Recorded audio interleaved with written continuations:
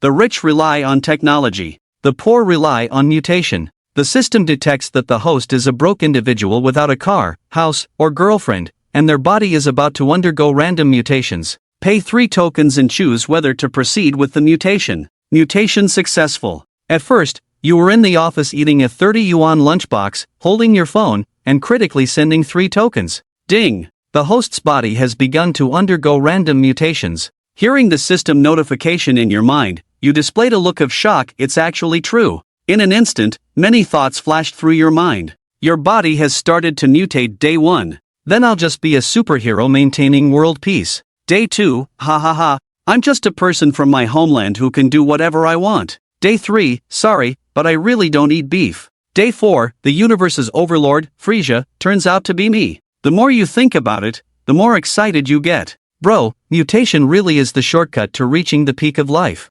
Ding! Congratulations, the host sign mutation is successful. You were already imagining your success when the galaxy's overlord, Frisia, suddenly froze in shock. What? It's just the eyes that have mutated? Doesn't that mean I can blast everything away with heat rays? Thinking of this, you suddenly looked at the lunchbox in your hand, ready to test it with my super invincible titanium alloy ray vision. However, the scene of heat rays blasting out was not as imagined. Instead, a prompt appeared, a frozen chicken leg that has been in the freezer for 80 years. Valued at 20 cents. You were stunned. What? My eyes have mutated, but they have no offensive power at all. How can I be a person from my homeland maintaining world peace? You were about to channel your frustration into strength and eat the last fragrant chicken leg when you suddenly remembered that this leg has been frozen for 80 years. It's from the World War II era. Instantly, a wave of disgust washed over you. At least you bought a 30 yuan deluxe meal. The lunchbox vendor is really heartless. You deserve to make money.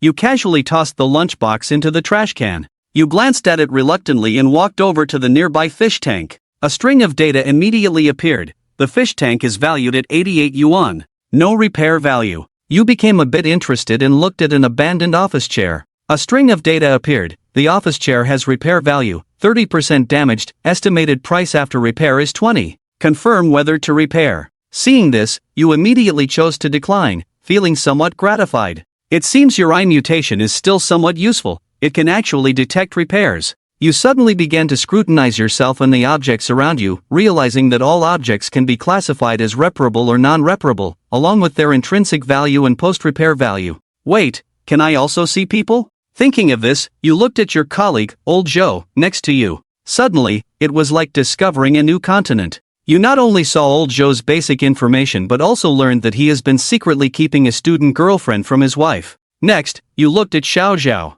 You found out that he has recently saved up some secret money without telling his wife and plans to go for a foot massage. You then looked at Sister Li, sitting at her workstation. Name, Li Wenjun, age, 33, height, 158 centimeters, weight, 60 kilograms, measurements, 70-67-70. Appearance, 50, charge, 400. You looked at this data and calmly analyzed it. Sister Li is indeed a veteran in the company. Her experience is substantial. Suddenly, a sweet, tingling voice reached your ears. Oh, I said no plans for tonight. Alright, see you later. You didn't even need to look to know who was being flirtatious here. Wang Sangsang, the department's little princess, who is the same age as you and joined the department at the same time. You casually glanced at Wang Sangsang. Name, Wang Sangsang, age, 24, height, 157 centimeters, weight, 53 kilograms, measurements, 83-58-80, appearance, 60, charge, $9.99, secret knowledge, cosmetic surgery. So she's had plastic surgery. Instantly, your attraction to her appearance vanished, and the fact that her charge is $999 impressed you even more. No wonder so many male colleagues like to help her from behind. However, at this moment, accompanied by the sound of high heels clicking on the floor, you saw the department head, Zhou Mei, waving the documents in her hand, scolding you. What are you doing? Your work is terrible, and your documents are poorly written. You suppressed your dissatisfaction and replied, I understand, Supervisor Zhou. I will improve. A smug smile appeared on Zhou Mei's face. She wanted to train you well in front of all the employees so everyone could see and hear. To kill the chicken to scare the monkey. Thinking of this, Zhou Mei puffed up her chest and arrogantly declared, Zhou Mei, don't keep useless subordinates. If you don't want to work, just get lost. Originally, some employees were enjoying the show, listening intently to Zhou Mei's scolding. But when they saw this crazy woman targeting everyone, even during lunch break, they all hurriedly went back to work. Seeing that her warning had taken effect, Jo-mei turned her attention back to you and said, "Now tell me how you plan to improve." You furrowed your brow and looked at Jo-mei. As expected, a string of data appeared next to her: name, Jo-mei, age, 29, height, 173 centimeters, weight, 55 kilograms, measurements, 97-60-94, appearance, 93, charge, 0, secret knowledge, embezzlement. But you didn't fill in the data in time. You revealed a look of surprise. This supervisor, who seems to be well developed, has a charge of 0, it's truly shocking. Jo-mei noticed your distraction and said sternly, "You can still be in a daze at this moment?" You calmly shook your head and replied, "Supervisor, I'm carefully observing and reflecting." Jo-mei raised an eyebrow and gave a cold smile. "You reflect first. If your performance doesn't meet the standards next month, you know the consequences." Having finished her instructions, Jo-mei left in a huff, her high heels clicking loudly. You watched Jo-mei's back, chuckling to yourself, knowing that your secret will eventually lead to your downfall in my hands. Now your primary task is to skillfully utilize your mutated eyes. You can't be a superhero. You must also make good use of it to get rich and reach the peak of life. Finally, the end of the workday arrived. As soon as the closing bell rang, you were the first to rush out of the department. You left your colleagues dumbfounded. They usually have a meeting after work, and you just walked out like that, clearly disregarding Supervisor Jo-mei. On the other side, after leaving the company, you wandered outside. You watched the bustling pedestrians. In addition to some basic data, some pedestrians' value panels also displayed secret information. For example, this Wang San, in secret, the child next door is his biological son. Am I really going to use this as leverage to blackmail him for money? Looking at his burly figure and weighing my own, I shook my head. Such extortion is bound to land me in prison, it's not worth it. You spotted a large lottery shop by the roadside, and your eyes lit up instantly. Inside the lottery shop, there were quite a few customers buying tickets and waiting for their numbers to be drawn. You directly approached the front desk clerk and said, "Hello, do you have those high-stakes scratch-off tickets?" The clerk, having seen many young people like you trying their luck, replied, "Yes, we do. They're 5 yuan each, with a top prize of 200,000. As she spoke, the clerk pulled out all the scratch-off tickets from behind the counter. You instinctively activated your special vision. One scratch-off ticket was worth 0.1 yuan, another was worth 10 yuan, and one more was worth 5 yuan.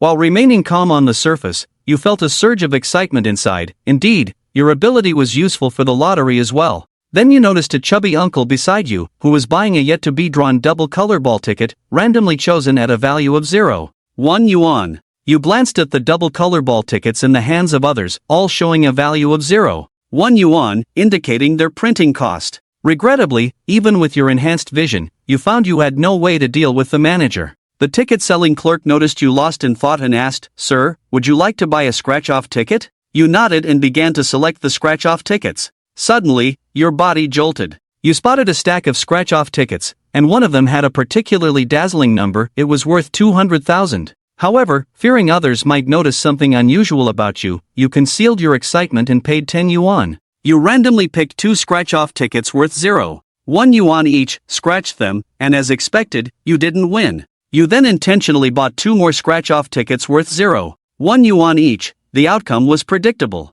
You feigned a look of disappointment, pointed to the ticket worth 200,000, and said, "I'll buy another one, I want that one." The ticket seller thought it was quite remarkable, a young gambler at that. An elderly man nearby advised you, "Young man, buying lottery tickets can't replace a meal. Just buy a couple for fun, working hard is what matters most." You took out your phone, scanned the code, and after paying 5 yuan, the ticket seller handed you the scratch-off ticket worth 200,000, and you swiftly scratched it off in one go. You saw the words "grand prize" revealed on the ticket. The ticket seller blinked her beautiful eyes, her face showing an expression of disbelief. It was indeed the grand prize. Even some customers nearby were drawn in by the ticket seller's voice, exclaiming, "Oh my, a grand prize." After winning the 200,000 prize, you realized there weren't any other big wins and decided to quit while you were ahead. Holding the scratch-off ticket worth 200,000, you left under a sea of envious gazes, planning to claim your prize tomorrow. After walking a short distance, you couldn't help but jump for joy.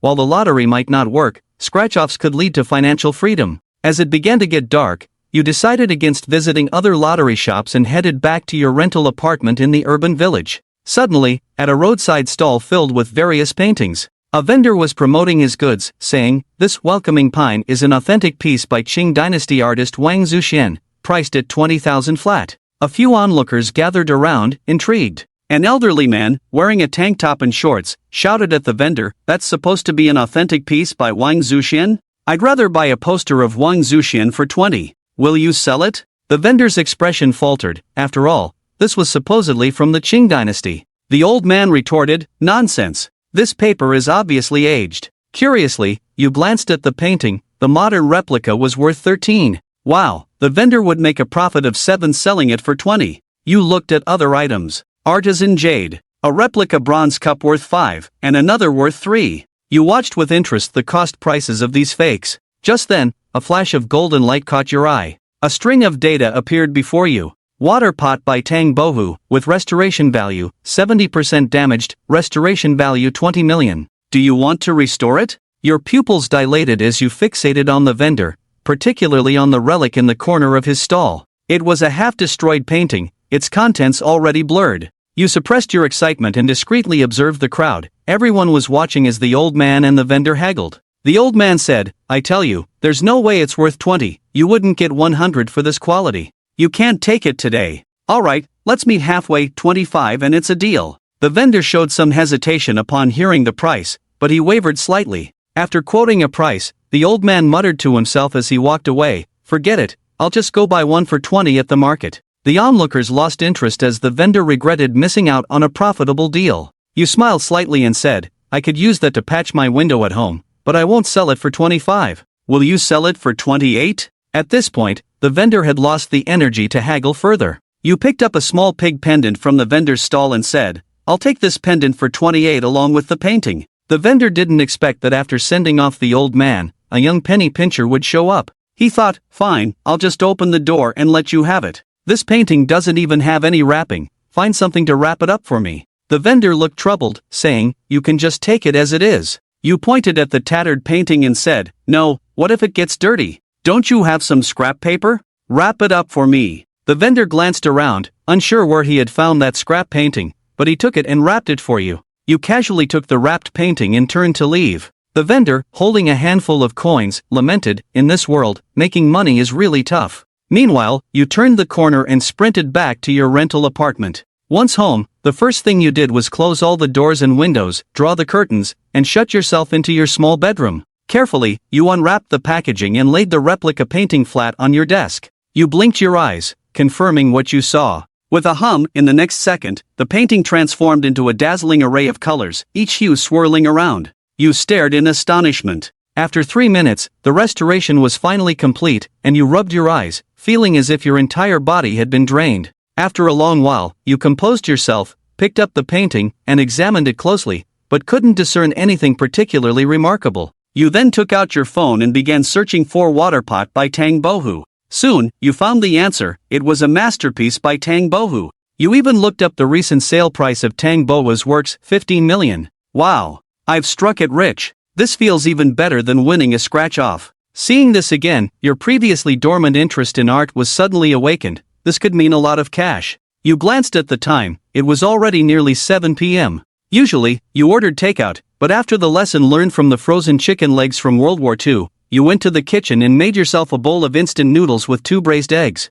After satisfying your hunger, you washed up and lay down in bed, drifting off to sleep peacefully. The next morning at 8 a.m., the alarm clock rang on time. You jumped out of bed in a rush, it was time to go to work again. You remembered your eyes were already a bit off. What work? I'm taking a day off today. Humming a tune, you carefully completed your morning routine. Next, you picked up the water pot by Tang Bohu you had collected yesterday and headed out. Today, your destination was the largest antique shop in Suzhou, Wanbao Pavilion. To be safe, you chose to take a taxi from your doorstep to Wanbao Pavilion. After more than an hour's drive, the ride-sharing vehicle stopped in front of a magnificent building, and you got out. You received a text notification of a deduction, 189 yuan. You didn't mind the fare, you gathered your thoughts and walked into the shop. At the entrance stood 2 lively young girls, who turned out to be identical twins. Upon seeing you, they both flashed matching sweet smiles and cheerfully exclaimed, "Welcome to Wanbao Pavilion." You looked at the 2 girls, a faint smile appearing on your face. The owner of Wanbao Pavilion certainly knew how to attract customers. As you stepped into Wanbao Pavilion, you blinked and began to take a look around. A modern replica bronze artifact worth 20,000. A high-quality replica of the Yenjinqing calligraphy worth 5,000. After scanning around, you found a mix of genuine and fake items, giving you a sense of the place. You stood at the entrance for a moment, and soon someone approached you, asking, "Sir, how can I assist you? Who's in charge here? I have something I need to trade." "I'll go get our manager," the staff member said, without asking further questions, and went to fetch the manager. Soon, an elderly man dressed in a long robe and a goat beard emerged from a hidden door, asking, "Young man, do you have business to discuss with me?" You narrowed your eyes and glanced at him. Name Joey, age 58, height 173 centimeters, weight 60 kilograms, has 3 illegitimate children, and a special skill in artifact appraisal. Noticing the extra special skill on the data panel, you gave the painting in your hand a little shake. The old man's eyes lit up. "Young man, what do you have for me?" You placed the painting in front of the old man. The old man unwrapped the painting and examined it closely. After a moment, he carefully rewrapped it, lamenting that such a fine piece was merely a replica. You narrowed your eyes and asked the old man, "Are you sure it's a replica? I've been in this business for decades. If I can't even recognize a replica of Water Pot by Tang Bohu, I might as well quit." You scoffed internally, thinking, "Then I won't sell it." As you were about to leave, the old man calmly said, "It's a rare replica of a fine piece. I'll offer you 100 for it if you're willing to sell." You calmly shook your head and replied, "Forget it. I'll just take it home and burn it instead of letting you profit from it." The old man's eyes flickered with a hint of panic. "What do you mean burn it?" "All right, I'll raise my offer to 12,120 yuan. You looked at the old man, half smiling, and said, "Let's be straightforward, give me a new price." The old man realized he was dealing with an expert and waved his hand, saying, "All right, let's be frank. How much do you want to sell it for?" You narrowed your eyes slightly and said, "Old man, why don't you give me your initial offer?" Zhou Laoer thought for a moment and calmly said, 10 million. The Water Pot by Tang Bohu is a representative work. Old man, you can't dismiss my 10 million offer. Zhou Laoer looked a bit green, and without further pretenses, he said, 15 million. Seeing this old fox raise his offer by 5 million in one go, you thought that if it weren't for your eyes estimating it at 20 million, you might have already sold it. The old man was quite generous. 28 million, Zhou Laoer said, his face growing darker. 17 million is my sincere offer. 25 million is the least I can go without losing money. After a protracted negotiation, the final price settled at 22 million, 2 million higher than the system's estimate. Once the price was settled, Zhou Laoer realized he was a bit too excited and pulled out an exquisite business card from his bag. "I'm Joey, the second son in my family, known as Zhou Laoer in the trade. I'm currently the general manager of Wanbao Pavilion's Shuda branch. If you have good items in the future, feel free to come to me." You casually took the business card, thinking the old man was quite generous. You would definitely do business with him next time. Zhou Laoer clearly didn't want to linger on the earlier matter, having failed to swindle this kid and instead being out-negotiated. He led you through the transaction process at Wanbao Pavilion. As the 22 million processed, you felt a euphoric lightness, almost floating as you walked. Half an hour later, you stepped into your rental apartment and collapsed onto the bed in a starfish position. Lying on the bed, you looked at your online banking balance, 22,003,401. 21 yuan. This was a number you had never dared to imagine, now sitting right in front of you. Though it couldn't buy you citizenship, it might fulfill your dreams of revenge, and you were quite satisfied. Just as you were reveling in your satisfaction, your phone rang. An angry female voice came from the phone. "You left the meeting early yesterday and are absent today. If you don't want to work anymore, just say so, and I'll fire you right away." You snorted and confidently replied, "I'm really done here, you little brat." Zhou Mei sat in her office, fuming. "What do you mean you're quitting?" With unwavering confidence, you said, "Yes, I'm quitting. Prepare my resignation letter. I'll come by for you to sign it." Zhou Mei's anger intensified upon hearing this. Just as she was about to explode with rage, you calmly added, "Manager Zhou, I just remembered something about you." 800,000? Zhou Mei seemed to recall something, as if struck by lightning. Her face was filled with disbelief. You spoke slowly, filled with mockery. "You wouldn't want this matter to get out, would you?" When Yichen arrived at the company, it was already 2 in the afternoon, just as the afternoon work shift was starting. From the moment he walked in, the eyes of his colleagues in the department were instantly focused on him. Yichen walked briskly to his workstation to tidy up his personal belongings, ignoring the various looks directed at him. While he was packing, Li Wenjun, the senior sister of the company, turned around and advised, "Xiao Yi, are you really going to resign? Jobs are hard to find now. Listen to your big sister, go and soften up to Zhou Mei, and stay to work well." Beside her, Wang Sang, while applying nail polish, sarcastically said, "Sisterly, don't bother advising. Our handsome Yi is a capable person, he wouldn't stay in a small place like this." With these two starting the conversation, others began to gather around, chattering away. Did Yi Chen really win 5 million? Is he here to fire Jo Mei? It's fine, Yi Chen, your education and abilities are good, you'll find another job easily. Being young is great, unlike us with families, who suffer every day. Alright, everyone. We've been colleagues, let's just part ways. Yi Chen didn't respond much to the various advice, sarcasm, and small talk. This is the modern workplace, colleagues can say nice things while still working together, but once you leave, it's as if you never knew each other. There's no need to waste too much emotion on people with whom you're destined to have no future connection. Oh, Yi Chen is here. Come, I'll take you to process your resignation. Zhang Yuka, beaming with joy, surprised Yi Chen a bit. If he didn't know that this team leader had no grudge against him and that he wasn't blocking Zhang Yuka's path, he might have thought Zhang Yuka was so happy because of his resignation. It seemed there was another reason. After handing Yi Chen the already signed resignation form from this department, Zhang Yuka instructed him to go to the other relevant departments for approval. Yi Chen took the resignation form and ran around to various departments, finally just needing the signature of his superior. Arriving at the supervisor's door, Yi Chen composed himself and knocked.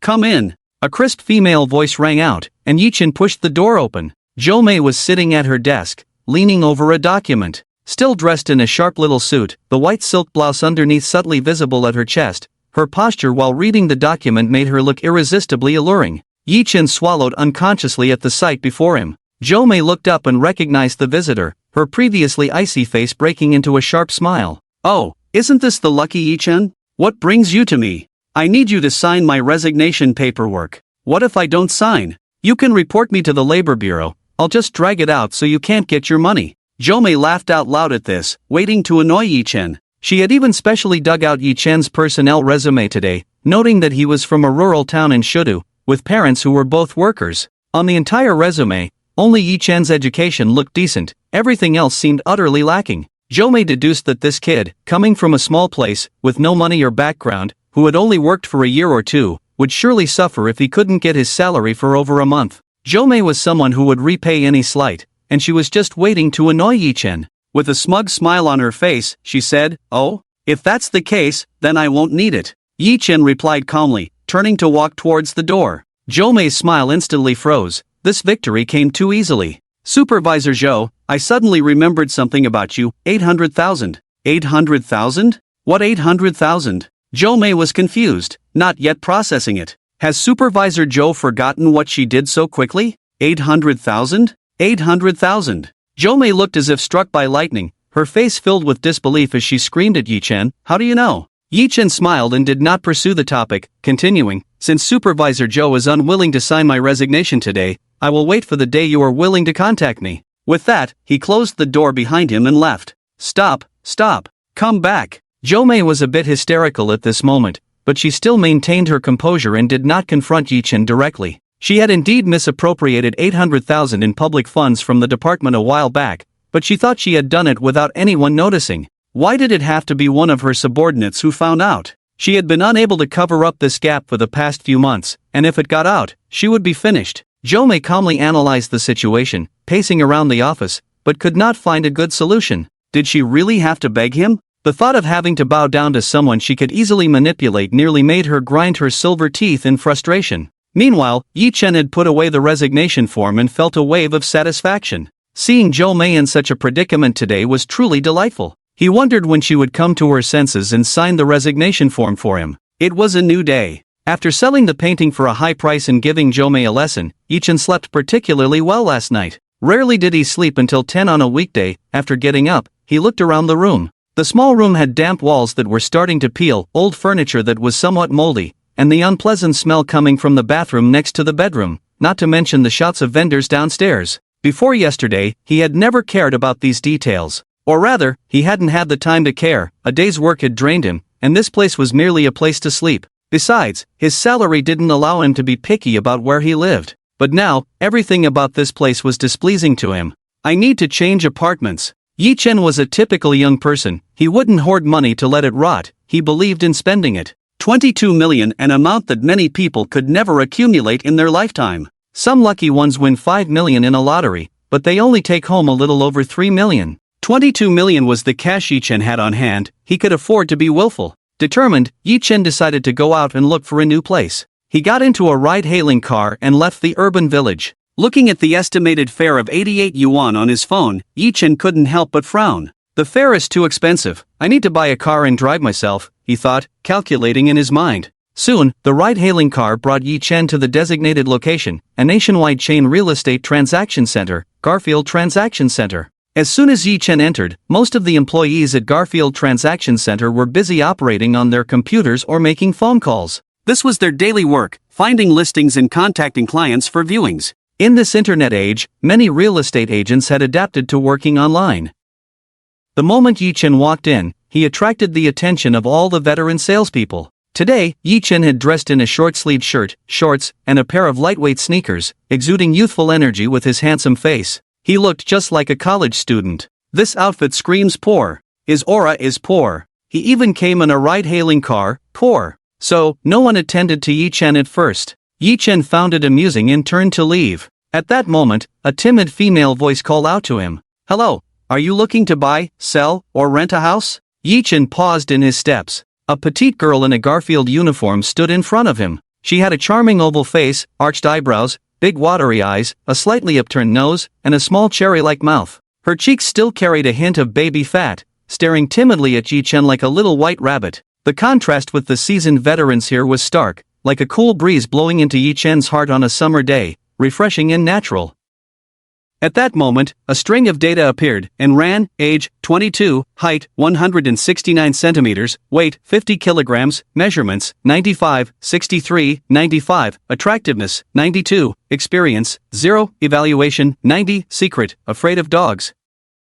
And Ran had just graduated and started her job a few months ago, but she had yet to achieve any results. Although this client was not the kind of big client her seniors had mentioned, she still approached the reception with a try-it-out attitude. As they watched Ran greet him, her colleagues began to whisper among themselves. At first glance, she seems clever, but she can't even speak clearly and still wants to earn a living. If she can't even speak properly, let alone read the room, how could this person be here to spend money? Who knows, maybe she's just trying to flirt with the handsome guy. Enough, you're getting more ridiculous. If you scare her away, who's going to clean the office? Looking at the timid girl in front of him, Yi-chen revealed a gentle smile. I want to buy a house. Do you have any suitable recommendations? His voice was not loud, but the office was small, and everyone heard him clearly. This flirt must have stepped in dog poop today. She's hit the jackpot. Don't rush, maybe he's just playing around with that silly girl. She doesn't even have a branded item on her. How could she look like someone buying a house?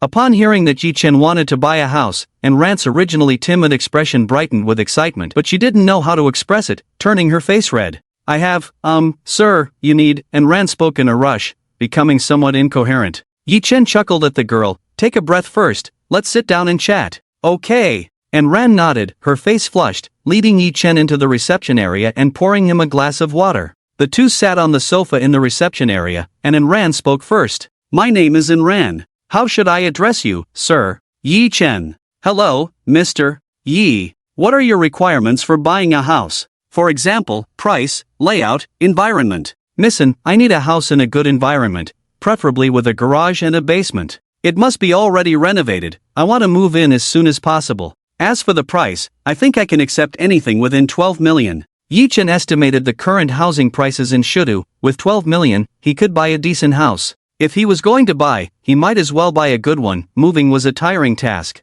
Upon hearing Yi-chen's requirements, Ran's eyes gradually began to shine. If she could close this deal, she wouldn't have to worry about her living expenses for the next half year. Okay, Mr. Yi, please wait a moment. And Ran took out her phone, opened her back-end for Garfield, and prepared her housing information. In a short while, Ran approached Yi-chen with the prepared materials. Mr. Yi, I currently have 2 houses that meet your criteria. Oh, tell me about them. And Ran sat beside Yi-chen with her phone, showing him pictures while introducing the properties. The first one is in a villa area in the city center, with a basement and a garage included, a standalone villa layout. The house is new, the developer has already renovated it, and you just need to buy furniture and appliances to move in. The property has great greenery, convenient transportation, and complete facilities. The price is 11.28 million. After Ran finished introducing the first property, Yi-chan said nonchalantly, "Continue, Missin. The second place is located in the suburbs. This house is a second-hand property. The owner is immigrating, so it's for sale. Compared to the first house, the location here is a bit worse, but this property is a small villa. It's a standalone building with a basement garage, 6 bedrooms, 2 living rooms, and 2 bathrooms. The privacy is better than that of an apartment building. The greenery around this house is better than the first community, but the surrounding facilities are not as rich. The owner is including all the furniture and appliances. The asking price is 13.2 million. Hearing about the second house made Yi-chan's heart stir. It was quiet and private. Plus, it came with appliances and furniture. But his expression fell when he heard the last part. However, it was 1.2 million more than his ideal price, which was not a small amount for him. Didn't I say within 12 million? Yi-chan was a bit unhappy. And Ran, still dazed, continued. But the owner said that the full payment only requires 10 million. She clearly didn't realize that even many wealthy people would find it unrealistic to gather over 10 million in a short time. Nevertheless, she still recommended this house to Yi-chan based on the price. Upon hearing this, Yi-chan controlled his impulse to pat this silly girl on the head. "Let's go see the house." "See the house? Which one?" And Ran momentarily didn't react. "The second one, the standalone villa." "But that price, didn't you say you wouldn't?" At this point, Ran covered her mouth, her eyes wide as she looked at Yi-chan. "Let's go, Missin." Yi-chan led Ran out of the conference room, asked her for the address, and called a ride. The Garfi Real Estate Trading Center was right next to the main road, and soon the car arrived, with Yi-chan taking Ran inside. "Did you see that? A little thug taking a ride-hailing car, pretending to be a big shot here. This vixen thinks she's hit the jackpot, clueless." Yi-chan and their actions turned into such gossip in the eyes of these people. The car took about 20 minutes to reach the place. Although it was in the suburbs, the transportation to the city center was very convenient. And Ran had the keys to the villa and opened the door, leading Yi-chan inside. The entire structure of the house is somewhat European, with a design focused on simplicity and practicality. And Ran introduced as she led Yi-chan in. This house has been used for less than 5 years, and the furniture and appliances are all kept very new. The owner bought well-known brands. Each room is designed with reasonable sizes, high space utilization, and good lighting and ventilation. And this basement can store quite a bit of miscellaneous items. It can even be converted into a room. And Ran took Yi-chan through the entire house, detailing every aspect. During this time, Yi-chan also activated the system to scan the furniture and appliances in the house. Just as Ran said, they were well maintained, with some damage even at zero, possibly never used. Just the value of these furniture and appliances was worth hundreds of thousands. He felt like he had stumbled upon a great deal. "What do you think, Mr. Yi?" After finishing her introduction, Ran looked at Yi-chan with an expectant gaze.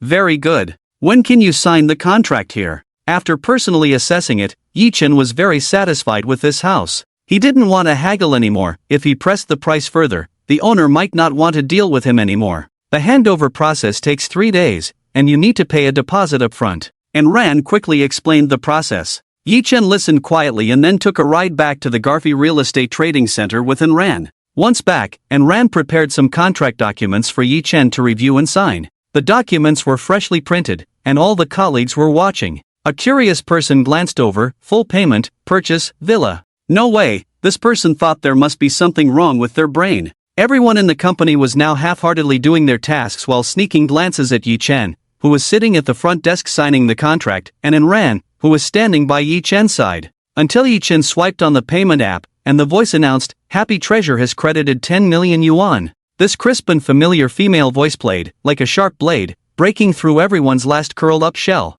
"Then Brother Yi, take care, come back in 3 days to settle the final payment and pick up the house, okay?" And Ran said to Yi-chan with a beaming smile. "Sure, Missin. If there are any issues, just let me know through the app," Yi-chan replied, putting away the contract receipt and smiling back at Ran. During this time, Ran had already taken the initiative to exchange contact information with Yi-chan. Yi-chan didn't linger here any longer. The ride-hailing car he had called earlier had arrived at the door, so he left. As soon as Yi-chan left, the Garfi Real Estate Trading Company became lively. Some eager folks had already gathered around. "Missin, congratulations on your opening. Which house are you selling?" "The villa in the suburbs." "What? You sold that house?" 13.2 million. "We haven't closed such a big deal in years." Upon hearing this, many people couldn't help but stomp their feet in frustration. Clearly, the god of wealth was standing right at the door today, but they had missed this opportunity. 13. 2 million, after commission, would yield over 100,000 in earnings. This amount of money is a fortune for any working-class individual.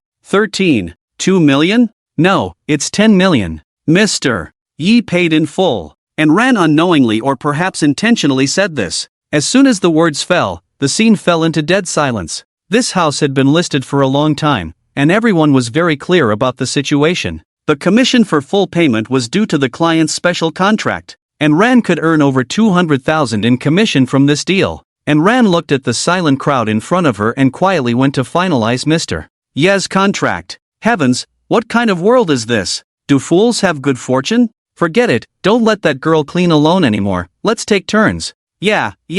She might not even get a chance. With this deal, her performance is enough for a promotion. On Yi Chen's side, he didn't think so much. He just felt that the girl looked fresh and honest, clearly inexperienced in the workforce. Although buying a house still required someone experienced, the house this girl recommended was exactly what he needed. At this moment, Yi Chen had already arrived at the car market. Today he decided to buy both a car and a house. Become a winner in life. He arrived at a well-known global car brand's 4S store. As soon as Yi Chen entered, someone immediately came to assist him. Sir, how can I help you? I'm here to look at cars, please introduce me to your mid to high-end models, Yi Chen said succinctly, without showing too much emotion. In such places, you have to act like a big shot for them to treat you like one. The male salesperson adjusted his demeanor, feeling that his opportunity had come. He led Yi Chen into the showroom, introducing the cars as they walked. This Mustang SL uses the latest technology from Country D, equipped with the newest driver assistance features and the interior design.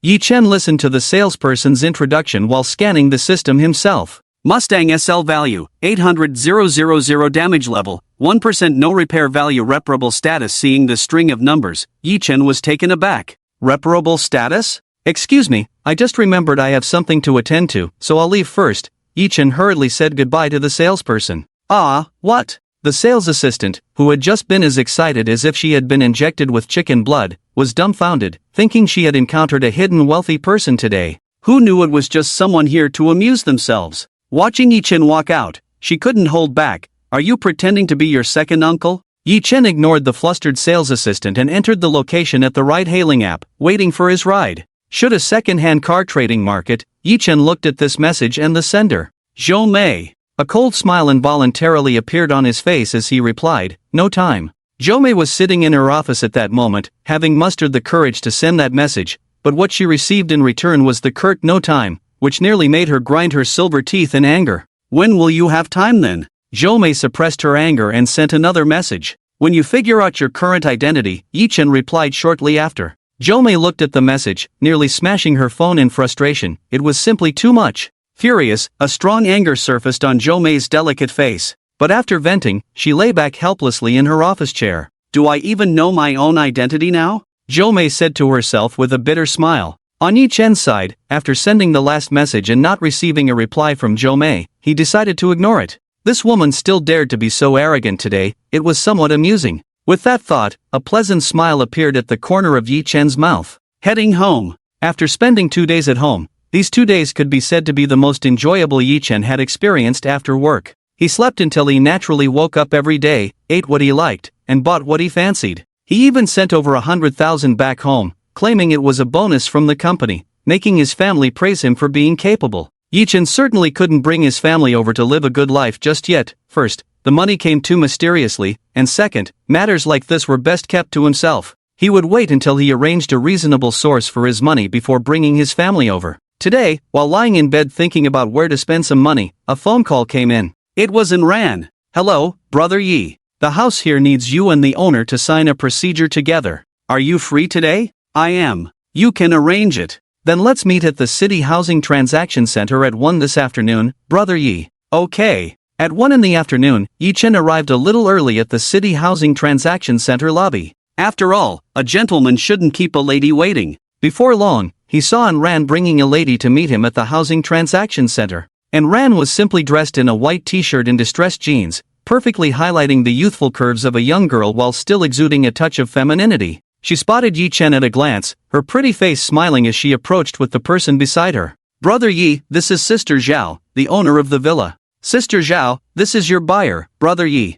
And Ran introduced the two parties. Hello, Zhao Jingxian. A slightly lazy voice rang out, accompanied by a well-maintained, plump hand reaching out to Yi Chen. Yi Chen looked at the woman before him. With wine-red curly hair, a dignified oval face, and light makeup, she had a charming allure in her eyes. Her alluring apricot-shaped eyes had a hint of blue beneath them, adding a touch of laziness. She wore a red silk dress that hugged her skin, revealing her curvaceous figure, and a pair of black strappy sandals. Zhao Jingxian, age 32, height 168 centimeters, weight 55 kilograms, measurements 95. 65. The world is vast and full of wonders. It seems that Sister Zhao is not having an easy time either. Yi Chen. Hello, Miss Zhao. Yi Chen extended his hand, shook hands lightly with Zhao Jingxian, and then let go. Just call me Sister Zhao. I'm already this age. What else could I be but a sister? Zhao Jingxian was clearly pleased by Yi Chen's address, her expression brightening a bit. Alright, Sister Zhao, thank you for making this trip today.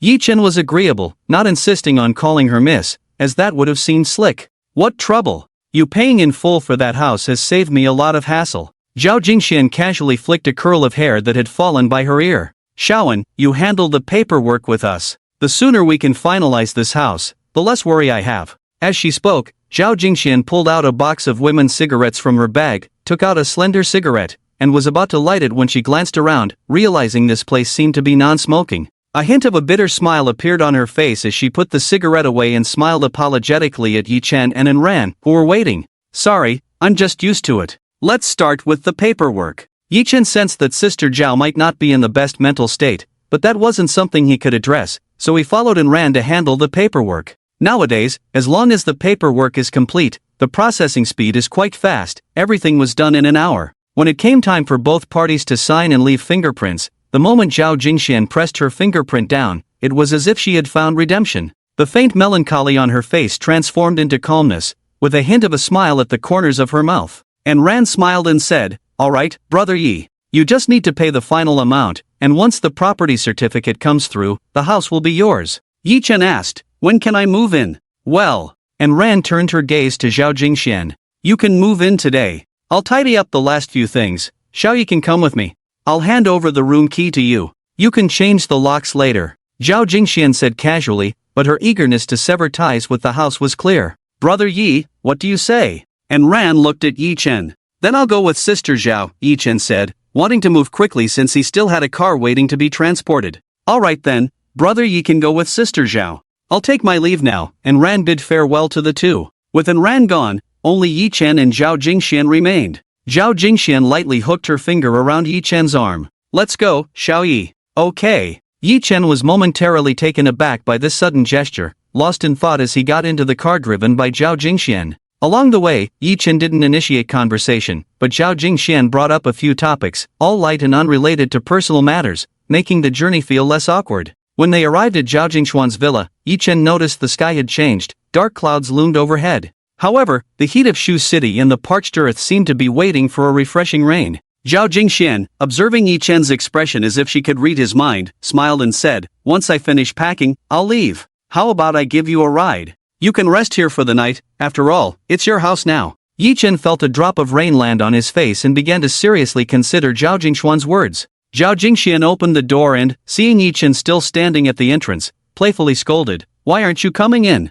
It's starting to rain heavily. The rain seemed to respond to Zhao Jingxuan's words, suddenly intensifying, pouring down like a burst of tap water. The rain outside fell heavier and heavier, as if it wanted to nourish the long dry earth. Zhao Jingxian entered the house, first taking a pair of flat sandals from the shoe cabinet to change into, freeing her delicate feet from the tight black high-heeled straps. Once inside, Zhao Jingxian seemed to become much more casual, smiling as she greeted Yi Chen. Little Yi, feel free to wander around, this is all your house now. I'll go get something. After saying that, she gracefully trotted upstairs. Yi Chen did not follow her but instead wandered around the villa casually. Last time, Ran had brought him here in a hurry, and now that he was exploring alone, he noticed things were a bit different. Yi Chen found that the villa was astonishingly new, completely devoid of signs of life. The kitchen utensils were covered in dust, but according to the system's detection, they had never been used. Yi Chen noticed that the double-door refrigerator in the kitchen was slightly ajar and intended to close it. As he approached the refrigerator, a strong aroma suddenly captivated him. Inside, various types of alcohol were densely arranged: beers, red wines, vodka, whiskey, Maotai. Some of the drinks were not suitable for freezer storage, but the owner clearly did not care about such details. There were bottles that were full and others that were half consumed. If he didn't know that this villa belonged to a woman, Yi Chen would have thought it was a liquor cabinet belonging to an old drunkard. Yi Chen thought about the secret matters the system had revealed about Zhao Jingxian and couldn't help but sigh. Such a charming and seemingly glamorous beauty had ended up in such trouble, only able to drown her sorrows in alcohol. As Yi Chen was lost in thought looking at the fridge full of liquor, he suddenly heard a charming voice. "Little Yi, what are you looking at these drinks for? Want to have a couple of drinks with Sister Zhao?" Zhao Jingxian leaned against the doorframe, her eyes sparkling, red lips slightly curled, smiling at Yi Chen. Sister Zhao. Yi Chen felt a bit awkward, about to explain that he was not peeking into someone else's fridge. "Oh, don't say that. I can't take these drinks with me, just have a drink with Sister Zhao, and I'll leave these for you." Zhao Jingxian didn't care much about Yi Chen looking through the fridge, stepping over to stand beside him in front of the refrigerator. "Little Yi, do you prefer beer, red wine, or white wine?" Zhao Jingxian took out a bottle of flying Maotai, her alluring eyes fixed on Yi Chen. "Sister Zhao, isn't it a bit inappropriate to drink?" Yi Chen felt a bit flustered, encountering such a stunning beauty in a villa asking him to drink.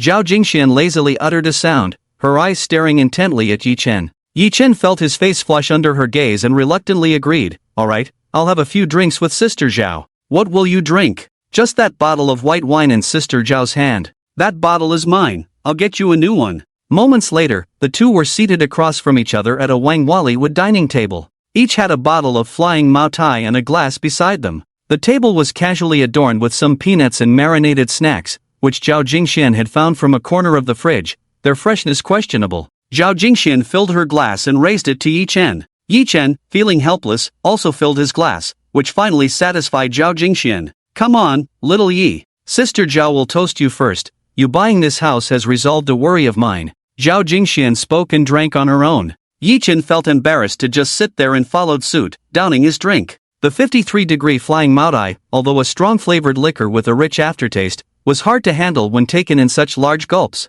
After that sip, Yi Chen nearly choked. Zhao Jingxian watched Yi Chen's reaction and laughed brightly. "Little Yi, you can't handle this, can you? Don't be fooled by the big fridge full of alcohol, those drinks are just for show. This white liquor is what I truly love. Come, let's have some snacks to go with the drinks. Tomorrow, I'm leaving the country, and today is my last day here." Zhao Jingxian said as she poured herself another glass, her words filled with melancholy. "Then let this cup be a farewell toast to Sister Zhao. Cheers." Yi Chen also filled his glass and raised it to Zhao Jingxian. "Good, I like your straightforwardness." Zhao Jingxian downed her drink in one go. After 2 rounds, seeing that the snacks on the table were running low, Zhao Jingxian called for a few dishes. They had dinner at the villa together. The two clinked glasses and chatted quite pleasantly. Zhao Jingxian didn't mention much about her own affairs, simply telling Yi Chen that she had ended a marriage that had long been a mere formality. "This time going abroad, I might settle down there. Little Yi, you could be the last person I see in the country.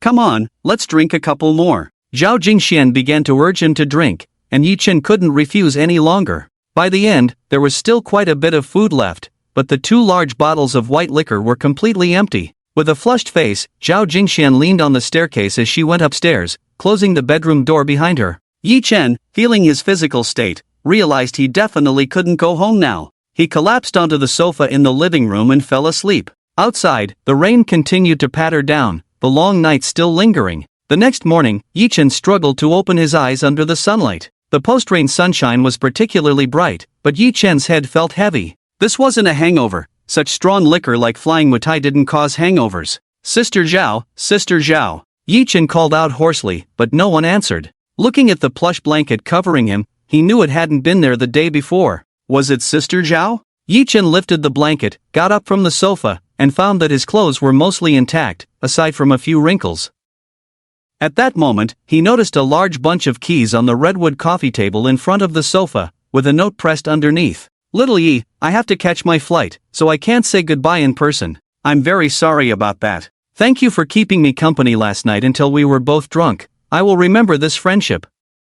Life is long, and I hope we meet again someday." Zhao Jingxian laughed. "Hope we meet again, I really hope there's such a fate." Yi Chen held the note, smiling to himself. Ding ding ding, the phone rang, and Yi Chen pressed to answer. Hello, the storage period for the car you purchased has expired. Continuing storage will require a new fee. Would you like to continue storing it or arrange for delivery? Please deliver it today. Please deliver the car today. Yi Chen provided the address of the villa. Okay, we will arrange the delivery for you right away. Please keep your contact open to ensure timely reception. Yi Chen picked up the keys from the coffee table, playing with them in his hand. Looking around the exquisitely decorated villa, solid wood floors, genuine leather sofas, redwood furniture. Just a week ago, these were all dream homes he saw on television, but now, they were truly his. Yi Chen began to explore the villa, having previously been hesitant because it didn't belong to him. Now that the villa had changed ownership, he was the master here. He first went to the master bedroom,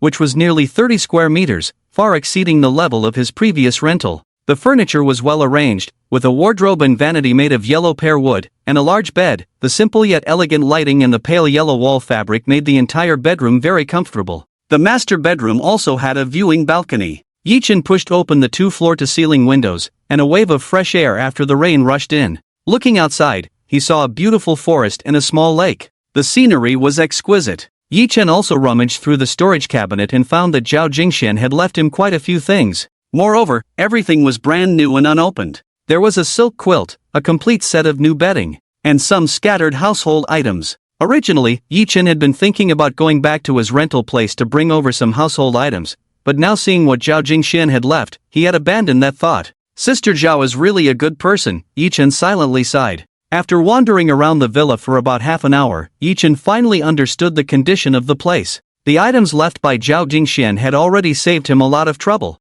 Whatever Yi Chen thought of, Zhao Jingxian had already bought. Whatever he hadn't thought of, she had also purchased. Looking at these new items, Yi Chen thought about how Zhao Jingxian, like a skilled housewife, bought all these living essentials, yet brought them home without even unwrapping them, just tossing them aside. Because in this home, there was no man to make him a full-time house husband, all that existed was a grand mansion and money, which he drowned in alcohol day by day. How sad. After a thorough inspection, Yi Chen began to organize things. In fact, it wasn't difficult. Zhao Jingxian regularly had a cleaner come to tidy up the rooms.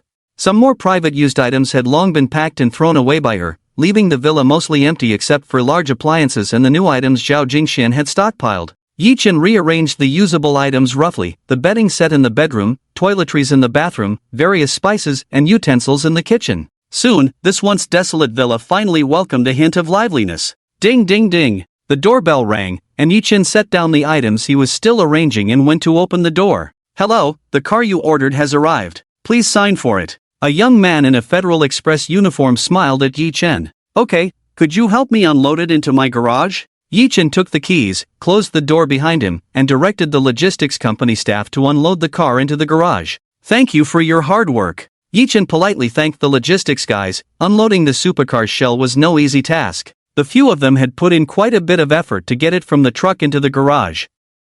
You're welcome, it's what we do. After Yi Chen signed the receipt, the logistics guys drove away. On the road, the young man who had knocked on Yi Chen's door spoke up. You say this big guy lives in such a house, why is he buying a piece of junk? It'll lose value in the garage. Mind your own business, maybe he has money to burn. I think I heard from the business department that this is for some art exhibition. What kind of art exhibition? The hobbies of the rich are really strange. Of course, Yi Chen couldn't hear the discussions in the car. At that moment, he had closed the garage door and was looking at what others called junk, but in his eyes, it was a treasure. Bugatti X6. Bugatti is the top-tier supercar in the world, a super luxury item. For a top customized supercar, even ordinary wealthy people would have to pay a hefty price. The X6 model is one of the more affordable options among them. This affordability refers to the wealthy, as the brand new price of this car is 6 million. It's clearly marked, and it's not just about having money, you must be a member to purchase it, making it an entry-level product among supercars.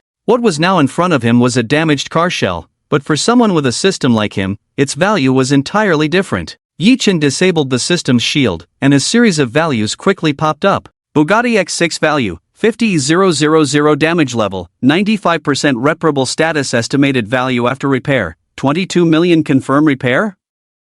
As expected, after removing the engine, the value of this car shell has severely diminished, and the damage level has reached 95%. Confirm repair? Yi Chen issued the command to confirm the repair in his mind. Instantly, the car shell was enveloped in a halo of light, and the scratches on the body were smoothed out after a burst of light, revealing its original brilliant sheen. At the location of the missing rear wheel, a halo gathered and then dispersed, and a brand new tire reappeared. The distorted car body gradually began to restore its smooth and stylish shape within the halo. Seeing the same miraculous scene he had witnessed during the restoration of White Crane playing in water, Yi-Chen was still deeply shocked by this extraordinary sight. The objects were smaller during the restoration of the ancient painting, but this time, the impact of restoring the car was even more astonishing, almost miraculous.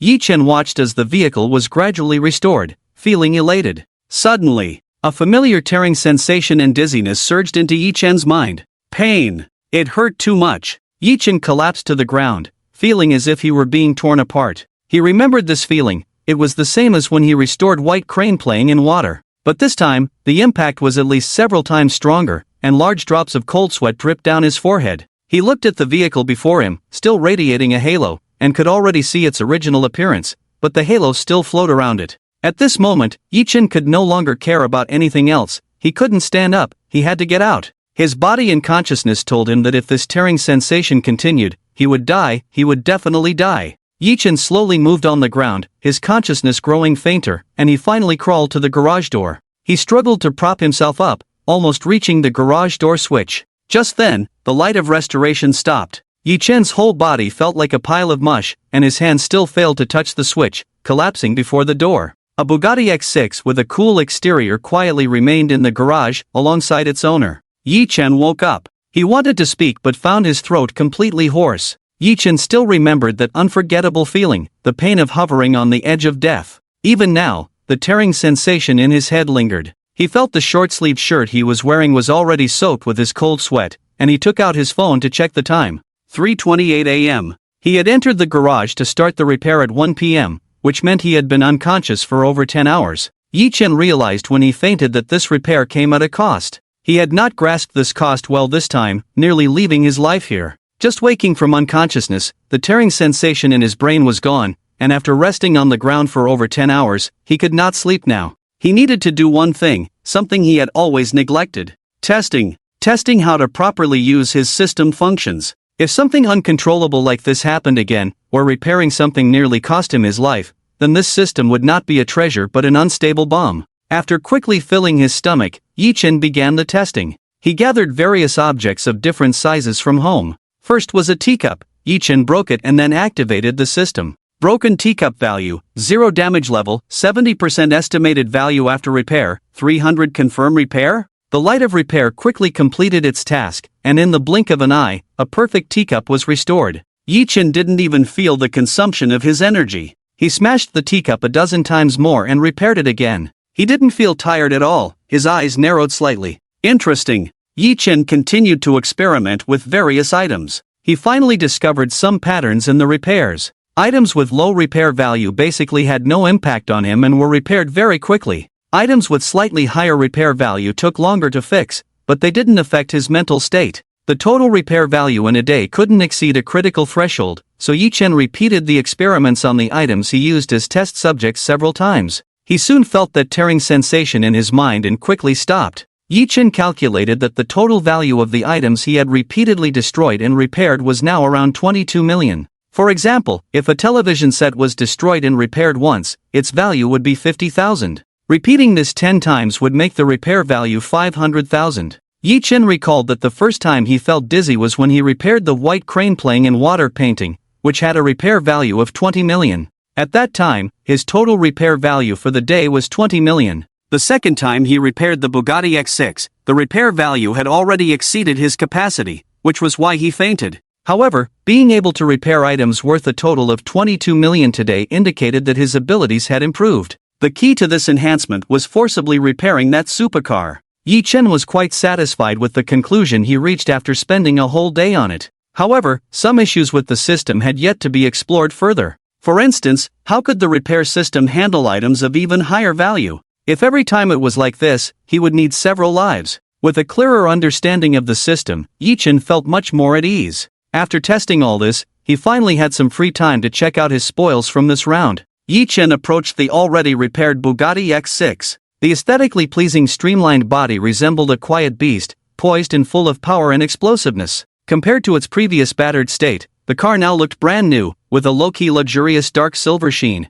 Yi Chen noticed that there was a key and a bag of documents placed on the hood, clearly the work of the system. He picked up the documents and the key, pressed the switch on the key, and the vehicle responded instantly, unlocking with a click. Yi Chen opened the door and sat in the driver's seat. The leather seat was perfectly ergonomic. Yi Chen adjusted the angle of the seat and settled in comfortably. He then opened the stack of documents. It contained various proofs and related information about the vehicle, along with photo documentation. If Yi Chen had some grievances about the system before, he was now completely convinced. The repair of the vehicle was almost miraculous, and it even came with a key. Most importantly, without this stack of documents, the car would be considered a black market vehicle and couldn't be driven on the road. The second-hand car market would sell the shell as scrap, and these documents were not included. Moreover, even if they were included, using the original documents to re-register the license plate would attract attention. Aside from the near-fatal experience, this system seemed to cover all bases. Confirming the results he nearly sacrificed his life for, Yi Chen left the garage with a sense of relief and returned to the villa for a brief rest. By the next afternoon, Yi Chen returned to the garage and started the vehicle. The system had even filled the tank, and the after-sales service was truly impressive. With a unique and powerful roar, the sports car roared to life. The road from the villa to the main road was rarely traveled. Yi Chen lowered the roof of the Bugatti X6, transforming it into a convertible sports car, and sped down the road. The sensation was like the wind racing past, slapping against his face as he drove through the forest. Yi Chen felt exhilarated, an unprecedented thrill that even cleared his somewhat foggy mind. Once he hit the main road, he raised the roof back up and slowed down. After all, no matter how rich one is, speeding and reckless driving can still get one caught by the police. Before long, Yi Chen drove into the urban village, parking under his rental apartment. He casually got out, locked the car, and turned to head upstairs, completely ignoring the crowd of onlookers. Wow, a Bugatti! Isn't that what we see on TV? What Bugatti? There are BMWs and Mercedes, okay? But I think this car must cost at least several $100,000. That guy driving it must be the young man living on the third floor, right? Did he just hit the jackpot? You can't buy this car for just $5 million. Clearly, there were quite a few car enthusiasts around. In this era, while people might struggle to afford pork, watching a pig run was still quite easy. Soon, the conversation shifted from discussing the car to speculating about the handsome young man on the third floor. Where had he made his fortune? Back in his rental apartment, Yi Chen casually gathered his clothes and documents before leaving. He had lived here for 2 years since graduation, accumulating some belongings, but now he had better options, so he decided to leave it for someone more fortunate. Yi Chen took one last look at the shabby little apartment, closed the door, and turned to leave. Downstairs, a crowd had gathered around his car, discussing something. "Excuse me," Yi Chen said calmly, his voice not loud, but the crowd fell silent instantly. He walked forward with his bag, and the crowd parted to make way for him. "Bro, someone tried to strike up a conversation, but stopped halfway upon seeing Yi Chen's indifferent expression. Yi Chen had no interest in chatting with them and started the vehicle. Listening to the unique roar of the sports car, the surrounding crowd quickly cleared a path. The car sped away with Yi Chen, disappearing from view in a flurry of motion. As he drove out of the urban village, Yi Chen felt something in his mind had been liberated. With the music playing, the professional-grade car audio system delivered an ultimate musical experience. How many times have I faced cold eyes and ridicule? Forgive me for this life of mine, unrestrained and loving freedom. Back home, Yi Chen placed his belongings down, lay back on the sofa, and used the home theater to stream a movie. Just as he was getting to the exciting part, a phone call interrupted him. "Who is it?" Yi Chen asked, annoyed at being disturbed while watching the movie. "It's me, Joe May." A hoarse voice filled with emotion came through. "Oh, Supervisor Joe. It's almost bedtime. What brings you to call me at this hour?" Yi Chen's face broke into a teasing smile upon hearing Joe May's voice. "I wanted to ask, what did you mean by the 800,000 last time?"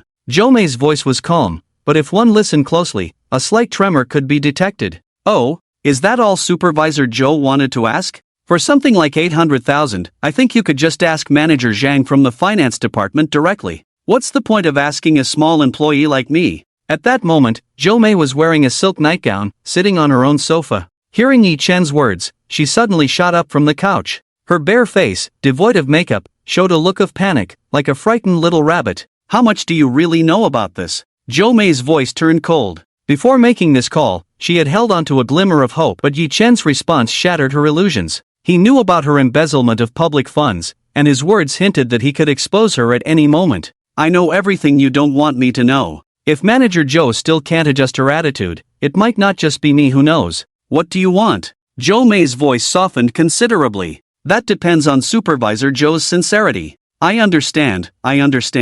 As long as you promise not to expose this matter, everything is negotiable. Jo May's voice was now as gentle as water. Alright then, let's meet tomorrow evening at 6 at the entrance of Building B of the Starlight Tower. I'll be waiting for Supervisor Joe's sincerity. I will definitely be there on time. Yi Chen hung up the phone, feeling a bit amused. When had he ever seen that tomboy speak so submissively to him like today? On the other side, Jo May, hearing Yi Chen hang up, slammed her phone onto her bed. With her hair cascading down, she squatted on the sofa, wrapping her arms around her legs, her bare, white feet exposed, quietly sobbing. The humiliation she suffered today must be avenged. What time is it now? Yi Chen began to remember that he seemed to have things to do. Glancing at the time, it was 5:40 p.m. He might be late, but it didn't matter. Yi Chen leisurely tidied up and drove out. Suddenly, he recalled how Jo May had been furious when he was late for work before, dragging him out in front of the entire company to scold him. But today, if he was late, how would she react?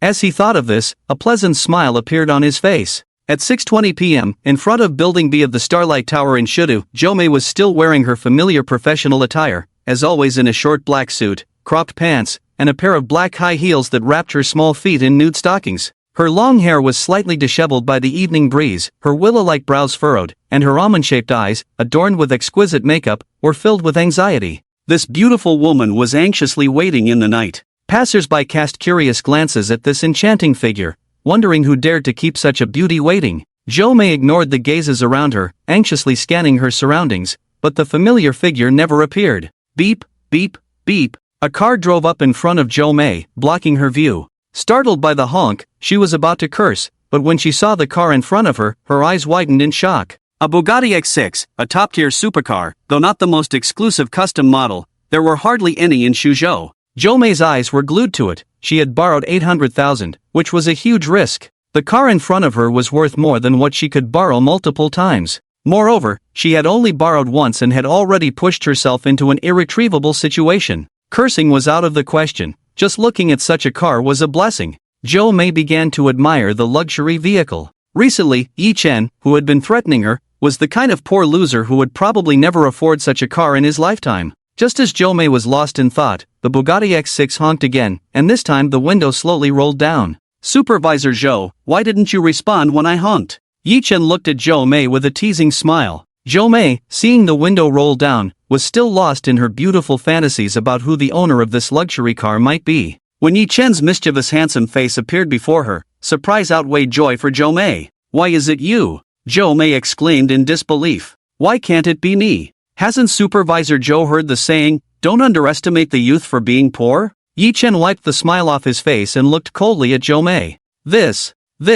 Jo May was momentarily at a loss for words. Just a week ago, her subordinate had been like a lackey under her command, and now he was suddenly in front of her, gripping her weaknesses and driving a luxury car she could never hope to own. It was impossible for anyone to remain calm in such a situation. Director Zhou, are you going to discuss this matter or not? Yi Chen's cold voice snapped Jo May back to reality, and she remembered the most important thing, quickly organizing her emotions. What do you want? Jo May's tone was very indifferent. I just don't understand. For Director Zhou, 800,000 is just a year or two's salary. Why would you take such a big risk? That's none of your business. Jo May's expression stiffened slightly. Yi Chen looked at Jo May with a teasing gaze. If it's none of my business, then I won't concern myself with it. But what about your sincerity today, Director Zhou? How much do you want? Name your price. Money? That little amount isn't even enough for my car's maintenance. Yi Chen scoffed at Jo May's attempt to bribe him with money. Hearing Yi Chen's response, Jo May's face darkened to the point of almost dripping with gloom. Yi Chen glanced at Jo May, noting that she was still dressed in the company's uniform, which piqued his interest. A vague smile appeared on his face as he said to Jo May, I have an idea. Director Zhou, why don't we get in the car and talk? Jo May did not refuse and took her seat in the passenger side as instructed. What do you want? Jo May still maintained her icy demeanor. Yi Chen smiled at her, leaned in, and whispered something in her ear. Finally, he blew gently on her small, rounded earlobe. Jo May felt as if struck by lightning upon hearing Yi Chen's words. So, what do you think, Director Zhou? You need to think this through. Yi-Chen sat in the driver's seat, watching Jo Mei with a smile. I accept. Jo Mei's cold voice now carried a hint of tremor. Alright, then I'll take Director Joe for a drive and show you the night view of Shidu. Yi-Chen lowered the convertible roof, and the Bugatti instantly transformed into a convertible sports car. He drove onto a rarely traveled road and accelerated. The summer heat was no match for the cool wind rushing in. Yi-Chen felt as if he were in a world of ice and fire. Continuing to speed up, the roar of the Bugatti filled with excitement. After half an hour, the roar of the vehicle diminished, gradually fading like a beast sated after a feast. As soon as the car stopped by the roadside, Jo Mei couldn't wait to get out, stumbling as she clutched a streetlight and began to vomit violently. Yi-Chen watched this scene, letting out a refreshing sigh. He tossed a tissue in front of Jo Mei. Director Zhou, you can use this to clean up. Thank you for accompanying me for a drive tonight, Director Zhou. After saying this, Yi-Chen drove away. Listening to the sound of the steel beast roaring off, Jo Mei finally stopped vomiting, her eyes filled with an indomitable spirit as she looked at the paper on the ground, a resignation letter. Resignation applicant, Yi-Chen. After their drive, Yi-Chen returned home, feeling satisfied. After a day of running around, he went to the bathroom. He turned on the shower, and steam instantly filled the room. Yi-Chen enjoyed a hot shower, dried off, put on his pajamas, and entered the bedroom. Leaning against the bed, he savored the comfortable temperature provided by the fully automatic central air conditioning. Yi-Chen checked his phone, reviewing his savings. After deducting some miscellaneous expenses and the substantial costs of buying a car and a house, he had just over 10 million left on his card. Yi-Chen frowned at this balance. It wasn't that he was getting carried away. 10 million had once been an unattainable amount for him. But now, with a luxury home and car, just the monthly maintenance and upkeep for both were several tens of thousands, not to mention his daily expenses. One can't continue to dress in street market clothes and eat takeout like before in the urban village. No, it's time to make money. Yi-Chen settled on this idea and quickly fell into a delightful dream. The next day, sunlight filtered through the leaves outside, bustling and scattered across Yi-Chen's bed. He lazily opened his eyes, grabbed his phone from the bedside, and saw it was already 9 in the morning. He had things to do today and couldn't sleep in. Yi-Chen quickly got up, washed up, and tidied his outfit. After thinking about where he was going today, he chose a t-shirt, jeans, and sneakers. Anyone with a bit of discernment could recognize the value of the brand in this simple outfit. Overall, it was simple yet stylish.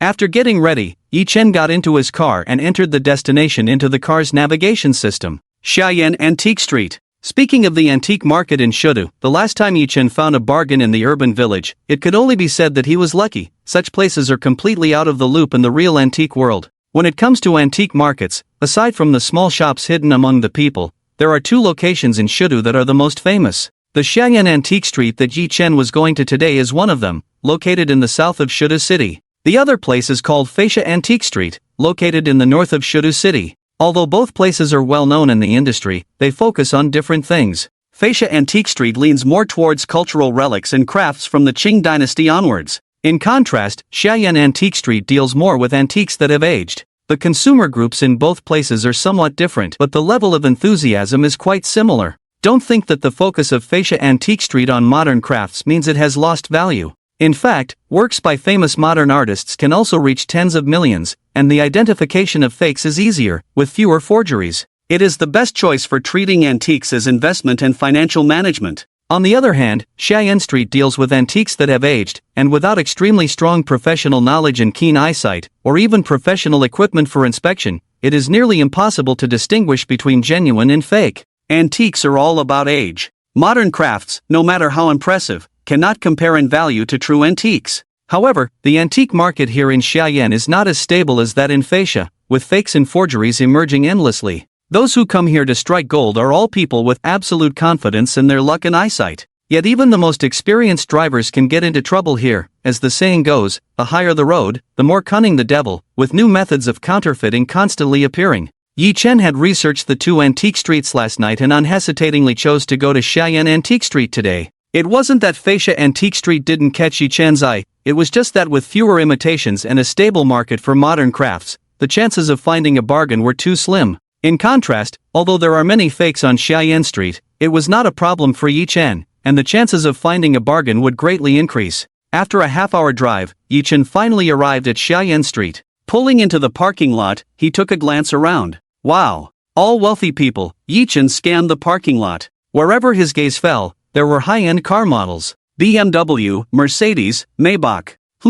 A burgundy sports car caught Yi Chen's attention. A Bugatti S7, the new custom sports car just released this year by Bugatti's headquarters in France. Worth 40 million. Although Yi Chen was now wealthy, he was still quite a distance from the top-tier rich who could spend 40 million on a car. After finding a parking space, he parked the car and walked out of the parking lot, entering the Antique Street. The operation of Xiayan Antique Street is quite unique. There are formal shops here, but more stalls line both sides of the street, arranged in an orderly manner. Aside from not being able to set up in front of someone else's shop, the stalls are basically filled. The passers-by showed no visible differences just by their attire. On this scorching hot day, there were those simply dressed like Yi Chen, and others flaunting their wealth and suits. It looked like just a simple market. If it weren't for Yi Chen spotting a row of expensive cars in the parking lot outside, and the logos on some people's clothes indicating their worth, he might have truly believed it. It seemed everyone here was an old hand. This place was not for showing off or flaunting one's financial power, or else one might not even realize they were being scammed. Yi Chen was not in a hurry and began to browse the first shop on the street. With the system's restrictions lifted, a whole new scene appeared before Yi Chen's eyes. Imitation craft jade value, 50 imitation Tang Bohu painting value, 100. After looking at a few items, Yi Chen couldn't help but sweat a little. This was indeed a high-end antique market. Even the fakes were of a higher quality than those sold in the urban village. After finishing at the first stall, he found nothing of value. Yi Chen was not discouraged and continued to wander. Suddenly, he noticed a crowd gathering ahead. As he strolled over, he took a closer look. The stall owner, a thin man with shifty eyes, was aggressively speaking to a woman. "Miss, this is a Ming Dynasty official kiln porcelain. You just broke it like that and think you can walk away?" The woman he was blocking looked at him with icy eyes. "What do you want then?" The stall owner was momentarily intimidated by her presence. This woman was considerably taller than him, with long black hair cascading over her shoulders, a delicate oval face, slender willow-like eyebrows, and eyes like glazed glass that radiated a cold indifference. Her high nose and pink lips resembled fallen cherry blossoms. Dressed in a wine-red chiffon dress, she revealed a stunning expanse of snow-white skin. The beauty's intimidation caught the stall owner off guard. However, he quickly regained his composure. After all, he could not enjoy such beauty, but the money was very real. "For today's matter, you give me 5 million, and we can settle it privately." 5 million? The crowd of onlookers erupted in chatter upon hearing this. They began to discuss among themselves. "This girl has been scammed. She has no experience. What happened? Tell us." "I was watching from the start. When the vendor handed her the porcelain, she actually just reached out to take it with her hands." "Oh, then she really is a novice, not even understanding the basic rules." Hearing this, Yi Chen couldn't help but marvel at how careless this person was. In antique trading, there are some customary rules. Valuable items should never be taken directly by hand. Both parties need to use a trading table covered with red cloth.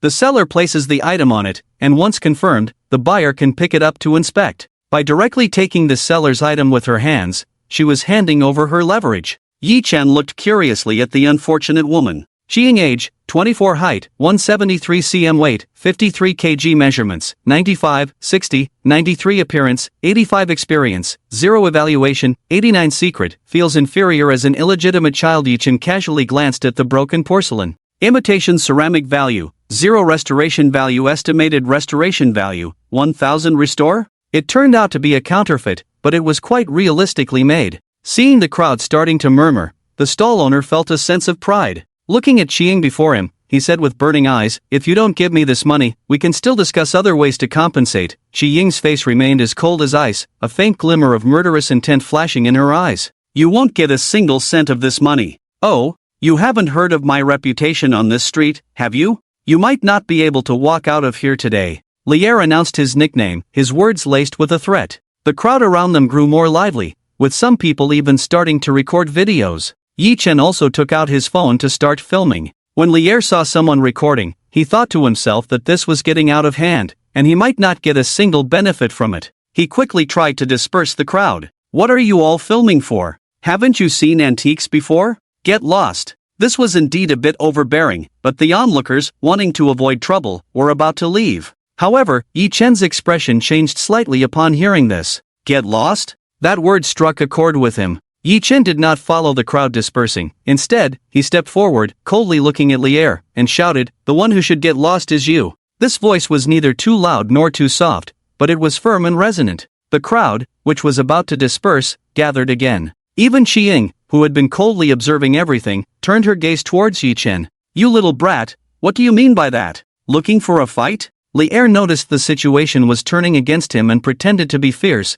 hoping Yi Chen would recognize the danger and leave quickly. "In broad daylight, do you dare to touch me? You're the one selling fake goods and scamming people. If I call the police, you'll end up in jail today," Yi Chen said loudly, showing no fear of Li Er's threats. "Don't talk nonsense, my official kiln is certified by experts. My certificates are right here." Li Er, clearly unconvinced, pulled out a stack of certificates to show the crowd. The beautifully packaged certificates bore various expert seals, a chaotic array. It looked quite convincing. "See, everyone? I'm not talking nonsense, it's you who's slandering me. Are you this woman's lover, teaming up to mess with me?" After the vendor displayed the stack of certificates, it seemed he had everything under control. The crowd looked at the documents the vendor presented. They even had photos of the experts with the porcelain and various certificates provided by them. These were all well-known figures in the industry. Even if the crowd suspected that the vendor was scamming the girl with fake goods, they found it hard to voice their doubts. Xiying had remained relatively calm, but upon hearing Li Er's baseless claim that the young man was her lover,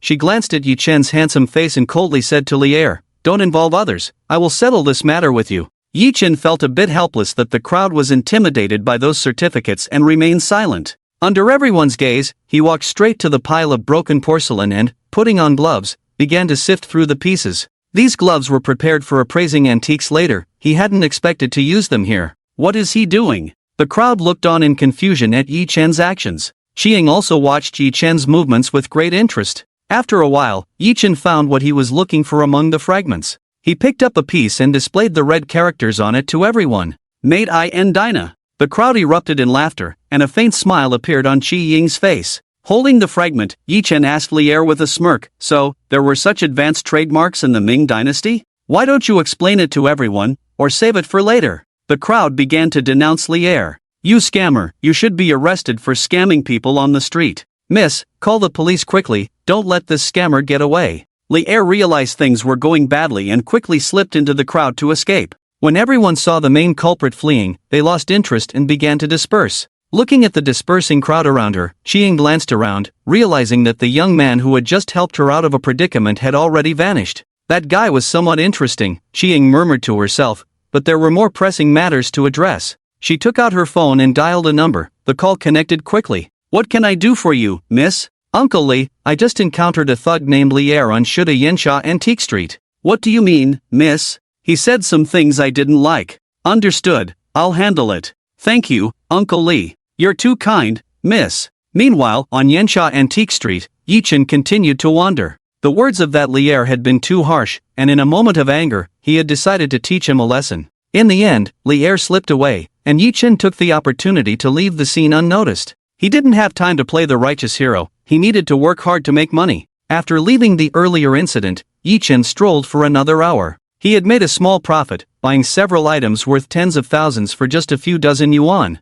One item was a jade pendant that needed restoration due to its unclear wear. The other was a modern-looking Nanmu pen holder, a Qing dynasty piece that the vendor had mistakenly sold as a contemporary craft. The combined value of these two items would cover his basic expenses for a month or two. At this point, Yi Chen arrived at another stall, scanning the area but finding nothing special. Suddenly, a purple glow appeared before his eyes. Qing Dynasty Snuff Bottle Value, 100,000 damage level, 30% restoration value, yes estimated value after restoration, 400,000. Just when he thought the introduction was over, the system continued to prompt him. Detected host's mental strength has increased. Unlocking detailed treasure explanation. Would you like to proceed with the treasure introduction? The treasure introduction will not have real-world effects. Yi Chen pondered for a moment. Begin detailed explanation. This snuff bottle was crafted by the Qing dynasty carving master Xia Kushi, using tourmaline as the material, exclusively for royal use. Note, the value of this snuff bottle may vary from person to person.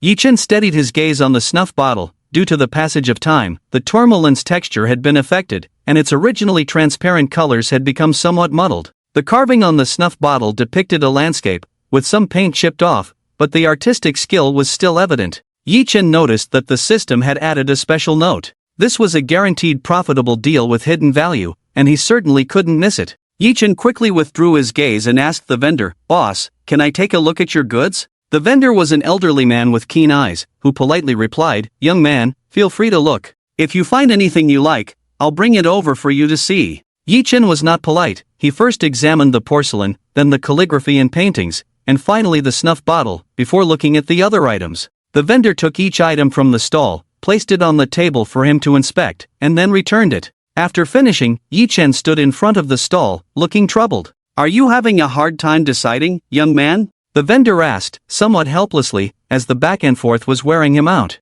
This is for my elderly family member to enjoy, I can't make up my mind. Yi Chen said with a hint of hesitation. Oh, young man, tell me what your elderly family member likes. I can help you decide. They like jade, calligraphy, and paintings, and they enjoy fiddling with small objects. It's just that their tourmaline double fish pendant broke, and they were heartbroken, so I came to find some antiques for them. Small objects? The old vendor thought for a moment about what Yi Chen had just looked at and took down a tourmaline snuff bottle from the stall. Young man, what do you think of this tourmaline snuff bottle? In terms of playability, this snuff bottle is much more visually appealing than the Pisces pendant. Yi Chen saw the shopkeeper take down the snuff bottle as guided, and his heart stirred slightly, though his expression remained unchanged. This snuff bottle is made of tourmaline, right? There seems to be a bit too much debris, and the painting isn't quite complete. Yi Chen looked at it with a hint of disdain. The old vendor felt a bit awkward and hurriedly said, little brother, you're right about everything, but this snuff bottle has been around for a while. I estimate it's from the Qing dynasty. In that case, I won't charge you much, just 40,000, and you can take it. 40,000? That price is too high. Look, this snuff bottle doesn't even have a lid. I'll have to find one myself. How about 500? 500? The stall owner's eyes widened at this price. What kind of joke is this? This is made of tourmaline. Yi Chen picked up the snuff bottle from the table, showing its flaws to the stall owner. Take a look for yourself. How much debris is in this tourmaline? I could buy a decent piece of tourmaline for 500. The owner's face turned pale. 500 is absolutely unacceptable. It has to be at least 20,000. No way, no way. I can add 50 at most, so 550, wrap it up for me. Yi Chen waved his hands repeatedly. In the end, the price was negotiated down to 565.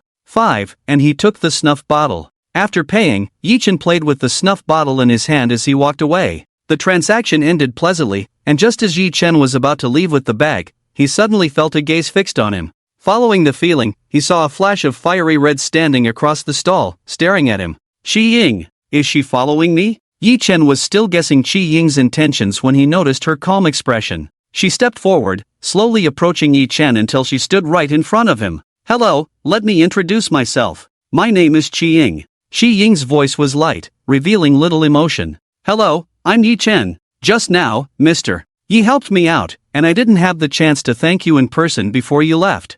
I didn't expect to run into you here. What a coincidence. It was just a small favor, no need to mention it. No, Mr. Yi, I sincerely want to thank you. Qi Ying brushed her long hair that had fallen forward. Miss Qi, you flatter me. It's the least I could do. After Qi Ying's round of thanks, she casually chatted with Yi Chen about other topics. I saw Mr. Yi shopping for family earlier, so I didn't want to disturb you. You truly have a good filial heart. Not at all, Yi Chen replied politely, of course not mentioning that he was just making things up. It seems Mr. Yi has returned with a full load. That snuff bottle must have caught your eye early on. Hee, Miss Qi has a good eye as well. Yi Chen remained calm and composed. Could you tell me what's special about that snuff bottle? A glimmer of joy flashed in Qi Ying's eyes as she continued to ask. It's just a small item used by the royal family during the Qing dynasty, only the tourmaline material is noteworthy, nothing special about it. Yi Chen casually played with the tourmaline snuff bottle in his hand. Royal use? I wonder how much it's worth. Not worth much, just a small item worth several 100,000. Several 100,000? Upon hearing this price, Qi Ying's expression returned to calm. Several 100,000 is hardly a noteworthy figure for her. However, this person just bought it for 565. The profit margin in between made even her, a seasoned businesswoman, feel a bit tempted. After pondering for a moment, Qi Ying slowly spoke to Yi Chen. Mr. Yi, I have a deal to discuss with you. A deal? What kind of deal? Yi Chen asked in a flat tone. I admire Mr. Yi's insight. I wonder if you have any suitable collectibles to sell to me. My collectibles? At this moment, Yi Chen's heart stirred slightly. He had no collectibles, but his intuition told him this should be a good thing. What about the price? Xiying smiled slightly upon hearing Yi Chen's willingness to negotiate. You don't need to worry about the price, Mr. Yi. I will offer you 1 to 3 tiers above the market price. Upon hearing this price, Yi Chen felt relatively satisfied. After all, the price of an antique could easily reach tens of millions, and a few tiers of fluctuation meant a difference of millions. This woman truly wasn't short on money. What are your requirements? Yi Chen asked, wanting to pursue this business. The higher the value, the better, the more precious the item, the better.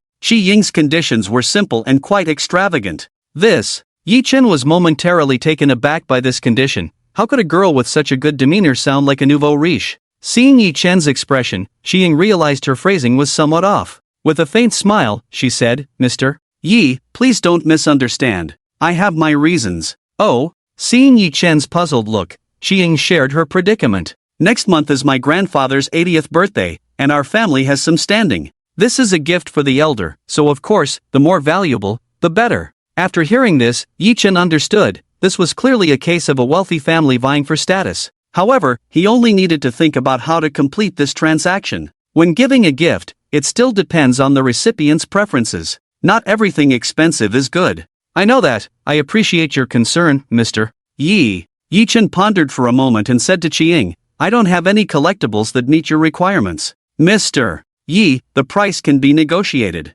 As long as you're willing to part with it. That's not the issue. The items I have on hand don't match your requirements. Yi Chen said with a hint of helplessness. He only had 3 items he had just picked up from the market. Then Mr. Yi, you need to come up with a plan for me. Qiying frowned slightly as she looked at Yi Chen. I still want to browse around this street for a while. If I find suitable items, would you be willing to buy them on the spot? Yi Chen suggested, thinking that if he really found a bargain, he could trade immediately to avoid complications. As for the system, as long as he didn't use the restoration function, there was no need to worry about exposure. From now on, he would be a master appraiser. Alright, thank you, Mr. Yi. Upon hearing Yi Chen's words, Xiying felt slightly displeased. Even on a famous street in Shu, finding suitable items wasn't that easy. However, Yi Chen seemed like a capable person, and she trusted her instincts, treating it as a way to pass the time. Then let's go together. Yi Chen didn't want to waste any more time there, beckoning to Qiying as he began to move.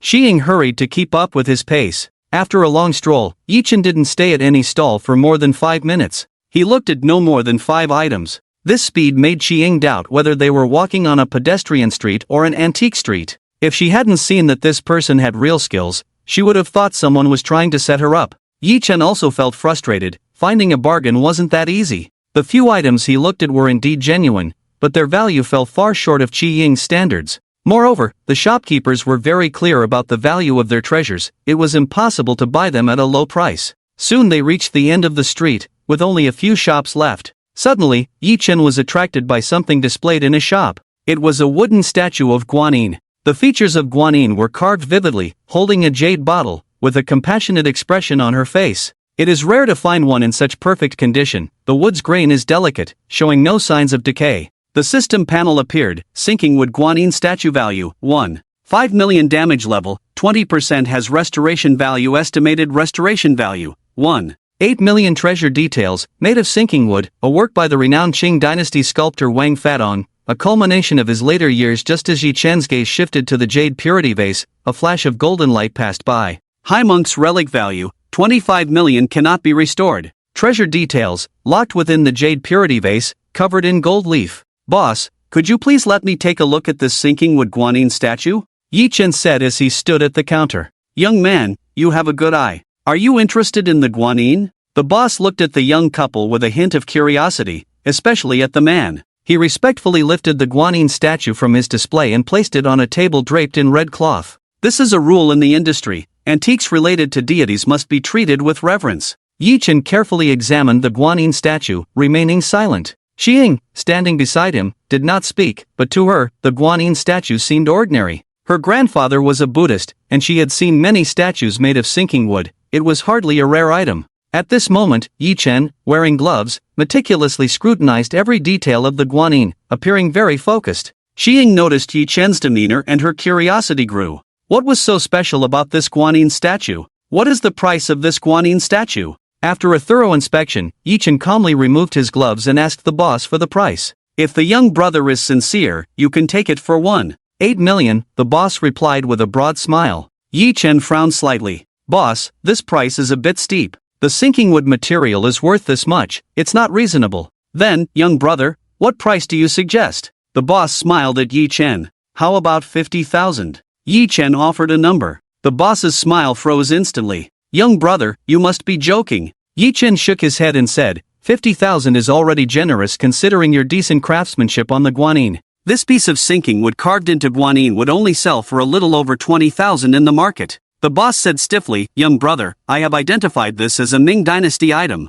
This price is simply outrageous. Ming Dynasty? Did you use carbon-14 isotope dating for the identification? The boss was taken aback. He had no idea about such technical methods, but he still forced himself to say, yes, it's this carbon. After hearing this, Yi Chen scoffed, it seems I overpaid with my 50,000. He turned to leave. Shi Ying and the boss were both puzzled by Yi Chen's action. The boss quickly called out to him, young brother, please wait, what do you mean by this? Yi Chen stopped, turned around, and said, since you claim the carbon-14 isotope dating shows it's from the Ming Dynasty, that can only mean this guanine is not made of sinking wood at all. The boss's face grew even more confused upon hearing this. Please enlighten me, young brother? Do you know that sinking wood is wood that has been buried underground and formed naturally? It takes at least 2,000 years to form. From the Ming Dynasty to now is just over 2,000 years. You say this guanine is identified as a Ming item. At that time, the sinking wood used to make this guanine had not yet formed. You didn't realize that your explanation precisely proves this item is a modern craft. The boss's face turned pale after hearing this. He never expected to be caught in such a situation. How about 40,000? You won't lose out at that price. Yi Chen pressed the price down further. The boss couldn't help but sigh deeply. Alright.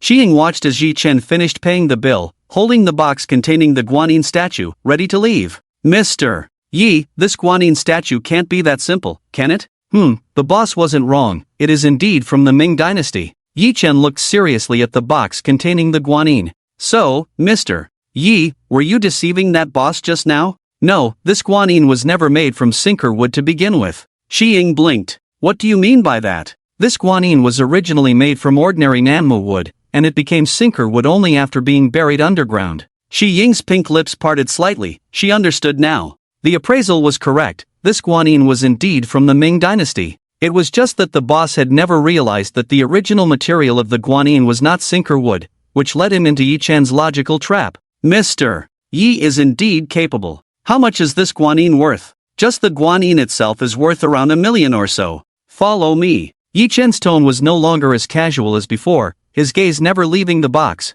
Seeing this, Shi Ying's heart began to calculate. Soon, she followed Yi Chen to a quiet room. On this street, there were many quiet rooms available for rent. One could use them for a period of time as long as they paid. These places were meant to provide a quiet environment for both parties to negotiate. Once in the quiet room, Yi Chen closed all the doors and windows. He returned to the table and took the guanine statue out of the box. Shi Ying watched Yi Chen's mysterious actions, somewhat puzzled. Mr. Yi, what are you doing? Just watch, Yi Chen replied without addressing her question. Shi Ying stopped asking and quietly observed Yi Chen's movements. After taking out the guanine, Yi Chen explored it with both hands. Then, he roughly removed the jade bottle from the guanine's hand. Mr. Yi, this. Shi Ying couldn't understand Yi Chen's actions. She didn't think much of the value of this guanine statue. However, due to her family's background, damaging a Buddha statue was still a sensitive matter. It's fine, there's a hidden latch. Shi Ying noticed that the hand holding the jade bottle was still intact,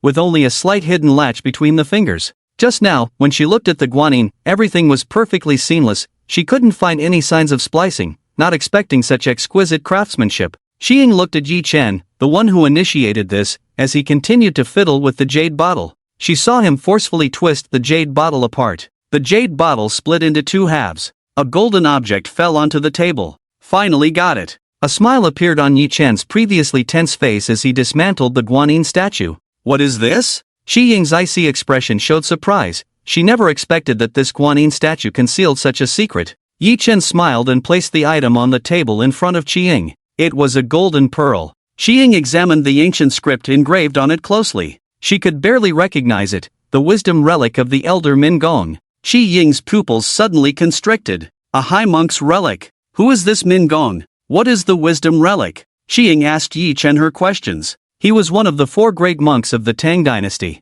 Besides the well-known Xuanzang, Mingong and Daoming were also famous monks of that time. The wisdom relic refers to the relics from the head, which are the most valuable. Yi Chen patiently explained to Qiying. Mr. Yi is truly remarkable. Qiying expressed her admiration for Yi Chen, who could even see the hidden mechanism. He must either have X-ray vision or be an extraordinary person. X-ray vision? Qiying unconsciously placed her hand on a pair of giant pandas. Miss Qi, you flatter me, it's just good luck. Yi Chen didn't take credit, as it was indeed just his good fortune. How did you discover this secret, Mr. Yi? Qiying felt that this matter was somewhat beyond her understanding. If she hadn't impulsively sought out Yi Chen today, she would have certainly thought that Yi Chen was setting a trap to deceive her. If Miss Qi wants to clarify this matter, she must understand what dark wood is most commonly used for. What is it used for? Qiying looked at Yi Chen with some confusion, as she really didn't know much about this. Dark wood has always been regarded as the best material for coffins,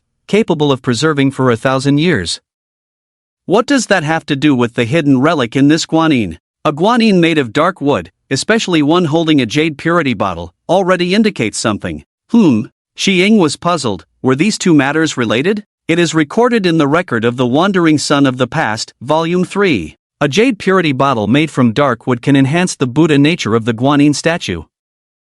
I thought of this just now, and upon checking, there indeed is a hidden clasp on this guanine statue. This is something the shopkeeper has always overlooked, which is why I got such a great deal. Mr. Ye's appraisal skills truly amaze me. Qiying looked at Yi Chen with a peculiar glint in her eyes. Once Yi Chen saw that Qiying had finished looking, he placed the relic back into the jade purity bottle and reassembled the guanine. Qiying gazed intently at the statue. Yi Chen smiled and asked, "Is Miss Qi satisfied with this collection?" "Very satisfied. I wonder if Mr. Yi would be willing to part with it?" Qiying's tone was filled with determination. She was set on acquiring this guanine. "Miss Qi need not decide so quickly. You can have someone appraise it, and we can discuss the price later." "No need, I trust Mr. Yi." Qiying waved her hand, rejecting Yi Chen's suggestion. 35 million, this is my offer to Mr. Yi. I wonder how Mr. Yi feels about it? Qiying had been preparing a birthday gift for her father recently and had some understanding of the market in this regard. The last auction price for a high monk's relic was 28 million, but unfortunately, she had missed it. Otherwise, that price would have gone even higher. Plus, the value of Yi Chen's guanine was over 1 million. This price, according to the previously agreed upon increase, Qiying directly rounded it up. Upon hearing this offer, Yi Chen smiled slightly. "It seems Miss Qi is destined to have this guanine. Your price is quite sincere, so let's go with it." "Thank you, Mr. Yi, for parting with it." A rare smile appeared on Qiying's face. She asked for Yi Chen's bank account number and then made a phone call. After a few instructions, 5 minutes later, Yi Chen received a text notification. "Your blue and white bank account has received 35 million. After confirming the transfer with Qiying, he let her take the guanine and leave. Upon exiting the quiet room, they found several men in black suits waiting outside. Qiying handed the box to the leading man, who carefully received it with both hands. "Mr. Yi, we shall part ways here. If fate allows, you may come to Kyoto to visit me in the future." Qiying took out her business card and handed it to Yi Chen, exchanging contact information with him. Yi Chen smiled slightly and replied, "If fate allows, we shall meet again." It had been 3 days since his last visit to the antique street. Yi Chen had earned 35 million from Qiying, plus his original over 10 million. Now, the cash he had on hand exceeded 50 million. This wealth was considerable even for the upper class of Shudu. After receiving this money, Yi Chen chose not to go out and spend it. Instead, he stayed at home, browsing the internet and watching movies every day. He had his meals delivered on a schedule from a hotel. As for house cleaning, a housekeeping company came every day to tidy up. Yi Chen felt that living like this was making him lose himself in a sea of comfort. During these days, he also made some plans for his room. A separate room was designated to display his collection. Last time, he acquired a snuff bottle, a pendant, and a pen holder from the antique market. All of them had been restored and placed in the collection room. Now, restoring these low-value trinkets had no impact on Yi Chen's spirit. After a few days of staying indoors, Yi Chen decided to go out today, otherwise, he felt he would start to mold. He went to the cloakroom, changed into a new Dior suit from the current season, and put on a pair of Armani leather shoes. After tidying his hair, he sprayed on some Chanel men's fragrance. These luxury items were regularly delivered from the boutique. In no time, a handsome, charming young man emerged. But something still felt missing. Yi Chen looked at himself in the mirror. always feeling like he was just a bit off. Suddenly, he wanted to check the time. He pulled out his phone from his pocket. 4:50 p.m. It was almost time to head out. A watch. Yi Chen suddenly realized he needed a watch. With his current status, checking the time on his phone felt too low class. He needed to go pick one out. However, going out alone seemed a bit lonely. Who should he invite? Yi Chen flipped through the contacts in his phone. He quickly zeroed in on a name. Zhou Mei. With a hint of an ambiguous smile, Yi Chen pressed dial. Beep. Beep. Sorry, the number you have dialed is busy. Ha? Yi Chen was slightly surprised. Zhou Mei dared to hang up on him. Ding ding ding. Before Yi Chen could finish his thoughts, Zhou Mei's call quickly came back. I was in a meeting just now, what do you need? Zhou Mei's tone was relatively calm, lacking her usual arrogance. See you at the entrance of Xinguang building at 6 p.m. Yi Chen coldly stated his demand. In your dreams. Zhou Mei's tone suddenly became sharp. Director Zhou, who are you talking to? If I don't see you at 6, you know what that means. Yi Chen didn't say much more to Zhou Mei, he simply notified her. Just like back in the day when she informed him to stay late for work, he had no way to resist. Now, she had no way to refuse. Yi Chen had a simple dinner at home before heading out. The Xinguang building in the CBD area of Shudu was bustling even on a weekday. As one of the top commercial complexes in Shudu, the upper floors housed a gathering of elite professionals.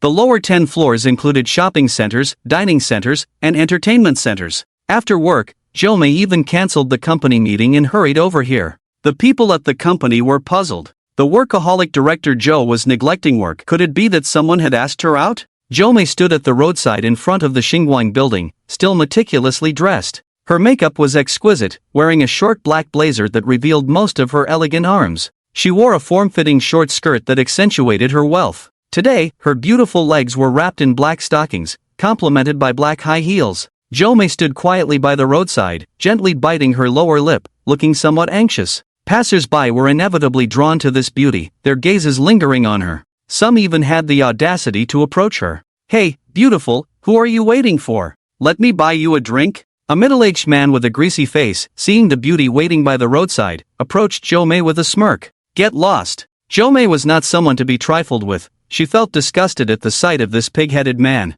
You don't understand, do you? Come have dinner with me, and later I'll take you for a ride, the pig-headed man said, swinging his BMW car keys and pressing the button to unlock the car. The BMW parked by the roadside suddenly beeped. Zhou Mei focused her gaze and saw a high-end BMW, priced around 1.5 million. The pig-headed man looked at Zhou Mei with a smug expression. Have you made up your mind, beautiful? This car is brand new. Would you like to be the first woman in my passenger seat? Get lost. Zhou Mei, reminded of some unpleasant memories at the mention of a joyride, struggled to control the churn in her stomach, especially with this pig-headed man around. I think you're just asking for trouble, the pig-headed man retorted angrily, moving towards Zhou Mei to confront her. Suddenly, a roaring sound approached, the distinctive engine noise of a sports car. Accompanying the sound was a supercar with perfect lines and explosive power. Bugatti X6. Yi Chen parked the car in front of Zhou Mei and the pig-headed man, instantly drawing the attention of the crowd around them.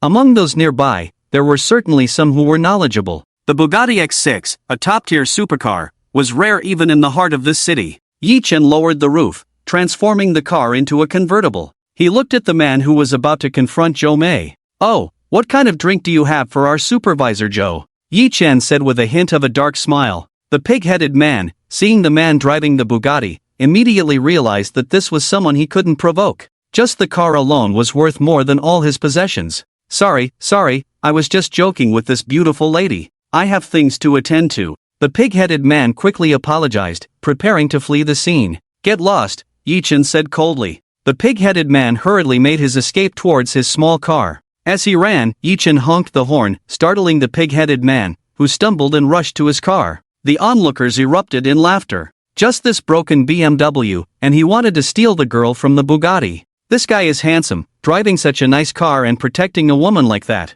What a perfect match, a talented man and a beautiful woman. Hearing the comments around him, Yi Chen smiled noncommittally. He turned to Zhou Mei, who was standing still, and commanded, "Get in the car." Zhou Mei, with a complex expression, sat in the passenger seat. Yi Chen didn't raise the roof again, keeping the convertible state as he drove into the garage. Supervisor Zhou, have you had dinner? Yi Chen asked Zhou Mei with a smile. No. Zhou Mei replied coldly, her words few. Since I invited Supervisor Joe out, how could I neglect you? I'll treat you to a nice meal later, something filling. Yi-chan said gently, admiring Jo-Mei's exquisite makeup today. What do you want? Jo-Mei's back stiffened, the pale skin of her neck revealing some prominent blue veins. What's wrong, Supervisor Joe? Do you want to refuse my invitation? Then I have no choice. Yi-chan spoke in a calm tone. Jo-Mei understood Yi-chan's implication. Half an hour later, Yi-chan raised the convertible roof of the sports car and stepped out. Supervisor Joe, hurry up.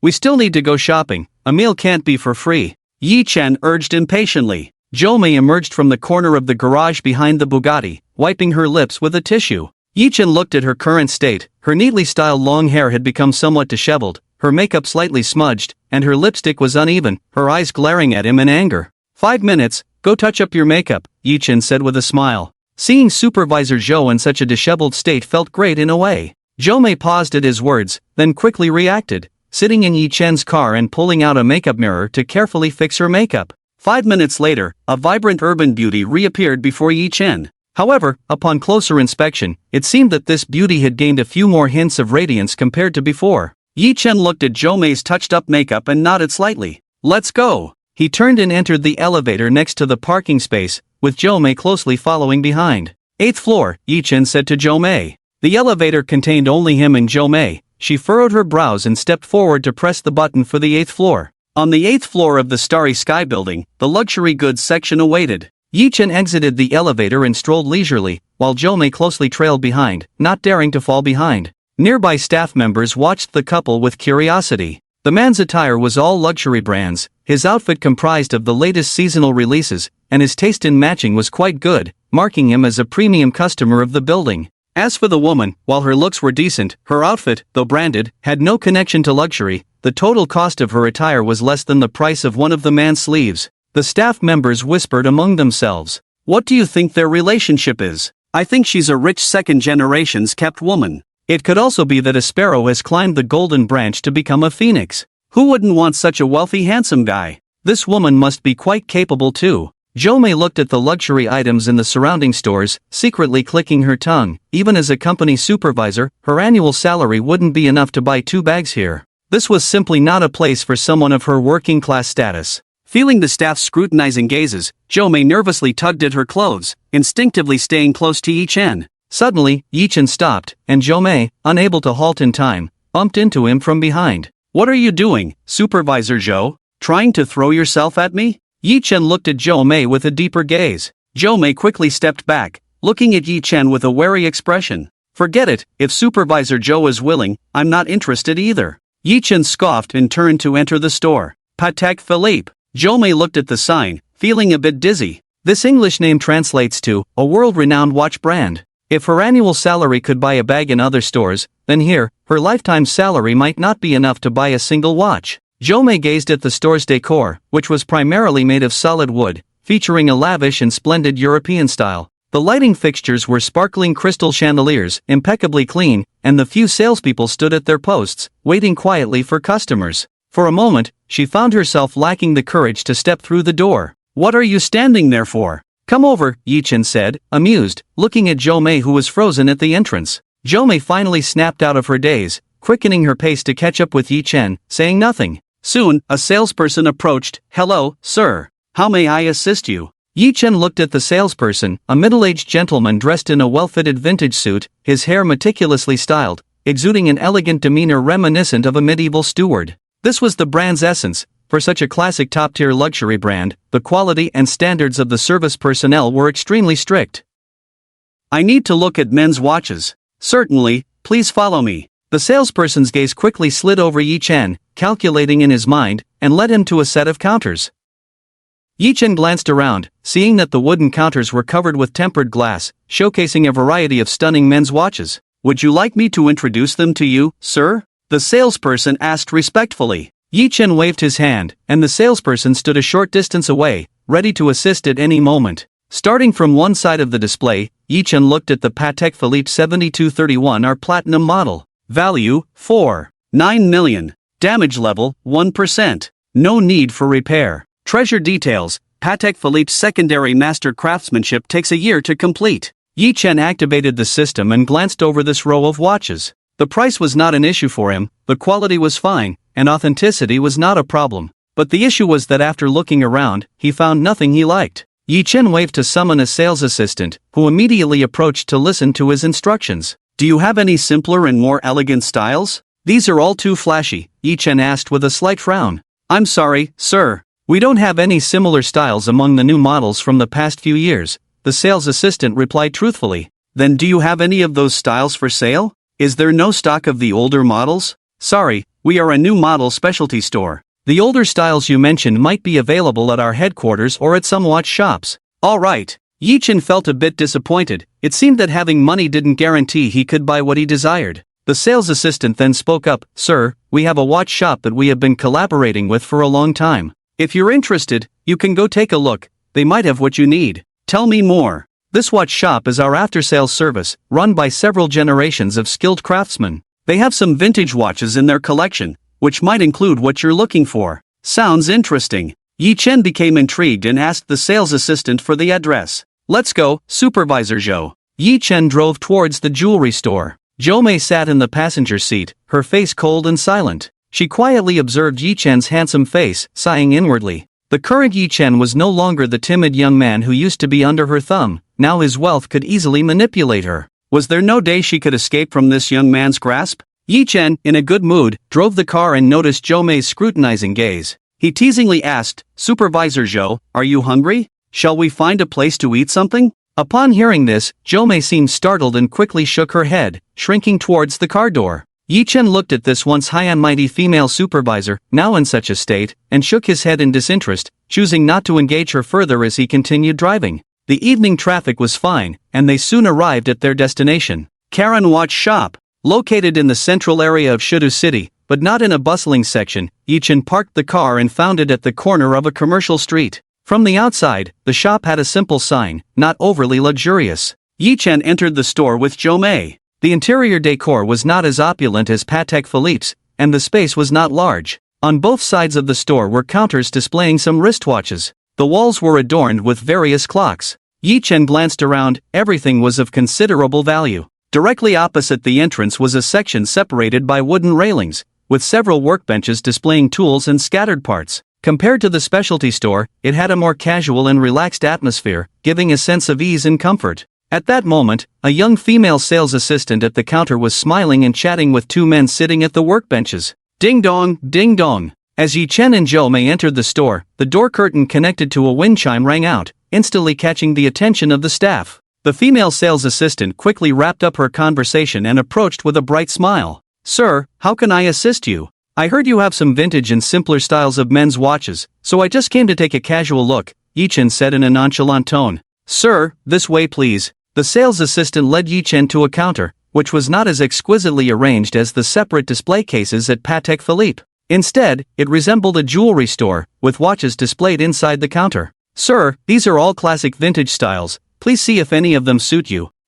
I'll take a look myself first. Yi Chen began to examine the exhibits at the counter. This was not a Patek Philippe exclusive store, and there were famous watches from various brands. Cartier S1093, value, 2. 1 million, Vacheron Constantin T 1902, value, 1. 8 million. Yi Chen glanced over these watches but still did not find one to his liking. So, he started to wander around the store casually, with the sales assistant and Zhou Mei following closely behind. Yi Chen paused in one area. The sales assistant immediately stepped forward to introduce, Sir, these are all women's watches, do you need any? After saying this, she shot a glance at Zhou Mei. At that moment, Zhou Mei's heart raced. Is Yi Chen going to buy a watch for her? What should she do? No, I must refuse. No need. Yi Chen did not turn to look at Zhou Mei's expression, he was just casually browsing. After saying that, he continued to stroll around. Zhou Mei's face showed a hint of embarrassment. The sales assistant looked at Zhou Mei with a strange expression before continuing to follow Yi Chen.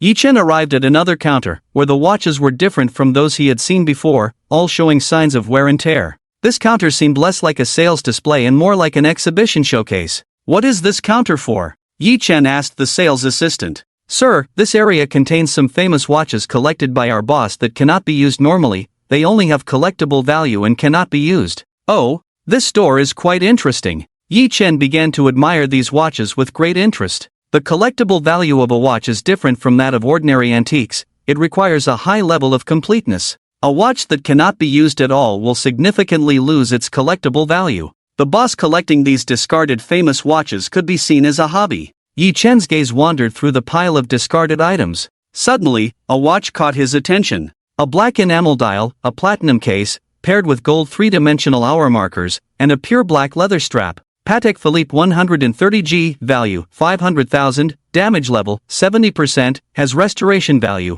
estimated value after restoration, 9 million, treasure details, handcrafted by Patek Philippe's master watchmakers, the movement is completely damaged. Is it to be restored? Seeing this data, a faint smile appeared on Yi Chen's face. This watch was simply to his taste, even a brand new one would be within his reach. Yet here was a damaged one. Yi Chen asked the sales assistant to take the watch out, holding it in his hands for a closer look. He inquired about the price. What is the price of this Patek Philippe 130G? Sir, this watch is priced at 600,000. I must inform you in advance that this watch cannot be restored to normal. Its movement is too damaged, and this model's movement has long been discontinued. You can only buy this watch for collection purposes. The sales assistant stated the price while also clarifying the stakes to Yi Chen. 600,000? Yi Chen frowned slightly. It was quite a bit higher than the system price. Although the materials on this watch, platinum, diamonds, and gemstones, were worth a lot, the price was still high. Yes, sir. This is our boss's personal collection. If you do not accept this price, the boss is unwilling to sell. Just pack it up for me. Yi Chen didn't care much about the extra 100,000, it was rare for him to find something he liked. Alright, sir. The sales assistant took the watch from Yi Chen's hands and wrapped it up for him. Yi Chen swiped his card directly and took the watch. Zhou Mei watched the entire transaction process from the side, feeling quite emotional. Spending 600,000 on a broken watch, that was just too extravagant. Yi Chen had no intention of paying attention to Zhou Mei. He took the item and let her out. Thank you for accompanying me today, Supervisor Zhou. I'll see you next time. Yi Chen opened the car door and sat in the driver's seat, showing no intention of letting Zhou Mei get in. At that moment, Zhou Mei looked somewhat despondent and pleaded, Yi Chen, I beg you, just let me go. You have so much money, what kind of woman can't you have? Just spare me this time. Yi Chen glanced at Zhou Mei indifferently. Standing in the night breeze, she trembled slightly, and her previously proud expression had turned unusually soft. If it weren't for the unyielding look in her eyes, Yi Chen might have truly believed that this woman was ready to submit. He maintained a calm demeanor. It's getting late, Supervisor Zhou. You should head back now. We'll arrange to go for a drive and have a meal next time. With that, he drove away. Amid the roar of the Bugatti, Zhou Mei stood in the night, somewhat dazed, lost in thought. Yi Chen left her behind and returned home. After a long night, the first thing he did upon arriving home was take a shower. After showering and putting on his silk pajamas, he took the newly bought watch to the treasure room. He placed the watch on the table and brought up the system panel. Patek Philippe 130G, value, 500,000, damage level, 70%, has restoration value, estimated value after restoration, 900,000, treasure details, handcrafted by Patek Philippe's master watchmakers, the movement is completely damaged. Restore? Yi Chen reacted in his mind. Confirm restoration. Immediately, the light of restoration appeared. Various halos surrounded the watch, and the scratches disappeared at a visible speed. Only the halo located within the watch's core continued to operate. This restoration lasted several minutes, significantly longer than restoring items of the same size. It seemed that his previous guess was correct. The higher the restoration value of the item, the more mental energy it consumed. Finally, on the table in the treasure room, a brand new watch was restored. After the restoration was complete, Yi Chen felt his mental energy become more solid, sensing that he could restore items of even higher value. This sudden feeling stirred his heart. He had finally found it. The way to increase the upper limit of restoration value was to continuously restore valuable items to enhance his mental energy. Restoring items worth tens of thousands before hadn't brought about this feeling of solidified mental energy, but restoring a watch worth 9 million did. This indicated that there were requirements regarding the value of the items for this enhancement. Yi Chen felt a surge of joy. Discovering this path meant he wouldn't have to take such risks in the future. As he thought of this, a system prompt appeared in his consciousness. Congratulations, host, for unraveling the mystery of mental energy restoration system fully opened. Host system panel can be viewed. Yi Chen daily restoration item value limit, 45,000,000 mental energy level, level 10 mental energy enhancement requirement. Restore treasures valued above 5,000,000 warning. Exceeding the daily restoration value limit will cause harm to the host, and severe cases may lead to the host's death. Yi-Chen saw this string of system prompts and felt a cold sweat. It seemed that during the previous restoration of the sports car, he had forcibly restored it and nearly lost his life. Moreover, this system didn't clearly tell him everything, it only displayed corresponding functions as he developed it. Having previously unlocked the detailed explanation of treasures through the enhancement of his mental power, Yi-Chen had now discovered that the improvement of mental power might be related to the repair of items, and he added a personal detailed panel. It seemed that he needed to be cautious in using this system in the future and to develop it thoughtfully. After discovering the new features of the system, Yi-Chen began to examine the spoils he had repaired.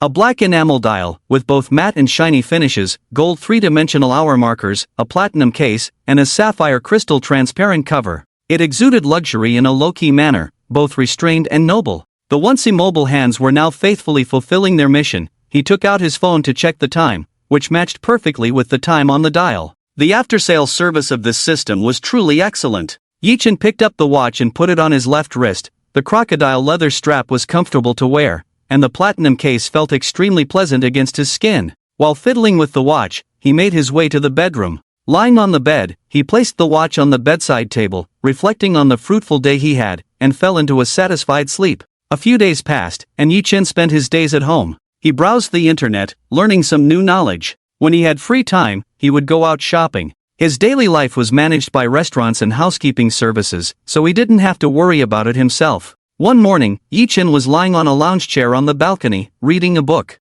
The Journey of the Wind Rider, a travelogue documenting antiques, rare treasures, and extraordinary sights. Just as he was getting into it, a phone call came in. An unfamiliar call from Kyoto? Yi-Chen pondered for a moment, unable to think of anyone who would call him from Kyoto. After answering the call, he heard, "Mr. Yi, hello. This is Chi-Ying." A slightly cold female voice with a hint of laughter came through, reminiscent of sunlight shining on a snow-capped mountain. "Oh, Miss Chi, what can I do for you?" Upon hearing the somewhat familiar voice, Yi-Chen instantly recalled the noble and cold woman he had encountered on the antique street. "I apologize for the sudden interruption, Mr. Yi. I'm calling to invite you to my grandfather's birthday banquet." Yi-Chen frowned, thought for a moment, and declined. "It wouldn't be appropriate for me to attend the old master's birthday banquet given my status." On the other end, Chi-Ying let out a light laugh. "What's inappropriate about it, Mr. Yi? To be honest, the gift you traded to me has brought me a great advantage this time. That's just your good fortune, Miss Chi. I'm merely an ordinary folk collector." Yi-Chen had no intention of climbing the social ladder and responded politely. "You're being too modest. This gift of mine will definitely please my grandfather. I was thinking of inviting you to attend, and when my grandfather asks about the origin of the treasure, you could help me explain a bit."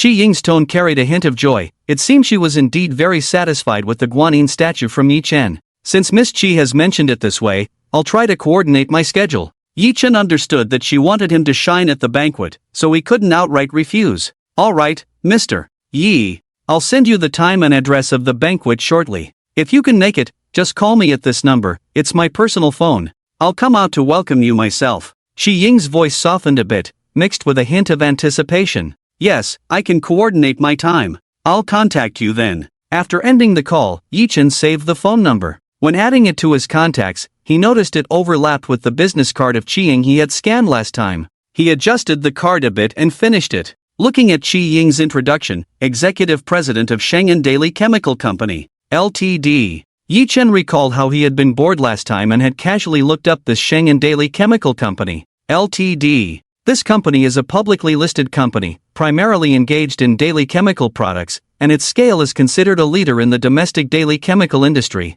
Just this one company has enough power. However, behind this company is a true giant, the Shenzhen Consortium. Shenzhen Daily Chemicals is merely a small company under this consortium, which is the real behemoth that can summon the wind and rain, controlling the economic lifeline. This consortium is involved in nearly every industry, encompassing both domestic and foreign markets. Behind this consortium is the Qi family, a legendary family. Just on the Dunyang search engine, there are already more than a dozen current core members of the Qi family, not to mention in-laws and connections. The old master of the Qi family is the current head of the entire clan. To go or not to go? This world of high society. Yi-Chen looked at the address and date sent by Chi-Ying. In half a month, a birthday banquet would be held in Kyoto. Let it be. Ding-a-ling-a-ling. After ending the call with Chi-Ying, another phone rang. When Yi-chen saw the caller ID, a faint smile appeared on his face. Marco, his best buddy from university. What made you think of calling me? Yi-chen's tone became much more casual. Haven't seen you for a while, Yi-gu? Just thought I'd give you a call. The voice on the other end was still the carefree tone Yi-chen remembered. Cut the crap. What's up? Aren't we planning a university reunion? It's been 2 years since graduation, and everyone says they want to get together. A reunion, huh? Let me see if I have time. That won't do. I'm flying back from Kyoto to hold the reunion. Yi-gu, you have to come. Marco started to shout on the other end of the line. You come to Shudu, we can hang out separately. Yi-chen didn't mention the reunion again. We'll talk about that later. So many brothers from university, Lao Li, Lao Zhang, ergo. They all want to come. It wouldn't be fun without Yi-gu. Marco clearly wasn't willing to give up on dragging Yi-chen to the reunion. Let me think about it. Yi-chen felt a bit awkward to outright refuse his buddy's invitation, but his time recently wasn't that abundant. After careful consideration, he said, I'll think it over. We can arrange another time for the brothers. Alright, I'll send you the address in time first. We'll get in touch then. After hanging up, Marco's message quickly came through. Shudu University Class of 20XX Humanities and Technology College Class 3 Reunion. Location, Shudu Grand Hotel. Time, July 10th, starting at 10 a.m. Cost, 500 per person. Adjustments made for more or less. Yi-chen looked at this notice, lost in thought. 3 days later, at Shudu Grand Hotel, a handsome young man in a suit was sitting with his feet up, cracking sunflower seeds at a reception desk in front of a banquet hall. Around him were several men and women sitting together, animatedly discussing something. In front of the banquet hall was a sign, Shudu University Class of 20XX Humanities and Technology College Class 3 Reunion. At this moment, a short, plump young woman walked into the hotel, saw the sign, and smiled as she approached. Isn't this our class leader Marco? You're getting more handsome. Is this Su Yajing? Marco dropped the sunflower seeds in his hand and looked at the person in front of him. It's an honor to be remembered by the handsome Marco. Is this where I register? Not at all, just register here and go inside to sit. It's lively in there. Marco accepted Su Yajing's 500 yuan and registered on the roster. Su Yajing walked in, and Marco flipped through the roster. He complained to the person chatting with him outside, Yi-gu really stood me up today. It's fine if Yi-chun doesn't come. Didn't you see how smug Zhou Yingting and Lu Lei were just now? True, if Yi-gu came, it would be a turn-off. A piece of true heart fed to the dogs. Alright, let's all say a little less. After all, we were classmates, it wouldn't be good if they heard us inside. Marco, who else hasn't arrived? Marco had just noticed Yi-chen and now looked at the list again. Besides Brother Yi, there's just one person missing, Tian Bing. Then let's not wait any longer, let's go in and sit down. Dinner is about to be served. Marco was the organizer of this class reunion, and no matter how good his relationship with Yi-chen was, he couldn't keep a group of people waiting. He ushered everyone sitting outside into the banquet hall. Once inside, the former classmates sat together in small groups. The atmosphere was relatively harmonious, some were chatting, some were listening, and there were long-lost friends gathering to share private conversations. After 2 years in society, this group of people had not yet been completely assimilated by the big vat of society. Most of them came here today for the sake of the friendships formed during university. However, stepping out of the ivory tower into the real world, people inevitably changed to some extent. Let me tell you, just now when I was parking in the garage, guess what car I saw? The speaker, nicknamed Fatty Sun, had always been the atmosphere creator and gossip spreader back in school. He was now sharing fresh news, and everyone focused their attention on him. What car? Did someone really drive an excavator into the garage? Someone joked. Hey, what are you talking about? It's a Bugatti. Bugatti X6. It's the first time I've seen the real car, wow. It's worth tens of millions. What? A Bugatti? What kind of meal would someone drive a Bugatti here for? Just thinking about dining in the same hotel as a rich person makes me feel like my worth has increased a lot. Did you take a picture? Show us. I did.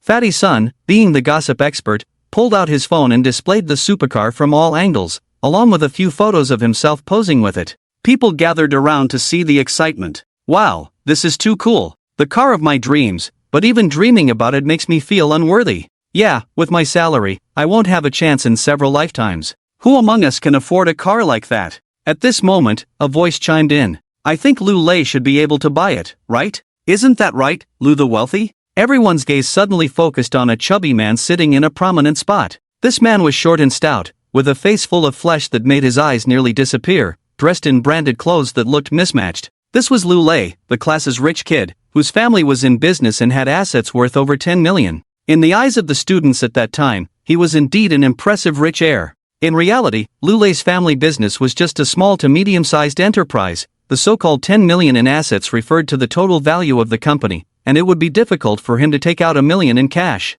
Hearing people mention him, Lu Lei smiled and said, "This Bugatti isn't something our class can afford, but a car worth over $1 million, I can still buy." You can casually buy a car worth over $1 million. "Yin Ting, you really married a good husband," someone exclaimed. Sitting next to Lu Lei was a heavily made-up woman whose eyes crinkled with laughter, her excess flesh shaking, causing the sequins on her bright red dress to shimmer. "Not at all, not at all. My husband doesn't earn money easily. It takes him half a year to make over $1 million. Last time my husband was negotiating a project." Yin Ting seemed prepared, and upon hearing someone mention her, she immediately began her own show-off session. Everyone felt embarrassed to speak up watching her performance. Standing far from the banquet hall entrance, Marco complained to another buddy, "You know, brother, you was quite the handsome guy back in the day. How did he end up with such a messy thing?" "Bah, Marco, don't forget, the nickname Pure Sweetheart for Yin Ting was started by you." A hint of embarrassment appeared on Marco's face. That was back in the day.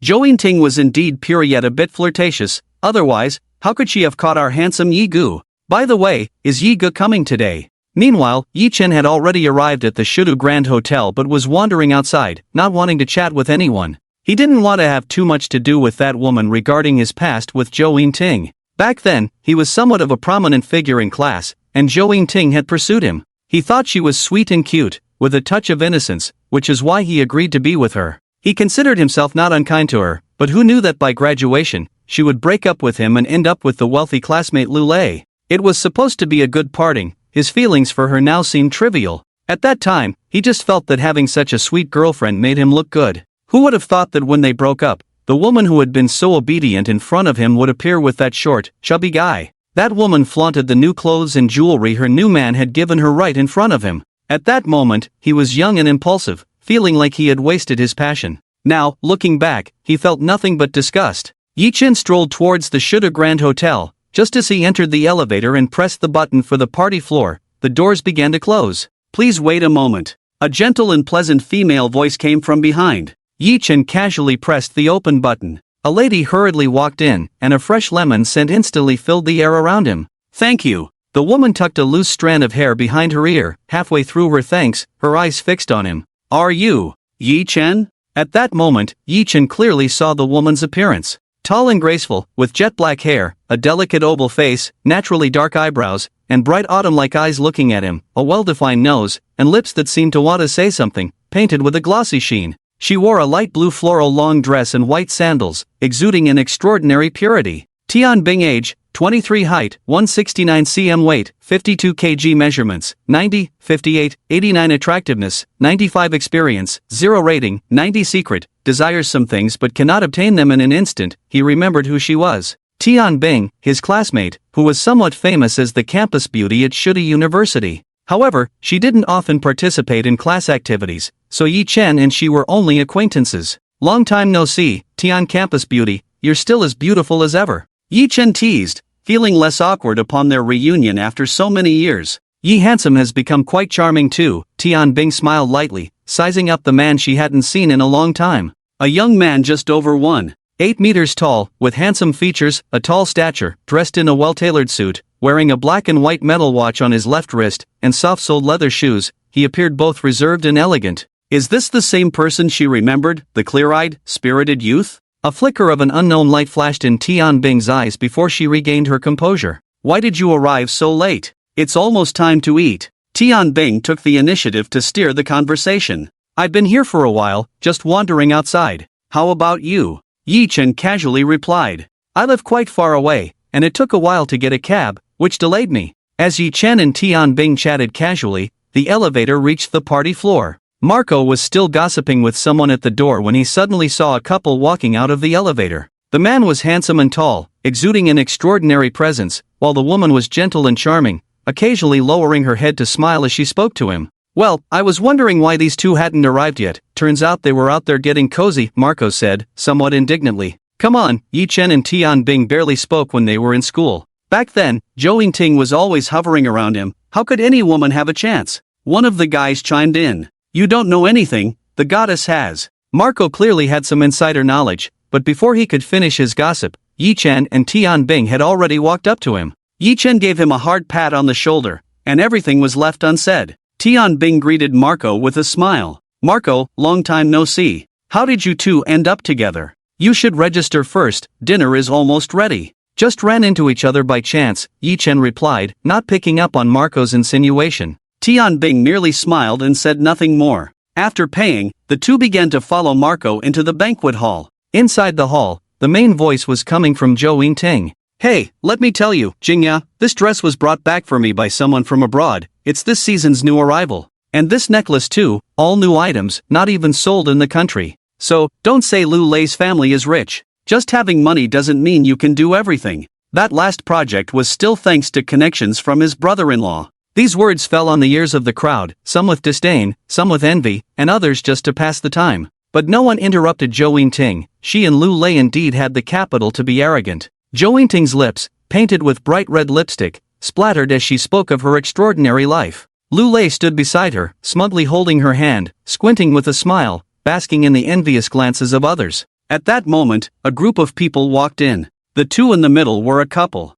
The man was handsome, with an extraordinary aura, and the woman was bright and gentle, her slight smile dazzling. It was Yi Chen and Tian Bing. Next to them was the handsome Marco, along with his buddies. The few of them chatted and laughed as they entered everyone's sight. The appearance of Yi Chen and Tian Bing was like sunlight breaking through darkness, a traveler in the desert encountering a clear spring. After experiencing Zhou Yingting and Lu Lei's show of wealth and affection, it was true that this couple had money. However, their image was quite unappealing. Zhou Yingting used to be considered a beauty, but now, at just under 24, she had started to grow sideways, increasingly resembling Lu Lei. People are visual creatures, and after a while, it naturally became uncomfortable to look at them. Everyone quickly got up to greet the two. The campus beauty and the campus heartthrob arrived together. The main characters really do show up last. Yi Ge, we've been waiting for you, we need to have a good drink later. Bing Bing, we've been waiting for you. It's been years. For a moment, the two became the focus of the crowd, and Yi Chen and Tian Bing warmly responded to everyone's greetings.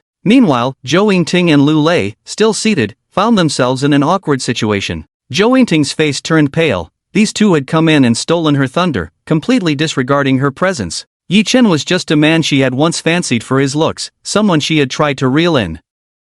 Later, she realized that in this society, having money was the most satisfying. A man's good looks were just a pretty pillow that couldn't support anything. This Tian Bing's dress was clearly low quality. Being pretty and ending up like this showed she was also incompetent. Lu Lei's expression was also not pleasant. He and Zhou Yingting had just entered and hadn't received this level of adoration. Yi Chen, who had been with his precious Yingting back then, was not just relying on his looks. But in the end, didn't Zhou Yingting still marry him? No matter how handsome a poor boy is, what good is it? After a few years, when he gets old, he will have nothing left. As for this Tian Bing, Lu Lei licked his lips and chose not to comment. After Yi Chen greeted Tian Bing and the others, Tian Bing invited Yi Chen, "It's too noisy here. When it's time to eat, shall we go sit over there?" "Sure." Yi Chen readily agreed and followed Tian Bing. Meanwhile, Zhou Yingting and her husband, who were waiting to greet Yi Chen, were completely ignored. The couple's faces turned sour. They had been waiting for Yi Chen to approach them, but unexpectedly, the two just walked away.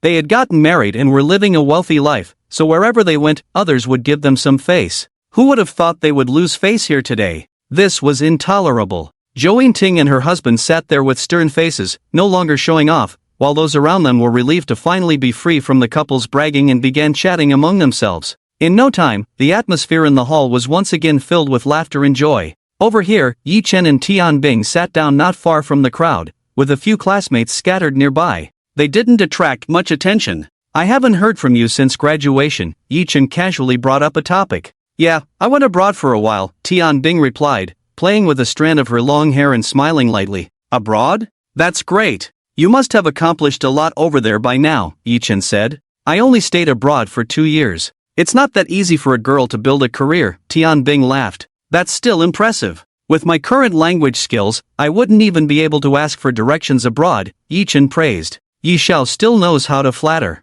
No wonder you had so many admirers back then." Tian Bing chuckled at Yi Chen's words. "Admirers? Where are there any admirers? The suitors of our school beauty, Tian, even came to crash our classes. Yi-Chen began to share amusing stories from their previous school days. Ha! I didn't know about that. Where did I get such charm? Yi Xiao, you're just talking nonsense, Tian Bing said playfully. Our school beauty, Tian, definitely has that charm. You don't know how many boys in our class wanted to pursue you. Yi-Chen continued to tease Tian Bing with a smile. But did any of those boys include you, Yi Xiao? Tian Bing's voice suddenly dropped a bit, and as she said this, her beautiful eyes were fixed on Yi-Chen.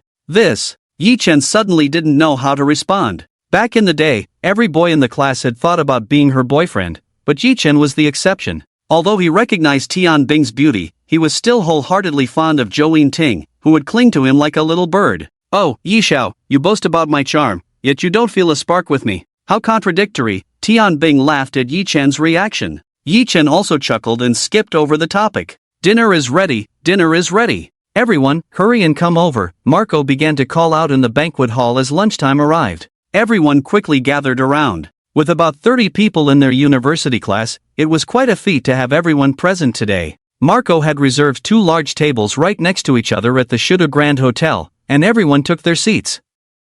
Once everyone was seated, Marco called for drinks and stood up to speak. I'll say a few words. We've been classmates for 4 years. Today, we gather to rekindle our past friendships. Let's eat well, drink well, and have fun today. Everyone raise your glasses to toast our friendship. The crowd lifted their drinks, stood up, and clinked glasses with those around them, downing their drinks in one go. Cheers! To everlasting friendship. The dinner party officially began in a lively atmosphere. After several rounds of toasting, the mood gradually warmed up. People started chatting about trivial matters. Everyone began to ask about their jobs. Since this was the College of Humanities and Technology, very few could find jobs related to their field. Everyone's work was quite varied. Marco, you actually became a teacher? Aren't you just leading the kids astray? Me? I'm just doing a little business at home to make ends meet. I'm in sales, and my supervisor is constantly pressuring me for results. It's driving me crazy. Everyone was speaking freely, without much pretense.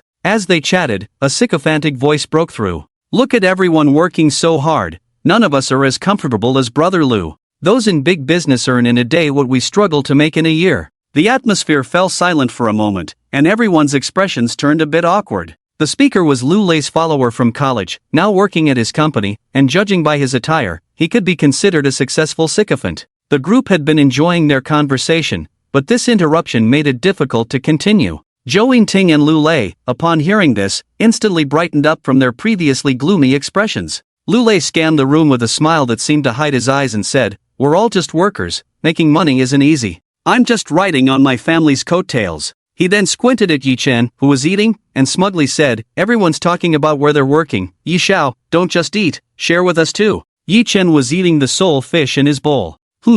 It felt a bit fishy and overcooked. It seemed that after getting used to 5-star hotel meals every day, the difference in taste with regular food was too obvious. Everyone's talking about where they're working. Yi Xiao, don't just eat, share with us too. A loud voice reached his ears. Yi-Chen looked up to see Lu Lei looking down at him with an air of superiority. The surrounding classmates also began to egg him on, curious about the job of this once prominent figure from school. Yi Xiao, hurry up and tell us what you're doing now. Dressed so handsomely, you're not a male model, are you? You look like a star, you could debut anytime. I just left Huamao Group a month ago and have been unemployed at home. Yi-Chen casually put down his chopsticks and said. The resignation letter he had tossed to Zhou Mei last time was probably what he meant by leaving without completing the procedures. After pondering the process, he figured his wording was fine.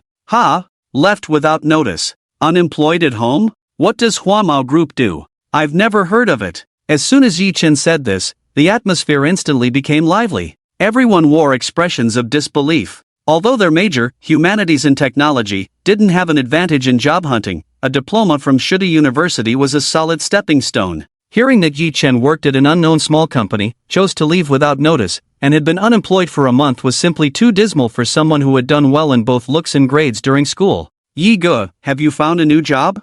Huamao's benefits are pretty good, but people should aim higher. Marco quickly stepped in to smooth things over. He didn't want his buddy to lose face in front of others.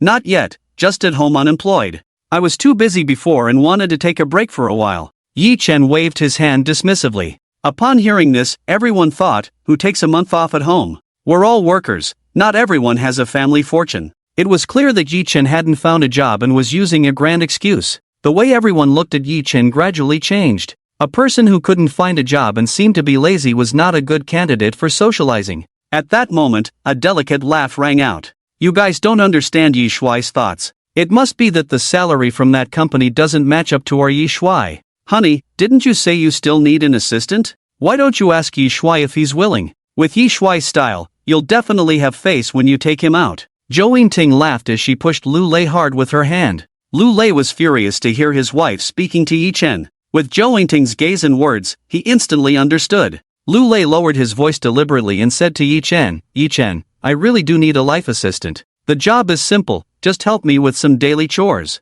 If you're willing to come, I'll offer you this. Lu Lei gestured with his index finger. A base salary of 10,000, with bonuses calculated separately. After Lu Lei finished speaking, he looked at Yi Chen with a smug smile. The crowd erupted in excitement. What a good job! The boss's assistant at our company has the easiest job, basically just watching dramas in the office, and the salary is much higher than ours. It really is a good job. Lu Gu knows how to treat people well. He can think of an old classmate for such a good position.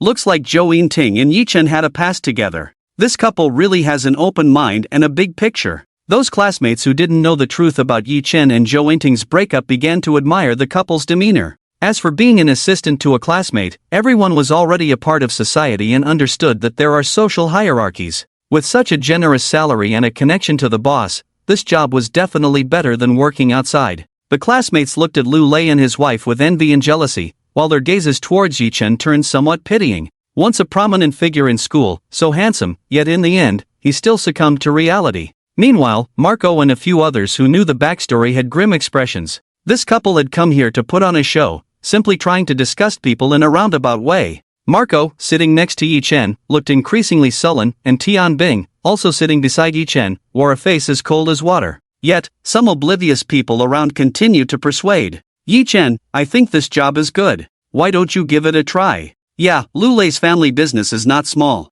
It's a good place to go. I say you guys shouldn't. Marco finally couldn't hold back and spoke in a low voice. But Yi Chen patted him on the shoulder, interrupting his words. I won't go. I saved a bit of money before, and now I just want to take a break. Thank you all for your concern. Yi Chen spoke slowly, without much emotion. The excitement and rage that might have erupted were nowhere to be found. Only calmness and indifference. Suddenly, the noisy scene quieted down a bit. People didn't say much more. It was hard to intervene in such matters. However, Zhou Yingting and her husband clearly had no intention of letting this opportunity to show off slip away. Lu Lei said, since Yi Chen doesn't want to, then forget it. It's better to work early, money always runs out. Zhou Yingting followed Lu Lei's words, yes. Don't think our income is good, but our expenses are high. Just my husband's suit, the new Armani model, costs over 50,000. As she spoke, she gently stroked Lu Lei's suit, and Lu Lei seemed to sense his wife's intention, sitting up a bit straighter. Everyone looked at Lu Lei's short and stout figure in that poorly fitting suit.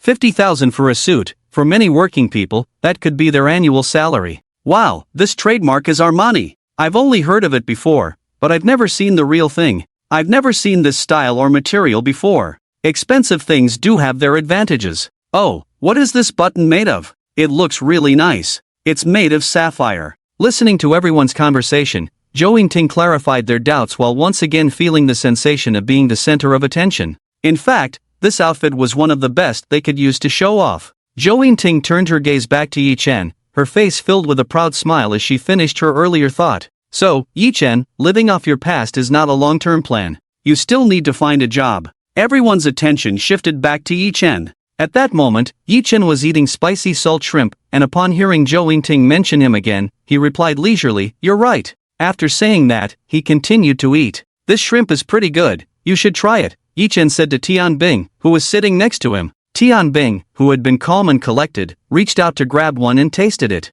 It's not bad, the braised beef is also quite good, you should try that too. After tasting the shrimp Yi Chen recommended, Tian Bing suggested a dish she thought was good. Yi Chen looked at Tian Bing's eyes, which were brimming with joy, and picked up a piece of beef. He put it in his mouth, chewing slowly and savoring it. Not bad, it's quite flavorful, Yi Chen nodded at Tian Bing, giving an honest evaluation. Zhou Yingting was furious, Yi Chen was simply embarrassing her. The way Tianbing and Yi Chen were exchanging glances seemed to her like an affair. Although Yi Chen had broken up with her, a woman's jealousy never ceased. Tianbing was prettier than her, and deep down, Zhou Yingting had always felt that Yi Chen had something going on with her, but she never caught them in the act.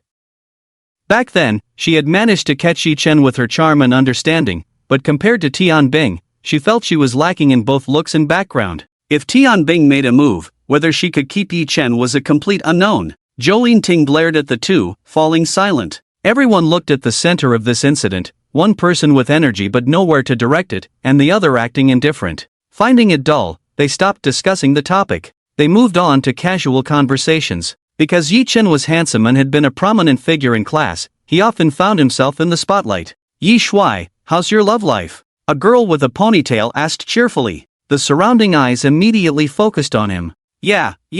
Yi Shuai, quickly share your romantic experiences. Yes, let's see what kind of beautiful women are worthy of our handsome guy. Yi Chen felt a bit awkward, these people were too nosy. At that moment, a burning gaze also turned to Yi Chen. It was Tianbing. Her beautiful eyes sparkled with curiosity as she smiled at him. Yi Shuai, hurry up and tell us about your love life. Yi Chen helplessly shrugged and smiled. Well, I'm still single, haven't met the right one. What about you, Tian Xiaohua? How are you doing? Yi Chen turned the tables, and the people around began to cheer. Tianbing didn't seem embarrassed at all. Instead, she smiled sweetly at Yi Chen. It's fine, being single is quite nice. Wow, both the handsome guy and the beautiful girl are single. I feel like I'm a winner in life for being married now. TSK, maybe you're just spoiled for choice. Why don't you two just get together? Although there was a small interlude, the class reunion was still quite successful. In the afternoon, everyone sang and reminisced in the KTV provided by the restaurant, concluding with a rendition of Auld Lang Syne before preparing to leave. As they stepped out of the KTV, they discovered it was raining outside. The weather had been clear all day, but suddenly, a thunderstorm swept through the city of Shu. The group gathered in the lobby for a moment to discuss how to leave. If anyone has a car going the same way, you can share a ride. If not, just call for a car, Marco suggested. People began pairing up, while others started calling for ride-hailing services. Soon, everyone was waiting in the lobby of the Shu Du Grand Hotel. At that moment, Tianbing sat quietly on a sofa in the hotel, alone. Zhou Yingting, who had been observing her, noticed that she neither shared a ride nor called for a car. She spoke up, Tianbing, didn't you drive here? Why don't you share a ride with everyone? Tianbing smiled and replied, I haven't driven in years since I got my license, and I live quite far, so I don't want to trouble anyone. Oh, come on. Everyone, come and see who has extra space in their car to give our campus beauty a ride, Zhou Yingting called out, feigning concern. Many classmates had cars, and upon hearing they could give the campus beauty a ride home, several gentlemen extended invitations to Tianbing. Tianbing, why not take my car? A somewhat naive male classmate was the first to invite her, earning a glare from another guy who hadn't spoken yet, feeling that he had lost the opportunity. Zhou Yingting then chimed in with a playful laugh. What car do you have that you dare invite our campus beauty? Here's a rule, whoever has the more expensive car, that's who she'll ride with today. Tianbing's expression darkened instantly. Zhou Yingting's words were indeed harsh, implying that the value of the car determined who she would go with, which felt pointedly aggressive. However, Tianbing's usual good temper kept her from exploding in that moment. The surrounding gentlemen sensed the tension at first, but their competitive spirit quickly took over, spurred on by Zhou Yingting's provocation, and they all began to compare. I just bought my car this year, a Rowe S13, 300,000. The naive guy was unwilling to back down, seizing the opportunity again. But the price of the car didn't guarantee an advantage just for speaking first. My car is a Volkswagen, 350,000. Audi, 400,000. Benz, 600,000. Gradually, what started as a plan to take Tianbing home turned into a competition among classmates about their cars. Once the 600,000 Benz was mentioned, no one brought up a more expensive car. A slightly balding, average-sized man stepped in front of Tianbing, wearing a victorious smile. Just then, a horn blared outside the hotel, drawing everyone's attention. A stylish BMW parked in a spot next to the hotel entrance, and a short, chubby man jumped out, scurrying into the lobby through the rain. Zhou Yingting's face lit up with joy. Lu Lei just went to get the car, let me throw in my bid too. BMW 7 Series, 800,000. But Tianbing, we have something to do today, so we can't take you, you should just ride with Chen Jun. Chen Jun, who had just won the comparison, was finally thrilled at the prospect of taking his goddess home. But when he heard Zhou Yingting's words, he instantly deflated. The price of that car was more than double his own, which he had only managed to afford with his wife's dowry as a down payment, and he still had to pay off the car loan every month. Although the chance to take Tianbing home had fallen to him, he couldn't maintain his bravado in front of his goddess. Everyone was once again shocked by the financial power of Zhou Yingting and her husband. Wow, they're really wealthy. 800,000, that's several years' salary. That car is so cool, I wish I could buy one. As Zhou Yingting and her husband basked in the envious gazes of the crowd, a roar like that of a wild beast erupted from a car engine outside the hotel. The sound instantly captured everyone's attention. Looking outside, a perfectly shaped sports car was quietly parked in front of the hotel. With its dark silver body, flawless contours, dazzling headlights, and exquisite emblem, it stood there like a king. The nearby BMW 7 Series looked like a head-hanging country chicken. Those who had just praised the BMW's looks now felt it was utterly outclassed by this car. Bugatti X6, wow, it's the Bugatti X6 I saw. Absolutely stunning, shouted a chubby man, who was none other than the previously mentioned Sun Fatty, who had claimed to have seen a Bugatti and taken a photo with it. The crowd suddenly recalled that during their chat earlier, more than one person had seen the photo. Wow, is this real? A tycoon is really dining in the same place as me? It feels like the $500 I spent today is worth 5,000. I want to go take a picture. Do you think the owner would mind? Just looking at this car is a gain. So cool, those lines, that contour. This is the scent of money. Everyone began to chatter excitedly, but no one dared to approach for a photo op. The identity of someone who drives such a car could bring misfortune if they were to offend them. Zhou Yingting and her husband stared at the car, their eyes wide, not because they felt overshadowed, there was no comparison. They understood the car's value better than most. Even if they scraped together their modest wealth, the dealer wouldn't even glance at them. Such top-tier sports cars could only be purchased by those with status and identity. Because of the target customer issue, those who drive such cars are usually true elites. What they seek is unparalleled prestige. Imagine if a noble person and a coal boss drove the same model. For the noble, the car would lose its value. The world may claim equality, but class divisions are stark. Some privileges of the elite cannot be bought with money. One must have status and standing. Seeing this car, the couple didn't dare feel even a hint of resentment. Zhou Yingting's eyes sparkled with a different light, her thoughts wandering, what if the car's owner took a liking to her looks? Meanwhile, Tianbing was caught off guard by Zhou Yingting's maneuver, holding back her frustration as she saw Qin Jun waiting to take her home, unsure how to refuse. Marco, wanting to help Tianbing, suggested, how about you ride back with me, Bing Bing? It's been a while since we caught up. Tianbing smiled slightly. Marco was such a nice guy, always thinking of others. That won't do, Marco. You just said whoever has the more expensive car should take Tianbing home. You can't do that. Exactly. Marco, you can't pull such an underhanded move. Zhou Yingting chimed in. Everyone agreed earlier. Marco, just let it be. You just want to help your good buddy Yi Chen seize an opportunity, but this is a matter of merit. By the way, where's Yi Chen? I didn't see him drive here today. Yeah, he's been unemployed at home. How could he have a car? I remember his family isn't well off. Even if he could afford a car, it wouldn't be one worth 600,000. Not seeing him around, he probably took a rideshare. Alright, let Qin Jun take Tianbing home. Let's play a little game. You should give us some face. The crowd began to cheer, urging Tianbing to get into Qin Jun's car. Tianbing sat on the sofa, her expression dark, unsure how to extricate herself from the situation. Marco stood helplessly to the side. His car was only worth over 300,000, and everyone said this was just a game. He had no sufficient reason to stand up for Tianbing. The crisp sound of the Bugatti's door opening drew everyone's attention to the car. A long leg, wrapped in tailored trousers and wearing black leather shoes, stepped out first, elegant and powerful. Then, a tall figure slowly emerged from the car, dressed in a well-fitted black suit. As he stood upright, revealing a handsome face while walking slowly towards the hall, everyone was stunned. Is that Yi Chen? Holy crap! Holy crap! Holy crap! What the hell? Am I seeing things? Yi Chen must have gone to the Middle East to marry a princess. He must have hit the jackpot dozens of times. In an instant, the gazes directed at Yi Chen were filled with shock, bewilderment, and confusion.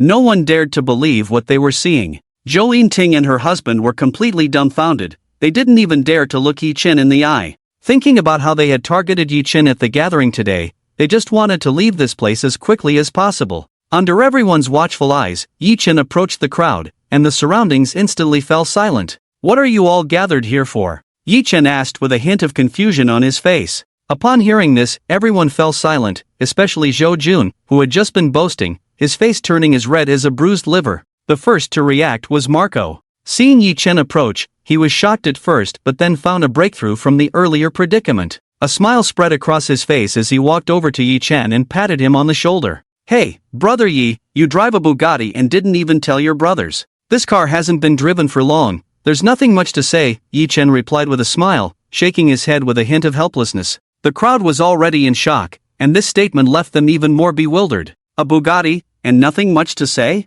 What could be more worth mentioning? But seeing Yi Chen's nonchalant demeanor, they suppressed their urge to shout. Marco didn't know how to respond, so he followed up on Yi Chen's earlier question. "We were just discussing who would take Tianbing home." "Oh, did you come to a conclusion?" Yi Chen asked with interest. Marco, with a hint of an ambiguous smile, looked around at everyone, lingering on Zhou Jun and Zhou Yingting for a moment before speaking loudly. "After discussing for a while, we decided that brother Yi will take Tianbing home." Upon hearing this, everyone chimed in. "Yeah, the class stud takes the class flower home. It's a match made in heaven." "Exactly. This pair is a perfect match. Let the monsters and ghosts stay out of it." Yi Chen was still trying to figure out how they had come to this decision, but he didn't want to refuse. He looked at Tianbing and found her smiling warmly at him. She tucked a strand of hair behind her ear and smiled sweetly. "Would you be willing to give me a ride, Yi Shuai?" Yi Chen smiled lightly and said, "Let's go, get in the car." Tianbing stood up from the sofa, adjusted her floral dress, and approached Yi Chen, exuding a faint fragrance. Seeing that Tianbing was ready to leave, Yi Chen bid farewell to the crowd. "Then I'll take Tianbing ahead, see you all later." With that, he gallantly walked beside Tianbing, opened the passenger door for her, and drove away. As the roar of the sports car's engine gradually faded, the hall became lively once again. According to their previous agreement, those who could pair up did so, while others called for ride-hailing services. During this time, everyone bid farewell, and no one mentioned anything about Yi Chen again. But the atmosphere was somewhat unusual. The rain-soaked city of Shu was imbued with a unique charm, often praised as a 3D magical metropolis, appearing hazy and dreamlike in the drizzling rain. Yi Chen drove steadily through the rain, soft music playing in the car, while Tianbing quietly gazed out at the scenery. The rain scene in Shu is still so beautiful. Tianbing's calm face revealed a faint smile as she casually remarked. Hearing her words, Yi Chen looked out the window. The car was crossing the Yangtze River Bridge, and at a glance, the mist and rain enveloped the river, with ferries gliding across, creating a poetic and picturesque feeling. "Yes, you haven't seen it in several years, have you?" Yi Chen said, his lips curving upward as he admired the view. "It's been quite a few years. I was abroad for 2 years, and I hardly recognize Shu anymore," Tianbing replied, no longer looking outside, but sitting in her seat, her beautiful eyes softly fixed on Yi Chen. "Shu has changed a lot in the past 2 years. If you come back in another 2 years, you might not even recognize the roads," Yi Chen said with a sense of nostalgia.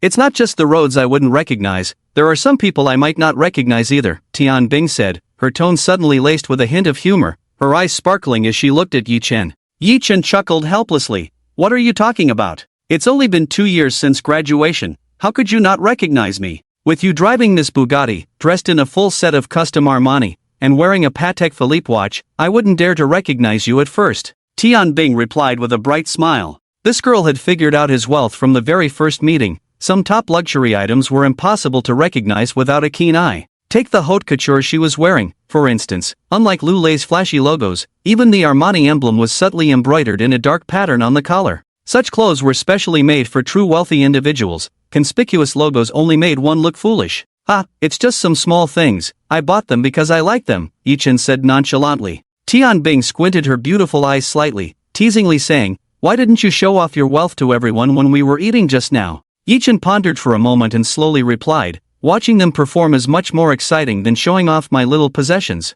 "Ha, Yi Chen, you're too funny." Tianbing recalled the expressions of the group when they saw Yi Chen's car, unable to help but laugh. Indeed, watching them perform is quite spectacular. Tianbing nodded in agreement after her laughter subsided. Yi Chen looked at the cheerful Tianbing, her lovely face beaming with smiles, and felt a touch of joy himself as he said, "I just think showing off these material possessions is rather dull." Upon hearing this, Tianbing thought for a moment, her smile deepening. "You're right." She naturally shifted the topic and began chatting with Yi Chen. Yi Chen drove while listening to Tianbing share some interesting stories from abroad, occasionally adding his own thoughts, and they enjoyed a lively conversation all the way. After about 40 minutes, following the navigation's guidance, Yi Chen drove into a villa area and stopped in front of a 3-story European-style villa. "Thank you for the ride today, Yi Chen," Tianbing said as she expressed her gratitude, pulling out her phone from her pocket. Let's exchange contact information. The previous social account hasn't been used since I went abroad. Yi Chen looked at Tianbing's bright smile and took out his phone to exchange contact details with her. Alright, it's my honor to serve the campus bell. Let's meet again when we have time, Yi Chen said, not intending to linger after exchanging contacts, and suggested taking his leave. Tianbing stood outside the car window, slightly bending down, outlining a graceful curve, smiling as she waved to Yi Chen, saying, Alright, next time I have free time, I'll treat you to a meal, Yi Shuai. Drive carefully all the way. Then I'll wait for that meal. I'm heading off first, Yi Chen replied with a smile and drove away. By the time he got home, it was close to dinner time. Yi Chen called the hotel he had made arrangements with. Before long, the meal was delivered. After having the hotel staff set the table, he sat down to enjoy his dinner. There was a steamed base, garlic shrimp, boiled cabbage, and a bowl of Buddha jumps over the wall. Since he was eating alone, the portions of each dish were not large, adding up to a normal meal for an adult man. Yi Chen savored the dishes, comparing them to those he had at lunch. TSK. It's easy to go from frugality to extravagance, he couldn't help but exclaim.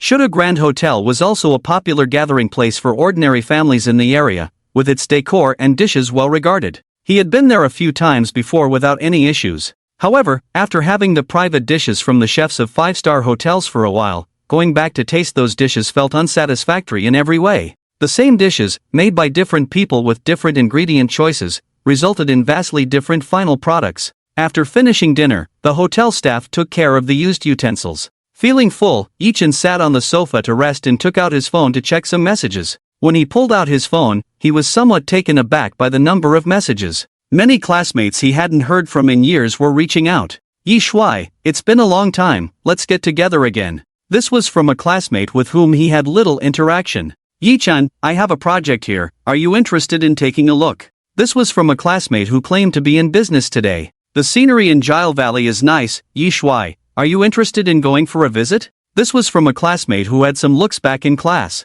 As Yi Chen scrolled through, he found nothing but meaningless greetings and invitations to gatherings. A barely noticeable smile crept onto his lips, his eyes carrying a hint of coldness as he marked these messages as read. These invitations were just a waste of time for him, it was all too obvious what these people wanted. He put down his phone, intending to watch some TV to relax, when his phone rang. This phone number was new, and he had only given it to a few close friends. He picked up the phone and saw the caller ID, Marco. Hello, Marco, what's up? Yi Chen's voice was more casual in front of his brother. It's just Yigu. We talked about going out for drinks, do you have time? Marco asked cautiously on the other end of the line, a hint of unease in his tone. Going out for drinks? I can always make time for that, Yi Chen replied, noticing something off in Marco's tone, his brow slightly furrowing, though his tone remained unchanged. Even among good brothers, it would be hard to accept such a shift in wealth so quickly. Alright then, let's meet tomorrow at 6:30. The usual place at Shudu Times Square, Brothers Food Stall. Hearing Yi Chen agree, Marco let out a breath of relief and provided the gathering address. Okay, I'll be there on time. Yi Chen hung up, not engaging in further small talk, as he guessed Marco wasn't in the mood for it either. He didn't want to change anything, he would let everything unfold naturally. After tidying up and washing up, Yi Chen returned to his bedroom and fell into a deep sleep. The next afternoon, after having lunch at home, Yi Chen went out. Since it was still early, he drove to Yanxia Antique Street. At this time, it was the busiest moment there, and after parking his car, Yi Chen stepped into the Antique Street. Walking down this street, Yi Chen opened the system and began scanning. The shopkeepers around looked at this young man, dressed simply in a t-shirt and jeans, wearing a pair of sneakers, with a youthful and handsome face. Strolling aimlessly down the street, he completely lacked the demeanor of a serious buyer, causing them to shake their heads in secret. This young man must just be here to enjoy the scene. With such a view that he wouldn't stay in a shop for more than 30 seconds, the stall owners didn't consider him a genuine buyer. Yi Chen, oblivious to the thoughts of these stall owners, discovered a new feature had been activated in the system during his use. Item filtering. As Yi Chen read the instructions, he tried to use the system for verification. Normally, items would display one after another, but now, the system showed a halo around the items. The color of the halo differentiated the value of the items. White items were all fakes. Blue items had some value, ranging from 10,000 to 1 million. Purple items were worth over 1 million. As for golden items, Yi Chen had yet to see one today. However, based on the Guanyin statue he had previously purchased and the system's explanation, golden items were valued at least in the tens of millions. This value was based on the post-restoration worth, meaning that a piece of junk in the eyes of the public, as long as it had once been an antique worth over 10,000, would still display a blue glow. The discovery of this feature greatly reduced the time Yi Chen spent selecting items. Previously, he had to check each item one by one, now he could simply choose based on the color of the halo. This unexpected gain delighted Yi Chen, but unfortunately, the journey ahead diminished his initially joyful mood. After wandering most of the street, he found nothing. It seems that picking up a bargain still relies on luck. Yi Chen sighed silently, but felt little turmoil in his heart. If every visit could yield a find, it wouldn't be long before netizens across the country would be calling him dad. As he walked, Yi Chen arrived at a familiar place, the antique stall where he had met Qiang last time. The image of that cold, elegant female CEO flashed through his mind. The Qi family in Kyoto.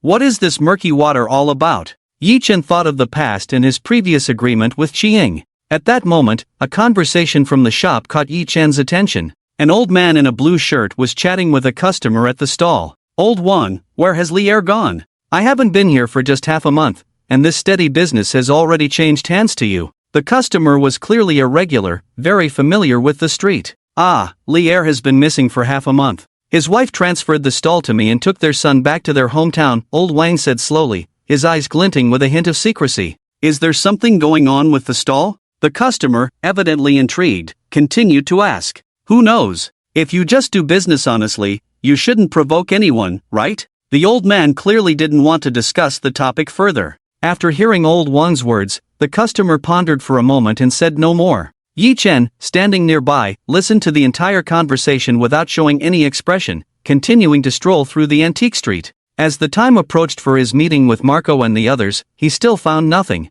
Yi Chen stood at the exit of the antique street, smiling helplessly, and walked straight to the parking lot. By the time he reached Times Square, it was already past 6, and the night in Shuda was gradually descending. This square was very close to the university Yi Chen attended, once a gathering place for meals and barbecues during their college days. It had been some years, and there was no large, formal parking lot here, so Yi Chen casually parked his car in the square. In an instant, this Bugatti became the center of attention in the square. At this moment, it was peak time for students to gather for meals, and the passing crowd couldn't help but stop in their tracks, drawn in by this steel giant. Wow, is this a Bugatti? So cool, so handsome. When I have money, I have to buy one too. Can you even afford it? You'd need to work for several lifetimes. Not necessarily. What if I suddenly become rich? Just wait, let's go eat first, and when the crowd disperses, we can take a picture with this car. After parking, Yi Chen got out of the car, dressed simply in a t-shirt and jeans, radiating youthful energy,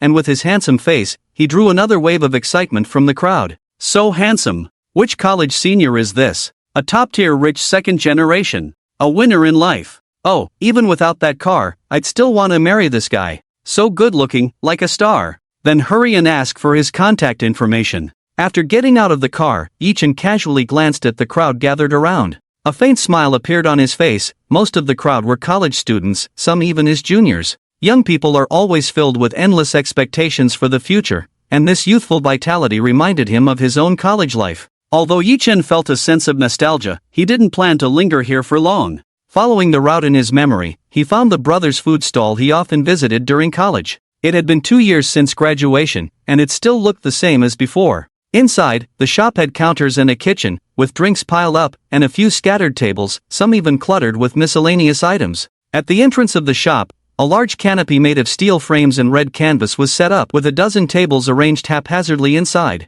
At the outermost part of the canopy, there was a barbecue grill and a cabinet for marinated dishes. Recently, wherever Yi Chen had been, without exception, the places were clean and well decorated. But here, aside from being clean, everything else was completely off. Some tables were even missing corners, worn and shabby. The counters inside the shop were also messy. So nice. Yi Chen looked at the shop in front of him with a faint smile and couldn't help but sigh. Brother Yi, over here. Marco, who had already taken a seat, called out to Yi Chen, who was standing outside the canopy. Yi Chen waved his hand and walked briskly to the table. Sorry to keep you all waiting. It was just past 6 in the evening in Shudu, and night had quietly fallen. Entering the canopy, a few high-wattage incandescent lights illuminated the interior brightly. Yi Chen arrived at the table and began to recognize people. The 4 members of their dormitory were all present.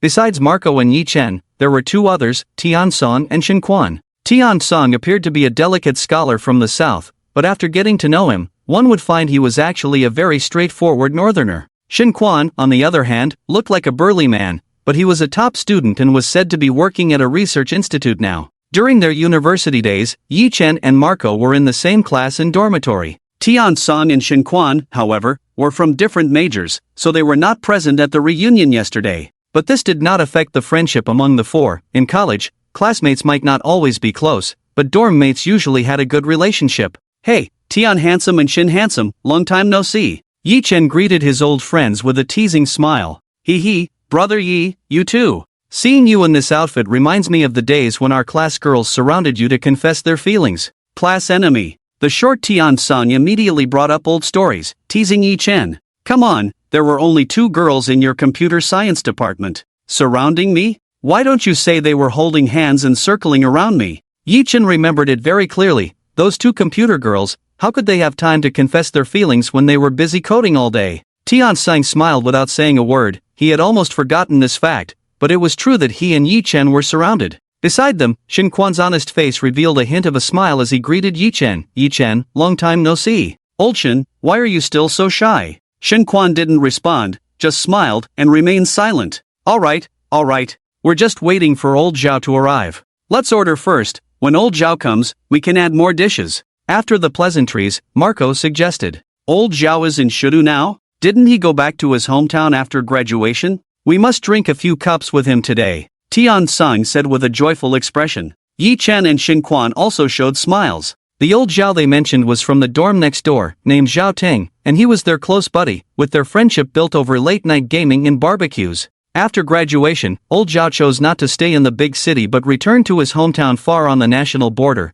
and after he went back, he lost contact with them. They had been reminiscing about him during their previous gatherings. Marco, how did you get in touch with old Zhao? Wasn't he missing in action? Tian Song asked curiously. It wasn't me who contacted him. He called me a couple of days ago saying he was in Shudu. I was busy with the class reunion stuff the other day, and I completely forgot to tell you guys, Marco said with a grin. Alright, let's order. We can add more when old Zhao arrives. If we wait too long, the food will take forever to come. The group took the menu and began to select dishes. Spicy crayfish, stir-fried snails, grilled fish, braised beef, braised duck heads, boiled edamame, and several skewers. And 2 bottles of ice-cold beer. Just bring out the beer and appetizers first, the main dishes can come later, Marco instructed the waiter who was standing by taking notes. Got it. I'll bring out the edamame and braised dishes first. The waiter efficiently called out and headed to the kitchen to prepare the food. Before long, the beer and appetizers were served. Come on, let's have a toast to our 502 dormitory reunion. Cheers! Cheers! The 4 raised their glasses, clinked them together, and downed their drinks in one go. Come on, eat up, take your time with the drinks. Yi Chen, not being polite, picked up a piece of braised beef. This restaurant had been around for so long for a reason. The beef was braised with the connective tissue still attached, and the marinade was a secret old recipe. The cooking was just right, and as soon as it entered his mouth, the rich aroma of beef and the spices from the marinade filled his senses, with a chewy texture that became more flavorful the more he chewed. This beef is still so delicious, Yi Chen said while eating, nodding in appreciation. Yeah, I can't find this flavor in Modu. Marco agreed enthusiastically after tasting a piece of beef. Come on, Modu's flavors are too sweet. You, a Shudu person, definitely can't get used to it. Aren't you just looking for trouble going there? Tian Song teased Marco while peeling edamame. This duck head still has the same old taste, Shin Quan quietly commented while munching on a duck head with gloves on. Come on, let's have another round. You guys don't know, being alone in Modu, that feeling. I'm really happy to see my brothers today. Marco raised his glass again, and at this point, a hint of unmasked melancholy crept into his voice. Being a stranger in a foreign land, who hasn't truly experienced this feeling, and who can understand its nuances? Cheers! Yi Chen filled his glass and clinked it with Marco's. This time, only drinking could ease the brothers' worries. Hey, I say you, there's no shortage of suitable jobs for you here in Shudu. Why are you so stubborn? Tian Kangman filled his glass, frowning slightly, and clinked cups with Marco. He probably understood Marco's situation, but as a friend, it wasn't appropriate to comment too much. Shin Quan said nothing, clinking his glass as well, but his expression grew a bit more serious. After everyone finished their drink, Marco felt he had made the atmosphere too heavy and scratched his head awkwardly. pulling out his phone to check the time. 18:50. This was already past the agreed time, and Marco muttered in confusion, "What's up with old Zhao today? He's usually the first to arrive and wait for us. This is unusual." Hearing this, Yichen frowned slightly, feeling something was off. Old Zhao had always been the one to lead this small group out for fun. He was the one who found the places for eating and drinking, and he was always the first to arrive. Now, being 20 minutes late without even a phone call was clearly out of character for him. Maybe something came up. "Marco, why don't you give him a call?" Yi Chen suggested to Marco. "Alright, I'll call him." Marco dialed the number Zhao Ting had used before. "Sorry, the number you have dialed is switched off. What is old Zhao doing? Is he messing with us?" Marco was at a loss when he heard the voicemail, wondering what was going on. With Zhao Ting flaking out, Yi Chen and the others fell into silence, deep in thought. At that moment, a hoarse male voice broke the quiet. "Sorry, I'm late. Sorry, I'm late." The hoarse voice rang out again, and Yi Chen and the others turned to look in the direction of the sound. A weary-looking man with a straight nose and square jaw stood by the table, a hint of a bitter smile on his face. He wore a wrinkled shirt, simple jeans, and sneakers, and his hair was slightly damp, as if he had just washed it. His expression was not good, his eyes were dark, and he looked quite drained, the forced smile on his face feeling so out of place. The overall aura he exuded was particularly dispirited and downcast. Yi Chen almost didn't recognize this person as Zhao Ting. He was a far cry from the spirited, generous young man he used to be. "Old Zhao, come sit down. We haven't been here long," Yi Chen said, pulling a chair over for Zhao Ting. "What's going on, old Zhao? Your phone's off. We thought you were going to stand us up," Marco complained as Zhao Ting took his seat. "You can't get away with that. Self-punish with 3 drinks. Tian Kangman joined in the teasing. "Zhao Ting, do you want to order some dishes?" Shen Quan, however, didn't join in the banter and handed the menu to Zhao Ting. Zhao Ting waved his hand, not taking the menu, but instead filled his own glass, his smile deepening as he stood up with his drink and said, "Sorry for making my brothers wait today. As old Tian said, I'll self-punish with 3 drinks. With that, he raised his glass and downed it in one go, then filled it again. He repeated this several times. The glasses in this place were large, and 3 drinks were almost equivalent to a bottle, but Zhao Ting finished 3 glasses almost as soon as he finished speaking. All right. Sit down and eat something. Drink slowly, don't rush it," Tian Kangman quickly advised. Right, come eat some crayfish. You used to eat 2 pounds of this by yourself," Marco encouraged him to eat. Zhao Ting ignored their suggestions, and after sitting down, he opened another bottle of wine and filled his glass. Just as he was about to raise it, a bony hand pressed down on his glass. "Eat some dishes first, drink later." Zhao Ting's gaze met the owner of the hand. Yi Chen was looking at him with a faint smile, calming his previously restless heart. "All right." Zhao Ting removed his hand from the glass, put on plastic gloves, and began to peel the crayfish to eat. Picking out the small lobsters coated in spicy oil from a pot of bright red dried chilies, peeling off their hard shells to reveal shrimp meat as white as jade, taking a sip of the spicy oil from the shells, and then swallowing the shrimp meat. This is simply the ultimate enjoyment.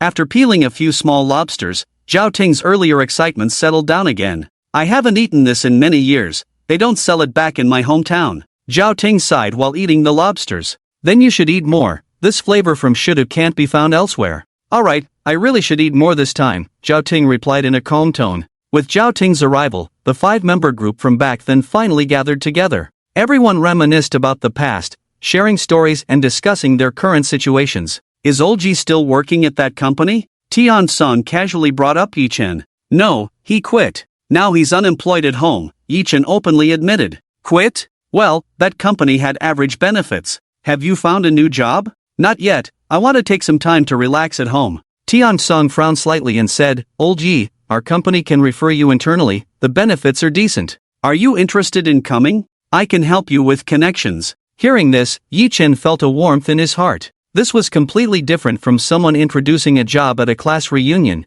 It was about brothers supporting each other. "No need for that. Your work is different from what I used to do. I wouldn't do well there," Yi Chen politely declined Tian Song's kindness. "Well, our research institute." Shen Quan began to speak. Enough, big brother. Just let me be. I would be completely lost in your field. It would be a joke for me to go there." Yi Chen waved his hands repeatedly, jokingly.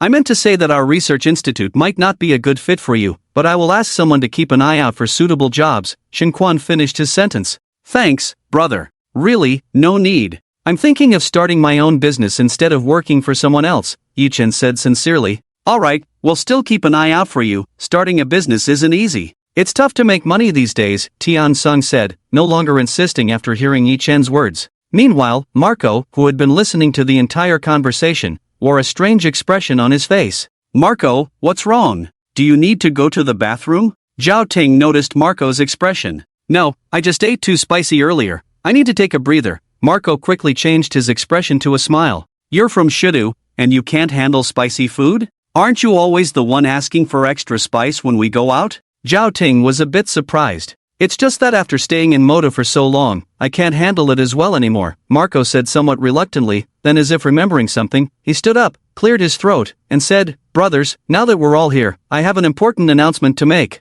Everyone's eyes turned to Yi Chen, and seeing the young man looking pleased with himself, it seemed he had good news to share. Marco, with a smile, looked around at everyone and said loudly, Next month. I'll be damned if I let you run. I've caught you today, and I'll break your legs. Before Marco could finish, a violent male voice interrupted, followed by 4 or 5 heavily tattooed men rushing into the tent towards their table. Zhao Ting, like a startled rabbit, dashed straight towards the side of the tent, lifting the canvas in an attempt to escape. The men quickly split up to intercept outside. The tent was in chaos, and Yi Chen and the others were momentarily confused about what was happening. Zhao Ting's state was off from the moment he arrived, far too abnormal. He didn't say anything, and no one asked, who could have known such a thing would happen? Yi Chen was the first to react. Tian Son, call the police first. Marco, Shin Quan, come with me to take a look. After saying this, he rushed out with a few big men. Marco and the others exchanged glances and followed him out. Tian Son stayed as Yi Chen instructed and dialed the police. When Yi Chen rushed outside, he found Zhao Ting already captured by this group of people, surrounded in a corner by the street,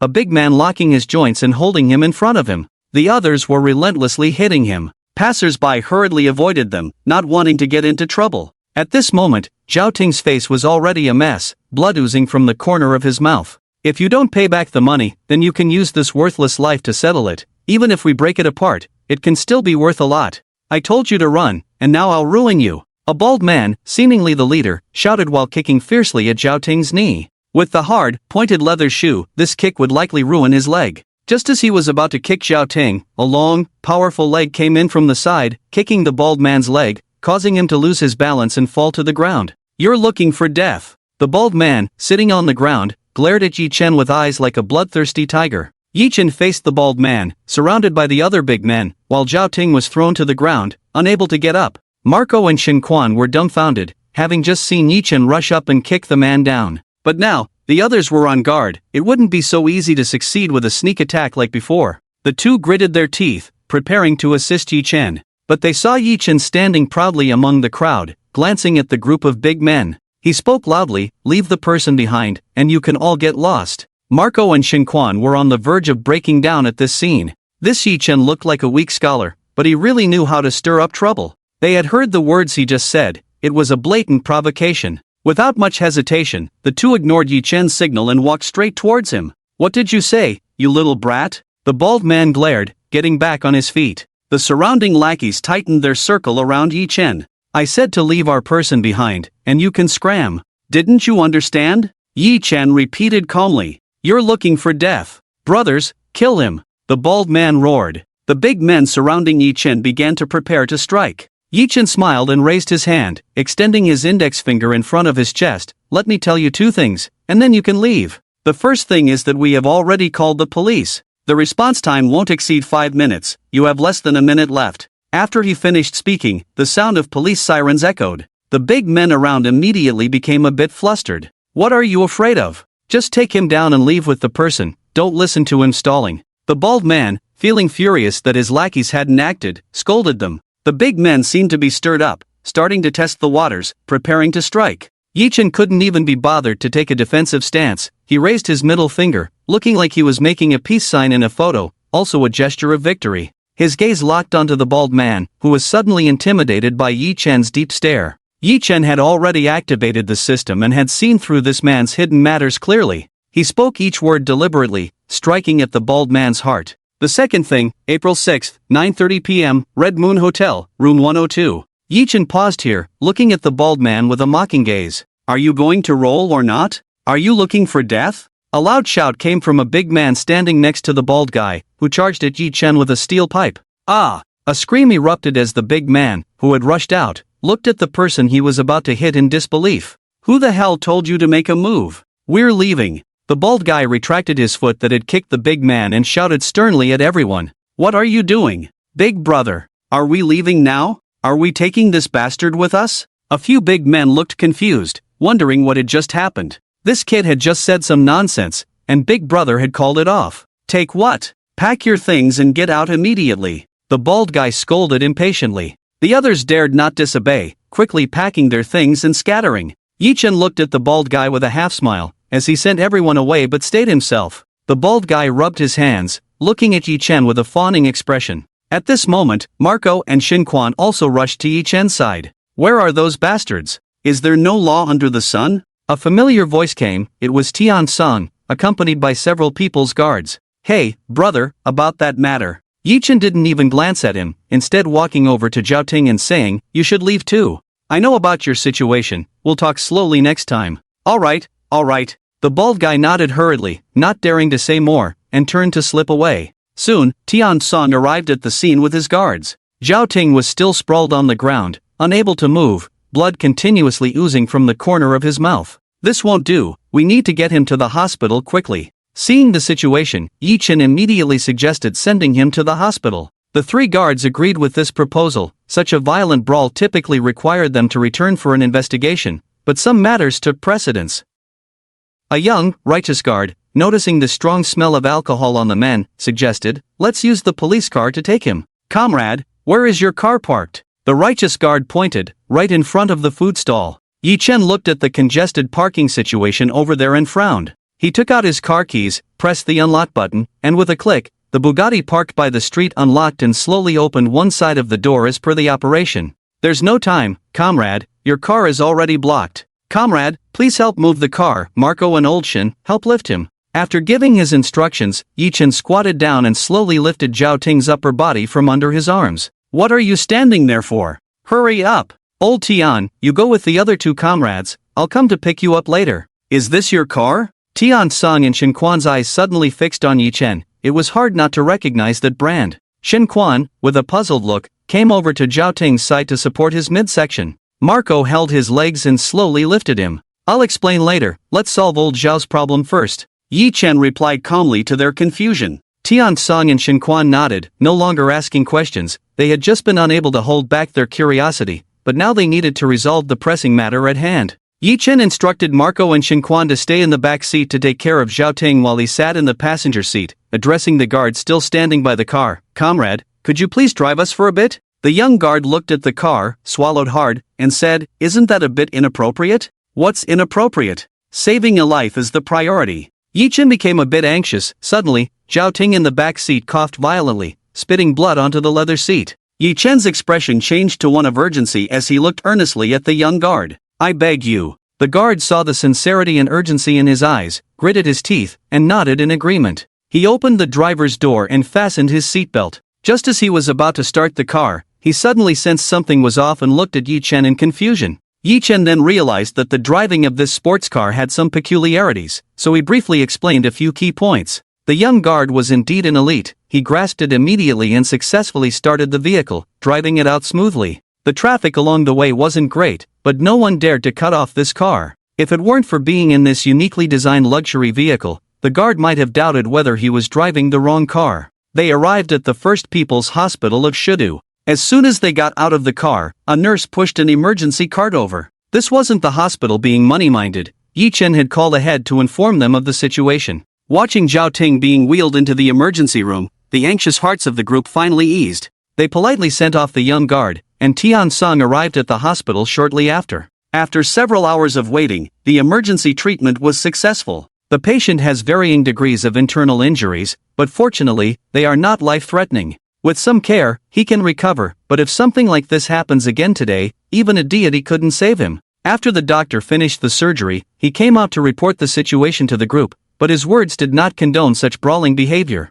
Yes, doctor, we will definitely keep a close watch on him." Marco repeatedly echoed the doctor's words. The patient is still resting. You shouldn't disturb him," the doctor said and then left. "Let's go, we should find a place to rest," Yi-Chen called to the others. As for Zhao Ting, he had found a special nurse to keep watch at the hospital, much more reliable than these big men. The four of them rested at a nearby hotel for the night and arrived at the hospital early the next morning. They entered the ward, and at this time, Zhao Ting had already woken up, but his numerous injuries prevented him from moving freely. He was half reclining on the hospital bed, wearing a loose hospital gown, with his body and face covered in various sizes of bandages. A nurse was changing his dressings, her expression calm as she looked out the window. The blood-soaked bandages did not seem to affect him at all, as if he were a walking corpse. Seeing this scene, Yi Chen and the others couldn't help but frown. After the young nurse finished changing the dressings, she packed up and left, leaving only Yi Chen and the others in the spacious ward.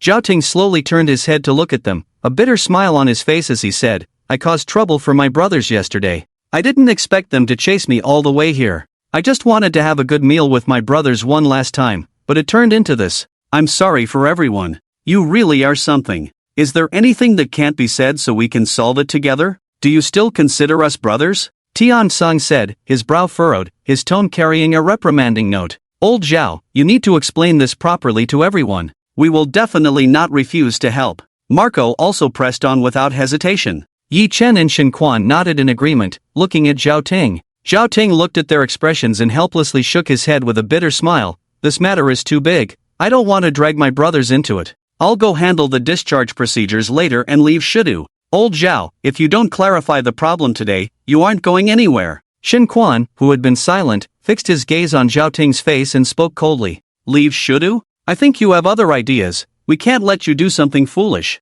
After hearing this, Zhao Ting lowered his head and fell silent. "Go on, old Zhao. We should be able to help." Yi Chen looked at Zhao Ting calmly and slowly spoke. "All right, I'll say it then." Under the watchful eyes of everyone, Zhao Ting finally revealed the truth. Old Zhao's family ran a small factory. Although it wasn't large, it was still much better than an average office worker's job. After graduation, his father asked him to return home to help prepare to take over the factory. As the only son in the family, he didn't want to stray too far from home, so he went back to his hometown. But after returning, he discovered that the factory's operating conditions had hit rock bottom. The equipment was outdated, and the business model had issues. Old Zhao's father sought a bank loan to revive the factory, but the bank's assessment showed that the amount he could borrow was just a drop in the bucket. In the end, his father was introduced to a loan shark and borrowed a substantial sum. Unfortunately, it still couldn't save the factory from its decline, and it eventually went bankrupt. Zhao Ting's nightmare began from that moment on,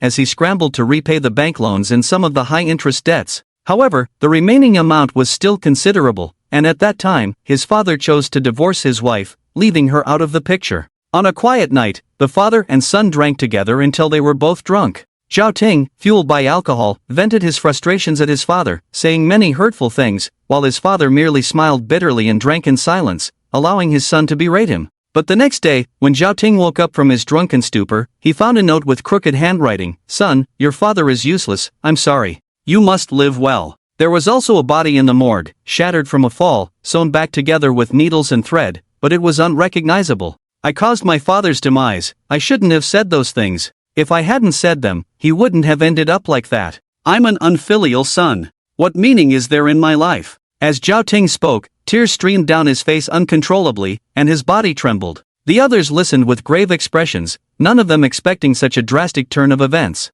Marco sat by the bedside, holding Zhao Ting's hand, and said solemnly, "Be strong, brother. Your dad wouldn't want to see you like this. Take care, brother. Think about what would happen to your mom if you did something foolish," Tian Song said hoarsely, trying to comfort him. After a while, with the others' encouragement, Zhao Ting's emotions stabilized somewhat. "What was up with those people who attacked yesterday?" Yi Chen asked, seeing that Zhao Ting was calmer. This was the main issue at hand. Zhao Ting snorted coldly, a bitter smile on his face as he replied, "Those people are debt collectors from the loan shark company. When my father went, they came after me. I've given them everything I could. It's a bottomless pit." "How much do you still owe them?" Shen Quan asked. "The principal is still 2 million, but with the overdue interest, it's already 20 million. Hearing the figure of 20 million, everyone except Yi Chen gasped in shock. 20 million? That's not high-interest lending, that's outright robbery, Tian Song exclaimed. "Well, we can still gather 200,000 for you, but 20 million? Marco hesitated to say. "I still have some money, I'll withdraw it for you later." "We should find a lawyer and take legal action," Shen Quan suggested, being the proactive one. "Legal action? It's useless, we've tried that." Zhao Ting shook his head at their reactions. Marco and the others fell silent, this was beyond their ability to resolve. Just as everyone was frowning in despair, Yi-chan slowly spoke up, "Perhaps I have a way." All eyes turned to him, their expressions varied. "Brother Yi, you." Marco hesitated, knowing Yi-chen had money from seeing his car, but to suddenly come up with 20 million. "Yi Shuai, you don't mean to take out that money, do you?" "Old Yi, we know you can afford it, but we shouldn't give that money. It's extortion." Yi-chen smiled lightly, shaking his head, and asked the bewildered Zhao Ting on the hospital bed, "You have those people's contact information, right?" Zhao Ting looked puzzled. The conversation from a few moments ago had left him confused. What did it mean that Yi-chen could come up with this money? But he still answered honestly, "They call me dozens of times a day, so of course, there are some." "Alright, send me the contact information. Preferably that bald guy from yesterday." "Brother Yi, what are you planning? You just dealt with that bald guy yesterday, are you thinking of going after him again?" Marco asked hesitantly. "Old Yi, forget it. That bald guy is the second in command at their company. The few people he brought yesterday were just small fry, don't take the risk." Zhao Ting said disapprovingly. "It's fine, just send me the contact information. I'll take care of it," Yi-chen said nonchalantly. Zhao Ting had no choice but to send the contact information to Yi-chen's phone. He dialed the number directly, and after a while, an irritable voice came through. "Who the hell is calling so early? Looking for trouble?" Yi-chen's lips curled into a barely noticeable smile as he casually uttered 4 words, "Red Moon Hotel." Upon hearing these 4 words, the other party's tone immediately turned submissive and flattering. "Big brother, I was just thinking about how to contact you yesterday. What a coincidence that you reached out today. What do you want to contact me for?" Yi-chen asked in a teasing tone. "Well, the other side stammered, unable to find the words. "Right now, come to the First People's Hospital of Shidu," Yi-chen said coldly. "Come to the hospital? For what?" No, I'm coming right away." The other party immediately agreed after expressing confusion. "If you don't mind others knowing whose child is in that belly, you can bring more people along." Yi-chen's tone carried a hint of an inscrutable smile. No, big brother, just me. I promise." The bald guy, hearing this, was nearly overwhelmed by fear. How much did this person know? "Hurry up." Yi-chen said this and hung up the phone. After hanging up, the bald guy flipped over from the bed, wanting to do a leap, but halfway through, his waist ached, and he lay back down. "Brother Long, where are you going? Stay and sleep a little longer." A fair, jade-like arm wrapped around the bald guy, and a faint fragrance wafted towards him. The bald guy's heart raced, and he felt a certain part of him stirring. But thinking of Yi-chen's call, he suppressed the impulse. "Flirtatious woman, I'll settle the score with you later. I have business to attend to now." He slapped the woman's arm away and turned to get dressed. "Zhang Long, you're such a soft-shell shrimp." The woman, feeling insulted, mocked him. "Come on, my dear. If I stay any longer, I'll lose everything," Zhang Long self-deprecatingly said. This matter was too big. If people found out, he would be finished. After Yi-chen finished the call, the others looked at him with strange expressions. "Brother Yi, do you have something on him?" Marco asked, voicing the group's confusion. "Sort of. I'll talk to him later. You guys don't need to get involved." Yi-chen didn't plan to tell them about the bald guy, knowing such a thing was already a leverage, and if more people knew, it could lead to a disaster. "Old Yi, is this your first time meeting that bald guy? How do you know his leverage?" Shunquan looked at Yi-chen with a puzzled expression. Hearing this, Yi-chen sighed inwardly, realizing Shunquan was indeed perceptive. He replied without changing his expression, "I had a friend help me look into it yesterday. My friend has some channels in this area." Everyone quickly understood what kind of friend could gather such information. "Old Yi, you've had quite a bit of luck these past 2 years. Tian Song sighed. "Hee, it's alright." Yi-chen smiled faintly, not elaborating further. "These past 2 years? This system was only obtained a little over a month ago, and he never expected that in such a short time, it would bring him such a significant change. Yesterday's incident, he had used the system to see Zhang Long's hidden matters. Due to the increase in his mental power, he could now uncover even more secrets, in greater detail. This ability was akin to directly reading a person's most private memories. In a moment of inspiration yesterday, he had carefully examined this person's hidden affairs, and now his head was starting to ache. Threatened by the boss's woman to engage in an affair and provide a child, he could even use his mental power to check the details down to the time and place, the causes and consequences. This was essentially handing over his leverage into his own hands. After addressing everyone's concerns, they all gathered together, chatting casually, mainly to relieve some unnecessary pressure from Zhao Ting. Half an hour later, Yi-chen's phone rang. "Big brother, I've arrived at the hospital lobby. What do you think?" Zhang Long asked cautiously. Just wait at the lobby entrance, Yi Chen replied, hanging up the phone. He calmly said to the others, I'll go handle this matter, you all stay here and keep Xiaoting company. Brother Yi, I'll go with you, Ma Ke suggested with some worry. I'll go too. I'll follow as well. Yi Chen smiled helplessly, it seemed everyone was still a bit concerned about him. Ma Ke and Xin Quan, come with me. Tian Song, you stay here and keep an eye on Xiaoting, don't let him do anything foolish. The others followed Yi Chen's instructions. Yi Chen led the two to the hospital lobby and immediately spotted the shiny bald head. You two stay here and watch, don't come forward, he instructed, and the two nodded in agreement. Yi Chen walked steadily, step by step, towards the bald man. The bald man also noticed Yi Chen's arrival. With such an outstanding appearance, it was hard to forget, and he immediately forced a smile that looked worse than crying. Big brother, you're here? Shall we talk? Yi Chen glanced at him coldly without responding. Big brother, look at me, I forgot to introduce myself. My name is Zhang Long, and I'm the vice president of Tianwei Credit Company. After saying this, Zhang Long respectfully presented his business card with both hands. Yi Chen picked up the card with 2 fingers and casually glanced at it. Hee, so it's Vice President Zhang from Tianwei Credit. Yi Chen's tone was somewhat icy, and upon hearing this, Zhang Long's heart sank. No, big brother. Just call me Xiao Zhang. Yi Chen ignored his attempt to be familiar and turned to walk away, leaving behind a remark, follow me. Zhang Long hurriedly followed, anxious. Yi Chen led him to the hospital stairwell, a secluded area with few people around. Ma Ke and Xin Quan also moved to a nearby location. In this corridor, a cold wind occasionally blew, mixed with the hospital's characteristic disinfectant smell, and with Yi Chen's icy expression, the chill penetrated Zhang Long's heart. He looked at Yi Chen's half-smiling, half-serious cold face and cautiously asked, Big brother, can we talk? You brought people to beat up my brother, you tell me how we should talk. Yi Chen's voice was cold, laced with anger. No, big brother. I just came out for some fresh air, I wasn't involved in Xiaoting's matter at all. Zhang Long quickly shirked responsibility, inwardly cursing his bad luck. If he hadn't been involved with the big sister-in-law, feeling guilty at work and fearing exposure, he wouldn't have had to sneak away under the pretense of chasing debts, only to run into this disaster. Fresh air? Yi Chen looked at Zhang Long with a hint of mockery. Zhang Long's expression darkened, and he hurriedly tried to remedy the situation. I will take responsibility for this. How much do you really know about my affairs, big brother? I know quite a bit, Yi Chen replied. This answer is equivalent to no answer at all. Zhang Long gritted his teeth but dared not explode. Yi Chen looked at his embarrassed expression and spoke again. If you want to know, then show some sincerity. Sincerity? Zhang Long asked hesitantly.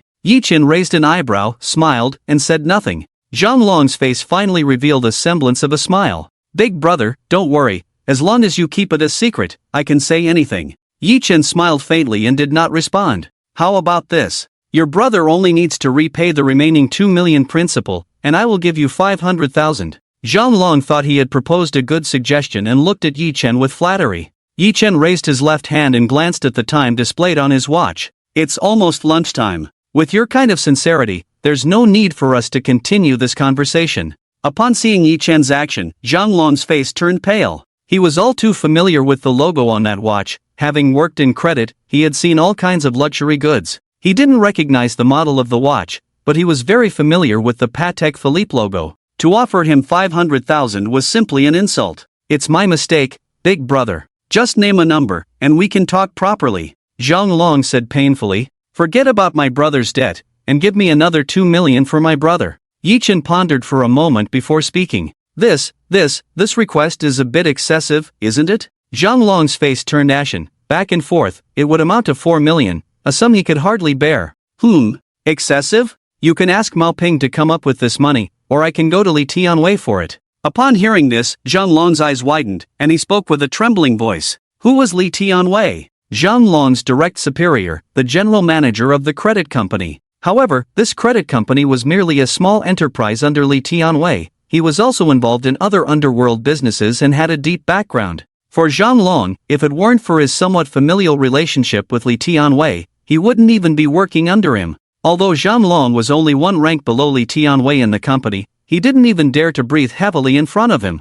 I misjudged you, it seems Big Brother is a person from the underworld. This time, I admit defeat. He had already concluded that Yi Chen was a person from the underworld, otherwise, he wouldn't have such detailed information. He could only agree to Yi Chen's terms, pondering which faction Yi Chen belonged to. Yi Chen smiled indifferently and said, get this done before 6 o'clock, and this matter will be settled. Alright, I'll prepare right away. May I ask which faction you belong to, so I can show my respect in the future? Zhang Long asked submissively. That's not something you should be asking. You should be worried about what will happen to you if Li Tianwei really finds out about this. Zhang Long recalled his older brother's methods and shivered, fear evident in his eyes. Yi Chen secretly sighed. The details of this secret matter were indeed reliable. It seemed Zhang Long was truly terrified of Li Tianwei. Even this second-in-command was acting like a sycophant, proving to be of little use. Li Tianwei had such heavy influence, and Mao Ping could still cause trouble. It seemed she was not a simple character either.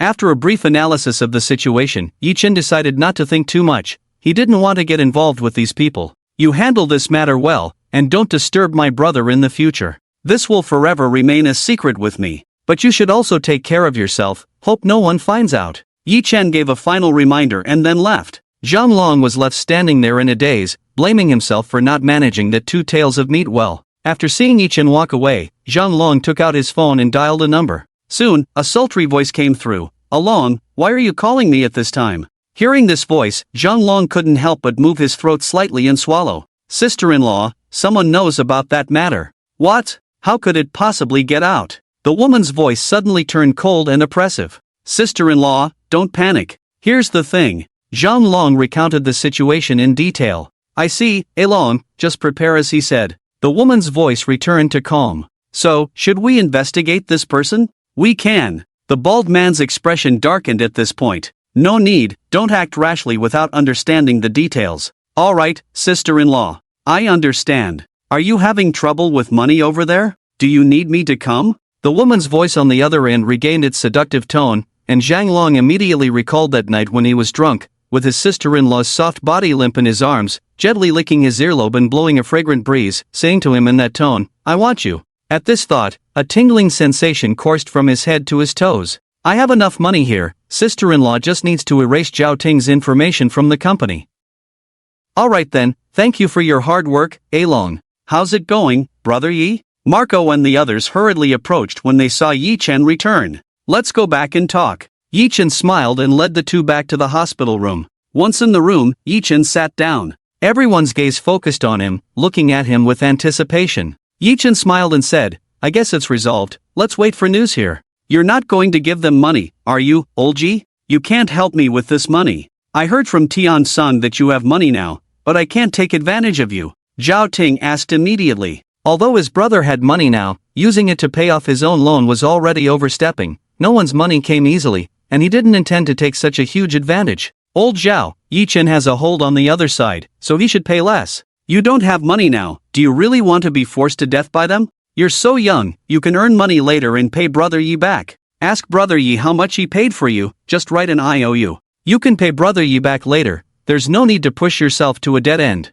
Old Ji, how much did you pay for Zhao Ting? This money really can't be on you alone. The others' gazes turned to Yi Chen again. The smile in Yi Chen's eyes deepened. This is a true friend. Real brothers settle accounts clearly. True brothers won't think it's a given that they should pay just because they have money, even if that amount isn't much in their eyes. Old Zhao, you don't need to write an IOU, I didn't help you pay. Yi Chen smiled at the others. What? 20 million was resolved without payment? Brother Yi, awesome. What kind of hold does Old Ji have on him? It can't be that he caught him trying to steal the boss's wife, right? Amidst the cheers, Tian Son's words startled Yi Chen. In a way, it was the truth. Old Tian, you should watch fewer soap operas. Yi Chen joked, a bit sweaty. Old Ji, thank you. Zhao Ting's voice trembled. This news was the best he had received in the past 2 years. After everyone learned this news, they continued discussing the unfinished topics from yesterday in the hospital room, quietly waiting for news from Zhang Long. Finally, at 3 in the afternoon, a big bald man arrived at the hospital door. Holding a stack of documents, he cautiously peeked inside, his gaze ingratiating as it met Yi Chen's. You can come in. Zhang Long received the order and jogged into the room. Except for Yi Chen, the others couldn't help but tense up. The bald man's fierce appearance from yesterday was still fresh in their minds. Even now, with his head lowered and demeanor submissive, they still didn't think he was a good person. As soon as Zhang Long saw the scene, he exclaimed that it was bad. He apologized to Zhao Ting, who was on the sickbed, saying, Brother Zhao and all the brothers, it was my fault yesterday. You gentlemen should overlook my small mistakes and let me off the hook. Zhao Ting snorted coldly and ignored him. Just handle the business and leave, don't show up in front of my brothers again. Yi Chen spoke up at the right moment to prevent the situation from becoming awkward. Yes, I'll take care of the business first. Zhang Long's face, full of flesh, managed to smile with a benevolent air. Brother Zhao, take a look at these documents, if there are no issues, just keep them. Zhang Long handed over the file bag with both hands, and Zhao Ting snatched it away. He carefully opened and flipped through the pages one by one. It was the loan contract from back then, with his father's signature and seal.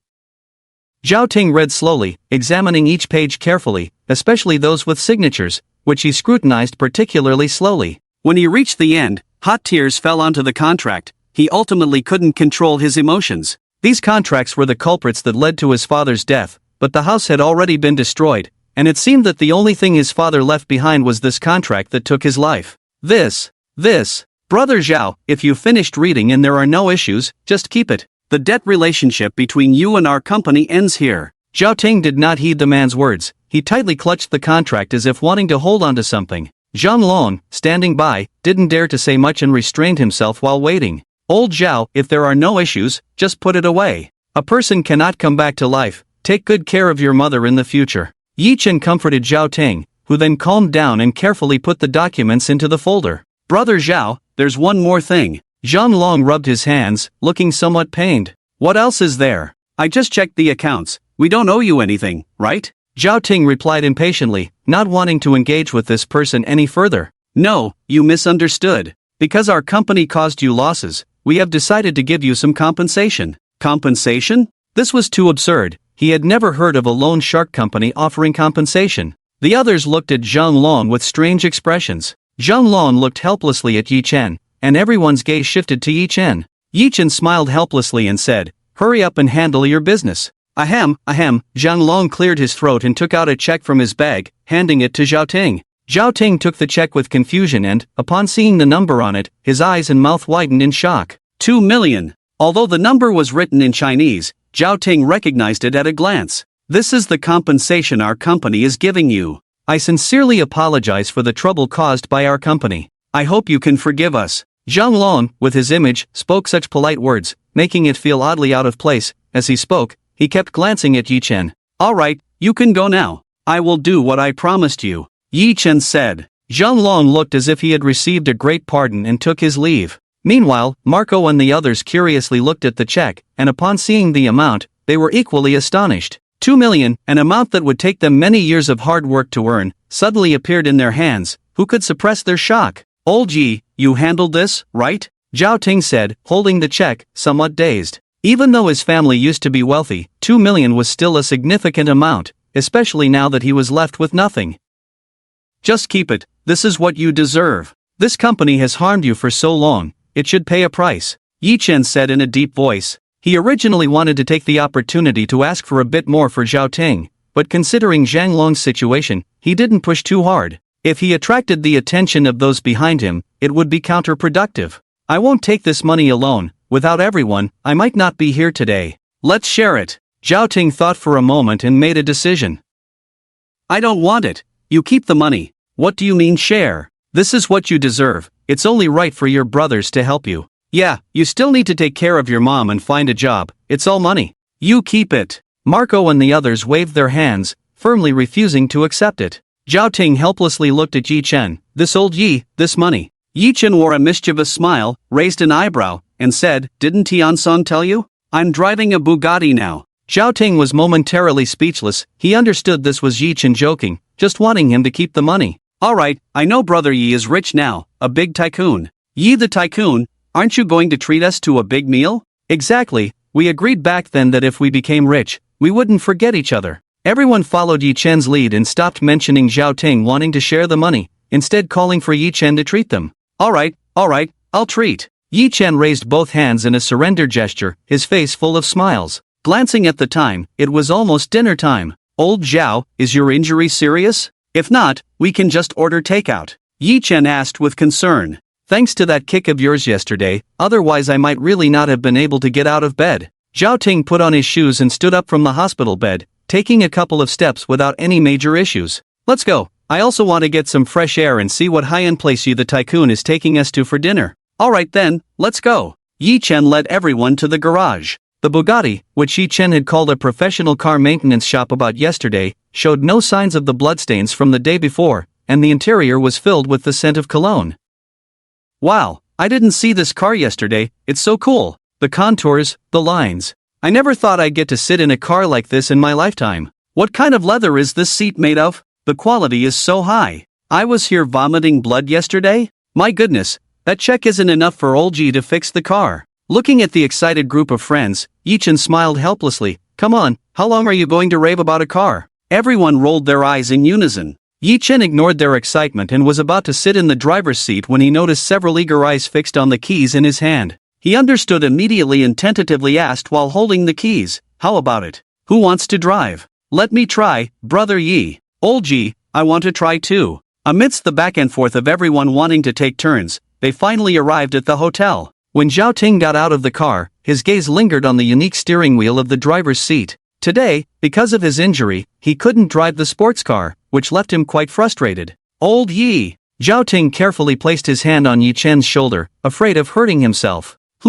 Yi Chen raised an eyebrow and looked at him. "This car, another day." Zhao Ting shyly began to speak. "Sure, I'll lend it to you for a spin another day." Yi Chen readily agreed. It was just a small matter. "Old Ji, I love you to death." Ouch! Zhao Ting cheered, wanting to hug Yi Chen, but his body clearly didn't support that, and instead, he hid his injury, crying out in pain. All right, be careful." Yi Chen supported him. A few people chatted leisurely as they walked to the entrance of the restaurant. The ground was paved with white marble bricks, and in front of the magnificent golden door stood two imposing stone lions. On either side, two spirited young men in suits and white gloves stood, exuding an air of authority. The door bore 4 golden characters inscribed in a cursive style, Hai Tian Restaurant. While the decor of this restaurant might not be top-notch compared to many newly opened establishments, as a local from Shu City, one would have certainly heard of its name. With nearly 100 years of history, it has hosted countless dignitaries visiting Shu City, and the head chef is invited to participate in national banquets every year.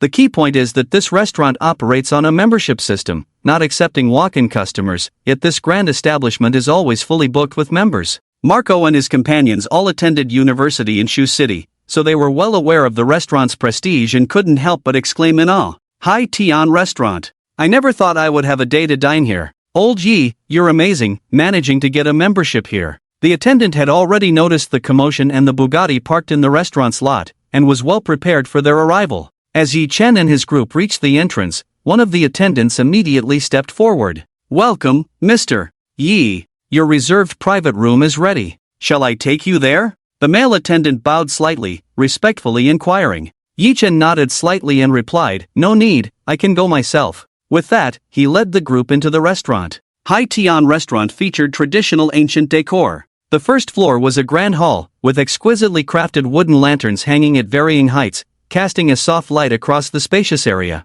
Scattered throughout the hall were dozens of tables made of yellow pear wood, accompanied by matching wooden chairs. It was dinner time, and the place was packed with people of status, maintaining a harmonious atmosphere without loud chatter. Around the hall were some imitation ceramics and jade carvings. On either side were spiral wooden staircases leading up to a circular corridor, with independent private rooms lining the edges. "This decor, I thought I was watching a TV drama, it really has style," Marco exclaimed, and the others nodded in agreement. "Hee, quite interesting. Let's head upstairs to the private room," Yi Chen chuckled lightly, leading the group towards the staircase. Suddenly, a voice broke the harmony of the hall. "Mr. Wang, show some respect." A sharp, angry shout echoed through the space. The owner of the voice was dressed in an exquisite black evening gown, revealing a hint of her shoulder. She stood with her arms hanging at her sides, fists tightly clenched. Looking at her beautiful face, with arched brows and angry almond-shaped eyes, her sensuous red lips pressed tightly together, she glared fiercely at the middle-aged man sitting beside her.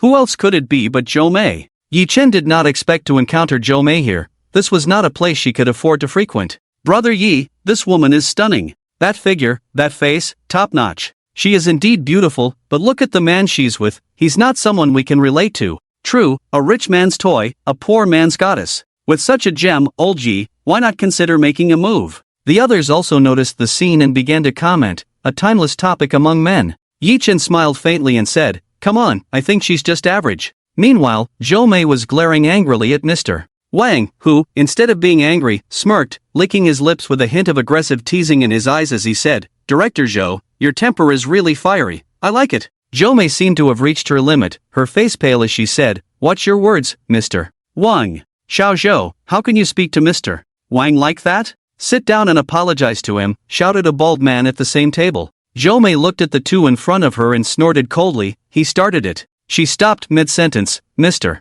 Wang had made a move earlier, which she had interrupted, but bringing it up now would be quite embarrassing. The bald man's expression darkened. Zhou Mei usually seemed clever, but today, in front of such a big client, she suddenly appeared so dull. Clearly, this was not the time to dwell on that. The bald man filled Zhou Mei's glass with liquor and coldly said to her, "Zhou Mei, drink a toast to Mr. Wang as an apology." He then turned to Mr. Wang with a warm smile, "Mr. Wang, don't hold it against Xiao Zhou. She's still young, all she knows is work. After all these years, she hasn't even had a boyfriend, so she doesn't understand these rules." Mr. Wang, who had been snubbed by Zhou Mei, immediately caught the deeper meaning in those words. She looked like a loose woman, but unexpectedly, she was a chaste and strong-willed woman. Such a powerful woman was more exciting to play with. Mr. Wang squinted his eyes, his overly relaxed, alcohol-stained face grinning like a chrysanthemum, leering at Zhou Mei's angry yet charming face, waiting for her to toast him. The other colleagues at the table began to egg her on. A heavily made-up woman sitting next to Mr. Wang leaned her head on his shoulder and sweetly said, "Sister Zhou, look at the mess this has caused. What status does Mr. Wang have? If it weren't for him being a member here, you wouldn't even be able to step through the door. So why not obediently drink a toast to Mr. Wang?" "Exactly. What kind of airs are you putting on? Just a small company supervisor. If you called your boss, he'd still have to toast Mr. Wang. Zhou Mei, hurry up. What are you standing there for?" Hearing these words, the bald man couldn't help but feel anxious. Offending Mr. Wang could mean losing this deal, and no one could bear that responsibility. Zhou Mei remained rooted in place, unmoving, filled with hatred. This society was so cruel. Even though she was formidable in the company, outside, she was still at the mercy of others. If only she had some power and influence, she could have splashed the drink in this person's face right then and there. How infuriating. Mr. Wang watched Zhou Mei standing there, not urging her. He wanted to enjoy torturing this strong woman until she had no self-respect left, waiting for her to beg like a dog. Then tonight, he would thoroughly enjoy this feast of humiliation. At that moment, he was lost in a wonderful fantasy. Suddenly, Mr. Wang felt something wet on his head, a liquid flowing down from the top of his head, the rich aroma of Maodai liquor instantly enveloping him, the strong scent jolting him awake. Realizing what had happened, Mr. Wang immediately shouted, "Are you looking to die?" Aside from the furious Mr. Wang, everyone at the table was stunned, and the attention of the surrounding diners turned towards them. They saw a young and handsome man elegantly pouring a full glass of liquor from the cup the bald man had filled earlier, slowly pouring it over Mr. Wang's head. This action left everyone dumbfounded, and for a moment, no one dared to intervene. It wasn't until Mr. Wang regained his senses and shouted that everyone snapped back to reality. Where did this lunatic come from? Security. Where's security? The woman leaning on Mr. Wang immediately panicked and shouted, "Come on, guys, surround him. Don't let this lunatic get away." The bald man called over several men at the table to surround Yi Chen. Yi Chen remained unfazed, setting down his glass, pulling out a tissue to wipe the liquor off his hands, and calmly walked over to Zhou Mei, saying, "Why don't you call the police again? You brat, do you think this is some kind of place? If you don't give me an explanation today, the price will be something you can't afford." General Manager Wang coldly spoke to Yi Chen, brushing away the woman who was wiping the alcohol off his face. If he hadn't seen how strong Yi Chen was, he might have already made a move. "Yi Chen. You." Zhou Mei, standing behind Yi Chen, spoke with a complicated expression, unsure of what to say. "Just sit down," Yi Chen said to her, without much emotion. Zhou Mei found it hard to refuse his words and, with a complex expression, sat down, her beautiful eyes fixed on Yi Chen. "Well, I said you were pretending to be a virtuous woman, turns out you're just a loose woman with a lover. Too bad your lover is about to be sent to jail." Seeing this scene, General Manager Wang's anger flared even more, mocking him. Hearing this, Yi Chen said nothing more, picked up the wine glass he had just set down, and smashed it into General Manager Wang's face. The mocking smile on Wang's face hadn't faded when blood began to flow from his face, the glass shattering and leaving shards embedded in his skin, causing him to scream in pain. "General Manager Wang, are you okay? Someone come, there's been a murder, a murder." How outrageous, is there no law in broad daylight? Brothers, tie him up first, wait for the police to come. A table of men surged towards Yi Chen, but Marco and a few others arrived just in time, creating a standoff. For a moment, neither side would back down, and the restaurant's security, led by the manager, rushed over, with police sirens faintly heard outside. Old Yi, you said you had something going on. Is this it? Hero saving the beauty isn't played like this. Tian-san rubbed his forehead, not expecting Yi Chen to stir up so much trouble. No wonder Yigu said this beauty was average, turns out she's your sister-in-law. Marco wasn't too worried. For Yi Chen, hitting someone wasn't a big deal, and instead, he became more curious. Jo-mei, hearing Marco's words, momentarily forgot to retort and gently tugged at Yi Chen's sleeve, softly saying, "This is all because of me, you should leave first." Yi Chen pulled back his sleeve, saying, "I told you to sit." Jo-mei's hand fell empty, a difficult feeling rising in her heart, and she sat down as Yi Chen instructed. Yi Chen stared at General Manager Wang, whose face was covered in blood. Wang opened his eyes with a fierce expression, blood smeared across his face. It took immense pain to open his eyes in such a state, but he hated this brat intensely, glaring at him and saying, "Once you're inside, you'll know my methods." The threat in his words made the other General Manager Wang's companions shiver, and Jo-mei's face changed dramatically. This General Manager Wang was not just an ordinary businessman, he had significant power, and this time Yi Chen was likely to face serious consequences. Seeing the expressions of those men, Marco and the others felt that Yi Chen was in trouble this time, their brows furrowed. Yi Chen, however, remained calm, taking a slow step forward. General Manager Wang, supported by others, trembled slightly, he had no idea whether Yi Chen would strike again. At that moment, a string of data appeared before Yi Chen regarding General Manager Wang. Wang Liwei age, 43 height, 167 cm weight, 88 kg evaluation, founder of Wang Real Estate, treacherous, extremely lecherous, bullies the weak and fears the strong. Secret matters, bribery in the Golden Coast Project, view in detail? Romantic history, view in detail? Yi Chen chose to view the bribery in the Golden Coast Project in detail. At that moment, Yi Chen looked at General Manager Wang as if he were a naked baby, his biggest secrets laid bare before him. Looking at Wang Liwei, Yi Chen revealed a strange smile on his face and slowly spoke, Who do you plan to find to deal with me? Secretary Zhu? Last time the project fund for the Golden Coast Project was a bit low at 12,538,888. I should find some time to chat with him." The crowd was left in confusion. Did Wang have connections with Yi Chen? And why was the project fund such a strange number, especially with the 8888? Wang, who was already covered in blood, now looked even paler. Golden Coast, Secretary Zhu, 12,538,888. This wasn't just a project fund, it was the fee he had arranged for Secretary Zhu. That 8888 was the gift money he had given for Secretary Zhu's mother's birthday.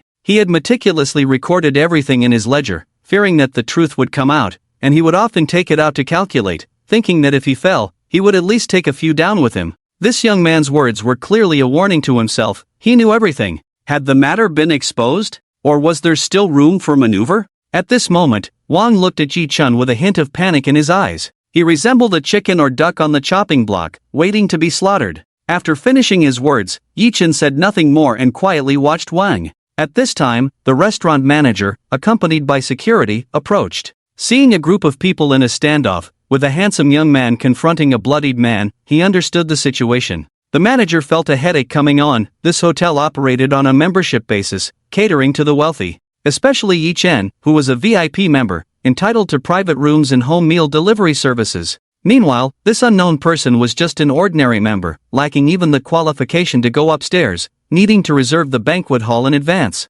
However, if this matter wasn't handled well, many banquet hall clients could be offended. What a headache, if the boss were here. The manager shook his head, calculating the situation, and respectfully addressed Yi Chen first. "Mr. Yi, the private room upstairs is ready. When would you like to dine?" Yi Chen found it amusing to see this somewhat plump manager, who didn't even mention the fight, as if the person lying on the ground was a fake. "Hey, what's wrong with you? Didn't you see him hit our guy? Hurry up and tie him up and take him inside." A woman nearby, hearing the manager's words, immediately expressed her dissatisfaction. This restaurant was too snobbish. The surrounding people began to murmur, "What's going on?" It was this handsome guy who made the first move. This man is in the wrong, but he shouldn't be beaten like this. He could be seriously hurt. The woman's words stirred the emotions of the crowd, and she looked at Yi Chen with a smug expression. The restaurant manager's face showed difficulty. This matter probably couldn't end well. Yi-chen smiled without speaking, casually letting out a sigh.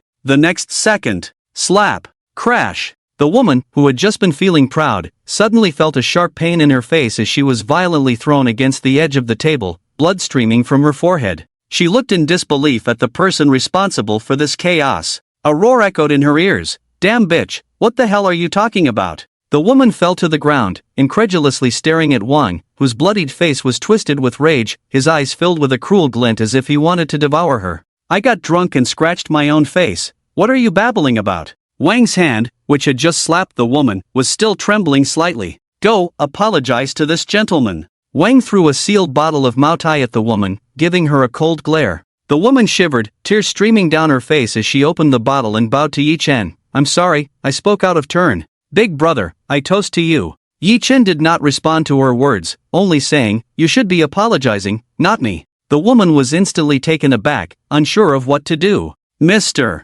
Wang behind her kicked her hard in the rear and gave a knowing glance towards Zhou Mei. The woman recalled that she had just led the mockery of Zhou Mei. Karma had come around quickly. She forced a bitter smile and said to Zhou Mei, Supervisor Zhou, I was being rude today. I toast you a drink, please forgive me. Zhou Mei snorted coldly, merely staring at the wine bottle in the woman's hand, ignoring her. The woman smiled helplessly, lifting the Maotai bottle and began to gulp it down. Among the few people accompanying her, someone voiced their dissatisfaction, saying, Mr. Wang, this kid clearly. Before he could finish, Mr. Wang slapped him hard across the face. You're in charge of HR now. I don't want to see you in the company tomorrow. Mr. Wang said coldly, glancing at the few who were still in a standoff with Ma Ku, secretly resenting this group of brainless fools. He shouted at them, Are you trying to give your mother a funeral with that face? Hurry up and apologize. The few were momentarily stunned, but the two who had stepped up first had already been dealt with by the boss, so they quickly withdrew and stepped aside.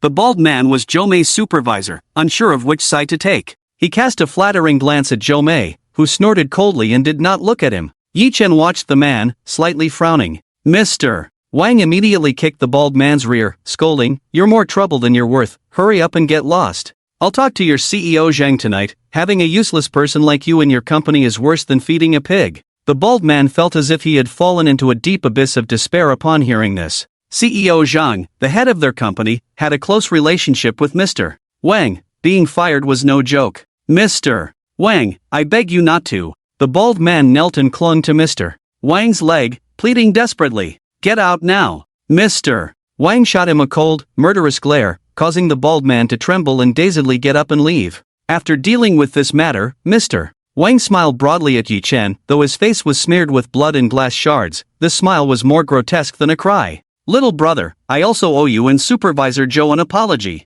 I was too reckless and didn't manage things well. Please overlook my faults. The ingratiating tone was heard by those around, and those who had been discussing earlier no longer dared to speak. The previously frowning Jing also smiled brightly, feeling wise for defending Yi-chen. Just when everyone thought it was going to end well, the security guards who had been called earlier arrived. Several guards quickly walked over. Yi-chen saw this and smiled lightly at Mr. Wang, saying, It seems someone just said they wanted to take me in. I still don't know what that feels like. Why don't you tell me, Mr. Wang? Upon hearing this, Mr. Wang realized that if he didn't pay a price, the other side would definitely not let it go. He steeled himself, snatched the wine bottle from the woman who was still drinking, which only had a little left, but the woman had reached her limit. Mr. Wang used the bottle to smash it over the head of the earlier clueless lackey. The guards, who were walking over, saw this scene and rushed over, grabbing Mr. Wang. Behave yourself. The guard pulled out handcuffs and directly cuffed Mr. Wang. They initially thought it was just a drunken disturbance, but the man didn't even struggle. Once cuffed, before the guards could ask anything, Mr. Wang spoke first, Comrade guards, this was all my drunken trouble. The injuries on my face were from my own fall, and I hit those too. These people were just watching the fun. I request you detain me. The two guards exchanged glances, thinking this man was too honest. He accepted everything, and it wasn't just because of his decent attire. One had to suspect that there was something wrong with his mind. Since the criminal had confessed, the guards simply asked those around, and everyone went along with Mr. Wang's words, as no one wanted to stir up trouble. The guards finished their work and took Mr. Wang away. As Mr. Wang passed by Yi-chen, he asked, That sum of money, no need to find the secretary. What does the little brother think? Yi Chen looked at the ridiculous scene before him and nodded slightly. Mr. Wang immediately burst into laughter. Then thank you, brother. I'll come out and have a good gathering with you, sharing my experiences inside. The two guards looked at Mr. Wang as if he were a fool, thinking his mind was probably not normal. With the farce over, only the small fish and shrimp brought by Mr. Wang remained. The manager then stepped forward and said to the security, "What are you still doing? These people aren't members, hurry up and get them out." A few security guards received the order and began to usher people out. At this moment, the manager seemed to have more to say. Looking at the crowd still watching, he cleared his throat and said, "Dear esteemed guests, we are very pleased to have you at our Hai Tian Grand restaurant. Our restaurant has always operated on the principle of providing high-quality food service, ensuring every customer's dining experience. However, the rude behavior of the customer just now contradicts our mission, so we will be canceling his membership." After this statement, the scene fell into a significant silence, with not many people discussing it. At Hai Tian Grand restaurant, having money does not mean one is a VIP. To be treated as such, one must show real capability. Those who come here are all sensible people, and publicly announcing the cancellation of Mr. Wang's membership not only addressed his rudeness but also saved face for the young man. Once the manager finished this matter, he turned to Yi Chen respectfully and said, "Mr. Yi, let me take you upstairs for your meal. Chef Huang is here today, and he will be preparing the dishes for your table." Yi Chen perked up at this. He had only tasted Chef Huang's skills once in the past month, and he wasn't a regular at the restaurant, only appearing for significant events. "Thank you very much. It's my duty.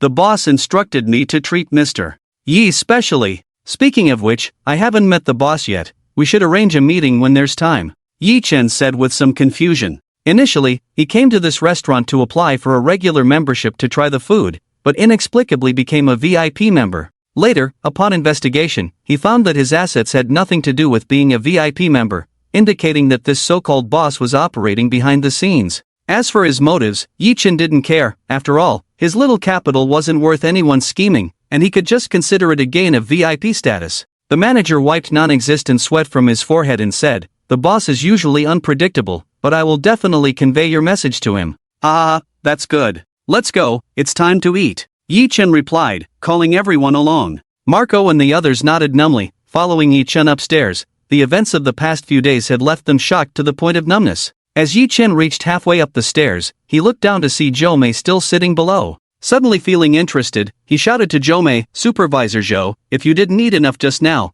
come up and eat a bit more, this time it's a real meal." Some diners downstairs revealed indescribable smiles upon hearing this. Zhou Mei's face flushed upon hearing his words, her delicate brows slightly furrowing. She muttered softly, "What nonsense are you talking about?" But she still stood up, gracefully walking up the stairs, her dress revealing a hint of her shoulder, and as she moved, a faint fragrance wafted over to Yi Chen. Yi Chen and his group quickly arrived at a private room called Blossoming Wealth. The private room is quite spacious, with walls adorned with blooming peonies, the artistry exceptional and lifelike, easily recognizable to anyone with a bit of artistic appreciation as the work of a master, capturing the opulence of the peony in vivid detail. Hanging from the ceiling are several exquisitely crafted chandeliers shaped like peonies, and around the room are redwood shelves displaying magnificent jade carvings of peonies. In the center of the room, aside from a Wang Wallywood table that can seat 10 in matching chairs, there is also a redwood sofa and a low coffee table. The entire design perfectly complements the theme of the room, with a decor style that is both grand and luxurious.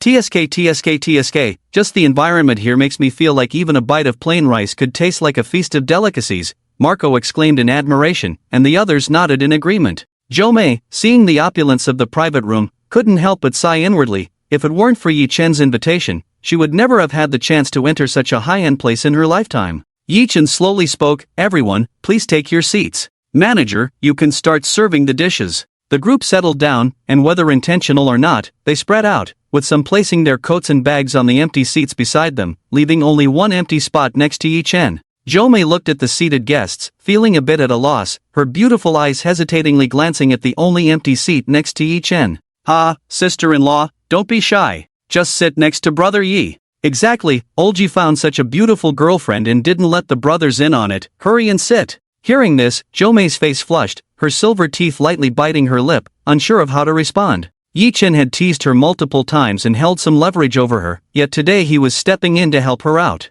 Zhou Mei felt a whirlwind of emotions, at a loss for what to do. Haha, Supervisor Zhou, why don't you sit over here? Everyone, don't misunderstand, this is my former supervisor, who usually takes good care of me at work. Today, it's just fate that we're having a meal together. Yi Chen said with a hint of a smile, speaking lightly. Everyone immediately understood, he hadn't even won her over yet, and they all cast meaningful glances at Zhou Mei. Upon hearing Yi Chen say this, Zhou Mei stopped being shy and walked directly to sit beside him, a faint fragrance wafting towards Yi Chen. Yi Chen looked at her, her pretty face slightly flushed, still carrying a hint of pride, her eyes dimming slightly as she gently shook her head. Since she wasn't Yi Chen's girlfriend, Marco and the others exchanged a few simple pleasantries with Zhou Mei and didn't continue the conversation. Soon, the dishes were served. A beautiful waitress in a peony-embroidered cheapo entered the room with a delicate platter. The first dish, couple's lung slices, kung pao chicken, chicken tofu, steamed river fish, clay pot fish,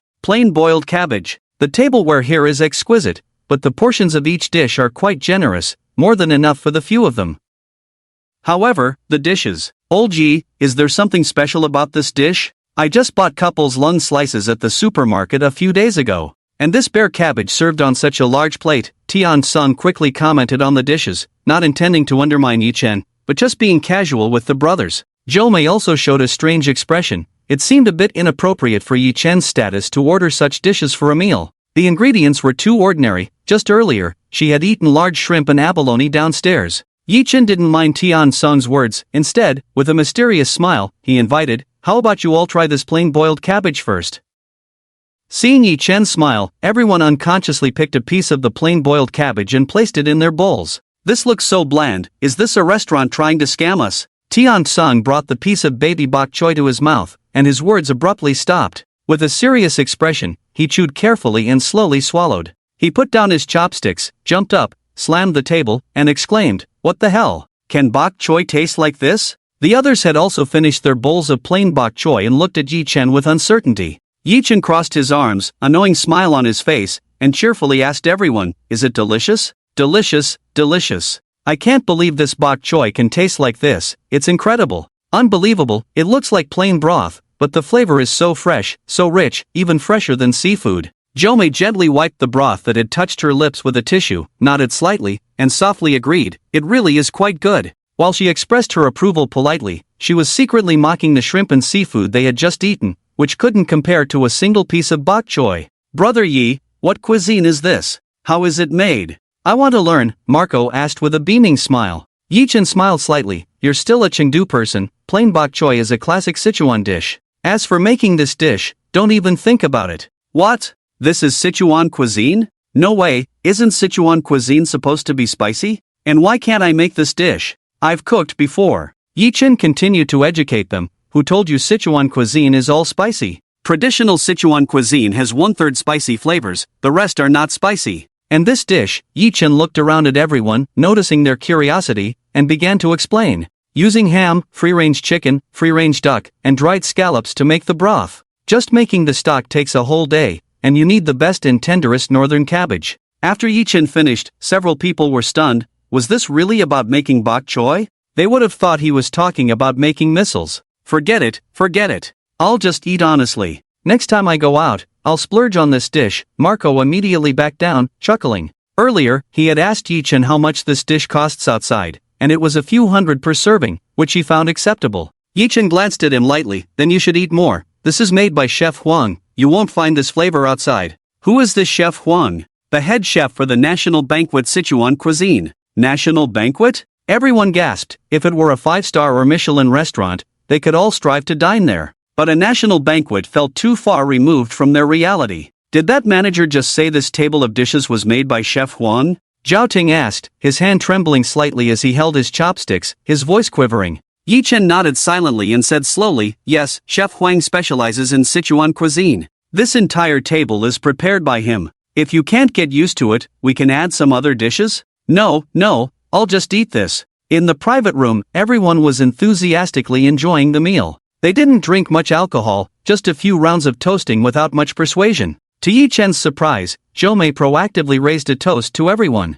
She gracefully stood up from her seat, holding a delicate wine glass filled to the brim, and softly said, "Thank you all for helping me out today. I'd like to toast everyone." Marco and the others raised their glasses and stood up in response. "We're just here to make up the numbers. this time you really have to thank our brother Yi. Exactly, Supervisor Zhou. Our Yi is a hero saving the damsel in distress. You should definitely toast him separately. Everyone cheered, while Yi Chen remained smiling and silent on the side. Jomei blushed, and after clinking glasses with Marco and the others, she filled her glass again. Her beautiful eyes darted away. With a complex expression, he looked at Yi Chen and said, "Thank you for helping me out today." At that moment, Yi Chen found her somewhat more agreeable than usual, so he raised his glass and gently clinked it with Jomei's. "There's no need for you to be polite about such a small matter, Supervisor Zhou. After all, I've worked under you for so many years." After clinking glasses with Yi Chen, Jomei brought the drink to her red lips, tilted her head back, and down the entire glass, her fair neck gently moving, revealing a hint of pink.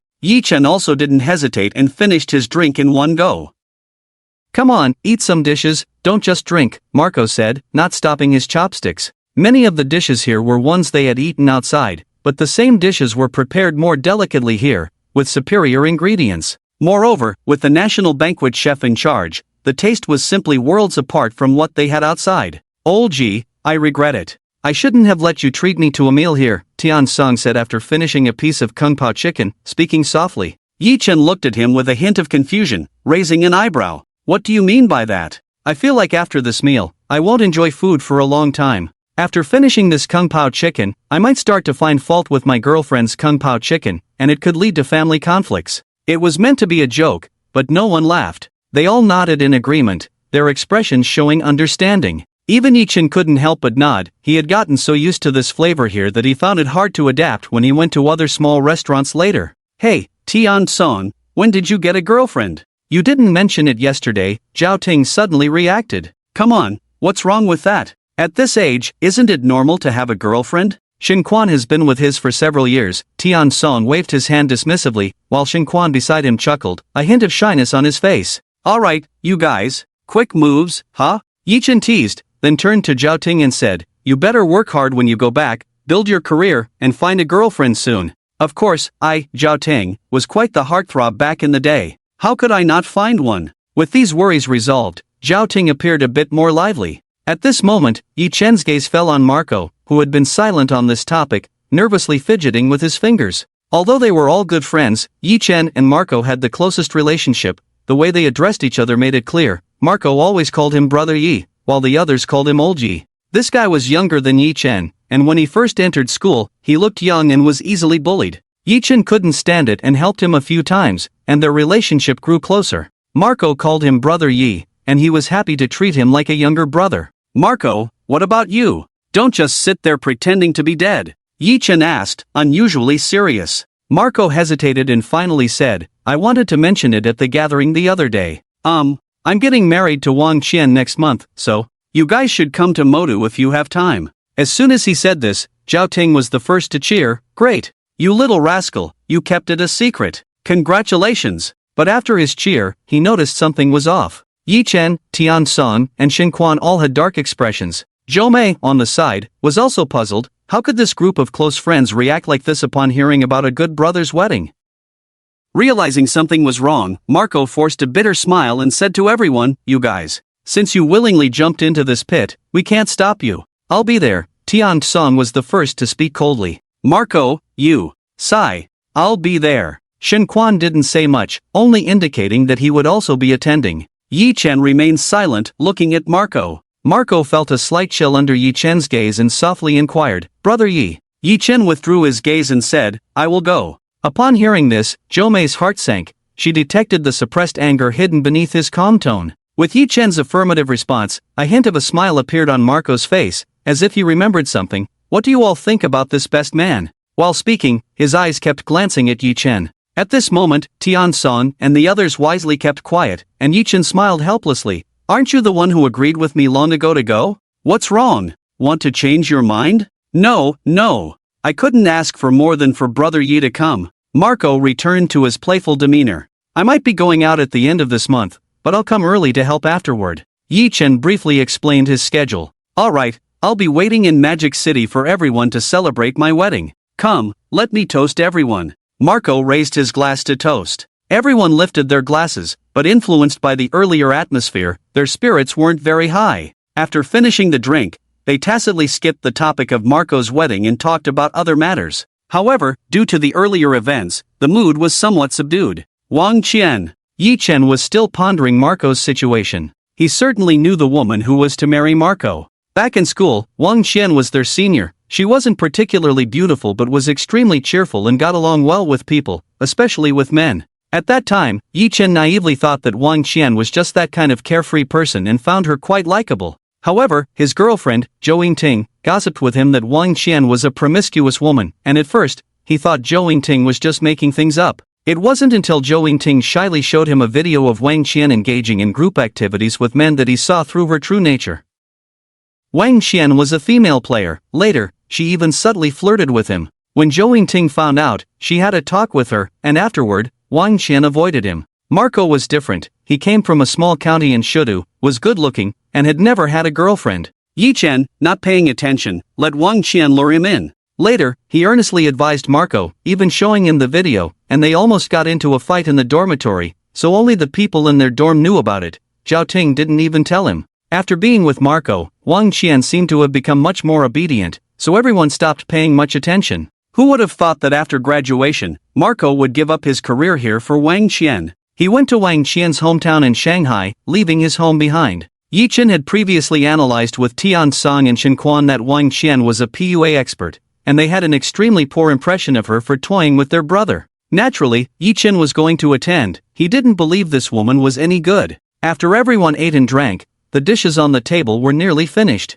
Burp, Tian Song let out a satisfied burp, looking at the leftover food inside. After this meal, when will I be able to eat such wonderful food again? Yi Chen was about to say something, but then thought that if he often invited everyone out to eat, 1, they might not be willing, and 2, the feelings might change. So he stopped himself. After Tian Song finished his lament, he seemed to feel it was inappropriate and smiled awkwardly. At that moment, the doorbell of the private room rang, and Yi Chen pulled the cord beside him, and the chubby manager walked in with a beaming smile. Yi Chen looked at the name tag on the chubby manager's chest and asked with a hint of confusion, "Is there something that Manager Wu needs?" The plump Manager Wu smiled in a charmingly clumsy way and said, "It's like this, Mr. Yi. I just spoke with our boss, and the boss instructed that your guests are also our guests. We have prepared a small gift for a few of your friends, and we hope they will accept it." "Oh, how can we refuse this?" Yi Chen feigned reluctance but did not outright decline. He wanted to see what the boss behind this was really up to. From the looks of it, this boss was reaching out to him, and so far, it seemed to be a gesture of goodwill. Hearing this, Manager Wu beamed and took out a few exquisite cards from his pocket, saying, "These are just a few membership cards for our little establishment, nothing too valuable. I wonder if you all would like to become our VIPs." The manager's gaze turned to Marco and the others. They were all stirred. The value of this membership card was indeed quite high, and having one would be impressive, but the spending level was still too high for the working class. Manager Wu seemed to understand something and continued, "Our members enjoy their first meal free each month, as long as you can ensure there's no waste. For groups of 10 or fewer, we don't charge any fees, and we also offer new dish tastings every month. And one more thing, this card is valid nationwide. We have branches in most cities across Huaxia." As soon as these words were spoken, the group looked at Manager Wu's membership card with even more fervent eyes. However, they did not reach for the cards in Manager Wu's hand but instead turned their gaze to Yi Chen. Yi Chen, with a faint smile, said, "Since your boss has gone to such lengths, we can't refuse." "Just right, my friend mentioned that the food here is quite good." Upon hearing this, Manager Wu was overjoyed and distributed the cards to everyone. Marco and the others happily accepted the cards. "Then please head to our front desk lounge to activate your membership. It's an honor for you esteemed guests to become our members." With a wave of his hand, a woman in a professional suit stepped forward to lead the way. "Brother Yi, we'll go ahead. Do you want to join us?" Marco asked excitedly, holding his card. Yi Chen smiled and shook his head, but his gaze remained on Manager Wu as he said, "I won't go. I'll see you in the parking lot later." After hearing this, Marco and the others followed the woman away. Once they left, Yi Chen's smile faded a bit. "Manager Wu, if you have something to say, just say it." Manager Wu then adopted a more respectful smile and said, "My boss asked me to inquire about your trip to Kyoto this month. I wonder how Mr. Yi is considering it?" Yi Chen understood immediately and did not respond, casually asking, "Is this Hai Tian restaurant also part of the Qi family's business?" "In the Qi family, a restaurant like Hai Tian isn't considered much of a business," Manager Wu said with a hint of a bitter smile. Such nationwide chain membership restaurants were not seen as significant by the Chi family. That's true. Please tell Chi-ing that I will be attending. Yi-chen had previously had a vague suspicion, so it was no surprise to him. In no time, he recalled the cold female CEO he had briefly met. That experience was quite interesting. I'll thank Mr. Yi on behalf of my boss. This matter wasn't intentionally withheld by our boss. This industry was only recently handed over to him.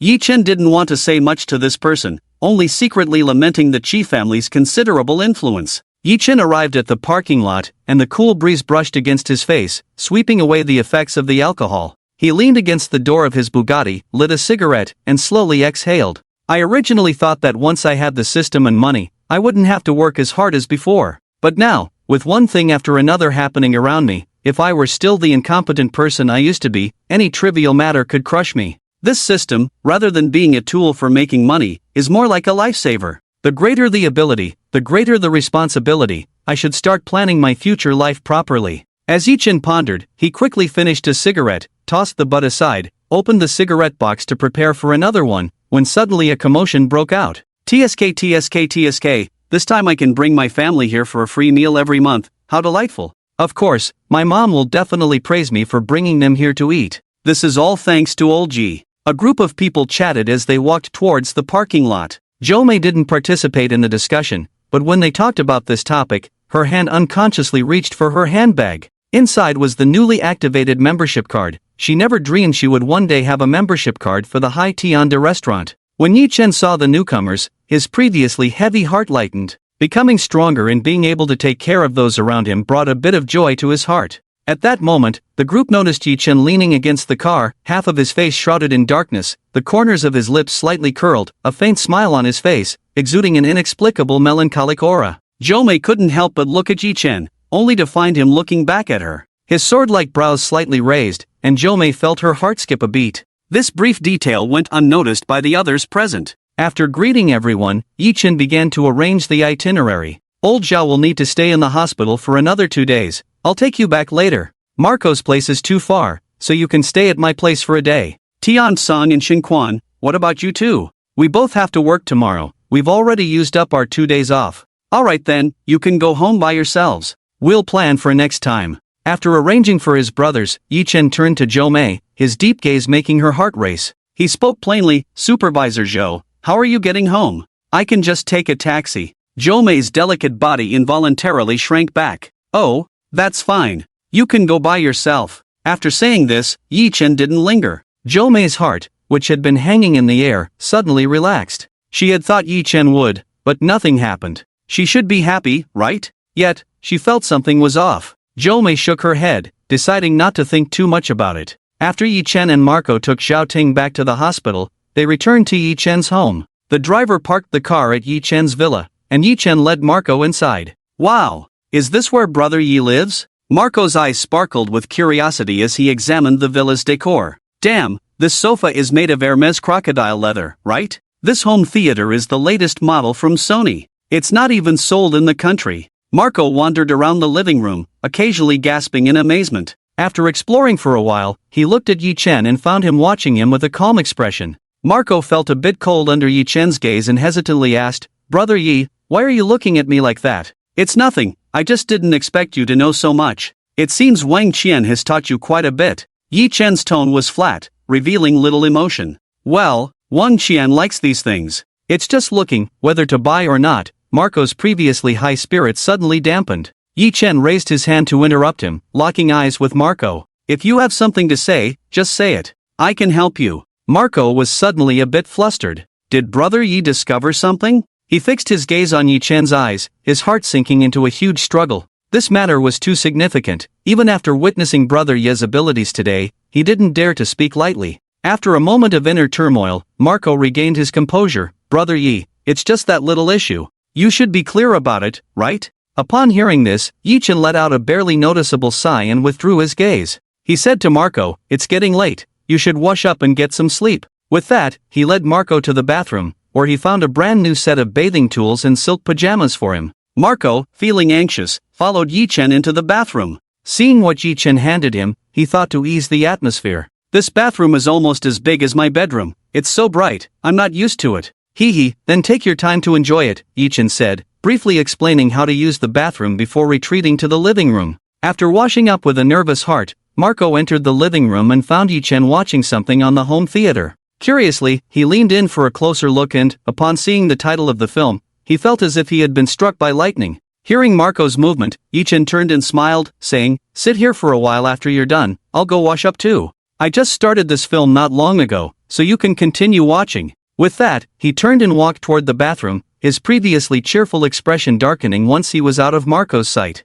Marco stood there in a daze, staring at the content on the big screen, the Blu-ray quality visuals, and the shocking sound effects. The story depicted was about fighting against crime and evil, extremely impactful. "Haven't you seen it? I've watched it several times, it's really well made." A soft voice suddenly sounded beside Marco, startling him. He turned to find Yi-chan standing behind him, having appeared without him noticing. Marco gasped for breath, unsure if he was scared or trying to cover something up. "Brother Yi, you scared me to death. How do you walk so quietly?" "It's because you were too engrossed in watching," Yi-chan replied nonchalantly, shrugging his shoulders as he walked up the stairs, saying, "The second room on the left upstairs, you'll sleep there tonight." Soon, Yi-chan returned to his own room. He sat on the bedroom sofa, his previously relaxed demeanor replaced by a serious expression. He rubbed his forehead, muttering to himself, "These two just can't let me have peace." Thinking back to when he had opened the system out of concern and discovered Marco's private matters, Yi-chan felt an urge to shout out loud.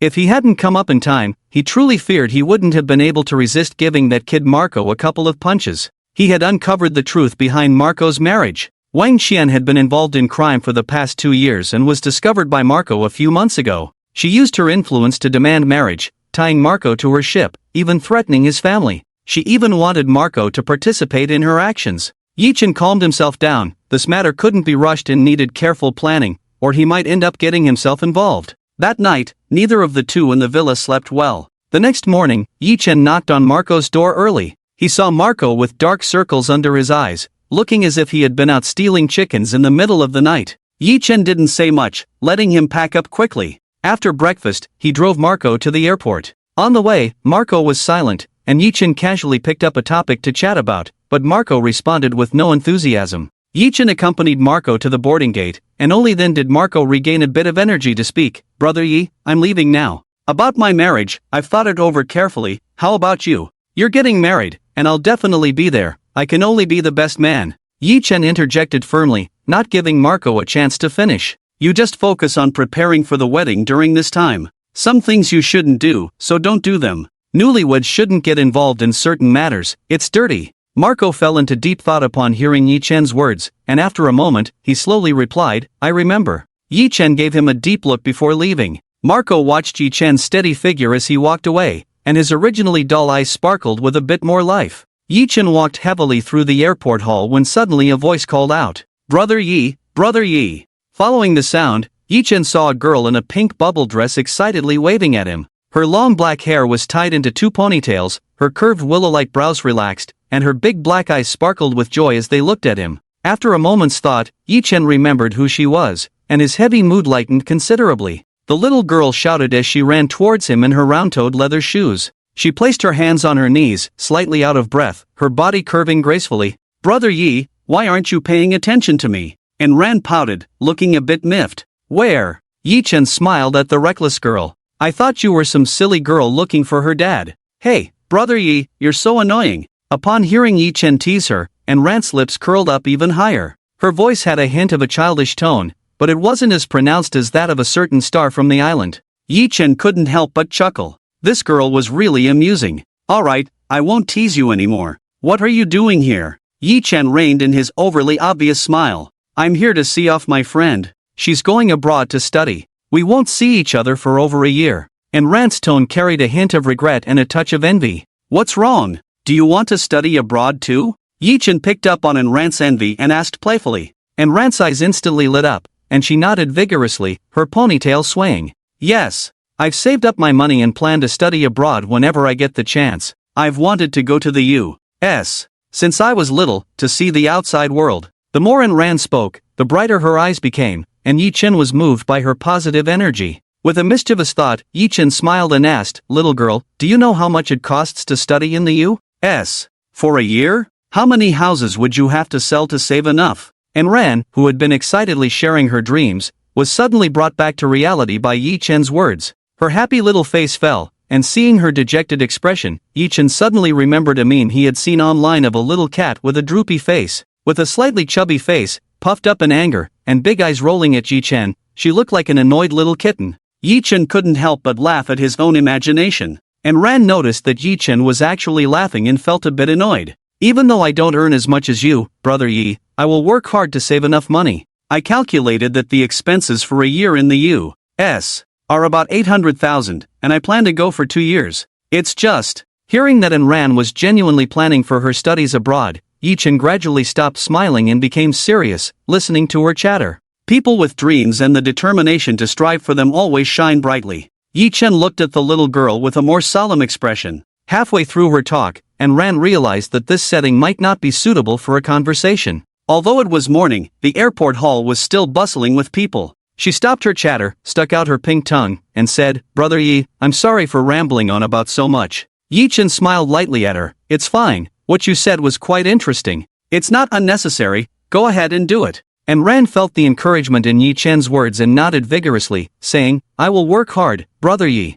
How come you're at the airport today? Sending a friend off?" "Oh, Yi Ji's friend, huh? Must be quite an impressive person." "Maybe." Yi Chen thought about Marco's situation and sighed, casually agreeing. The two chatted as they walked outside the airport, reaching the roadside where Ran stopped. Yi Chen, a bit puzzled, asked, "What's wrong?" And Ran waved her phone, the Hello Kitty charm on its swing, and said somewhat dejectedly, "Calling a cab is so expensive, and there are hardly any ride-hailing cars at the airport." Yi Chen suddenly realized he seemed to have forgotten something and smiled, saying, "Why do you need to call a car? I can give you a ride." Upon hearing this, Ran furrowed her brows slightly and, feeling a bit shy, replied, "But my house and Yi Ji's place aren't on the way, it would take a lot longer. It wastes gas." Yi Chen couldn't help but chuckle at her honesty. This girl was truly sincere, even considering fuel savings while offering to sell him a villa. "All right, little girl. For your Yi Ji's sake, do you think I lack a bit of gas money?" Yi Chen said, pretending to be serious.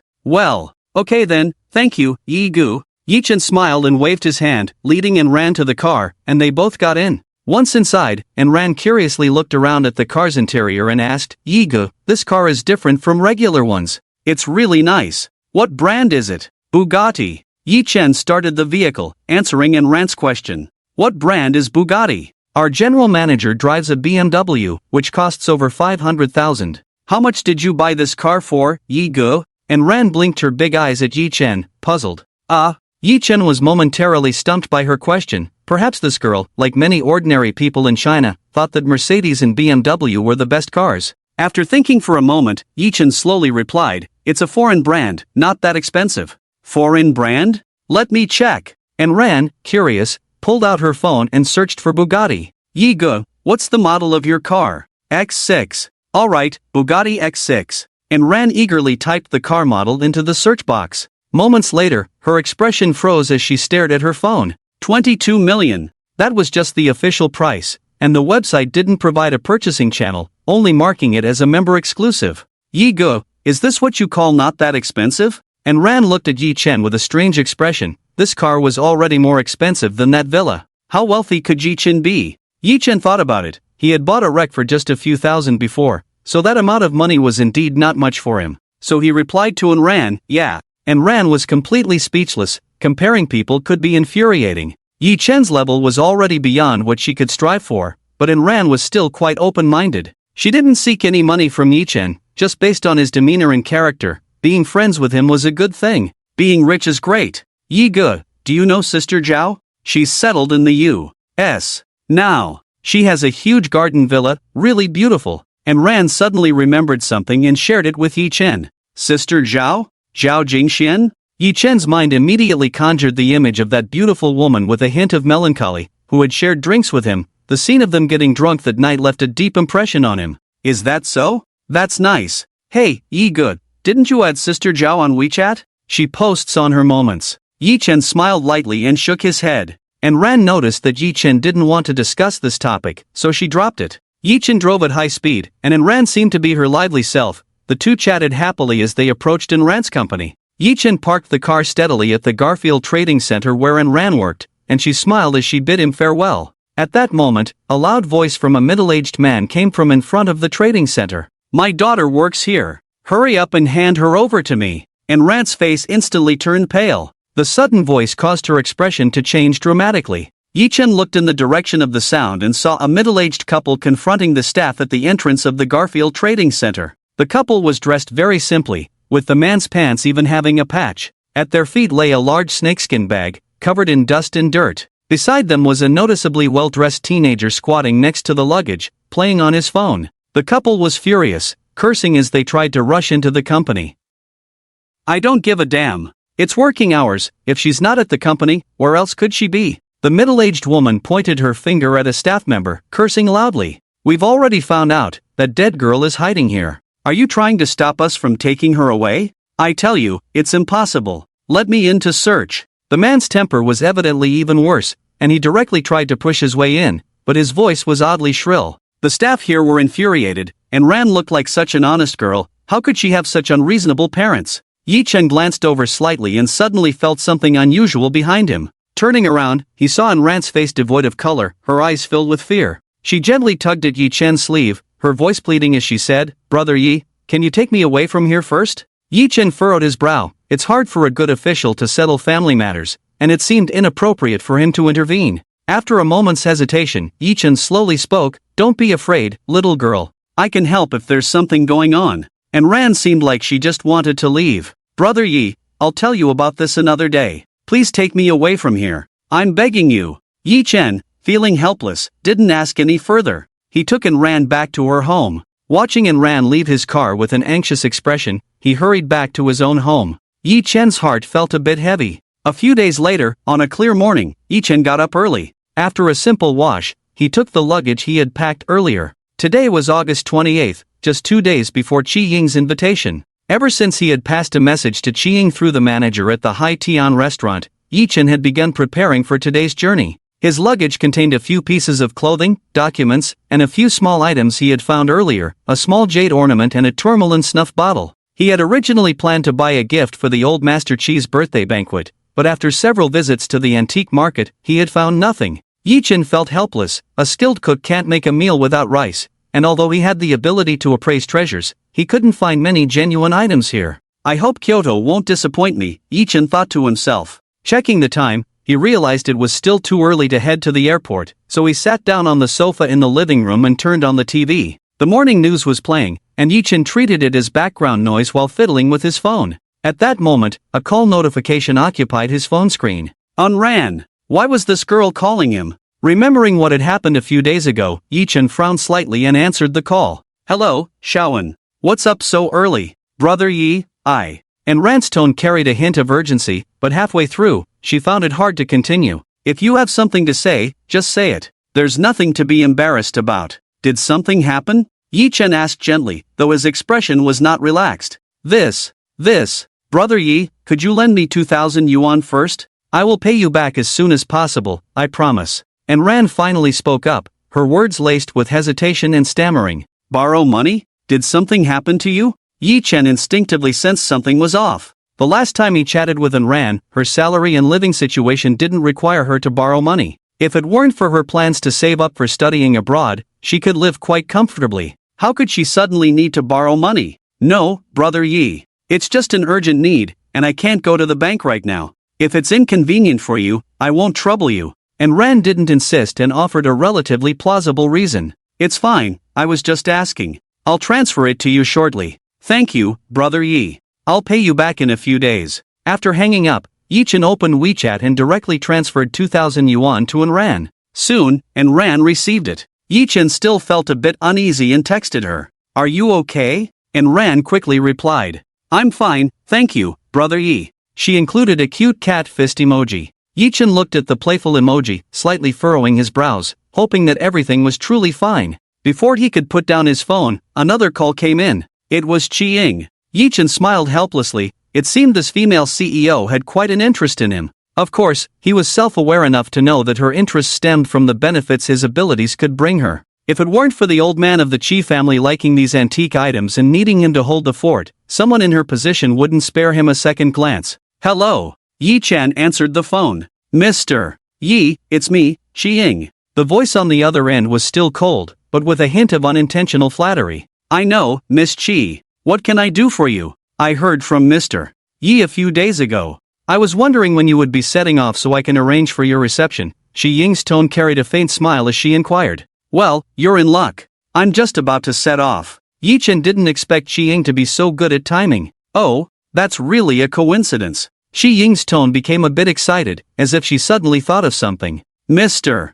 Yi, this time I invited you. Would you mind if I arranged this trip for you?" Shi Ying asked with a hint of careful flattery. "Since Miss Chi says so, I'll just go along with it." Yi Chen had no intention of declining. Shi Ying's initiative to be friendly was not a bad thing for him. "Great, please wait at home for a moment, and I'll arrange everything for you right away." On the other end, Shi Ying, who was in her independent office, received Yi Chen's affirmative response, and a rare smile appeared on her cold, beautiful face. After hanging up, Shi Ying stood up from her office chair and sent a few instructions from her phone. She walked to the floor-to-ceiling window of her office, which was located on the top floor of the tallest building in a bustling business district of Kyoto. Shi Ying gazed outside, where the view was nothing but endless sky, vast and far-reaching. A rare expression of relaxation appeared on her frosty face as she looked towards the horizon, murmuring to herself, "This time, the one who laughs last will only be me, Shi Ying." Yi Chen decided to follow Shi Ying's arrangements and sat at home for a while longer. Soon, the doorbell rang.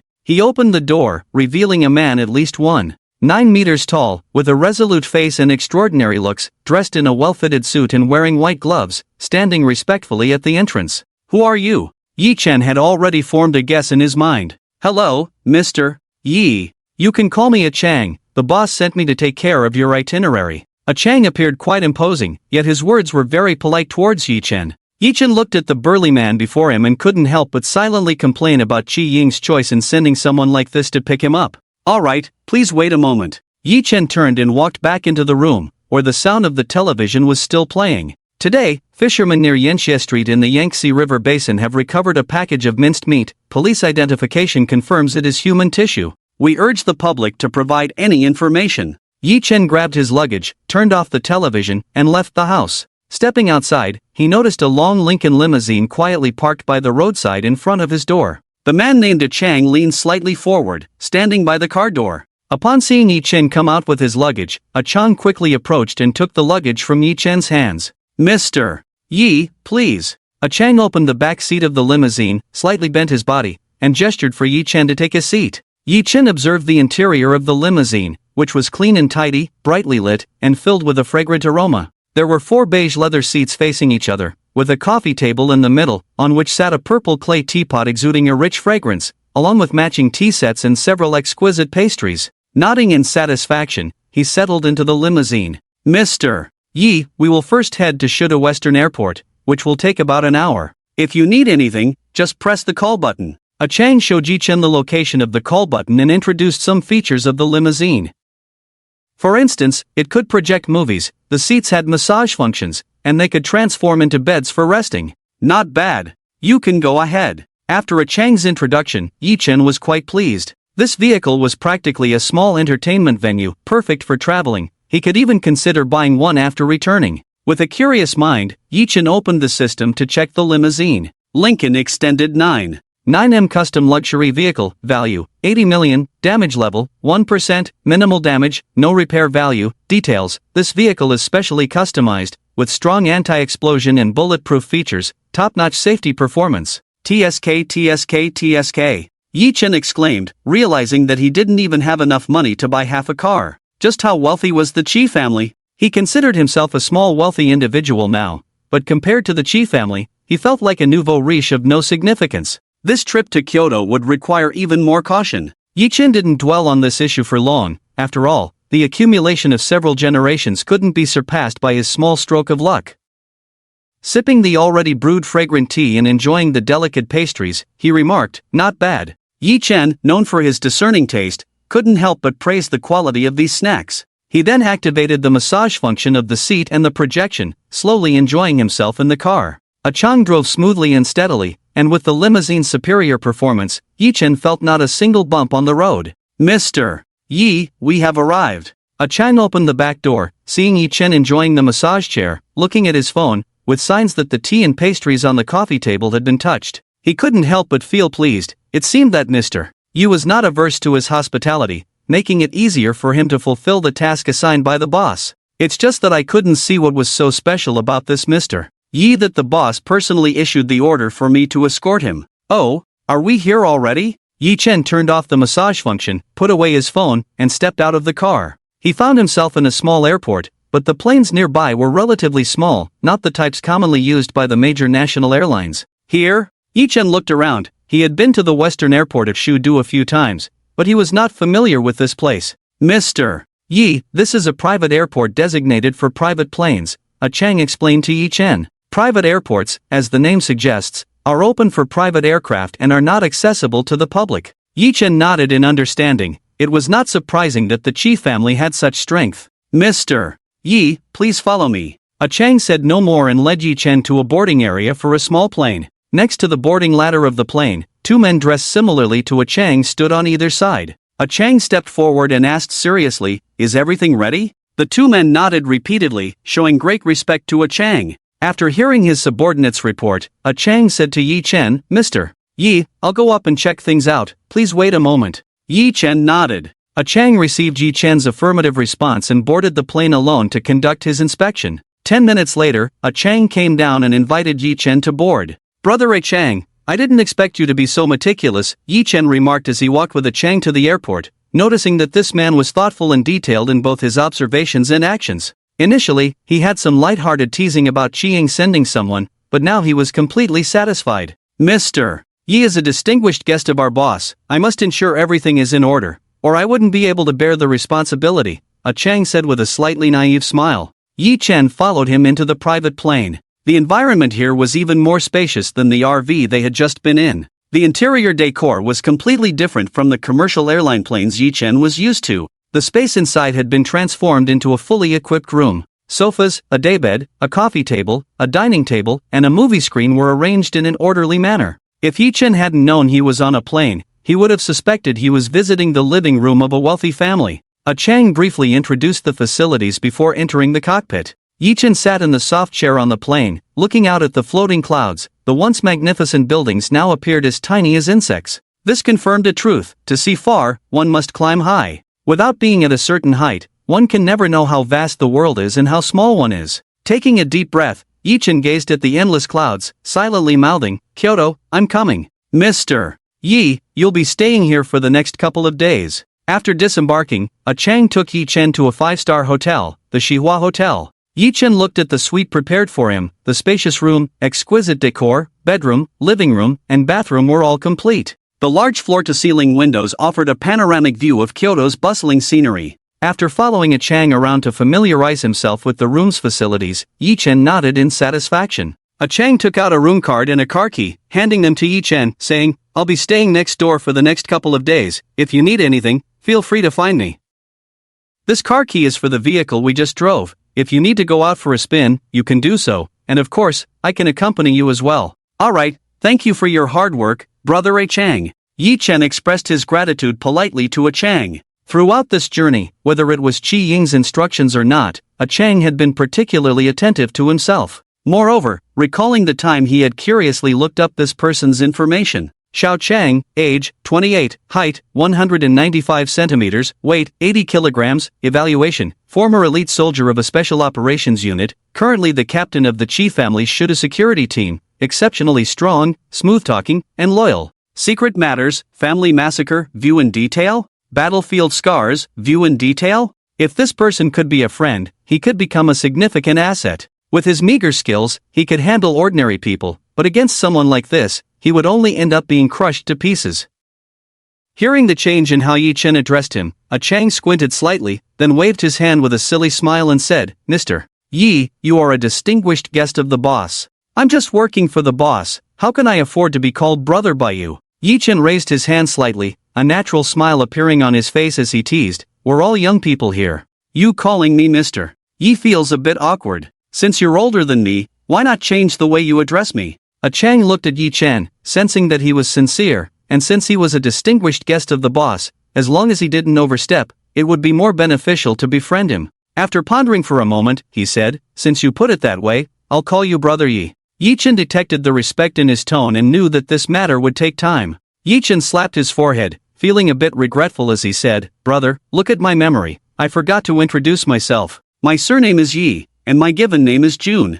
Chang was affected by Yi Chen's confused gesture, and his tone became less formal. "My surname is Xiao, and my given name is Chang. The boss just calls me a Chang, so." "Then I was presumptuous earlier, Brother Xiao. I'll trouble you to take care of me for the next 2 days." Upon hearing a Chang introduce himself, Yi Chen immediately changed how he addressed him, as the name a Chang essentially sounded like a lackey's name. Sure enough, when Xiao Chang heard this address, the smile on his face became more genuine. This young man knew how to interact. "Brother Yi, this is what I should do, it's not a matter of trouble. Since you call me brother, you don't need to be polite. Let's not dwell on that. By the way, Brother Xiao, where is your boss? When visiting, one should first pay respects to the host." Yi Chen didn't try to build a relationship with Xiao Chang any further, as they were still just getting to know each other, and it was best not to overdo it, so he inquired about Qiying. The boss has already returned to the old residence today to help prepare for the old man's birthday gift. This time, the old man wants a grand celebration, so the boss might not be able to get away for a while,"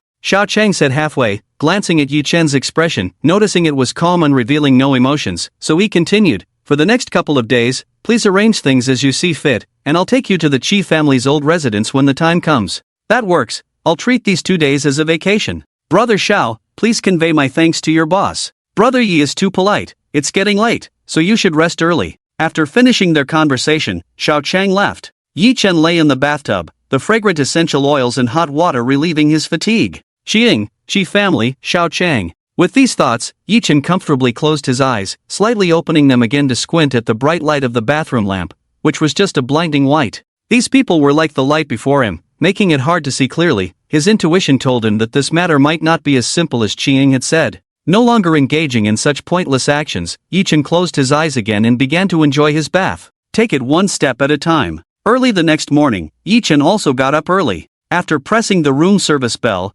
breakfast was quickly delivered. As the waiter opened the door and pushed in the food cart, a familiar figure stood at the entrance. "Oh, Brother Xiao, you're back from training." Yi Chen immediately recognized Xiao Chang, who was wearing a white tank top, gray sports shorts, and sneakers. The white tank top was already soaked, and his muscles were large yet aesthetically pleasing, brimming with explosive power. Yi Chen glanced at the petite waitress bringing in the food and estimated that this guy could take on 100 of her. "Brother Yi, you're up early too." Xiao Chang didn't enter the room but greeted from the doorway. He was drenched in sweat and didn't dare to offend the esteemed guest. "Have you eaten? Let's have a bite together." Yi Chen casually invited Xiao Chang. "I've already eaten, Brother Yi, enjoy your meal." "Alright then, Brother Xiao, accompany me out later." Yi Chen didn't insist and began to eat his breakfast. After finishing, Xiao Chang had changed into the same outfit from yesterday and came to Yi Chen's room to wait. Yi Chen changed his clothes and saw Xiao Chang waiting in the room, still in yesterday's formal suit and white gloves. After pondering for a moment, he said to Xiao Chang, "Brother Xiao, you need to change your outfit." "Change? To what?" Xiao Chang looked at Yi Chen with a puzzled expression. "Change to something like mine." Xiao Chang looked at Yi Chen's attire, a simple black t-shirt, a pair of jeans, and sneakers. His features were clean and handsome, resembling a college student. Xiao Chang chuckled, "Yesterday you said to call you Mr. Yi, and now I feel like we're from different generations with you dressed like this." Yi Chen was momentarily speechless and skipped the topic. "You should go change, today's place isn't suitable for your outfit, Brother Xiao." "Alright, I'll listen to you. I'm familiar with Kyoto, where are we going that's so mysterious?" Yi Chen smiled but didn't answer right away. A moment later, Yi Chen sat in the passenger seat and said to the curious Xiao Chang in the driver's seat, "Let's go, Brother Xiao, to the Kyoto Antique Street." Kyoto Antique Street. Upon hearing this, Xiao Chang's brows slightly furrowed, but he didn't say much and started driving towards the destination. The car was a very ordinary one, a Rolls-Royce Phantom, just over 6 million, with an all-black exterior and a unique streamlined design, just as the name Phantom suggested, mysterious and elegant. However, for the Qi family, this price range was quite ordinary, but Xiao Chang's driving skills more than made up for the car's shortcomings. This was the third time Yi Chen had ridden in a car driven by Xiao Chang in just a few days. It was fast and stable, truly a pleasure. How nice it would be to have a fixed driver like this. "Brother Xiao, you drive really well," Yi Chen praised sincerely. "Oh, it's just average," Xiao Chang replied modestly, but his expression clearly showed he appreciated Yi Chen's compliment, smiling broadly. "If this is average, then am I just a taxi driver?" Yi Chen said with a hint of amusement. "Brother Xiao flew here yesterday, you have quite a few skills." "Hee hee, I learned it out of necessity for work. Just trying to make a living. Yi-Chen already knew he had been in a special operations unit. This guy probably could drive any vehicle in the world. However, he didn't delve deeper into that topic. Can you teach me a thing or two about flying, brother? Yi-Chen asked. This wasn't an attempt to build a connection, he was genuinely interested in flying. Before the college entrance exam, he had missed the opportunity during the final selection for pilots due to a fever. Now that he had the chance and conditions, he wanted to try for his original dream again. Xiao Chang looked at Yi-Chen with confusion, his expression somewhat serious, and said, flying a plane is not the same as driving a car. A crash can be fatal. You need to think carefully if you want to learn that. He seemed to recall something, and there was a hint of inexplicable sorrow in his tone. Yi-Chen suddenly thought of the secret matter he had previously looked into regarding Xiao Chang, the sorrow of the battlefield. Xiao Chang's best brother had been shot down in battle, leaving no trace behind. At that time, he was piloting a fighter jet, less than 200 meters away from his brother, watching everything be destroyed before his eyes. Yi-Chen composed himself and shared with Xiao Chang his childhood dream of becoming a pilot, and how he had failed the selection before the college entrance examination. It might sound sentimental, but I believe that a person's dreams should be protected and cherished, and we shouldn't give up easily. Yi-Chen spoke earnestly, while Xiao Chang listened silently. However, upon hearing Yi-Chen's last words about protecting and cherishing dreams, a strong emotion surged within him. Xiao Chang gathered his thoughts and smiled as he said, well, brother, I'm a bit luckier in this regard. I was admitted with the second best score in the city during the pilot selection. Impressive! Yi-Chen readily praised him. After all, his own selection test had only been average. Hearing Yi-Chen's compliment, Xiao Chang's smile grew wider. It's a pity I missed the first place by just 1 point, or I would have been number 1.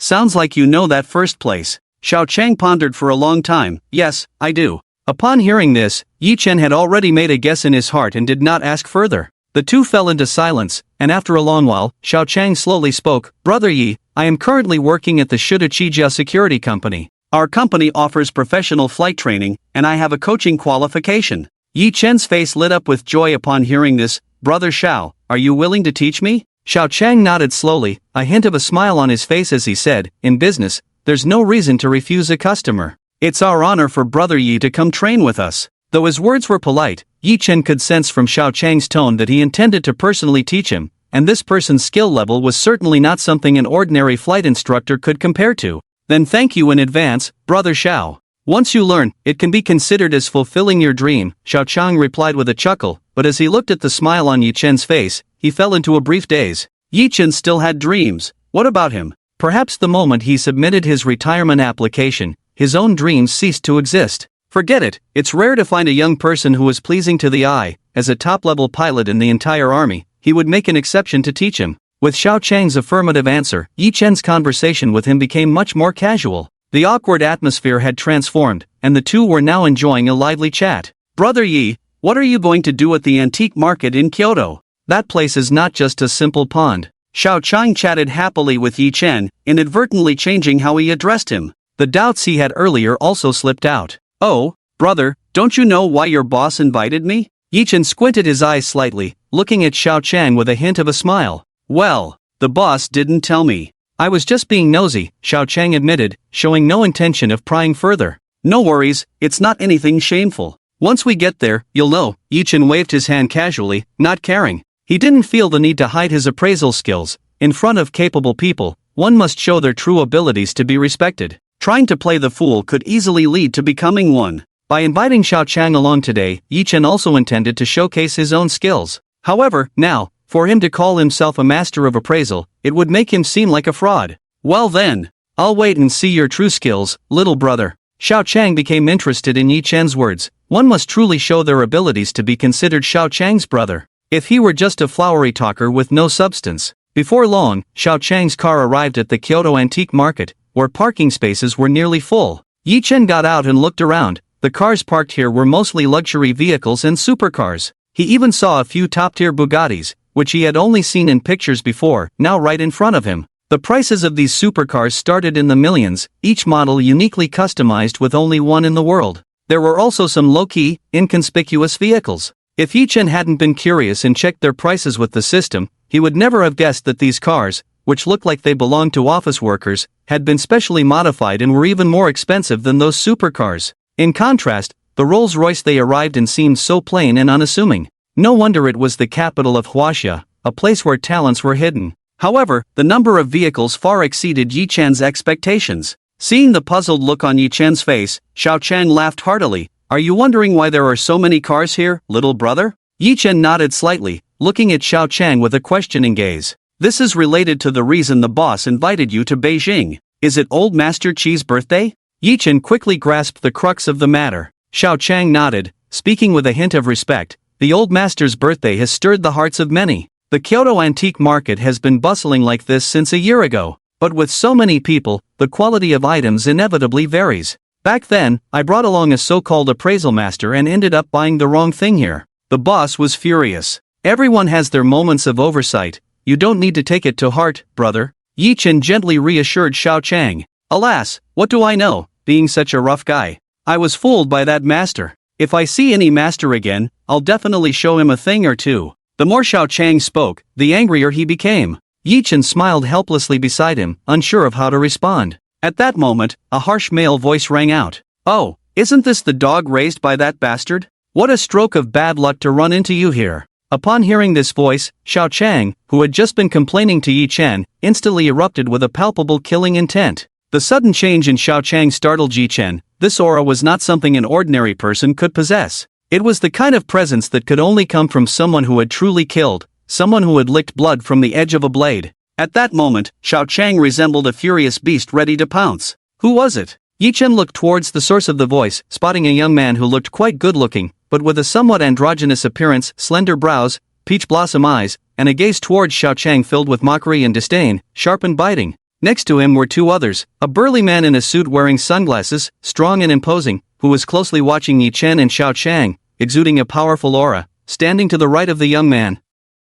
The other was an elderly man with white hair and beard, dressed in a Zhongshan suit, his expression calm, eyes slightly squinted, revealing nothing unusual, but he stood parallel to the young man on his left. "Young Master Qi, I didn't expect to run into you here." While Yi Chen was observing the three, Xiao Chang composed himself and initiated a greeting. "I didn't expect it either, on such a fine day, to run into the dog raised by that bastard. What bad luck." Young Master Qi half covered his nose, as if he had caught a whiff of something disgusting, speaking with disdain and disgust. "Young master, please show some respect." Xiao Chang clenched his fists tightly, the veins on the back of his hands bulging, his expression dark as water. Qi Wu Xiao, seeing this scene, spoke with a tone laced with amusement. "What's wrong? You, a dog raised by the Qi family, want to fight me? If you dare to take a step forward today, your master won't be able to protect you." As he spoke, a burly man in black stepped forward, half shielding Qi Wu Xiao, coldly staring at Xiao Chang. "Miss Qiying has great kindness towards me. Today, if someone dares to slander her reputation in front of me, and I cannot stand up to defend her, then my 20+ years of life have been in vain." As Xiao Chang spoke, he cracked his knuckles, the sound echoing in the ears of everyone present, sending a chill down their spines. He stepped forward, coldly saying, "If it weren't for Miss Qi, I wouldn't want to stay in the Qi family. Today, since the fifth young master is giving me this opportunity, I won't be polite. Good, I want to see what kind of ability the dog raised by Qiying has. Just barking is useless." Qi Wu Xiao saw that Xiao Chang was already considering a fight, mocking him verbally while feeling a surge of pleasure inside. Xiao Chang was a trusted aide of Qiying, always loyal to her. Today, he had only intended to toy with him, but unexpectedly, Xiao Chang was not easily provoked and even wanted to fight back. To strike at a direct descendant of the Qi family? It had been a long time since he encountered someone so ignorant of the rules. A faint smile appeared at the corner of Qi Wu Xiao's mouth. This was the best opportunity to eliminate Qi Ying's underling. He exchanged a glance with the bodyguard standing in front of him, who understood his intent and moved forward. Xiao Chang watched as the black-clad bodyguard approached, and a hint of a smile appeared on his otherwise grim face. Suddenly, he exploded into action, rushing to the bodyguard and delivering a punch that flowed seamlessly, completing the attack in the blink of an eye. The black-clad bodyguard, caught off guard by Xiao Chang's ferocity, instinctively chose to defend rather than counterattack. He spread his legs, ready to dodge this attack and then seized the opportunity to counter. Observing the situation, the bodyguard noted that Xiao Chang clearly belonged to the speed type. If he could evade the surprise attack, he could easily handle him. But in the next second, Xiao Chang was already in front of him, leaving no time to dodge. The bodyguard crossed his arms in front of his chest to protect his vital points, preparing to take the punch and then retaliate. Xiao Chang watched the bodyguard's movements, a cruel smile creeping onto his lips. Bang! the sound of a heavy object falling. The black-clad bodyguard had no idea what had happened. He had protected his vital points, yet now he lay on the ground, unable to rise.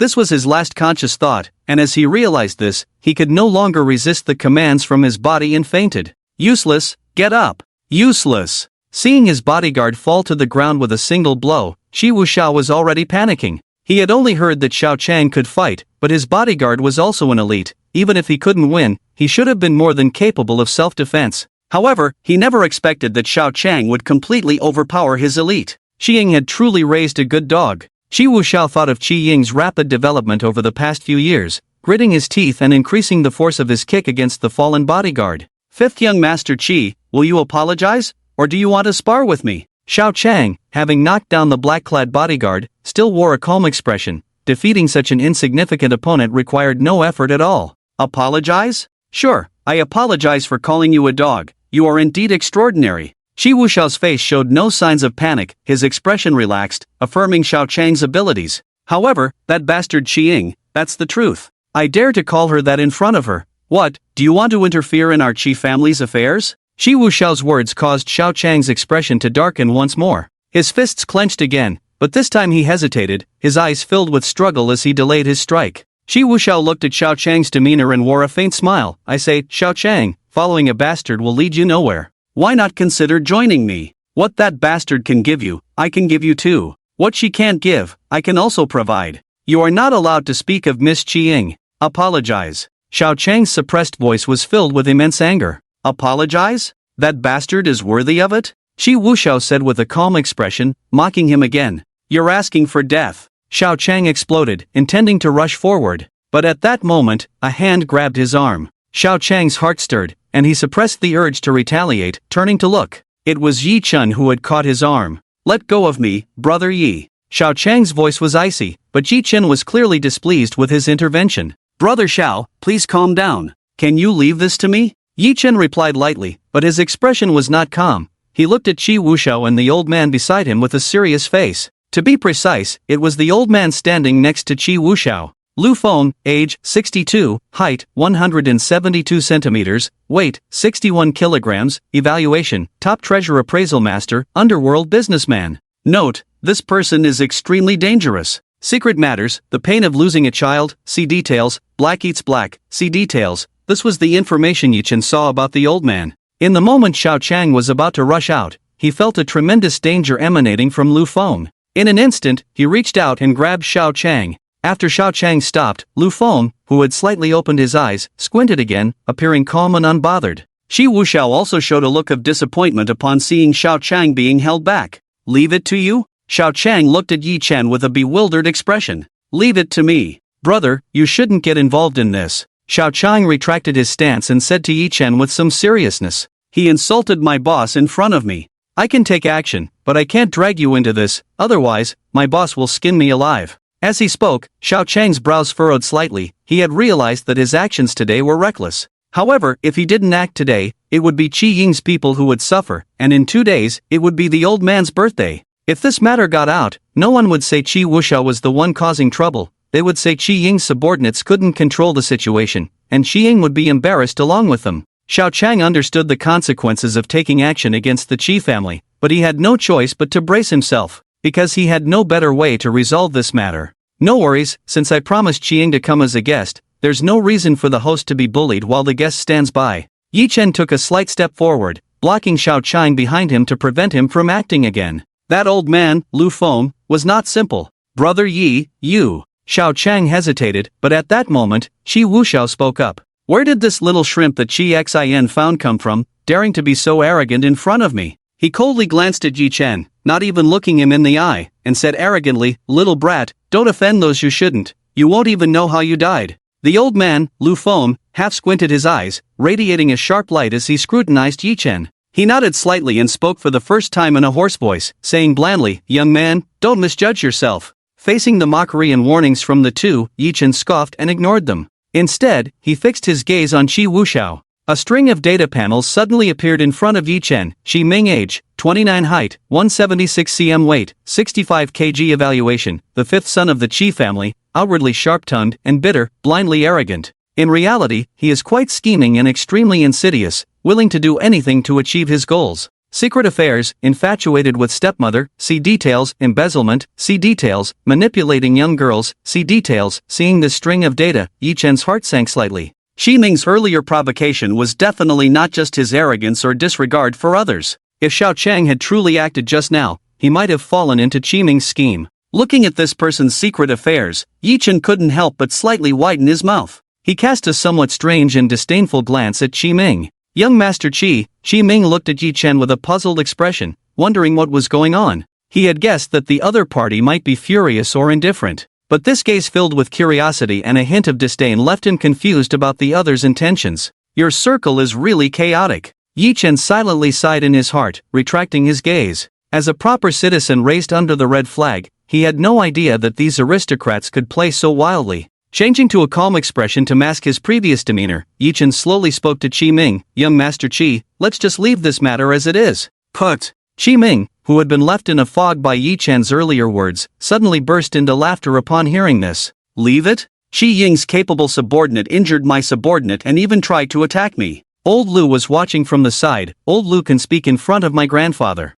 A mocking smile appeared on Qi Ming's face as he spoke with a self-satisfied tone. My grandfather is a very traditional man. A illegitimate daughter allowing her subordinates to attack her legitimate brother. It's not just your Shao team behind you who can't escape. Qi Ying will also face consequences. I'll take responsibility for this matter alone. I've already resigned from my position in the Qi family's Shuzhou security team. Xiao Chang's expression turned cold as he spoke slowly from the side. Ridiculous. My Qi family is a place you can come and go as you please? Just wait for someone to come and have a good talk with you about this. Upon hearing Xiao Chang's words, Qi Ming's mocking smile grew even more pronounced. I'll discuss this matter with the old man today. After so many years of friendship, how could the Qi family have such a thing happen? Sigh. At this moment, Lu Feng also timely spoke up, leaving his words hanging halfway. Qi Ming's expression became even more smug as he said to Lu Feng, Grandpa Lu, you must explain this well to Grandpa. A private child is always beneath the surface. Xiao Chang was now furious, not expecting Qi Ming to have this backup. If Lu Feng could really speak in front of the old man, then today's matter would be completely ruined by him. The old man valued face above all. A bastard subordinate attacking a legitimate son, especially with his old friend witnessing it, was a matter that no matter how justified Xiao Chang was, it wouldn't matter. Even if he had the greatest reason, it couldn't compare to the old man's need for face. Miss Qi Ying might really be dragged down by him this time. Thinking of this, Xiao Chang's eyes darkened completely, his entire body exuding a repressed hostility, silent and still, like a quiet hunter in the dark. Lu Feng seemed to sense Xiao Chang's change and slowly stepped forward, positioning himself slightly in front of Qi Ming, his eyes wide open, closely watching Xiao Chang's movements. Yi Chen seemed unaware of the undercurrents around him and looked at Qi Ming with a slight smile. Young master, you say that a bastard allowing people to beat a legitimate son loses face, so how do you think the old man would view the matter of a legitimate son having an affair with his stepmother? What did you say? Nonsense. Qi Ming was unexpectedly stepped on a painful spot. He never thought such a thing would get out. When Yi Chen brought it up, it was like a startled cat, and he jumped up in shock. Qi Wuxiao, why are you in such a hurry? I'm just curious about how traditional this old man really is. Aren't you the legitimate son? You should know. Can you enlighten me? Yi Chen looked at Qi Ming with a strange smile, almost pointing directly at him. I don't know what you're talking about. Our Qi family has strict family rules. The fact that Qi Ying is an illegitimate daughter is already a misfortune for the family. There absolutely wouldn't be any scandalous affairs as you mentioned. Qi Ming said this with a straight face, but those present could sense the guilt in his heart. Xiao Chang stared at Qi Ming with a strange expression. Qi Ming's stepmother? She seemed to be a young lady from a wealthy family, about the same age as Qi Ming, and was personally chosen by the old man for Qi Ming's father to remarry. If the old man found out about this, it would be a different story. On the side, Lu Feng's expression was very unpleasant, but his displeasure was directed at Yi Chen. Even with such a huge scandal, he was still on the same side as Qi Ming. The reason was simple. Qi Ming's stepmother was his own granddaughter. He had a hand in their secret affair, but he never expected this matter would actually leak out. Oh, is that so? Then Mr. Qi, you might as well throw away that red mandarin duck belly band of yours sooner rather than later, otherwise, the reputation of the Qi family won't be preserved.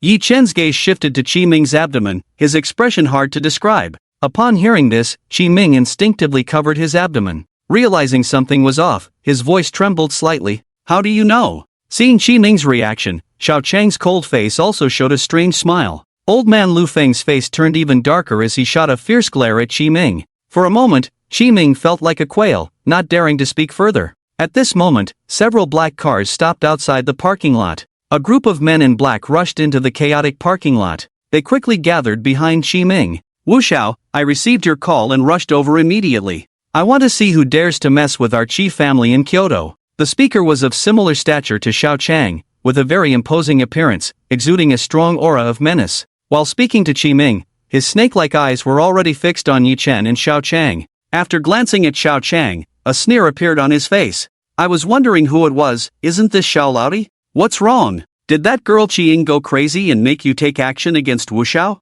Qi Gang, don't think that just because you're the head of the Qi family's security team, you can talk nonsense here. That surname was given to you by the Qi family. Don't think you're really one of us and dare to speak against the young lady. Xiao Chang's expression had returned to calm as he mocked the man. Hee, Xiao Chang, don't think that just because you're skilled, you can act recklessly here. If you lay a hand on Wu Xiao today, no one can save you. Mr. Qi Gang, you should first clarify the situation with Wu Xiao. Don't wrong the good people. Hearing this, Yi Chen also spoke up. Who do you think you are, daring to give me orders? Qi Gang frowned, clearly displeased with the interruption, planning to deal with him later. Look at my memory, I've been chatting with Wu Xiao for so long and forgot to introduce myself. Yi Chen slightly supported his forehead, looking at Qi Ming, and said loudly, my surname is Yi, with the given name June. Miss Qi Ying invited me to Kyoto to celebrate the old man's birthday. It's a pleasure to meet you all here, so I wanted to extend my greetings. Hearing this, Qi Ming's restless heart calmed down.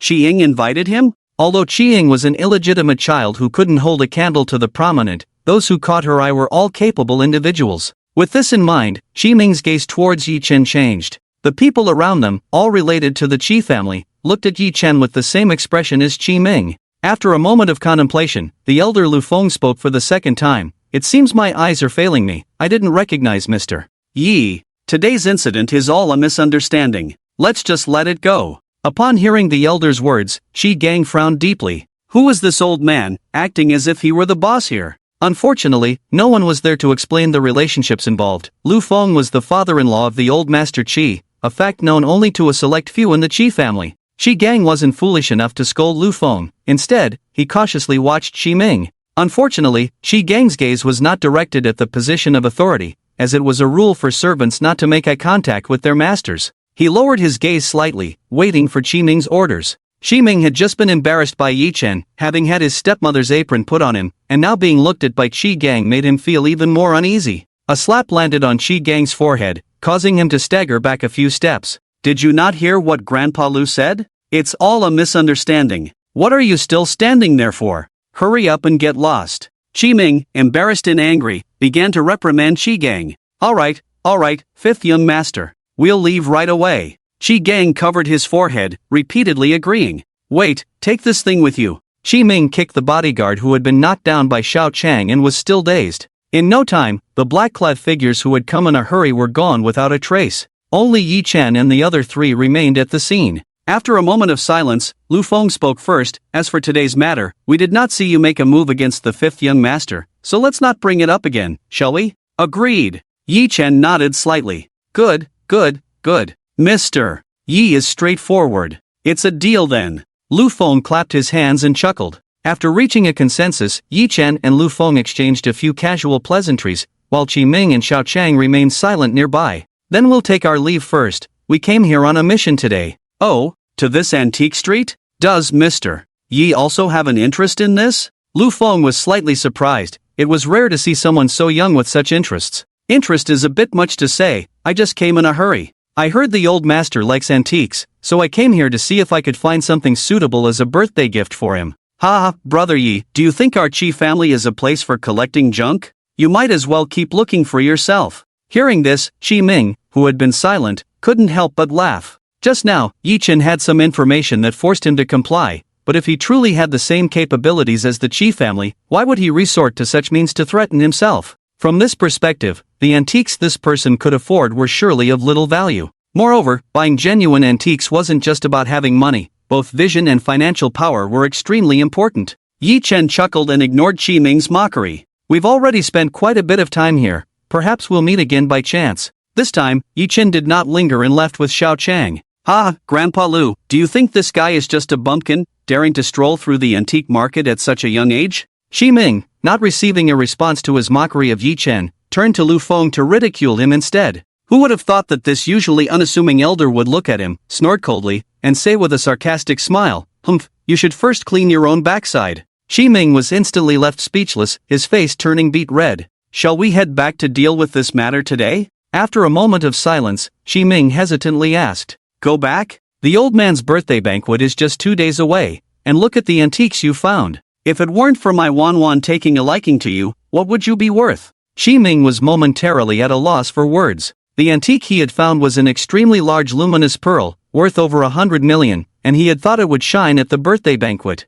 However, this Lu Feng, his nominal grandfather or rather great-grandfather, came to his house to inspect the pearl and nearly had the 100 million item destroyed on the spot. The reason was simple: this luminous pearl was real, and its size was rare in the world. But its origin was questionable. It had been in the mouth of a corpse for over 1,000 years, making it extremely inauspicious. If this item were presented at the birthday banquet, according to Chi Leo Yeezy's discerning eye, he would see through it immediately. What should be a joyous occasion could turn into a funeral. So what do we do now? We've been here for several days already. Qi Ming looked at Lu Feng with a mournful expression. A strange, inscrutable smile appeared on Lu Feng's face. "Follow them." At the entrance of the antique street in Kyoto, there was a sign with this name. The archway made of Han white jade was exquisite and had a sense of age, with the inscription Kyoto Antique Street signed by a name well known in Huaxia. Yi Chen still remembered studying about him in elementary school. However, the layout of this antique street was not much different from any other antique street.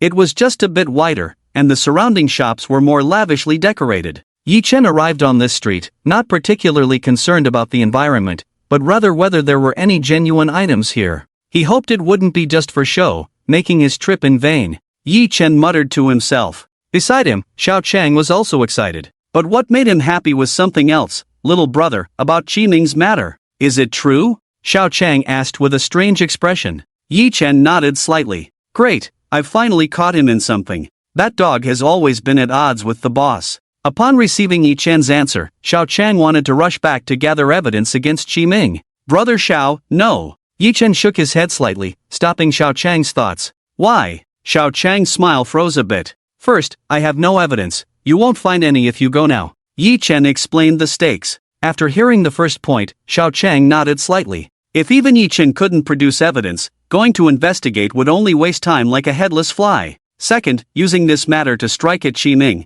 regardless of whether it succeeds or not, would also harm your boss. Yi Chen methodically stated the second point. Xiao Chang thought about it carefully, feeling somewhat puzzled, and looked at Yi Chen in confusion. "Brother Xiao, you're just too close to the situation. Think about what Qi Ming said about the old man's character." Oh, Xiao Chang suddenly understood. If such a scandal reached the old man's ears, given his vanity, it was possible he would deal with Qi Ming. However, the person who spread the news would definitely incur the old man's wrath. "I was too impulsive. Thanks for the reminder, brother. Every time it comes to the boss, my head just can't think straight, hee hee." Xiao Chang chuckled foolishly. "Oh, brother Xiao, your relationship with your boss." Yi Chen was slightly curious about the relationship between the two. Upon hearing this, Xiao Chang's smile faded, and he waved his hand seriously, saying, "It's not what you think, little brother.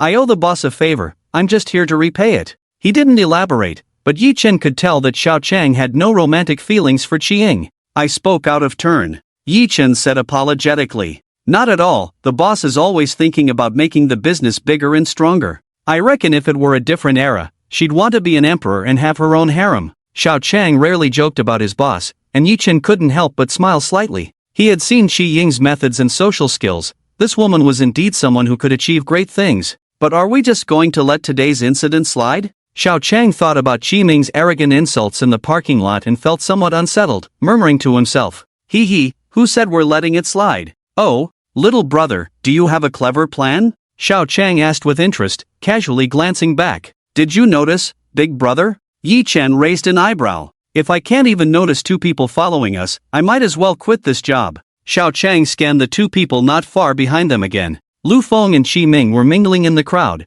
picking out something from a shop. "Those two dogs are coming for us. Should we shake them off?" Xiao Chang frowned slightly, speaking with a tone of disgust. "No need, let them follow. A bad dog needs a little education to learn its lesson. Yi Chen gently shook his head and continued to stroll leisurely. Meanwhile, Xi Ming followed Lu Feng, keeping a distance as they trailed Yi Chen and Xiao Chang. But looking at Yi Chen, he was just browsing items at stalls, playing on his phone, and chatting with Xiao Chang. Xi Ming was at a loss. What was this person even doing? The things he picked up didn't last more than 5 seconds in his hands. Even the top treasure appraisal experts wouldn't be so extravagant. This way of shopping reminded him of his outings with Lu Yuan, who also looked at this and that, but ended up buying nothing, just for fun. Old Lu, I think this person is just a fool. Let's not waste our time. Xi Ming complained. Shut up, Lu Feng said sternly, his expression serious. Keep following. It seems we're in for a stroke of luck today. Yes.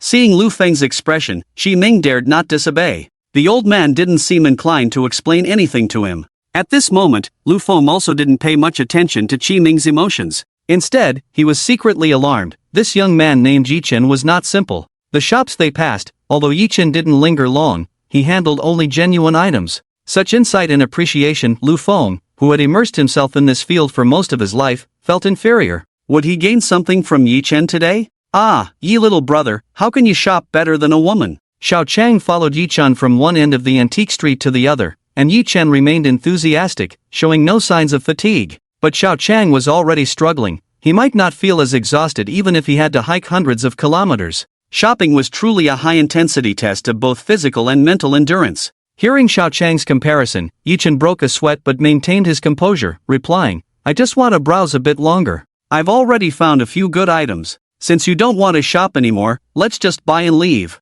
Oh, you're really something, finding things, and still dragging me around. Xiao Chang complained with a pained expression. Well, I want to pick something even better, right? After looking around, that previous shop was quite good. Yi Chen's tone this time was less assertive. Alright, let's go. If you've found something you like, just buy it. If someone else snatches it away, it'll all be for nothing. Hearing this, Xiao Chang hurriedly urged Yi Chen to make a purchase. Yi Chen looked at the impatient Xiao Chang, smiled helplessly, and walked towards the street. At the corner where Yi Chen and the others were talking, an old man was carefully examining a ring, accompanied by a young man who was looking around with a bored expression. Boss, how much for this ring? Yi Chen, along with Xiao Chang, walked straight into an antique shop in the street. Upon entering, the shop was not large, with display cabinets filled with various antique trinkets all around. In the center of the shop were several 8 immortals tables, some covered with red cloth for handling antiques. The term handling refers to the practice where the seller places the antique on the table,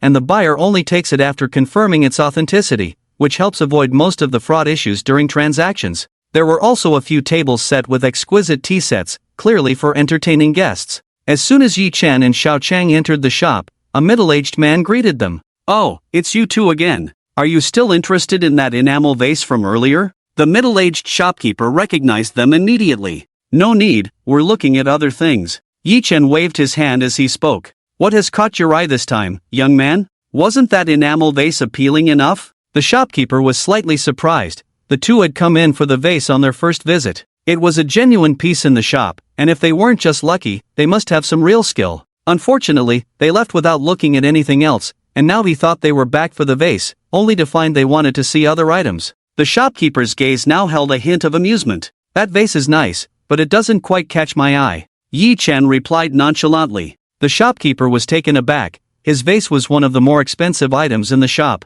Could this young man really discern something else of value? Well, please feel free to browse. I'm quite confident in my collection. Yi Chen had already activated the system, and all the items were glowing in different colors. After a few scans, a familiar golden light caught his eye. He skillfully infused his mental energy into it. A series of data appeared. Black sandalwood goddess value, 80 million damage level, 5% restoration status, can be repaired value after restoration, 82 million treasure details. A top-tier piece from the Tang dynasty, the black sandalwood has already settled and needs to be dissolved with mercury to reveal its true form. Special reminder, this is a highly ominous object. If its true form is seen, it must be burned immediately to prevent it from circulating in the world. The last reminder? It was something that had never appeared before. This wood carving gave him a very bad feeling. However, thinking of the 2 sticky candies behind him, Yi Chen suddenly had an idea. Let me take a look at that wood carving. Yi Chen squinted slightly, pointing at the goddess wood carving.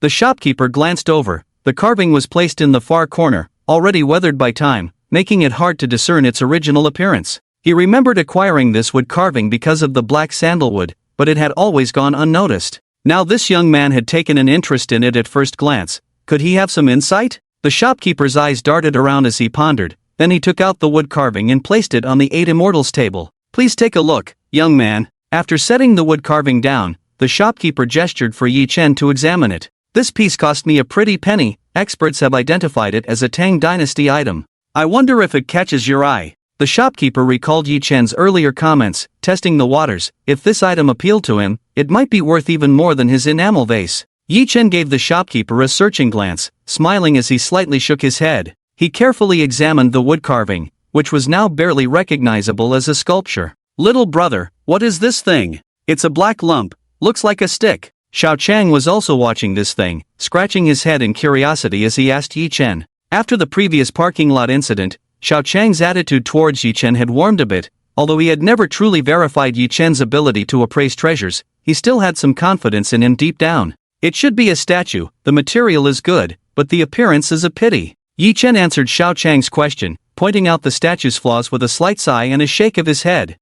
Brother, look, the outline should be a human figure, right? You could find a master to reshape it and definitely make a profit. Buying it wouldn't be a loss. The shopkeeper, hearing Yi Chen's words, felt even more desolate, but continued to try to deceive. Shopkeeper, you really know how to joke. It's something that's been processed twice, why would I buy it? Yi Chen scoffed and retorted. The shopkeeper was momentarily speechless. How could something that had been processed twice still be called an antique? He had momentarily lost his train of thought and let slip his true feelings. Forget it, such old black sandalwood is rare. Boss, just name a price, and I'll take it. Yi Chen said casually, as if he didn't care much for the item. Sigh, fine. It's rare for a young brother to take a liking to this old material. You can take it for 400,000. The shopkeeper sighed, having lost hope for the wooden carving, and offered a price that sounded somewhat reasonable. 400,000? Yi Chen frowned slightly. That's a bit expensive. How about 300,000? A piece of black sandalwood this size would only cost around 200,000 outside.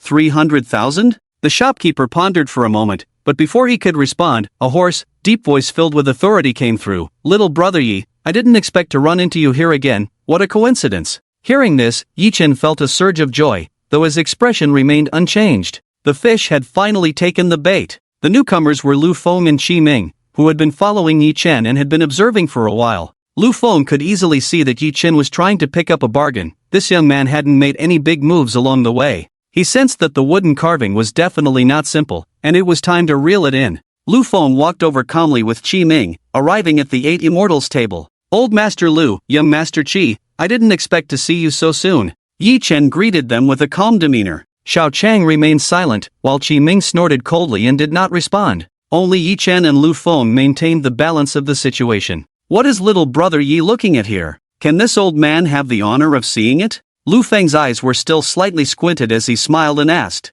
Just an old piece of material, feel free. Yi Chen pointed to the statue, speaking nonchalantly. Alright, thank you, little brother Yi. Lu Feng slightly cupped his hands and began to examine the statue closely. The shopkeeper watched the sudden arrival of the two. The young man looked impatient, and just by his appearance, he didn't seem easy to get along with. As for the old man, the more he looked, the more familiar he seemed. The shopkeeper stared at Lu Feng's aged but imposing face, gradually overlapping it with an image in his mind. Realizing who this figure represented, the shopkeeper could hardly believe that such a big shot had come to his small shop.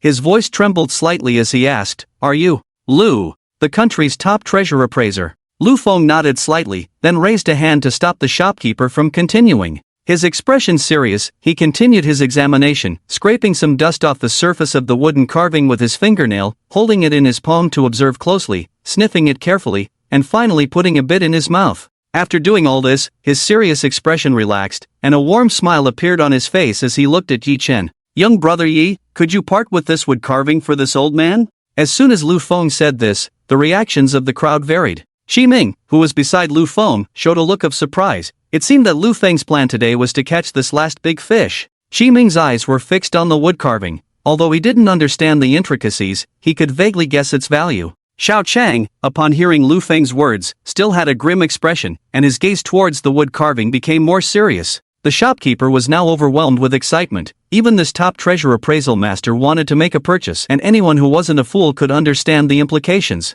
However, recalling some of Lu Feng's past deeds, the shopkeeper's excitement suddenly dimmed a bit. "Sorry, I still have some use for this old material," Yi Chen said calmly, not agreeing to part with it. "Ha ha ha, young brother Yi, isn't that a bit too impolite? This wood carving isn't yours, is it?" Lu Feng had already started to laugh smugly, speaking to Yi Chen with a mocking tone. "I have already reached a deal with the shopkeeper. Your actions are quite against the rules." Yi Chen's expression turned serious as he fixed his gaze on Lu Feng. "Oh, but when this old man just came in, you were still bargaining with the shopkeeper, and he hasn't agreed to you yet," Lu Feng said leisurely, his eyes casually glancing at the shopkeeper, who was startled by the implication in that gaze. "Shopkeeper, tell us, have you promised this wood carving to him?" No.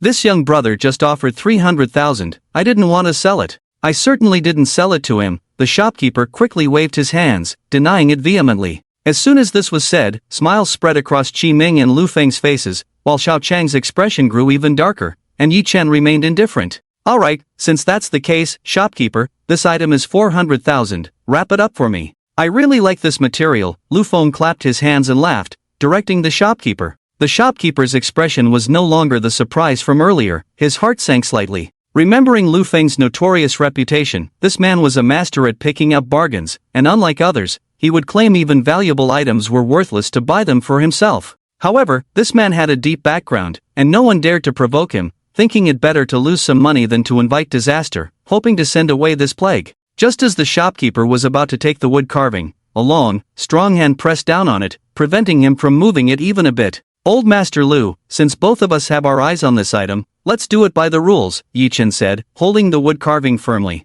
"Rules? What rules?" Lu Feng's brows furrowed slightly, his half-squinted eyes fully opening, staring at Yi Chen like a snake. When had anyone dared to talk about rules with him on this street? Yi Chen, undaunted by Lu Feng's veiled threats, gently picked up the wood carving and handed it to the shopkeeper. "You go and carefully wipe this wood carving with silk and mercury, then bring it out to us." Although it was an ominous item, letting Lu Feng buy it for 400,000 was absolutely out of the question. Yi Chen had already decided to reveal the true nature of the wood carving, making this old turtle bleed heavily. The shopkeeper obediently took the wood carving, his mind calculating slightly, nodding in agreement, and left with the carving. Hearing Yi Chen's instructions to the shopkeeper, Lu Feng's smile faded, and his expression turned playful. "Young brother Yi is indeed an expert, this old man truly did not misjudge you. But what you are doing now is rather uninteresting. Old Master Lu, since you have already spoiled my good fortune, let's see who is more capable." Yi Chen slightly raised his eyelids and responded in a nonchalant manner, his hand still playing with a string of small-leaf sandalwood prayer beads.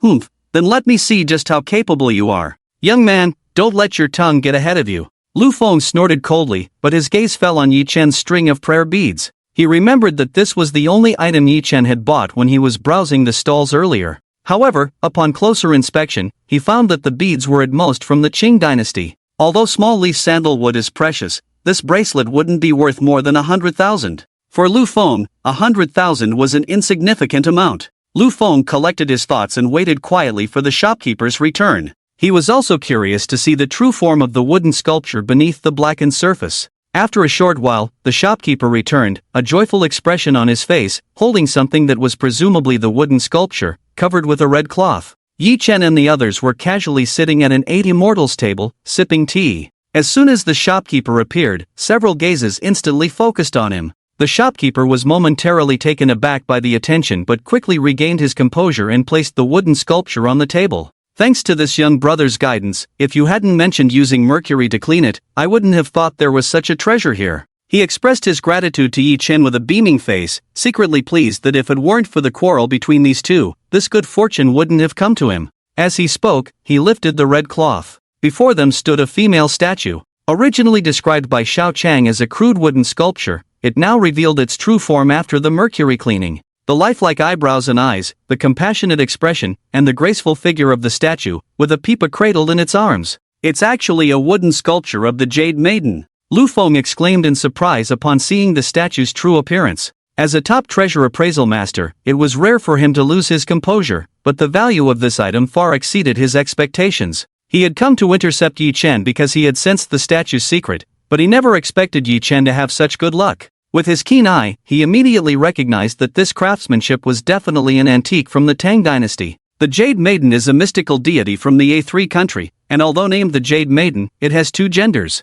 Moreover, Jade Maiden wooden sculptures are mostly depicted in male forms, with female forms being extremely rare. The craftsmanship of this piece could even be compared to the collections of the Jade Maiden in the teachings of the A3 country. Grandpa Lu, Grandpa Lu. Qi Ming, seeing Lu Feng lost in thought, quickly patted his shoulder. I'm fine, Xiao Ming. This wooden sculpture can only be ours today. Lu Feng was brought back to reality by Qi Ming's call and said solemnly to him, I understand. Qi Ming glanced at the wooden sculpture. He had seen many antiques and immediately recognized the extraordinary nature of this piece. Taking this wooden sculpture as a gift would surely please old Master Qi. The greed in his eyes was openly displayed as he shot a fierce glance at Yi Chen and the others. This, little brother, did you know there was something special about this from the start? This woman's statue is truly beautiful. Xiao Chang looked at the statue with a strange expression. The transformation from a crude wooden stick to this exquisite form was a huge visual impact. Yi Chen couldn't help but chuckle at Xiao Chang's words.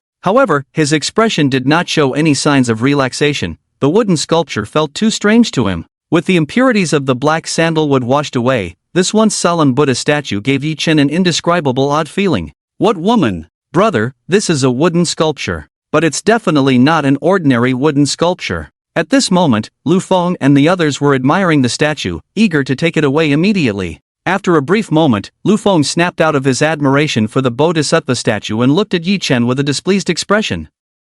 Brother Yi, you say this is based on ability, so tell me, what ability do we have to decide the ownership of this Bodhisattva? It's not about showing off abilities. In the antique world, the rule is that if two people want the same item, the one who offers the highest price wins. I will bid against you, and boss, please see if my arrangement is acceptable to you. Yi Chen said coldly, putting the Buddhist beads he had been playing with into his pocket. Accepted, accepted. The shop owner rubbed his hands excitedly, waiting for the bidding to begin, completely ignoring the glare from Qi Ming. Lu Feng pondered for a moment and slowly said, all right, I will bid against you. I hope your financial strength is as good as your eye for art. Naturally, I will make my first offer. 60 million. Yi Chen called out the number indifferently. Both Xiao Chang and the shop owner showed expressions of shock. The seemingly quiet young man was actually making such a bold move. Especially the shop owner, who was already in a frenzy. 60 million. Even though he was well off, it was still a staggering amount. But before they could fully process their astonishment, Lu Feng and Qi Ming, though looking grim, quickly raised their bids.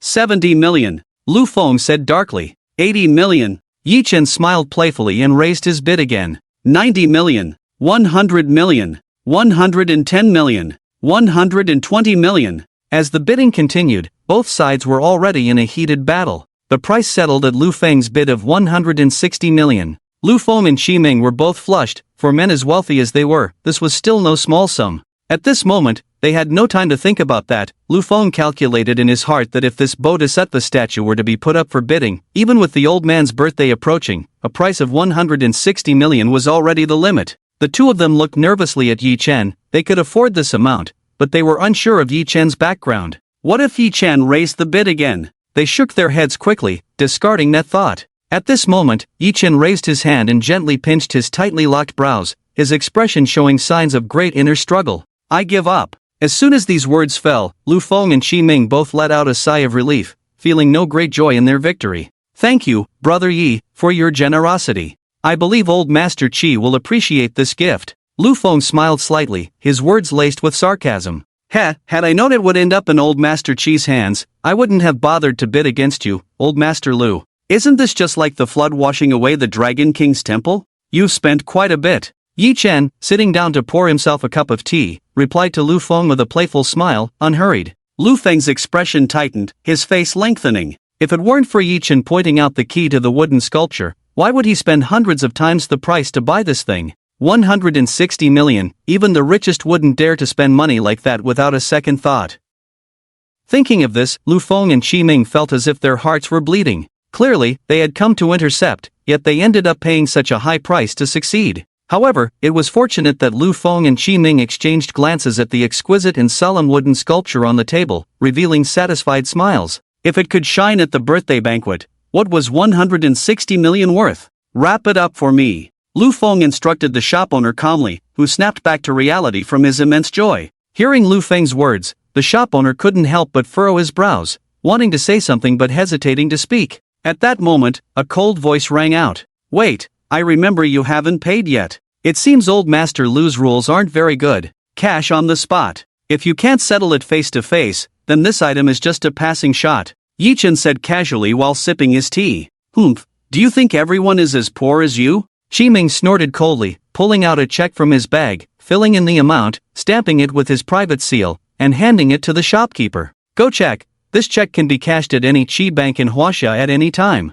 Chi-Ming's entire action was seamless. If it weren't for his slightly trembling hand while handing over the check, no one would have noticed anything amiss. He was actually furious inside. He could have dragged out the payment, but Yi-Chen's words forced him to part with a significant sum immediately. The shopkeeper happily accepted the check, casting a grateful glance at Yi-Chen, and verified the check's details with the bank. Before long, the shopkeeper had wrapped up the wooden carving for Lu Feng and his companion. The two of them, having received their item, paid no mind to Yi-Chen and his companion, leaving with joyful expressions and hurried steps. Meanwhile, Yi-Chen and Xiao Chang were still sitting in the shop, drinking tea, and Xiao Chang's face had already taken on a smile. Little brother, that old man followed us all the way just to snatch that thing at the end? Yeah, I was worried I might give myself away. I didn't expect those two to lose their wits when they saw the item. Yi-Chen chuckled lightly, his tone more casually mocking Lu Feng and his companion. After all the hard work of browsing for so long and discovering many genuine items, he had restrained himself from making a move. It was all to make Lu Feng, this master, believe that he was also a master-level figure. He had originally intended to trick him into buying some counterfeit goods that he couldn't discern as fake. He didn't expect there to be a ready-made ominous item here, allowing him to take advantage of the situation. Everything seemed to fall into place, and Lu Feng and his companion had no suspicions at all. Then do you think we should teach them a lesson? Is that thing fake? Xiao Chang's imagination ran wild. If they bought a fake item worth 16 million, he could only imagine how embarrassed those two would be. As he thought of this, his expression grew animated. Yi-Chen slowly shook his head, a mysterious smile on his face as he said, that thing is real. Although 16 million is a bit overpriced, it's worth it to get it from them at this point. Ah, Xiao Chang's mouth dropped open, as if struck by lightning. After a moment, he spoke in a daze. Then little brother, aren't you just making them a wedding dress? Yi-Chen continued to play with the prayer beads he had pulled out of his pocket at some point, speaking methodically, I already told you, brother, that's not a proper bodhisattva. Just wait and see the show at Old Chi's birthday banquet. Seeing Yi-Chen's earnest demeanor, Xiao Chang began to calculate in his mind. This little brother had only acknowledged him for a short time, but in Xiao Chang's eyes, Yi-Chen was far more reliable than many others. Alright, I trust you, little brother. I'm already looking forward to Old Chi's birthday, Xiao Chang said cheerfully, skipping over the topic. Okay, we should get going. After finishing the last sip of tea, Yi-Chen stood up and signaled for Xiao Chang to leave. Hey, aren't you supposed to buy a birthday gift for the old man? Xiao Chang remembered the purpose of Yi-Chen's visit today. Yi-Chen smiled mysteriously and raised the prayer beads in his hand. Already bought it. This? Isn't this the prayer beads you just bought for 20,000? Xiao Chang followed Yi-Chen's pace, asking with some confusion. Yeah, it's the one I just bought, Yi-Chen said as he walked, tossing the string of beads into the air and then gripping it tightly in his hand. Is there a trick to it? At this point, Xiao Chang no longer doubted Yi-Chen's ability to appraise treasures. The skillful identification of the bodhisattva in the shop had already won his admiration. He wouldn't believe that Yi-Chen would use a 20,000 item to fool old Chi. Yi-Chen looked at Xiao Chang's curious and expectant expression, and a mischievous thought crossed his mind. He tossed the string of prayer beads over to him. Xiao Chang hurriedly caught the beads, his heart skipping a few beats. After catching them, he patted his chest. Are you trying to scare me to death? You can't just throw this around. If it breaks, it's worth tens of millions. Xiao Chang complained to Yi-Chen, already convinced that this was a valuable item. Yi-Chen chuckled, a hint of teasing in his expression as he said, Who told you this thing is worth tens of millions? It's just a small leaf sandalwood prayer bead. You can haggle it down to over 10,000. I even paid a bit more. Ha? You're giving this to the old man? Xiao Chang didn't expect that the most unbelievable answer would turn out to be the truth. Giving a gift worth 20,000 yuan at the old man's birthday banquet could get him kicked out.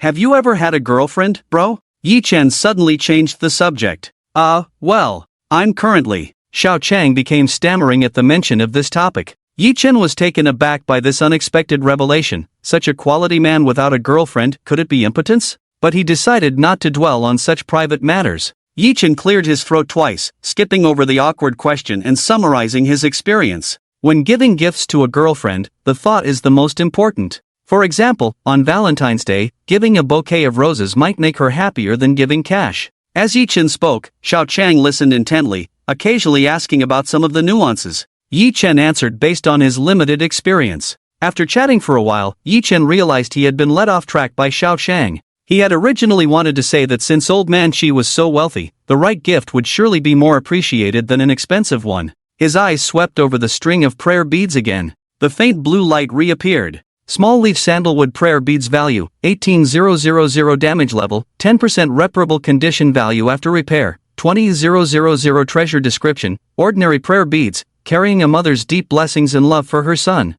While Yi Chen was reluctantly sharing his dating experience with Xiao Chang, he quietly examined the inscription on the inner side of the beads. The characters on the beads formed a sentence: "The believer Qi Zhou wishes for my son Qi Tianyu to live a life free of worries, safe, and smooth." Before coming here, Yi Chen had learned a bit about the Qi family. Qi Tianyu was the current head of the Qi family, and Qi Zhou was his biological mother. Opinions on Qi Tianyu varied widely, but one thing everyone agreed on was that he was a filial person. This string of prayer beads was also a stroke of luck for Yi Chen, as he had casually discovered the inscription while rummaging through a stall. At this point, Xiao Chang had lost interest in asking about the beads, and Yi Chen didn't intend to interrupt his mood, so he didn't bring it up again. Their conversation was soon interrupted by a ringing phone. It was Xiao Chang's call. Xiao Chang frowned slightly, annoyed that someone would interrupt his conversation with a love expert. He picked up the phone and quickly composed himself, becoming serious and solemn, just as Yi Chen had first seen him. "Yes, Mr.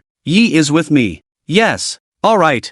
I understand." Xiao Chang quickly hung up the phone and said to Yi Chen, "Bro, the boss wants to have lunch with you. I don't know if you're free? I was just thinking about where to eat. Since Boss Qi has invited me, it saves me a meal." Yi Chen readily agreed. "So, is there anything you want to eat? I can make arrangements." The roast duck in Kyoto is a must-try. I haven't had the authentic one." Yi Chen thought for a moment and made a suggestion. "Alright, today I'll take you to try the best roast duck in Kyoto." Xiao Chang and Yi Chen walked towards the parking lot while starting to make phone calls to arrange things. Soon, Xiao Chang drove Yi Chen to a mansion in the city of Kyoto. "We've arrived, Brother Yi." Xiao Chang parked the car and called for Yi Chen to get out. Yi Chen stepped out and walked up to the mansion. It was like a scene from a historical drama, with red gates, green walls, glazed tiles, and intricately carved beams, exuding a sense of historical charm that spanned the ages. This was not like some tourist attraction. Every brick and tile here bore the marks of history, leaving one in awe.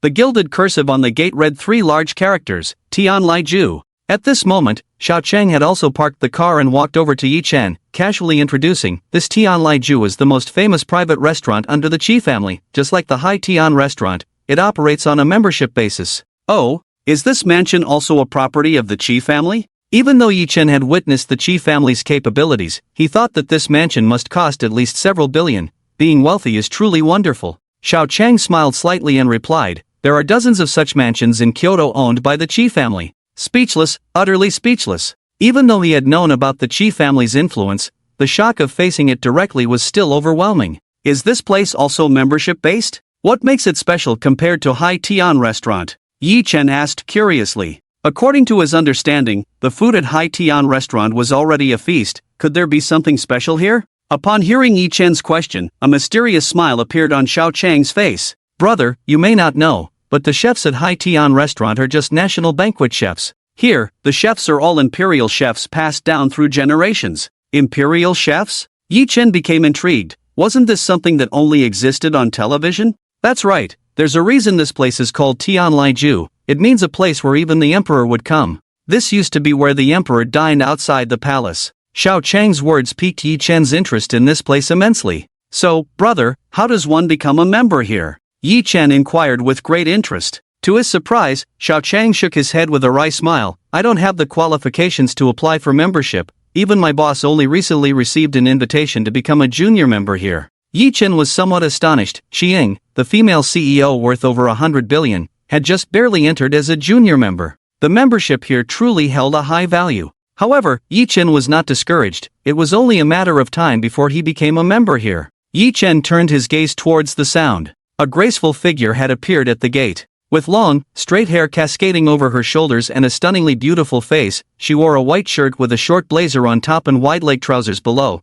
looking both capable and elegant. She was smiling lightly as she looked at Yi Chen. "No need to be polite, Miss Chi." Yi Chen waved his hand, responding courteously. "Come on, mister. Yi and I are not meeting for the first time, so let's skip the formalities. It's getting late, let's eat and talk." Xiying seemed to be in a good mood, and her tone was much more casual. "Alright, let's go in and talk." Yi Chen nodded in agreement and followed Xiying inside. Before long, they arrived at a private room. This room was located in a courtyard of the mansion, which had several other rooms. In the courtyard, there was a sizable pond planted with lotus flowers, blooming vibrantly in this season, and the path they walked was lined with bamboo swaying in the breeze. It was a scene of serene beauty. Inside the private room, there was an antique 8 immortals table and matching chairs, and the room was decorated in a restored vintage style. Whether it was the calligraphy and paintings hanging on the wall or the ceramic ornaments placed on either side, everything was exquisite. As Xiying and Yi Chen entered the room, Xiao Chang turned to leave, intending to go outside and stand guard with the security guard who had come with Xiying. "Brother Xiao, where are you going?" Yi Chen furrowed his brow slightly, harboring some suspicions, but still called out to him. Xiao Chang stopped in his tracks, looking at Yi Chen and Xiying, his expression awkward, unsure whether to leave or stay. Upon hearing Yi Chen address Xiao Chang in that manner, Xiying felt a surge of joy but did not show it on her face.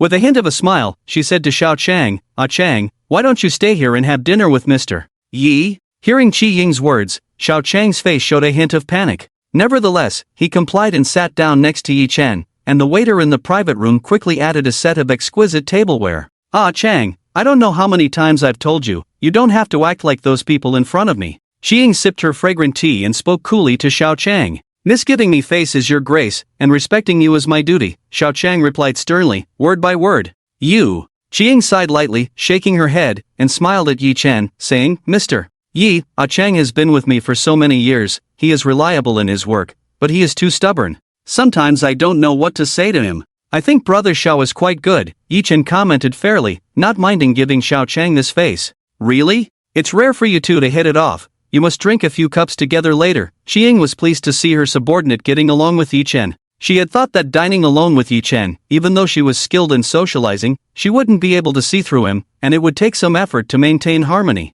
Now, with Xiao Chang joining the dinner, the three-person dynamic didn't require her to guide it intentionally, and it surprisingly felt very harmonious. After taking his seat, Xiao Chang didn't feel too awkward. It wasn't his first time dining with guests, and he was used to it, having dealt with people of much higher status than Yi Chen. He steered the conversation towards topics that had occurred in the morning, and the atmosphere quickly warmed up. "Qi Ming? I didn't expect him to dare provoke my people." Xi Ying's voice turned colder upon hearing that Yi Chen had encountered Qi Ming in the morning. "If I get the chance, I will definitely help Mr. Yi vent this anger." Miss, you don't know, Qi Ming has already been dealt with by Mr. Yi." Xiao Chang recalled how Yi Chen had handled Qi Ming that morning and couldn't help but laugh out loud. Xi Ying's brows slightly moved, and a strange color flickered in her eyes as she looked at Yi Chen. She knew very well who Qi Ming was. She had also investigated Yi Chen's background and never expected him to be able to handle Qi Ming. "Quick, tell me what happened." Xi Ying was suddenly intrigued, urging Xiao Chang to continue. Yi Chen, with a calm expression, sipped his tea and did not stop him. Xiao Chang glanced at Yi Chen, smiling as he recounted how Yi Chen had gotten hold of Qi Ming's weaknesses and how they had been tricked into buying that jade girl wooden sculpture, detailing everything. Although Xiao Chang was somewhat stubborn, his storytelling ability was like that of a storyteller, and not to mention, Xi Ying's icy beautiful face was now full of color. Even the main character of the incident, Yi Chen, listened with great interest. Those two fools, Lu Feng and Qi Ming, thought they had gained a huge advantage, not knowing there were deeper secrets behind it. Xiao Chang's voice suddenly stopped, leaving Qi Ying and Yi Chen looking at him with lingering curiosity. When the continuation didn't come, Qi Ying came back to her senses, her beautiful eyes smiling as she looked at Yi Chen. "Mr. Yi really has great skills." Where? It's just that Brother Xiao is exaggerating." Yi Chen shook his head with a hint of helplessness. Qi Ying believed that Yi Chen was being modest, and Xiao Chang, with his decent writing skills, described the situation quite accurately. At this moment, she was still curious about the jade girl wooden carving, wondering what mysteries it concealed. Previously, Yi Chen had shown her the relic hidden in the jade bottle. What secret lay within this wooden carving that made Yi Chen deem it an improper piece? Clearly, Xi Ying was not the only one with this question. Xiao Chang was also looking at Yi Chen, hoping he could provide an answer. "Mr. Yi, why not tell us what mysteries lie within that wooden carving? That way, I can assist you in exposing Qi-Ming. Xiying set down her teacup, looking at Yi Chen with great interest. Yi Chen smiled with a hint of helplessness and said, I only know it's an ominous object. As for the specifics of its ominous nature, I still need to investigate further. The system had merely indicated that the wooden carving was an ominous object and had given him a rather strange feeling. However, it did not specify what exactly it was. Even the special reminder was the first of its kind to appear in the system. Yi Chen was filled with curiosity about the origins of the wooden carving. Is that so? Then I shall wait and see. Xiying smiled and nodded at Yi Chen's words, feeling a surge of anticipation. The old man's birthday banquet was bound to be lively. Xiying then chatted about the old man's birthday celebration. If Mr. Yi hadn't come today, I might have been busy at the old residence these past few days. The scale of this banquet. As she spoke, a hint of fatigue crept into her tone. Just then, an enticing aroma wafted into everyone's nostrils. Dishes are coming, esteemed guests. With a shout, a handsome young male server in a long gown and a charming female server in an embroidered skirt pushed in a dining cart. The pair of servers looked like they had been carefully selected, exuding the efficiency of ancient maids and servants. Atop the cart was a wooden tray holding a fragrant, ruby-red roasted duck. Below it was a pot of fresh soup, various side dishes, and some accompaniments for the duck. The two servers swiftly began to set the table, taking out the hidden copper stove from the 8 immortals table and placing the soup pot and assorted side dishes on it. While arranging, they did not forget to introduce the dishes. Dear guests, this soup is made from a 3-year-old duck, simmered for 3 days to create a rich broth. This beef roll is from live cattle airlifted from Australian ranches, and this baby bok choy is from our organic farm. Listening to the servers' introductions, Yi Chen nodded secretly. These dishes looked ordinary, but in terms of origin and quality, a plate of bok choy might cost an ordinary family a month's worth of meals. After the soup pot was set, the main event began. Sliced roasted duck. The male server picked up a uniquely shaped carving knife, his expression focused as he stared at the roasted duck. With lightning-fast movements, he sliced the duck into thin pieces of equal size, alternating between fat and lean. Without any deliberate arrangement, the flying duck meat seemed to be arranged as if planned, forming a perfect floral shape. Such skill was truly remarkable, and Yi Chen and the others were captivated. Finally, the server placed the scattered duck head and other remnants on a separate plate, leaving a large platter of sliced roasted duck, still emitting warm steam. This roasted duck is made from our specially bred Beijing ducks, raised for 7 months and fed meticulously, roasted by our chef Tang using peach wood. Dear guests, your dishes are all served, please enjoy. With the dishes served, I would like to raise a glass to Mr. Yi, welcoming you to Kyoto. Xiying poured herself a cup of sake, gracefully stood up, her beautiful eyes sparkling with a hint of a smile as she raised her glass to Yi Chen. Well, then I must thank Miss Qi for her hospitality. Yi Chen stood up, raised his glass to clink with Qi Ying's, and spoke loudly. After a round of drinks, the small, exquisite wine glasses had served their purpose of adding to the merriment. Once the atmosphere warmed up, Qi Ying smiled and addressed Yi Chen. Ah Chang told me that Mr. You wanted to try the roast duck. I specially ordered the roast duck from Master Tang here for you to see if it suits your taste. Beside them, Xiao Chang added with a hint of excitement, this Master Tang has been serving roast duck to the royal family for generations. It's been passed down for over 10 generations. Today, thanks to Brother Yi, I get to enjoy such a delicacy. Yi Chen smiled slightly at their words, looking at the plate of roast duck and inhaling its fragrant aroma, his appetite stirred. Then let me try the chef's skill. You two shouldn't just talk, let's eat together. Yi Chen picked up a piece of the sliced roast duck, eyeing the array of condiments before him. There was a plate of sweet bean sauce with minced garlic, a plate of fine white sugar, and strips of pickled radish, cucumber, green onion, lotus leaf pancakes, and a separate bowl of sweet bean sauce. He decided to try the first piece plain. The moment it entered his mouth, a wave of fruity wood aroma assaulted his senses, followed by the taste of the roast duck's secret sauce mingling with the duck meat, incredibly delicious. Chewing carefully, he could feel the crispness of the duck's skin and the tenderness of the meat, with distinct layers and a rich texture. After swallowing, he felt the lingering fragrance on his lips and teeth, leaving him wanting more. Not bad. Yi Chen nodded slightly, genuinely praising it. No wonder this family had stood strong for generations with such skill, it's extraordinary. Qiying also took a piece of roast duck, lightly dipped it in some sugar, and savored it slowly, a faint smile appearing on her face. Mr. Yi can try a few different condiments for an even better flavor. Following her suggestion, Yi Chen tried the 2 condiments he hadn't sampled before, sugar and sweet bean sauce with garlic. The sugar added a sweet freshness to the roast duck, while the garlic sweet bean sauce brought a garlicky and slightly spicy sensation, which Yi Chen, being from Shu, found quite enjoyable. Delicious, truly worthy of a master chef. Before Yi Chen could express his thoughts, Xiao Chang had already wrapped the roast duck with green onion and cucumber in a lotus leaf pancake, eating with enthusiasm while praising it. At this moment, the group was too engrossed in eating to engage in small talk. After a round, they had already consumed more than half of the large plate of roast duck. The copper pot beside them was boiling with old duck soup, and they ladled out some soup and added some vegetables. Otherwise, just eating roast duck wouldn't be enough to satisfy two big men like Yi Chen and Xiao Chang. Fresh, fresh, fresh. The old duck soup was clearly well prepared. The broth was clear and not murky, with a rich and exceptionally delicious taste. Xiao Chang took a sip and praised it repeatedly, and Yi Chen nodded in agreement. The dishes here were truly excellent, almost representing the country's top culinary level. Comparing the meals at the Hai Tian Grand Restaurant with those here, Yi Chen couldn't help but frown slightly. The dishes at Hai Tian Grand Restaurant lacked the depth and accumulation found here. Before long, the three of them had nearly finished eating. "Come, Miss Qi. I toast to you, thank you for your hospitality today." Yi Chen raised his glass to Qi Ying. At this moment, a slight blush had appeared on Qi Ying's fair cheeks, but her expression remained calm. Hearing Yi Chen's words, a hint of a smile crossed her face. "Mr. Yi, there's no need to be polite, I will need your help with something next. This glass is for you." With that, she gracefully lifted her glass and downed it. "Good, Miss Qi is straightforward. I will definitely take care of what you entrusted to me." Seeing Qi Ying drink so readily, Yi Chen also downed his glass. "I must take my leave now, there are still many matters waiting for me at the Qi family old residence. If you need anything, just find out Chang." Qi Ying gently supported herself on the chair and slowly stood up to bid farewell.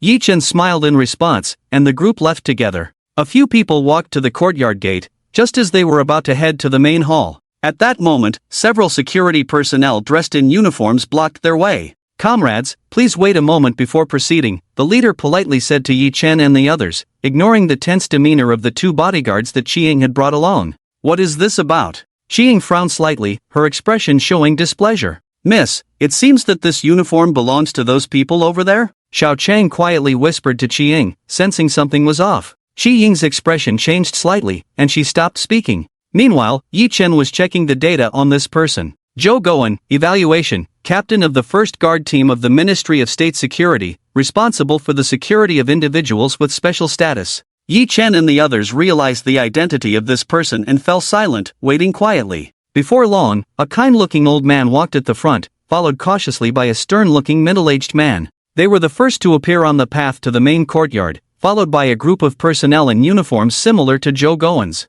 Upon seeing the kind-looking old man, Yi Chen felt a wave of unreality. This person might not be familiar to the average person, but his university major was in social sciences and humanities, and he had a good understanding of current affairs. This elder could be considered a powerful figure in the country. Even though he had retired, his status remained unaffected. Qi Ying and Xiao Chang appeared relatively calm. They had seen many prominent figures before, but they hadn't expected to encounter one so coincidentally this time. However, upon seeing the middle-aged man beside the elder, Qi Ying's eyes brightened a bit. "Oh, miss. That's the third master." "Yes, it's the third uncle." Xiao Chang and Qi Ying realized that the person next to the elder was Qi Ying's grandfather's third son, Qi Guogang. He was the current head of the Ministry of State Security. Soon, Qi Guogang brought the elder over to where Qi Ying was being blocked. He glanced over casually, noticing Qi Ying, but continued to chat with the elder without showing any reaction. This small action caught the elder's attention. "Xiao Gang,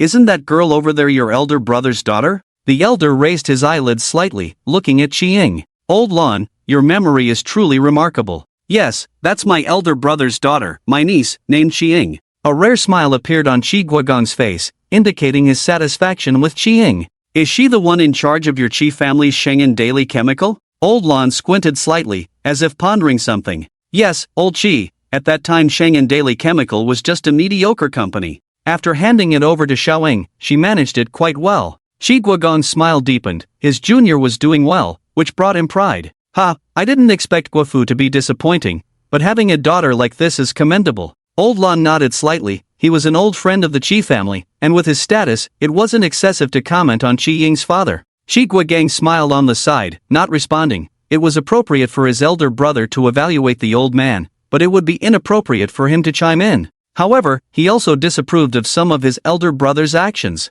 "Forget it, call her over for me to take a look." Old Lon saw Qi Guogang smiling beside him and gently shook his head. He didn't need to meddle too much in other people's family matters. As soon as he finished speaking, Chi Guogang walked over to Qiying, and Zhou Guan and the others blocking the way made way for him. Third uncle, what a coincidence. Qiying greeted him with a bright smile. Xiaoying, why did you come here to eat today? Isn't there enough for you to do at the old house? Chi Guogang spoke to his obedient niece with a tone of relaxation and affection. I have a friend visiting Kyoto, so I had to come out to entertain him. Qiying pointed delicately in Yi Chen's direction. Alright, my littling already knows how to make friends. You should call Uncle San today. As Chi Guogang said this, his sharp gaze scrutinized Yi Chen. Just as their eyes met, he caught a fleeting look of surprise and doubt in Yi Chen's eyes. What was this unusual reaction? What did this kid see? Without giving Chi Guogang time to think, he said to Qiying, Old Man Lan is over there, come with me to greet him. Hearing that this important figure wanted to see her,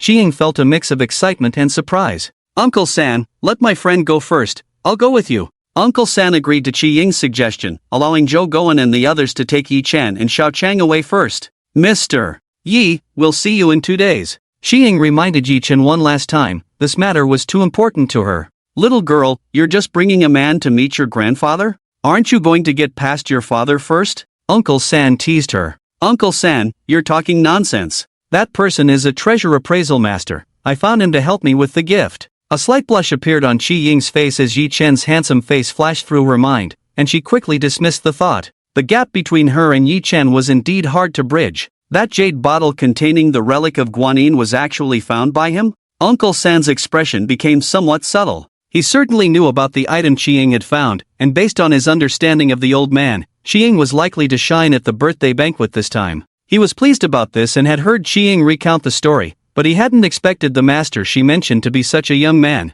Hadn't he just not greeted that young man? Xiaoying, when you have time, arrange for this young man to sit down with Uncle San. Uncle San said lightly. Uncle San, you? Qiying was momentarily stunned, then realized, looking at Uncle San with a hint of a mischievous smile. Alright, go greet Old Man Lan. Stop chatting with me. Okay, Uncle San, what do you have in that bag? Qiying walked behind Uncle San, watching him carry an object in a black bag, looking like a club. Uncle San frowned slightly, casting a look of disgust at the bag. It's nothing, just a bag of dirty things, I'll take care of it later. With Chi Guogang's instructions, the group politely escorted Yi Chen and Xiao Chang to the entrance of Tianlai residence. Hey, bro, where are we going to wander this afternoon? Xiao Chang called out to Yi Chen. Ha! Yi Chen was jolted back to reality by Xiao Chang's shout, looking at him with a hint of confusion. I said, bro, what's wrong with you? You've been in a daze this whole time. Relax a bit, in Kyoto, you could drop a brick and hit a government official.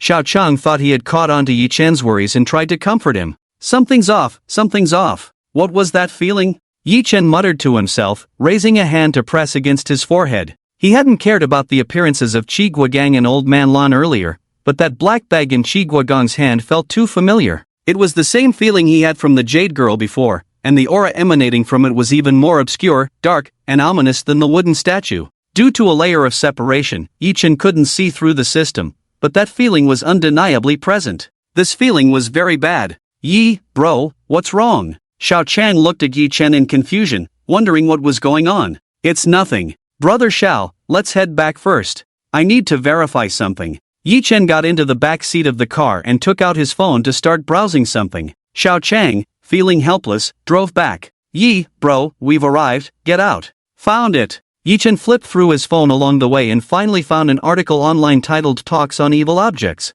After returning to the hotel, Yi Chen finished reading the article. He finally understood the origins of the Jade Girl wooden sculpture. Upon learning about the origins of this wooden sculpture, Yi Chen's previously wavering materialistic beliefs were once again shaken. After some contemplation, Yi Chen chose not to tell Qiying and Xiao Chang about this matter. At this moment, there was only a day and a half left until the old Master Chi's birthday banquet. During this day and a half, Yi Chen decided to rest at the hotel. He also took the opportunity to learn some combat skills from Xiao Chang. With such an excellent personal trainer, learning was a gain. Brother Xiao, how did you do that move? Yi Chen asked Xiao Chang after being thrown to the ground again, getting back up. You're not good enough. That move is a Shaolin small capture technique. Experience, awareness, speed, and strength are all essential, Xiao Chang said with a smile, shaking his head. Aren't you a soldier? How do you know Shaolin Kung Fu? Yi Chen asked curiously. Shaolin is still a martial arts holy land even in modern times, but but Xiao Chang's background didn't include a stint as a disciple at Shaolin.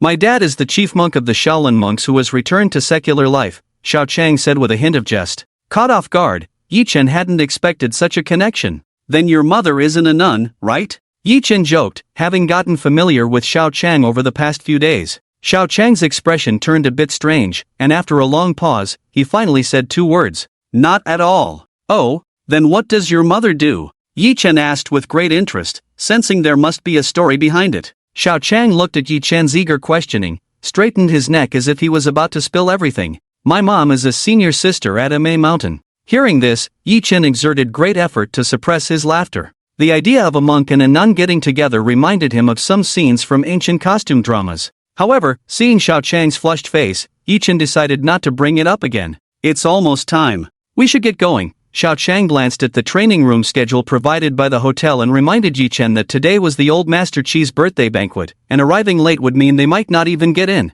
Alright, let's tidy up and head out. Yi Chen stood up, already drenched in sweat, with several sore spots on his body. This was the result of practicing with Xiao Chang over the past 2 days. However, he had made progress. At least next time he encountered a villain, he wouldn't just know a few basic moves. Soon, the two finished getting ready. Yi Chen had specially worn a full set of high-end attire he had brought, looking formal and elegant. Xiao Chang donned the suit he had worn the first time he met Yi Chen, complete with a white glove, resembling a medieval butler. Today, the car was no longer a Rolls-Royce Phantom but a high-end custom business vehicle sent by Qi Ying. Upon arriving at the garage, Xiao Chang opened the back door for Yi Chen as if it were the first time he was picking him up. Brother, what's this? Yi Chen looked at Xiao Chang with a hint of confusion. After spending these days together, he had come to regard Xiao Chang as a friend. Yi, I understand you see me as a brother, but today is the old master's birthday banquet, and there are many eyes watching us. If we act like we usually do, it will only make people look down on you and the boss. Xiao Chang sighed slightly, explaining the stakes.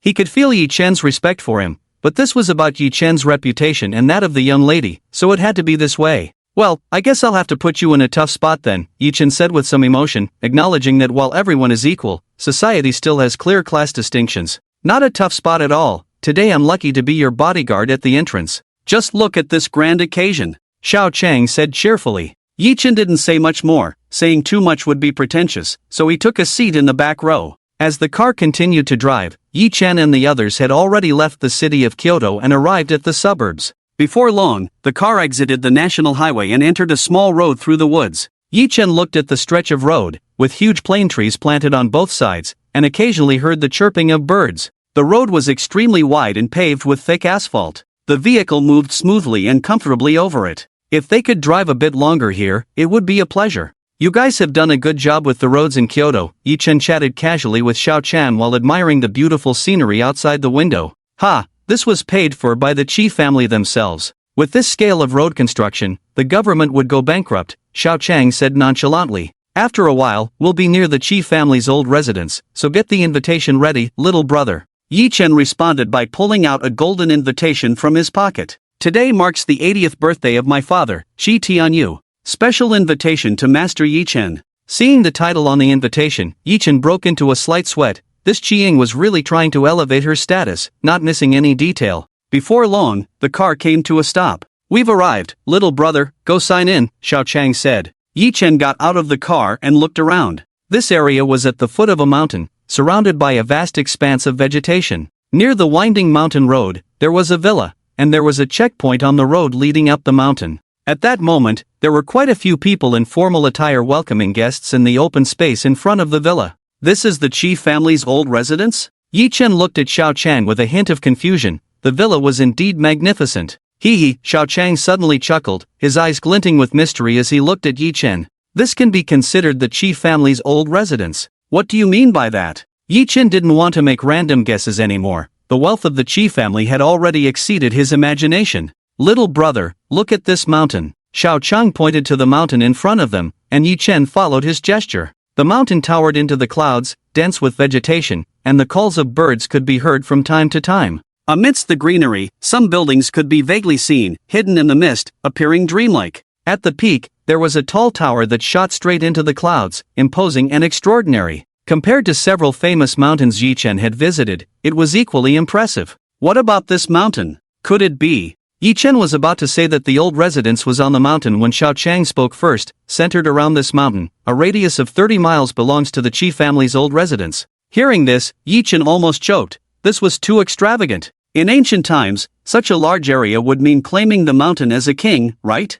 Xiao Chang gazed at the tall tower with a serious expression and continued to introduce it to Yi Chen. The ancestors of the Qi family were hereditary princes in the previous dynasty, and this mountain was their fief in Kyoto. Although it later became state property, the Qi family still managed to secure the land rights. The old residence covers an area of 268 square kilometers, most of which has been transformed into a circular forest, with part of the park open to the citizens of Kyoto. However, 10 miles close to the mountain is not open to the public. The Qi family members all have their residences here, and the closer one is to the mountain, the higher their status. This mountain is called Qi Tian Mountain, and that tower is Qi Sheng Tower. Yi Chen looked at the mountain before him, listening to Xiao Chang's words, and couldn't help but be stunned. He silently calculated in his mind, this area belonged to the suburbs of Kyoto, and based on Kyoto's housing prices, calculating at 100,000 per square meter. This gave him a deeper understanding of the 268 square kilometers. For a moment, Yi Chen couldn't find an accurate adjective to describe his feelings.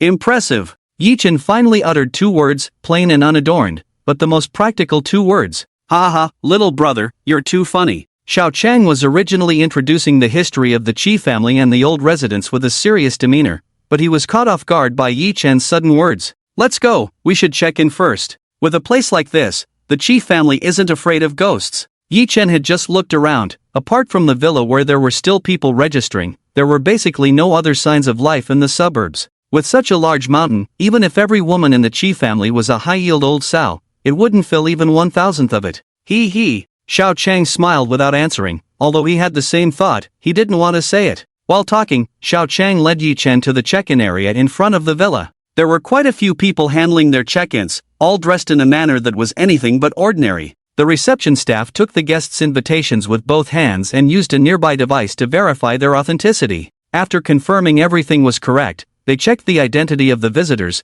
the number of accompanying people, and entered vehicle information into the system for registration. Mr. Gu, your registration is complete. You and your wife total 2 people, vehicle Lamborghini X21, granting you access to Qitian Mountain for 1 day. Please be sure to leave Qitian Mountain before noon tomorrow. Finally, welcome to the 80th birthday celebration of Old Master Qitian Yu. After the staff finished registering Mr. Gu's information, they explained the process to him. It felt less like a visit and more like a prison visit. However, Mr. Gu was not angry. Instead, he politely thanked them and took back his invitation. Accompanied by a beautiful woman, he left the registration area in high spirits. Yi Chen, observing this process, furrowed his brows and asked Xiao Chang beside him, "What is this access permission?" Granting vehicle access permissions at a checkpoint was understandable, but it seemed a bit strange to issue permissions for such a large mountain. Xiao Chang explained, Qitian Mountain is equipped with the most advanced Tianyin system in the world.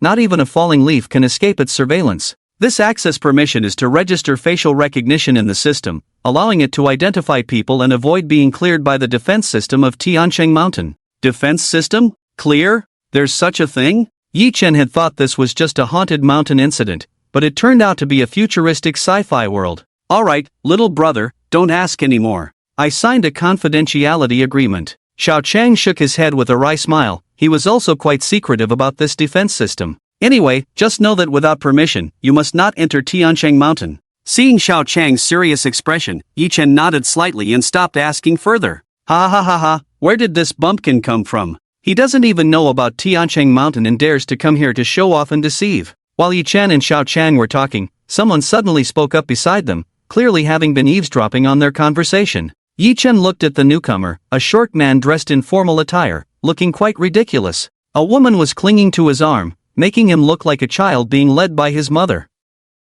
Zhang Yuke, age, 42, height, 149 cm, weight, 50 kg, evaluation, president of the Kyoto Lala Real Estate, bullies the weak and fears the strong, likes to show off, is mean-spirited, and good at flattery. Secret matters, suffering from STDs, see details, drug addiction, see details, no, I don't want to see. Yi Chen saw the secret matters and closed the panel in silence. Looking at the short man's lower body, he felt a deep sense of disgust and instinctively took a few steps back. Who the hell are you calling a bumpkin? Apologize to my brother. Xiao Chang was furious at this sudden troublemaker. He dares to be so tough for a reason. Those registered here are mostly people of lower status. With his boss's power, he could easily resolve this. Whether it's out of his boss's suggestion or his own interactions with Yi-chan over the past few days, Xiao Chang has decided to teach this little man a lesson. I say, brother. Why are you in such a hurry? Who comes to Qitian Mountain without knowing its rules? Zhang Yuka remained calm, speaking slowly. Anyone of note should have some understanding of Qitian Mountain, yet this young punk seems to be a country bumpkin, lacking even this basic knowledge. If he can't mock him a bit, how could he live up to the title of troublemaker? Oh, I see you looking like a dwarf. Your head and face almost shrunk together. Who sent you the invitation? Xiao Chang sneered, not planning to let this person off the hook. Humph, you have quite the nerve. Don't be scared to say it. This is an invitation from the fifth young master of the Qi family, young master Qi Ming, Zhang Yuka said, a bit smugly. Some people around him couldn't help but cast envious, jealous, and hateful glances at the mention of Qi Ming's name. You see, invitations from different people come with different arrangements at the birthday banquet. This isn't just a birthday party, it's a social gathering related to political power. An invitation from a legitimate son carries more weight than anyone else here. At this moment, the looks directed at Yi Chen and his companion were somewhat strange. Even the staff's gazes held a hint of curiosity. Observing the situation is a common practice among the servants of big families. If these two were guests of young Master Qi Ming, they would be dismissed if they had no background. Zhang Yuka enjoyed the attention, looking defiantly at Yi Chen and his companion, suddenly lowering his voice to a barely audible level. What? Aren't you going to show the invitation that bastard gave you? Xiao Chang's previously calm gaze instantly lost control, and he was furious, ready to strike. But Yi Chen firmly grabbed him, and meeting Yi Chen's calm gaze, he gently shook his head. Xiao Chang's anger subsided, and he looked around, whispering, "Sorry, I was careless." "It's fine. Just a clown," Yi Chen said dismissively, taking a step forward. However, his eyes still brimmed with disgust, suppressing the urge to kick this disgusting creature away. Zhang Yuka looked at Yi Chen with a sense of pride, standing firm. The reason he dared to act this way today, aside from his personality, was to curry favor with Qi Ming. He recognized Xiao Chang as Qi Ying's trusted aide, who had been waiting here to provoke him. If Xiao Chang made a move, Qi Ying would surely suffer today, and he could win Qi Ming's favor. But not making a move would also undermine Qi Ying's face. His calculations were ringing in his head, and Zhang Yuka couldn't help but laugh out loud. Meanwhile, Yi Chen whispered a few words to Xiao Chang. Xiao Chang's expression turned unusually strange as he stared intently at Yi Chen. "Brother, you really are a talent. Alright, I'll leave it to you, big brother." Yi Chen patted Xiao Chang's shoulder and stepped back. Xiao Chang looked at Yi Chen with a wry smile. "Why don't you take this good opportunity? My skills aren't up to par. I'll leave it to Brother Xiao, who practices both Buddhism and Taoism." Yi Chen had already retreated 10 steps, smiling at Xiao Chang. "Fine, I'm just destined to do this dirty work." Xiao Chang loosened his wrist and walked towards Zhang Yuka. "What do you want? I'm telling you, if you make a move here today, there will be no good outcome." Zhang Yuka looked at Xiao Chang approaching step by step, feigning panic while secretly rejoicing inside. He was about to take a beating, and surely someone would come to stop it soon, allowing him to win over young Master Qi Ming's favor. He could almost see himself rising to greatness. However, the information he received indicated that the irritable Xiao Chang was not showing any signs of anger at that moment. Instead, he wore an expression of disgust, as if he were looking at a pile of dog feces. But Zhang Yuka had no time to ponder this. Xiao Chang was already in front of him. "Sir, it seems your pants are not worn properly. Let me help you adjust them," Xiao Chang said, his voice not loud, but enough for those nearby to hear. "What's going on here? Two grown men adjusting pants in broad daylight. Is this how they play?" The crowd was filled with confusion, watching the scene unfold. Only Zhang Yuka and the woman beside him looked as if they had been struck by lightning. The woman seemed to recall something disgusting, breaking free from Zhang Yuka's grip and stepping aside to cover her chest. Zhang Yuka, however, clutched his pants tightly and shouted, "Security! Security! Someone come quickly!" Nearby security personnel, alerted by the commotion, rushed over, but they were ultimately slower than Xiao Chang. In an instant, Xiao Chang lifted Zhang Yuka, who was 1.9 meters tall, as if he were a small chick. In the blink of an eye, Zhang Yuka's lower half was exposed. An unbearable stench wafted through the air. Xiao Chang pressed a finger against an acupoint on Zhang Yuka's back, dropped him, and quickly distanced himself from the foul-smelling man. The security guards had not even approached when they were repelled by the stench. The crowd erupted in chaos. A person who had just been so glamorous had suddenly turned into a disgusting bug. Women covered their eyes, while the men present watched with great interest. Even those with strong stomachs could not withstand the visual and olfactory assault. Damn it! Damn it! Yi Chen, just wait until I beat you to death. Xiao Chang stormed over to Yi Chen, fuming with complaints. Yi Chen quickly dodged his hand that was about to slap him. You should go wash up. Yi Chen said somewhat reluctantly. He had anticipated something disgusting, but not to this extent. Thankfully, Xiao Chang had taken action. What the hell is this? Is this some kind of dirty disease? My god, how can someone be this filthy and not get checked? The security guards, maintaining some professionalism, found something to cover Zhang Yuka. However, they soon realized that Zhang Yuka was not in a good state. His eyes were wild, his body convulsing, and he was foaming at the mouth. His hands reached out toward the security guards, repeatedly mumbling, "Give me, give me, give me." He even attempted to rise and fight the guards. But the Chi family's security was top-notch, and they subdued him in just a few moves. What is this? Did someone strip him and drive him mad? I don't think so. It looks more like he's having an epileptic seizure. You guys take him away to handle it. What kind of guests is young Master Chi inviting? At this moment, Xiao Chang stepped forward. He hadn't washed his hands yet. He wanted to deal with the situation right then. This seizure was also part of his strategy. Epilepsy can be triggered by stimulating certain acupoints. The acupoint he struck stimulated the brain's cortex, provoking the seizure. Zhang Yuka was no longer the arrogant figure he had been before. He now exuded a foul odor, foaming at the mouth and convulsing. With such a spectacle, the crowd forgot to blame Xiao Chang. Some even thanked him for exposing this filthy individual. If they had unwittingly dined at the same table, it would have been a disaster. Security, get this thing out of here quickly, it's disgusting. Exactly, how could the Chi family invite such trash? What if it spreads? Why are you all still standing there? Get him out of here. What a disgusting thing. At this moment, an old man stepped forward to take charge of the situation. The staff, who had been exchanging glances, seemed to find a sense of stability in the old man. His hair was gray but meticulously groomed, dressed in a black suit and white gloves, and wearing a pair of gold-rimmed glasses. He appeared both steady and reliable. However, he was currently covering his nose with his hand,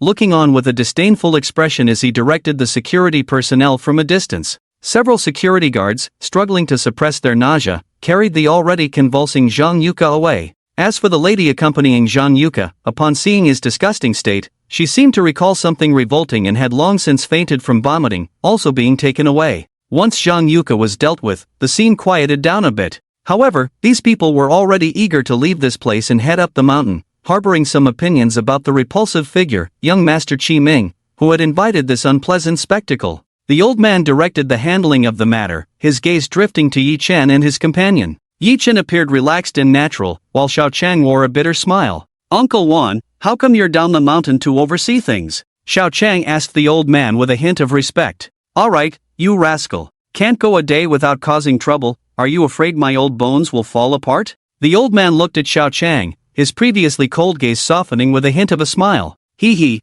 I'm just helping this gentleman tidy up a bit, right? How can such a thing enter Chi Tianshan? Isn't that right, Uncle Wan? Xiao Chang scratched his head and chuckled. The old man recalled the earlier scene and abruptly waved his hand, interrupting Xiao Chang. "All right, first bring the young lady and esteemed guest over to register. Remember to keep it low-key today." The old man no longer mentioned that incident but turned his attention to Yi Chen, scrutinizing him with a hint of goodwill. "Uncle Wan is one of the supervisors of the old residence. He's with the young lady," Xiao Chang whispered to Yi Chen. Yi Chen nodded slightly and returned a smile to old man Wan. The two then approached the registration desk and presented their invitation. Upon seeing the old man's demeanor, the staff treated Yi Chen and his companion with more respect. They took the invitation and began to verify it. After a short while, the staff looked at Yi Chen with some surprise. "Is there a problem?" Yi Chen asked, frowning slightly. Seeing his subordinates suddenly approach, old man Wan reprimanded in a stern voice. The staff member shook his head and whispered something to old man Wan.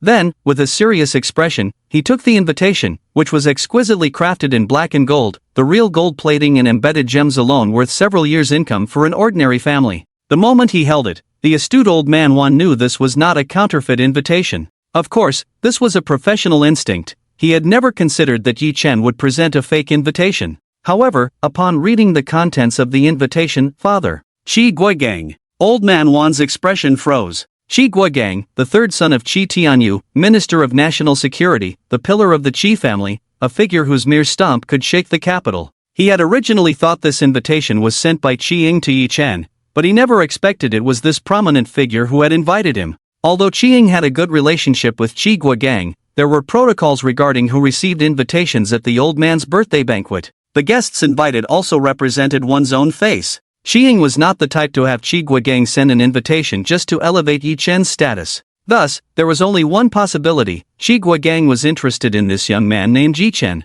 What kind of extraordinary person could pique the interest of such a significant figure? Old Manhwa suppressed his curiosity and once again cast a thoughtful gaze at Yi Chen and his companion. What's going on? Is there a problem with the invitation sent by the young lady? Xiao Chang asked, puzzled, recalling that the invitation had been delivered directly to Yi Chen after they had dinner with Chi-ying that day. He didn't go to watch and still thought it was a post from Chi-ying. Yi Chen, however, narrowed his eyes. On the way here, he had glanced at that post. It was a post just issued by the Chi family, and he knew that. But it was only during the confrontation with Zhang Yuka that he realized this post was from a different person, and its significance here was not the same. He couldn't blame himself. After all, a few months ago, he was just an ordinary worker. How could he understand the rules of the wealthy? Old Manhwa glanced over and waved at Xiao Chang. Xiao Chan walked over in confusion, looking at Old Manhwa. Old Manhwa smiled faintly and slapped the invitation onto Xiao Chang's head. Old Manhwa, what are you doing? Xiao Chang reacted quickly and dodged.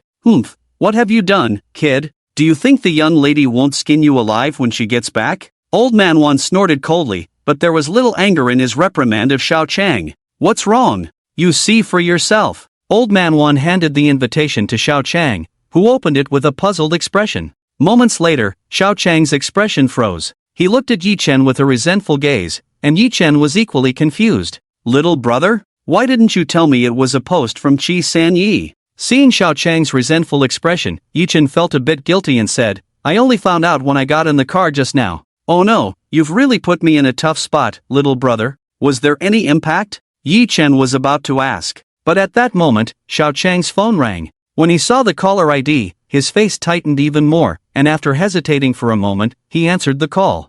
Chang, what are you up to? Third uncle's private jet has already landed at your hotel's helipad. Where have you taken Mr. Yi? It was Chi-ying's voice, tinged with a hint of urgency and anger.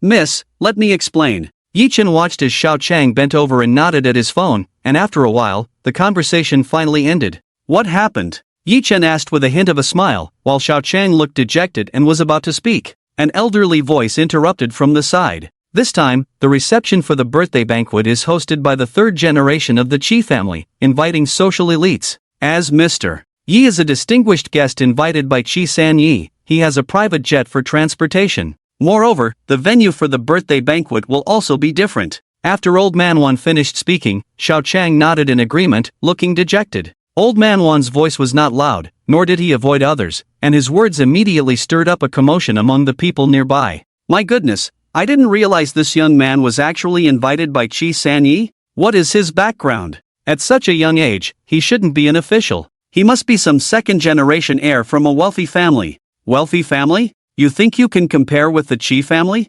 Even if he were the son of the Jade Emperor, it wouldn't be Chi San Yi inviting him. Then I wouldn't know. Everyone couldn't help but scrutinize Yi Chen. He was tall and handsome, and his clothes had a touch of style, but such appearances and attire were common in the capital. Even though Yi Chen was wearing top-tier luxury fashion, to some people on the scene, it seemed like everyday wear. Why would such an ordinary young man receive an invitation from Chi San Yi? In the eyes of the crowd, Yi Chen was now shrouded in a layer of mystery. Yi Chen didn't pay much attention to the gazes of others, he just hadn't expected the weight of this invitation to be so significant. If he missed this opportunity, it might delay Chi-ying's arrangements. Yi Chen hadn't thought about climbing the social ladder. Since Chi-ying had invited him to support her, he had to do well. So what do we do now? Yi Chen slowly asked. Let's go up first. Someone will arrange to take us to the main venue later, said Yi Chen. A glimmer of hope finally appeared on Xiao Chang's gloomy face. Then it can only be this way. Yi Chen nodded in agreement. Then please, Old Wan, help us with the permissions. Yi Chen turned to Old Wan and said, Brother Yi. With this invitation, what permissions do you still need? Everything has already been arranged for you, Old Wan explained with a smile, shaking his head. Thank you very much, Yi Chen replied, and then he and Xiao Chang left the registration area. Once back in the business vehicle, Xiao Chang drove steadily onto the mountain road. At the entrance to the mountain, several teams of guards were on duty. As the vehicle approached, the Sky Eye system recognized it and allowed passage. A team of guards at the checkpoint saluted the vehicle. Yi-chen looked at the items strapped to their waists and thought to himself that if the recognition had failed, the outcome would have been. As they drove into the mountain, although the terrain was steep, the road was exceptionally wide, with high guardrails on both sides and a thick layer of asphalt. On the side near the forest, there was a tightly woven protective net. What was the purpose of this net? Yi-chen found this design somewhat excessive. But before he could voice his question, he saw a strikingly beautiful coat of yellow and black. An extremely majestic tiger slowly appeared near the protective net. Roar! A roar filled the air with the majesty of the king of beasts, resonating throughout the forest. With the tiger's roar, a chorus of bird calls erupted. Colorful birds darted out from the trees, chirping incessantly. In an instant, the once quiet mountain road became lively. At that moment, Yi-chen understood why such a high and dense protective net was necessary. As they continued winding up the mountain, Yi-chen discovered that this mountain was divided into several sections, each housing different animals: lions, pandas, black bears, macaques. They were separated into different areas, each equipped with various enrichment facilities and restored native environments. They all appeared spirited and wild. Xiao Chang drove at a slower speed, allowing Yi-chen to take in the sights. Yi-chen was captivated by the environment, a faint smile appearing on his face. The last time he visited a zoo was in elementary school, and seeing these animals again brought him a sense of returning to simplicity and freedom. People from Kyoto say that the Kyoto Wildlife Park is the largest in China, but the Real Wildlife Park is right here. Xiao Chang, noticing Yi-chen's excitement, introduced proudly. The number and variety of animals here rank among the best in the world. What you see is just a small part. When you have time, I'll take you around. That sounds great. Yi-chen readily agreed. As the vehicle continued, they passed the wildlife park. However, the next sights left Yi-chen even more dazzled: botanical gardens, hot springs, sports facilities, golf courses. This mountain, not to mention its inherent value, had an astonishing figure just for the development of these facilities. Just a moment ago, he had quietly thought the area was desolate, but with so many entertainment options, anyone would likely lose themselves in enjoyment here. The drive up the mountain took a full half-hour before they reached the midsection of Chitian Mountain. There was a vast open space and a magnificent building. Many luxury cars were parked in the open area, along with a few private planes. The parking lot for the luxury cars was large,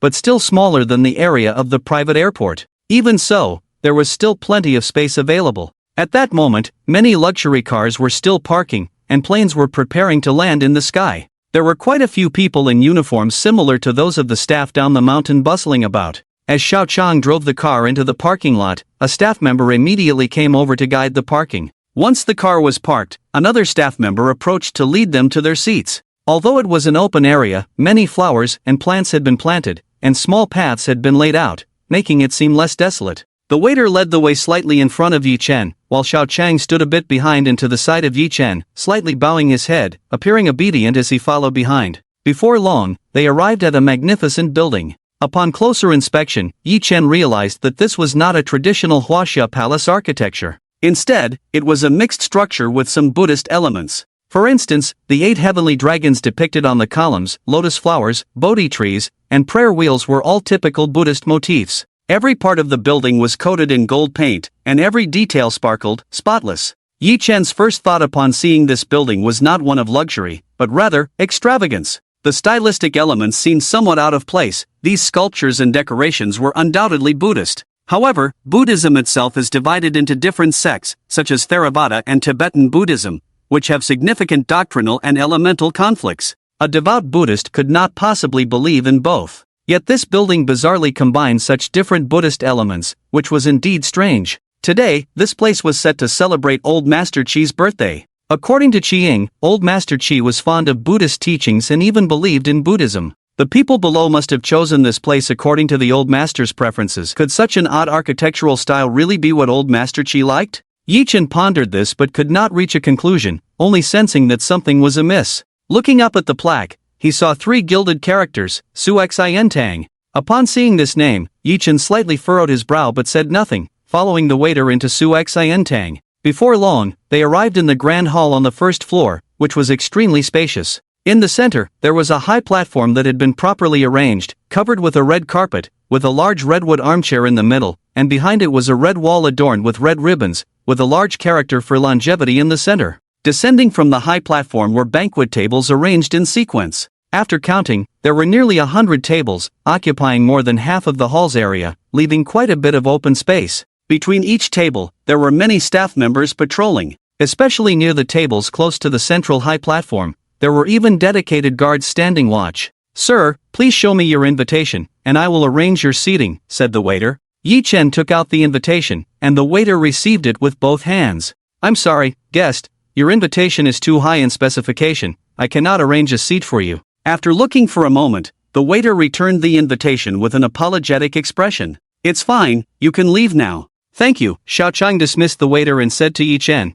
"The young lady's person to pick you up will be here soon. The young lady asked me to do something. You wait here for a bit." "Sure, you go ahead," Yi Chen replied, not minding the issue too much, and sat down in a nearby seat to wait for the person to pick him up.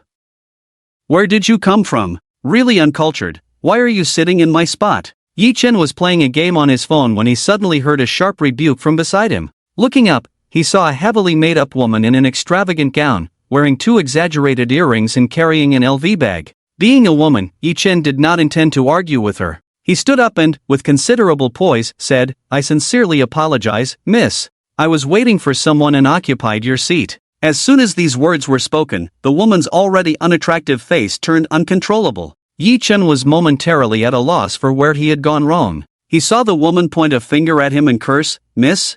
Who are you calling a miss? With your looks, you're just a pretty boy." Yi Chen was instantly rendered speechless, silently opening the system. Zhang Yu, age, 27, height, 155 cm, weight, 55 kilograms, measurements, 97, 60, 94, attractiveness, 35, experience, 3,693, evaluation, 20, secret affairs, rising from a call girl, view details, past of Dongguan, view details, sex addiction, view details. Yi Chen looked at this string of data, wanting to support his chin to keep it from dropping. However, he still couldn't control his somewhat astonished expression. By the time he regained his composure, the woman had already thrown herself into a man's arms, starting to cry. "Honey, it's this person who took my place and insulted me." The man, upon hearing the woman's complaint, glared angrily at Yi Chen. Yet Yi Chen looked at him with a sympathetic gaze, focusing on his sparse hair. Although his hair was thin, it could still cover a tropical rainforest. "Who are you, kid?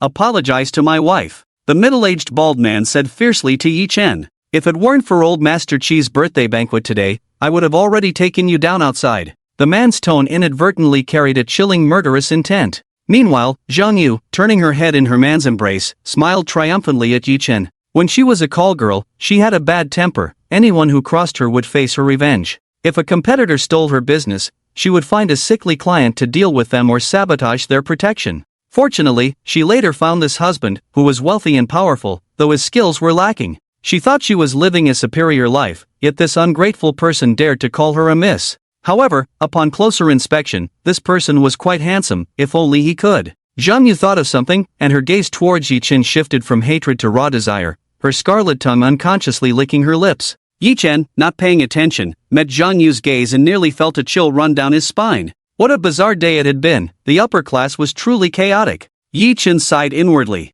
but he still had to deal with this woman. Yi Chen changed his expression, appearing quite relaxed as he said to the man, "Brother, you've misunderstood." "What have I misunderstood? Is my wife capable of lying?" The man continued to glare, but his hostility was not as intense as before. He was somewhat curious about how this young man would explain himself. "I just thought this beauty looked familiar, so I spoke to her. To say I insulted her is absolutely untrue." Yi Chen shook his head repeatedly, denying the woman's slander against him. "Pa! What nonsense are you spouting? Who do you think looks familiar?" Zhang Yu arrogantly raised her head, feeling that Yi Chen was trying to connect with her.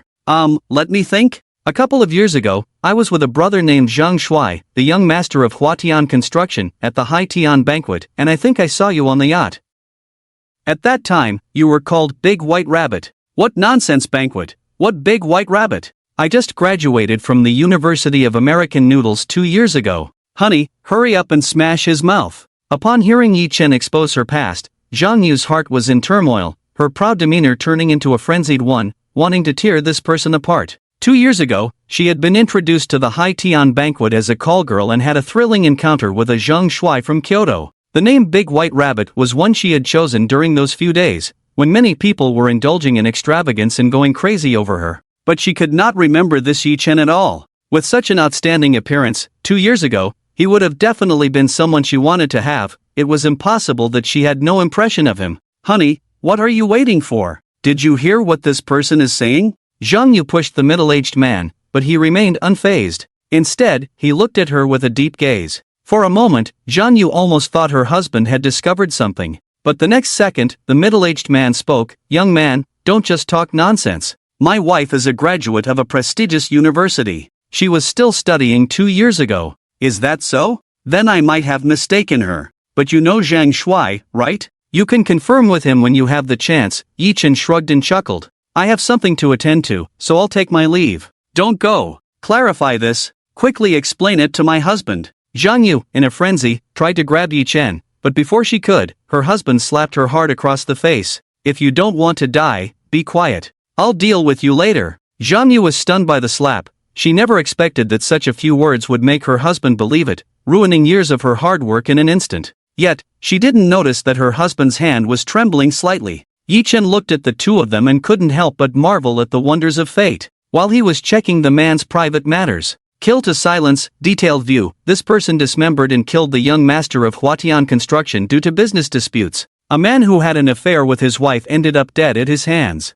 At this moment, the middle-aged man was also in a state of turmoil. When Yi Chen mentioned Zhang Shuai, the middle-aged man had already believed about 80% of what he said. When he finally pointed out that he knew Zhang Shuai, he was no longer thinking about his wife but rather whether his own matters had been discovered by this person. However, this person had not targeted him but instead wanted to deal with his provocative wife. If this wife was indeed, as the young man said, a prostitute pretending to be a university student to marry him, then he might as well send her to meet her old lover. Yi Chen didn't think too much and walked towards the graceful figure approaching him. Why is Miss Qi personally here to greet me? Yi Chen glanced at Qi Ying's attire for the day. Her long, jet-black hair was straightened and hung down her back, revealing a smooth, full forehead. Her delicate face was adorned with exquisite makeup, her features picturesque, with a prominent nose and thin, cherry-red lips. She had lost some of the strong demeanor of a career woman and gained a touch of youthful softness. Dressed in a black flowing long dress, embellished with sparkling diamonds, it shone brightly, showcasing her proud curves,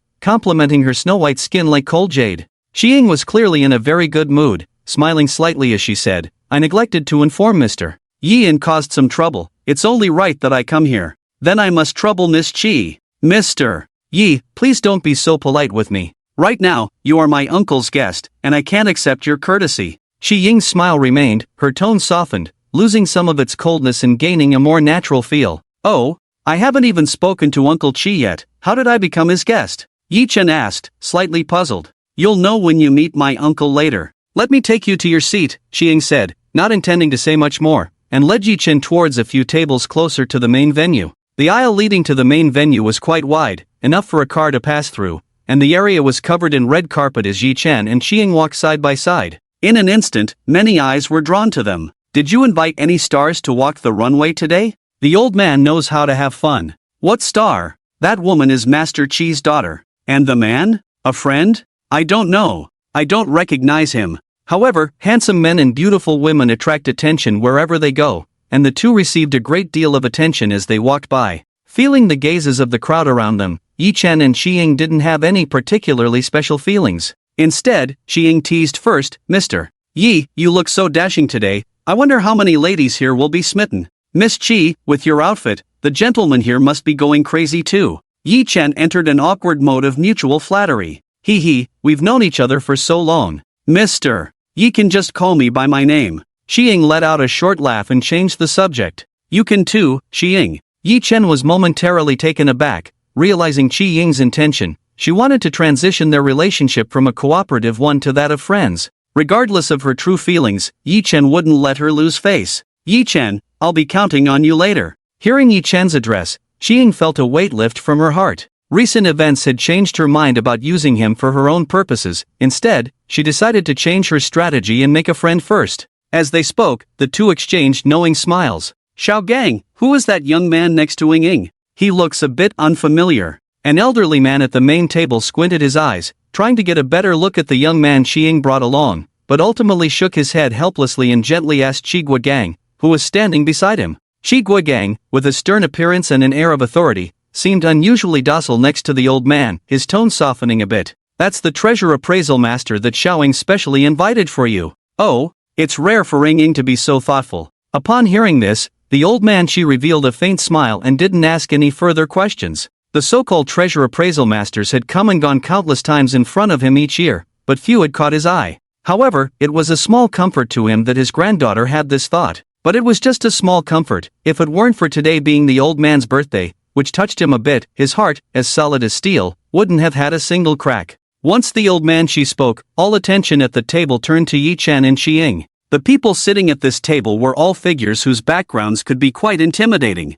Even someone like Uncle Qi-san had to serve on the side due to his seniority. Coincidentally, there were two people here that Yi Chen had met before. One was Old Man Lan, whom he had a brief encounter with at Tianlai residence. The other was LV Feng, who had thought he could outsmart Yi Chen on the antique street but ended up being played. LV Feng recognized Yi Chen at this moment and, seeing him walk over so intimately with Qi Ying, instinctively wanted to make things difficult for them. Old 3, this Qi Ying brought this kid, I still recognize him. LV Feng looked at Yi Chen and, after a moment of contemplation, spoke to Qi Guogang. Qi Guogang frowned slightly. LV Feng was here due to his old friendship with the old man, having given his granddaughter to his fifth brother as a second wife. If it weren't for this connection, with his personal background, he wouldn't even have the qualifications to stand here. Qi Guogang looked down on this old man in his heart. However, out of respect for the old man's face, Qi Guogang still responded lightly, is that so? I wonder if Master Yi can catch old LV's eye. Qi Guogang directly elevated Yi Chen's status with his words. LV Feng was momentarily at a loss for words but still forced himself to say, this young man is quite good. I met him on the antique street the other day, but unfortunately, he overlooked a rare item, and in the end, it benefited me. Rare item? The people present were somewhat curious. Although Lu Feng was barely holding his own at this table, his expertise in appraising treasures was undeniable. Anything he deemed a rare object must be extraordinary. Even the old master of the Qi family cast a faint glance at Lu Feng. Lu Feng was extremely pleased, relishing the inquisitive looks from everyone, but when he noticed the old master's gaze, he didn't dare to show off and quickly said, allow me to keep you in suspense for a moment. This is also a good fortune I encountered thanks to that kid Qi Ming. You'll see for yourselves when I present the treasure later. Upon hearing this, the crowd stopped pressing for details, all casting envious glances at the old master of the Qi family. Such a rare object was merely part of a birthday gift. The old master didn't say much, taking a sip of tea, but before it reached his lips, he set it down. Uncle Qi picked up the old master's teacup and handed it to a servant nearby. After replacing it with a new cup of tea, the old master slowly took a sip. I say, you've been so particular all these years. This top-grade Billionaire tea should be replaced after just 3 sips. What a waste of such good tea. Old Lan couldn't help but tease the old master upon seeing his behavior. He and the old master had struggled together from that era to their current status, and they were like brothers. However, their backgrounds were completely different. The old master was a descendant of a prince from the previous dynasty, while Old Lan came from humble beginnings. This, however, did not affect their friendship at all, and they often joked about it. Hearing Old Lan's words, a genuine smile appeared on the old master's face. Could it be that someone like you, who brews good tea 4 or 5 times, ends up drinking it like plain water? As the two elders joked, some at the table laughed heartily while others remained silent. Lu Feng, however, felt extremely awkward. He had hoped to wait for the old master to praise Qi Ming. Who would have thought that the old master would just focus on drinking tea, completely ignoring him? Lu Feng wanted to say something, but Uncle Qi's authoritative gaze had already turned toward him, making him too intimidated to speak. Xi Ying brought Yi Chen to a few tables further inside, still quite a distance from where the old master sat. She didn't think her grandfather would necessarily ask about Yi Chen today, the source of the relic, but she wouldn't miss any opportunity to please the old master. After seating Yi Chen, Xi Ying instructed, Yi Chen, you just enjoy the banquet here. If necessary later, please lend a hand. Of course, you go ahead and be busy, Yi Chen replied. He hadn't expected Xi Ying to sit here with him. She was so elegantly dressed today, even changing her style, and all her efforts had one purpose, to please the old master of the Qi family. Yi Chen glanced at the person sitting in the center of the venue, dressed in a bright red longevity robe, looking thin but spirited. He was savoring tea and cheerfully debating something with Old Lan, whom he had met once before, just like an ordinary old man. However, the unintentional air of authority he exuded made Yi Chen's heart tighten. The system activated. Qi Tianyou age, 80 height, 175 cm weight, 55 kg evaluation, the first person to revive the Qi family, a contemporary hero. Secret matters, mystery of his origins, detailed view. Yi Chen quickly skimmed through part of Chi Tianyo's information, and cold sweat broke out on his back. He understood that if he dared to leak any of the information he had seen, it would likely lead to his own death, or even that of his family and friends. Curiosity killed the cat. He had to keep his mouth shut. Over there, the old master of the Chi family seemed to have noticed Yi Chen's gaze and casually glanced over. Yi Chen lowered his head, playing with his phone, not wanting to meet the old master's eyes. Old Chi, what are you staring at? Old man Lan noticed Chi Tianyo's actions. I feel like something is watching me, old man, she said as he withdrew his gaze and took another sip of tea. Today, it's all people from the Chi family, who would dare to come here to die. Old man Lan replied dismissively, thinking that no one would dare to kill a member of the Chi family on Tianshang Mountain. Forget it, I'm getting old. Maybe I'm just being paranoid, old man, she said, his brow still furrowed as he took another sip of tea. Uncle Chi quickly removed the tea and waved for a servant to bring a new cup.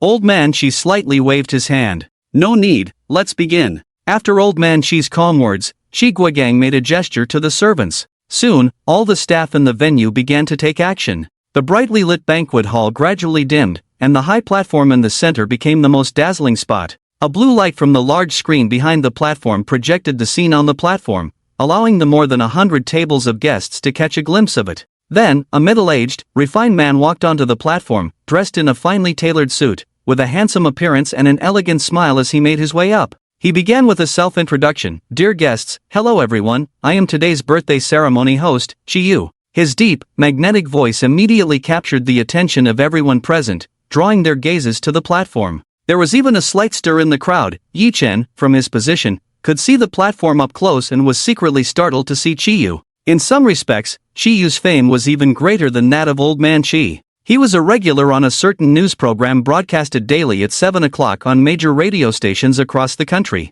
Yi Chen, coming from a liberal arts background, often watched this program, and this familiar face on television felt surreal appearing so close to him. Should I go ask for an autograph? Yi Chen thought to himself, knowing his mother was a fan of this male host, always praising his handsome looks and masculinity. Clearly, many people present recognized this male host, but they all remained calm. The name of this host was intriguing. It's not easy for Chi Yu to rise from the side branch of the Chi family to this level, a middle-aged man sitting next to Yi Chen muttered to him. This table was made up of guests invited by Uncle Chi, just 6 or 7 people, all middle-aged. After taking his seat, Yi Chen nodded to this group but did not engage in much conversation. Since these people were friends of Uncle Chi, all of them came from prominent backgrounds, and Qiang had not introduced him, he had no intention of trying to ingratiate himself, so a nod of acknowledgement was sufficient. As for this group, although they were curious about Yi Chen's background, they did not dare to speak up, but it was a good opportunity. Anyone invited by Chi Guogang must have something extraordinary about them, and the people at this table were weighing that in their minds. Seeing Yi Chen watching Chi Yu on stage with interest, a middle-aged man who clearly knew something about the Chi family began to introduce him. However, Yi Chen did not have a habit of gossiping. He smiled slightly but did not respond. The middle-aged man felt a bit awkward but quickly covered it up. Since he had started speaking, he certainly wouldn't leave empty-handed. Little brother, you look unfamiliar. May I ask what your relationship is with Uncle Chi? The middle-aged man asked casually, trying to pry for information. Yi Chen felt a wave of frustration. How would he know what his relationship with Uncle Chi was? Originally, it was Qiang who had sent him an invitation. Why had it turned into Uncle Chi? He was puzzled. But not showing it on the surface, she adjusted her expression and replied, I am also new to Kyoto and have only met Lord Chi once. The other people at the table seemed to be paying attention to the situation on stage, but in reality, they were all ears, listening to the commotion on Yi Chen's side. As soon as Yi Chen spoke, the expressions of several people became intriguing. Their gazes towards Yi Chen were filled with curiosity. Why would someone who had only met Lord Chi once be sitting here? Yi Chen, what are you chatting about with Uncle Wang? Before the words fell, a cold fragrance wafted over. Yi Chen turned his head and saw Qiang standing beside him, now dressed in a new outfit. She wore a dark red silk qipao, embroidered with a vividly flying phoenix in gold thread. The feathers of the phoenix were made of thin gold foil, exuding an air of elegance and nobility. Qiang's hair was styled into a phoenix bun, with a 9-tailed phoenix jade hairpin slanting through it. Her brows and eyes remained cold, but her new makeup added an air of unapproachable nobility. At this moment, she was holding a sandalwood box in her hands, casually placing it aside before sitting down next to Yi Chen. Isn't this little Ing? It's been a while since you visited your third uncle. The middle-aged man smiled warmly upon seeing Qiang. The others at the table greeted her as well. A rare smile appeared on Qi Ying's face as she responded to each of them. These were all her third uncle's friends, and her success in business was inseparable from their help. After exchanging a few pleasantries, the middle-aged man shifted the topic back to Yi-Chen. I was just chatting with this young brother. Since you know him, little Ling, why not introduce him to everyone? Just as he finished speaking, Shi Yu on stage announced, now, let us welcome our birthday star, Shi Tianyu, to the stage. Instantly, the banquet hall erupted in applause. The middle-aged man also paused his words, looking up at the stage and clapping. Shi Ying's delicate hands clapped as well, but her face wore a mysterious smile as she continued the previous topic. Uncle Wang, there's no need to rush, you'll know who he is soon. Shi Laozi listened to the host's introduction and slowly walked up from the audience. Although he was already 80 years old, his posture remained upright. His face was thin, and his features, worn by time, no longer appeared youthful, yet traces of his former charm could still be seen. His eyes were deep and spirited, calm as an ancient well. He walked slowly but with great steadiness, showing no signs of aging. Soon, he reached the host's side. This is our birthday star, Qi Laozi. Now, let us invite our birthday star to say a few words. After Qi Laozi took the stage, the host Qi Yu's previously steady voice showed a hint of excitement and nervousness. Even though he was a well-known figure nationwide, if it weren't for his profession being in this old line of work, he might have only been seated at the outer banquet, with no chance to meet such a prominent figure. Upon hearing Qi Yu's words, Qi Laozi slightly waved his hand, and the image of this seemingly ordinary and amiable old man waving appeared on the big screen. Suddenly, the previously noisy venue fell silent due to the old man's presence. The host immediately stepped back, and someone quickly handed the microphone to the old man. Qi Laozi took the microphone, raised his eyelids slightly, and spoke in a calm tone. Thank you all for coming from afar to attend this old man's birthday banquet. With just a few concise words, Qi Laozi's peaceful tone did not reveal much emotion. However, Qi Ying could still tell that her grandfather was in a good mood today. She had to take advantage of this favorable wind. As soon as Qi Laozi finished speaking, the audience immediately began to applaud. Clearly, a group of people who were previously strangers now clapped in unexpected unison. Some guests even glanced at the rhythm of the applause from those beside them, fearing they might clap out of sync. What are you dawdling for? Get up and applaud. The middle-aged man, who had just been exposed by Yi-Chen for having a wife who was actually a young lady, pulled his anxious wife up from her seat. Zhang Yu, who had been secretly grieving, was suddenly jolted back to reality. Looking around, he saw that everyone was standing, gazing at the elder on stage with admiration, their applause synchronized and fervent. Even his wife, who had been casting him dark looks moments ago, was now enthusiastically clapping. Was this some kind of cult gathering? After all, she came from a privileged background and had never seen much of the world. How could she understand the Qi family's influence, which controlled the lives of most people present? The man looked at this foolish woman, furious, and shot her a glare. Zhang Yu trembled under the stare and joined the crowd in applauding. Alright, now let's invite our honored guest to take a seat. Next is the ceremony for the descendants to pay their respects. Old Master Qi walked to the seat that had long been prepared for him, where attendants were already ready with tea. The main event was about to begin, the descendants presenting their gifts.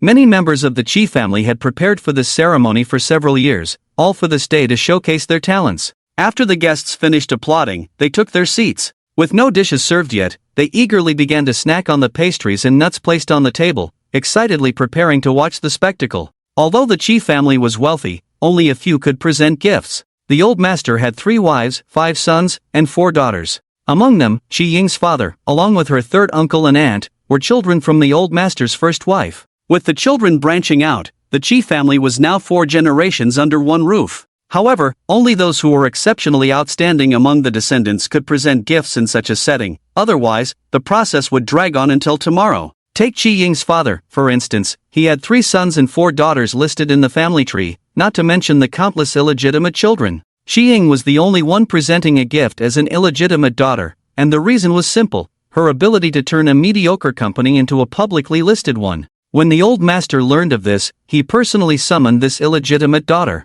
Qi Ying was quite charming, and even a hint of the old master's affection was enough for her to thrive in the Qi family. Hearing the host's words, Qi Ying looked at the sandalwood box beside her, biting her silver teeth lightly. Whether she could win the old master's favor today hinged on this moment. Yi-Chen, come with me. Qi Ying's voice sounded somewhat excited.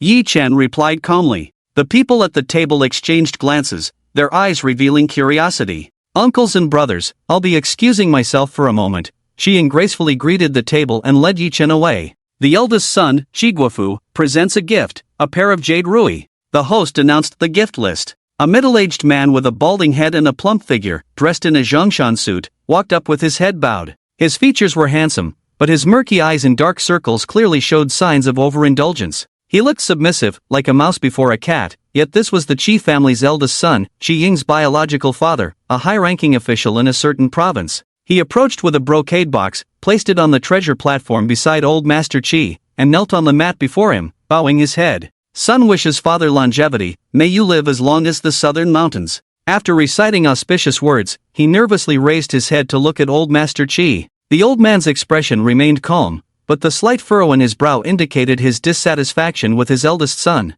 As his first child, he had initially given him some extra affection, but it had led to the current state of affairs. If it weren't for the Qi family backing him, he would have lost his official position long ago, and his personal life was a mess, filled with countless scandals. If it weren't for the fact that he was the eldest son, the old man truly did not want to see this unambitious individual. The thought deepened the frown on his forehead, but he was unwilling to lose his temper on such a fine day, merely casting a faint glance at Chiguafu. Chiguafu, who was kneeling anxiously, was well aware of his father's long-standing dissatisfaction. Since childhood, he had felt like a rabbit facing a tiger in the presence of this father. The old man's glance felt like a reprieve to him. The host had expected the old man to say a few words to Chiguafu, but instead, he only received a look, and the host dared not interject. He quickly continued with the ceremony. Next, please welcome the eldest son, Mr. Chiguafu, to present his treasure. Chiguafu stood up, his face already glowing with excitement at the thought of the gift he was about to present, clearly very pleased with his offering. As he opened the brocade box, he eagerly introduced it to the old man. This pair of jade rui was purchased by me at an auction in Vatican City. It was used by the royal family of the previous dynasty. Father, you will surely like it. As he spoke, the brocade box opened, and the large screen displayed a close-up of the contents. A pair of emerald jade rui, flawless and pure, with a texture as smooth and delicate as silk, radiated a brilliant glow, full of luster. The people present gasped in awe, and some knowledgeable individuals even exclaimed, "This is dragonstone jade. My goodness, does such a large piece of dragonstone jade really exist? Oh my, what a grand gesture." Last time, a piece of dragonstone jade bracelet sold for 5 million, this large pair of jade rui, truly worthy of the Qi family's style. At that moment, Yi Chen and Qi Ying were in a lounge behind the high platform, watching the scene unfold up close. Yi Chen looked at the emerald pair with great interest. Dragonstone jade rui, value, 300 million, damage, 3%, treasure details, an item used by the royal family of the previous dynasty, in extremely good condition, made from top-quality dragonstone jade. Your father, this treasure is remarkable, Yi Chen said to Qi Ying after taking a sip of tea. This pair of jade rui was worth 300 million, if it were auctioned, the premium would only be higher. This gesture was far more valuable than the 35 million that Qi Ying had spent to buy the guanyin from him. Qi Ying smiled and shook her head, saying to Yi Chen, "It's not that simple." Oh? Yi Chen showed a hint of interest. He didn't want to casually comment on the Qi family, but Qi Ying's words suggested there was more to see. He took another sip of tea and looked back at the high platform. This pair of jade rui was exclusively for the royal family. After that incident back then, it fell overseas. My son spent 500 million to win the bid, and the 5-clawed golden dragon on it. Chiguafu grew more and more pleased with himself, confidently discussing the history and price of the jade rui. The sound system on stage amplified his words, and everyone heard them differently. Yet, no one dared to question the truth of his claims. Most people cast envious glances at the high platform. Just as Chiguafu was reveling in his moment of glory, he failed to notice the old man's expression growing colder. The old man's face turned slightly frosty as he raised a hand, and Chiguafu immediately fell silent. He picked up one of the rui, carefully examining it, his gaze sharp as a knife as he scrutinized the details. After a long pause, he slowly spoke, "Eldest, you've put in some thought. This is indeed the national treasure that was lost in that calamity back then." When Chiguafu heard this sentence, which clearly carried a tone of praise, his heart sank, sensing that something was about to happen. He saw the old man vaguely looking at the table below, where Old Man Lon was seated, and said, "Old Man Lon, you can take this back to the Kyoto Museum later, just say it's my heartfelt gesture." Old Man Lan's expression had not been very pleasant when Chiguafu introduced the item. However, with the old man's words, his face softened considerably. "How can I accept such a generous gift while attending your birthday banquet?" The old man smiled and did not pursue the matter further, instead placing the jade rui into a box and signaling for someone nearby to take it away. "Eldest, you go down first. Remember, Be cautious in your words and actions, the old man advised lightly. These words struck Chiguafu like a thunderbolt, leaving him speechless as to why his father would directly give away the national treasure he had spent so much to acquire. His face turned ashen as he left the high platform. The scene fell into silence, as most people did not understand the old man's actions, feeling it was a blatant slap in the face to Chiguafu. But no one dared to speak up. Is this the good show you were talking about? Yi Chen observed the scene, grasping the situation and waiting for the right moment to speak. My father is just too ostentatious and doesn't understand my grandfather's good intentions. Although the ruby is precious, it violates my grandfather's major taboo. Qiying gently shook her head, feeling quite disappointed with Chiguafu's actions. Since this item was a lost treasure from that era, a national treasure symbolizing the five-clawed golden dragon, if the old man accepted this gift in front of so many dignitaries, the implications would be glaringly obvious. For these past few years, grandfather had been advising the Qi family to keep a low profile, waiting for the final opportunity to rise to prominence. Who would have thought that her foolish father would present such an eye-catching gift today, practically walking into a trap? Fortunately, grandfather decisively donated this hot potato, and anyone who spoke of it would praise the old man's righteousness, while her father could be easily discarded as cannon fodder at any moment. Qiying kept these thoughts to herself, not daring to share them with Yi Chen, as some topics were too sensitive, saying too much would only harm him. When Yi Chen heard Qiying's faint complaint, he did not press for more details. He might understand her father's thoughts even better than Qiying, as he had glimpsed the secrets of his heart. The two tacitly skipped over the topic. The second son presents a pair of Ming Dynasty 8 treasure screens. The eldest daughter presents a statue of the Flying Buddha. The subsequent gifts were all quite standard, ranging from tens of millions to 100 million. The old man also realized that the atmosphere had been slightly off earlier and was relatively pleased with the next few sons and daughters, even unusually praising several of them.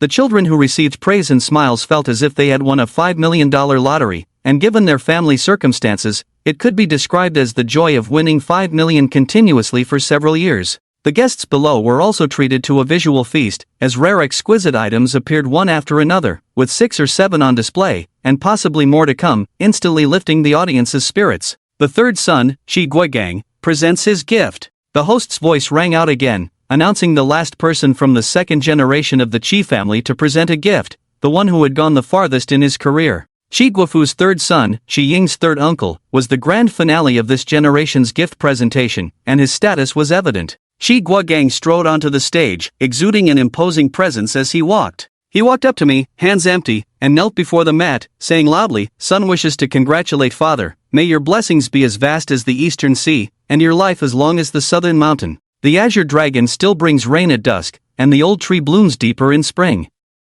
Old Master Qi looked at his third son, the smile he had just shown to his children still lingering with a more genuine meaning. He stood up and reached out to support him. "All right, look how grown you are now. Get up." Before Qi Guogang could wait for his father to help him, he stood up and helped his father sit down. Old Master Qi's eyes were filled with joy. The Qi family had strict family teachings and produced many talents, but this third son had been so sensible since childhood that it was heart-wrenching. The family's rules and regulations had been passed down from the previous dynasty and were extremely strict, yet this son still felt the teachings were insufficient and sought self-improvement. Understanding, filial, capable, talented, ambitious. Such a child, even the lofty old Master Qi could not help but grow closer to him. Seeing that Qi Sanshu came empty-handed, old Master Qi's eyes glinted with mischief. "You little rascal, you come to your father's birthday banquet with empty hands?" Qi Sanshu waved his hands repeatedly, saying, "Son just feels that gifts are not as precious as those from siblings, so I dare not embarrass myself." Old Master Qi patted his son's shoulder. "Why don't you take out your things?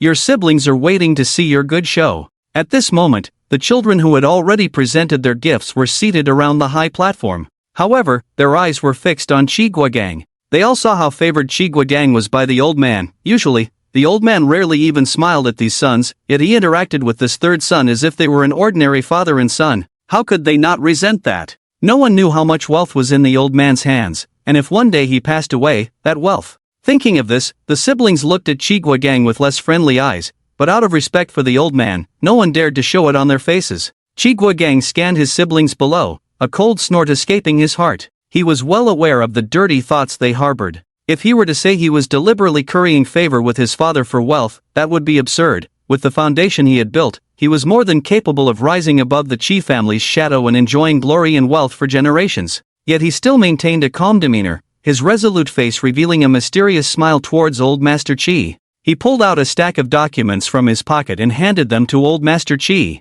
"What is this?" Old Master Chi took the warm documents, looking at Chi Guogang with confusion. "You'll know when you take a look," Chi Guogang replied with a smile, simultaneously giving a gesture to the backstage. The big screen was no longer broadcasting live from the high platform but was playing a video. "Wow! What is this?" The big screen projected a video with a blue light quality. An endless expanse of blue sea and sky reflected each other, with seabirds flying in the distance. Under the sunlight, golden beaches were met by crashing waves. The camera shifted to a row of villas. There was an indoor seawater swimming pool, a beach volleyball court, and many young girls playing and frolicking. Various tropical fruit trees were laden with large fruits. The filming technique was delicate, with aerial views, detailed shots, and hazy distant captures. Even though everyone present had enjoyed such things, these scenes and details made their hearts race. Some even began to discuss excitedly which tourist destination this was. Upon seeing the aerial view, everyone realized this was a small island in the sea. But what was the meaning behind showing this clip? On the high platform, Old Master Chi finished reading the document. The joy on his face was very evident as he handed the document to the person beside him, nodding at Chi Guogang. You. Chi Guogang revealed a hint of a smile. "Does father like it?" This island was discovered only this year, located in the waters near the United States, with a pleasant climate, especially suitable for wintering. The Chi Tianshan in the capital is quite hard to endure. Father might as well go out for a stroll. Old Master Chi squinted his eyes in a smile. Not bad.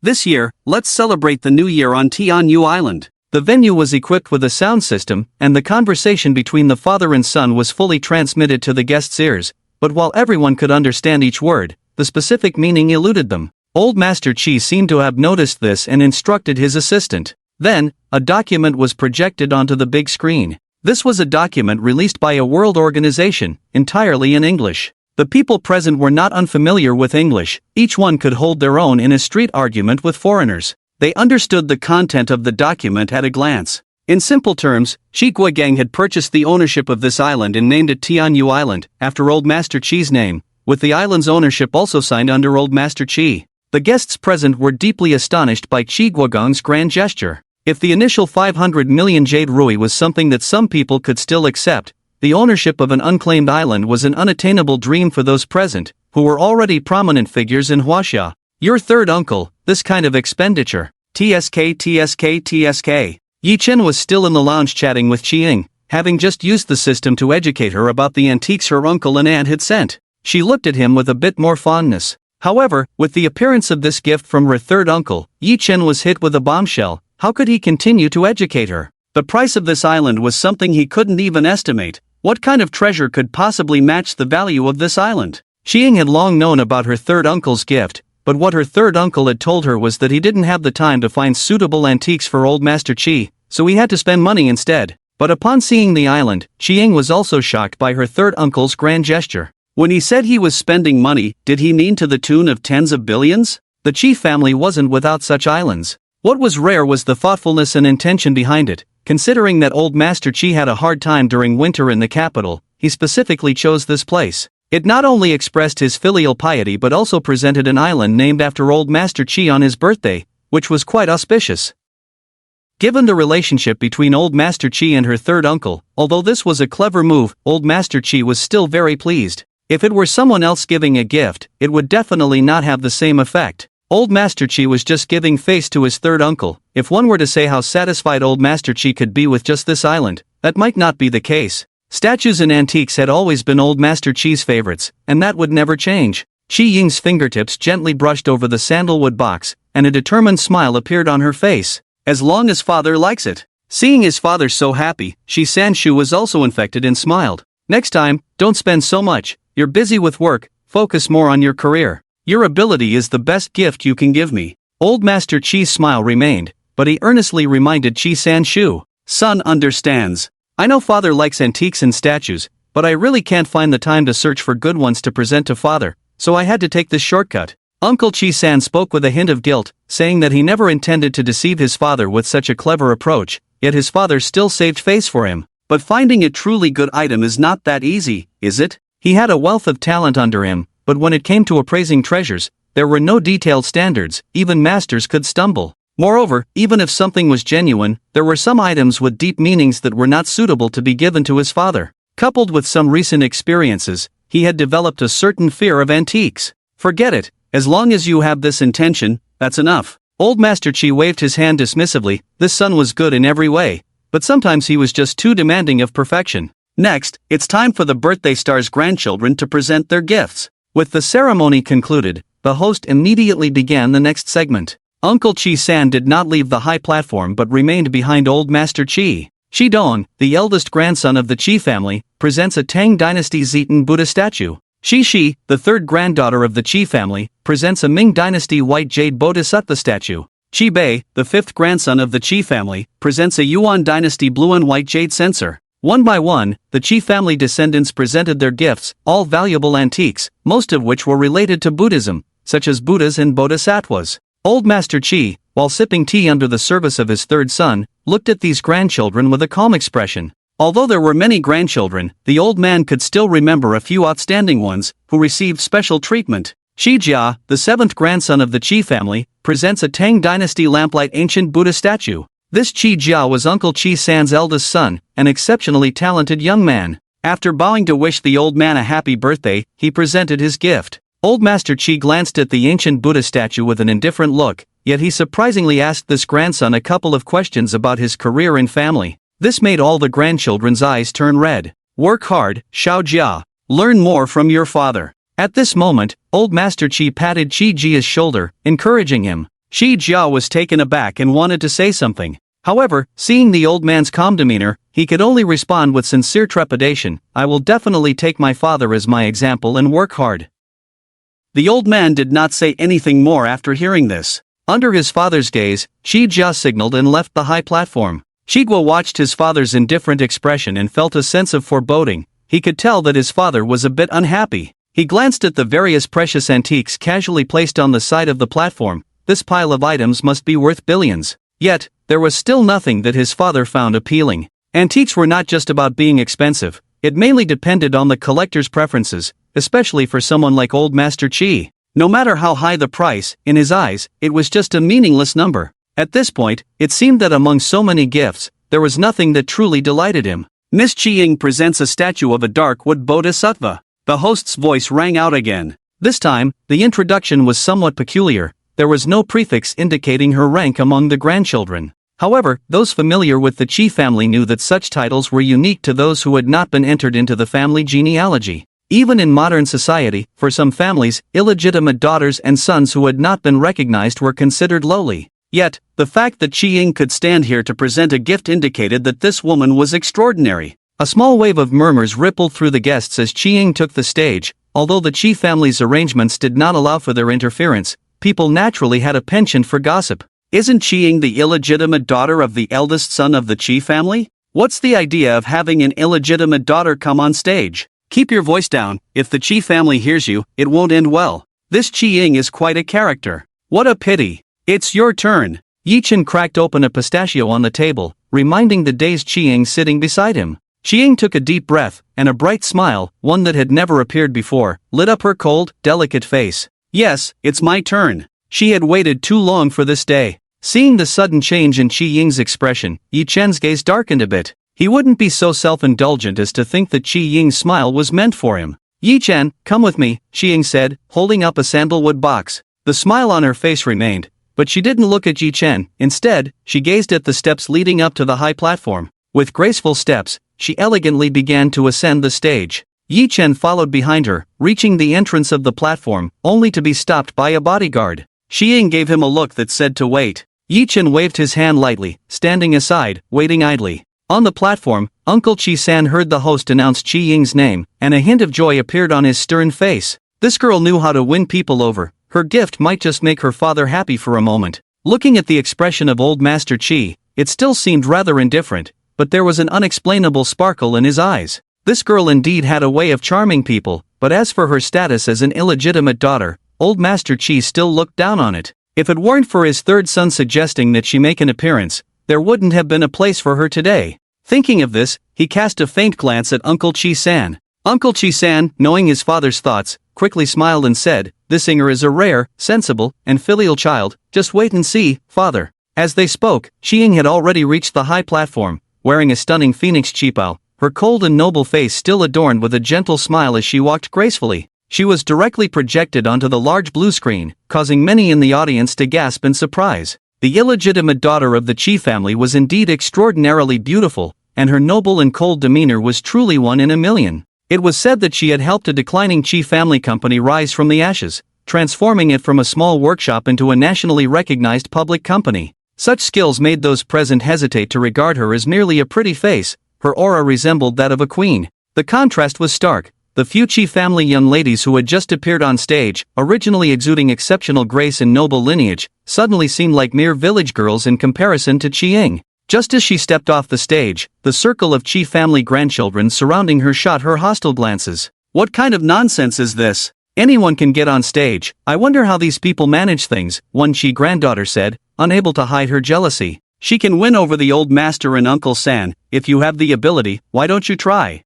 Another chimed in, fanning the flames. It's just some seductive tricks, just like her mother, a lowly wretch. Our Qi family is being ruined by people like her. I say, watch your words. Today is the old master's birthday. If you offend Grandpa, we won't have good days ahead. The audience was a bit noisy. Xiang could guess what was happening without thinking too hard, but none of it concerned her. With a bright smile, she placed the sandalwood box on the treasure platform and slowly knelt down to bow. Xiang wishes Grandpa a fortune as vast as the East Sea, with the sun and moon shining bright. May the pine and crane enjoy eternal spring, and may the seasons never age. A series of auspicious phrases flowed from her lips, and at that moment, Xiang's voice was no longer cold but carried the sweet innocence of a young girl. Good, good, good. Inger, get up. Old Master Qi revealed a hint of a smile on his face. Although this granddaughter's status wasn't very high, it was rare for a grandchild to stand out, and overall, he couldn't help but favor her a bit. Xiang thanked him and raised her head. Seeing the trace of joy on the old man's face, she couldn't help but chuckle inwardly, though her own face still maintained a bright smile. She couldn't even call herself a granddaughter when celebrating his birthday. In this grandfather's eyes,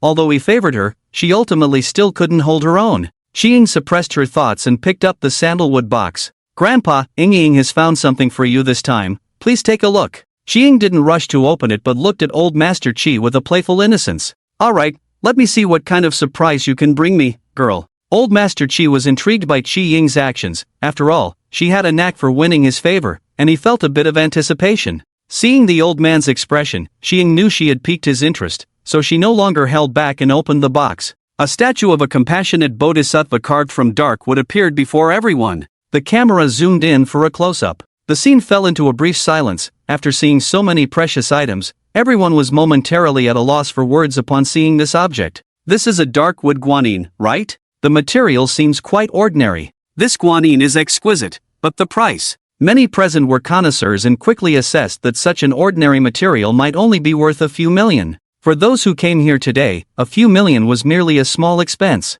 Previously, the gifts had been in the tens of millions, even over 100 million, with Qi Sanshu's gift reaching over 1 billion. This gift seemed almost like a joke. On one side of the high platform, two old acquaintances of Yi Chen were also watching this scene, Qi Ming and Lu Feng. At this moment, quite a few people had gathered around them, and there was a box next to Qi Ming containing who knows what. Lu Feng sat beside Qi Ming with a calm expression, and those around them knew that the box likely contained some strange items as mentioned by Lu Feng, but no one had the face to ask to see it. As Qi Ying took out the darkwood bodhisattva, Qi Ming cast a tense glance at Lu Feng. After all, the statue in his hand had been bought at a high price from Yi Chen, who was Qi Ying's person. If he helped Qi Ying find something extraordinary, then the spotlight today would be stolen by that wretched girl. Lu Feng looked at Qi Ying as she presented the darkwood bodhisattva, his expression serious. But before long, he relaxed, a look of disdain crossing his face as he said to the crowd, Miss Qi Ying is quite interesting. This thing won't fetch more than 2 million, yet she can show it off in front of the old man.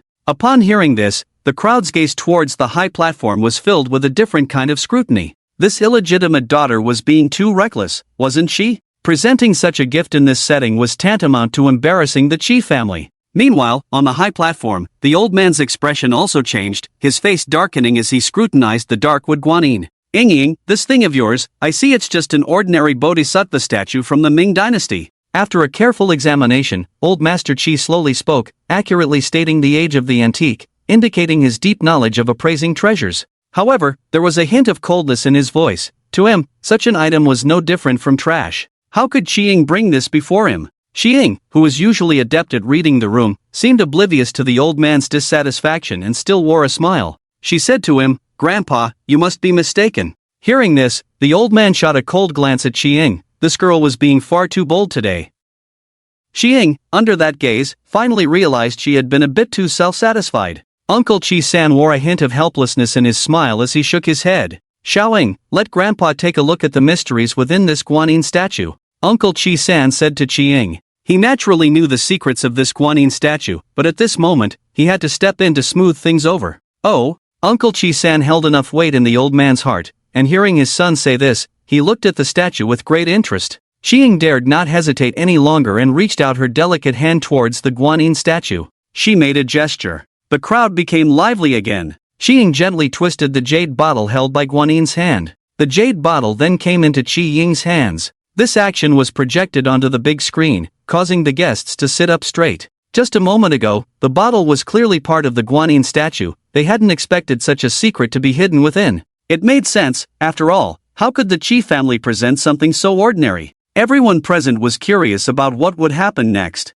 The old man looked at Qi actions and immediately became interested. This Guanyin statue was not large, he had just handled it carefully and hadn't expected it to conceal such a mystery. Looking at the hand of Guanyin holding the jade bottle, it remained intact, indicating that there must be a mechanism inside. However, this mechanism was not enough to catch the old man's attention. Instead, his gaze drifted far away to the jade bottle in Qi hand. Qi held the jade bottle, smiled gracefully, and said to the old man, "Grandpa, please watch." As her words fell, she swept her hand over the jade bottle. It slowly split into two halves. A relic wrapped in gold foil appeared inside the jade bottle. Qi carefully took out a brocade box and placed the relic inside, presenting it with both hands. Upon seeing this scene, the old man's eyes deepened, and he took the brocade box, examining the inscriptions on it closely. The wisdom relic of Elder Mingong. Looking at this phrase and the carved Buddhist scriptures in gold foil, the old man quickly concluded that this was a genuine treasure. It's actually a skull relic of one of the 4 great monks of the Tang dynasty, hidden within the jade bottle. The old man examined the relic lying in the brocade box and couldn't help but exclaim. The relic hidden in the bottle, and the Guanyin statue made of dark wood. The old man, who had immersed himself in antiques for most of his life, combined with his extensive knowledge, had already deduced the mystery behind it. Dark wood is an excellent material for nurturing ancient objects. Those who have read Journey to the West know that the water inside the jade bottle is transformative water, capable of reviving a ginseng tree with just a drop. The relic within the jade bottle carries excellent symbolism, representing transcendence from the mortal realm and eternal life in the future heavens in Buddhist scriptures. Thinking of this, the old man's gaze towards the relic in the Guanyin statue became somewhat fervent. He took the jade bottle from Qi hands and examined it closely. After a while, he figured out the mechanism inside. It was a unique mechanism lock from the Ming dynasty, long lost to time, and he hadn't expected to encounter it on this Guanyin statue. The old man slowly placed the relic into the jade bottle and said lightly to Qi, "It seems Grandpa misjudged. I'm getting old and not as sharp anymore." Qi beautiful eyes sparkled, and with a charming smile, she replied, "Grandpa, you are just as strong as ever, full of ambition. This whole family relies on you." The old man, having found a treasure, was in a good mood and couldn't help but ask more. You put in a lot of thought this time, but this item, I'm afraid, is something ordinary people can't find." The cleverness of this Guanyin statue, if Qi hadn't demonstrated it first, even he, an old expert, would not have understood it. The person who could discover the secret must be extraordinary. When the old man asked this question, his eyes narrowed slightly. He guessed that, given Qi meticulous nature, this master was probably. Sure enough, Qi heard the old man's question and her face lit up with joy. She quickly said, "Grandpa, you truly have a discerning eye. This item was not found by me, but rather thanks to the blessing of a master." Oh, the old man's eyes narrowed even more. Qi looked at the old man's expression, understood his meaning, and said, "Is Grandpa interested in meeting this master?" The old man nodded slightly. After saying this, Qi walked towards the entrance of the high platform to bring Yi Chen in. The audience, witnessing everything, felt a sense of bewilderment. What exactly was happening? Everyone saw Qi take down the jade clean bottle and open it. Then she took out an item from inside and handed it to the old man, who muttered a few words. Although there was amplification equipment, the audience still felt confused. Meanwhile, Lu Feng and Qi Ming had grim expressions. Qi Ming was ignorant of the value, but Lu Feng was an expert. They were close enough to the high platform to see the scene above. As soon as Qi took down the jade clean bottle, Lu Feng realized that something was amiss. The item that was taken out had Buddhist scriptures and ancient characters that flashed on the screen. But for an expert like Lu Feng, that brief moment was enough for him to recognize what it was. A relic. It was actually a relic. And it was the skull relic of one of the 4 great monks of the Tang dynasty. Grandpa Lu, is this relic more valuable than our Buddha statue? Qi Ming asked Lu Feng, feeling somewhat unwilling as he watched the old man cherish the item. Lu Feng shook his head. Qi Ming was about to feel happy at Lu Feng's gesture, but seeing Lu Feng's serious expression, he couldn't feel joy at all. This relic has indeed been auctioned before. The final transaction price for monk relics is usually below 30 million. Lu Feng slowly stated, and this price was the one Qi Ying reported to Yi Chen, also the quote within Yi Chen's system. So cheap? How can Qi Ying's 30 million item compare to my wooden female sculpture? Lu Feng glanced at him indifferently. Price does not tell the whole story. The auction of relics is limited by a small audience. Generally, they are acquired by well-known Buddhist temples, and private collections are rare. He paused here and cast a faint glance at Qi Ming, who shivered, knowing that Lu Feng's next words were crucial. Moreover, such monk relics are often priceless. Do you know that the preservation of this relic is not like other items? The existing Xuanzang relic is the earliest known relic and is collected in the National Temple. The importance of this Mingong relic is even comparable to Xuanzang. If your grandfather were to buy it, he might be willing to trade the island your third uncle gave him. Qi Ming finally understood. The price of this relic was not because it was worthless, but because there simply wasn't any available. With such a top-grade monk relic, encountering someone like Grandpa who was willing to pay is unimaginable. If Yi Chen knew that the system's quote was based on such a calculation model, he would probably be furious and beat the system up. But Yi Chen clearly didn't know. He was still sitting beside the entrance of the high platform, idly playing with a tourmaline snuff bottle. In fact, he wanted to play with his phone, but in such a conspicuous position, it felt inappropriate to do so. He watched Qi Ying presenting her treasure not far away, along with the projection on the big screen. At this moment, Qi Ying was already walking towards him with a beaming smile. Before long, Qi Ying brought Yi Chen to stand before the old man. Old Master Qi squinted his eyes as he scrutinized Yi Chen. This young man was the one Qi Ying had brought over earlier. He looked quite decent, and according to Qi Ying's introduction, it was rare talent to be able to find such a peculiar item. As for what Lu Feng had said at the dining table about picking up a bargain, Old Master Qi still had a vague impression of it. A young man who could find such a rare object was also connected to Lu Feng. It seemed that today's birthday banquet had brought him quite a few surprises. Yi Chen approached Old Master Qi, who was a man full of secrets, once in a high position, and now the head of the Qi family. He did not show any signs of timidity, standing tall with a clear gaze and a slight smile, following Qi Ying's side. Grandpa, this is the master who helped me acquire the treasure, Yi Chen, Master Yi. Qi Ying introduced him to Old Master Qi. Old Master Qi withdrew his scrutinizing gaze and said lightly, indeed, heroes emerge from the youth. Master Yi has traveled a long way, please, let him have a seat. Although they were on this high platform and still holding the gift-giving ceremony, everything was done according to the old master's wishes. No one dared to question his decisions. Even if he wanted to set the place ablaze, no one would dare to object. With the old master's command given, someone quickly brought a yellow rosewood armchair for Yi Chen. Yi Chen was not polite and clasped his hands to congratulate the old master. This time, Qi Ying invited me to Kyoto as a guest. I didn't expect to have the honor of attending your birthday banquet, and I wish you blessings as vast as the East Sea. Good. Master Yi, please take a seat. Old Master Qi smiled warmly, accepting Yi Chen's blessing and inviting him to sit down. I heard from Qi Ying that this Guanyin statue was found by Master Yi. Could you enlighten us on how you came across this rare object? Once Yi Chen was seated, the old master slowly began to ask. At the same time, Yi Chen's face was reflected on the screen. It seemed that this peculiar item had piqued old Master Qi's interest. Otherwise, why would he give a young man a seat at such a moment? The people present looked curiously at the handsome face on the screen, but what intrigued them more was the story behind how this rare object was found. Since you have asked, old master, I will start from the beginning, Yi Chen said, omitting the details about the system and picking up bargains. He focused on how he encountered Qi Ying and purchased the Guanyin statue, emphasizing how he recognized its extraordinary nature and the relic it contained. This focus was not difficult for him. After obtaining the system, he had spent a day catching up on a wealth of knowledge about antiques. Being from a prestigious university's liberal arts department, his mind was certainly sharp,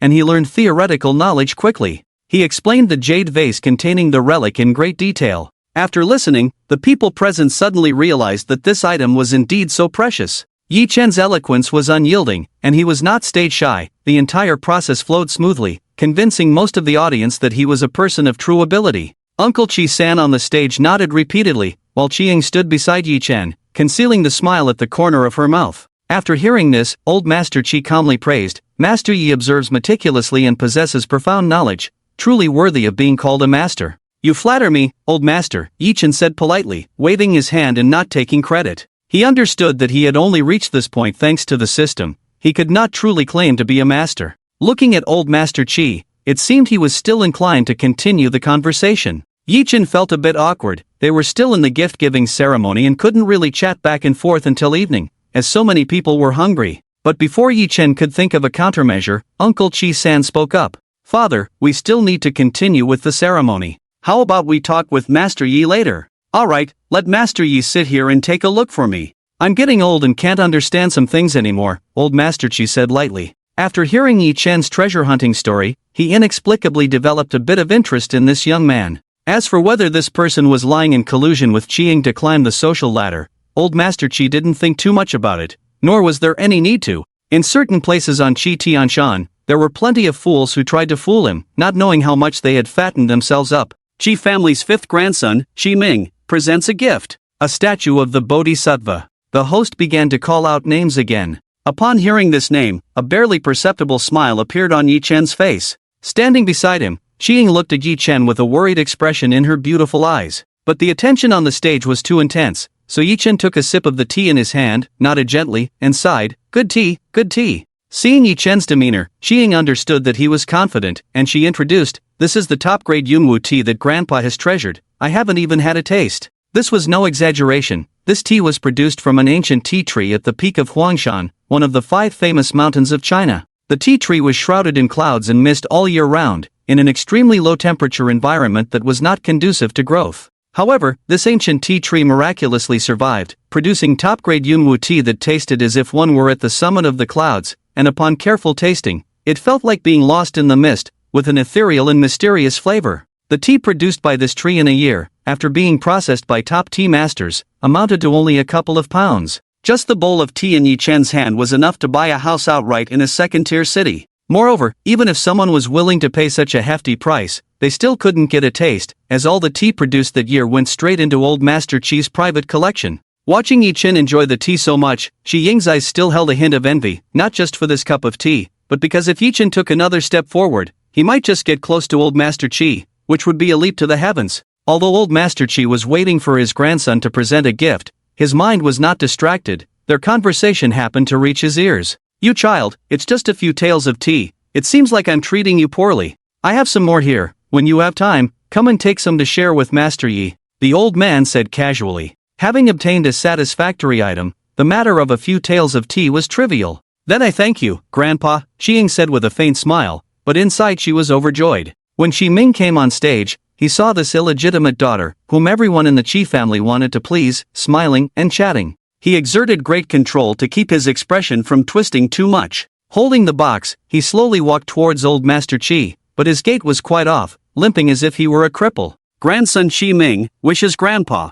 Chi Ming knelt down with some difficulty, bowing his head while speaking blessings, subtly suppressing the pain in his voice. Although he was very careful, a few people on stage still noticed. What was going on? Chi-ying looked coldly at Chi Ming, wondering what tricks he was up to. Yi Chen savored the fragrant tea in his hand. It was indeed good tea. When Chi-ying got her hands on it, she would definitely have to ask him for some. As for Chi Ming, system-activated Chi Ming's secret matter, new, evil poison in the body, detailed view, system warning, this person has been poisoned by evil, please stay away or deal with it quickly. System warning? Is the system giving me a heads up? Yi Chen's previously relaxed mood turned serious as he set down the fragrant tea and focused his gaze on the wooden box that Chi Ming had placed aside. Old Master Chi looked at Chi Ming with a calm expression, telling him to get up. "What happened to your legs?" He noticed that Chi Ming seemed to be having trouble with his legs. Upon hearing this, Chi Ming's expression tightened, and he instinctively covered his leg with his hand, as if realizing something was off, and quickly withdrew his hand. "I tripped a few days ago, it's nothing serious. Grandpa, take a look at this jade girl wooden sculpture. This was chosen by Great-Grandpa Lu to honor you." Chi Ming quickly concealed his leg injury and shifted the topic to his birthday gift. Old Master Chi nodded slightly. he was somewhat interested in the peculiar item that Lu Feng had previously described. Seeing the old man's expression, Qi Ming, filled with pride, opened the box, revealing a jade girl wooden sculpture carved from black sandalwood. The sculpture had a graceful posture, posed as if playing the pipa, elegant and charming, yet its face was so pure and captivating, exuding a dignified aura. It possessed a magical allure that made it hard to look away. In an instant, Old Master Qi, Uncle Qi-san, and Qi-ying were all captivated by the beauty of the jade girl wooden sculpture. The host on stage and the event coordinator were also drawn in by the sculpture's beauty, unable to take their eyes off it. The big screen zoomed in on the jade girl wooden sculpture. Everyone present was enchanted by the sculpture's exquisite beauty. This sculpture is too beautiful, it looks like it's about to fly. The craftsmanship is truly rare in the world. Is this really a statue of a Buddha? I think those figurines can't compare to this level. While the entire audience was mesmerized by the sculpture's elegance, only 3 people noticed something was off. Yi Chen, Lu Feng, and Xiao Chang. These 3 had seen the wooden sculpture when it was first washed out from the black sandalwood. But now, whether seen up close or on the big screen, this jade girl wooden sculpture had changed. The initial expression of the jade girl wooden sculpture was solemn and devoid of emotion. However, now the sculpture's mouth bore a strange smile, and the facial features carried a hint of a mysterious expression. Sitting at the edge of the banquet table, Xiao Chang looked at the wooden sculpture, listening to the praises around him, feeling a chill run down his spine. What's wrong with you, Chang Go? Next to Xiao Chang was a guest invited by Qi-ying, who was familiar with him and couldn't help but ask upon seeing his expression. She smiled. What do you mean she smiled? Others looked at Xiao Chang, who was muttering to himself, confused about what was happening. But Xiao Chang didn't explain, instead, he turned and ran outside. What's wrong with Chang Ge? Most of the people at the table were related to Qi-ying, and seeing Ah Chang run out, they couldn't help but ask the person he was talking to. How would I know? Maybe he had an urgent need. At that moment, Lu Feng was sitting with his granddaughter and son-in-law, watching Qi Ming present his gift. Grandpa, do you think the old man will appreciate Minger's gift? Qi Ming's father asked, his tone filled with anticipation. Lu Feng's granddaughter, Qi Ming's stepmother, also looked at him with curious eyes. Lu Feng's expression slightly darkened. This Qi Ming was involved with his granddaughter, calling him grandpa, while his father was also calling him grandpa, making the family ties quite tangled. Fortunately, that clever Qi Ming never made a mistake in front of outsiders, otherwise, it would have been a huge scandal. Watching Yi Chen on stage, Lu Feng secretly laughed. This person thought he could control him by holding onto his secrets?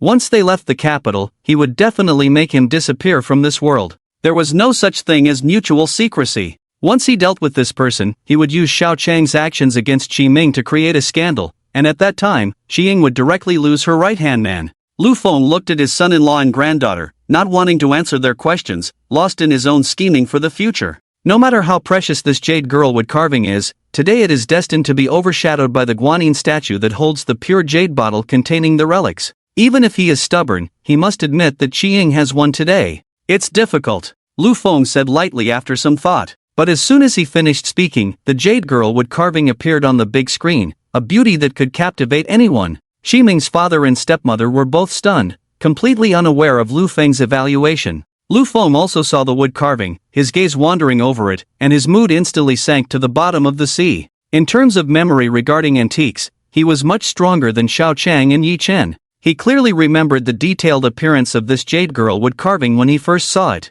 In comparison, he discovered an astonishing fact. This wood carving not only had an inexplicable smile but also had floating ribbons around her, which had not existed before, yet it seemed as if these ribbons had always been there. After acquiring this statue, it was handed over to Qi Ming for safekeeping, and he hadn't paid much attention to it. How could there be such a big change in just 2 days? Did Qi Ming carve it privately? That was impossible. Lu Feng believed he knew Qi Ming well enough, he would never do something so foolish. Having ruled out all impossible scenarios, only one possibility remained. There was something wrong with the jade girl statue itself. Lu Feng recalled some strange tales he had heard from elders in his youth, which he had never taken seriously. But at his age, seeing this object made his scalp tingle. On the stage, Yi Chen was the closest person to this object among the 3. He did not observe as meticulously as Lu Feng, nor did he notice the facial expressions of the jade girl wood carving like Xiao Chang did. He only felt that this wood carving seemed to be smiling at him, a mocking smile, a wanton laugh,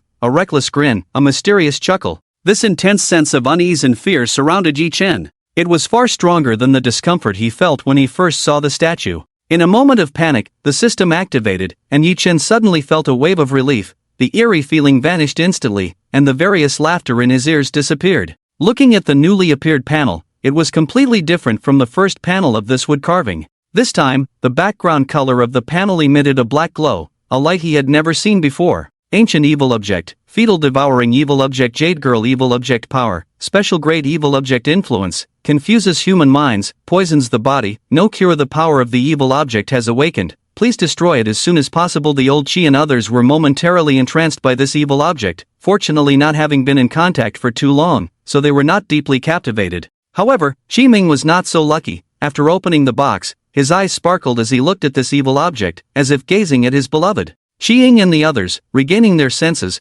frowned slightly at Chi Ming's demeanor. They had no idea that this stunning wood carving was actually a death token. They only felt that Chi Ming's behavior was unbecoming of a scion of a prominent family. Ahem, Chi Ming, why don't you introduce the origins of this thing? Uncle Chi-san spoke up in time, noticing that the old man seemed satisfied with this gift, but Chi Ming's display was rather unseemly, prompting him to say something. Hearing his uncle's call, Chi Ming came to his senses, reluctantly shifting his gaze away. For some reason, the thought of giving away this wood carving made him feel particularly resistant. But his mind had not completely lost its clarity, and he respectfully said to Old Master Chi, "This was found by Lord Lu, and I am merely presenting it as a gift. What do you think, Grandpa? Forget it, let Lu Feng come up." The old man waved his hand, beckoning the servants. He was quite interested in this object, finding it more and more intriguing. Before long, Lu Feng arrived on stage and also wished the old man a happy birthday. According to the hierarchy, his status should be higher than that of Old Master Chi since his granddaughter married the fifth son of Old Master Chi. However, he did not dare to flaunt this in front of Old Master Chi and even deliberately made people forget about it. "Old Lu, don't be so polite with me. Quickly tell me, how did you come by this thing?" Old Master Chi spoke to Lu Feng in a more casual tone. But at that moment, Lu Feng did not dare to follow up on this topic. Instead, he glanced at Yi Chen, who was sitting beside him, still savoring his tea. Slowly, he spoke, "This thing was actually left to us by Master Yi. In law, why not ask Master Yi about it?" Upon hearing this, Yi Chen couldn't help but chuckle softly. Lu Feng's ability to read the situation was truly impressive. He had noticed that something was off and wanted to divert the blame elsewhere, thinking he could escape unscathed. Hearing Lu Feng's words, Old Master Chi's gaze towards Yi Chen became somewhat meaningful. The two treasures that matched his desires today were both discovered by this Master Yi, indicating that this person indeed had some skills. "Master Yi, since my in-law has said so, could you enlighten us all once more?" Old Master Chi spoke with a tone that suggested negotiation. It was known that very few people could make him speak in such a manner, most of whom were now buried in the ground.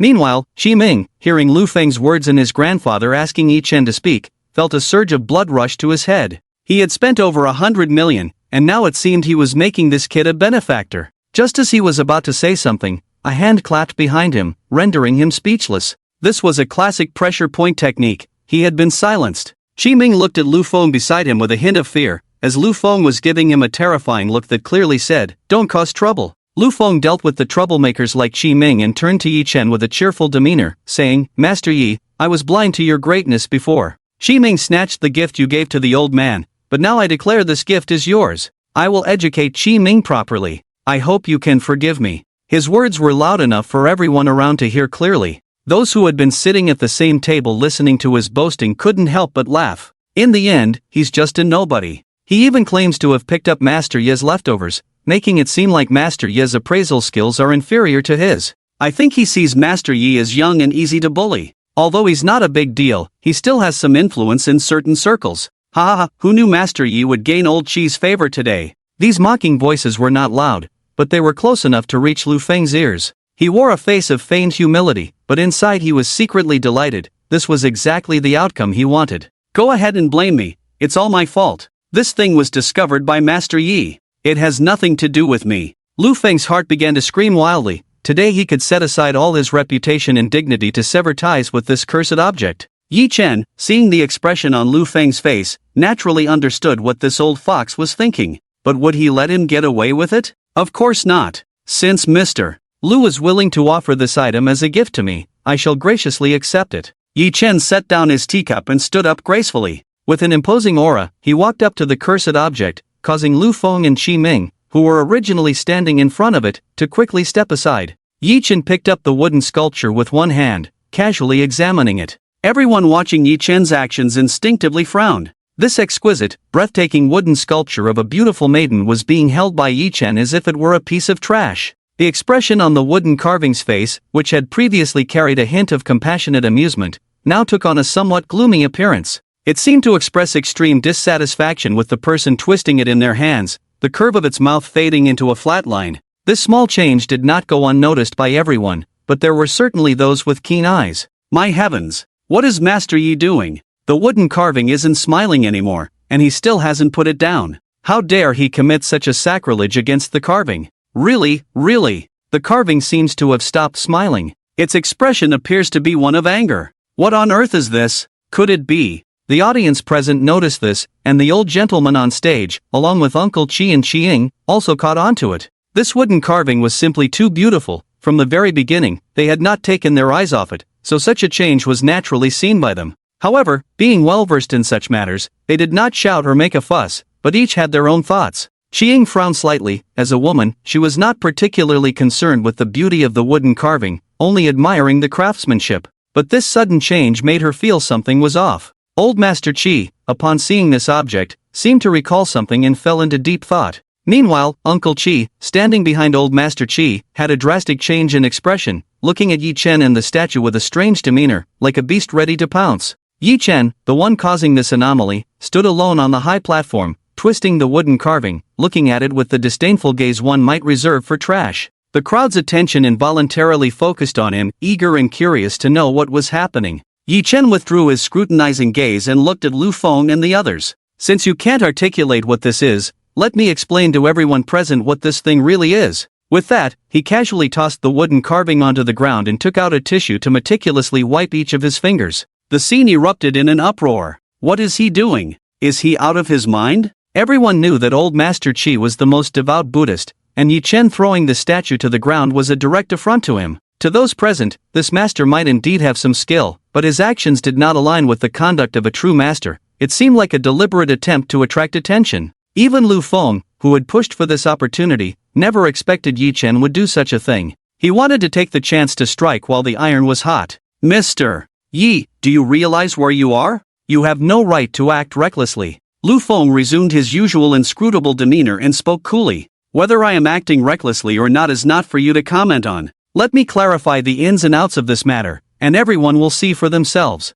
After wiping his fingers, Yi Chen casually tossed the wet tissue onto the wooden carving, perfectly covering the face of the statue. It concealed the carving's gradually contorting features. Master Yi, what do you mean by this? Old Master Chi, seeing Yi Chen's actions, was already displeased but suppressed his anger and asked calmly. Yi Chen smiled faintly, looking at Old Master Chi. The younger generation has been rude. I hope the old gentleman will not take offense. I will clarify the ins and outs of this matter. Old Master Chi nodded coldly. He needed a reasonable explanation from Yi Chen. Since Mr. Lu Feng mentioned that he had encountered me before, I wonder how he described it to you, old gentleman? Although Old Master Chi was advanced in age, how could he forget what had just happened? This Lu relative said that he met you on Antique Street and picked up this jade girl wooden carving from your hands. As he spoke, Old Master Chi looked at Lu Feng with a scrutinizing gaze. His previous words implied that Yi Chen had misjudged the situation, and that he had taken advantage of Yi Chen's oversight. For a master, being outsmarted by someone else is undoubtedly a disgrace.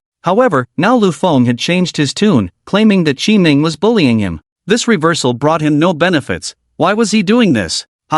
Taking advantage? With Mr. Lu's eyesight? Yi Chen chuckled lightly, his gaze towards Lu Feng filled with disdain. The expression Lu Feng had when he wanted to provoke instantly turned lewd, and a surge of anger rose within him. He never expected this seemingly gentle and polite young man would dare to mock him here. When he was struggling to make a living, this young man's parents hadn't even been born yet. If this had happened elsewhere today, he would have surely tortured him to death. But seeing the thing lying at Yi Chen's feet like garbage, he managed to suppress his anger. He understood that his main task today was to distance himself from this thing. He absolutely could not let old Master Chi think that this item was something he and Qi Ming had brought. He vaguely knew what this thing was, but he didn't dare to be certain. Realizing this, Lu Feng spoke with a hint of trepidation. I was too attached to this empty title and spoke too grandly. This item was first noticed by Mr. Yi. I broke the rules and disrupted the deal, and it was Qi Ming who insisted on using price to pressure others. Lu Feng recounted his misdeeds with a sincere expression, almost moved to tears. The guests, upon hearing this, looked down on Lu Feng. However, using power to oppress others, throwing money around, and boasting about oneself were things that basically everyone present had done. In their eyes, this incident was not a big deal at all. Their disdain for him stemmed from the fact that he had laid these matters bare, which was a loss of face. On the contrary, the aggressive Yi Chen was quite detestable. He had shattered the facade these people maintained, merely to step on others to rise in status, which they found rather despicable. Hearing Lu Feng's admission, Yi Chen was slightly surprised. This old man truly had no shame. Did he really think that Yi Chen couldn't see what this wooden sculpture was and that he was trying to trick him? To be fair, Lu Feng genuinely believed that Yi Chen wouldn't know the true nature of this wooden sculpture. He had heard from an elder in his family about a mysterious place in a foreign land. There was a time when a large number of evil objects emerged there. These evil objects brought misfortune, ominous signs, and even death. He remembered a story that elder had told him. It was about a wealthy family from a previous dynasty that had invited a wooden statue to their home for daily worship. This statue was made from a type of wood called boza, which was as white as jade, with a delicate and sturdy texture, exuding a charming fragrance. At that time, the family adored the statue. It had a dignified appearance, neither angry nor happy, calmly observing the world. Many powerful families visited them and admired the statue, asking to purchase it. However, the family refused everyone, even when some tried to pressure them with their power. They would rather face ruin than part with the statue. In the end, before anyone could act, disaster struck the family. All 100 members of the household perished. They died in front of the wooden statue, in an extremely bizarre manner. Over 100 people, devouring each other, with not a single body intact. When someone arrived after hearing the commotion, they discovered the scene in the wooden statue hall. The male head of the family had only bones left on his legs, while he held a small corpse in his hands, frantically tearing at it. This was his newborn daughter, less than 3 months old. He had eaten her from head to toe. When the visitors arrived, they only saw him holding his daughter's head, beneath which lay the small remains of her body. He was covered in blood, and there seemed to be a hint of a smile on his face as he chewed on his daughter's rib, making a crunching sound. There were still some people alive at the scene, but they were unrecognizable as humans. They were either eating human flesh or being eaten. No one was trying to escape. They were all a feast for one another, enjoying this gluttonous banquet. The wooden statue in the hall, however, was no longer in its original form. The pure white jade statue was stained with blood, and it was laughing, visibly laughing with joy. At that time, the one telling this story to himself was a very experienced elder. Lu Feng always thought he was being deceived, but he told himself that when he was very young, he lived next to that family, and the first to discover the scene was his grandfather, who took him out for a walk and passed by that household on the way back. He witnessed it with his own eyes. Absurd, it was truly absurd. Lu Feng was already in his teens and had begun his career. However, he did not believe a word of what the old man said. In that era, the monsters and demons were just paper tigers. How could such a ridiculous thing happen? The old man did not pursue the topic further but warned Lu Feng that if he saw a statue that he genuinely wanted to approach and worship, yet it changed its face, he must not touch it. At that time, Lu Feng took these words as a joke, not realizing that the old man had already planted a seed within him. In the following decades, he encountered countless antiques but never saw the mysterious event the old man spoke of, further convincing him that the old man was deceiving him. He suppressed the growth of this seed with his own experience and knowledge. However, after seeing this suddenly mutated wooden statue today, the seed began to grow wildly. He could feel an impulse to even worship this wooden statue. He was afraid, terrified. If this object truly caused trouble for old Master Qi, and he did not shirk responsibility, the Qi family would surely vent their anger on him. He did not believe that this kind of thing would be known by a young brat like Yi Chen. Back then, everyone who knew about this matter was silenced by the court and classified as top secret. Now, let Yi Chen be the scapegoat. Lu Feng looked at Yi Chen with a hint of a cold smile. But unexpectedly, Yi Chen's deep black eyes, as unfathomable as the starry sky, were looking at him. As he met Yi Chen's profound gaze, Lu Feng unconsciously took a few steps back. Yi Chen slowly withdrew his gaze and said, "Since Mr. Lu is willing to admit it, that's best. Indeed, you broke the rules first that day." Yes, it was my fault." Lu Feng repeatedly admitted his mistake, thinking that if he pushed this wooden statue onto Yi Chen, he would be in the clear. "However, I never said that buying this thing was a gift for old Master Qi," Yi Chen added, leaving everyone present speechless. Master Yi has come from afar, so there's no need to prepare any gifts for me," old Master Qi said. The old man misunderstood. What I meant was that I would never bring such a filthy thing to tarnish your eyes. Filthy thing? The old man looked at Yi Chen with a puzzled expression, while Uncle Chi-san, hearing Yi Chen's words, softened his gaze towards him. Lu Feng was greatly alarmed upon hearing this. Could it be that this kid has already discovered it? How is that possible? Yi Chen did not pay much attention to the reactions of those around him but continued, that day, I wanted to acquire this filthy thing to take back and destroy it, but unexpectedly, it was intercepted by Lu Feng, who forcibly bought it. What nonsense are you talking? How can such a sacred statue become a filthy thing in your mouth? Lu Feng began to argue. It's laughable that Mr. Lu, at his age, can't see what this is and still dares to bring it before the old master to tarnish people's eyes. Yi Chen scoffed, mocking Lu Feng. You are going too far. Why don't you tell me what this thing is? Humph. What thing? Yi Chen coldly snorted and picked up the jade girl wooden statue from the ground. I'll let you see what it is. Saying this, he handed the wooden statue to a bodyguard nearby. Please cut open its abdomen. The bodyguard looked at the wooden statue and hesitated to take it. This person was being too bold. This thing was clearly priceless, and he was actually asking him to do something so crazy. Qi Ming, seeing Yi Chen's actions, somehow broke free from Lu Feng's restraint and ran in front of Yi Chen. Give it back to me. Give it back to me. Who dares to touch it? His demeanor was frantic, almost mad. The atmosphere on the stage suddenly became serious. Yi Chen saw Qi Ming rushing up and quickly dodged, but Qi Ming wasn't so lucky, falling in a very awkward manner. Damn it, give it back to me. Qi Ming's head was bleeding from the fall, but he still stubbornly clung to Yi Chen's leg, trying to reclaim the wooden statue. Yi Chen felt a headache coming on. He kicked him off the high platform, but with so many eyes watching, taking action himself would surely lead to trouble. What are you all looking at? Pull Qi Ming down. This time, it was not Old Master Qi who spoke, but Qi Sanshu. Old Master Qi looked at his son with some surprise, noticing his solemn expression, which only appeared when he was extremely focused on something.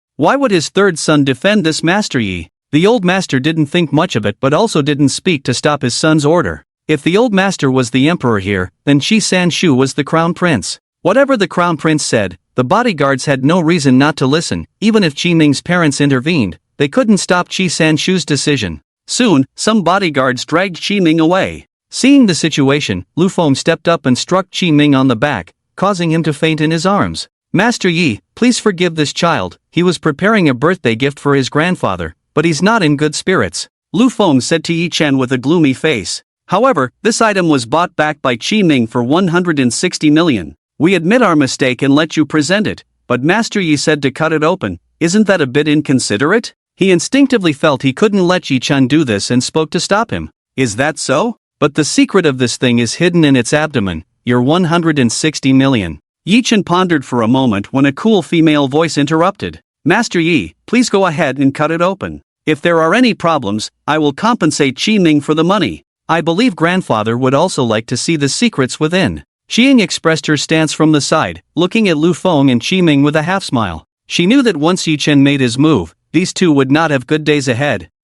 Since Master Yi says there are secrets inside, it wouldn't hurt to take a look. Uncle is here, why should my niece pay? Master Yi, please proceed. Qi Sanshu also chimed in with a laugh. Master Yi, let's do as you say, since it's a gift for me, let's not mention money, such a mundane thing. Old Master Qi also spoke lightly. With the approval of these people, the bodyguard Yi Chen had called upon became more respectful. Master Yi, how should I proceed? The bodyguard trembled as he looked at the wooden statue, momentarily dazed at the thought of ruining something worth over 100 million. Go find me a jade basin and a knife. Yi Chen instructed. Jade basin? The bodyguard looked around, wondering where to find a jade basin here. Fool! Master Yi, you can just use this for now. After consulting with Old Master Qi, Uncle Qi-san picked up a treasure basin from the pile of gifts beside him and walked over to Yi Chen. The basin was made entirely of jade, inlaid with gemstones and gold, shimmering with colors and radiating brilliance. Yi Chen felt a stir in his heart. This must be a gift from some descendant of the Qi family,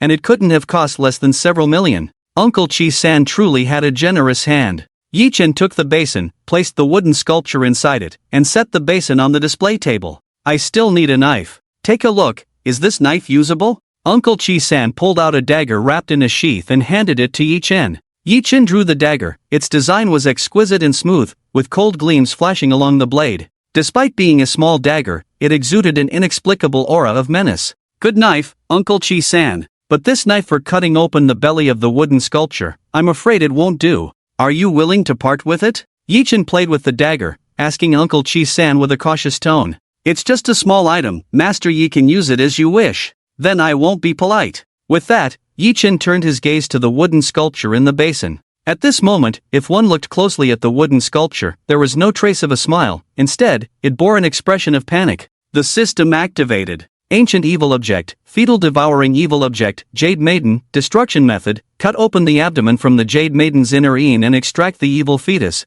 The evil fetus must be contained in jade to dispel its evil nature. Yi-chan, holding the dagger, thrust it fiercely into the inner eon of the wooden sculpture. The position where Yi-chan stabbed was excessively brutal. Those nearby frowned, wondering what this person was doing. What is he stabbing the wooden sculpture for? How can there be such a madman? Isn't this desecrating the wooden sculpture? But before they could confront Yi-chan, he exerted a bit of force, pulling the dagger from the abdomen straight up to the chest of the wooden sculpture. A mass of blood-red substance fell out of the jade maiden wooden sculpture. It resembled a human embryo, yet also looked like some kind of monster. It landed in the jade basin, wriggled a few times, and then came to a stop. Gradually, the originally pure white jade basin was stained a bright red, and the creature lost its vitality, becoming a pale, lifeless mass. Witnessing such a bizarre scene, everyone present was stunned. Fortunately, Uncle Chi-san had previously stopped the live broadcast, otherwise, it was hard to imagine how chaotic the scene would have become.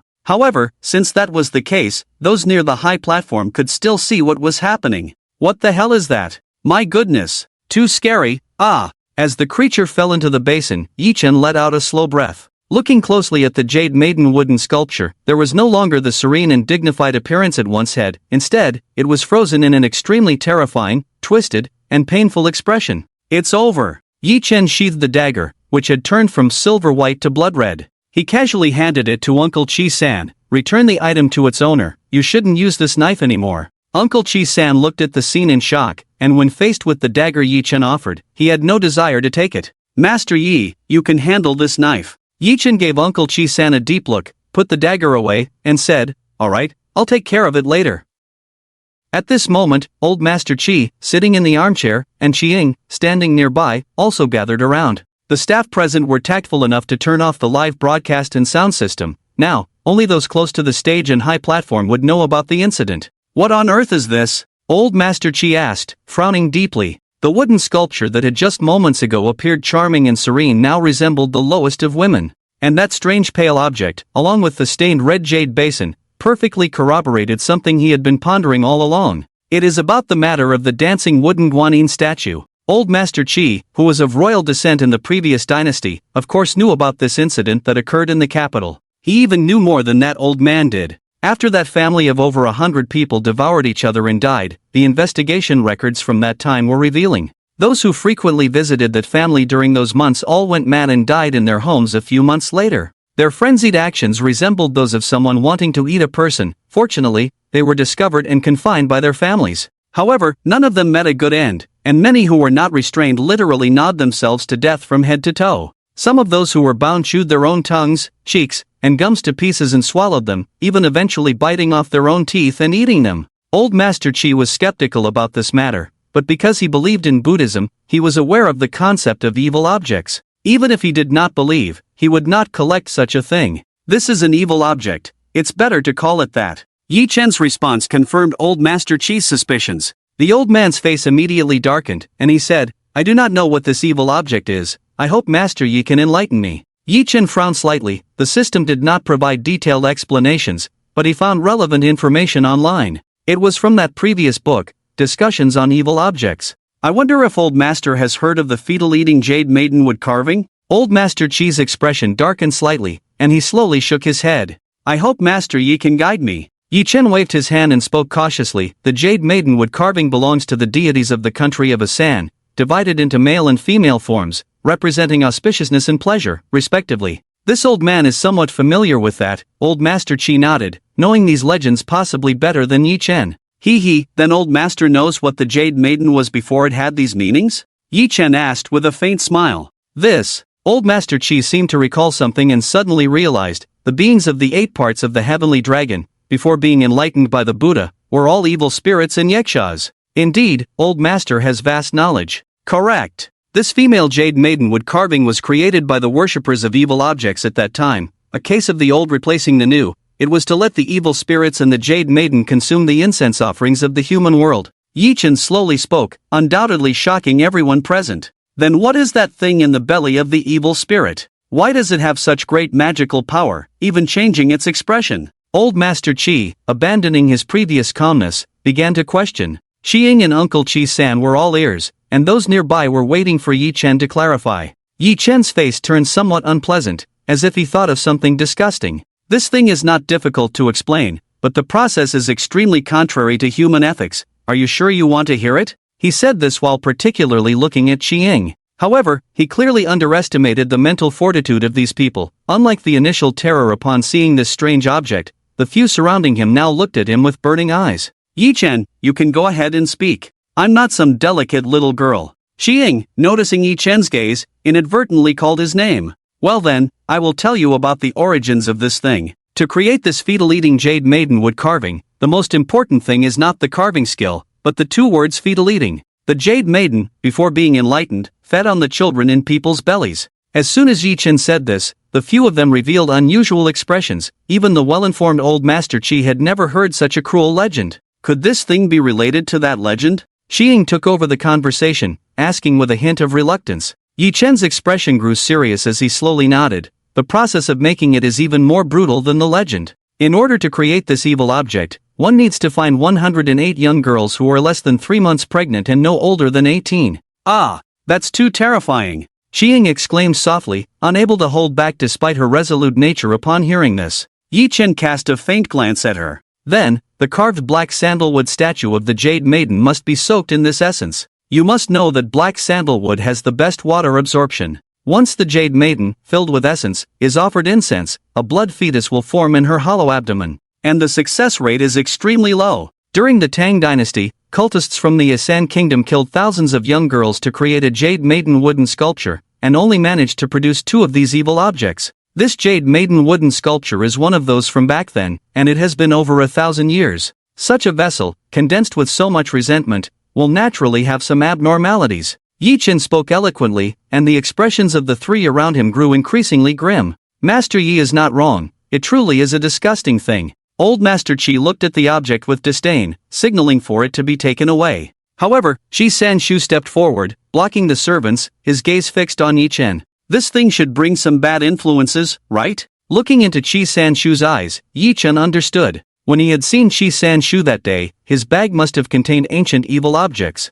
But he couldn't say it in this situation. It was likely related to his identity as the head of the National Security Bureau. So, did he send a message to himself because something had happened? However, aside from the system, he hadn't stolen or robbed anything, and he had no leverage for him to grasp. As for the system, Yi-Chen didn't believe he would expose anything. Thinking of this, Yi-Chen felt a bit of tension ease. Since Qi-San-Shu had given him an opening, he had no reason not to respond. Yes, it will bring some bad influences. Yi-Chen nodded gently, but seemed hesitant to elaborate. Upon hearing this, Qi-San-Shu's expression grew serious. Meanwhile, old Master Qi's face darkened. This object was a gift from his grandson Qiming. If there were any bad influences, was this grandson trying to harm him? Seeing Yi-Chen's hesitant demeanor, old Master Qi began to calculate in his mind. What influence? Mr. Yi, please speak freely. After a moment of contemplation, Yi-Chen, with a troubled expression, sighed, alas, although this matter was initiated by Qi Wu Shao and Mr.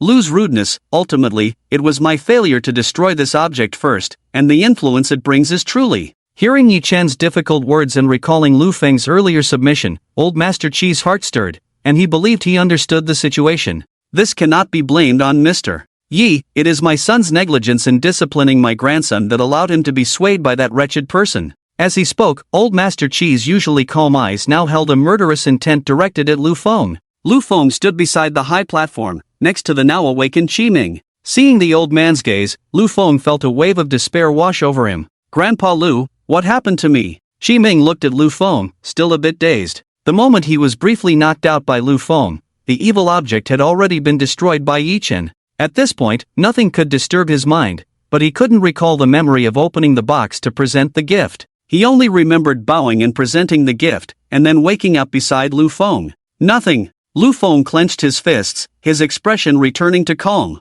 After old Master Chi's words, Yi Chen realized that Lu Feng's attempt to shift the blame had already been seen through by the old man. At this moment, Yi Chen was no longer afraid of revealing the truth. Old man, although you are magnanimous, I still feel guilty inside. Looking at Yi Chen's conflicted and pained expression, Uncle Chi began to chime in, Master Yi, this matter cannot be blamed on you. If Lu Feng wants to pin this on you, I will be the first to skin him alive, so feel free to speak. Yes, Yi Chen. Both uncle and grandpa have spoken, they are men of their word and will not make things difficult for you, so just say it. Shi Ying, seeing Yi Chen's demeanor, though they hadn't interacted much, could tell he must have a backup plan and felt the need to help him. Since both the old man and the third uncle have spoken, I will speak frankly. Yi Chen took a deep breath, as if making a tremendous decision, and said to the puzzled old Chi, Old man, please accept my condolences. Master Yi, be careful with your words. Yi Chen. 2 exclamations rang out, one from Uncle Chi and the other from Chi Ying. Only old Chi looked at Yi Chen with a heavy gaze. Master Yi, do you know what you are saying? With a face full of regret, Yi Chen's voice was suppressed with a hint of gloom. It's all my fault for not getting rid of this evil object first. Your grandson mistakenly thought it was a treasure and didn't believe my words. Now he is about to lose his life. These words struck like a bolt from the blue. Shi Ming, who was nearby, heard this and wanted to stand up to argue. But before he could rise, he found he could no longer stand. His legs seemed to have lost all sensation. Master Yi, you can't say such things lightly. This is no joke. Yi Chen. Shi Ying and Uncle Chi tried to smooth things over, but the old man's expression did not soften. Anyone would be angry if someone said their family member was dying at their own birthday banquet. If it weren't for Yi Chen having some skills, he would have been dismissed long ago. Master Yi, you need to clarify this. Before he could finish, Shi Ming collapsed to the ground. His skin was black, his eyes rolled back, and his face was filled with terror, as if he had suffered immense torment and fright. Uncle Chi rushed to Chi Ming's side and helped him up. A pulse check revealed no signs of life. Even with all the bizarre ways people could die, he had never seen such a strange death. Just moments ago, he was a rosy-cheeked young man, and now he had suddenly turned into a piece of charcoal. But upon closer inspection,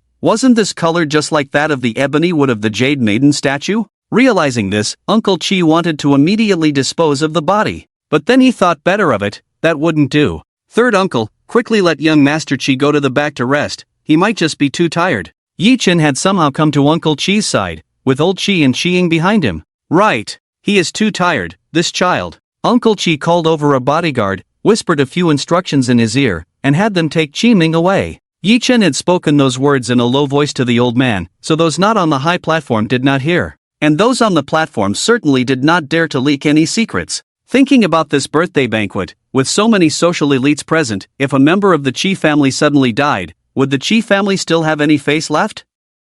Yi Chen understood this as well. Although he had pointed out Chi Ming's death to the old man, he did not expose it on the spot but instead helped cover it up. Thank you, Master Yi. Uncle Chi said with a serious expression. Old Chi's face was filled with uncertainty. The death of a grandson did not overly affect his mood. What puzzled him was that Yi Chen said Chi Ming was dead, and Chi Ming had died on the spot. This was not something that could be accomplished by poisoning. The only possibility was the influence of that evil object. If that thing had really fallen into his hands, would he have ended up in such a predicament today? He dared not think. Master Chi, I just forgot something important. Yi Chen said somewhat hurriedly. But before he could finish, a dull explosion sounded from backstage, and a group of men began to curse. What the hell is this? Damn, this is disgusting. Uncle Chi didn't hear Yi Chen's words completely. Upon hearing the commotion, he quickly turned and headed backstage. Hey, Master Chi, wait. Yi Chen hurried after him, wanting to stop him. But it was too late. Uncle Chi had already reached the backstage.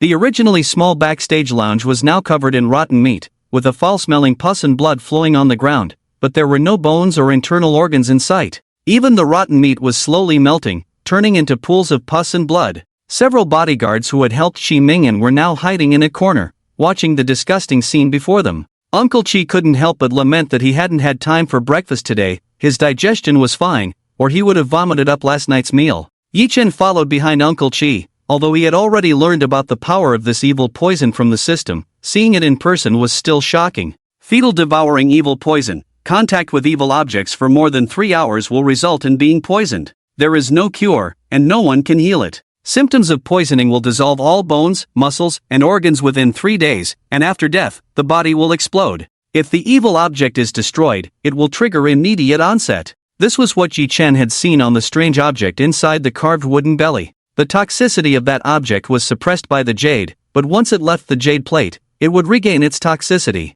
The jade girl wooden sculpture had lost its evil nature, but this strange poison had truly remained. Looking at this shocking scene, a hint of a smile emerged in Yi Chen's heart. He definitely wanted to keep that thing. Master Yi, was that what you were about to tell me? Uncle Chi was somewhat stunned. In just a few minutes, his nephew had died, and now this had happened. He had only seen such bizarre things in the secret files of the National Security Bureau. Even during his fieldwork, he had never encountered such a scene. Indeed, Master Chi, your legs are really quick. I couldn't stop you, Yi Chen said helplessly. Uncle Chi forced a bitter smile, regretting why he had run so fast just now. If he had been informed by Yi Chen, he wouldn't have been unprepared to see such a disgusting scene. All right, Master Yi, let's talk outside. This isn't a place for conversation. Uncle Chi instructed a few people to handle the scene and then left with Yi Chen. Back on the high platform, the old man was drinking tea under Chi Ying's service. Upon seeing Uncle Chi and Yi Chen come out, he set down his teacup and looked at the two with a calm expression. After all these years in the game, adjusting his emotions was just a matter of blinking. He had already started drinking tea. The moment Yi Chen and the others entered, he had instructed the kitchen to start serving dishes and the banquet had begun. The stage was also clean, and even Lu Feng, who had been sitting in his spot earlier, had disappeared. Uncle Chi told the old man what had just happened. After listening, old Master Chi looked at Yi Chen with great interest. Master Yi, I was abrupt just now. If it weren't for you today, I would have been harmed by my useless grandson and that wretched woman. Alas, hearing you say this, old master, I truly feel ashamed. I originally wanted to come and celebrate your birthday, but it turned out so messy. Yi Chen said with a hint of fear, but inwardly he sighed. This person losing his grandson was no different from losing a puppy. It was better not to provoke him. He looked kind and gentle, but the evil deeds he had done were not few, and Yi Chen had seen enough of his hidden matters. Master Yi, let's not speak of that. It was those two who provoked you first. My Chi family is certainly not the kind of family that doesn't reason. That Lu Feng, I've already sent someone to handle it, so you can rest easy and take your seat. Old Master Chi's words were delivered neither hurriedly nor slowly, but the chilling intent behind them made Yi Chen feel a slight chill. Since that's the case, I won't bring it up again. There's one more thing, old master. I destroyed one of your birthday gifts, so I will send you another. Yi Chen spoke calmly, no longer mentioning Lu Feng, but instead turning to say this. Oh, what gift does Master Yi have for me? Old Master Chi squinted slightly, sizing up Yi Chen. There might be many who wish to present gifts to him, but only a few have the qualifications to do so. And Yi Chen, today, had his eyes on two items, one an evil object, the other a relic, both extraordinary. He was prepared to accept this gift. I'm just a kid with limited means, so I can't afford anything of high value, but I happened to come across this item. To call it a gift is actually inappropriate. It should be returned to its rightful owner. As he spoke, Yi Chen took out a brocade box from his pocket and slowly opened it to reveal its true contents.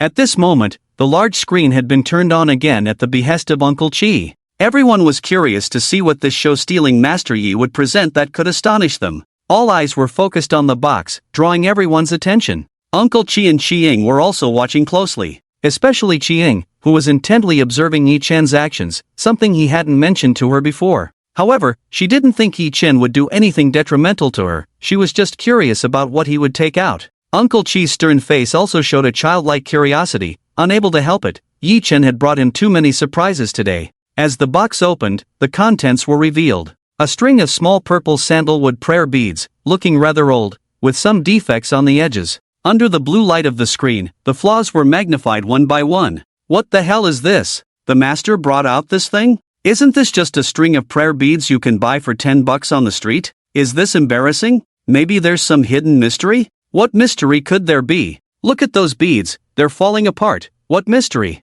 I advise you all to shut up and look at the screen. Chi Ying and Uncle Chi were also puzzled by the string of beads. Could this be something used by Guanyin Bodhisattva? It didn't seem very precious at all. But before they could react, the usually steady old master suddenly stood up, trembling as he looked at the string of beads. It's important to note that this old master had always been in good health. Such dazed actions wouldn't happen to him. He was excited, the intense emotional fluctuation causing his body to tremble uncontrollably. Uncle Chi hurriedly tried to support him, but he waved him away. Let me see what you have in your hand. Old Master Chi seemed to want to grasp something, reaching forward. Yi Chen didn't dare to delay and quickly presented the brocade box. Old Master Chi took the box, retrieved the prayer beads, and tossed the box aside. His hands trembling, he carefully examined the beads. The inscriptions on the inner side already faded, but he could still vaguely make out the writing. Devout follower Chi Zhou wishes for my son Chi Tianyu to live a life free of worries, safe and smooth. Ha. Old Master Chi laughed like a madman, then suddenly cried like a child. I found it, I finally found it. Old Master Chi held the prayer beads as if looking at a rare treasure, his eyes filled with warmth and affection. This behavior left everyone present dumbfounded. What exactly did Master Yi give that could cause Old Master Chi to react this way? In an instant, countless people were left dumbfounded, but everyone's gaze was fixed on Yi Chen. Uncle Chi-san and Qiang also stared at Yi Chen in shock. Master Yi, what exactly is this gift you've given? Why is my father like this? Yi Chen, what rare treasure did you give to Grandpa? Yi Chen smiled wryly at the two of them. A rare treasure? If it weren't for the background of this item that he had seen, he might have really thought he was giving away a rare treasure. However, in the eyes of Old Master Chi, the weight of this gift might be priceless. The reason behind it was something he couldn't conveniently explain. Sorry, I can't tell you the origin of this prayer bead. Ha? Why not? Come on, Master Yi, just tell us what kind of treasure this is. Yi Chen tightly shut his mouth, like a silent clam. Master Yi is right, he can't say. Let me speak for myself. Old Master Chi recovered from his excitement. However, traces of tears could still be seen in his eyes. Everyone secretly gasped. This old man had seen much bloodshed, but he had never shed a tear. Even when his first wife, who was also Uncle Chi-san's biological mother, was kidnapped by the enemy and they demanded Old Master Chi to submit, he chose to sacrifice his wife's life for the greater good and annihilated the enemy forces. In the end, he found his wife's shattered remains in a secret room of the enemy. Old Master Chi remained silent. She was his childhood sweetheart, yet he did not shed a single tear. Instead, he dismissed everyone and painstakingly gathered her remains, sewing them together with needle and thread. He personally returned his beloved wife to their ancestral home for mourning. At that time, Uncle Chi-san was still a child, but he clearly remembered that his father did not shed a single tear throughout the ordeal. He methodically handled all the funeral arrangements, and even after the crowd dispersed, he kept vigil by his wife's coffin all night. Yet, his father's expression, though filled with sorrow, never showed a single tear. Uncle Chi-san never doubted his father's deep feelings for his mother, but the fact that his father wouldn't shed a single tear for her after her death left a lasting impression on him since childhood. However, as Uncle Chi-san grew older and became involved in family matters, he gradually began to understand. Tears, for the men of the Chi family, were a luxury. Sometimes, it wasn't that they didn't want to cry, but the cost of shedding tears was simply too great. The men of the Chi family needed a cold heart and a broad mind. The burdens they carried meant they could bleed but not cry. Old Master Chi was already 80 years old. Although he had transferred most of the family's authority, even now, the family still looked to his decisions as the guiding light. What could possibly make Old Master Chi lose control of his emotions? At this moment, Old Master Chi spoke up, and the scene fell into silence. He gestured to Uncle Chi-san to start the live broadcast. Slowly walking to the front of the stage, he gazed far into the distance. You may be wondering why I would lose my composure upon receiving such a gift. As soon as these words left his mouth, the guests in the back dared not speak. Even those at the front remained silent. Only a few people continued the conversation. Old Chi, how old are you now? Still crying in front of so many people. The one who said this was none other than Old Lon, who had just been chatting with Old Chi. Sitting at the same table as Old Lon were several elderly men, all shaking their heads helplessly. They could not compare to the bond of these two old friends. Although their family backgrounds were not much different from the Chi family, they could never dare to say such words. Only someone like Old Man Lon, with such a family background and connections, would dare to joke around with Old Man Chi like this. The descendants of the Chi family shook their heads at Old Man Lan's words. However, they were also very curious about what Old Man Chi was about to say. You, Old Man Lon, do you want me to talk about the time when you were in the army, starving and crying for food? Old Man Chi's originally heavy mood lightened considerably with Old Man Lan's jest, and he unceremoniously pointed out his shortcomings. Why bring up something from so long ago? Old Man Lon touched his nose and muttered somewhat awkwardly. The other elderly men at the table burst into laughter, clearly aware of the incident as well. Yet, the atmosphere was as quiet as a grave, no one daring to make a sound. In a battle of wits between these two old men, anyone who dared to laugh might find themselves in trouble. After Old Man Chi's retort, he adjusted his mood and carefully placed the prayer beads in his bosom. Today, I have the fortune to reclaim an old item, so let me share a story from my past with you all. Old Man Chi began to speak slowly.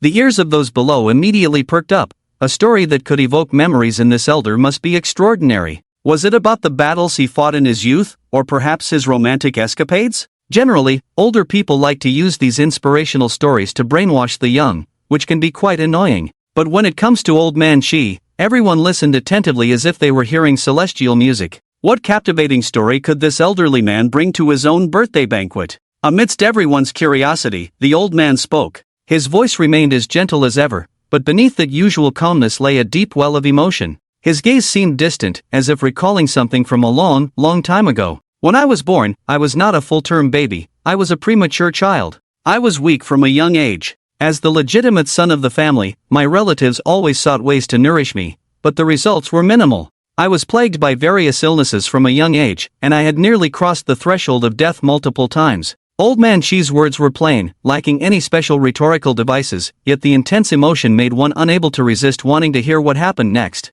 Although Yi-Chen knew some of the story, he couldn't help but stop and listen as the old man recounted his tale. Even with all these ailments, I managed to stumble my way to 5 years old, but at that time, I was even thinner than a 3-year-old child. By then, my father had lost patience with my frail body. I was not his only son. Besides me, the legitimate son, he had many concubines, and I had numerous brothers and sisters. At this point, a faint smile appeared in the old man's eyes, sending a chill down the spine of those watching. Who didn't know that in Old Man Chi's generation, he was the only one who survived those years? No one had ever heard of his brothers and sisters. No one dared to inquire, nor did anyone dare to ask. However, the topic of siblings was something the old man merely brushed over. Although my father was disappointed in me, my mother never was. Each time I returned from the brink of death, it was my mother who pulled me back. She even refused my father's desire to have another child for my sake. Because of my mother's refusal, our lives in the household were not easy, but with the strong support of my mother's family, we managed to get by.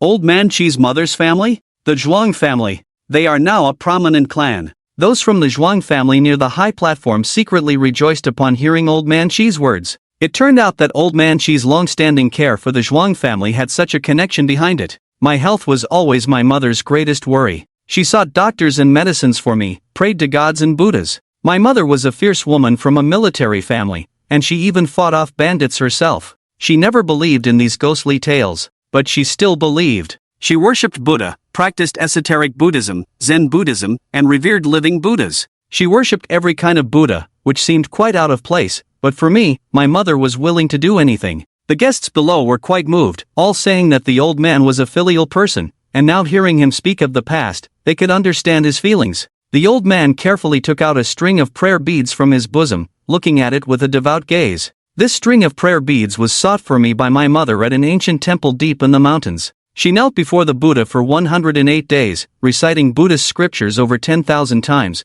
before she obtained this string of beads for me. Strangely enough, after obtaining this string of prayer beads, my health began to improve. My mother was overjoyed and even disregarded my father's objections to build a Buddhist hall at home, which she named the Pure Heart Hall. At this point, Yi-Chen finally understood the strange decor style of the Pure Heart Hall and the origin of its name. It was all built by Old Master Chi in memory of his mother. Of course, Yi-Chen was not the only one who realized this. Many guests had already discovered this fact and praised the old man's filial piety. They also understood the significant meaning of the string of prayer beads to the old man. When my mother saw that her long-held wishes were finally answered, she held the string of prayer beads and recited scriptures for me every day, and I remained healthy until I turned 16. At this point, Old Master Chi's voice choked up, and the hearts of those present hung in suspense. In the year I turned 16, my mother passed away. She left us when she was not yet 50. I was born prematurely, and her health suffered because of it. Later, she sought doctors and remedies everywhere for me, praying to gods and Buddhas.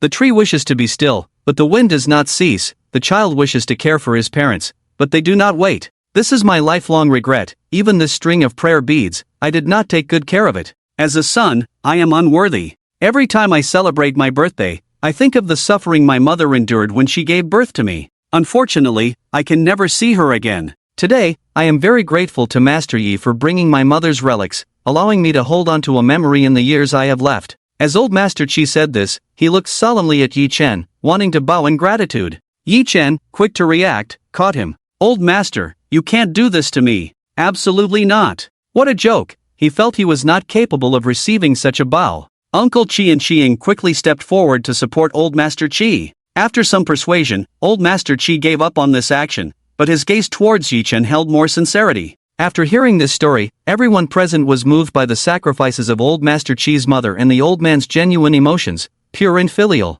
Some sentimental women even shed tears. I didn't expect that old Master Qi, who has lived a life of military service, had such a hard childhood. His mother was truly remarkable. At such an old age, the old man still tears up when talking about his mother. He is indeed a filial person. This Master Yi is going to be successful. His gift today is truly outstanding. On stage, old Master Qi's emotions gradually stabilized, and he spoke a few more words. Who says a blade of grass can repay the warmth of spring? Everyone, if you have both parents in your family, please show more filial piety. His words were heartfelt, and a round of applause erupted in the room. Yichen also clapped from the side, his eyes slightly squinting as he observed the old man's genuine emotions. The birthday banquet gradually came to a close in this harmonious atmosphere. Yichen suddenly became a hot topic. Gaining the old man's favor and possessing extraordinary skills in appraising treasures, all the social elites present wanted to get to know him. However, unfortunately, many people could not even enter the inner hall.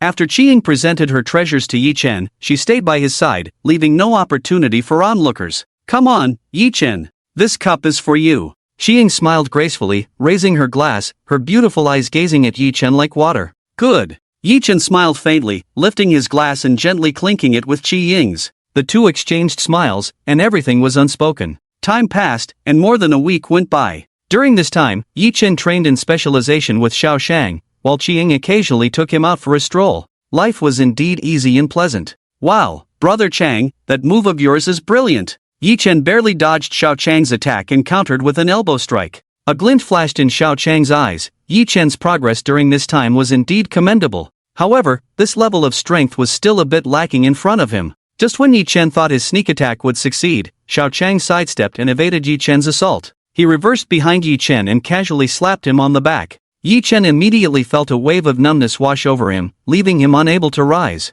He collapsed to the ground, looking up at the sky, letting out a long breath. It seems my level is still far from enough. Xiao Chang laughed. Little brother, I've trained for over 20 years, how could you possibly catch me? But your foundation is still quite good, and your reaction speed has kept up. With more practice, taking on 10 opponents shouldn't be a problem. Yichen smiled but remained non-committal. The idea of taking on 10 was just talk. He would be very satisfied if he could handle 3 or 4. Now that he had a bit of a background, he relied on his previous taekwondo training. Even against a man of equal build, he still felt somewhat lacking. So with such a good sparring partner around, Yichen took advantage of it. He rested with his hands behind his head, propping up one leg, casually relaxing on the soft mat in the training room. Seeing Yichen so relaxed, Xiao Chang also sat cross-legged. Brother Chang, what was that move you used on me just now? Yichen lay there, largely because Xiao Chang's earlier strike had left him feeling sore and weak. He was curious since he hadn't seen Xiao Chang use that move before. Xiao Chang waved his hand nonchalantly. That move is called the flower-touching acupoint technique from Shaolin. Oh, does acupoint manipulation really exist? Yichen asked excitedly, filled with curiosity. Many people today view the acupoints in traditional Chinese medicine as mystical, believing they only exist in TV dramas. Terms like fixed acupoint, dead acupoint, and mute acupoint. As a child, he had imitated these things, only to realize as he grew up that they were deceptive. However, today Yichen had genuinely experienced the existence of this acupoint technique. Xiao Chang spoke with a hint of pride. This acupoint technique is a traditional martial art of our Huaxia. How could it possibly not exist? It's just not as exaggerated as in the dramas. Seeing Yichen's interest, Xiao Chang gave him a detailed introduction. It turned out that acupoint manipulation had been applied in traditional Huaxia martial arts for a long time. The body's meridians and acupoints are not pseudoscience but rather valuable experiences accumulated over thousands of years. The so-called acupoint manipulation is a deeper application of the body's acupoints and meridians. Currently, there are a total of 720 known acupoints, with 402 used in medicine, among which there are 108 critical acupoints, divided into live and dead acupoints. There are 72 non-lethal acupoints and 36 lethal ones, along with some unknown special acupoints. Many acupoints can have complementary effects. As long as they are used properly, achieving basic functions like immobilization and muteness is quite easy. As for lethal acupoints, there are many, such as the well-known temple acupoint, which is a typical lethal point. Xiao Chang spoke of these matters as if recounting treasured memories. These were all things he had learned from childhood, and as someone from a martial arts family, his understanding of traditional martial arts even surpassed what was depicted on television. Yi Chen listened with growing admiration. Who didn't have a dream of being a martial hero? Xiao Chang enthusiastically explained the art of acupoint striking, but then he inadvertently caught sight of Yi Chen's intense gaze. Feeling a bit unnerved, he said, "Little brother, why are you looking at me like that?" Yi Chen chuckled and replied, "Big brother, you've been hiding this skill all this time. Aren't you going to teach your brother a thing or two?" Xiao Chang rolled his eyes in exasperation. "I'm telling you, little brother, this acupoint striking technique requires inner strength to assist. Just look at how old you are, it would be useless to teach you. Moreover, while this acupoint striking can achieve surprising results, it doesn't have much effectiveness in actual combat. If I were to spar with a master, I wouldn't even have the chance to strike their acupoints." Upon hearing this, Yi Chen appeared somewhat dejected. So, it turned out that martial arts masters had to start from the basics? Xiao Chang noticed Yi Chen's downcast expression and had a sudden idea. This was an opportunity to strengthen their bond, he couldn't let it slip away. After witnessing Yi Chen's abilities, Xiao Chang truly regarded him as a master. After pondering for a moment, Xiao Chang slowly spoke, "Although this acupoint striking technique must start from the basics, it doesn't mean you can't practice." Yi Chen's eyes lit up at this, sensing hope. "Please, Brother Chang, show me the way." Xiao Chang continued, "The strike I just demonstrated didn't use any inner strength. If I had, it would only take 3 parts of my strength, and you'd be bedridden for a week. Using 6 parts of my strength would mean lifelong paralysis. If I used 8 parts, even the great physician Bian Ke wouldn't be able to save you." Hearing Xiao Chang's description, Yi Chen couldn't help but break into a cold sweat. He didn't think Xiao Chang was lying to him. He just hadn't realized that this acupoint striking technique could be so powerful. Just now, Xiao Chang's strike had rendered him completely powerless, and he hadn't even used any strength. But Yi Chen understood that Xiao Chang wasn't boasting. He quickly grasped Xiao Chang's meaning. With a grin, he looked at Xiao Chang and asked, "Brother Chang, what do you mean?"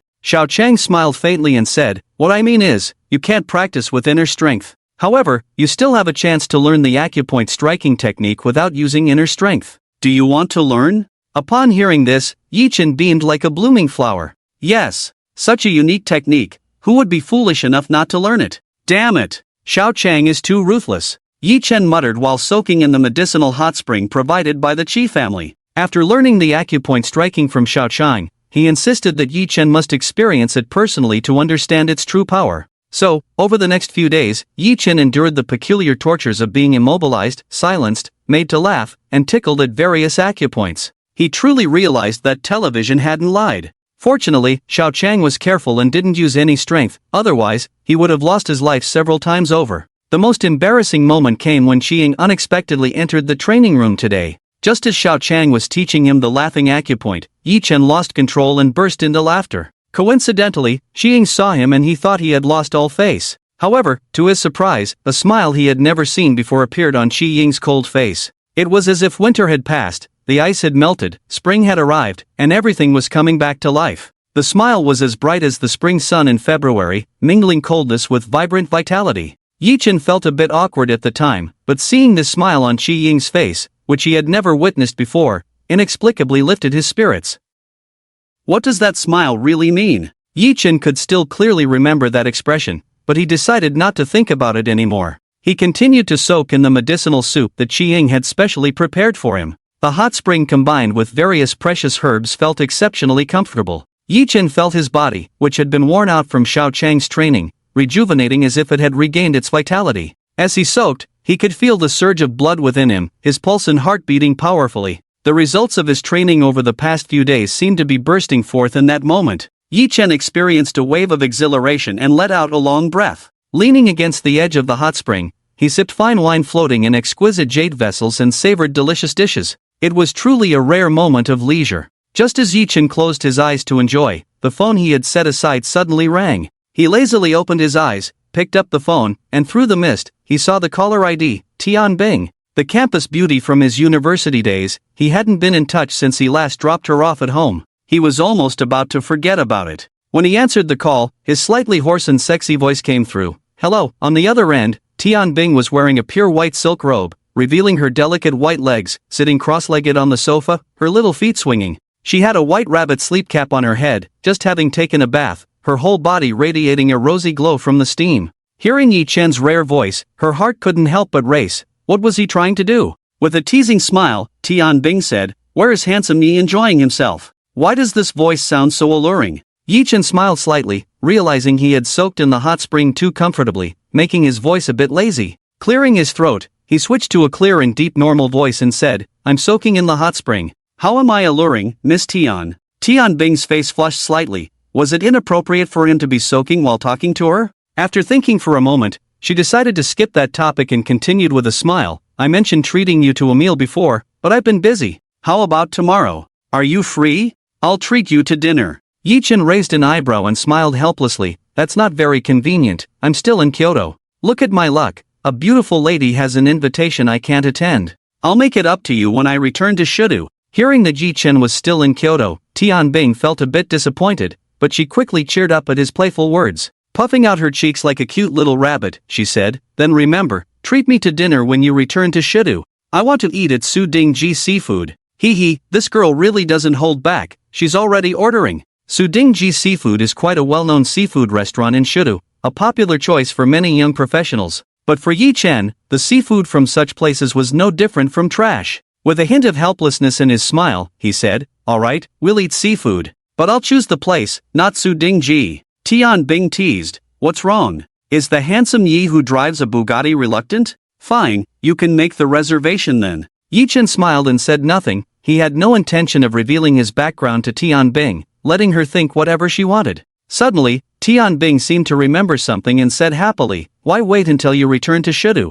Isn't Marco getting married in a few days? You can treat me to dinner in Modu. The seafood there is much better." Before she could finish, Yi Chen interrupted her. With a serious tone, he asked, "What did you say? How do you know Marco is getting married? Did he invite you?" Tian Bing's smile faded slightly, caught off guard by Yi Chen's sudden question. With a hint of displeasure, he said, "Yi Shuai, what do you mean? I'm at least a friend of Marco's, and Marco is well liked, so it's normal for him to invite me, right?" Yi Chen furrowed his brow slightly and continued to press, "Did Marco invite anyone else besides you?" Hearing Yi Chen's serious question, Tian Bing replied somewhat listlessly, "Marco sent out the invitations in the class group. You seem not to be in that group, but everyone else received an invitation." Upon hearing this, Yi Chen slowly put down his phone. "Damn it!" he cursed fiercely. Hey, Yi Shuai, what's wrong? You and Marco are such good brothers, how come you didn't get an invitation?" On the other end of the line, Tian Bing waited a long time for Yi Chen's reply before starting to call out to him.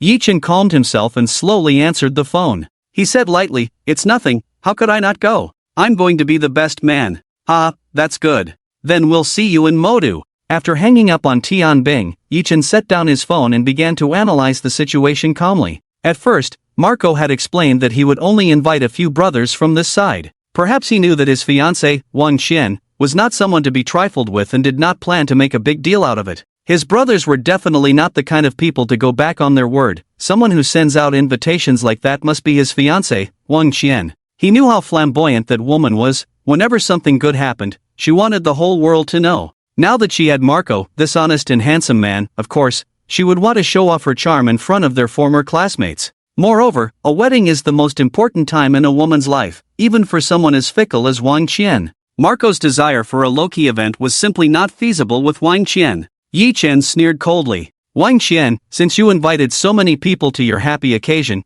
then I will turn your happy occasion into your funeral." "What? Master Yi is leaving already? Why not stay a few more days?" Upon hearing Yi Chen's request to leave, old Master Qi set down his teacup and spoke up to keep him. Xi Ying, who was serving nearby, was slightly surprised to hear old Master Qi say this. This old man had always been high and mighty, but not only did he let Yi Chen stay at Qi Tianshan for a while, he even personally asked him to stay. If it were anyone else, they would have struck it rich. However, Yi Chen responded with a calm expression, "Old master, I really have urgent matters to attend to, so I can't stay any longer. I will definitely come to visit when I have time in the future." Xi Ying's mouth slightly dropped open. She certainly knew what urgent matter Yi Chen was referring to. It was to be the best man at his brother's wedding, and she had checked on this brother, who was just an ordinary person. Did he know what he was turning down? This was Old Master Qi's invitation. Many people wanted to meet Old Master Qi, and even with a lot of money, they couldn't find a way in. Yet, this Yi Chen actually refused it just to be a best man.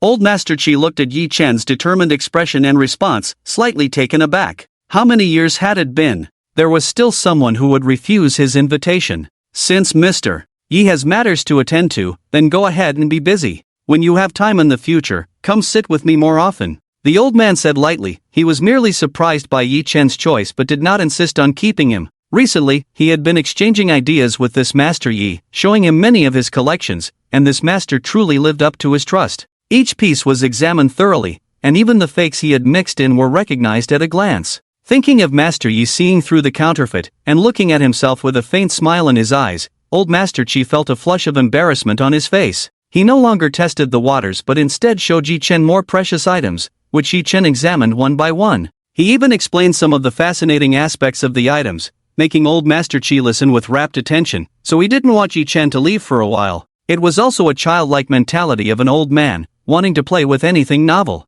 Yi Chen smiled and said, "As long as you don't mind, old master, I'll come by to chat with you whenever I have time to help relieve your boredom." Good, good, good. With Master Yi saying that, I'm happy, old Master Chi clapped and laughed, turning to Qi-ying, who stood beside Yi Chen, and asked, "Xiaoling, have you prepared the return gift for Mr. Yi?" Hearing her grandfather's question, Qi-ying immediately replied respectfully, "I just finished preparing it a few days ago. Luckily it didn't delay Master Yi's time." After saying that, she handed a file bag to old Master Qi. Old Master Qi took the file bag and nodded slightly. "You handle things quite efficiently, girl. Being able to do things for Grandpa is my fortune." Qi-ying beamed at her grandfather's praise. Old Master Qi casually shifted his gaze, looking at Yi Chen with a hint of gentle smile in his eyes. "Master Yi, this is a return gift I prepared for you. If you have any questions, just let Qi-ying handle it." Yi Chen was slightly taken aback. A return gift? Why hadn't he heard about this before? Qi-ying had never mentioned it to him either, but looking at the file bag old Master Qi handed over, he knew it was not an ordinary item.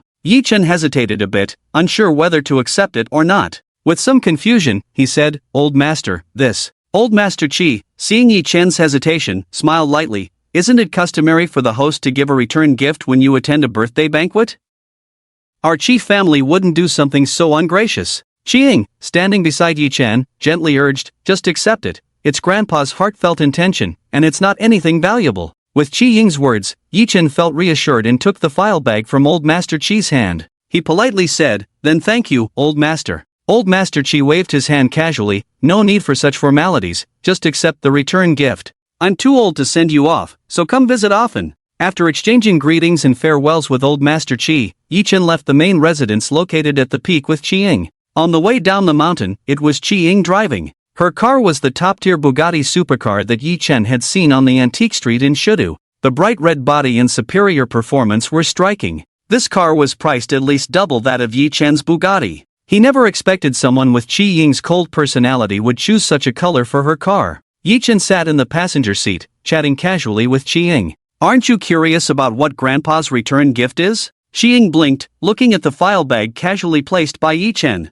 Hearing Qi-ying mention it, Yi Chen became a bit interested. "What is it?" Receiving a return gift wasn't a big deal. Many hosts would give a longevity bowl at a birthday banquet or wedding candies at a wedding. Although this was packed in a high-end black and gold file bag, Yi Chen wasn't particularly interested. Qi-ying smiled mischievously, "Just open it and you'll know." Following Qi-ying's suggestion, Yi Chen slowly opened the file bag. Inside, besides a pile of documents, there was also a black and gold card. Yi Chen first pulled out the documents to take a look. He was familiar with this document. He had just dealt with it not long ago. It was a house sale contract along with some related property paperwork. The ownership on it clearly bore his name. The location of the house, if Yi Chen remembered correctly, was in the newly built villa area near his hometown. A genuine riverside villa. Previously, Yi Chen had planned to buy a set for his parents to live in, but after learning the prices, he found that his tens of millions in cash couldn't even buy the smallest house. Moreover, some people were holding cash and were firmly told that the houses were all sold out. Without connections and money, one could only dream of owning a house in that area. Looking at the string of zeros on the contract 1, 10, 100, 1,000, 10,000, 100,000, million, billion, 380 million. Yi Chen gasped. This was quite a sum from the Qi family. Qi-ying looked at Yi Chen, who seemed a bit dazed, and said, "This house was originally reserved for the old man, but he said since you are from Shudu, he's giving it to you." Yi Chen nodded slightly, but then realized something. "Doesn't that mean I'm taking the old man's house?" Hearing this, Qi-ying chuckled softly. How could the old man lack a house to live in? This is a rule of the Qi family real estate. Every developed property has the best unit reserved for the old man. Yi Chen couldn't help but laugh. This rule reminded him of an ancient custom where in some opera troupes, the best seat in the middle was always left empty for the emperor. This anecdote stemmed from a Yuan dynasty emperor who had watched a play among the common people, and it became a tradition in the theater industry. This rule of the Qi family was quite interesting. However, according to Qi, the location of this villa must be excellent. Well, he had initially planned to buy a house for his parents, but with such a ready-made good house, he would first honor the emperor and empress of his family. After reading the housing agreement, all that was left was a gilded black card. The faint gold color printed Yi Chen's name in cursive, flowing like a dragon and phoenix, extremely aesthetically pleasing. "What is this?" Yi Chen played with the card, asking Qi.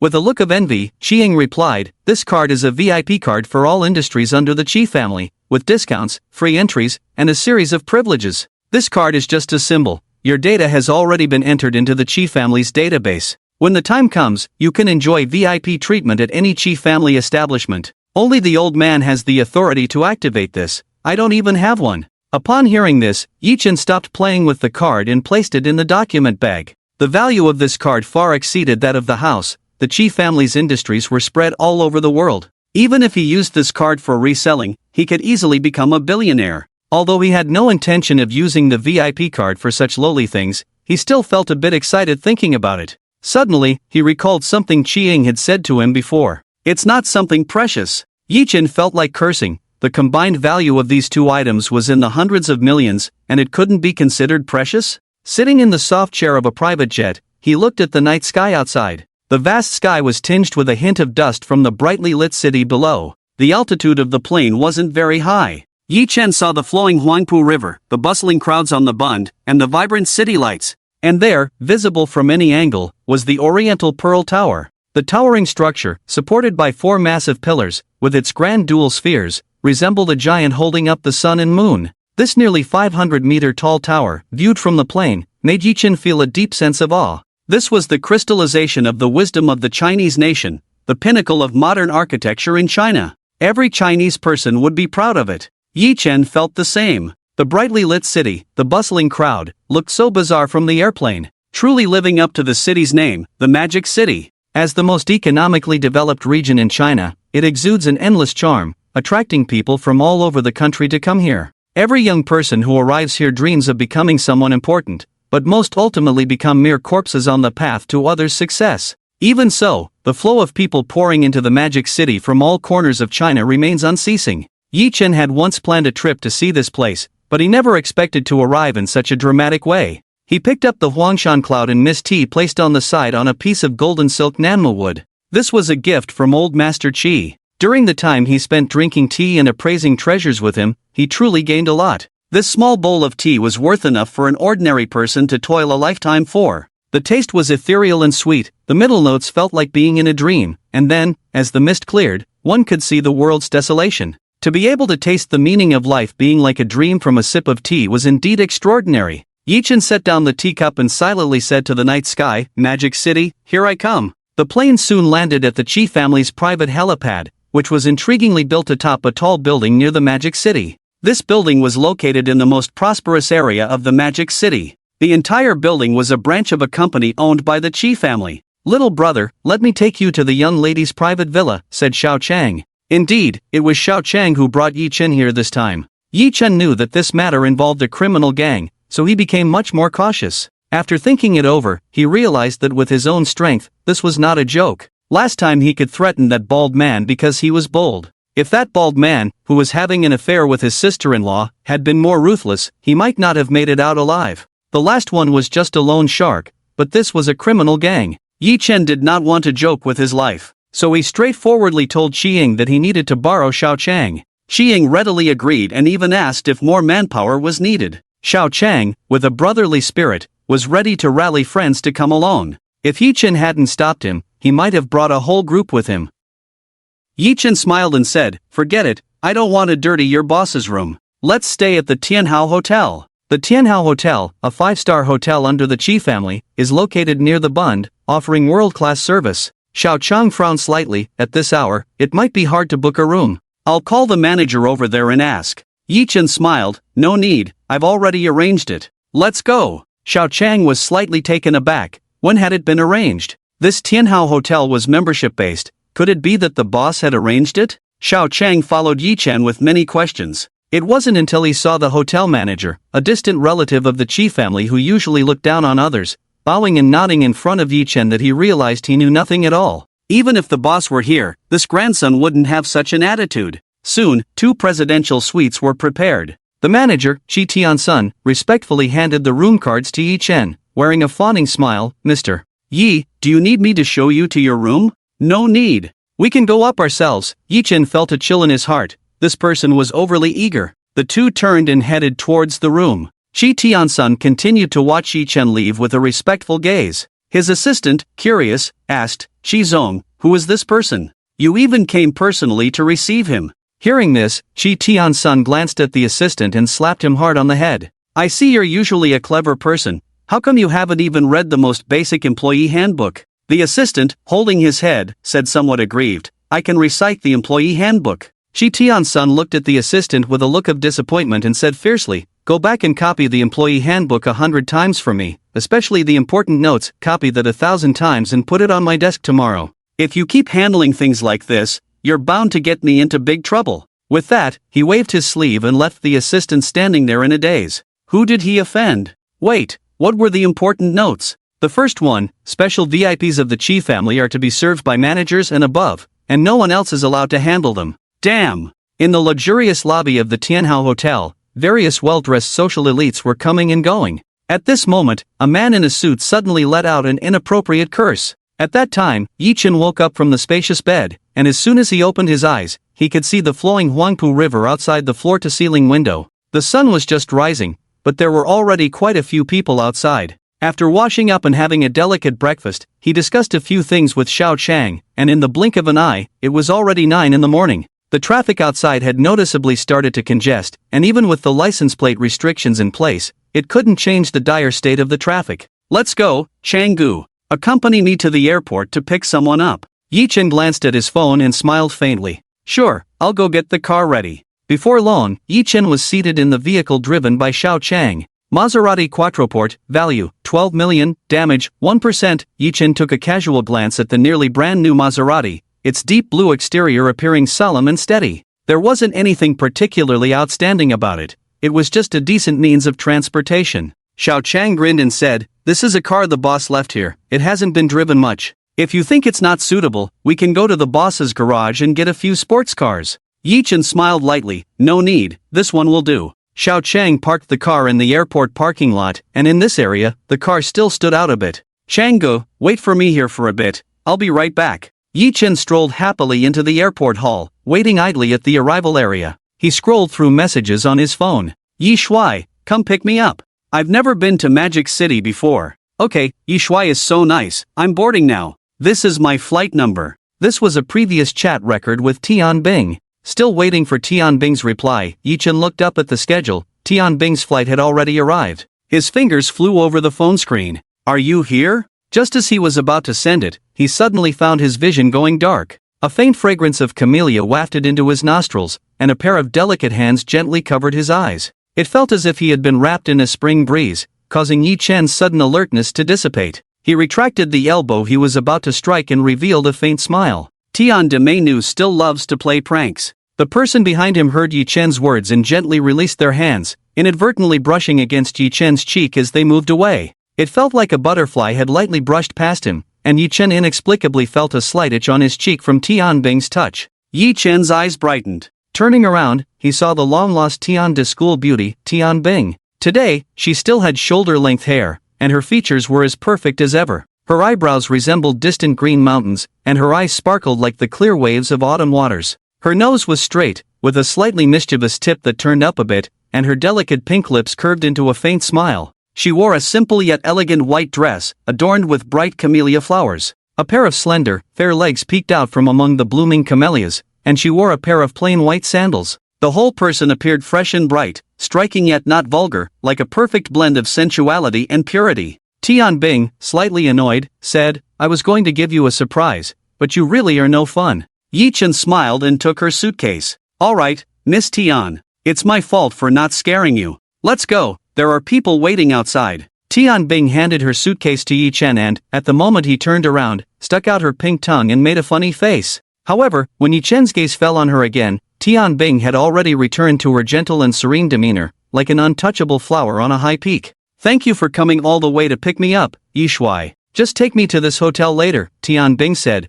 pulling out her phone and showing Yi Chen the room booking service on an app. Yi Chen glanced at it. It was a star-rated hotel in the Magic City, more business-oriented. In terms of scenery, it was far inferior to the view from Tianhao, which was located in the prime area of the Bund. Yi Chen looked at the heavy suitcase he was pulling and curiously asked, "Aren't you here for a wedding? Why bring so much luggage?" A joyful expression appeared on Tianbing's face as she excitedly replied, "This is my first time in the Magic City. If I don't have enough fun, this trip would be a total loss." Yi Chen nodded slightly. He found her words appealing. He had come to resolve some matters and also planned to have a good time. "Big beauty, why don't you cancel this hotel and stay at mine? We can go to the wedding together. It would be nice to have company." Yi Chen naturally extended the invitation, feeling no awkwardness about it. Instead, Tianbing looked at him with a strange smile. Yi Chen felt a bit dazed under her gaze and instinctively touched his face. "What's wrong? Is there something dirty on my face?" With a low laugh, Tianbing said, "Can I take your words to mean that Yi Shuai is inviting me to share a room?"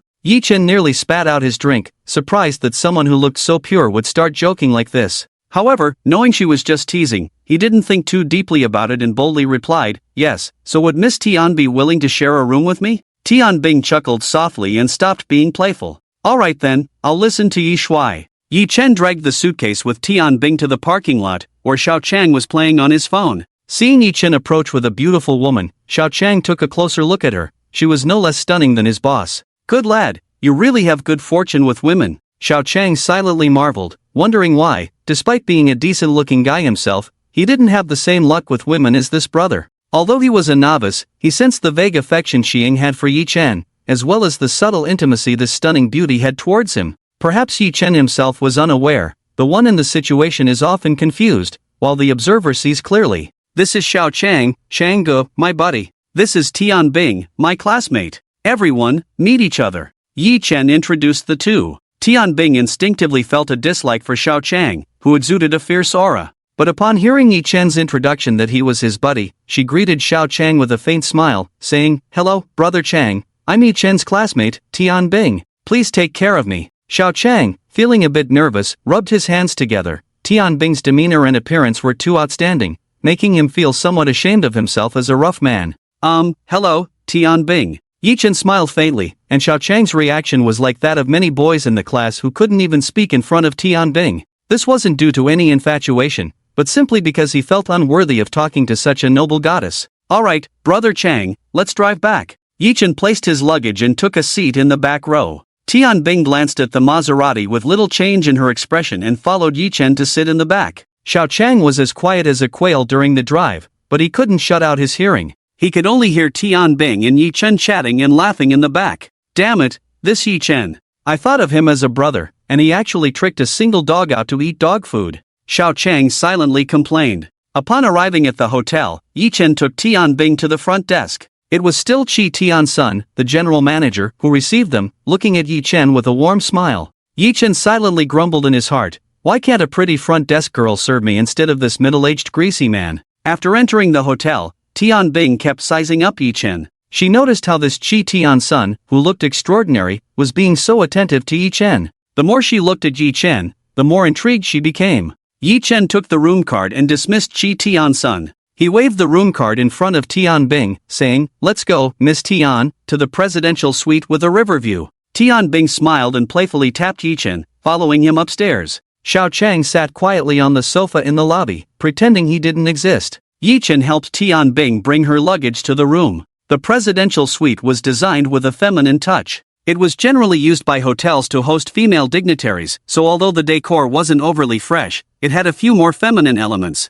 For example, the exquisite jade vase on the bedside table held freshly dew-kissed fox-tail lilies. These had just been airlifted from a famous flower country abroad. Due to the time difference, they were picked in the early morning at the flower market and arrived here, still in the early morning of the Magic City. The fragrance was bright, fresh, and sweet. The carpet was pure white cashmere, plush and comfortable to step on. The entire suite had a grand, fresh, and natural style. Like Yi Chen's suite, It also had a huge, luxurious floor-to-ceiling window that offered a breathtaking view of the rushing Huangpu River. Tianbing entered the room and surveyed the layout with satisfaction. She happily kicked off her sandals, revealing her delicate feet, and stepped onto the cashmere carpet. Lifting the hem of her skirt slightly, she excitedly twirled around twice. The vibrant camellias on her white dress seemed to fall like blossoms as she spun, dazzling and enchanting. Yi Chen watched Tianbing happily twirl, slightly mesmerized. When Tianbing stopped, she turned to Yi Chen with a smile as radiant as the camellia and said, "Thank you, handsome Yi, I really like this room." Yi Chen snapped back to reality, smiled slightly, and replied, "I'm glad you like it." Tianbing beamed and sat on the large bed themed with bright red roses, swinging her fair feet and said, "I didn't expect you to have such great skills, being able to book the presidential suite at the Tianhao Hotel." Yi Chen's expression remained unchanged as he casually sat on the nearby sofa and said lightly, "I relied on a friend's connections." "Is that so? Then I'll take advantage of Yi Shuai's kindness and enjoy this luxurious treatment." Tianbing stood up, saying this as she took a pair of flat shoes out of her suitcase and changed into them. Once she had changed her shoes, Tianbing asked, "What's the plan for later?" Yi Chen pondered for a moment before replying, "I need to go help Marco with his wedding preparations, you." He didn't really want to bring Tianbing along because that woman, Wang Qian, was not easy to deal with, and he knew that she and Tianbing had clashed before. Yi Chen hadn't expected Tianbing to return for Marco's wedding. To be honest, her relationship with Marco was merely a casual acquaintance. Looking at Tianbing's bright smile, Yi Chen hesitated slightly. At that moment, Tianbing seemed like a flower that understood his thoughts. "Alright, I didn't come here just for fun, I have some work to take care of." "Yi de Shuai, you go ahead." Yi Chen breathed a sigh of relief and smiled, "Okay, once I'm done, I'll treat you to that meal I owe you." After chatting for a bit, Tianbing said she wanted to take a shower and change clothes, shooing Yi Chen out. As Yi Chen left her room, he awkwardly touched his nose. How did he not see it back then? He had thought she was a pure white lotus, but in reality, she was a playful and charming black lotus with a hint of mischief. He recalled her teasing words from earlier. "Alright, Yi Shuai. I've been on a plane for half a day, and I feel all sticky, I'm going to take a shower." After saying this, she walked into the bathroom without a care.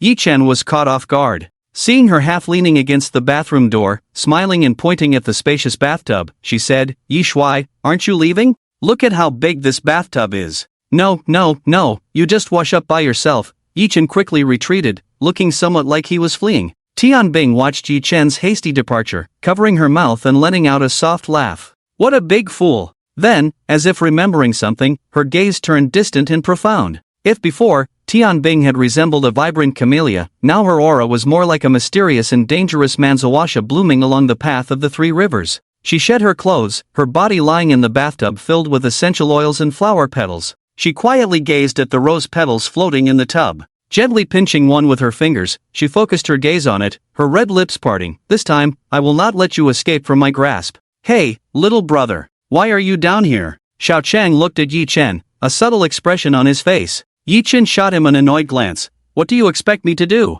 Tianbing and I are just ordinary friends, your thoughts are too wicked." Xiao Chang looked up at the sky, rolling his eyes in exasperation. "If you say so." He had seen the way Tianbing looked at Yi Chen, it was anything but ordinary. Yi Chen, feeling a bit awkward, skipped over the topic and said, "Alright, let's not talk about that. Changgu, take me a little further." He sat in the passenger seat of the Maserati that Xiao Chang had been driving, speeding down Binjiang Road. Yi Chen held his phone in one hand and rested the other on the car window, his expression dark as he stared outside. "Sorry, the number you dialed is temporarily unavailable." "Sorry." This automated female voice message made Yi Chen feel inexplicably irritated. Marco's phone couldn't be reached? Although it was normal for someone not to answer, considering his brother's situation, Yi Chen's brows furrowed slightly. "What's wrong?" Xiao Chang, driving, turned to ask Yi Chen. Yi Chen relaxed his expression, rubbed his forehead, and replied lightly, "It's nothing, my brother didn't answer, so we'll just go directly."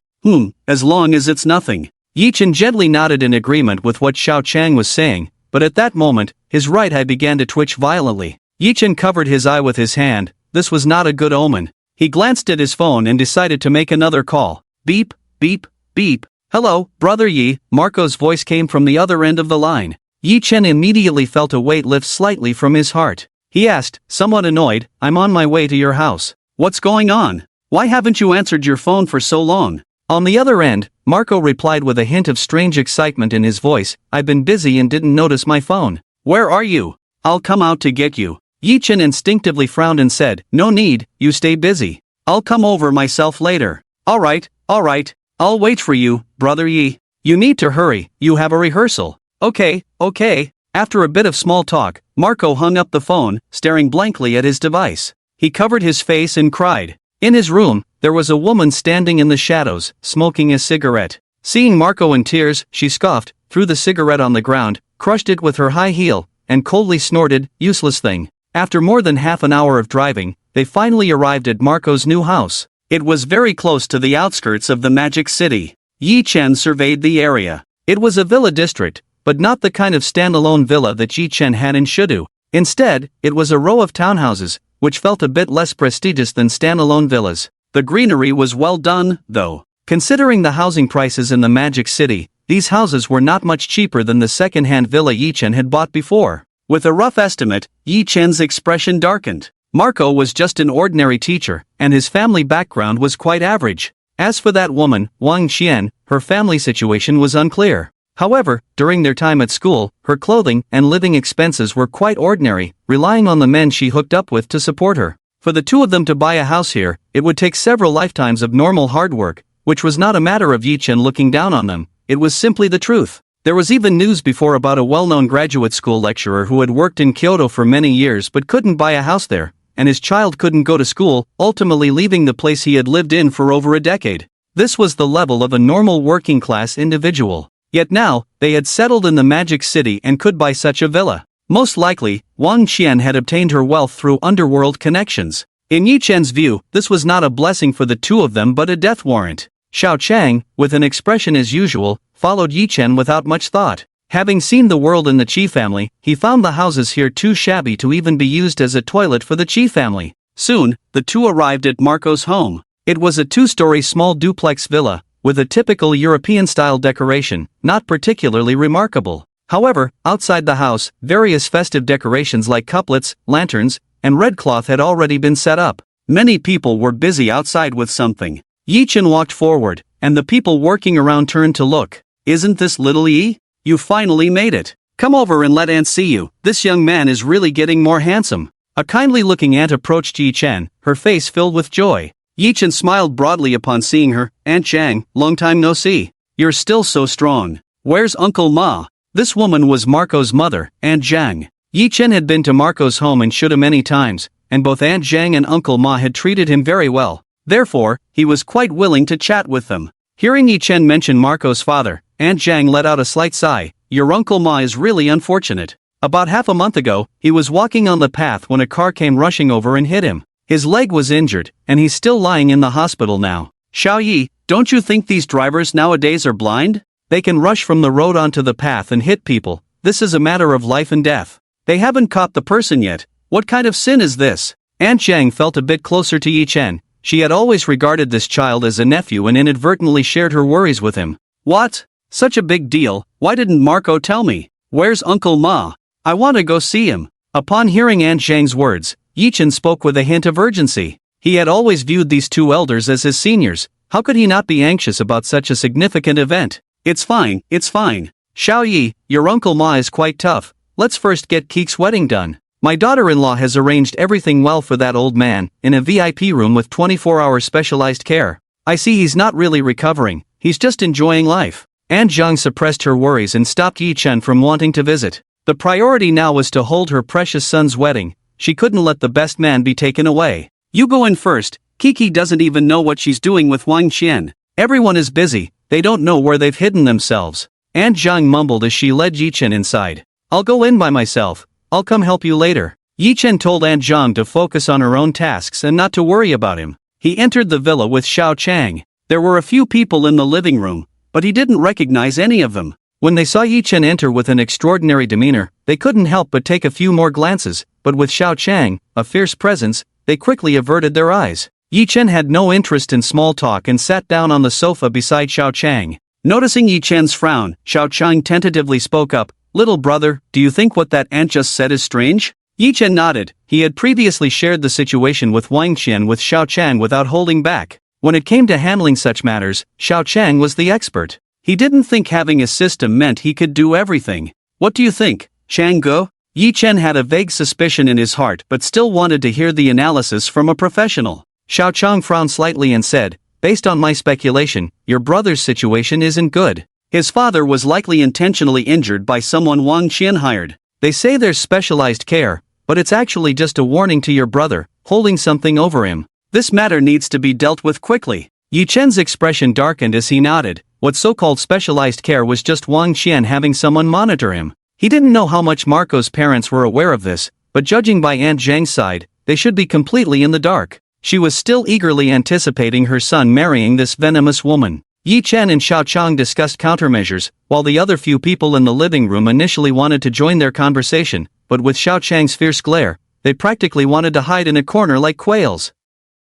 "Ha ha ha, Changgu, is this your imperial aura?" Yi Chen joked, seeing how Xiao Chang's glance made the person wanting to eavesdrop tremble. "Alright, stop joking. Let's proceed as we discussed." Xiao Chang said seriously, "However, I'm leaving now. Do you have any issues here?" Yi Chen earnestly replied, "I'm fine here, but that matter is up to you, Changgu." Seeing Yi Chen's pleading eyes, Xiao Chang firmly nodded, "Little brother, don't worry. Your brother is my brother. I will definitely handle this for you." After speaking, Xiao Chang turned and left the mansion. Yi Chen sat down with a heavy expression, waiting for news from Xiao Chang. At that moment, a charming voice came through. "Oh, isn't this our handsome Yi Chen? It's been a long time. I apologize for not welcoming you properly." Hearing this familiar yet strange voice, Yi Chen looked in the direction of the sound and saw a familiar figure, standing gracefully on the stairs. Beside her was a burly man with a fierce appearance. The distance between the two gave Yi Chen a subtle feeling. At this moment, Wang Qian greeted him, but her gaze was directed at the burly man beside her.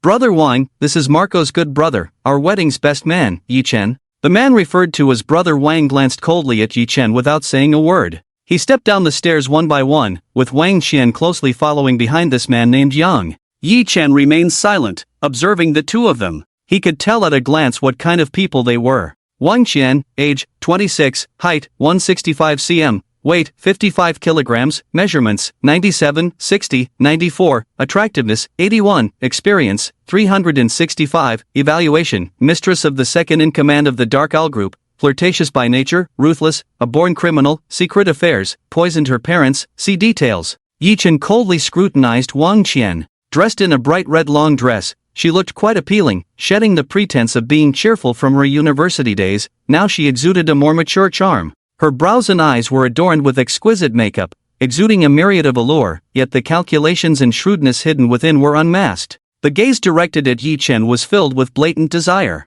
This woman had pursued him in the past but turned to his brother when she failed. He was aware of her promiscuity. He had tolerated her before because she had not crossed his bottom line. Now, seeing her secret affairs, even Yi Chen, who had witnessed many sordid matters, felt disgusted. Especially the poisoning of her parents. That was simply appalling. Just a few days ago, he had read a news story about a 15-year-old girl in the Magic City who killed her mother and hid the body in a freezer. He had thought the girl was a demon of the human world. But he never expected that an even greater devil was now smiling in front of him. Out of envy for a neighbor's orphan being adopted by a wealthy family, she poisoned her own parents, abandoning a simple yet warm life, yearning to be adopted by a rich family herself. Wang Qian was indeed such a heartless devil. In criminology, people like Wang Qian are born criminals, emotionally deficient, lacking moral concepts, skilled at disguise, and will use any means to achieve their goals. This is not something developed later. Such individuals have a fundamentally different brain structure from normal people.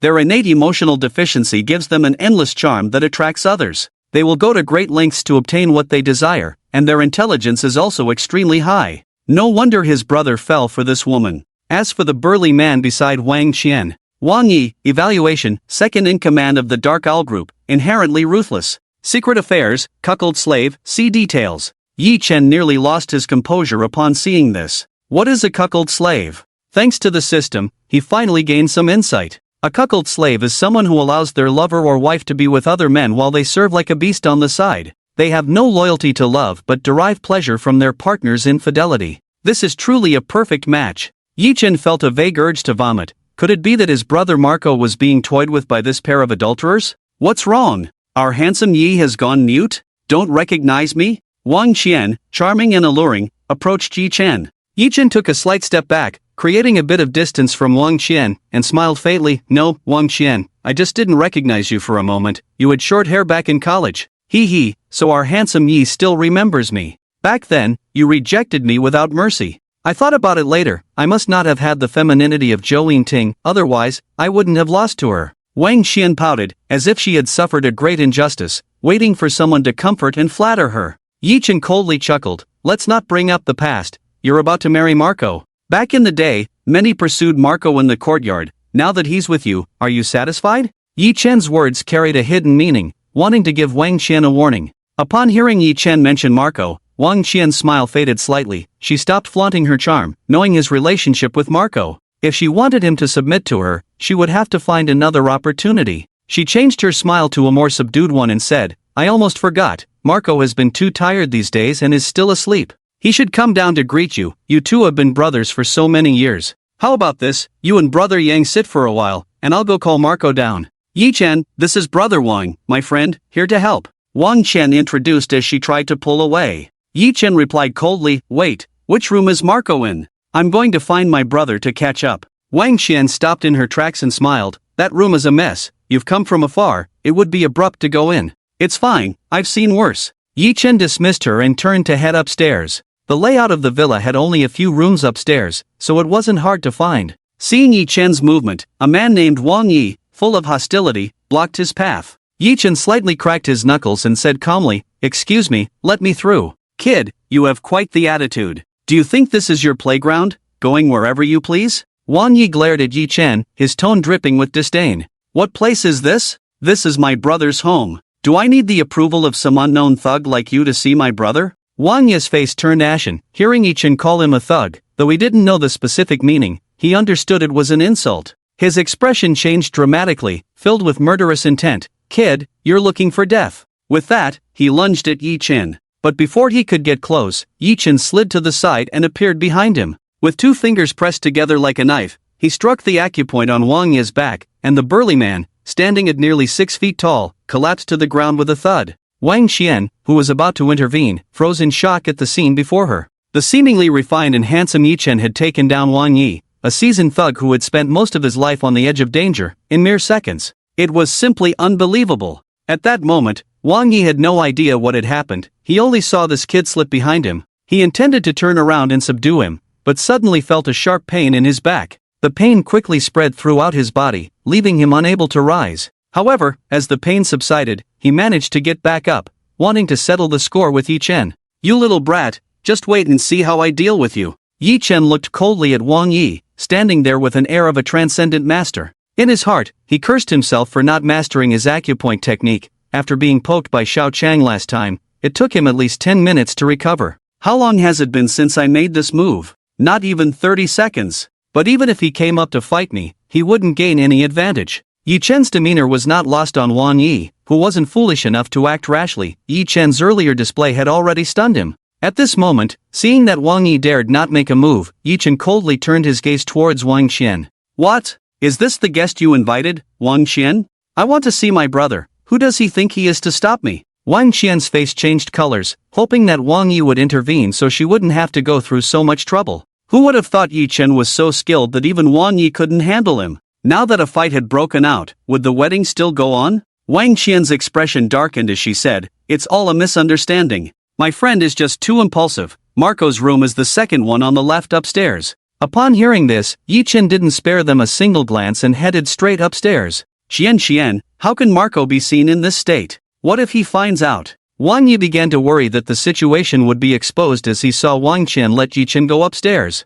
Wang Qian raised her hand slightly, examining her freshly done nails, which were intricately carved with a beautiful flower, a poppy. A cruel smile appeared on her face. She murmured to herself, what if he knows? Marco's family's lives are in my hands. What can he do? You useless piece of trash, get lost. Alright, I was wrong. Shen, please don't be angry, it's the worthless dog's fault. The man who had just been so arrogant now appeared before Wang Qian like a dog wagging its tail in submission. As for the onlookers who had been enjoying the drama in the living room, they had long slipped outside. Yi Chen quickly walked to the room Wang Qian had mentioned. From the moment he received the call in the car to the bull-headed man blocking his way downstairs, his instincts told him that something big was about to happen. The door to the room was slightly ajar. Yi Chen reached out to push it open, but halfway through, he withdrew his hand. It was as if a voice was telling him that what lay inside was something he least wanted to see. Taking a deep breath, Yi-chan pushed the door open. The room was dark, with not a sliver of light coming in.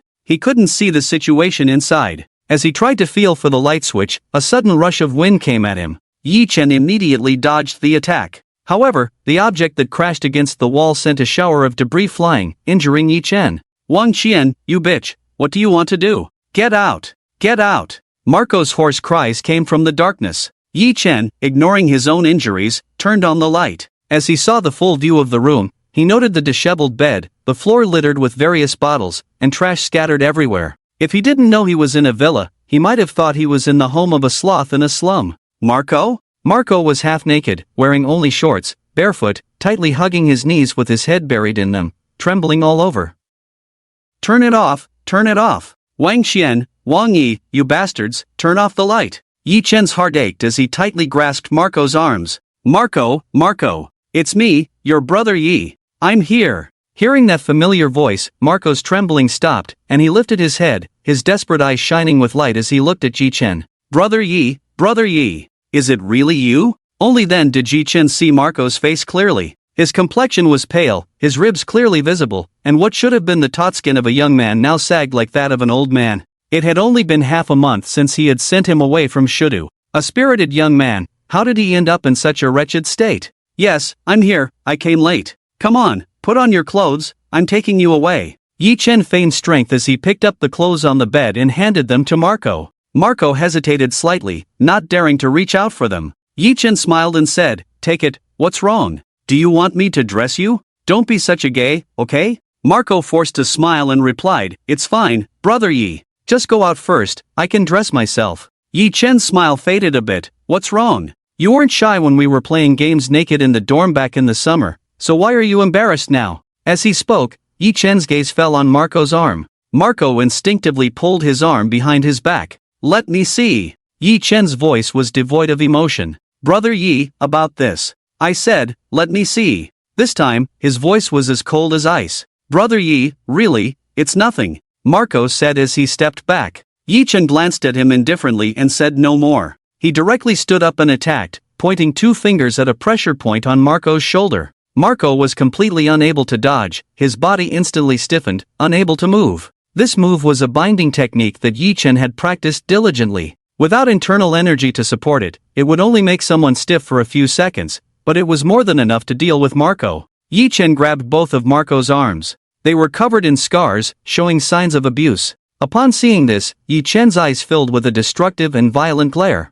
Wang Qian, I'll fucking kill you." "Marco, what happened?" "Wang Qian wanted me to participate in her operation, but I refused. So she brought in a master of mental control to manipulate me, turning me into her slave. She even threatened me, saying if I didn't obey her, she would kill my whole family. That bitch. But I really couldn't resist her mental control, my nervous system was destroyed by them." As Marco spoke, his teeth clenched, veins bulging on his forehead, filled with overwhelming hatred. Clap, clap, clap. A round of applause sounded from the doorway. Wang Qian leaned against the door, clapping lazily. Although her words were directed at Marco, her eyes were seductively fixed on Yi-chan. "What's wrong, Yi handsome? Are you going to kill me? But if I die, your good brother won't have many days left to live." Wang Qian walked lightly to Yi-chan's side, her crimson fingers teasing his chest. Yi-chan did not dodge, slapping Wang Qian's hand away. He coldly shouted, "Get your dirty hands off me." Wang Qian was not angry, chuckling softly, Yes, I'm a dirty thing."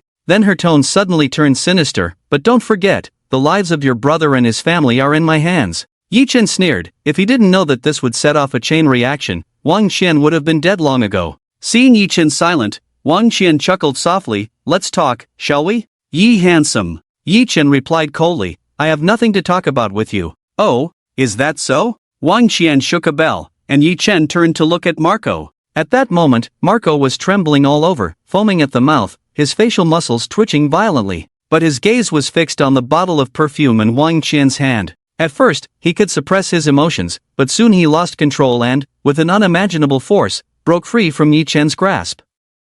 He ran to Wang Qian's feet and tightly hugged her jade-like legs, his eyes glued to the object in her hand. "That's enough!" Yi-chan shouted angrily, directly knocking Marco unconscious. he tossed him onto the bed beside them. This bell is the object that inspires psychological control. This psychological control is about training people like dogs. In the end, it turns everyone into slaves, and the process is extremely cruel. Just think about it, training people like livestock involves not only frequent beatings and scoldings but also many inhumane acts. Such things are only used by some perverted trainers of sex slaves. The damage to the human body is immense. The long-term training pressure can destroy a person's bodily functions and central nervous system, accelerating human death. This despicable wretch, the most important thing now is how to stop this wretch. Yi Chen snatched the bell away, but Marco still couldn't stop going crazy. The process of taming is terrifying. Relying solely on external psychological suggestions, Marco now believes he is an animal. Yi Chen, helpless, struck Marco hard on the spine. Instantly, Marco fainted. Wang Qian smiled faintly, not particularly concerned about Marco's fainting. She looked at Yi Chen with a beaming smile and said playfully, "What's wrong? Can handsome Yi now negotiate terms with me?" Yi Chen coldly looked at this enchanting woman before him, as if he were looking at a poisonous scorpion. Behind her is a huge dark organization. This woman is not ordinary. If it weren't for his brother falling into her hands, he wouldn't be very willing to confront her. Yi Chen snorted coldly, "I have nothing to discuss with you." Wang Qian was not angry. She placed her hand on Yi Chen's chest and said sweetly, "Yi Chen, you know what I want. As long as you satisfy me, I'll let Marco go. How about it?" Yi Chen coldly stepped back, thinking that Wang Qian was truly a shameless person. To actually seduce his brother in front of her fiancé is simply the height of shamelessness. But what could possibly control her now? Yi Chen quickly checked Wang Qian's private matters again. Misappropriation of public funds, detailed view. It must be said that this woman is a tough character. She actually misappropriated public funds from the dark forces. Yi Chen looked at Wang Qian with a half-smile and said, "Come on, let's talk." A flash of excitement crossed Wang Qian's beautiful eyes as she said, "What's wrong, handsome Yi? Are you willing now? We won't be picky about the place, how about right here?" She looked at the unconscious Marco beside her, her face showing an extremely excited expression. Wang Qian couldn't contain the heat in her body, looking at Yi Chen with an anxious expression. Yi Chen looked at Wang Qian's despicable demeanor and sneered, "What do you want to do? If you're feeling frisky, go out on the street." Hearing Yi Chen's words, Wang Qian was instantly furious. Did she not express herself clearly enough? "Yi Chen, you don't need to pretend to be confused. I'll ask you one thing, are you in or not?" Yi Chen slowly walked over to a nearby chair and sat down, saying, "In what way?" "I think we should talk about the issue of the 300 million you misappropriated." Upon hearing this, Wang Qian stopped her flirtation and coldly said, "What 300 million? What nonsense are you talking about?"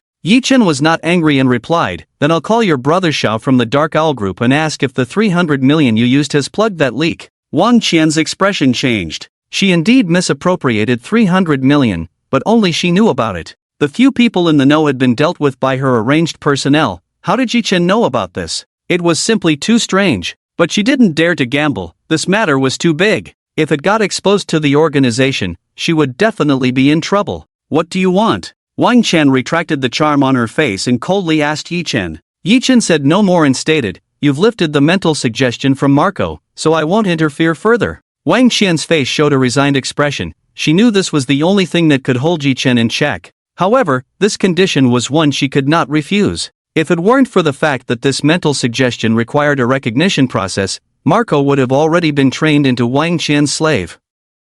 She needed to lift the mental suggestion to truly restore Marco's freedom. Otherwise, Yi Chen would have dealt with this wretch long ago. Wang Qian reluctantly made a series of strange gestures and whispered beside Marco. After a flurry of odd movements, she finally turned to Yi Chen, exhausted, and said, "The mental suggestion has been lifted, I'm leaving." With that, she turned around, preparing to leave gracefully. But before she could reach the door, she heard Yi Chen's calm voice say, "Leave? Who allowed you to go?" Wang Qian's steps halted at the door. She turned around and asked sharply, "What do you mean? Going back on your word is not the behavior of a gentleman." Yi Chen chuckled, "Gentleman? You might be misunderstanding something. When you laid hands on my brother, I became the evil spirit from hell coming to take your life." Yi Chen had now confirmed through the system that Marco had been freed from mental control. However, his life was already in jeopardy. He was definitely going to avenge this. Wang Qian was momentarily stunned by Yi Chen's sinister words, but she steadied her emotions and coldly replied,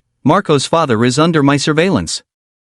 If anything happens to me, he will have to pay with his life in no time. Then you'll see how your good brother turns against you. If one were to say Wang Qian was adept at reading people, she had learned her lesson after suffering a loss just now. She understood that Yi Chen was a person who valued loyalty and righteousness. Marco's father treated him very well, and using that as a threat, he would surely think twice before acting rashly. At this moment, Wang Qian was not planning anything further, she only wanted to escape. Yi Chen smiled, "You needn't worry about that, I will make you suffer 10 times more than Marco before you die." Yi Chen took out a jade bottle containing a strange poison he had previously extracted from that evil object. Just a little of it, and this poisonous scorpion beauty would turn into a puddle of pus in a few days. This was Yi Chen's way of giving her a more dignified death. During this process, she would feel her body slowly rotting away. In the end, this beautiful body would burst forth like fireworks, dazzling and enchanting. Yi Chen pulled out a dagger, the very one that Uncle Chi had used to carve through the jade girl statue like it was nothing.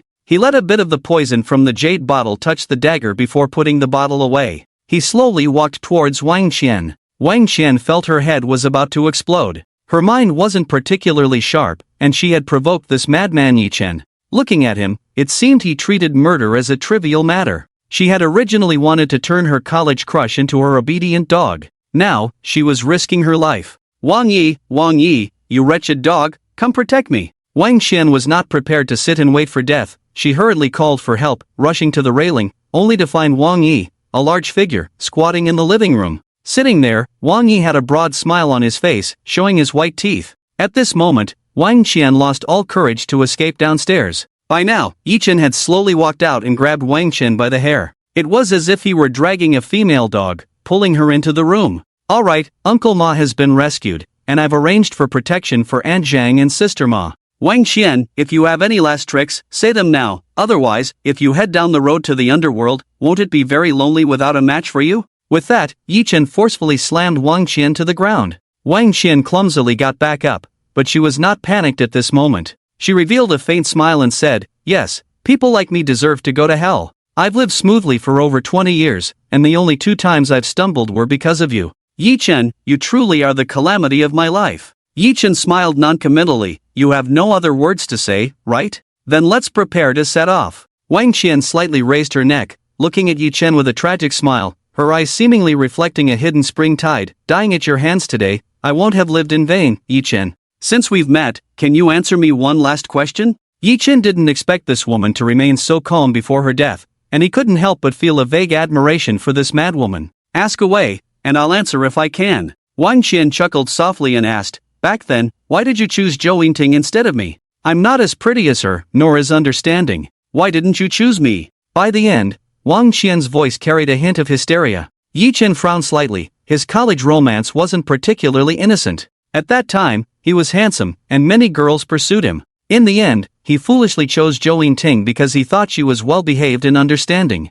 As for Wang Qian's pursuit, Zhou Yingting had shown him videos of her, which completely turned him off. How could he have any thoughts of liking or choosing someone like her? He never expected that such a ruthless woman would take a trivial romantic failure so seriously, even to the point of being tormented by it before her death. Yi Chen was momentarily speechless. He felt more that Wang Qian had a pathological mindset, a strong desire to possess and dominate. Such a person would always cling to what they couldn't have. He never imagined that this female demon's obsession would be with him. Yi Chen's heart skipped a beat. What the hell was happening? Although this woman had such a twisted affection for him, he had no intention of letting her leave alive today. Just a gentle stab, and the poison would seep into her body. He could leave her anywhere, and wait for her to self-destruct. Clean and neat, without leaving a trace, killing and silencing her, a must-have tool. Is that the question? Sorry, I can't answer you. If I had to choose back then, I wouldn't choose anyone. Alright, time to send you on your way. Yi Chen stabbed fiercely at Wang Qian's back. But a white shadow flashed by, stirring a hidden fragrance. This scent was so familiar. A jade hand gently grasped his arm, preventing him from moving an inch. He looked up to see who had come. Yi Chen's expression changed dramatically. How could it be her? The visitor was Tian Bing, the very same Tian Bing he had picked up from the airport and taken to the hotel today. She had changed into a simple outfit, a blue lotus dress, her long hair cascading like a waterfall. She looked at him with a beaming smile. Yet, she held onto Yi Chen's arm without loosening her grip. "Oh, we meet again so soon, Yi Shuai. Can you spare her life for my sake?" Tian Bing's voice was still as crisp and pleasant as ever, but to Yi Chen, it sounded somewhat unfamiliar. He still retracted the dagger and tucked it away. With a slightly cold gaze, he looked at Tianbing and said, "What exactly is your identity? How did you follow me here?" Tianbing smiled sweetly at Yi Chen but remained silent. At that moment, the door was pushed open. It was Xiao Chang, who walked in with an awkward smile. He said to Yi Chen, "Don't be harsh on Miss Tian.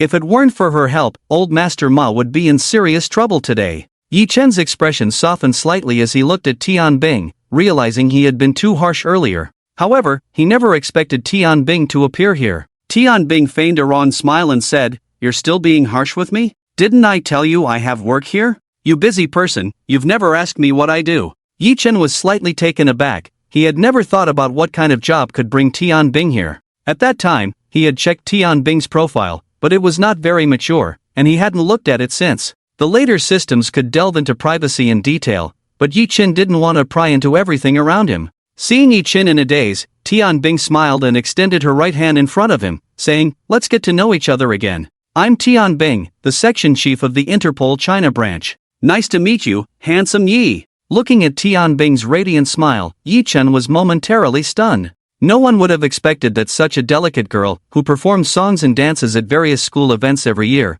would end up in such a fierce profession.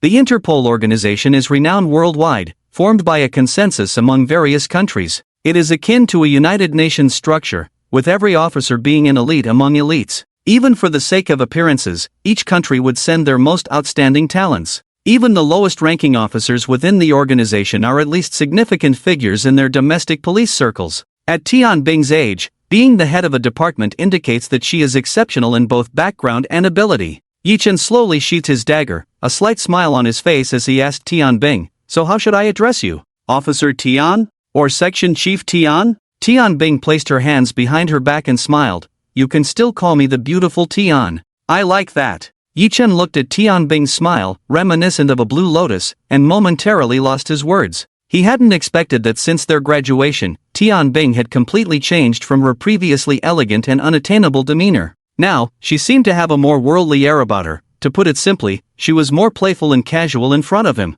Yi Chen pointed to Wang Qian, who was barely alive on the ground, and asked lightly, "All right then, beautiful Tian. How do you want to deal with this Wang Qian?" Since there was an outsider present, Yi Chen didn't plan to take Wang Qian's life. Regardless of what he did behind the scenes, he couldn't leave any incriminating evidence in plain sight. Just now, he had only intended to stab Wang Qian in a non-vital area to accelerate the poison's effect, leading to her self-destruction. But with Tianbing's appearance and her special identity, Yi Chen decided to let Wang Qian go for the time being. After narrowly escaping death, Wang Qian gasped for air, cautiously observing her surroundings. She noticed Tianbing, who had never gotten along with her since their university days, and the cold, murderous gaze of Yi Chen. "Ha, I didn't expect to run into old acquaintances here today," Wang Qian said. Though she was afraid of death, her personality made it impossible for her to kneel and beg for mercy. Tianbing coldly replied to Wang Qian, "Wang Qian, I never thought we would meet under such circumstances. I didn't expect the Nightingale from the Dark Owl organization to be you."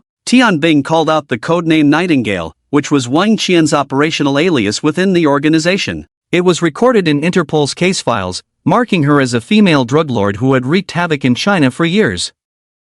As the head of the drug enforcement unit in China, Tianbing had crossed paths with Nightingale countless times, yet she had never seen the true face of this drug lord. She only knew that this drug lord was a woman, but she never imagined encountering her here, especially someone she had always despised. So they say, enemies are bound to meet. A cruel smile appeared on Tianbing's face. She would not let this woman off easily, whether for personal vendetta or professional duty. Wang Qian, who had just heard the conversation between Tianbing and Yi Chen, wore a mocking smile on her face. "You've surprised me quite a bit too, taking down several of my hideouts with silver bullets, and you're actually my old rival in love." Yi Chen could understand what Tianbing was saying. However, Wang Qian's words left him feeling confused. When did Tianbing and Wang Qian become rivals in love? With the gossip level of his brothers, he should have heard about it. During her time at school, Tianbing was either in the library or outside the campus, always accompanied by a few of her girlfriends. He had had a few encounters alone with Tianbing, but those were merely coincidences. There was no further development. He even thought no one could ever win over this unattainable beauty. Who would have thought she was also a rival to Wang Qian? The thought that Tianbing might have had feelings for someone else surprised Yi Chen, but it also stirred a subtle feeling in him, a slight discomfort. Wang Qian looked at Yi Chen's puzzled expression and suddenly burst into laughter. pointing at Tian Bing mockingly. Who would have thought? Who would have thought? Our campus beauty, Tian Bing, turns out to be such a coward. At least I've been brave, you don't even have the guts for that. In this regard, I can leave you in the dust. Before she could finish her words, a sharp pain struck her, and she collapsed to the ground like a heap of mud. Yi Chen stared in shock at Tian Bing. Just moments ago, he had seen Tian Bing manage to control her rage, and he hadn't thought of her as a weak woman. But now, he only saw Tian Bing's jade-like leg flash past, taking Wang Qian down. This level of strength was impressive, and the dynamics between these women were truly hard to decipher. They had just been chatting so well, who would have known Tian Bing would suddenly strike? Yi Chen didn't speculate on Tian Bing's motives, he simply sighed inwardly.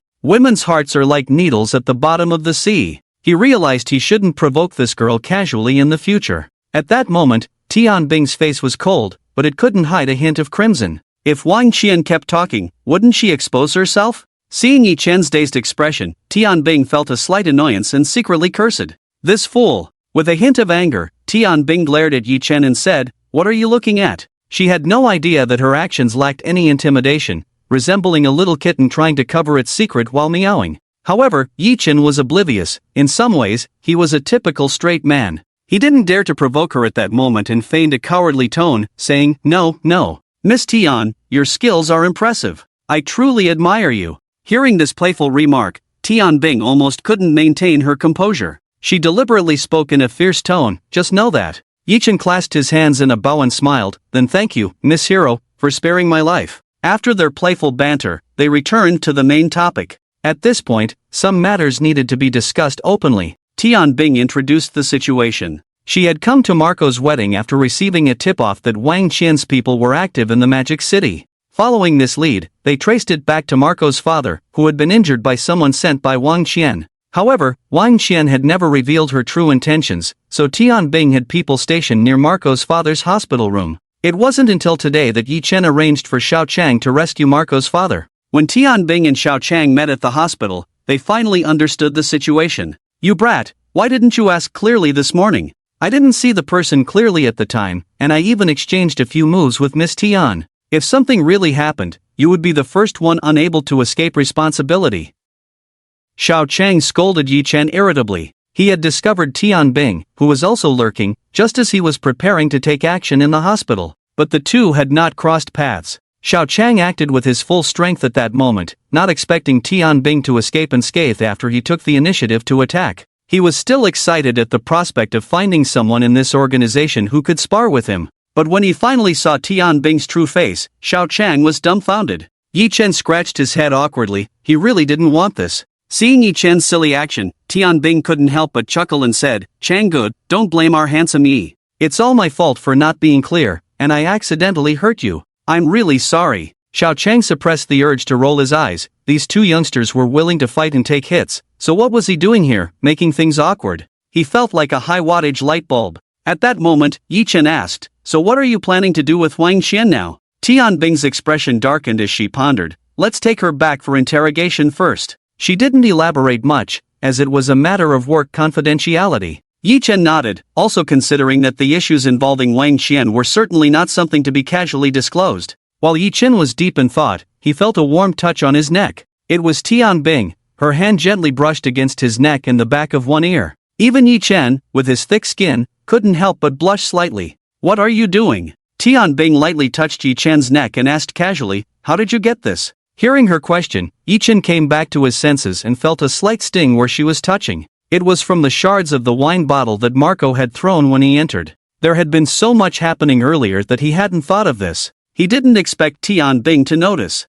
This. Yi Chen stammered, and it seemed Tian Bing realized her actions were a bit too intimate. She slowly withdrew her hand. With a somewhat distracted gaze, Tian Bing said, "Let me put some medicine on it. If you don't handle it well, it could get infected." Yi Chen felt a bit embarrassed and said, "It's just a small injury. I'll just go to the hospital later to get some medicine. It's not a bother." Before he could finish, he noticed Tian Bing's expression was slightly displeased. With her arms crossed, Tian Bing said unhappily, "What? Does handsome Yi think my skills are not good enough? I have a practicing physician's license, you know." Although going to the hospital was a good option, she was determined to treat Yi Chen herself. Wang Qian's earlier words had somewhat provoked her. During her university days, she liked Yi Chen, but due to various reasons, she couldn't be as brave as Wang Qian. But this time, she would not let go. Yi Chen was momentarily confused by Tian Bing's sudden assertiveness.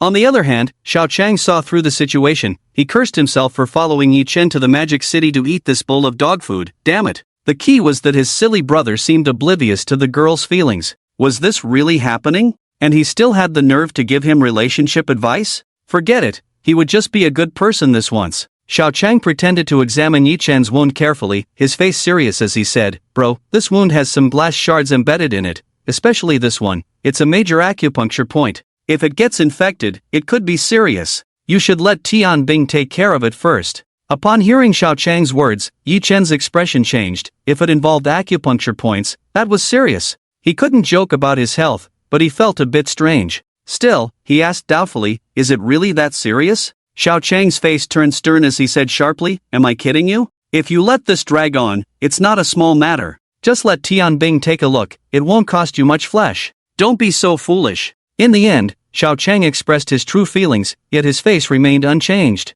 He dragged the unconscious Wang Qian and hoisted up Marco, striding out of the room. "You all take your time. I'll take these two down first." Yi Chen was at a loss for words. Xiao Chang was acting strangely today. Instead, Tian Bing wore a faint smile and asked, "Are you going to apply the medicine or not?" After some back and forth, Yi Chen relented, saying, "Go ahead, it's a hassle." Tian Bing replied lightly, "It's no hassle, just a small matter." She prepared the tools from a small medical kit she carried. After a thorough examination, she discovered that Yi Chen had injuries on his back as well, so to make it easier to apply the medicine, she instructed him to take off his shirt. When Yi Chen heard he had to undress, his expression was slightly awkward, but he complied and removed his shirt, revealing a muscular physique brimming with masculine charm. Tian Bing admired him with a playful expression, causing Yi Chen's ears to turn slightly red. "Not bad," she commented. Yi Chen felt as if he was being teased, but this process lasted only a short while before Tian Bing, with a hint of a smile, began to apply the medicine herself. Watching her relaxed and natural demeanor, Yi Chen thought everything that had just happened was like a hallucination. Tian Bing worked quickly, her movements deft as she extracted remnants from Yi Chen's skin. The pain was over before he even realized it. When Yi Chen looked down, he could see Tian Bing's profile. At that moment, her face was serious and focused, her eyes intently on Yi Chen's wound, as if conducting some precise experiment, her gaze revealing a cautiousness and a hint of unperceived concern for him. A faint fragrance, reminiscent of a serene lotus, wafted into Yi Chen's nostrils. Breathing in this scent, his previously restless heart gradually calmed. Gazing at Tian Bing's perfect features and her meticulous application of the medicine felt like admiring a beautiful painting. After a busy session, Tian Bing let out a sigh of relief, saying, "Finally done. Just be careful not to get it wet." As she spoke, she noticed Yi Chen staring at her intently, and her cheeks flushed slightly. She playfully scolded, "Why are you looking at me like that?" Yi Chen came back to his senses and teased lightly, "Big beauty Tian, isn't it because you're so pretty?" If he was being teased, he had to return the favor. Tian Bing, a bit flustered and annoyed, turned her face away and said, "Humph. I'm talking about serious matters. Look at your silly face." After applying the medicine, Yi Chen and Tian Bing went to join Xiao Chang. Xiao Chang had found a quiet room where he had tied up Wang Qian like a dumpling and tossed her aside. He had laid Marco on the bed. At this point, his drug cravings had subsided, and he was sleeping, though not peacefully. His chest rose and fell rapidly, as if he were experiencing something terrifying. Yi Chen sat beside Marco with a serious expression, like a volcano ready to erupt. Xiao Chang and Tian Bing stood silently beside him, watching. Cough, cough, cough. Marco suddenly began to cough violently, but lying down made it hard for him to breathe, so Yi Chen quickly helped him sit up. Half awake, Marco was propped up by Yi Chen, coughing up a significant amount of blood, which splattered onto Yi Chen's high-end casual outfit. Normally fastidious about cleanliness, Yi Chen did not shy away. Instead, he used his sleeve to wipe the blood from Marco's mouth. However, when he raised his hand, he found it trembling and unable to lift it. His emotional turmoil was overwhelming, making it difficult to control his limbs. His eyes reflected deep sorrow and immense hatred. Seeing this, Tian Bing tried to pull Yi Chen away, saying, "Let me handle it." But she couldn't budge him. With more force, she tried again, only to be shaken off by Yi Chen. He seemed to have made some kind of resolution, raising his arm fiercely and wiping the blood from Marco's mouth with his pure white sleeve. He entrusted Marco to Tian Bing's care and quickly walked over to Wang Qian's side. Wang Qian had been unruly earlier and had received a brutal beating from Xiao Chang. Her face was now bruised and swollen, but as she looked at Yi Chen approaching, a seductive smile still lingered on her face. However, what awaited her was a flying kick from Yi Chen. He kicked her hard, sending her soaring off the ground. "Stop it, Yi Chen!" Tianbing had noticed Yi Chen's unusual emotions the moment Marco started spitting blood. Just as Yi Chen was about to strike Wang Qian again, Tianbing darted out like a coiling silver dragon, wrapping his arms around Yi Chen's waist to prevent him from committing violence. "Let go! If I don't kill this venomous woman today, I won't be able to face my brother," Yi Chen said coldly. He thought he could control himself, but upon seeing Marco's tragic state again, the string of rationality within him snapped. "Yi Chen, calm down. If you kill her now, it won't change anything. It will only harm yourself," Tianbing said, holding on to Yi Chen tightly, refusing to let go. For a moment, Yi Chen forgot to break free. Tianbing's body warmth seeped through his clothes, the gentle temperature soothing his raging heart. The faint fragrance, like a pure lotus, washed away his murderous intent.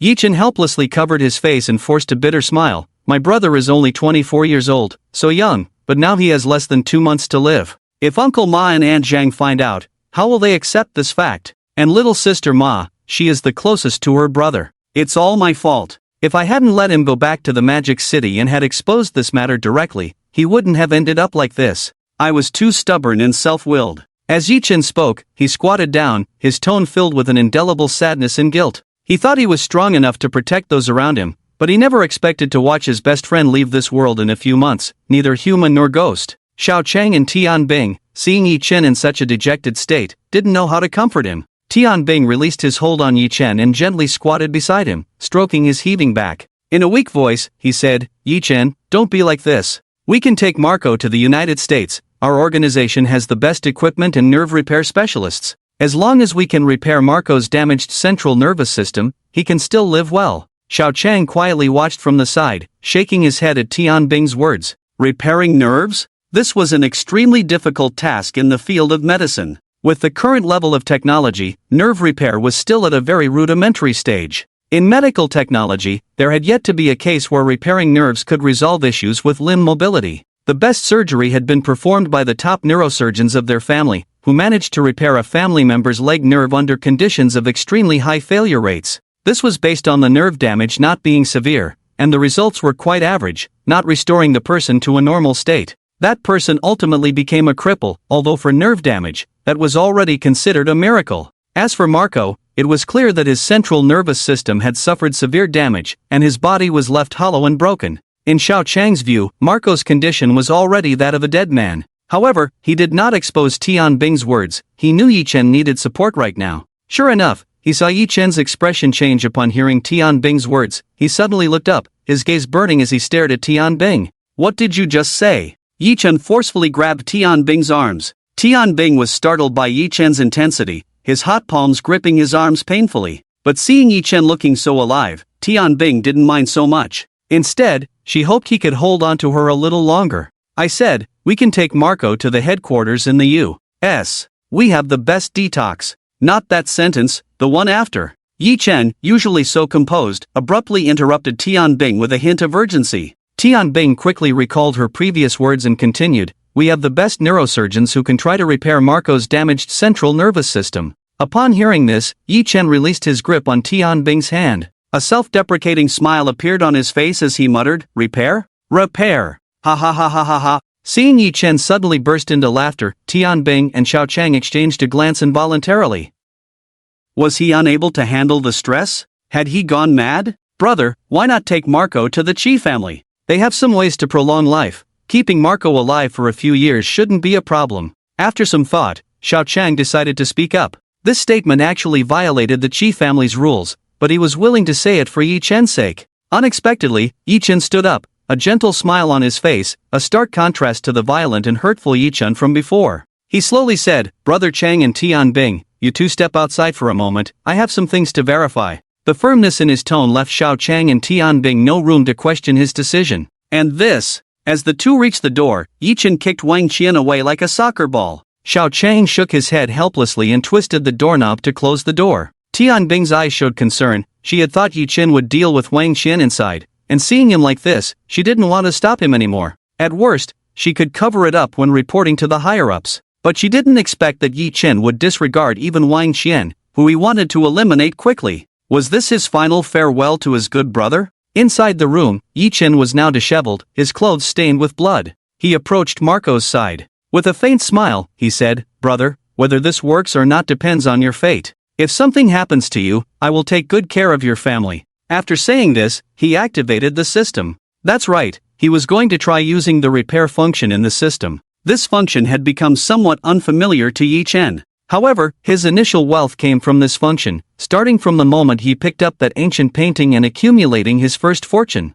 Then there was the repair of the Bugatti sports car and some trivial items. But as the system's functions increased, the benefits from the identification and appraisal functions, as well as the ability to peek into life, had already brought him endless advantages. As for repair, Yi Chen hadn't used it in a long time. He thought this function would become less and less useful to him. But today, Tianbing's casual remark had awakened him. The value of repairing objects for himself was limited, but if he could repair the human body, then this function would become his greatest tool. But how to activate it? Yi Chen had now opened the system, staring intently at Marco. However, the system displayed, Marco age, 24 height, 178 cm weight, 59 kg evaluation, kind-hearted, honest and simple, loyal and righteous. No. Yi Chen was horrified at this panel. No repair option? Why was there no option to repair? Aha! Yi Chen roared, feeling a surge of blood rush to his head. No, I need to go in and take a look. Tianbing heard Yi Chen's roar and couldn't help but want to open the door to see how he was doing. To her surprise, Xiao Chang turned around and blocked her. What do you mean? Tianbing asked coldly, instinctively filled with hostility towards anyone who dared to stop her from getting close to Yi Chen. Xiao Chang smiled apologetically. Tianbing, this is Yi Chen's wish. He just told me that without his orders, no one is allowed to go in. After saying that, Xiao Chang showed no intention of backing down. This was something Yi Chen had quietly instructed him earlier. Although he didn't know what it meant, he still executed it faithfully. Hearing Xiao Chang's explanation, the coldness in Tianbing's eyes melted a bit, but she still couldn't rest easy. Meanwhile, what about Yi Chen? After a roar, he felt a surge of blood and a wave of dizziness. When he opened his eyes again, human repair system activated. Patient, Marco, condition, severe damage to the central nervous system, organ failure, a dying person, repair conditions, achieve A level or above mental power, achieved. Reminder, the patient's injuries are severe, please perform repairs in multiple sessions to avoid irreversible harm to the host. Do you confirm the repair? After a moment of despair, Yi Chen seemed to be guided by fate and finally activated a brand new system. New values appeared, which he had always speculated about, serving as the mental power supporting the system's operation. It had been mentioned before that he could now view his system panel, and at this moment, the mental power section also had a clear display, with the overall panel showing changes. Host, Yi Chen, age, 24, height, 181 centimeters, weight, 70 kilograms, mental power level, low A level, system abilities, Eye of Secrets, can see the data and secrets of all sentient beings. The higher the mental power level, the stronger the ability to see secrets. Mysteries of all things, can understand information about all visible and audible things. The higher the mental power level, the more detailed the understanding. Art of creation, sees the creation of heaven and earth, repair all damaged objects. Ability depends on mental power level. Different mental power levels unlock different repair targets. Yi Chen slowly examined his data. The changes in this panel were caused by his intense emotional fluctuations just now. In other words, by a stroke of luck, he had raised his mental power to A level. What had once been a foggy system for him was now gradually becoming clearer. However, even so, Yi Chen still felt that there were many aspects of this system he had yet to understand. For example, regarding the growth of mental power, he had always thought it was achieved by appraising the value of items to elevate his mental power level. But today, in his grief and anger for his good brother, he had unexpectedly broken through to A-level mental power. It should be noted that through appraisal, he had seen at least hundreds of billions worth of items during his time with the Qi family. Such a vast appraisal value had not allowed him to break through A-level mental power, yet today, this emotional fluctuation had helped him overcome the bottleneck.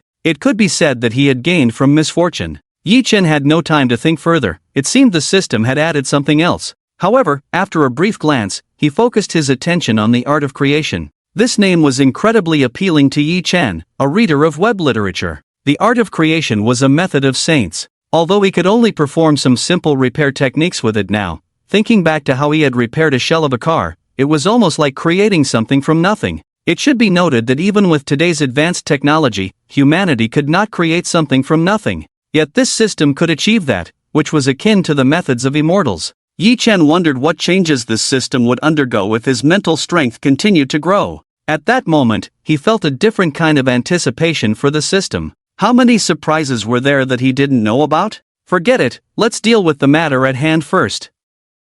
Yi Chen interrupted his fantasies and confirmed the repair in his mind. Suddenly, a colorful light appeared around Marco. This light was even more brilliant and luxurious than the previous golden and silver hues. The light condensed as if it were tangible. Marco's complexion visibly became a bit rosier, his heaving chest gradually began to calm, and his breathing started to stabilize. Everything was moving in a positive direction. As the repair progressed, Yi Chen gradually began to feel a tearing sensation in his head. His mental strength could no longer support the operation of this repair light. Yi Chen cursed himself for being careless. Seeing Marco's condition improve made him momentarily overjoyed, pushing his mental strength to its limits. The system clearly warned that this repair could be done in multiple sessions, otherwise, it would cause irreversible damage to himself. This tearing pain was a warning. Yi Chen wanted to withdraw his mental strength but found that it was completely unresponsive. His current state could no longer support the normal operation of this system. Damn it! What a broken thing! Am I going to meet my end here today?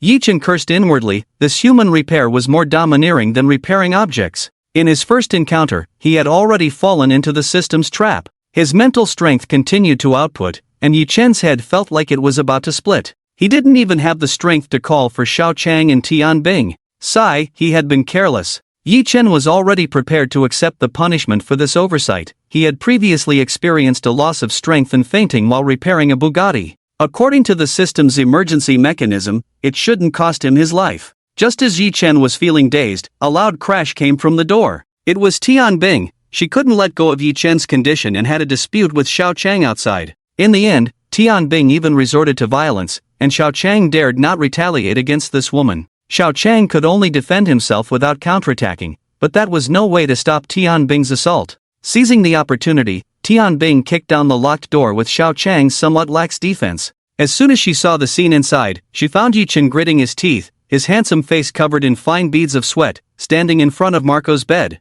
The next moment, he was about to collapse. No, don't. Tian Bing rushed out and caught him just as Yi Chen was falling. In the last moment before losing consciousness, Yi Chen vaguely heard a woman's cries and sobs, slowly drifting off to sleep amidst a fragrance as pure as a lotus. 3 days later, in a VIP room of a military hospital in Magic City. Tian Bing, you should take a break, I'll watch for a while. Xiao Chang looked at Tian Bing, who sat beside Yi Chen's hospital bed, her gaze fixed on him. Since Yi Chen's incident that day, the two had been living in the hospital, taking turns caring for him. But although it was said to be a turn, Tian Bing's time caring for him far exceeded Xiao Chang's. Besides taking care of Yi Chen, she also had to help deal with matters concerning Marco's family. Once this incident occurred, that side had become a complete mess. No matter how skilled Xiao Chang was, he found himself overwhelmed just assisting with these trivial matters. However, Tian Bing managed everything with clarity, ensuring that all parties were properly settled. Even Xiao Chang, a man who had never bowed to anyone in his life, was moved by Tian Bing's resilience.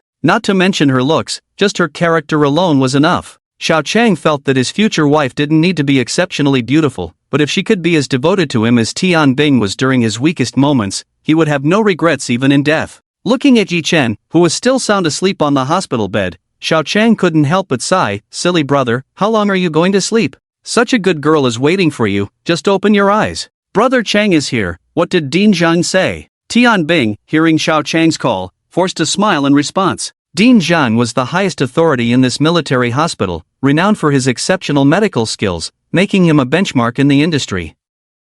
This hospital and the ward were arranged through Tian Bing's connections. Originally, Xiao Chang had reported this matter to Qiying, who wanted to consult world-class experts. However, upon hearing about the hospital Tian Bing found, she abandoned her decision. This was the first time Xiao Chang had seen her yield since he met her. Because this hospital and Dean Zhang were not necessarily within the reach of the Qi family's influence, Xiao Chang's understanding of Tian Bing deepened. The power behind this girl was certainly not simple. Dean Zhang still said the same thing. Yi Chen has no issues, just waiting for him to wake up. Xiao Chang shook his head with a hint of melancholy as he reported to Tian Bing. Tian Bing frowned slightly, her tone cold as she said, but it's already been 3 days. Yi Chen shows no signs of waking. I think Zhang Chuanxiu has been slacking off these years. Hearing this, Xiao Chang's expression changed, and he quickly looked around, Fortunately, it was a VIP room, and no one would enter without permission. Otherwise, if someone heard this, it could cause a huge uproar. One must know that Dean Zhang Chuanxiu was a master of many national medical experts.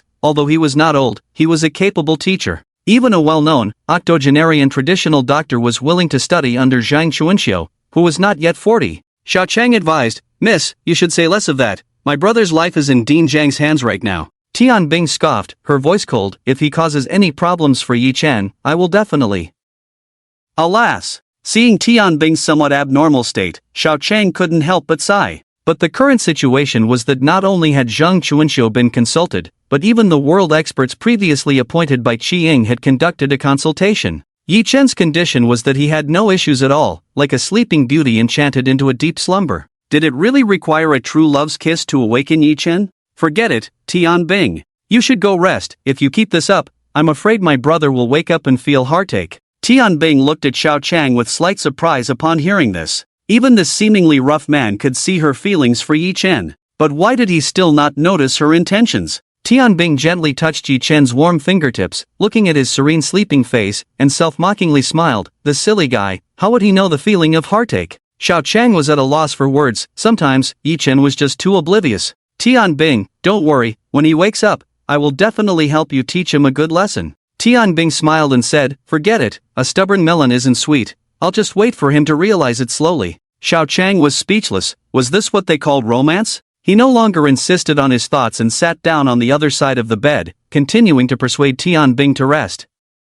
Tian Bing replied lightly, I'm not tired, I'll stay a while longer before I go rest. Upon hearing this, Xiao Chang didn't force her anymore. Looking at the dark circles under Tian Bing's eyes and the fatigue that makeup couldn't conceal, he felt admiration for her dedication. The two sat on either side of the bed. Although they weren't very familiar, after a few days, they still had to chat a bit when they had the chance. Xiao Chang, with a curious attitude, asked, Tian Bing, how did you and my brother start? Tian Bing was slightly surprised by Xiao Chang's question, a blush rising to her face. She hadn't intended to answer it. However, thinking about her experiences in the magical city and the various events she had gone through, the emotions she had suppressed for years had already erupted. Some things needed to be said, and perhaps it would be good for her. Tian Bing said lightly, if you promise not to let your buddies know, I'll tell you. Xiao Chang had asked casually, prepared for Tian Bing to brush him off, but he didn't expect to actually get a bite of this gossip. He nodded eagerly like a chick pecking at rice. After all, a love story between handsome men and beautiful women was always captivating.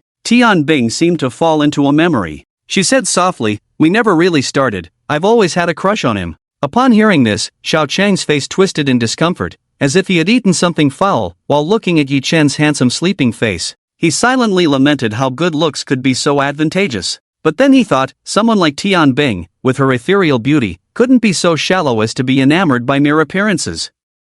There had to be more to the story. Xiao Chang hesitantly asked, what did that little brat do to make you, Tian Bing, like him? He must have accumulated some serious good karma from his ancestors. Hearing Xiao Chang's question, Tian Bing fell into thought, as if recalling something. A faint smile appeared on her face as she began to reminisce. No, liking him is my greatest fortune. The first time we met was one night when I returned to school after a mission and encountered a few small thugs trying to take advantage of me. I had intended to handle them myself, but he stepped in. Since I became aware, no one had ever said they would protect me. Even my parents would tell me to train and go on missions. But he stood up like a warrior, fighting those thugs until he was bloodied and bruised. In the end, he lay in the hospital for 3 days. You have no idea how silly he looked, blood on his face, telling me it was nothing and to hurry back to my dorm. At this point, Tian Bing let out a laugh. This laugh was not for Xiao Chang but for that memory. Xiao Chang sat quietly, knowing he just needed to be a backdrop.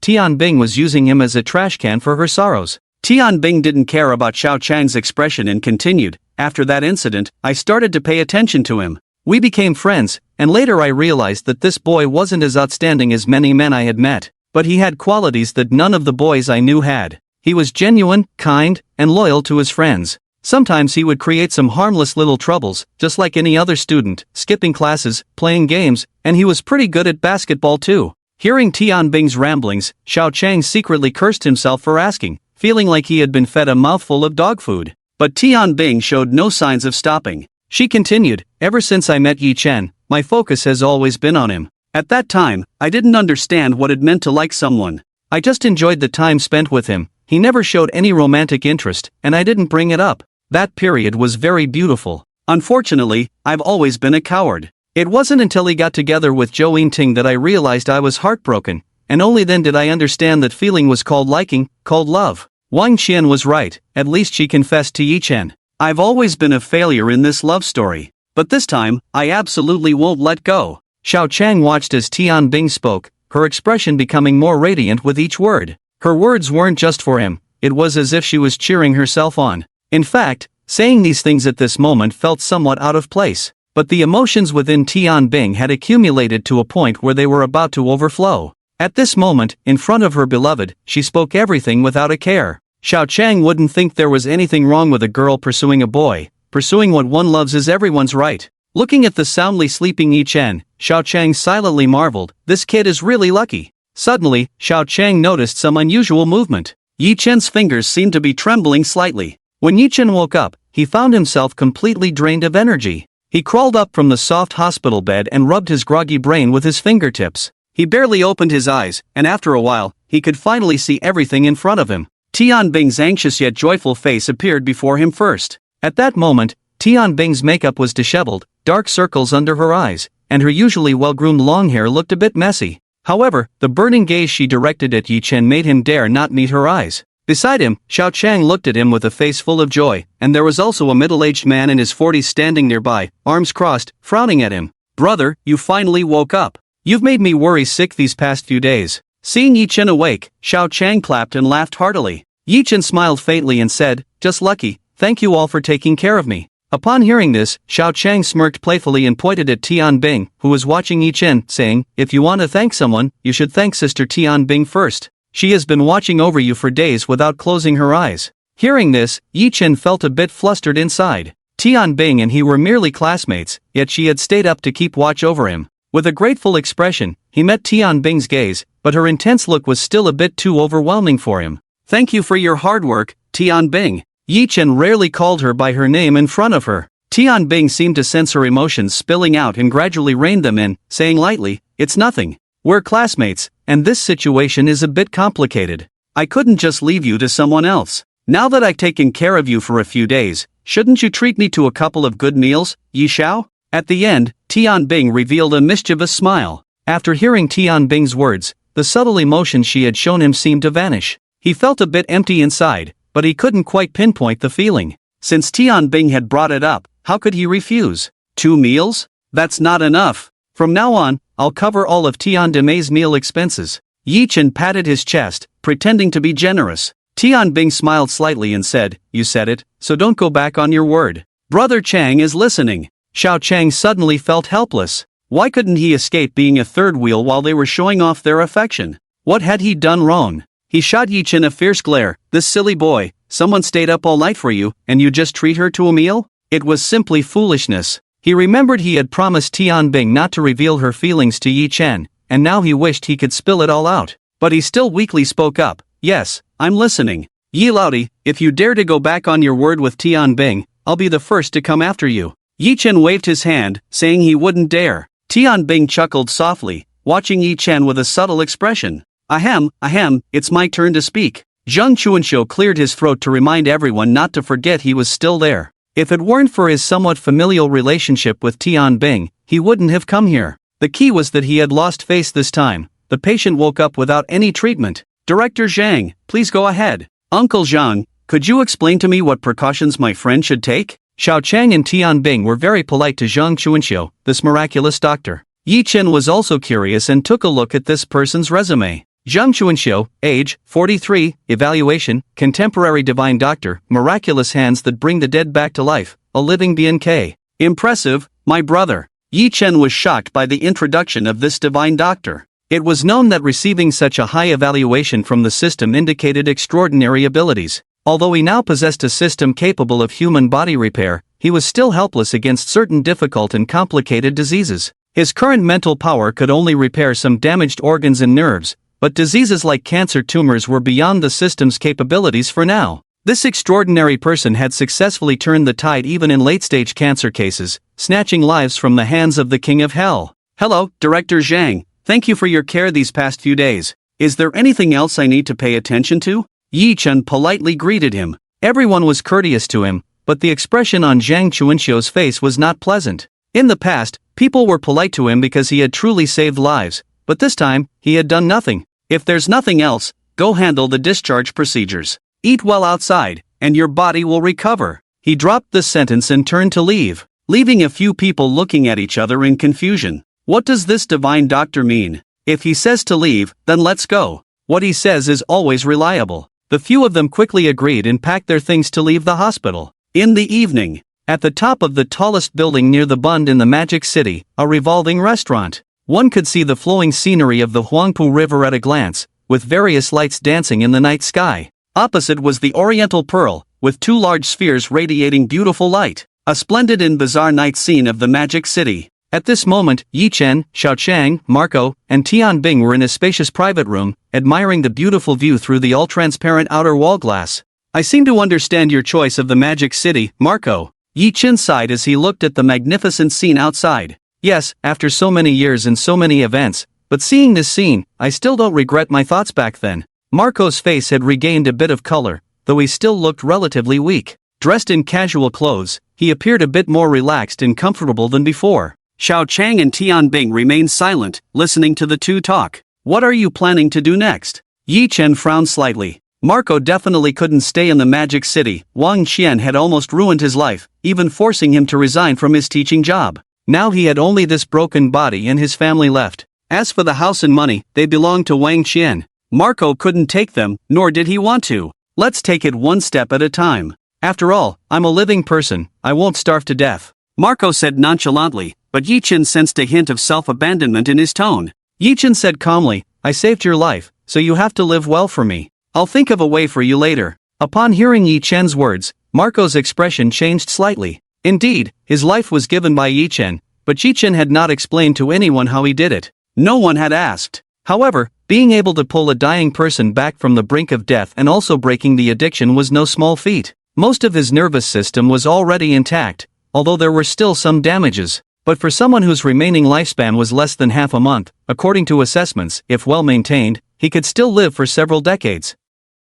Although he didn't know what kind of price Yi Chen had paid, thinking about the 3 days he had been in a coma in the hospital for his sake, it was definitely related to his illness. Yi Chen didn't want to say anything, and these close friends wouldn't pry, they would even keep his secret. With such friends, what more could one ask for? After enjoying the beautiful scenery, the dishes began to be served. The banquet Yi Chen had booked this time was at a very ordinary private dining restaurant under the Qi family. It also had a membership system, but the review process was not as strict as that of Tianlai residents. Generally, wealthy individuals without any historical issues could apply. As the restaurant with the best view in the Magic City, combined with exquisite dishes, it was indeed the top choice for wealthy people to gather for meals during their leisure time. And as a special VIP, Yi Chen naturally used the best private room here. The dishes he ordered this time were almost all seafood. As someone from the inland, he had an inexplicable obsession with seafood. Moreover, since Tianbing had mentioned wanting to eat this last time, Yi Chen chose a restaurant famous for its seafood.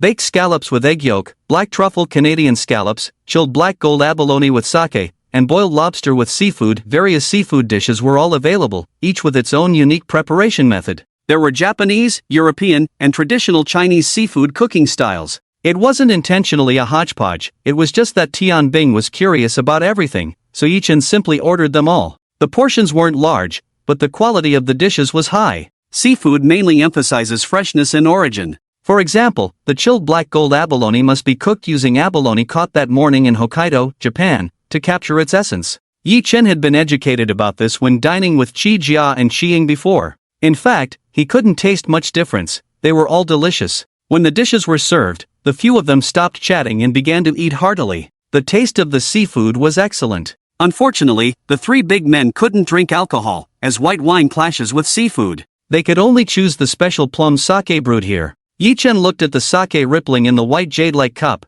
the quiet fragrance of the plum mixed with the aroma of the wine, which was quite elegant. Come on, let's toast. Yi Chen raised his cup in invitation, but he hadn't thought of any good words to say. Tianbing lifted her cup of sake, looking at him with a smile. She said, "You didn't even say a toast, so I won't drink." Yi Chen felt a bit awkward. What could he say in this situation? Then let's hope we all have a bright future and are happy every day. Ah, brother Yi, you really know how to speak. You're too funny, bro. Alright, let's drink. Such a simple and plain toast inexplicably lifted the atmosphere at the table. The few of them enjoyed the dishes and chatted more freely. Marco, is your hometown in Shidu? Xiao Chang hooked his arm around Marco's shoulder and raised his cup to clink with his. Marco was slightly taken aback, then smiled and raised his cup, saying, yes, my home is just a few bus stops away from Brother Yi's. After clinking cups with Marco, Xiao Chang downed his drink and said, just now, Brother Yi said you don't have a job right now. Why not come work with us? Our company is still hiring.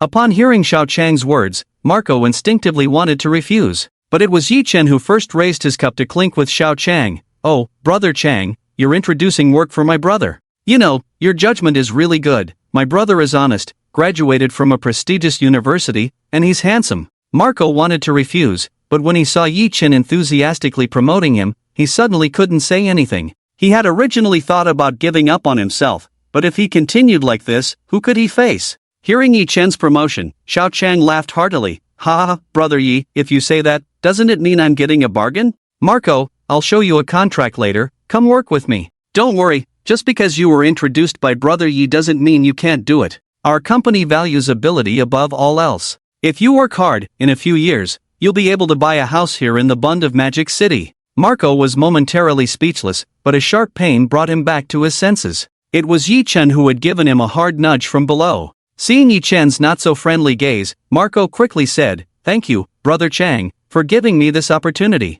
I will definitely work hard and not let you down. Hearing Marco's response, Yi Chen finally felt relieved. Xiao Chang's company was the Chijia Shudo Security Company, a well-known enterprise worldwide. Once Marco got in, the treatment aside, his safety was guaranteed. The families of their employees lived in a separate residential area, with security measures even more stringent than military ones. Xiao Chang was really eager for his own needs. He had only chatted with Marco for a bit earlier. He took the initiative to help. Tian Bing, who witnessed everything, felt a bit displeased. Why hadn't she brought this up first? Xiao Chang had beaten her to it. She put down the knife and fork she was using to cut lobster meat and said lightly, actually, our department also. But before she could finish, Yi Chen picked up a seafood ball of moderate size and fed it to her. Alright, you eat first. This matter with Marco is settled. Yi Chen smoothly completed this action, speaking casually. What a joke, Interpol. This was something his brother could handle? Tian Bing, suddenly fed a ball, felt her face flush. But she didn't spit it out. Instead, she angrily chewed the ball and swallowed it. Her almond-shaped eyes glared fiercely at Yi Chen. What's wrong? I think Marco is quite suitable, Tian Bing said somewhat begrudgingly. Marco looked at Yi Chen and Tian Bing in confusion. What were these two doing? His wife was in jail, and were they trying to provoke him? Yi Chen smiled noncommittally, not picking up on Tian Bing's remark. As the meal drew to a close, everyone began discussing their plans. Xiao Chang was quick to act. During dinner, he showed Marco the contract. Big company contracts were all benefits, and Marco had no complaints. The two hit it off immediately, and then they were set to take Marco back to Shidu to handle his onboarding. After this matter was settled, Yi Chen felt a sigh of relief in his heart. What about you, Miss Tian? Yi Chen asked with a smile. Hearing this, Tian Bing's expression turned slightly heavy as she said, this time we caught Wang Qian, and I have to return to headquarters to report. It's a pity, in the end, it was still a wasted effort. Yi Chen's expression became slightly serious. Tian Bing was not a woman who liked to complain, so it seemed this matter was truly difficult for her. Yi Chen straightened his expression and slowly said, if you have any difficulties, feel free to speak up. I'll see if I can help. Meeting Yi Chen's determined gaze, Tian Bing thought for a moment and simply said, our secondary objective this time was to capture Wang Qian, but the main goal is to apprehend the organization behind her. Is this very important to you? Didn't Wang Qian provide any clues? Yi Chen's expression showed a hint of peculiarity. Tian Bing sighed, arranging her long hair that had scattered across her chest, and said solemnly, Wang Qian is just a small player, but the organization behind her is the big fish. However, Wang Qian has a ledger that she uses to record the financial transactions of the organization members. Listening to Tian Bing's words, Yi Chen slowly took something out of his bag. Upon seeing the bag, Tian Bing immediately recognized it from the case files she had seen countless times in her mind. She confirmed at a glance that this was the ledger she had paid a huge price to find but had not been able to. It was actually with Yi Chen. It was truly far away yet right in front of her. No way! Tian Bing suddenly thought of something. Despite all the methods he used to force Wang Qian to confess, she never revealed her whereabouts. And Yi Chen's account book could only have come from Wang Qian. Unless their informant was wrong, no one else in Huaxia besides Wang Qian possessed this account book. But that was impossible. This meant that Wang Qian would rather endure torture than betray Yi Chen. Thinking of this, Tianbing felt a twinge of jealousy. What a deep affection. Yi Chen noticed the change in Tianbing's expression and was momentarily confused. How could she go from being so joyful to suddenly looking so down? After thinking for a moment, he offered a slight explanation. This package is something I took from Wang Qian. I originally intended to use it to control her, but now that she has been captured, you can take it for your report. Upon hearing this, Tianbing carefully placed the package of account books into her bag. She smiled at Yi Chen and said, "Some people really do make one think a lot, don't they? It's a pity that in the end, Yi Shuai still didn't choose her." Yi Chen caught the implication in Tianbing's words and awkwardly smiled. He didn't want to engage with that. After all, Wang Qian had been Marco's fiancée just days ago, and he certainly didn't want to put a green hat on his brother. Tianbing chuckled and didn't press further. "By the way, what do you plan to do with the account book? Just confiscating it is only a temporary fix." Xiao Chang, who had been in the military, immediately recognized the flaw in Tianbing's team's actions. There was no need to go through so much trouble to track down a bag of account books. Tianbing retracted her earlier playful demeanor and frowned, saying, "Changgu, I understand what you're saying. But this is an order from above. This account book is very special. At least it lets us know the personnel distribution of that organization." This organization was extremely mysterious, and they had already expended tremendous effort to investigate it. The account book was indeed, as Xiao Chang said, only a temporary solution. But what could they do? Any lead was better than none. They could only investigate slowly, step by step. It was already a stroke of luck to have obtained the account book. Tianbing sighed slightly. Investigating this organization was truly a long and arduous journey. Seeing Tianbing's frustrated expression, Yi Chen furrowed his brows. He too wished to eradicate this organization as soon as possible. But was there anything he could do to help Tianbing? Yi Chen began to recall the secret matters he had learned about Wang Qian. Suddenly, he thought of something very important. He had seen a list of personnel from the organization with Wang Qian. This would be of great help to Tianbing in solving the case. But how could he bring it up? Yi Chen felt a bit dazed. He didn't want to get involved in this matter. However, fighting against dark organizations was imperative, both publicly and privately. After some contemplation, Yi Chen picked up the remaining half cup of clear liquor on the table and drank it down, then said to Tianbing seriously, "I will go with you to your headquarters." Tianbing was taken aback, her face filled with confusion as she asked, "Why are you coming with me to the headquarters?" "I'm just going back to report. I'll be returning to Shidu in a while." Yi Chen smiled faintly and said, "Because I have a detailed organizational structure chart of that organization." Upon hearing this, Tianbing felt as if she had been struck by lightning. Marco and Xiao Chang were slightly better. They didn't have the same clear understanding of the organization as Tianbing did. But Tianbing knew much more. That organizational structure chart was not something easily obtained. Wang Qian, who had been captured by them, had even bitten off her own tongue to keep it secret. This showed her instinctive fear of betraying the organization. If help hadn't arrived in time, Wang Qian would have been dead by now. But now Yi Chen claimed he had the organizational structure chart. This was truly unbelievable. If it weren't for investigating Yi Chen's background, Tianbing would have suspected that this Yi Chen was someone from the organization. It was simply too bizarre. However, Tianbing was seasoned and quickly regained her composure. She said, "There's no need to go to the headquarters with me, just hand over the items." Yi Chen smiled wryly and replied that he only vaguely remembered the organization's list in Huaxia and did not have the organizational relationship chart on hand. His words were somewhat ambiguous. What did he mean by vaguely remembering? Tianbing looked at Yi Chen in confusion. After treating Marco, she had also felt Yi Chen's extraordinary qualities, which exceeded her understanding. Perhaps this was Yi Chen's secret. However, since Yi Chen was willing to help, she didn't mind. After thinking for a moment, Tianbing agreed to Yi Chen's request. As for why Yi Chen wanted to go to Tianbing's headquarters, he had his own considerations. Going there would serve as a vacation for him. The headquarters Tianbing mentioned was located in Huaxia, in the city of Yudu. It was a nice place. Moreover, going to the headquarters didn't necessarily mean he had to go to Tianbing's side. He had seen this chart in Wang Qian's memories. This ability allowed him to see some images belonging to his own memories for a time. Although it was quite chaotic, it provided considerable help. It was no longer just textual descriptions. However, this function was still incomplete and needed further development. Yi Chen didn't have time to spare at the moment. Tian Bing was about to leave, and sending it to her would definitely delay things. So, he had no choice but to go with her. It was both a vacation and the company of a beautiful woman. What could be better? After Yi Chen clearly expressed his thoughts to Tian Bing, she agreed. She initially thought Yi Chen wanted to follow her to the front lines, which was why she had refused without thinking. But upon hearing that Yi Chen just wanted to go for a vacation, she felt relieved. Having someone she liked visit her territory was something Tian Bing was very happy about. In the end, the matter was decided pleasantly. Everyone was eating and drinking, looking quite happy. 3 days later, under a clear sky and bright sunshine, at the Magic City International Airport, a cool Bugatti supercar pulled up to the airport parking lot, instantly attracting countless gazes.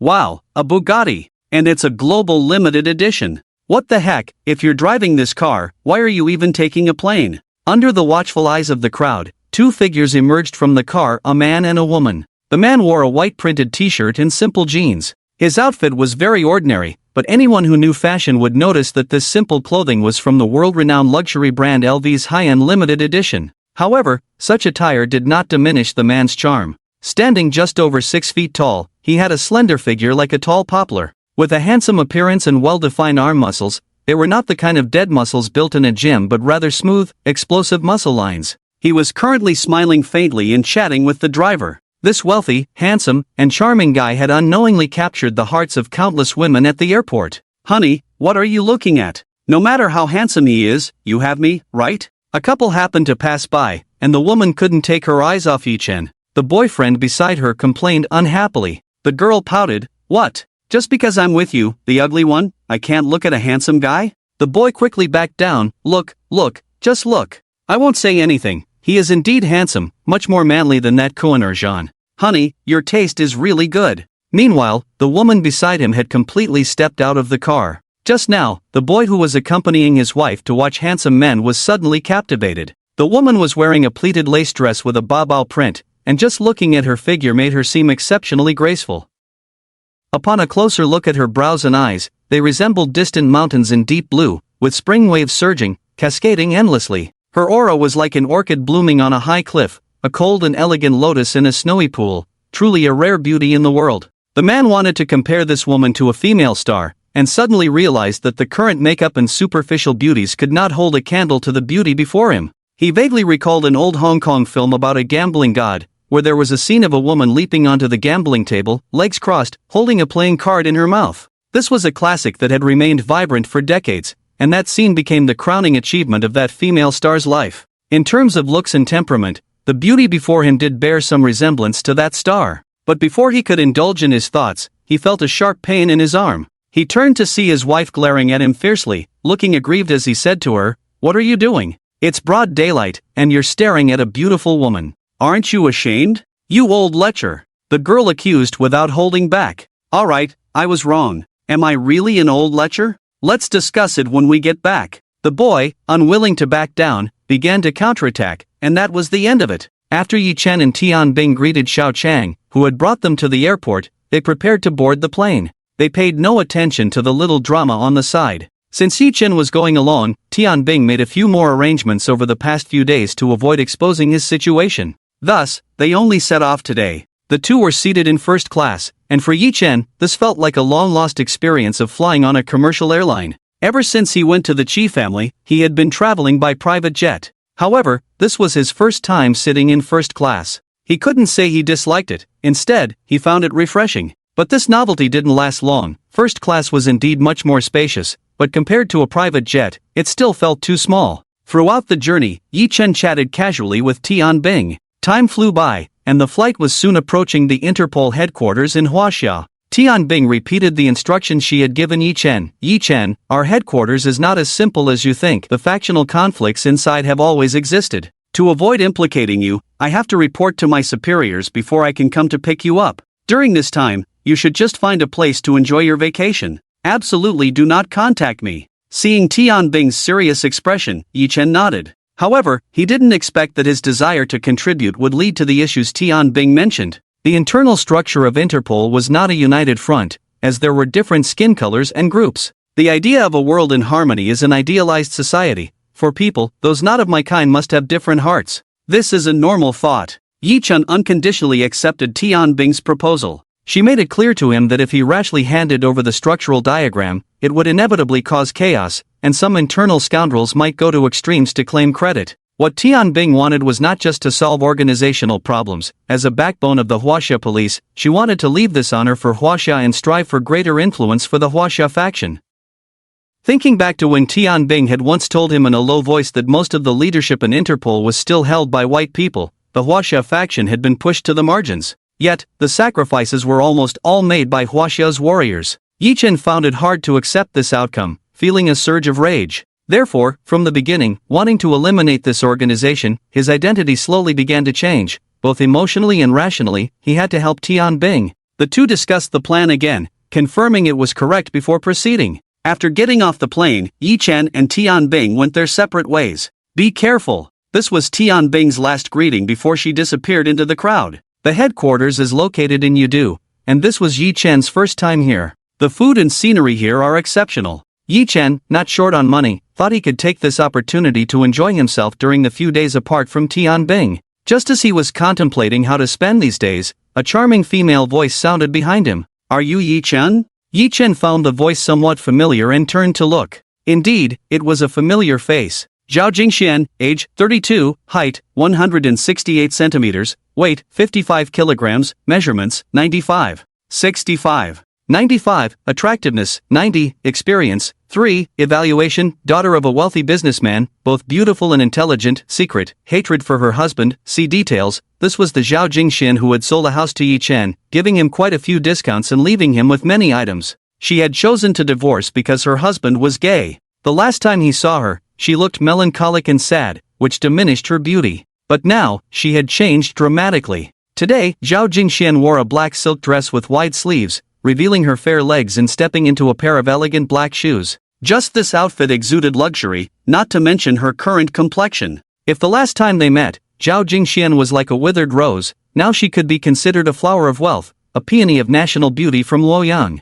Her striking brows and alluring almond-shaped eyes, a straight and delicate nose, and sensuous, plump red lips like blazing flames. Coupled with her fiery red waves, she appeared stunningly beautiful, like a captivating enchantress. Just by looking at her appearance, one would never guess that she was a married woman 9 years older than Yi Chen. Remembering the last time he had a wild night of drinking with Zhao Jingxian, a faint smile unconsciously appeared on Yi Chen's lips. He smiled and said, I didn't expect to run into you here, Sister Zhao. What a coincidence. Zhao Jingxian carefully examined Yi Chen's handsome features. She had never seen anyone quite like him. She set down her black rolling suitcase, stood quietly, and smiled at Yi Chen, saying, It's fate that brings us together from afar. I happened to return to the country and didn't expect to meet you at the airport. Meeting an old friend in a foreign land is usually a joyful occasion, and Yi Chen was happy to chat a bit more with Zhao Jingxian. Sister Zhao, didn't you move abroad? What made you come back? A slight unnatural expression crossed Zhao Jingxuan's face but quickly vanished.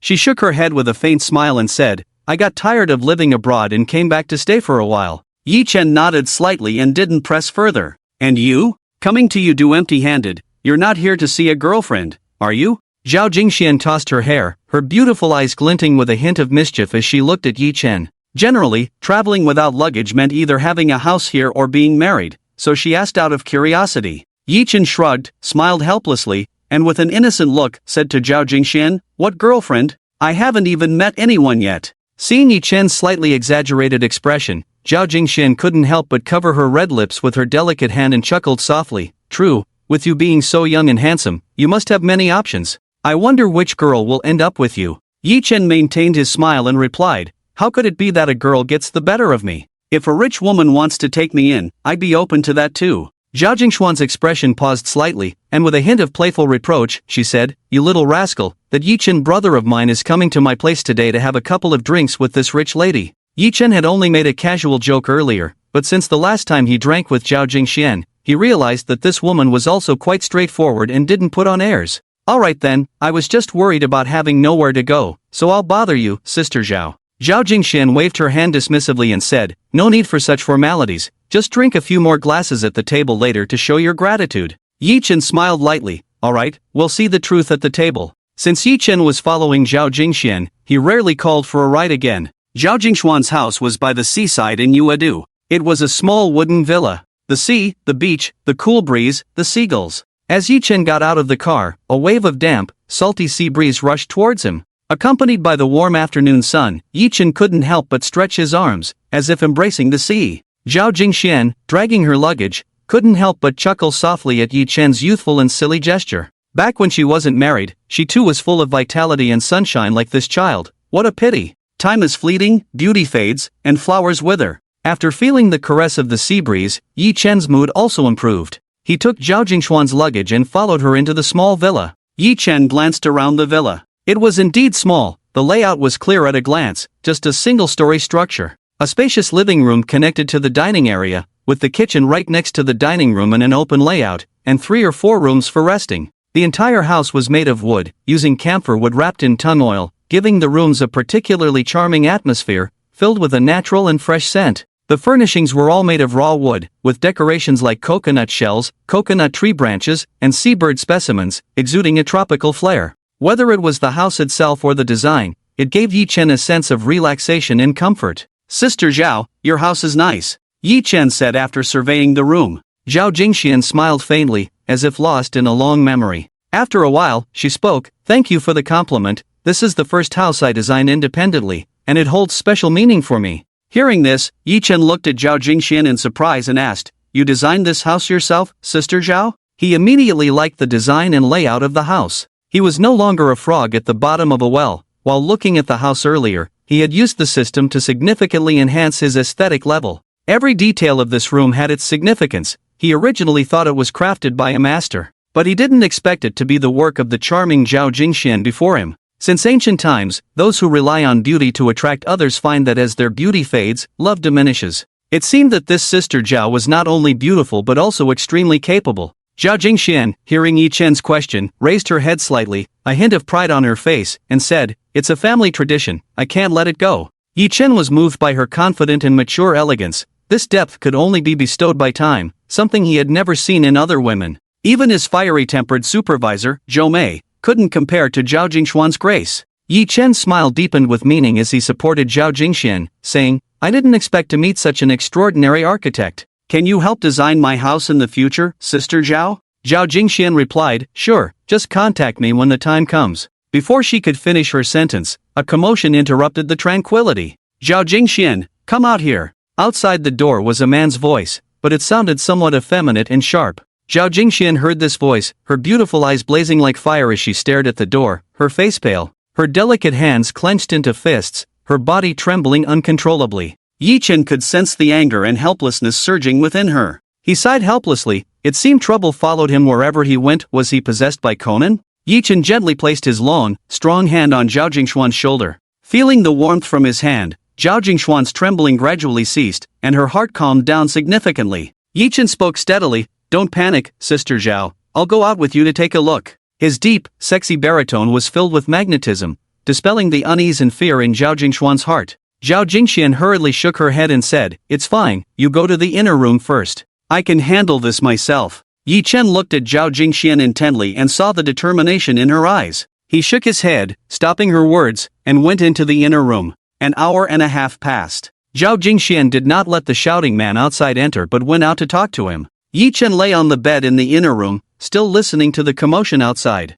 If anything happened, he would be ready to intervene. However, aside from the initial shouting, it had been calm outside. Soon, Zhao Jingxian returned with a pale face. Upon seeing Yi Chen, she forced a stiff smile and said, "It's nothing, just a small problem. I'm sorry to make you worry." Yi Chen took a sip of the fruit tea Zhao Jingxian had made, the fruity aroma delightful and the flavor excellent. At that moment, he looked deeply at Zhao Jingxian. Secret matter, threat of surrogacy, see details, caught by her ex-husband's financial leverage, she was threatened to bear children for him and his boyfriend. Zhao Jingshuan's previous investments had been sabotaged by her ex-husband, leaving her unable to cover the financial gap, so her ex-husband demanded that she bear 2 children for him and his boyfriend to repay the debt. She had come to Huaxia just to avoid trouble, but she never expected her ex-husband to follow her. Seeing this series of events, Yi Chen couldn't help but silently complain. Zhao Jingxian was truly unfortunate. Not only had she married a pervert, but this pervert had also found a way to control her. He even demanded she do something as inhumane as surrogacy. But at that moment, Yi Chen couldn't concern himself with that. Zhao Jingxuan's attitude clearly indicated she didn't want him to intervene. Out of concern, Yichen still asked lightly, "Sister Zhao, are you okay?" Zhao Jingxian shook her head and said, "I'm fine, just a familiar face, we were chatting." Seeing that she was unwilling to tell the truth, Yichen didn't press her. Zhao Jingxian quickly changed the subject, saying, "Let's have barbecue and beer today, drinking white wine by the sea doesn't fit the mood." Yichen smiled slightly and readily agreed. As night fell, the afterglow of the sunset spread across the entire beach, the originally golden sand now tinged with an indescribable vibrant red, exceptionally enchanting. Yichen wore a beach outfit that Zhao Jingxian had given him, a floral shirt and beach shorts, the shirt loosely draped, revealing large, well-defined muscles, and he wore a pair of beach sandals as he moved back and forth between the villa and the beach, helping Zhao Jingxian carry the ingredients. Zhao Jingxian, dressed in a floral chiffon dress and delicate flat sandals, showcased her beautiful figure, exuding extraordinary charm and grace. At that moment, she was tending to the grill, watching Yichen leisurely stroll towards her with a box of beer. His handsome face and youthful physique made her involuntarily smile, as if the events of that afternoon had never happened. She glanced at the dishes prepared for today. All the fresh seafood was purchased from nearby fishermen. Large shrimp, live crabs, starfish, sea urchins, conchs, and various shellfish. It was dazzling and countless. Yichen made several trips back and forth to move everything. Many of these things were alive for the first time he had seen. He and Zhao Jingxian spent the whole afternoon sorting through the seafood together. Although it couldn't compare to what various chefs would make, the meaning behind it was completely different. Yichen took a skewer of large shrimp and placed it on the grill, but before long, it was burnt. He looked at the burnt shrimp with some frustration. Clearly, when he had gone to eat at a barbecue buffet before, his skills were decent, but handling an open flame was a completely different matter. Zhao Jingxian saw the burnt shrimp and couldn't help but laugh. "Yichen, it's obvious you don't do much housework. You might as well wait for the ready-made food and not waste anything." As she spoke, Zhao Jingxian handed over a few skewers of grilled squid tentacles, which Yichen awkwardly accepted. He sat down to the side, no longer attempting to cook. Zhao Jingxuan's cooking skills were really impressive. The squid was grilled to perfection, retaining the original flavor of the food while perfectly blending in the seasoning. Yichen sat nearby, enjoying it heartily, and praised, "Sister Zhao, your cooking is truly amazing." Seeing Yichen with grease on the corners of his mouth, looking so satisfied, Zhao Jingxuan's mood brightened considerably. "I'm glad you like it, eat more." After saying that, a large pile of food on the grill was ready, and Zhao Jingxian brought a plate to place on the low table where Yichen was eating. The two opened a bottle of beer and filled paper cups. "Cheers, this glass is for Sister Zhao, thank you for your hospitality." Yichen stood up gracefully to toast Zhao Jingxian. Zhao Jingxian smiled slightly, and they clinked their glasses together. The two enjoyed barbecue, drank beer, and relished the evening sea breeze. Amidst the tranquility, the laughter and quarrels of a couple occasionally broke the silence, adding a lively atmosphere to the peaceful night. "Come on, Yichen, try this." Zhao Jingxian placed a few oysters on Yichen's plate, the aroma of garlic wafting from the grilled oysters. Yichen's expression was somewhat subtle. This delicacy was often favored by men for some unknown reason, referred to as the gold of men. Looking at Zhao Jingxuan's smiling face, Yichen put on gloves and began to eat the oysters. The tender meat had no fishy taste at all, and combined with the garlic flavor, it was simply mouth-watering. Yichen ate one after another, his movements elegant yet incredibly fast. Eating alone wasn't enough, Yichen also enjoyed slurping up the juice from the oysters. They were truly plump and juicy, bursting with flavor. Zhao Jingxian watched Yichen eat, and a faint blush crept onto her face. Just as Yichen was enjoying himself, he noticed a delicate hand reaching out towards him. He looked up slightly to see Zhao Jingxuan's slightly flushed face, smiling at him. "Wipe your mouth, look at you." Yichen felt a bit embarrassed, realizing there was still some juice at the corner of his mouth. Just as he was about to look for a napkin, Zhao Jingxian gently wiped the corner of his mouth with a fragrant tissue. Along with the scent of the tissue, there was also a fragrance on Zhao Jingxian that resembled rose essential oil, filling Yichen's senses. For so long, aside from his first love in college, no woman had ever been this intimate with him. Yichen's gaze gradually deepened. Zhao Jingxian withdrew her hand after wiping Yichen's mouth, looking at his dazed expression and teasingly said, "Why are you looking at me like that? I'm 9 years older than you, and I see you as a younger brother." Yichen looked at Zhao Jingxuan's calm expression and couldn't help but wonder if he was overthinking things. He said in a hoarse voice, "It's nothing, it's just that Sister Zhao is so beautiful that I was mesmerized." Zhao Jingxian blushed and smiled, "You smooth-talking brat." Just then, amidst the quiet night, a few uninvited guests were approaching. The barbecue grill in front of them had been overturned, and various skewers were scattered all over the ground. Zhao Jingxian, looking panicked, hid behind Yi Chen. Yi Chen's face darkened as he looked at the few people in front of him. A feminine-looking man with a soft appearance and a sinister gaze stood there. Behind him was a group of burly men with bare arms,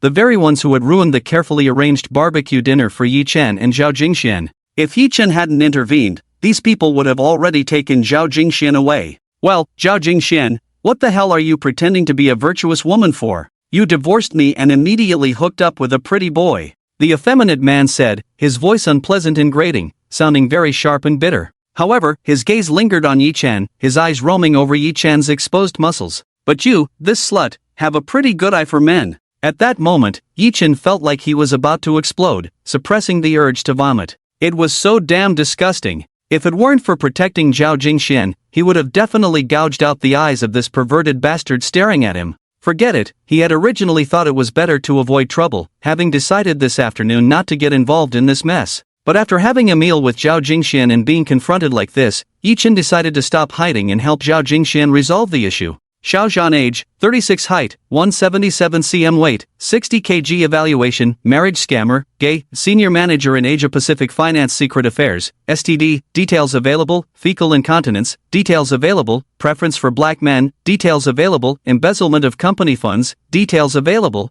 Yi Chen forced himself to suppress his disgust and began to check the secret affairs. Many things he saw in the summary made him lose the desire to read further. But he finally came across the item about Xiao Zhan embezzling company funds. Ah, finally found it. Yi Chen silently sighed in his heart and quickly closed his system. It really made him feel sick, he even lost his appetite. Xiao Zhan looked at Yi Chen and Zhao Jingxian with a smug expression and shouted sharply, Zhao Jingxian, come back to the U.S. with me right now. If you have the baby, I'll let you go. Zhao Jingxian's face turned extremely ugly as she glared at Xiao Zhan from behind Yi Chen, angrily saying, didn't we agree this afternoon? I've already given you my properties in the U.S. and my shares under my name. Why won't you just let me go? Xiao Zhan smiled smugly and said, although your shares and properties are worth enough, to cash them out and fill this financial gap will take time. If you don't fill that gap in time, just think about the consequences. Zhao Jingxian's face turned pale. Xiao Zhan's move was too despicable. He had cut off her financial chain, and to fill this loss, she needed cash. Most of her assets were real estate, and to cash them out in time, she would have to go through the bank. But Xiao Zhan had many tricks in the financial world, and his male lover was a big shot in the banking industry. Having issues with her credit, she couldn't gather such a large sum of cash in a short time to fill the gap. If she couldn't patch it up in time, she would be imprisoned for financial crimes, and everything she owned would be destroyed. Zhao Jingxian struggled weakly, why do I have to be your surrogate? Can't you find someone else? Xiao Zhan coldly sized up Zhao Jingxian and said, why not use what's readily available? Although you're a bit foolish, you graduated from an internationally renowned school and you look decent enough. The baby you bear for me and my husband will surely be smart, clever, and adorable. As Xiao Zhan spoke, a hint of a happy smile began to appear on his face, as if he were envisioning a blissful life with a family of several members. As for the mother of his child, she was merely a tool to him. After hearing this, despair washed over Zhao Jingxian's face. She had never considered being a surrogate and couldn't bear the thought of her baby being taken away from her. She looked coldly at Xiao Zhan and said, this is impossible. I would rather go to jail than bear a child for you. A sinister smile crept onto Xiao Zhan's face as he said viciously, do you think I agreed to your idea this afternoon for no reason? I came to find someone to take you back. You just immediately give birth to the child, and I'll let you go free. He waved his hand, and several bare-armed men in black surrounded Yi Chen and the others. Zhao Jingxian, seeing this scene, tightly grasped Yi Chen's shoulder, terrified. Yi Chen gently stroked her back, through the sheer fabric of her dress, as if caressing a warm piece of beautiful jade. It's okay, don't be afraid. These two sentences seemed to give Zhao Jingxian immense courage, and her body stopped trembling as much. I'm sorry, Yi Chen, I've dragged you into this. You should leave first, there are too many of them, and you can't fight them off. At this moment, Zhao Jingxian still didn't want to burden Yi Chen. She knew that those who had come were not just street thugs, they all had some skills. If Yi Chen stayed, it would only lead to more casualties. Yi Chen looked firmly at Zhao Jingxian and said word by word, what do you take me for, Sister Zhao? I'm here today not only to keep you safe but also to help you vent your anger. He moved Zhao Jingxian to the side, and among the 5 bare-chested men, there were even 2 dark-skinned brothers. Yi Chen recalled the secret he had just seen and suppressed the urge to vomit. Xiao Zhan, seeing such a young and handsome guy in his sexy beach outfit standing up for Zhao Jingxian, couldn't hide his greed. Xiao Zhan shouted sharply, let's take care of him together. Bind this kid and send Zhao Jingxian back to America. Yi Chen's expression turned cold as the 5 men in black began to close in on him. Xiao Zhan was feeling pleased with himself, thinking today was a big harvest. But things didn't go as planned. A few minutes later, the 5 bare-chested men had all been dealt with by Yi Chen. If Xiao Zhan had looked closely at Yi Chen, he would have noticed that his eyes were completely different from before. This was the mutation granted to his eyes after his mental power evolved to A level. Besides seeing secrets, he could analyze everything in detail and repair. Now, with his eyes, Yi Chen could see the flaws in their movements. What seemed like fierce actions appeared slow as a snail under Yi Chen's keen gaze, full of openings. Coupled with the acupoint striking and various martial arts routines he had practiced hard with Xiao Chang, along with his solid athletic foundation, dealing with these 5 men was a piece of cake. Yi Chen clapped his hands and casually kicked one of the still struggling brothers, knocking him out cold. Cracking his knuckles, he stepped toward Xiao Zhan. The young handsome guy Xiao Zhan had just fantasized about now resembled a malevolent ghost, each step counting down to his death.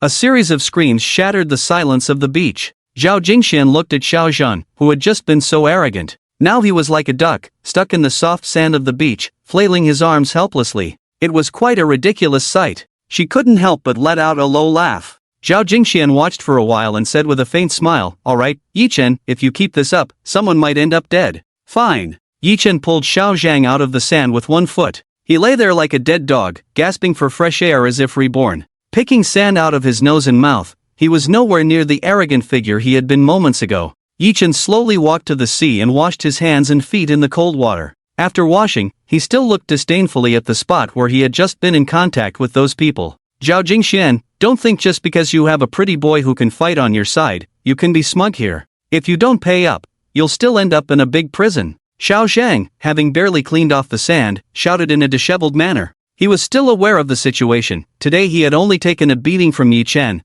but Zhao Jingxuan's leverage was still in his hands. Zhao Jingxian looked at Xiao Zhang and felt a surge of satisfaction. She had been tricked into marriage by this scoundrel, only to discover his true nature after they were wed. The few times she thought she had been intimate with Xiao Zhang had actually been nothing at all. After losing consciousness, nothing had happened. Zhao Dingxian felt as if she had been feeding a dog for the past few years. Her alluring body, in a sense, had nothing to do with Xiao Zhang. She picked up the trash from the table where they had just eaten and threw it at Xiao Zhang, who was already greasy from the barbecue. Instantly, his head and face were covered in oil, which drove him, a person who prided himself on cleanliness, to the brink of collapse. He couldn't help but raise his delicate fingers and point at Zhao Jingxian, saying fiercely, You shameless woman, how dare you? As he spoke, he was about to rush at Zhao Jingxian to fight. But at that moment, Yi Chen had already cleaned himself up and was slowly walking over. The sound of his footsteps on the sand was soft, a faint rustling. However, to Xiao Zhang, it sounded like a death knell.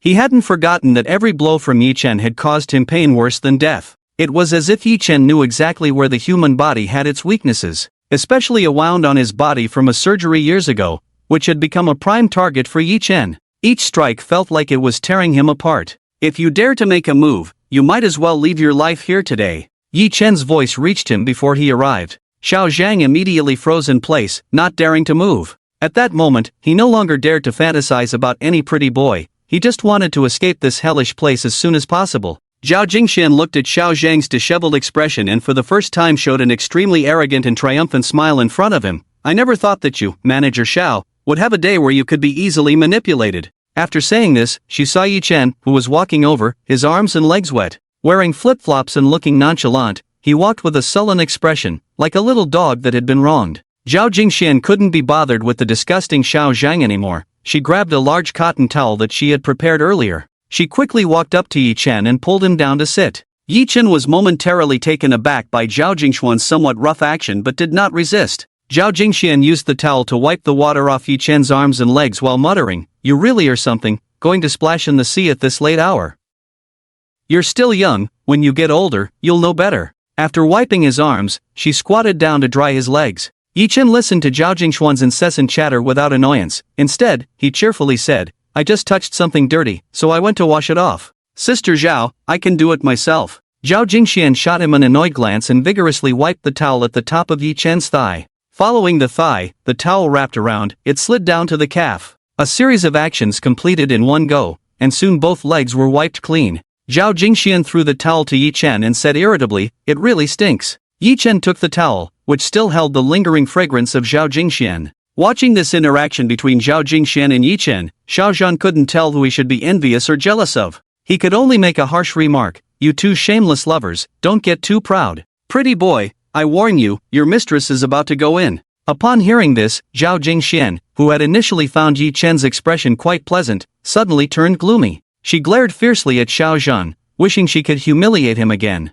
However, Xiaozhan looked at Zhao Jingxian with satisfaction, enjoying her disdain for him while being unable to act against him. "Sister Zhao, get me a beer. I'm a bit thirsty." Yi Chen used the towel to wipe off some water stains, then tossed it aside and instructed Zhao Jingxian. Zhao Jingxian withdrew her gaze and obediently opened a can of beer for Yi Chen, handing it over. After receiving the beer, Yi Chen tilted his head back and took several big gulps, a bit of the liquid flowing down his perfect jaw, past his sexy Adam's apple, until it disappeared into his solid chest. Watching Yi Chen drink, Zhao Jingxian couldn't help but lick her slightly dry red lips. She also opened a beer for herself, drinking while quietly observing Yi Chen. Yi Chen quickly finished a can of beer, replenishing the fluids he had lost earlier. Meanwhile, Xiaozhan continued to glare at the two. Yi Chen frowned slightly, exerting force in his hand, and the beer can was crushed into a lump of metal, directly smashing it towards Xiaozhan's face. Ouch! Xiaozhan covered his bleeding nose and cried out in pain. Yi Chen, uninterested in Xiaozhan's miserable state, took the beer that Zhao Jingxian handed him again and drank slowly, saying softly, "This is the first and last time.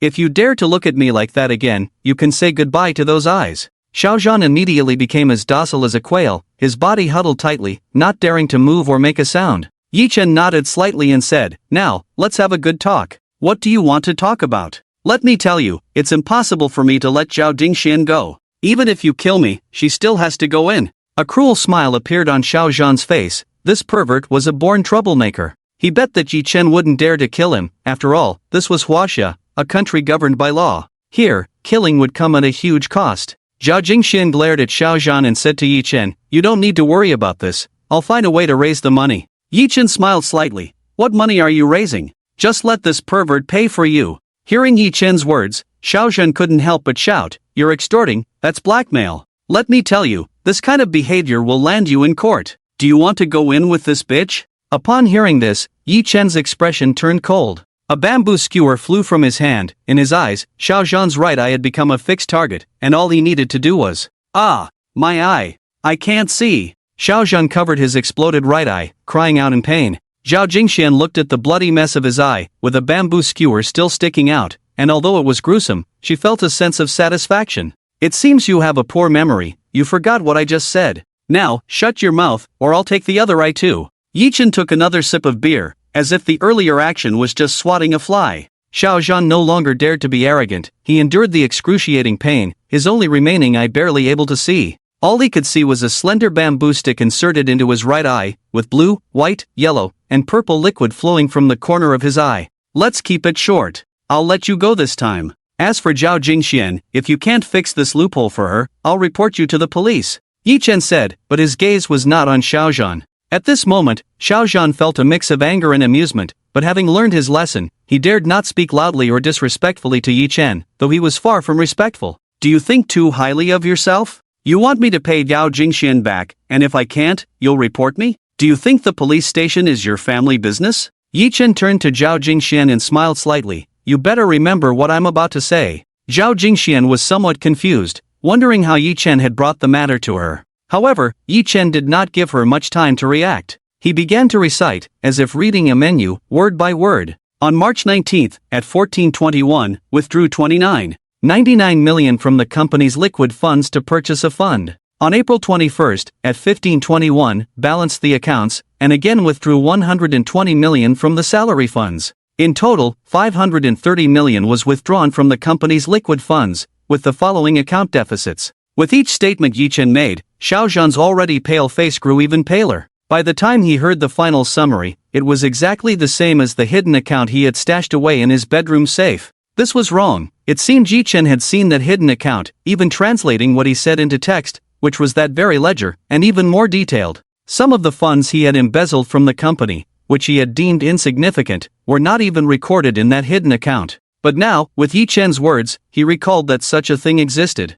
Xiaozhan's one good eye widened in shock. staring at Yi Chen as if he had seen a ghost. He screamed hoarsely, "How do you know? How is that possible? How could you possibly know?" Yi Chen couldn't be bothered to respond to him and turned to Zhao Jingxian. "Did you remember what I said?" Zhao Jingxian looked at Yi Chen in a daze, shaking her head blankly. "Hey, this is his handle, you better remember it well." Yi Chen waved his hand dismissively. "Fine, I'll say it again, you take note." A glimmer of joy appeared in Zhao Jingshuan's eyes as she shook her phone and said, "No need, I recorded it." Yi Chen looked at Zhao Jingshuan's mischievous expression with a hint of helplessness. "So, have you thought it over?" Hearing Yi Chen's question, Xiao Zhan weakly nodded. He submissively said, "I'll go back and handle this matter, I'll cover her losses, and I just hope you can keep this secret." Upon hearing Xiao Zhan's words, Zhao Jingshuan's face lit up with joy, not expecting to resolve such a big problem without spending a dime. But Yi Chen shook his head and said, "Not enough." Xiao Zhan's face tightened at this remark. "I can offer financial compensation, name your price."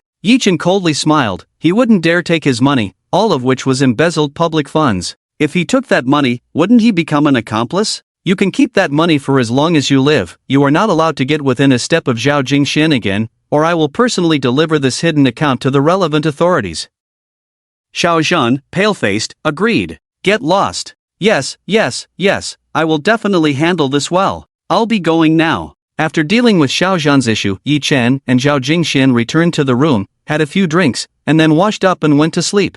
As night fell, the sea breeze howled, and Yi Chen slept somewhat uneasily. He woke up feeling a bit of urgency. He got up to go to the outside toilet to relieve himself. When he reached the bathroom door, he noticed the light was on inside. Splashing. After a sound of flowing water, the bathroom door opened. The person inside was Zhao Jingxian. She wore a pink silk robe, her long hair wrapped up in a sleep cap. Without any makeup, her plain face still managed to uphold her striking beauty. Beneath the robe, a slender, white leg peeked out, adorned with delicate crystal slippers, and her playful, glistening toes had a hint of moisture. She looked radiant, showing no signs of sleepiness. Upon seeing Yi Chen standing at the door, Zhao Jingxian was momentarily taken aback, then smiled and said, "Yi Chen, you shouldn't have nighttime urges at such a young age." Yi Chen grinned mischievously. "If that's the case, Zhao Jia, you can't just say things you haven't tried." Zhao Jingxian shyly pursed her lips and smiled, "Smooth talker, you deserve a slap." With that, a delicate hand reached out to pat Yi Chen's chest.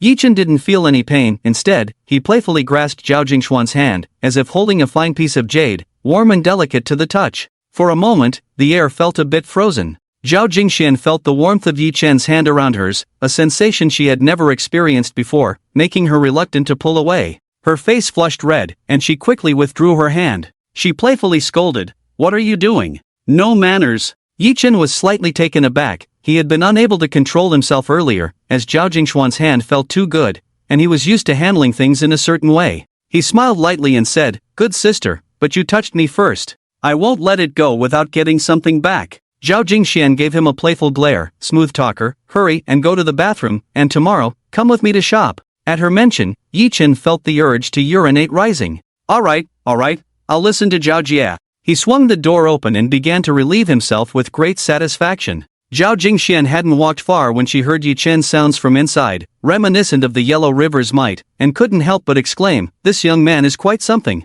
The next morning, Yi Chen woke up early. He went out for a run and practiced some boxing. When he returned to the villa, the open dining area was already filled with the aroma of food. Zhao Jingxian was dressed in home attire, busy at the stove. She was intently watching a clay pot, occasionally adding ingredients. Next to her was a steamer, the contents of which were unknown, but the fragrance was particularly enticing. Yi Chen was momentarily taken aback. Since leaving home to venture out on his own, it had been a long time since he had experienced the scene of returning home to someone cooking. Zhao Jingxian noticed Yi Chen's return and warmly smiled at him. "Look at you, all sweaty, go take a shower. You can eat when you come out." Yi Chen pretended to be enchanted and took a deep breath, saying, "What delicious food is Zhao Jia making? Hurry and let me have some, I'm starving." Zhao Jingxian glanced at him, her eyes twinkling, and from the steamer, she took out a dumpling as white as jade, saying, "This is a seafood bun, I made it early this morning. See if you like it." She held the bun up to Yi Chen's mouth, and he didn't hold back, taking a bite. "Ah, it's too hot," Yi Chen exclaimed as a burst of hot juice splashed into his mouth. Zhao Jingxian quickly pulled the bun away from his mouth, preventing any further splatter. It was clearly a soup dumpling, and the juice was at room temperature, but even at room temperature, it wasn't meant to be eaten in one bite like Yi Chen did. Yi Chen looked at Zhao Jingxuan's mischievous smile with a hint of feigned grievance in his voice, saying, Zhao Jia, you actually set me up. Zhao Jingxian chuckled and said, who told you to come here with a stinky sweat and want to steal a bite? Hurry up and take a shower, this Cantonese dim sum is not meant to be eaten like that. Yi Chen shrugged and went to the bathroom to take a shower. After changing into a simple outfit, he arrived at the dining room, where Zhao Jingxian had already put on a more formal attire. She wore a flowing golden phoenix pleated skirt, noble and elegant, sitting at the dining table sipping tea. The table was adorned with exquisite dim sum, shrimp dumplings, seafood buns, siu mai, steamed chicken feet, steamed ribs. Although there were fewer dishes than those outside, they were more delicate and delicious. These were classic Cantonese dim sum. Yi Chen had long heard about the famous dim sum in Canton City, renowned throughout the country. If one came to Canton City and didn't have a dim sum meal, it would be a complete waste of a trip. After changing her clothes, Zhao Jingxian inexplicably exuded an air of superiority. While elegantly sipping tea in the living room, she resembled an imperious, priceless queen. However, upon seeing Yi Chen enter the living room, Zhao Jingxian hurriedly began to serve him food and pour tea, being exceptionally attentive. Sister Zhao, I can do it myself. You really don't have to be so polite with me. Yi Chen helplessly watched as Zhao Jingxian took away his empty bowl of congee, refilled it, and placed several shrimp dumplings in front of him. It felt like a mother caring for her son. Hearing Yi Chen's words, Zhao Jingxian smiled lightly and said, it's fine, just enjoy your meal. It's only right for me to do this for you. If it weren't for you, I wouldn't even know. Yi Chen slightly waved his hand to interrupt her. It's just a small favor, Sister Zhao, don't say such things. But Zhao Jingxian insisted on continuing. I haven't thanked you for what happened yesterday. You helped me so much, I must do something to show my gratitude. Yi Chen shook his head and replied, no need, Sister Zhao. You hosted me, and I just helped out a bit, please don't be so polite. Zhao Jingxian still looked determined. No, Yi Chen, I can't take advantage of you like this. You have no idea how much that loophole was worth. Stop.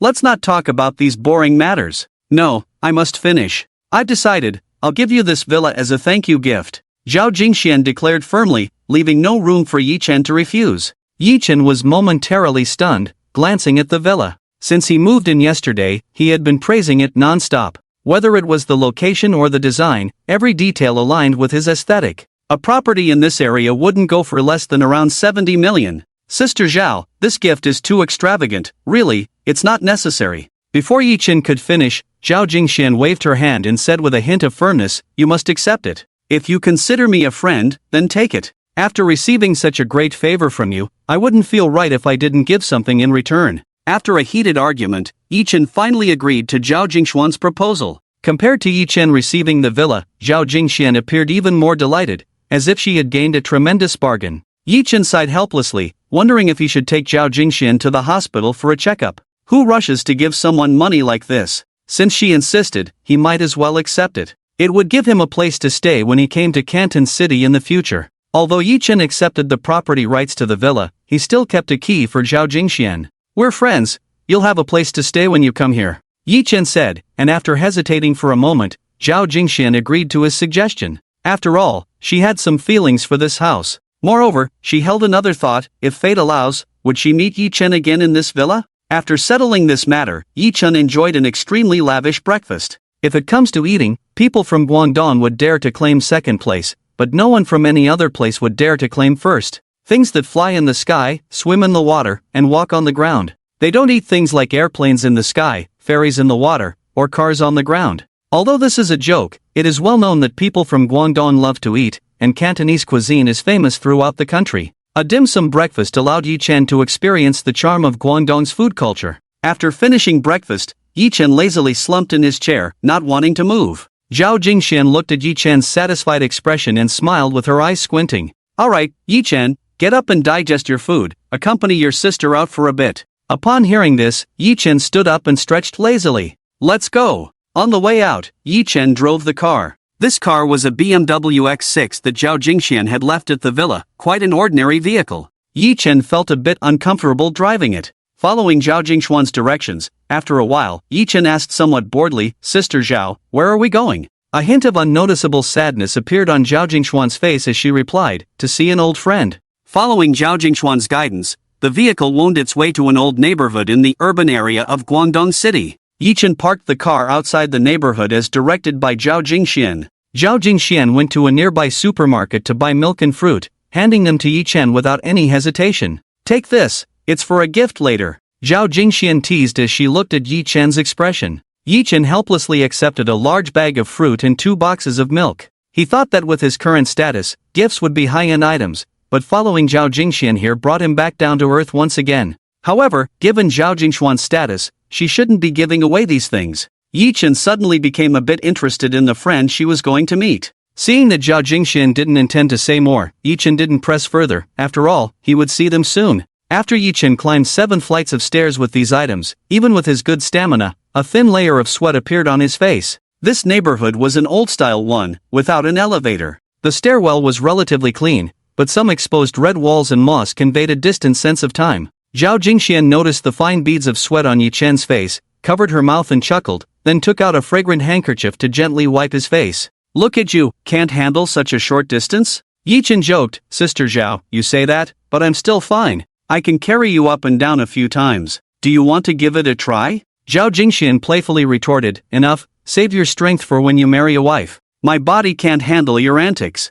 After saying this, she rang the doorbell. It wasn't long before an old lady opened the door. She half covered the door, looking at the people outside. As if unable to see clearly, she lifted her reading glasses and squinted hard. "Who are you? Ah Xian?" Seeing that the old lady recognized her, Zhao Jingxuan's face lit up with excitement as she said, "Aunt Zhang, it's me, Ah Xian. I've come to see you." Aunt Zhang, who had initially shown some wariness, immediately relaxed, her face filled with excitement. Come in, good child. It's rare for you to remember this old woman." Aunt Zhang opened the door wide, warmly welcoming Yi Chen and Zhao Jingxian inside. Yi Chen put down the gift, and Aunt Zhang began to complain to Zhao Jingxian, saying, "You came here, but why bring all these things? It's just the 2 of us, how long are we going to eat this stuff?" It was clear that Aunt Zhang was a very frugal person, and even such a simple gift had her chattering for quite a while. After some persuasion from Zhao Jingxian, she reluctantly agreed to accept it. Then Aunt Zhang started reminiscing with Zhao Jingxian.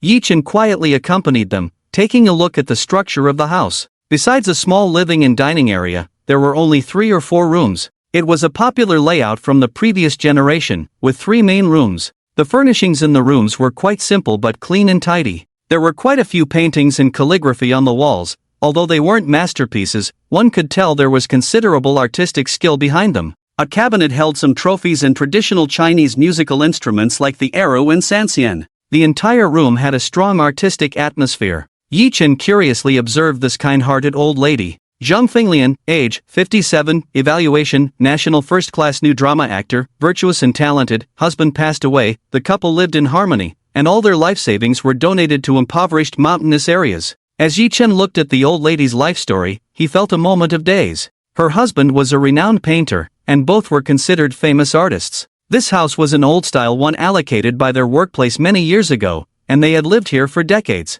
Thinking about today's internet celebrities, who earn millions just for acting in a drama or walking a runway, living in mansions and driving luxury cars, it was hard to compare with these older artists, whose income was far less, yet they diligently did their jobs. They even used their not-so-much wealth to give back to society. Yi Chen's gaze towards the old lady shifted from a hint of indifference to a slight respect. "Ah Xian, who is this young man? He looks really handsome." After Aunt Zhang finished reminiscing with Zhao Jingxian, she turned her attention to the quietly seated Yi Chen, dressed in a white suit, looking like a perfect sculpture. Zhao Jingxian smiled and said, "This is a friend of mine, Yi Chen. This is my aunt, my mother's old classmate. You can just call her Aunt Zhang." Yi Chen politely smiled at Aunt Zhang, saying, "Hello, Aunt Zhang, I am Zhao Jingxuan's friend." Aunt Zhang looked at Zhao Jingxian and Yi Chen with a hint of meaning, smiled, and said no more. After some casual chatting, Zhao Jingxian hesitantly asked, "How is my sister Fei Bing doing now?" Upon hearing Zhao Jingxuan's question, Aunt Zhang's originally gentle smile disappeared,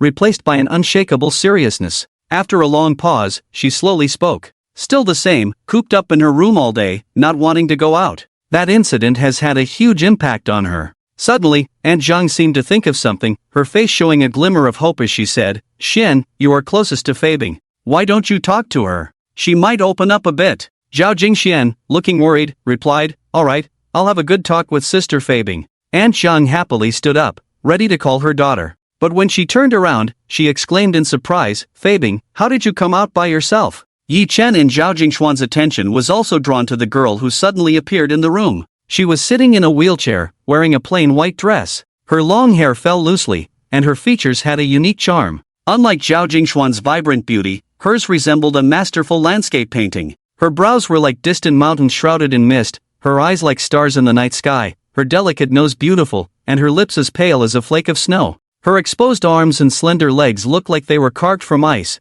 with skin as cold and smooth as jade. It makes one want to hold and play with her. When she appeared in this simple living room, the entire atmosphere instantly transformed into something ethereal and dreamlike. Like a celestial maiden, a high and aloof nine heavens Xian knew, priceless and exuding an aura of immortality. Even the wheelchair she sat in seemed to carry the beauty like a blue lotus. Just sitting there, she surpassed countless women in grace and charm. She looked at the few people in the living room with a detached gaze, as if a goddess was observing her devotees. Her eyes showed no sorrow or joy, lightly glancing over before retracting her gaze. Her cherry lips parted slightly, like gold and jade shattering, pearls falling onto a plate. "Mom, Sister Xian is here, why didn't you call me?" Yi Chen was momentarily stunned by the appearance of this girl. Her looks were unlike anyone he knew, the fiery and enchanting Zhou Mei, the pure and lovely An Ran, the aloof and stunning Qi Ying, the scheming and bright Tian Bing, and the mature and sexy Zhao Jingxian. This girl was like a celestial maiden, untouched by the mundane world. If one had to describe her, only the term ethereal would do her justice. Ran Feibing age, 24 height, 174 cm weight, 55 kg measurements, 97-61-82 beauty score, 100 experience, 0 evaluation, a genius actress, singer, a beauty envied by heaven, suffering from a terminal illness. Secret matter, self-termination, see details, alas, heaven envies beautiful women.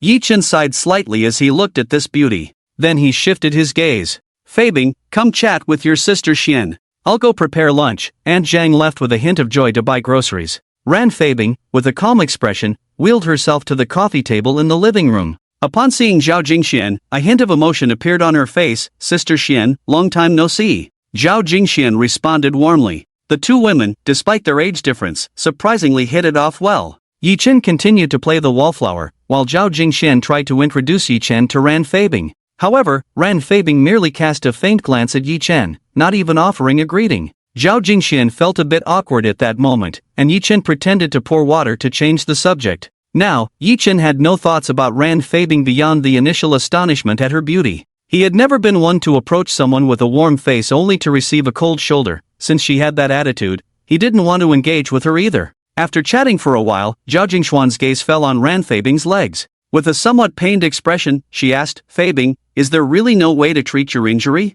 Ran Feibing's previously slightly friendly demeanor instantly changed. She asked angrily, Sister Xian, what do you mean? Do you look down on me, a cripple? Zhao Jingxian was taken aback by this sudden shift. She had only meant to express concern. She hadn't expected this Sister Feibing, who had always been very close to her, to be so aggressive. She stammered, Feibing, it's not like that. I heard about your condition before, and since there's no way here, I can take you to the U.S. for treatment. Before she could finish, she was interrupted by Ran Feibing's cold laugh. No need, I know your family is well off. My family is poor, we can't afford it. Zhao Jingxuan's face turned pale with anger upon hearing Ran Feibing's words. She had come here today after much consideration. Indeed, her family's financial situation was worlds apart from Ran Feibing's, but she had never intended to flaunt it. Even the gifts she brought were very down to earth. She had put thought into caring for her feelings and had genuinely wanted to take Ran Feibing abroad for treatment.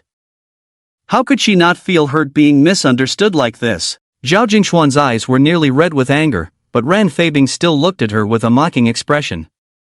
She pointed at the gift Zhao Jingxian had brought and coldly said, Sister Xian, you can take your things away. I don't need your pity. Now please leave. Feibing, that's not what I meant. Can you please listen to me? Zhao Jingxuan's tone carried a hint of pleading. Yi Chen, witnessing this scene, felt a surge of unnameable anger. This Ran Feibing was simply too much. Although Zhao Jingxian was wealthy, she had a kind heart. If she wanted to flaunt her wealth, why would she associate with a family of poor wretches? He knew that Ran Feibing's personality might be related to her illness. Some people, once afflicted with a serious illness, become paranoid, eccentric, or even develop mental disorders. However, Yi Chen had no intention of understanding her. There was a clear distinction between closeness and distance. He and Zhao Jingxian had been through some things together and had become good friends, while Ran Feibing? If it weren't for Yi Chen's principle of not hitting women, he would have already slapped her delicate, ethereal face until it was bruised. Yi Chen firmly pulled Zhao Jingxian back and coldly said to her, since she doesn't welcome us, Why are you wasting your breath here? At this moment, tears had already streamed down Zhao Jingshuan's face. She had initially wanted to explain to Ran Feibing, but Yi Chen's pull left her feeling somewhat at a loss. She still wanted to explain to Yi Chen on behalf of Ran Feibing. Sister Feibing didn't mean it. She just... Upon hearing Zhao Jingxian mention her illness again, Ran Feibing's expression changed drastically. She covered her ears and, with a twisted face, shouted loudly, "Get out, you all get out." Yi Chen's face turned ashen. He simply didn't want to entangle himself further with this madwoman. He dragged Zhao Jingxian out. Before they even reached the door, a scream came from outside. "What do you want? Stop." "Ow." It was An Zhang's voice. Everyone inside could hear the commotion outside, and both Zhao Jingxian and Ran Feibing turned pale. Ran Feibing, in her wheelchair, rushed past Yi Chen and Zhao Jingxian towards the door. When she saw her mother being pushed to the ground by several men, the groceries scattered everywhere, and a few eggs smashed, leaving a sticky mess in the hallway, she panicked. Aunt Zhang was groaning and trying to get up, but a leading young man kicked her down again. "Stop, you all stop. What do you want to do to my mom?" Ran Feibing cried out in desperation at the sight before her, but her paralyzed legs left her powerless to intervene. In her urgency, she moved her body forward and fell into the hallway, like a rabbit caught in a trap, pitiful and helpless. The earlier bravado had long since vanished. "Bing Bing, go inside, quickly go inside." Aunt Zhang shouted hoarsely as she watched her daughter fall. She tried to get up to help her daughter but was kicked down again. "I said, Aunt, you should just move out of here with your cousin. Isn't it inappropriate for you to keep living in my uncle's house?" The leading young man looked on with amusement, watching the mother and daughter sprawled helplessly in the hallway,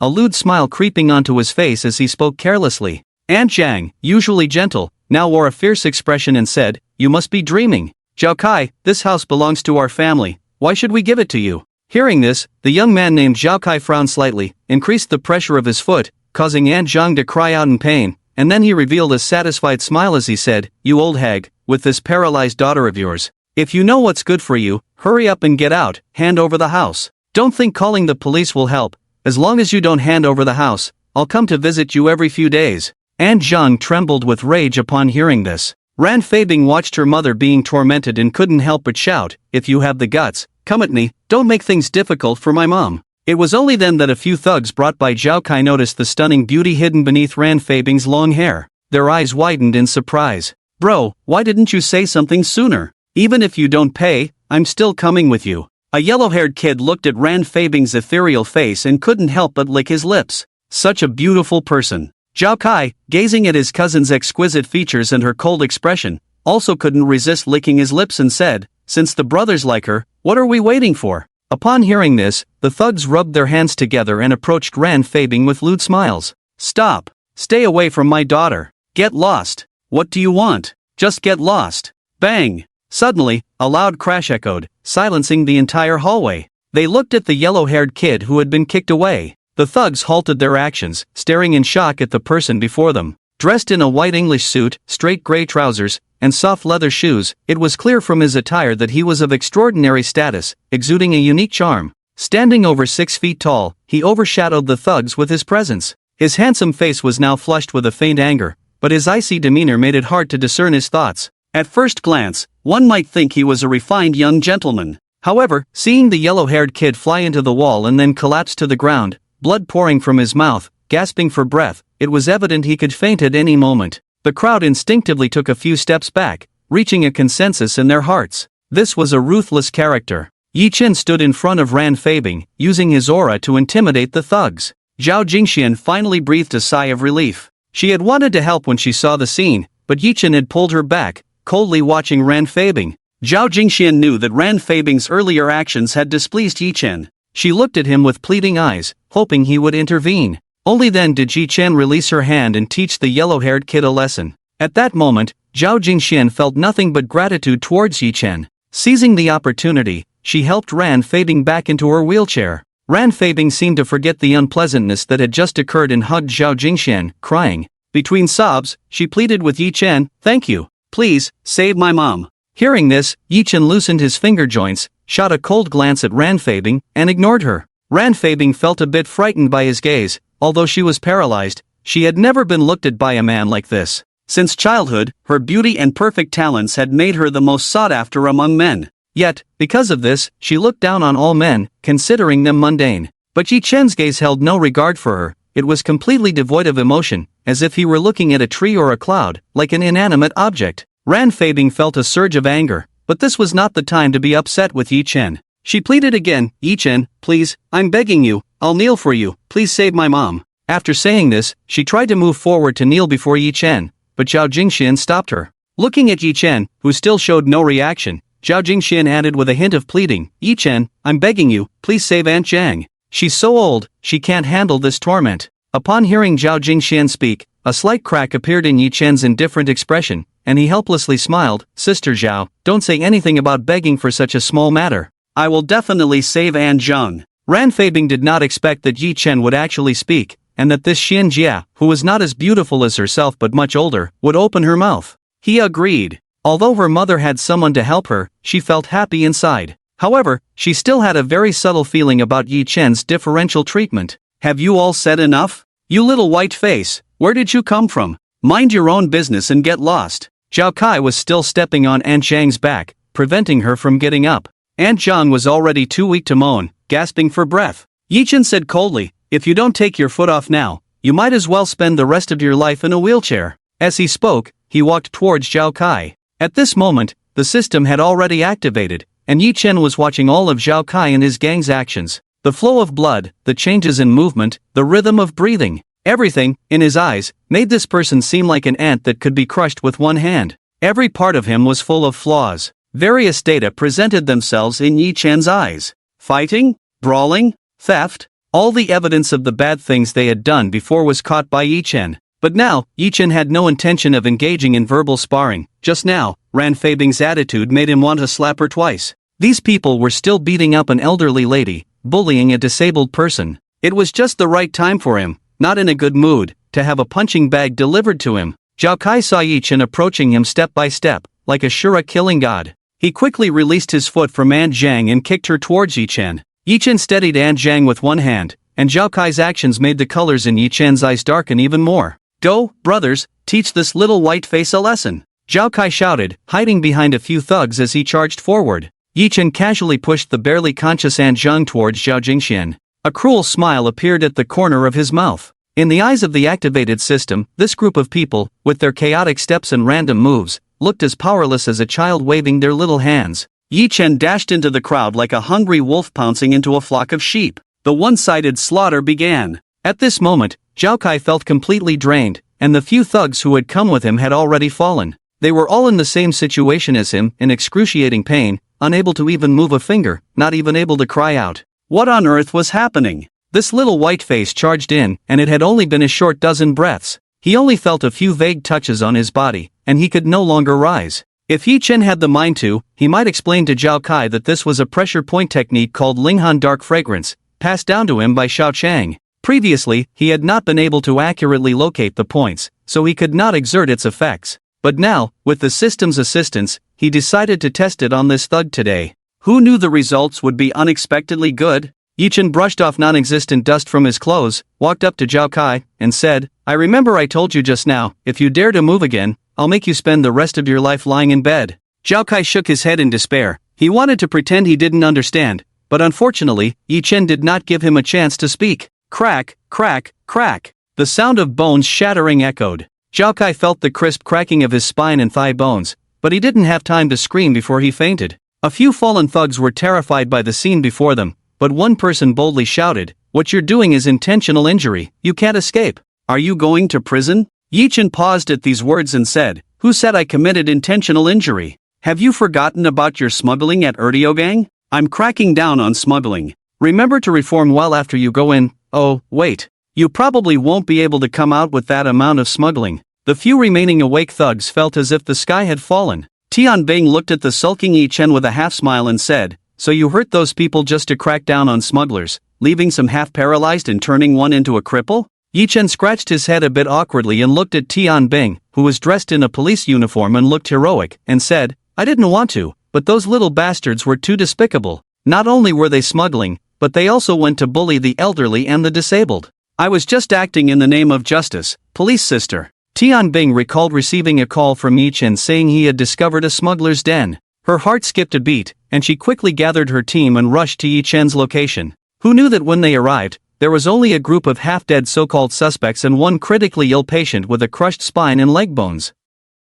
Logically, in such a case of bone fractures, especially the spine, the person should have died on the spot. She didn't know how Yi Chen managed to keep him alive. Not only was he alive, but he was also very conscious, except for being incontinent and unable to move. Later, Yi Chen provided Tianbing with clues about this group of smugglers, who were actually just small-time smugglers and couldn't be compared to the organization behind APTX. However, the amount of smuggling was enough for these people to receive life sentences. But the condition of this criminal led to Tianbing receiving a severe reprimand from her superiors. Tianbing firmly claimed it was her doing and did not throw Yi Chen under the bus. In fact, she explained that Yi Chen's actions were not a problem. She just made this decision out of concern for his safety to avoid him being retaliated against. Now, facing Yi Chen again, Tianbing certainly wanted to take this grievance out on him. Tianbing, a bit puffed up with anger, said to Yi Chen, "You think you have a point, huh? Do you know how dangerous your actions are?" Yi Chen looked at the small detention room and smiled helplessly.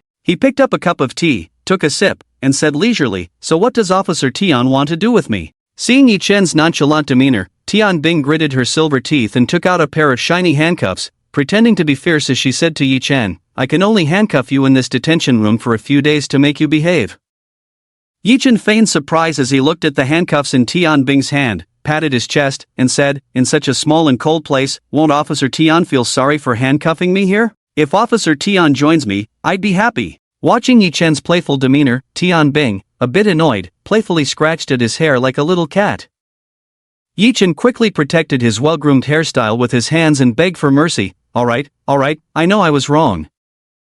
Next time I encounter something like this, I should find the police sister for help instead of acting recklessly on my own." Upon hearing this, Tianbing finally stopped her playful punches, huffed proudly, and said, "As long as you know." Yi Chen looked at Tianbing's flushed face from their playful banter, and the strands of hair by his ear brushed against his face. Unable to resist, he reached out and straightened the damp hair on her forehead. The warmth of his touch was slightly hot, and Tianbing's skin felt like a ripe peach, ready to bloom at the slightest touch. The entire action was fluid, and Tianbing felt as if her whole body had been frozen in place. The previously flushed face from their playful scuffle now bore a few unusual shades of red. Tianbing stammered, What are you doing?" Yi Chen replied as if it were the most natural thing, "You have hair on your forehead, I'm just helping you fix it." His tone was so proper that Tianbing found herself unable to voice some of her questions. A few days later, at the Guangdong International Police Headquarters. "By the way, what are you planning to do next? Your sister Zhao has already taken that old lady and the disabled girl to the United States. Just thought I'd let you know." Tianbing and Yi Chen were chatting casually. For the past couple of days, Yi Chen had been staying at Tianbing's headquarters as a witness, without any contact with the outside world. This news was relayed to Tianbing by Zhao Jingxian. Yi Chen smiled helplessly. Originally, Zhao Jingxian had said she would take him to Guangdong for some fun, but unexpectedly, they ran into this situation, and it all fell through. Yi Chen was sitting on the edge of the bed, wearing loose pajamas, and upon hearing this, he lay back on the bed. "I came here with good intentions to deliver the organizational chart, and now I'm about to suffocate from boredom." "Did Sister Zhao say anything else?" Tianbing felt a bit embarrassed. Yi Chen had already handed over the organizational structure to the headquarters, and it was for confidentiality that he had to stay here for a while. Seeing Yi Chen looking so bored, she felt a bit guilty. Sister Zhao didn't say much, just that the pretty disabled girl mentioned she would definitely thank you in person when she has the chance. Upon hearing this, Yi Chen vaguely recalled the brief encounter he had a few days ago with Ran Feibing.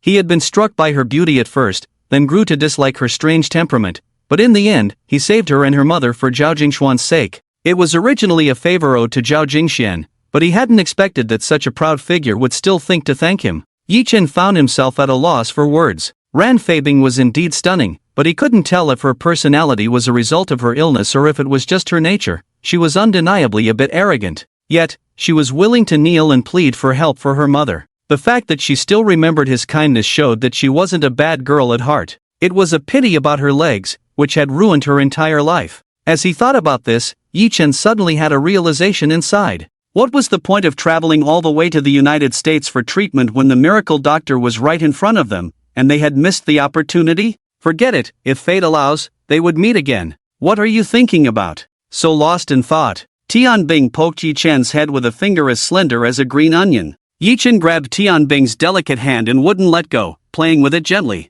Tianbing's face turned crimson. She hadn't expected Yi Chen to make such a bold move, and she scolded playfully, "Let go. What if someone sees us?" Yi Chen pouted in dissatisfaction, "I won't. If you don't let me go, I'll die of boredom. Play with me for a while." Tian Bing found his childish behavior amusing and said, "Alright, I'll play with you for a bit." Hearing this, Yi Chen finally released her hand. "What shall we play?" Tian Bing smiled mysteriously and pulled something out from her pocket, saying to Yi Chen, "How about we play with this?" Yi Chen recognized what she had taken out and a playful smile appeared on his face as he said, "Sure, let's play with this." A week later, at the Guangdong International Airport, a police car screeched to a halt by the roadside. People looked curiously at the police car, wondering why it was here. Had something happened? A tall man stepped out of the car. With a straight posture, perfect features, and a hint of a smile on his face, he wore casual attire that left those around him in a daze. Was this a celebrity caught for drug use? Yi Chen was no stranger to being the center of attention, but this time, the gazes of the crowd made him feel slightly awkward.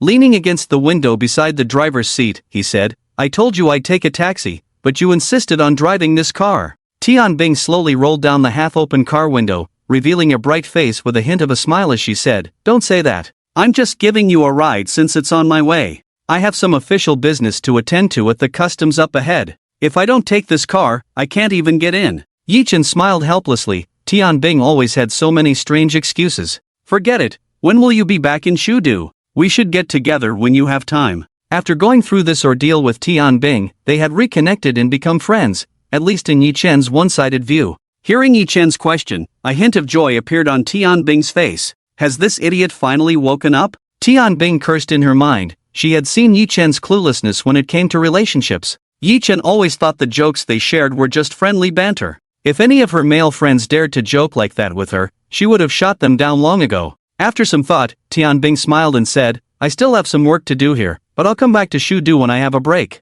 If you miss me, you can come to our base, and we can play games together." Upon hearing this, Yi Chen's expression became slightly awkward. "Alright then, I'll head to the boarding gate first. Contact me when you're back in Shudu." As Tian Bing watched Yi Chen's retreating figure, she felt a sense of him fleeing. She couldn't help but cover her mouth and chuckle, watching as Yi Chen's silhouette gradually disappeared from her sight. Tian Bing's expression returned to its usual cold and aloof demeanor as she rolled down the window and sped away. By the time Yi Chen returned to Shudu, it was already October. He had gone to Kyoto at the end of August to celebrate Old Master Chi's birthday, then attended his brother Marco's wedding in the Magic City in mid-August, and finally made his way to Guangdong in September. Originally, it was supposed to be a perfect trip, but after a brief encounter with Zhao Jingxian, he met the disabled beauty Ran Feibing, and then spent nearly a month at Tian Bing's headquarters working on confidential matters. Looking back over the past 2 months, he realized that Old Master Chi had given him the most a riverside villa, VIP treatment from the Chi family, and some miscellaneous trinkets.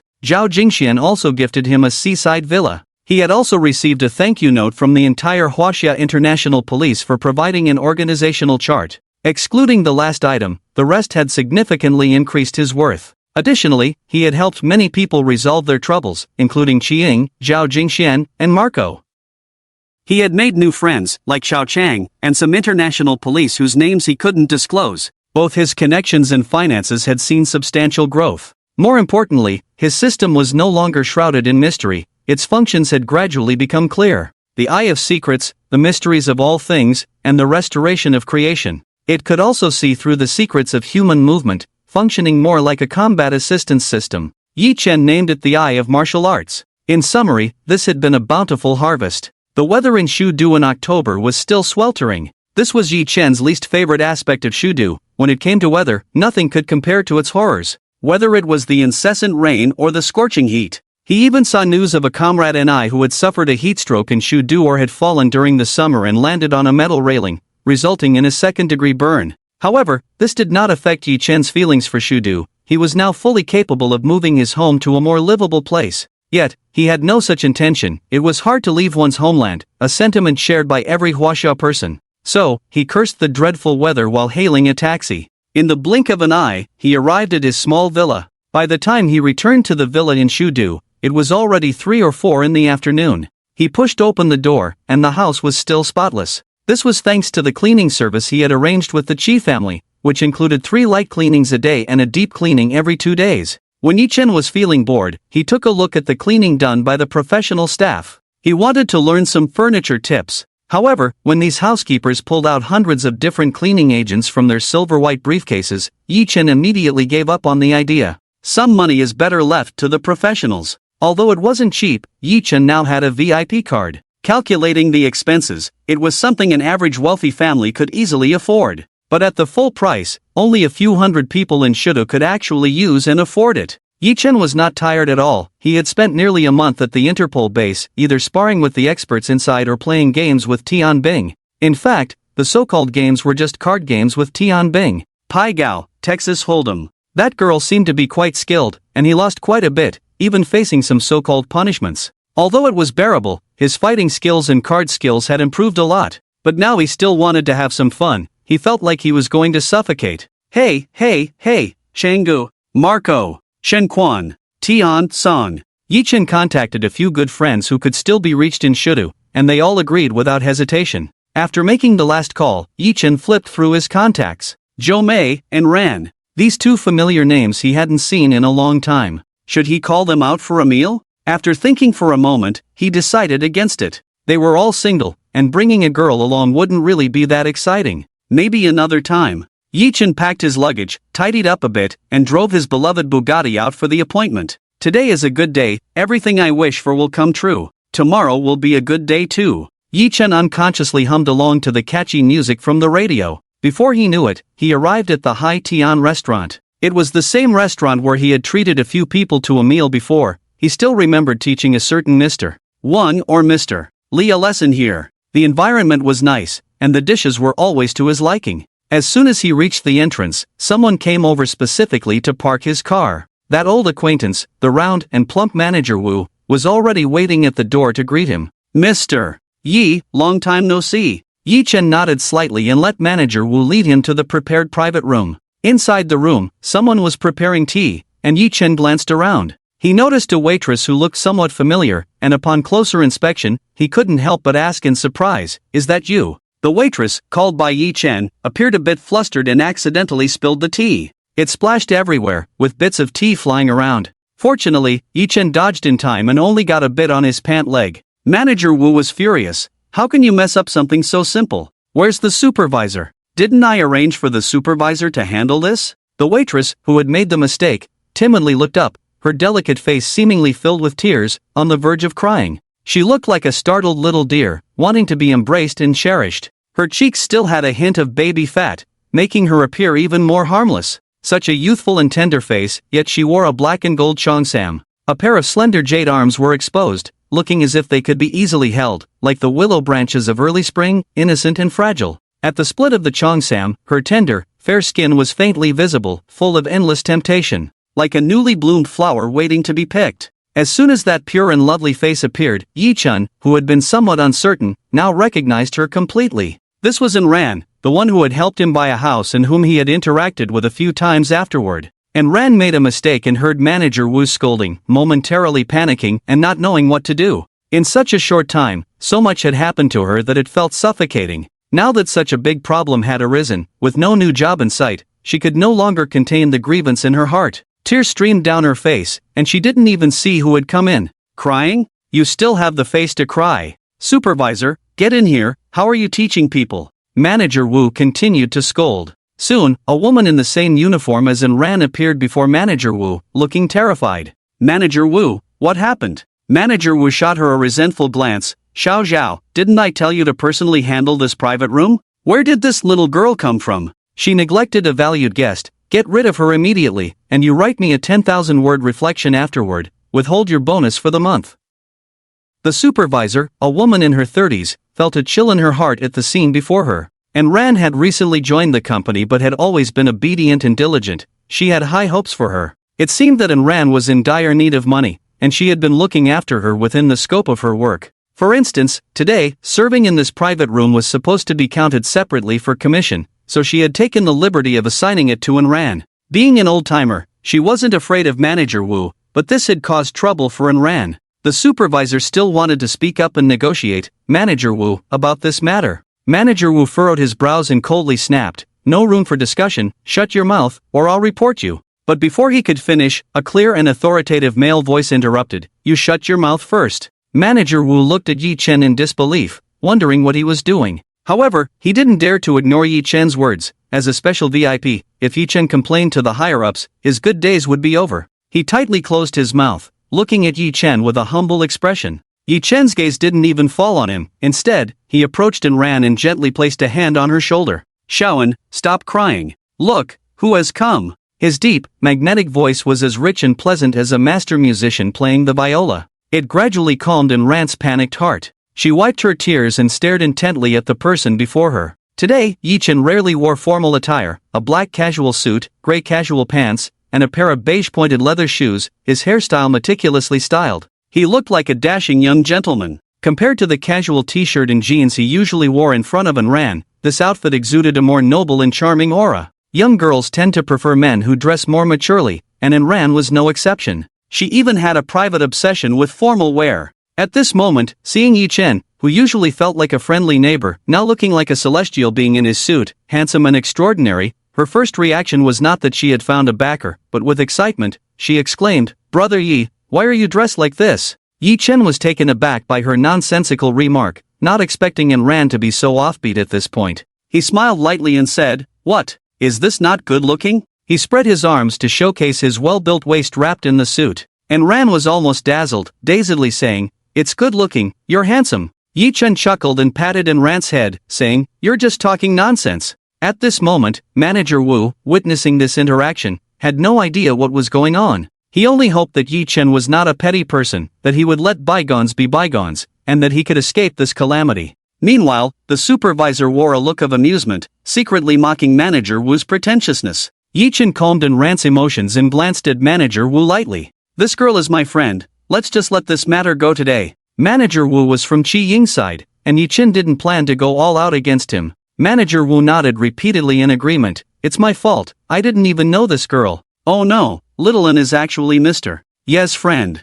I was blind to the mountain, Littlein, please don't hold it against me." Manager Wu directly identified the root of the problem and apologized to Ran. "You must know that although he was just a small restaurant manager, he mingled with high-ranking officials and nobles, so who would have thought to apologize to a waitress?" Yi Chen's indifferent gaze turned to Ran, asking, "He apologized to you, do you accept it?" This question hung over Manager Wu's head like the sword of Damocles. He couldn't imagine what would happen if Ran said she was dissatisfied. However, Ran was a kind-hearted girl, and since she had made a mistake first, she didn't want to make things difficult for him after Manager Wu had shouted and threatened. She timidly said to Yi Chen, "I'm fine now, let's just let this go." Hearing this, Yi Chen smiled and shook his head, saying to Manager Wu, "Since my friend is fine, let's just let it go." However, I didn't expect such a big high-tian restaurant to not protect its employees at all. This is very bad. Manager Wu just wanted to bury his head in the ground, not daring to refute Yi Chen's words at all. Yi Chen then looked at the head waiter, nodded slightly, and said, "You're quite good, you know how to protect your subordinates. When I have time, I'll mention you to Qiying." Upon hearing this, the head waiter looked as if he had won a 5 million lottery, nodding politely. Yi Chen didn't want to chat with these people any longer and simply instructed that Manager Wu should carry out the punishment he had just mentioned to the head waiter himself. After hearing this, Manager Wu felt as if he had been granted a reprieve, not daring to express any complaints. In the blink of an eye, the private room was tidied up again, and Yi Chen let Ran sit down. Ran noticed that Yi Chen's gaze kept wandering over her cheongsam, making her feel a bit flustered. This cheongsam was designed to be sexy, although Ran looked young, she still had her own assets. The cheongsam showcased her exquisite curves perfectly, paired with her innocent face. It was simply tempting enough to lead one astray. Yi Chen's occasional glances made Ran feel a bit shy. What does Brother Yi want to do? He wouldn't want to. Just as Ran was lost in her thoughts, she vaguely heard Yi Chen say, "Go take off this outfit." "Ha!" As soon as Ran heard Yi Chen's words, she immediately jumped up, tightly covering her chest, her beautiful eyes filled with annoyance as she looked at Yi Chen. Yi Chen was a bit confused by Ran's reaction and hesitated as he looked at her. Ran pointed a delicate finger at Yi Chen, trembling as she said, "Brother Yi, how can you say such things? This outfit, how can I?" Seeing Ran's indignant expression, Yi Chen was somewhat baffled. He asked, "What's wrong with me asking you to take off this outfit and change into another one? The waitresses here all wear this style, and I have a few brothers coming to eat with me later." "Ha? You want me to change into another outfit?" Ran felt a bit embarrassed. Yi Chen suppressed the urge to roll his eyes. This was not the first time Ran had been out of touch, and he didn't know what she was imagining. Even if I were desperate, I wouldn't do anything to you here, right? I just helped you out and asked you to change into another outfit to have dinner with me. That's not too much, is it? And Rand's face turned slightly red as she said, I'm sorry, brother Yi. I'm not saying that, I just misheard. I'll go change my clothes now. Yi Chen really wanted to ask what exactly she misheard. But seeing in Rand's flushed ears, he dismissed the thought, waved his hand slightly,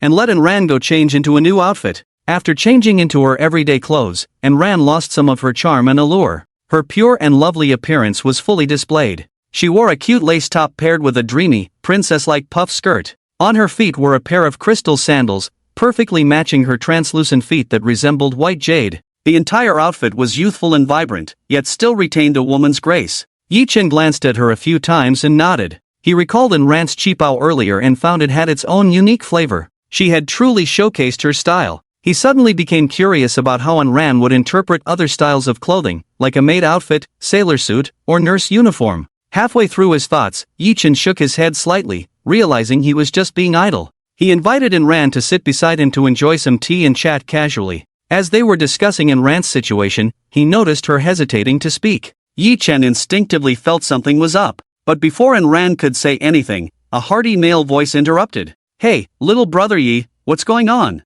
Finally willing to leave that gentle place in Guangdong? Xiao Chang burst into the private room, followed by Marco. Marco was now working under Xiao Chang, who had previously told Yi Chen that he had struck gold. At this moment, Yi Chen saw that the two of them seemed to have a good relationship. Both were beaming with joy, looking quite pleased, though he had no idea what good fortune they had encountered. In fact, Yi Chen could tell everything with his system, but if he knew every secret in everyone's hearts, he felt life would lose its fun. Yi Chen set a rule for himself. Unless it was a necessary and urgent situation, he wouldn't pry into others' secrets. Yi Chen stood up to greet them, and the three brothers gathered together, chatting enthusiastically. Before long, Tian Song and Shin Quan also arrived one after another. Once everyone was present, Yi Chen introduced those who were unfamiliar with each other. They all got to know one another. These few were the friends Yi Chen could still call friends. As the saying goes, if you're not on the same path, you won't enter the same door. Xiao Chang quickly bonded with a few of Yi Chen's friends. When introducing Rand, everyone's expressions were quite subtle.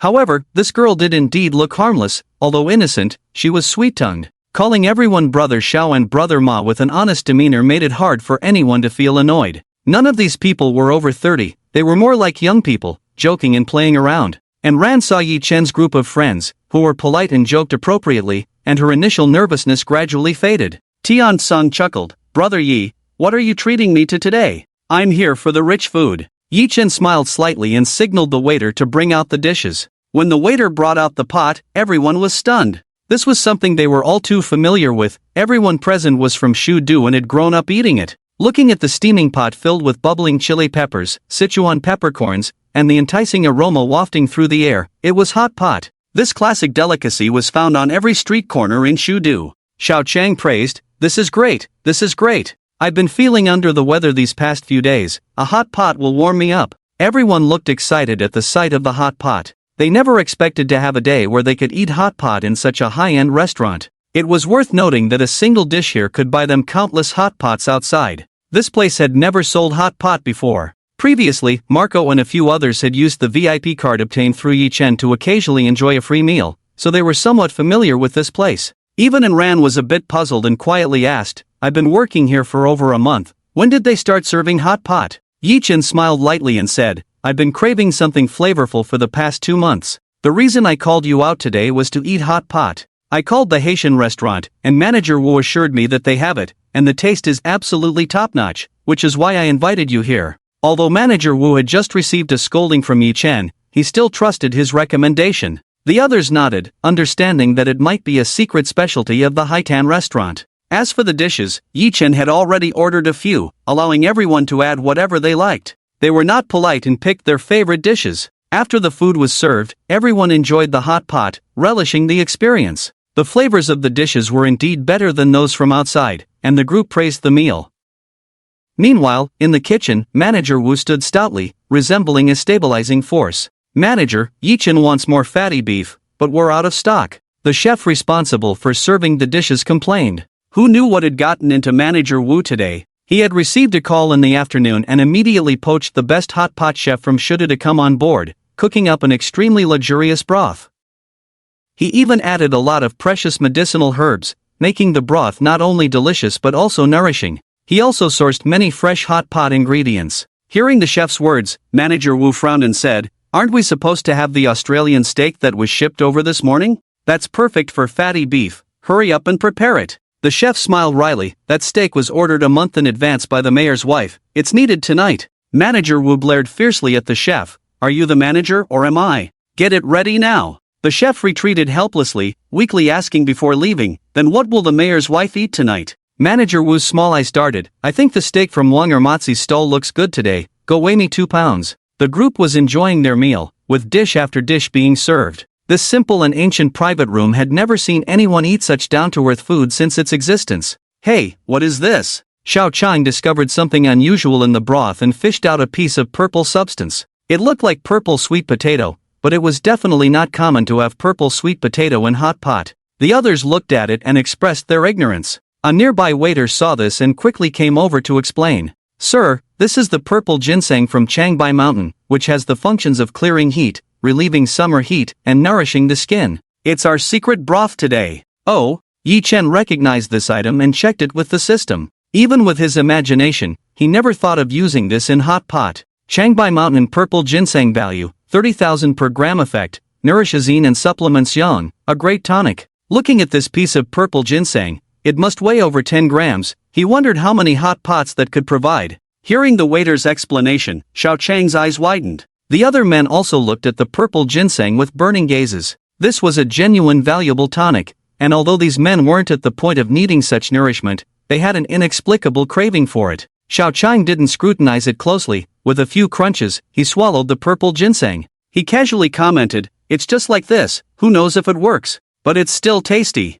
Thus, the group shifted from eating cooked dishes to searching for the broth ingredients inside. Everyone understood each other without needing to say the real purpose. Yi Chen glanced at the ingredients that had been revealed. There was no shortage of precious Chinese herbal medicines. He wondered how this hot pot maintained its original flavor while adding so many herbs. For the hot pot in Shudu, adding some herbs was a common practice, but generally, the additions were quite limited. There was no such extensive addition. Watching his brother scoop up the herbs from the bottom of the pot to eat, Yi Chen was somewhat astonished. He silently put down his chopsticks. There was a young girl and Ran beside him. He couldn't act as eager for nourishment as these people. Just having this hot pot, he wondered how this group would spend the night. Since they had started eating the herbs, Yi Chen unceremoniously cooked some fatty beef and ate it. Seeing Yi Chen enjoying his meal, and Ran, instead of focusing on her own food, occasionally helped him pick some vegetables. Yi Chen was slightly taken aback by Ran's gesture of serving him, but when he met her somewhat shy smile, he accepted it calmly.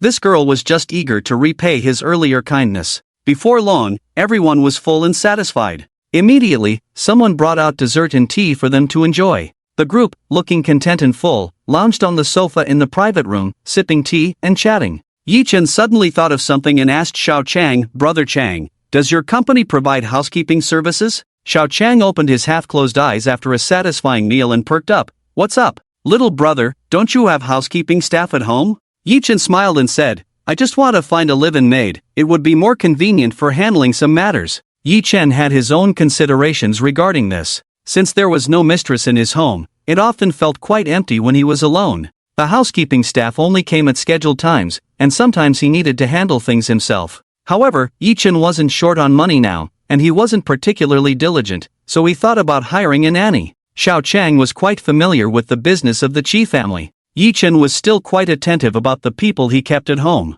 Although the Qi family's housekeeping service certainly didn't employ anyone superficial, his home was essentially a storage room, a treasure vault, with collections worth millions. It would only increase in the future. It was time to cultivate some of his own staff. After all, when his family business grew, being a lone commander would be insufficient. Yi Chen roughly explained his needs to Xiao Chang. After listening, Xiao Chang understood the gist of it but hesitated, saying, "The kind of person you're talking about is considered a high-level housekeeping staff. It's equivalent to a housekeeper's position. If you're not picky, I do have quite a few recommendations," but, seeing Xiao Chang's hesitant words, Yi Chen had some calculations in mind and said, "Brother Chang, you might as well speak frankly." Xiao Chang, hearing this, still hesitated a bit and said, "From what you mean, you want a maid who can do housework, is discreet, has good morals, and is smart enough to handle things, right?" Yi Chen listened and found Xiao Chang's summary to be spot on. He nodded slightly. That's about the idea. Does Brother Chang have any difficulties? Yi Chen always thought that if one had money, it would be relatively easy to hire such people.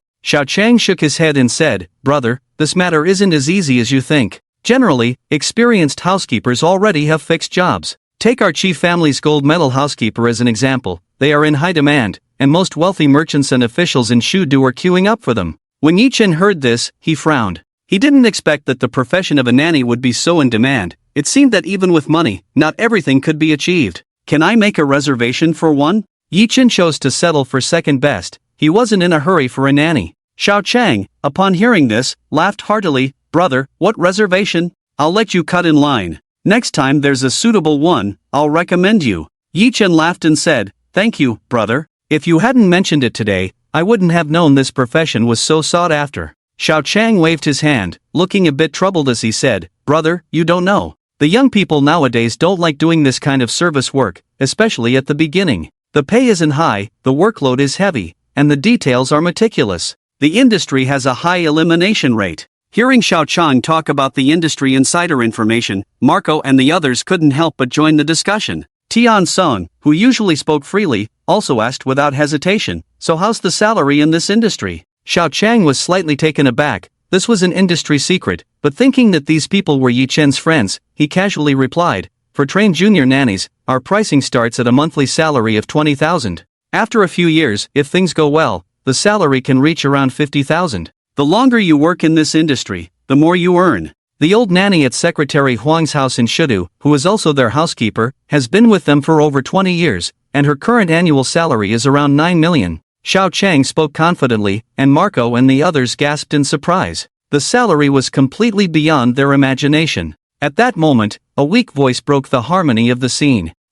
Chang Good, do you think I could do this? This weak voice immediately drew the surprised gazes of several big men towards Enran. Xiao Chang was momentarily speechless upon hearing Enran's question. Instead, he looked at Yi Chen with an awkward expression. After all, this was a woman brought by Yi Chen. If he took her to be a maid, he would surely face consequences. Marco and the others also glanced at Enran, then at Yi Chen. Yi Chen frowned slightly at this situation. He didn't have any misunderstanding about the service industry. It was just that Enran appearing here as a waitress was somewhat unexpected for him. The last time he sent her back to the company, he encountered her parents. It was likely related to this matter. However, he wasn't in the mood to deal with such trivialities. Today, he had merely helped her out when he saw her being bullied. Now that Enran wanted to try her hand at the housekeeping industry, Yi Chen thought she was quite capable of letting go. It should be noted that the Garfield Real Estate Trading Center where Enran previously worked was not the kind of place you could find on every street corner. It only recruited students from prestigious universities and was part of a Fortune 500 company. Even there, earning over 10,000 a month was quite normal. Last time, Enran sold a property and earned hundreds of thousands in commission. This nanny job sounded promising, but the intricacies and nature of the work were quite different from Enran's previous job. At this moment, Enran's face turned crimson as she realized her question was indeed inappropriate. She stammered, I'm sorry, I was too abrupt. You all continue talking. The others smiled awkwardly, and at this moment, Yi Chen spoke up, Xiaoan, if you have this intention, let Chang go tell you more. Upon hearing this, Enran's face lit up with eagerness as she fixed her gaze on Xiao Chang. She desperately needed this job. Xiao Chang sighed helplessly and said, And Xiaomei, our training here is quite strict, and there are requirements for educational background. Upon hearing this, Enran immediately introduced herself, speaking confidently. She graduated from a well-known university in Chuandu, next to Shudu, and her diploma was indeed respectable. After several rounds of conversation, Xiao Chang felt that she barely met the conditions. If you have time, come to our company for training. However, our training requires a fee. Enran, who had been lively in the conversation, was suddenly taken aback upon hearing about the fee, knowing that such paid training jobs were mostly scams. But at that moment, Enran understood that sitting in such a private room, the cost of one meal was equivalent to her decades of hard work. There was no need to deceive her. She asked somewhat hesitantly, How much is the training fee? Xiao Chang, appearing unconcerned, replied, The training fee is 300,000. If you succeed in the training, the company will arrange a job for you. Normally, you can earn this money back in 2 years. The others looked at Xiao Chang speaking so confidently, if they didn't know him, they would think he was scamming them. Job allocation, grand promises, and charging training fees. This was definitely a scammer's routine. Upon hearing the price, Ran's face immediately fell. 300,000 was simply out of reach for her. After a struggle, Ran revealed a faint smile and expressed her gratitude to Xiao Chang. "I'll think about it, thank you, Brother Chang." Xiao Chang waved his hand, indicating it was no trouble. The group then skipped the topic, had some tea, and dispersed. "Then we'll leave first, let's gather again next time." "Let's go, Brother Yi." Yi Chen smiled and said goodbye to a few people before sitting back down to drink tea. He noticed that Ran seemed to want to say something to him several times, and since it was no rush to go back, he decided to stay and chat with her. Yi Chen took a sip of tea, amused as he watched Ran fidgeting with her fingers. "Shaoan, if you have something to say, just say it." Yi Chen thought she would ask for his help with something, but the next scene surprised him. He saw Ran awkwardly holding a bag that didn't seem to have any brand and even showed signs of wear and tear. Ran opened the bag, rummaged through the compartments, and then counted out one bill after another. Hundreds, 50s, 20s. She then neatly stacked them into a thick pile and cautiously handed it to Yi Chen. Yi Chen looked at Ran in confusion, not taking the money from her hand, seemingly waiting for her explanation. Ran scratched her head, feeling a bit embarrassed, and said, "Brother Yi, this is the 2,000 yuan I borrowed from you before.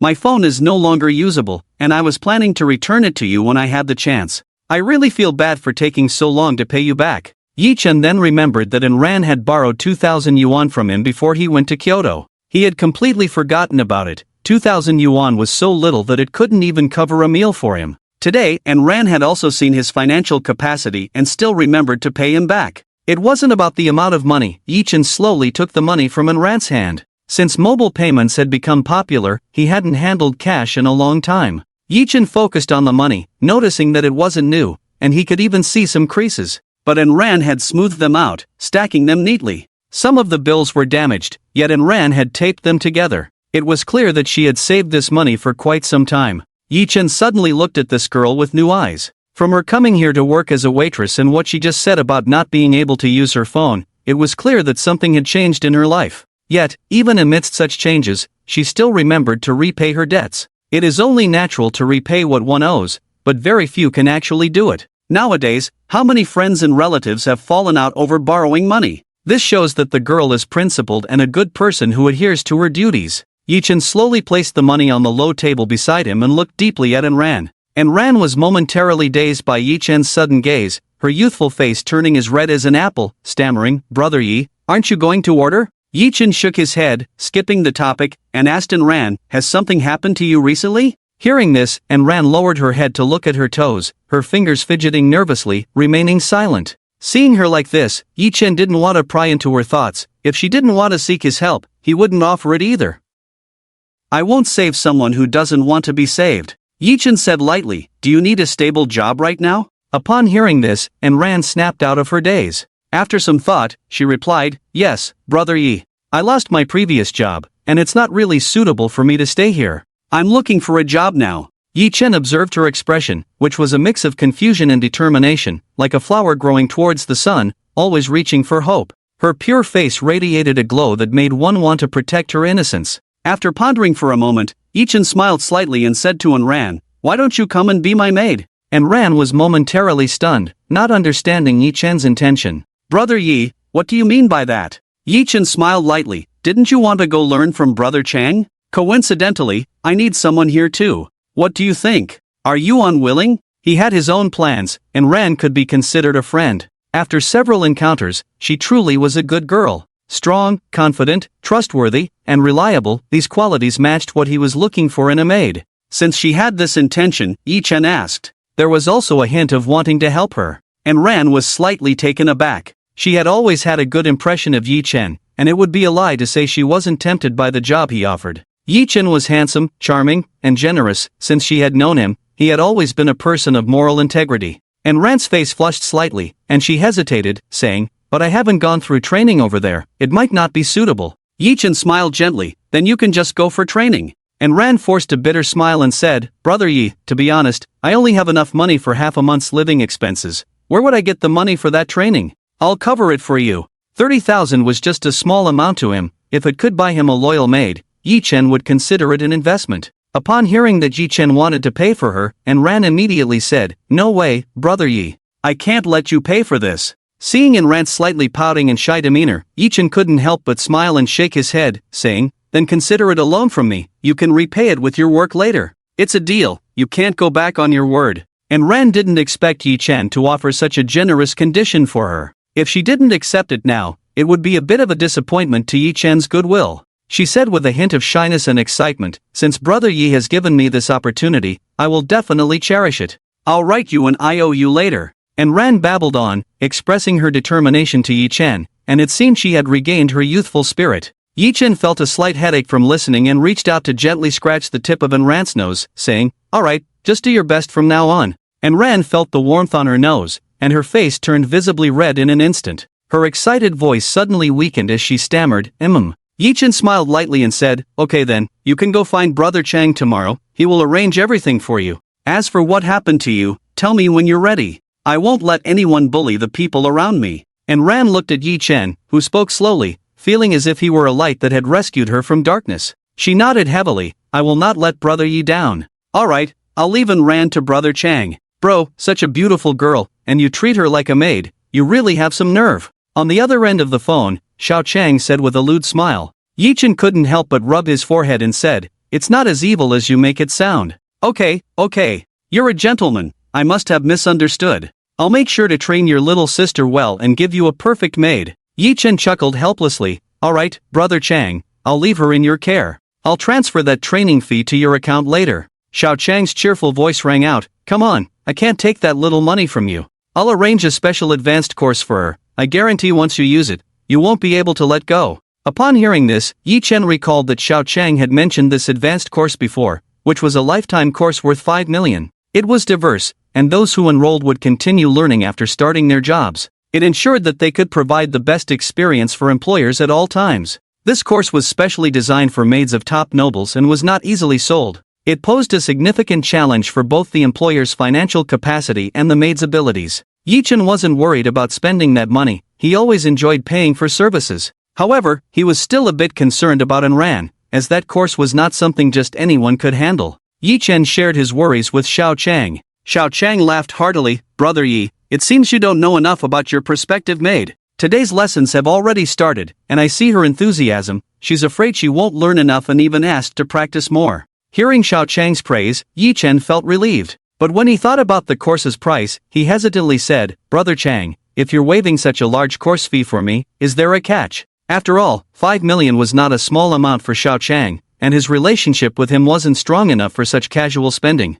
Sure enough, as soon as Yi-chan said this, Xiao Chang on the other end hesitated and said, "Brother, to be honest, I have something to trouble you with." Hearing this, Yi-chan smiled faintly, "Indeed, there's no such thing as a free lunch." Xiao Chang was giving him a 5 million course, and considering their already good relationship, it seemed he would have to get busy again. "Go ahead, I'm listening." Upon sensing Yi-chan's willingness, Xiao Chang's voice became a bit more excited, and he began to lament on the phone, "Bro, if you don't help me with this, I'm going to be in trouble." Yi-chan smiled helplessly. Once Xiao Chang got familiar, he could be a bit exaggerated, but he wasn't annoying. Slowly, he asked, "Brother Chang, just say it directly. Have I ever refused to help you, brother?" When Xiao Chang heard Yi-chan's straightforward response, he explained the situation. It turned out that Xiao Chang wanted to give a gift to his superior, but this old superior only liked antiques. The newer and more exquisite, the better. Xiao Chang searched for a long time, but being a novice and not having much financial power, he had no choice but to seek Yi-chan's help. This gift-giving might affect Xiao Chang's future position within the Qi family and would also influence Qi Ying's power. Qi Ying placed great importance on Xiao Chang's transfer. Although the current head of the Qi family was Old Master Qi, in such a large group, the authority of some elders was, in certain aspects, no less influential than Old Master Qi's. Xiao Chang's matter involved one such big shot. After hearing Xiao Chang's request, Yi-chan smiled faintly and said, "Alright, I'll accompany you for a round. But since Qi Ying knows about this, why doesn't she?" Yi-chan thought Qi Ying would come to him, and suddenly recalled that cold and beautiful figure. Xiao Chang, on the other end of the phone, grumbled in dissatisfaction, "How would I know what the boss is thinking?" He remembered Qi Ying's reaction. This gift-giving matter was arranged by Qi Ying for him to handle, and Xiao Chang casually suggested, "Boss, since you and Brother Yi are so familiar, why don't you talk to him?" As a result, the boss, who had just been coldly speaking to him, suddenly flushed with an unknown hue, a hint of annoyance in her voice as she said, "Who says I'm that familiar with him? You go find him yourself." Women are always so strange. The next day, Yi Chen woke up early. Not long after getting out of bed, he heard the doorbell. Today, he had arranged to go to the antique market with Xiao Chang, and seeing his impatient demeanor, Yi Chen felt somewhat helpless. When he opened the door, he saw Xiao Chang in casual clothes, followed by a group of younger brothers. "Hey, brother, good morning." Xiao Chang rubbed his hands together, smiling as he greeted Yi Chen. Yi Chen, still half asleep, glanced at him and noticed the four serious-looking, tall and strong younger brothers behind him. With a hint of helplessness, he said, "Chang Go, we're going to Taba today, not to fight. Why did you bring these people?" Xiao Chang proudly replied, "Brother, you don't know. The antique market in Shudu has been quite chaotic lately, so I brought some people for safety." He then introduced, "These four are my capable assistants, from all directions. You guys quickly greet Brother Yi." "Hello, Brother Yi." "Hello, Brother Yi." The loud voices startled Yi Chen awake, and he suppressed the urge to facepalm. He invited them in to sit for a while he tidied up. Today, Xiao Chang drove a stretched RV, which was well equipped inside. A younger brother brought by Xiao Chang was driving, and Yi Chen and Xiao Chang discussed their plans for the day in the back seat. "Let me tell you, Chang Gu, bringing so many people in is definitely not a good idea. The shopkeepers won't let us off easily." Upon hearing Xiao Chang's arrangements, Yi Chen immediately expressed his disapproval. Xiao Chang's face fell at Yi Chen's rejection. He proposed another plan: let them stay hidden nearby. If anything happens, we can have each other's backs. Yi Chen reluctantly agreed, but he couldn't understand one thing: with Xiao Chang's skills, he could take on 10 strong men without breaking a sweat. This time, he was being overly cautious. Yi Chen immediately voiced his doubts. Xiao Chang smiled wryly and shook his head, saying, "Brother, do you know who the person we're giving the gift to is?" Yi Chen had only a preliminary understanding of the structure of the Qi family consortium, but he was unaware of the big shot that Xiao Chang was trying to curry favor with. However, anyone who could make Xiao Chang act this way must have an extraordinary identity. Yi Chen shook his head in confusion. Xiao Chang introduced, "This big shot is called Chu Runmei, responsible for the security and external military affairs of the Qi family consortium. He is nearly 70 now and once served as a military leader, a tough and iron-willed man. He is known for being strict and ruthless. His only hobby is collecting some unique antiques. This time, it involves a significant personnel change within the Qi family, a major adjustment. The overall head of security for the Qi family in the southwest region is a position that is immensely tempting for many. As a member of the Qiying faction, if Xiao Chang could secure that position, it would be a tremendous boost for Qiying." Xiao Chang rambled on, "It's not that I want to bring so many people, it's just that many of my old rivals are here to compete for this. They are not easy opponents, and I originally didn't have much capital." Yi Chen felt a headache coming on. This man could ramble on as much as a woman.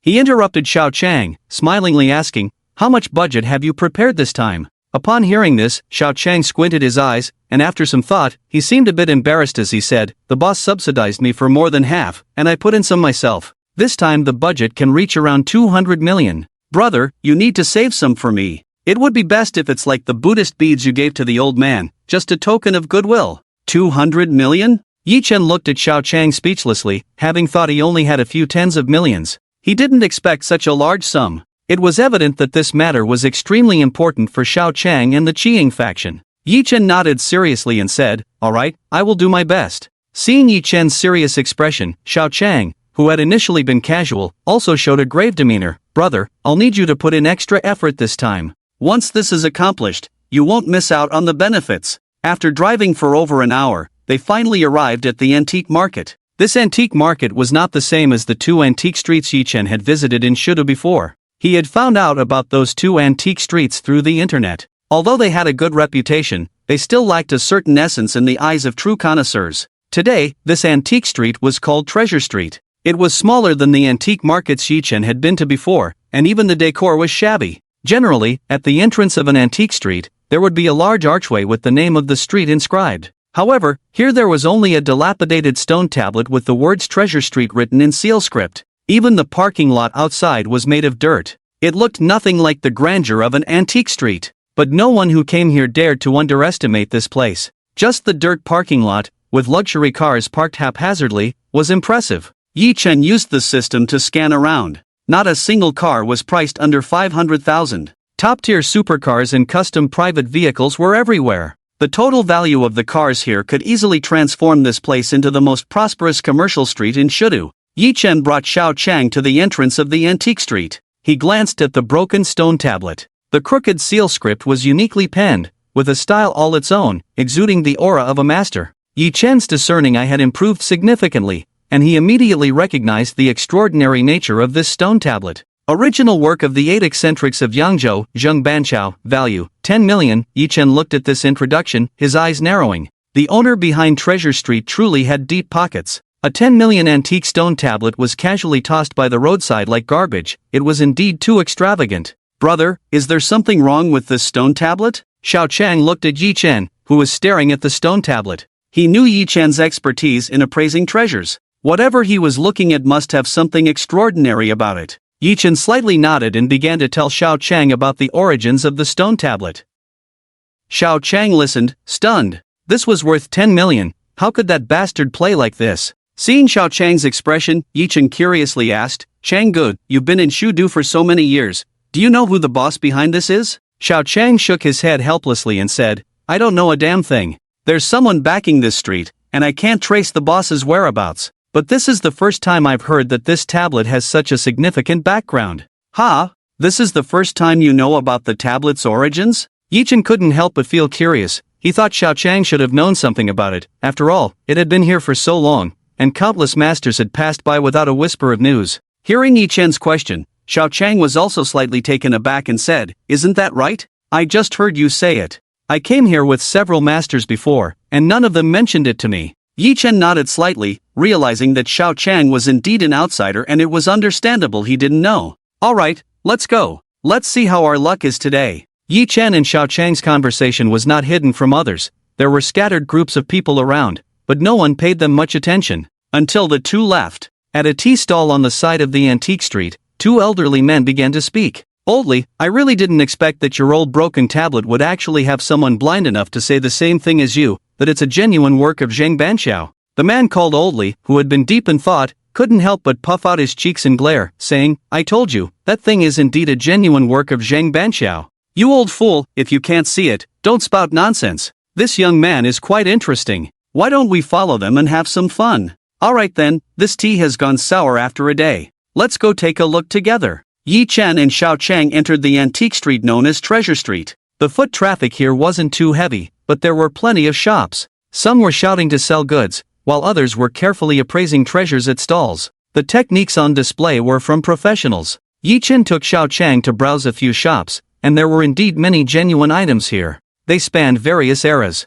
However, the chances of finding a bargain were diminishing. Many of the genuine items he was interested in were well known to the shopkeepers, and some even had authoritative appraisal documents. Yi Chen found it rare to waste his breath arguing with these people. Moreover, the value of these antiques was at most around 10 million, which completely did not meet Xiao Chang's expectations. Young man, you have a good eye. This rouge jade horse is a princess's burial item. Look at this color. The shopkeeper kept introducing the item to Yi Chen and Xiao Chang. Yi Chen, wearing silk gloves, playfully examined the rouge jade horse he saw. Rouge jade horse value, 40 million treasure description, a burial item of a Tang dynasty princess, with extremely high artistic value. This type of rouge jade is a magical stone that forms after a mutation in jade. It has a cherry red hue, reminiscent of fine rouge, yet it also carries the luster of jade. The whole thing feels like a delicate young girl. Her skin is smooth as jade, lightly brushed with rouge. Moreover, the carving craftsmanship of this jade horse is excellent,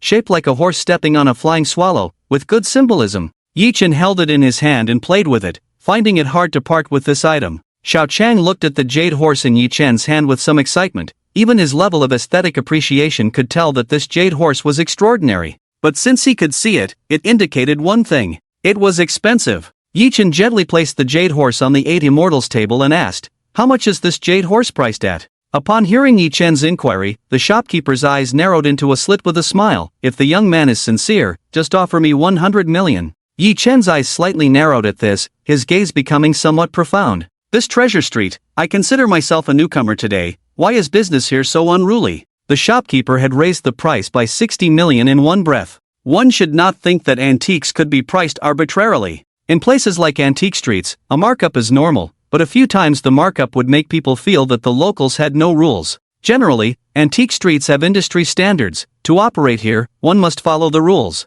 The shopkeeper raised the price by 60 million right off the bat. clearly seeing that Yi Chen and his companion were unfamiliar faces, and thinking they were wealthy, trying to swindle a profit. Upon hearing Yi Chen's words, the shopkeeper's expression changed slightly. He hadn't expected this young man to actually know the trade. But then he noticed Xiao Chang's expression, which was filled with desire. From their earlier conversation, the shopkeeper realized that the young man looking at the goods was not the one paying. He just needed to handle the seemingly simple-minded young man well. He said to Yi Chen with a hint of sarcasm, "Young man, if you can't afford the price, don't speak carelessly. My offer is in line with the standards of this street. Besides, I can see you aren't the one paying." After saying this, he looked at Xiao Chang with eager eyes, placing the jade horse in front of him. "Come, young man, take a look. This jade horse has a story, let me explain it to you." After this turn of events, a cold smile appeared at the corner of Yi Chen's mouth. Seeing Yi Chen's expression, Xiao Chang, who had been interested in the jade horse, now stood beside Yi Chen.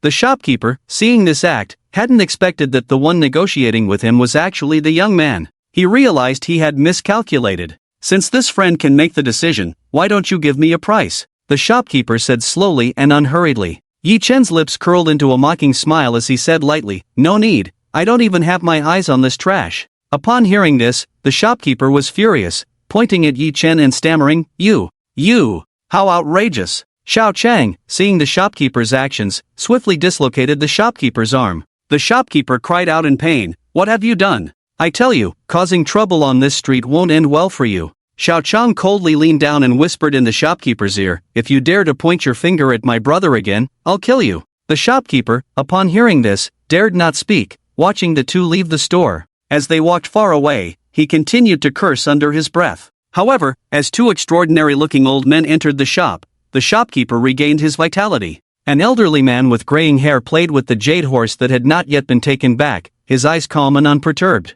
He casually asked the old man beside him, "What do you think of this thing?" The old man beside him glanced and replied, "It's acceptable to the eye, but still just a mundane object." The graying old man smiled without speaking, beckoning the shopkeeper over. "How much did you quote those two young men earlier?" Upon hearing this, the shopkeeper felt inexplicably anxious. But people die for wealth, and birds perish for food. How could one not profit from money? He steeled himself and said, "I quoted 100 million to those two, but seeing that the old gentleman looks kind, I'll let it go for 99 million, you can take it." Old Bai, the elder, felt a slight flicker of light in his eyes upon hearing this. He glanced at the shopkeeper and, after a moment, slowly spoke, "Pack your things and get out of here in an hour. This item will be left as compensation for breaking the rules." The shopkeeper's expression turned frantic at these words, realizing he had fallen into a trap. The rules of Treasure Street were quite peculiar. If the markup exceeded double without reporting, it was considered breaking the rules. However, the customer flow here was exceptionally good,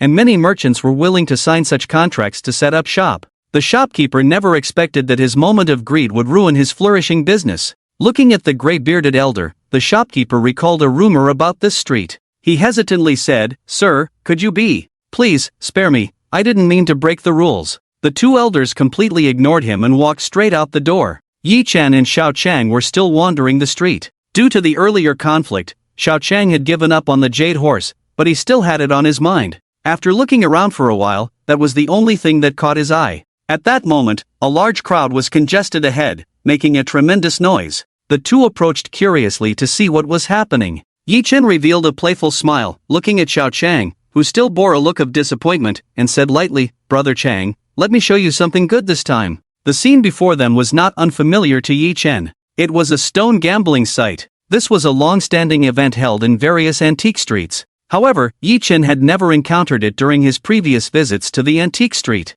Stone gambling had its own intricacies and origins. Initially, it was a method of selling uncut jadeite stones. The unprocessed stones were priced and sold, with the stones opened on site. This was inherently a form of gambling, because one could not know what was inside the raw stone. Moreover, the raw stones themselves were not cheap. If a worthless stone was opened, it would result in a significant loss. But if a top-quality jadeite was revealed, it could lead to overnight wealth. Initially, this activity was merely a trade of raw stones. However, human nature's propensity for gambling led to the development of stone gambling games. Through competitions among several people, gambling games were set up. Such games carried greater risks and rewards than the stones themselves. With current technological means, it was impossible to assess the quality of the jade inside. The success of each stone gambler relied only minimally on experience. Luck played a much larger role. Thus, There is a saying in the industry that those successful stone gamblers are called lucky bastards. Those who can successfully reveal top-quality jadeite are generally the chosen ones.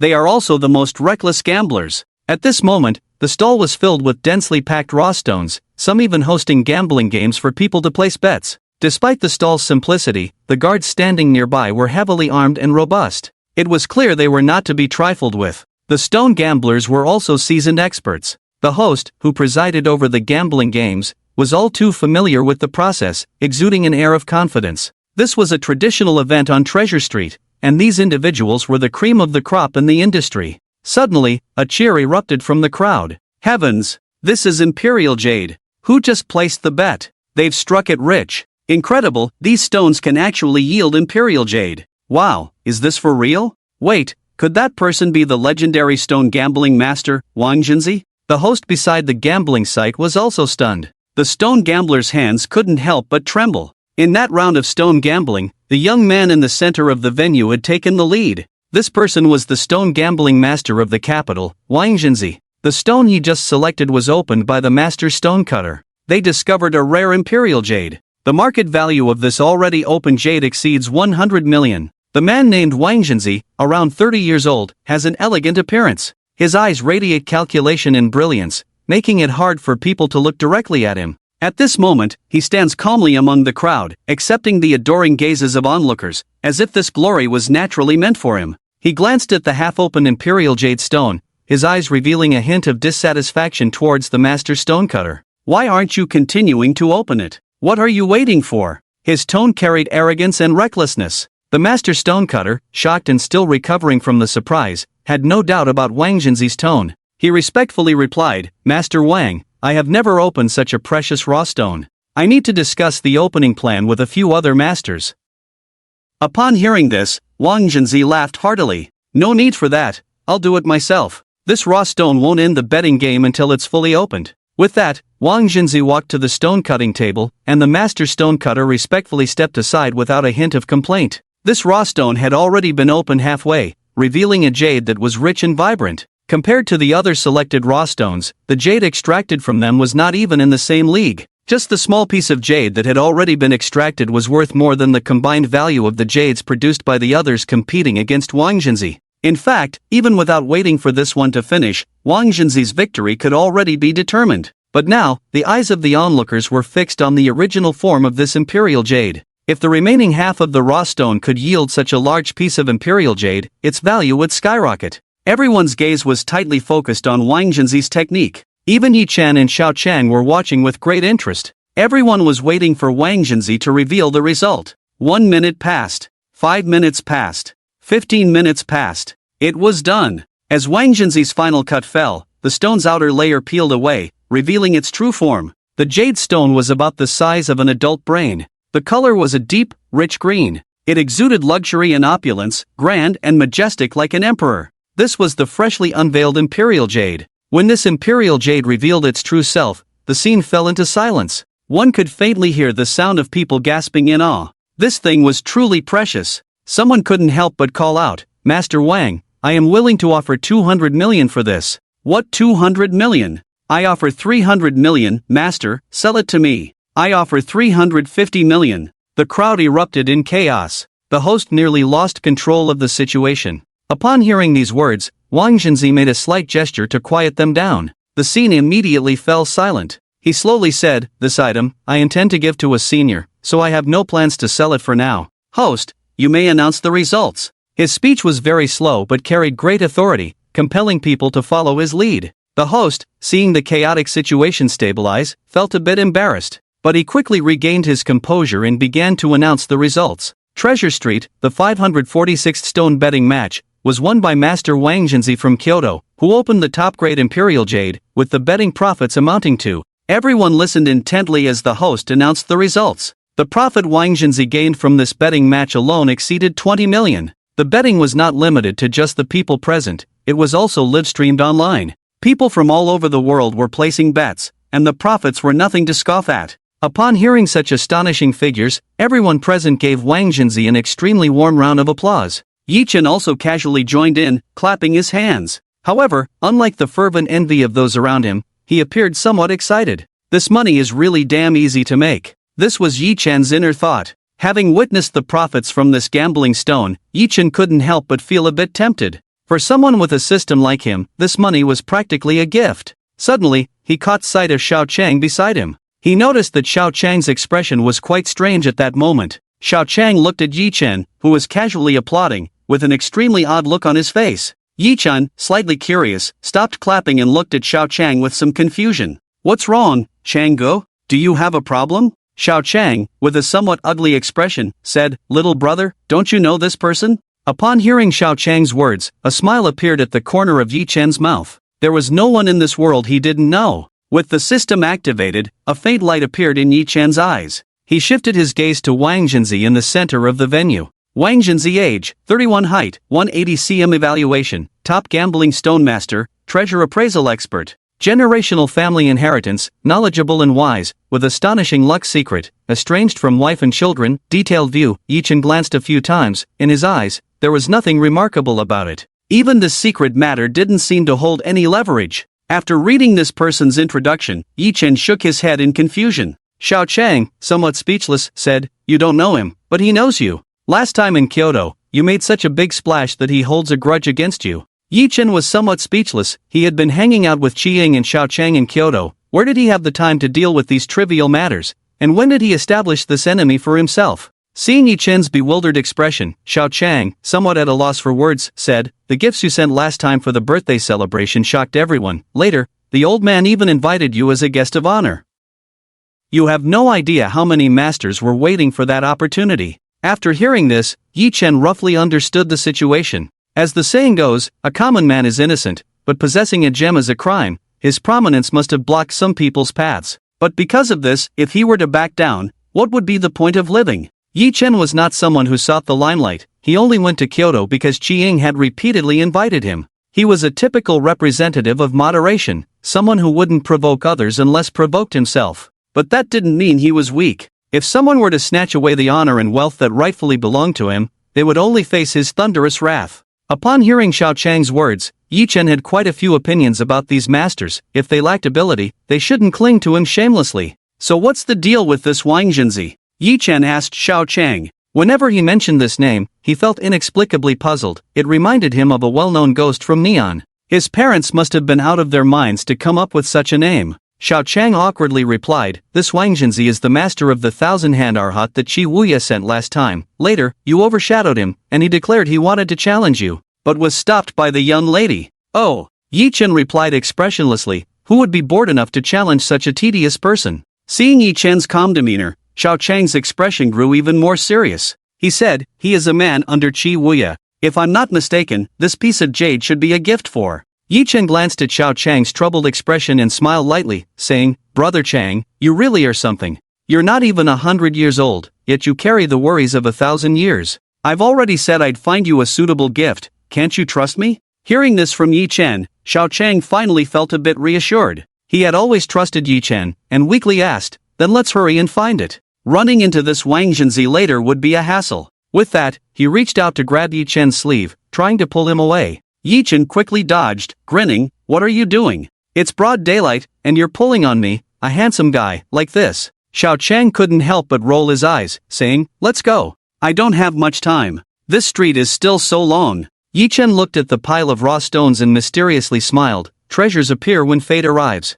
The actions of Yi Chen and Xiao Chang below weren't particularly grand, but amidst everyone else worshipping the big shots, their presence felt so out of place. At that moment, Wang Jinzi was invited to share some insights on gambling stones, speaking eloquently. The crowd below listened, entranced. However, Yi Chen and Xiao Chang's chatter drew angry glares from those nearby. "If you want to leave, just go. Don't disturb us while we listen to the master." "Exactly, you have no sense of public decency. Looking so shabby, yet trying to be cultured here. You two young punks, if you want to talk, go somewhere else." Yi Chen was discussing this matter with Xiao Chang, not expecting their conversation to provoke public outrage. Hearing the surrounding people's remarks, Xiao Chang got angry on the spot. Yi Chen didn't have time to stop him. Xiao Chang stepped forward, like a bloodthirsty war god, exuding a heavy aura of hostility. He scanned the crowd with a dark gaze and said one word coldly, "Get lost." The people around were intimidated by this momentum. Instantly, a space cleared around Yi Chen and Xiao Chang. This sudden action caught the attention of those on stage. Wang Junzi saw this scene, and his gaze was not immediately drawn to the fierce-looking Xiao Chang. Instead, he looked at the handsome young man quietly standing behind Xiao Chang. The young man stood there calmly, his face showing no joy or sorrow, his handsome features betraying no emotion. He seemed to carry an aura that separated him from the mundane world. He was like an observer, a spectator, watching everything happen in this world. He arrived, he observed, he recorded, he left. It was as if nothing could escape his eyes. Mysterious and elegant, dangerous yet captivating. Wang Junzi was a straight man, but his long experience in appraising treasures gave him an extraordinary appreciation for perfection. At that moment, the Yi Chen he saw, whether in presence or appearance, along with his innate mysterious aura, made Wang Junzi feel he was a perfect work of art. Moreover, Wang Junzi recognized this person. At old Master Qi's birthday banquet, he hadn't even had the chance to go on stage. He could only watch from a distance on the big screen, seeing this young man steal the spotlight and shine. His heart was filled with jealousy. Afterward, he wanted to find someone to spar with, to prove that he was the greatest master, but unfortunately, the other party had never responded. Today, that opportunity finally came. A sinister expression appeared on Wang Junzi's face. It was a look of fervor and bloodlust. Even if he had just offered several $100 million for jade, it wouldn't have excited him this much. At that moment, the young man below cast a faint glance back. Wang Junzi's rising fervor was instantly doused by half. What kind of gaze was that? It made him feel as if he were completely seen through, terrifying as a ghost. Yi Chen noticed Wang Junzi's gaze on the stage and returned it calmly. At that moment, he indeed had no expression. But it wasn't as profound and inscrutable as Wang Junzi had guessed. He was just a bit more lively in front of friends, while he always wore a cold face in front of strangers. As for the so-called shocking glance from Wang Junzi, it was actually Yi Chen's indifference that made him feel completely transparent. It gave him a sense of being seen through entirely.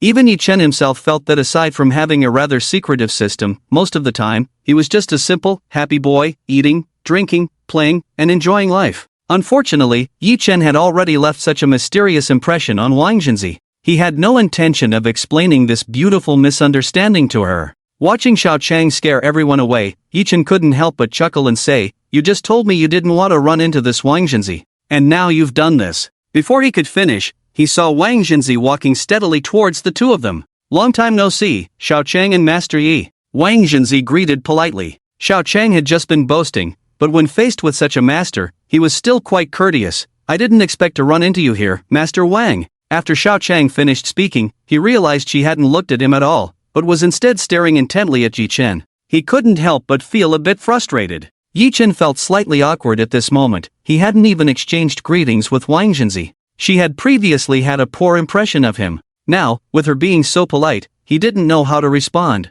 After some thought, Yi Chen politely said, "I've long admired your name, Master Kayako." Upon hearing this title, Xiao Chang felt uncomfortable. He hadn't expected Yi Chen to pull this. The three great female ghosts of Asia, Junzi, Kayako, and Shu Runmei, were well known. Although Wang Junzi's name had often been criticized, few dared to publicly mock her due to her status. Hearing Yi Chen's response, Wang Junzi's face turned a mix of blue and red with anger, and it took a great effort to suppress the fury within her. After a while, she coldly replied, "Master Yi, my surname is Wang, and I belong to the Jin generation in my family. I am the only child, so my grandfather named me Wang Junzi." Only then did Yi Chen realize that he had blurted out what he was thinking. After all, this Mr. Wang Junzi, to him, bore some resemblance to the female ghost Kayako. "Sorry, Master Wang Junzi. It's rare to meet you here. I've truly long admired your name." Yi Chen greeted again. Upon hearing this, Wang Junzi felt a wave of displeasure. How could someone forget even her name after claiming to have long admired her? Wang Junzi, having been through grand occasions before, was not thrown off by Yi Chen's blunder. After a few pleasantries, Wang Junzi said, "The stone gambling here is quite a specialty, Master Yi. Are you interested in playing a few rounds?" As soon as she said this, the crowd that had been quietly observing began to stir with shock. Could this extraordinarily handsome young man also be a skilled player? Looking at his demeanor and attire, some might even believe he was a male model hired by the Treasure Street to attract customers. Even if he were truly skilled, the imperial-grade jade that Master Wang Junzi had just showcased was still there. There were hardly any masters like Wang Junzi in all of China. It should be noted that the jade had already become the largest imperial jade in the world, with its price skyrocketing to 800 million online. This is the speed of the internet. Now the whole world knew about this imperial jade and this Master Wang Junzi. His odds on the Gambling Stone website have reached 100:1.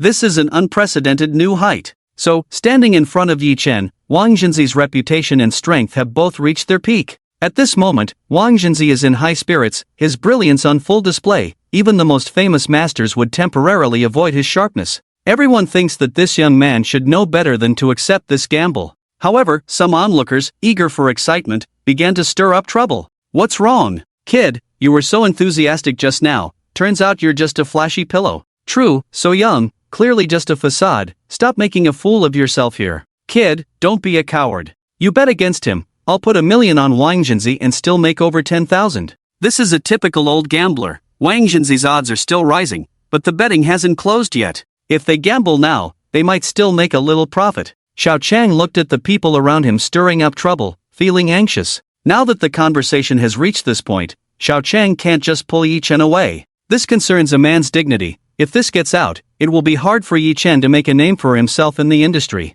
Even his friend Qi Ying would be ridiculed. But if he loses, wouldn't that just play into Wang Jinzi's hands? It's simply a dilemma. In Xiao Chang's view, he actually has no confidence in Yi Chen. He has seen Yi Chen's true skills in appraising treasures, but when it comes to gambling stones. Previously, Xiao Chang had chatted with Yi Chen, who had casually mentioned that he only had a slight understanding and had never tried it hands-on. Now, facing such a top-tier gambling stone master, it's strange if he feels confident. But everything depends on Yi Chen. Everyone's gaze turned to Yi Chen, filled with anticipation, doubt, madness, and mockery. Amidst this sea of eyes, Yi Chen appeared like a pure lotus untouched by dust. A faint smile appeared on his face as he asked Wang Jinzi with a tone of uncertainty, "You said you want to gamble stones with me?" Wang Jinzi's heart skipped a beat at Yi Chen's tone, but there was no time to think about what it meant. With a proud expression, he said, "That's right, does Master Yi dare to gamble with me? Today is the day Wang Jinzi will achieve fame. This pretentious Yi Chen is about to have his disguise unveiled." Wang Jinzi's voice trembled with excitement as he spoke. Yi Chen glanced at Wang Jinzi's expression, his smile undiminished, even deepening a bit, and slowly said, "Since Master Wang Jinzi has this interest, I'll play a few rounds with you." This statement was like a thunderclap, stunning everyone. No one expected this underestimated young man to accept the challenge. Upon hearing this, Wang Jinzi's smile turned somewhat sinister as he said, "In that case, please enlighten me, Master Yi." Yi Chen slightly cupped his hands and, with an air of nonchalance, said, "No need for enlightenment, let's get started." The host was speechless at this moment. The situation he was supposed to control was now completely dominated by these two strong-willed men. "Host, it's time to announce the start of the gambling match. Hurry up, please. I'm in a rush." This was said by both Wang Jinzi and Yi Chen. The host felt okay with Wang Jinzi's words, but upon hearing Yi Chen's, he felt unhappy. "You're in a rush? What kind of rush? Do you think this is a market where you can just buy and leave? For any gambling stone, besides the price of the raw stone, each participant must bet at least 1 million to qualify. Gambling stones have always been the most thrilling and exciting of bets. Which gambler wouldn't go crazy for it?" This unremarkable young man looked just like someone who had finished shopping at a vegetable market and was hurrying home. How could he not feel infuriated? However, under the pressure of this person's aura, the host couldn't bring himself to say anything harsh. He could only announce with an excited voice, "The 547th stone gambling session on Treasure Street is officially open. Next, please invite the participants to enter the stone selection area." With the host's announcement, Yi Chen and Wang Jinzi stepped in almost in sync, entering the inner area. This inner area was where the raw stones were displayed, with thousands of stones of all sizes, dazzling and overwhelming. The host watched as the two entered the inner area, feeling a bit frustrated. Although it was Wang Jinzi who initiated the challenge, there weren't enough participants. They couldn't even meet the minimum bet. The cost of running such a gambling session online was not small, including various taxes. Without enough participants, they couldn't start. But the people present weren't foolish. They wouldn't naively participate in what they saw as a guaranteed loss. The scene immediately fell into an awkward silence. What's going on? Why hasn't it started yet? The onlookers were all waiting to place their bets, and with Wang Jinzi's rising odds, the betting would soon close. The host couldn't withstand such immense pressure. However, starting such a life-and-death gamble was not something he could decide. He was as anxious as an ant on a hot pan. At that moment, a man in black approached the stage and whispered something in his ear. He finally regained his composure, glanced at the crowd, and spotted an elderly man with graying hair. He was taken aback. How could this person be here today? After the initial shock, the host didn't forget his old profession. Since this gambling session had received special approval, he was merely a tool carrying out orders from above. Now the participants are entering, and the gambling session officially begins. Each participant has half an hour to select stones, during which everyone can place their bets freely. After saying this, a large screen lit up behind the host's podium, displaying the prize pool and odds. With the host's words, the crowd and online gamblers went wild. A large sum of money flooded into the betting pool. In no time, the amount bet on Wang Jinzi had reached 300 million. Meanwhile, the amount on Yi Chen was only 145 million. With both whole and fractional amounts, it looked quite ridiculous. The odds had reached an astonishing 500:1. This meant that if Yi Chen lost, those who bet on Wang Jinzi would recover their principal and earn 1 yuan for every 500 yuan bet. If Yi Chen won, every yuan bet on him would yield 500 yuan in profit. It seemed like a lucrative deal, but the bets on Yi Chen were still too few. No one would make a guaranteed losing bet, and the amount on Yi Chen included an automatic calculation of 1 million as his own bet upon entry. Crazy, insane. The host looked at the odds and the accounts, unable to understand how that person could agree to this high-stakes gamble. At this rate, even if Wang Jinzi won, the house would not profit and might even incur significant losses. As for Yi Chen winning, the host didn't dare to think about it. If Yi Chen won, Treasure Street could close its doors for good. While everyone was focused on the outrageous odds, Yi Chen and Wang Jinzi began selecting stones. All eyes were on Wang Jinzi. He strolled leisurely among the pile of raw stones. Occasionally, he would pause to focus on a stone, gently tapping it with his hand and listening to the echoes inside. He even scraped off a bit of powder and tasted it. He looked incredibly professional. Many present were experts and could see the intricacies at a glance. This method of testing stones was truly masterful. He even took out some unheard-of tools from his carry-on luggage. The people present were utterly captivated, wishing they could kneel down on the spot and beg to learn from him. After more than 20 minutes, Wang Jinzi had examined countless raw stones. Finally, the serious expression he had maintained revealed a hint of a smile. This smile had not appeared even when he discovered that imperial jade. When the people below saw the raw stone in his hand, which was about the size of a basin and looked unremarkable on the outside, they dared not underestimate it due to his cautious demeanor.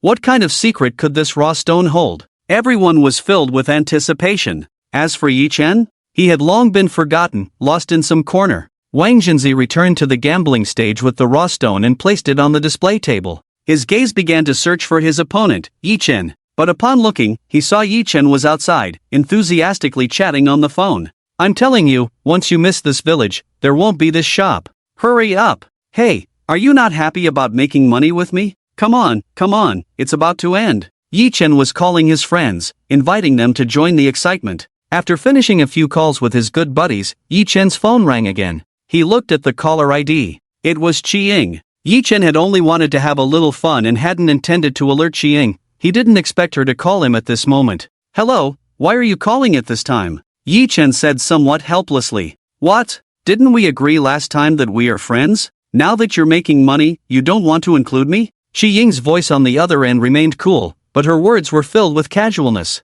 Yi Chen chuckled. "Miss, the stone gambling hasn't even started yet. How do you know I've already won?" Qi-Ying let out a light laugh, her tone carrying a hint of reproach. "If it weren't for Xiao Chang telling me, would you have kept it from me?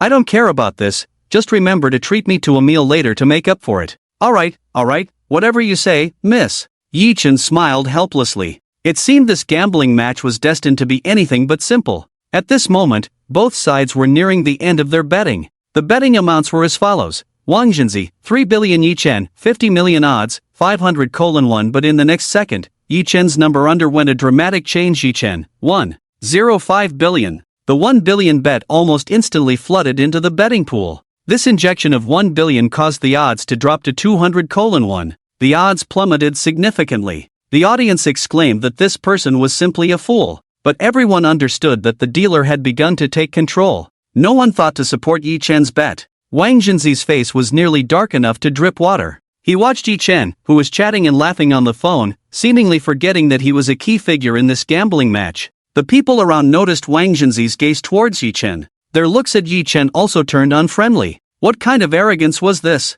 Those with a discerning eye noticed his actions. He seemed to have strolled around the raw stone area as if shopping for vegetables, then handed the raw stone to the appraiser. This speed was even more efficient than buying a bottle of cola at the supermarket. In fact, many people hadn't even noticed he picked up a raw stone. The scene erupted in an uproar. The host and the organizers were clear about what was happening. To stabilize the current emotions, they began projecting images of the two raw stones. The host, while watching the footage, introduced, "This is the raw stone chosen by Master Wang Junzi. Look at this raw stone, its texture is exquisite. And with this size, could it possibly yield a piece of top-quality imperial jade?" The host made every effort to highlight the extraordinary nature of this raw stone, stirring the emotions of those present. The amount wagered on Wang Junzi began to see a slight increase, until the footage shifted to the raw stone chosen by Yi Chen. The scene erupted into chaos again. What the hell, is this just scrap? Does he even know what a raw stone is? I'm dying of laughter, treating scrap as raw stone, that's really something.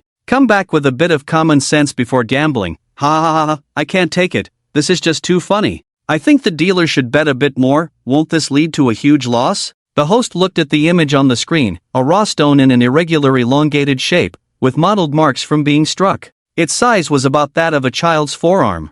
In the world of raw stones, this size and shape have always been regarded as waste. It wouldn't even be brought to the gambling arena, because no one has ever extracted even the slightest bit from such shaped raw stones, not even the most ordinary jade. This kind of irregular raw stone has always been referred to as scrap. The host was almost at a loss for words regarding this oddity. He even suspected that this was just a piece of junk that Yi Chen picked up randomly from the ground. Bringing such a thing to the gambling arena, the staff responsible for placing the raw stones could already start writing their resignation letters. But still, out of professional courtesy, the host tried to maintain his composure and said, "This raw stone of Mr. Yi Chen, is quite unique." Upon hearing this, everyone burst into laughter. Wang Junzi, seeing this raw stone, began to exhaust all his means to discern its extraordinary qualities. But no matter how he looked at it, it was just an ordinary piece of scrap. Instantly, the tension in his heart began to ease. At this moment, the stakes had reached a new height. The whole world was watching this farce,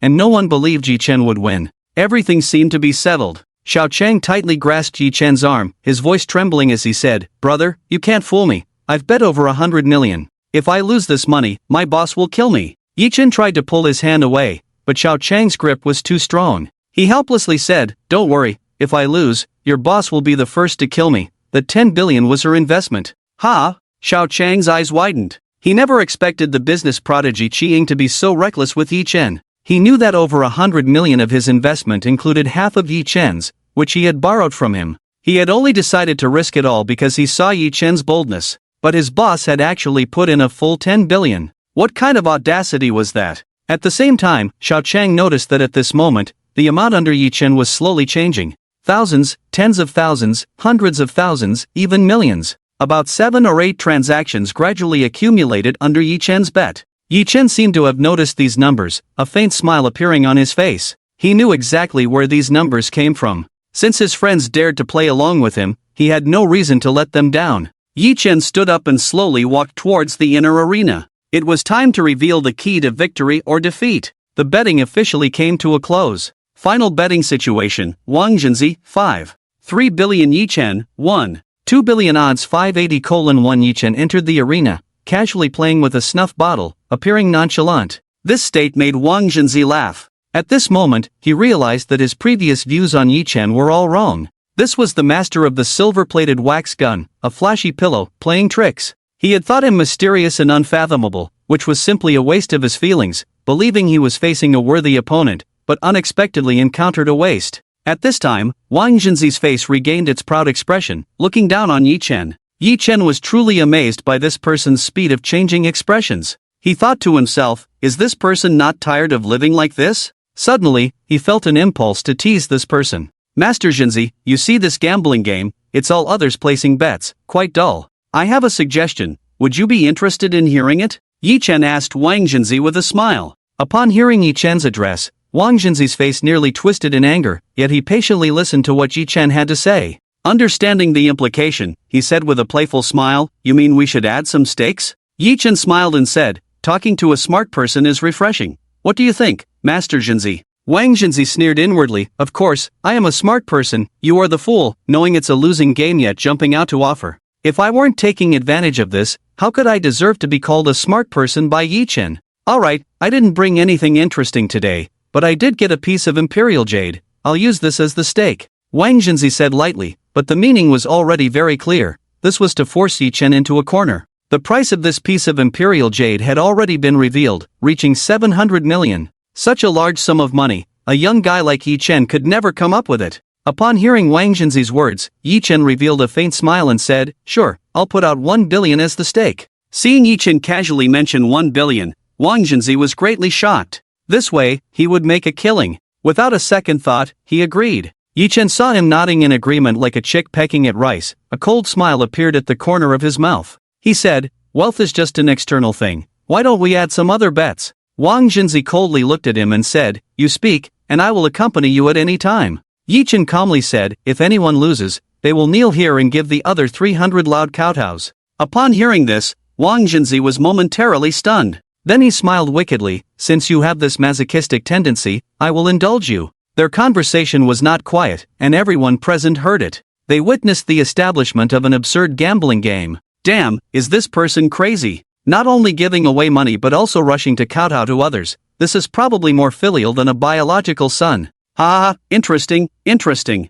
Amidst the laughter of the crowd, Yi Chen and Wang Junzi signed the gambling agreement. There was a notarization office set up here. Shortly after they proposed the stakes, a legally binding document was generated. This is speed and efficiency. Next came the main event, the stone gambling began. In the first phase, they would mine the stones. This time, neither of them chose to let the stone workers present take action but instead took to the task themselves. The crowd watched Wang Junzi's movements, which were as smooth as flowing water. Every action was textbook perfect. The stone skin was continuously peeled away, and everyone's gaze became increasingly focused. It appeared. The jade appeared. The cameras present instantly zoomed in for a close-up. The jade that appeared was crystal clear, like ice. The green inside was like a landscape painting, distributed extremely sparsely. Just a small corner exposed revealed its perfection. Those who knew their stuff immediately recognized it. If the finest imperial jade is the king among jades, then this piece of jade is the most beautiful princess among them. It is the finest ice-type glutinous jade. Its price is more than double that of imperial jade. Its rarity ranks at the top among jades. How many people go through their entire lives without ever seeing such beautiful jade? At this moment, the crowd is no longer noisy, and some people have even begun to tear up. It's so beautiful. Truly so beautiful. I can't believe I get to see such beautiful jade in my lifetime. I have no regrets. Is this jade really real? My God, praise the creator. Oh my God. As Wang Junzi made the final cut, a piece of ice-type glutinous jade the size of an adult's fist appeared before everyone. Everyone was astonished by its beauty. Its texture was as crystal clear as extreme ice, with a faint, elusive green. It seemed like a princess from the snowy mountains, noble and cold, impossible to gaze upon directly, yet filled with boundless vitality. The host was so shocked that she couldn't find the words. The value of this jade was beyond her estimation. It was simply too beautiful. For a moment, she wanted to find some words to describe its beauty, but she realized she was at a loss for words. Everyone fell into a silent awe. As for Yi Chen, he was no longer the focus of attention. His defeat seemed to have become a foregone conclusion in everyone's eyes. No one would look at a loser. All the cameras were on Wang Junzi. Xiao Chang was the only one below who was anxious for Yi Chen. In fact, it wasn't just him. Far away in Kyoto, Qiang had pushed aside an important meeting, staring at the screen like an internet-addicted girl. And Ran, who was in class at a training school, was secretly hiding in the restroom, using the new phone Yi Chen had bought for him to watch the live stream. In the fighting training room, Tian Bing. In the conference room, Zhou Mei. On the beach, Zhao Jingxian. Several brothers were all anxious for Yi Chen. No one would believe that Yi Chen would lose like this. They were all silently cheering for him. Meanwhile, Xiao Chang at the scene could see Yi Chen's movements. He was the most nervous one. He watched Yi Chen's actions, which were clumsily terrible, wielding a hammer as if he were smashing walnuts. Layer after layer of stone skin was being stripped away, but the shadow of the jade was still nowhere to be seen. Yet Yi Chen, as if nothing were wrong, continued to smash the raw stone. The raw stone, originally the size of a baby's arm, was now only the size of a palm. Wang Junzi, seeing this scene, couldn't help but let out a sneer. At this point, he had finished his stone carving and was watching Yi Chen's clumsy movements with disdain. "Do you want me to give you a hand, Master Yi? If you keep this up, you'll lose that piece of raw stone." Wang Junzi saw the size of the raw stone in Yi Chen's hand. Just a few more cuts and it would become completely worthless. Yi Chen glanced at Wang Junzi and the exquisite ice-type glutinous jade he had placed on the carving table. He let out a faint sigh and set down the file in his hand. He said to Wang Junzi, "Why don't you take that piece of jade a bit further away? It's quite a nice thing." Yi Chen's words were only half finished when Wang Jinzi coldly laughed and said, "Now that things have come to this, don't put on an act. I knew from the start that you were a complete fraud. I didn't expect that seeing you in person would be even worse than hearing about you." Yi Chen heard this and did not refute it. Instead, he picked up the raw stone, which was now about the size of a child's palm, and began to play with it. If one were to examine this raw stone closely, they would actually find some differences. There was a faint glow emanating from it, and its surface had become a relatively regular round shape under Yi Chen's polishing.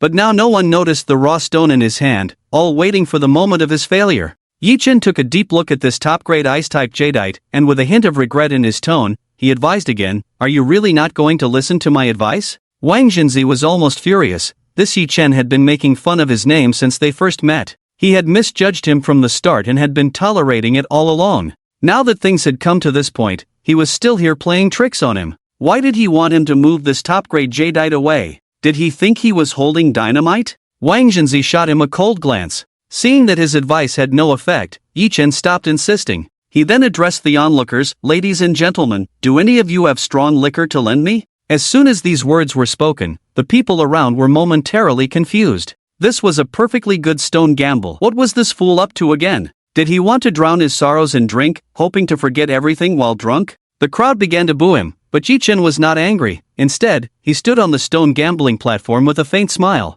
At that moment, an old but imposing voice rang out from the crowd. "I have some, feel free to take it." No one saw who was speaking, but a wine gourd flew out from the crowd, and Yi Chen quickly caught it. He yanked off the wine cap, and a rich aroma of liquor spread throughout the venue. Before opening the cap, Yi Chen had not thought much of it, but upon smelling the fragrance, he knew this liquor was extraordinary. Millennium Ancient Brew relieves sorrow's value, 2 million treasure description, brewed by the famous poet Tangu from the Tang dynasty. It has been 1,000 years, consuming it can relieve countless troubles. Yi Chen couldn't help but laugh heartily upon seeing this introduction, tilting his head back to take a big gulp from the gourd. The liquid flowed down his neck, soaking his clothes. "Good wine.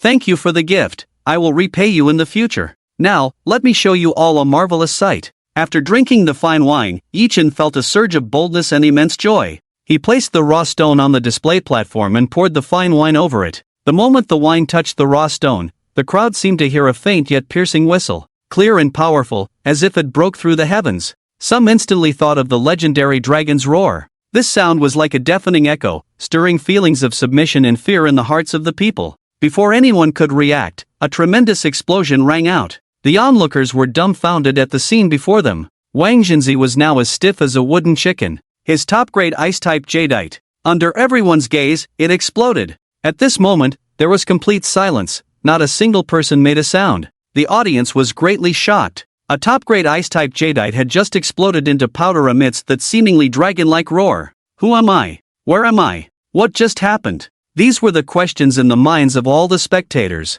Now all eyes were focused on Yi Chen's raw stone. This raw stone still looked unremarkable, but no one could underestimate it. Some even felt a sense of awe towards this stone, just based on that dragon-like roar. They had developed an inexplicable feeling of submission towards it. Not only the people present but also thousands of gamblers online were watching this scene. Everything had transcended their understanding. Even Wang Jinzi, who had just lost the top-grade ice-type jadeite, was watching this raw stone. He no longer thought about the bitter fruit of failure he was about to face, but instead wanted to see what kind of mystery lay within this raw stone. Although his character is somewhat arrogant, he still possesses genuine talent and knowledge. Moreover, his pursuit of beautiful things has always been his dream. The gap between him and those experts tainted by the smell of money is still quite large. In fact, he and Yi Chen have no irreconcilable conflicts. All of this is a result of the contradictions arising from his personality. The two elderly men in the audience were also closely watching this raw stone, afraid to miss even the slightest detail.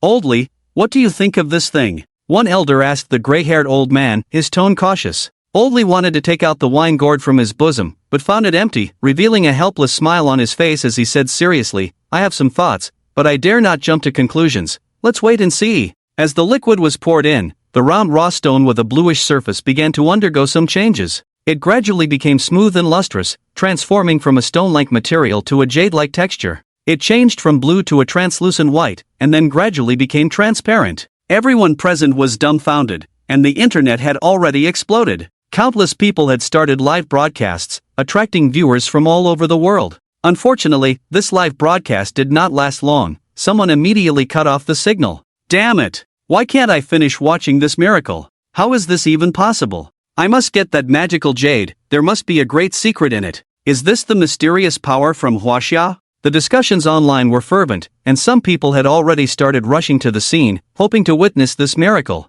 Unfortunately, they were destined to be too late. The mutation of this raw stone had already ended. The completely transparent jade texture was top-quality Kunlun jade. This kind of jade is rarely seen in 100 years. It can only form where spiritual energy gathers. It has the effect of warding off evil, and it is said that there is a piece of it on the dragon throne in the remnants of the ancient royal palace. However, this piece is still quite different in size. Just this alone is remarkable, but the people on site saw the whole picture. They were still so excited that they couldn't speak, and the reason was simple. Because within this jade, there were blue patterns, and the patterns outlined a design. It was none other than the emblem of our Huaxia, the Azure Dragon. The people on site were shocked. The entire process was recorded. At this moment, someone was already reviewing all the footage, confirming that Yi Chen had indeed picked a piece of raw stone seemingly at random from this pile. Then, under full surveillance, he completed a breathtaking stone carving. Some people might still not understand the significance of this.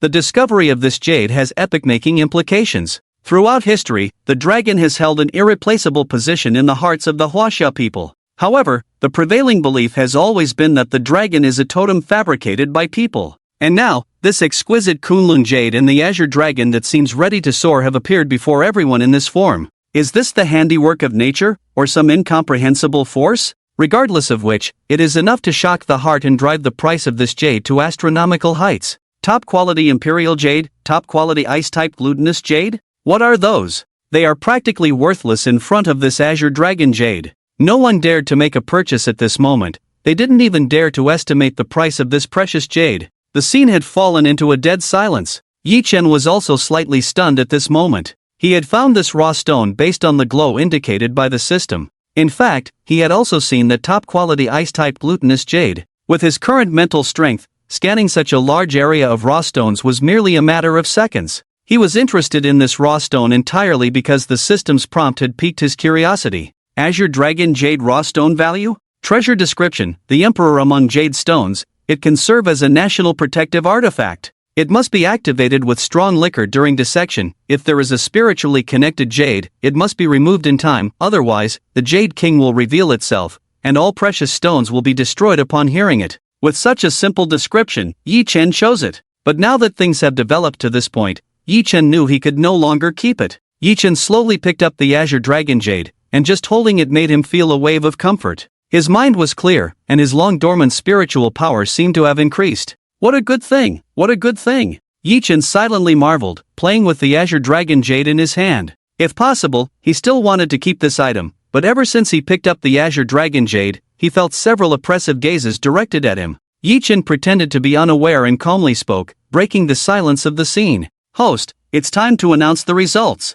This brought everyone back to their senses. No one cared about the gambling match anymore, and all eyes were on the Azure Dragon Jade in Yi Chen's hand. Greedy, envious, puzzled, the worthless stone that everyone had seen as scrap just moments ago had now become the coveted treasure in everyone's eyes. The host, hearing Yi Chen's words, snapped back to reality. The live broadcast was reconnected, but the camera no longer focused on Yi Chen and the Azure Dragon Jade. Instead, it was all on the host. The online audience was furious. "Who wants to see your silly face?" The host, still not fully awake, continued to go through the motions, speaking as if to himself. Now that the stone excavation segment has ended, it's time for the expert appraisal segment. As soon as he said this, boos erupted from the crowd. The host really wanted to throw down the microphone and run away. Why was everything happening to him today? At this moment, a cold, hard voice interrupted the host's words. "I think you must have a problem with your brain. What appraisal? I accept my loss wholeheartedly." Just moments ago, the arrogant Wang Zhenzi now looked at the host with a mocking expression.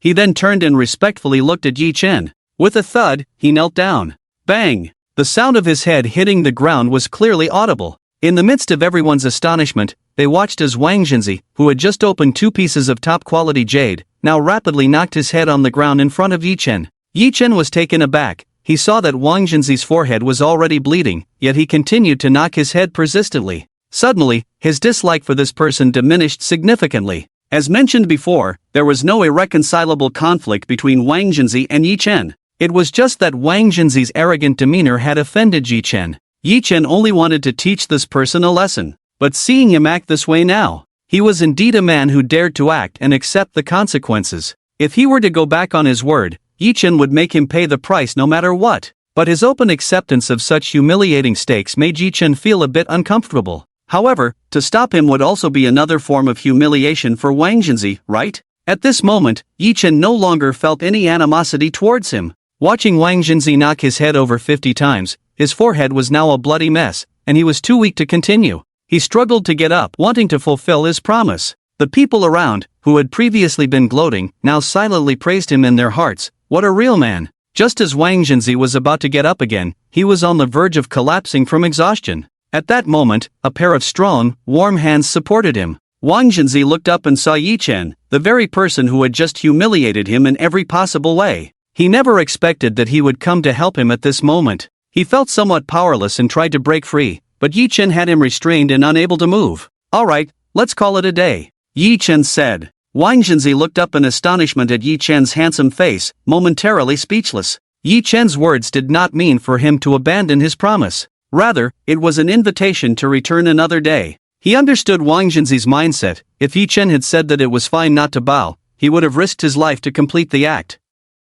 This was about a man's honor and dignity. It was something to be defended with death. One should not think that kneeling equates to a loss of dignity. A man's dignity is never determined by a single bow. It encompasses many aspects, such as principles, persistence, and promises. Wang Jinzi realized that although Yi Chen appeared young, he had surpassed him in both interpersonal skills and the remarkable art of gambling stones. What he had prided himself on for half his life instantly turned to dust in comparison to Yi Chen. Suddenly, a bold thought arose in his mind. He fixed his gaze on Yi Chen, his eyes shining with determination. Yi Chen, taken aback by his intense stare, felt a chill run down his spine. Was this a moment of clarity before death? Should he help him recover? What if he died and it fell on his head? Yi Chen released his grip on Wang Jinzi, but Wang Jinzi grabbed his sleeve. Yi Chen reflexively pulled his sleeve back, somewhat speechless, saying, Hey, let's talk nicely, no need to pull and tug like this." Wang Jinzi, disappointed that he couldn't hold on to Yi Chen's sleeve, quickly regained his composure and said to Yi Chen, "Master, I was the one who offended you today.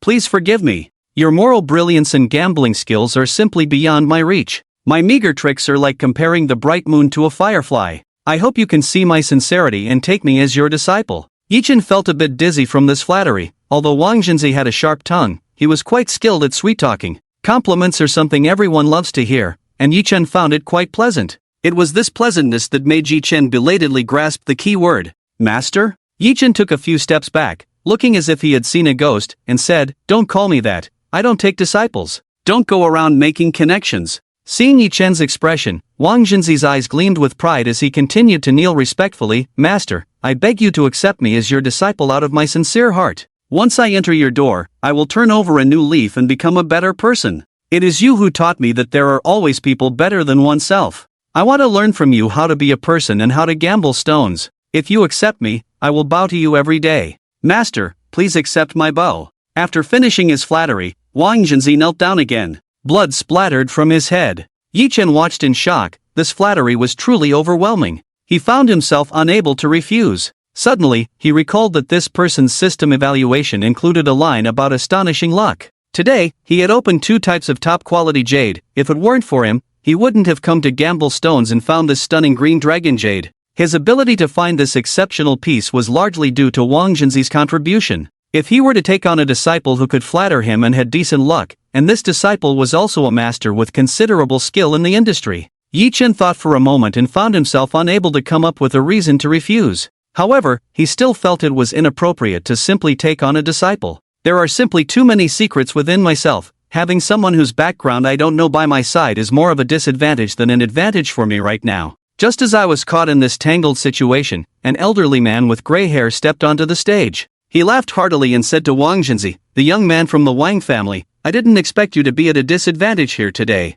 I think this young man would make a good master for you." He then turned to Yi Chen and said, "Young man, look, I'll lend you a pot of wine. If you have no objections, then accept my old friend's grandson. Today's events will surely become a good story." The appearance of this old man brought another wave of excitement to the scene. Wang Zhenzi looked at the gray-haired elder, slightly surprised, and said, "You are Grandpa Li. I didn't expect you to come here today." Yi Chen scanned the old man with a hint of curiosity. Li Bo age, 75 evaluation, master of Treasure Street $. Secret matters, %. Yuan. Upon seeing this name, Yi Chen had already withdrawn his gaze. If it were a few years ago, back when Yi Chen was still in middle school, this name was known throughout the country. Now, seeing his gray beard and hair, it overlapped with the image in his memory. The secrets of such a person? I certainly don't want to take that big risk. As for the old man wanting to take him on as a disciple, Yi Chen remained non-committal. He only lightly replied, "Let's talk about this later. First, let's get him to the hospital. If something were to happen to this person, I certainly don't want to be blamed." As soon as these words were spoken, Wang Zhenzi sensed a shift in Yi Chen's tone. He wasn't in a hurry. After all, there would be plenty of time in the future. As long as he licked up thoroughly, he would eventually win over this Master Yi. When he was carried away, he still wore a cheerful expression. Yi Chen glanced at him, thinking to himself, "Is this person not quite right in the head?" Old Li watched everything with a slightly helpless smile. He hadn't expected that by stepping in to facilitate this good deed, this young man wouldn't even give him face. It wasn't that he was arrogant, it was just that in all of China, there were only a handful of people who dared not to give him face. However, this kind of thing was not a big deal, and Old Li didn't want to dwell on it too much, losing his dignity.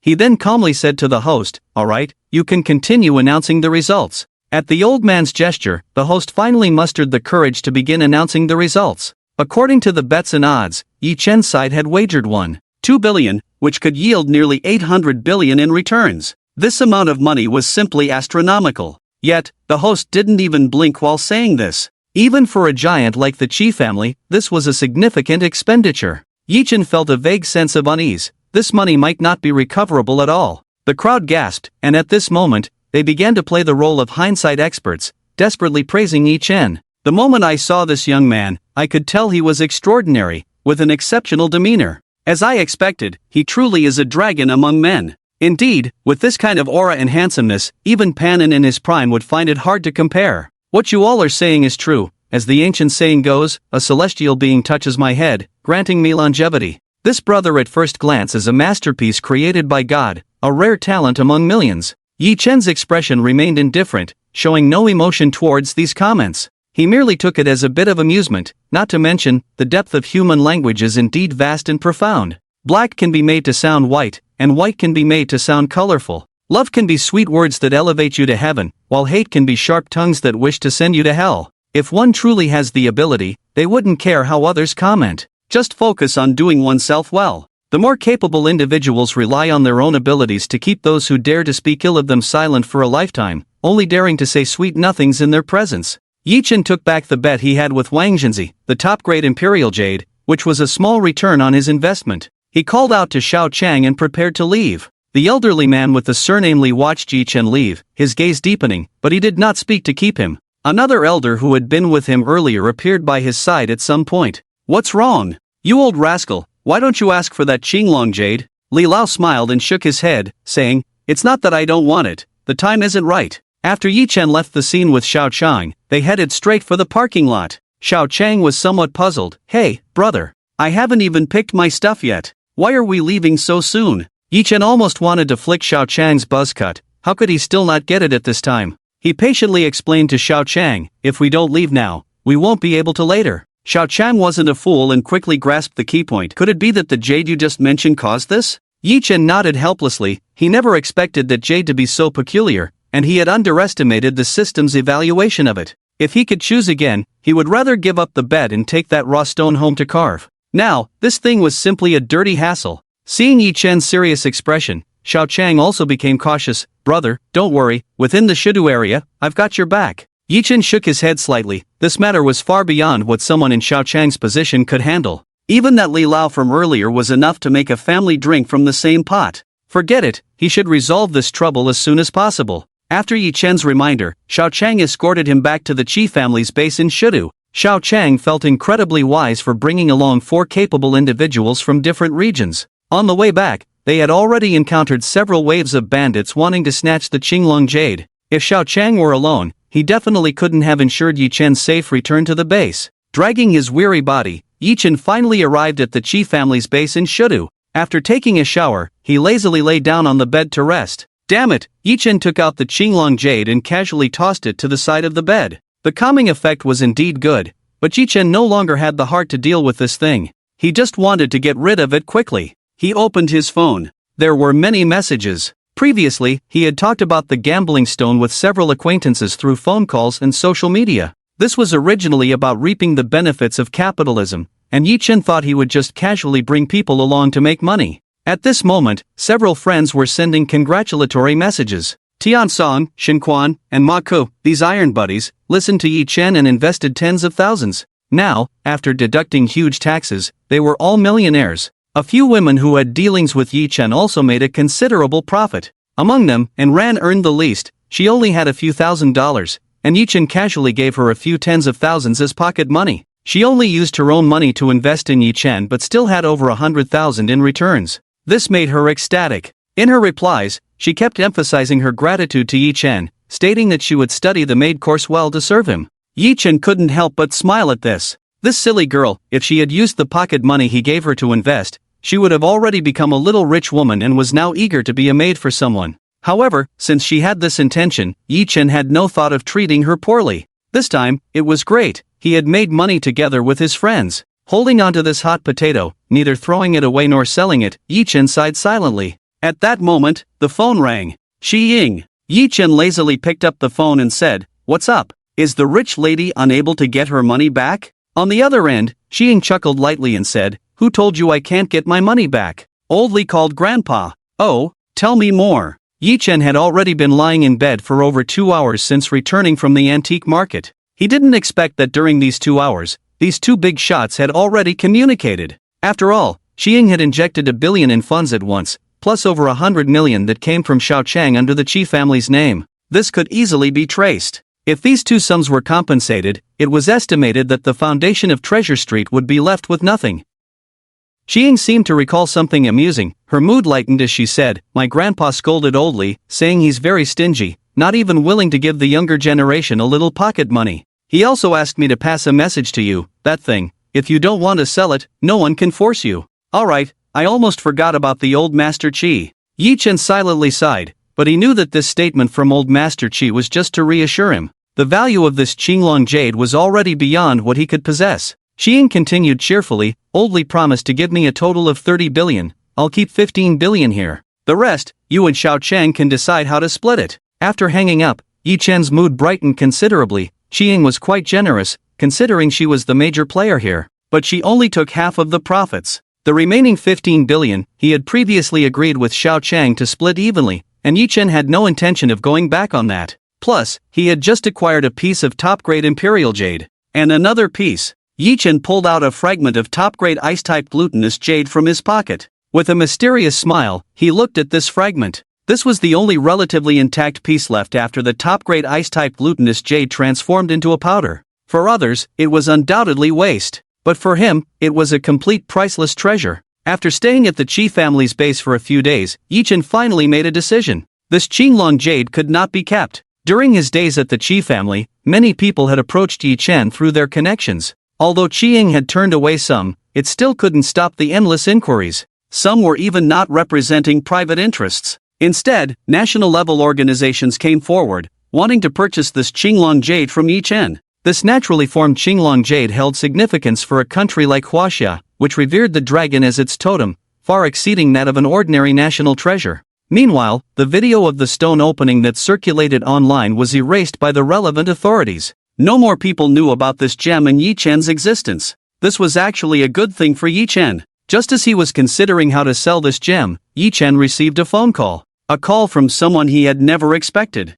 A call from one of the few standing at the highest peak of Huaxia. This conversation was only made possible after old Master Qi's approval. Yi Chen listened to the kind tone of the elder on the other end. His mind was in a daze. In the end, he represented the country and expressed a desire to purchase this gem from Yi Chen. He gave this jade a 4-character evaluation. National treasure. Yi Chen had no reason to refuse. No matter how precious this thing was, it couldn't compare to this elder's request. Finally, this gem was escorted to the relevant institution with the highest specifications from the Qi family. As for the secrets within, Yi Chen no longer pried further. Having already dealt with the Jade Girl wood carving incident, this Qinglong jade was equally mysterious. After that, Yi Chen really didn't want to get involved in whatever research they were conducting. Sometimes knowing too much is not a good thing. This incident nearly left him with no way back. Yi Chen secretly set a rule for himself: in the future, when encountering such spiritual treasures, he must handle them with caution. He couldn't let such a thing happen a second time.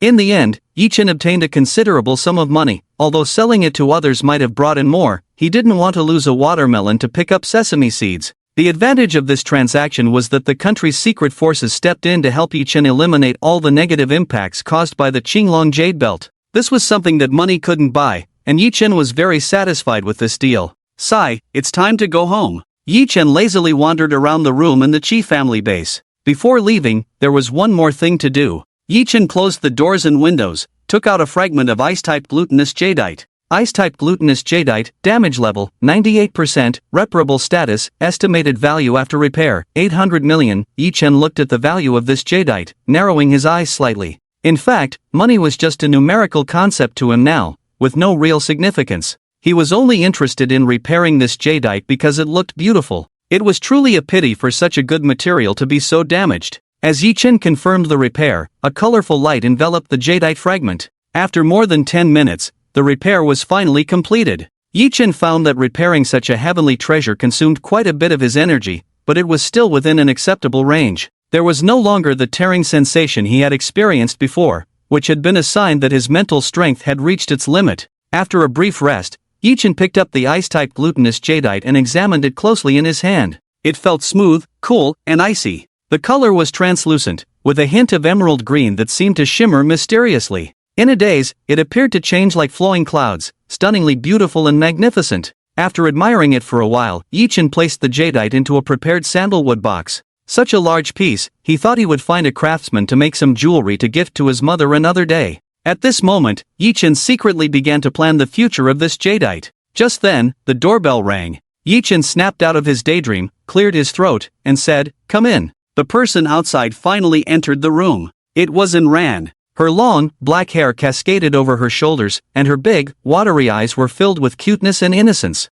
The black and white maid outfit seemed to come alive against her. Especially with the heart-shaped opening designed on the front of the maid outfit, her porcelain-like fair skin was exposed. Her long legs, wrapped in black stockings, revealed a hint of sensuality. However, the fear on her face had diminished significantly, replaced by a vibrant smile. She seemed to have transformed from a frightened little deer into a gentle and happy little lamb. At this moment, she was holding a tea tray, which was adorned with various exquisite snacks and red tea. "Master, it's time for afternoon tea," Ran said to Yi Chen with a hint of respect and a playful tone. Seeing her like this, Yi Chen couldn't help but chuckle. This outfit was arranged by Xiao Chang. Since Yi Chen had been staying at the Qi family base for the past few days, Xiao Chang suggested letting Ran serve him as her maid internship. Ran was also very eager to start her internship early, as she was taking the various courses arranged for her very seriously. She had always longed to truly serve Yi Chen. After thinking it over, Yi Chen agreed. This maid outfit of Ran's was full of temptation, and her insistence on calling him master made Yi Chen feel a bit strange. But after seeing it a few times, I got used to it. Yi Chen sat in front of the floor-to-ceiling window in the room, which was specifically for enjoying afternoon tea.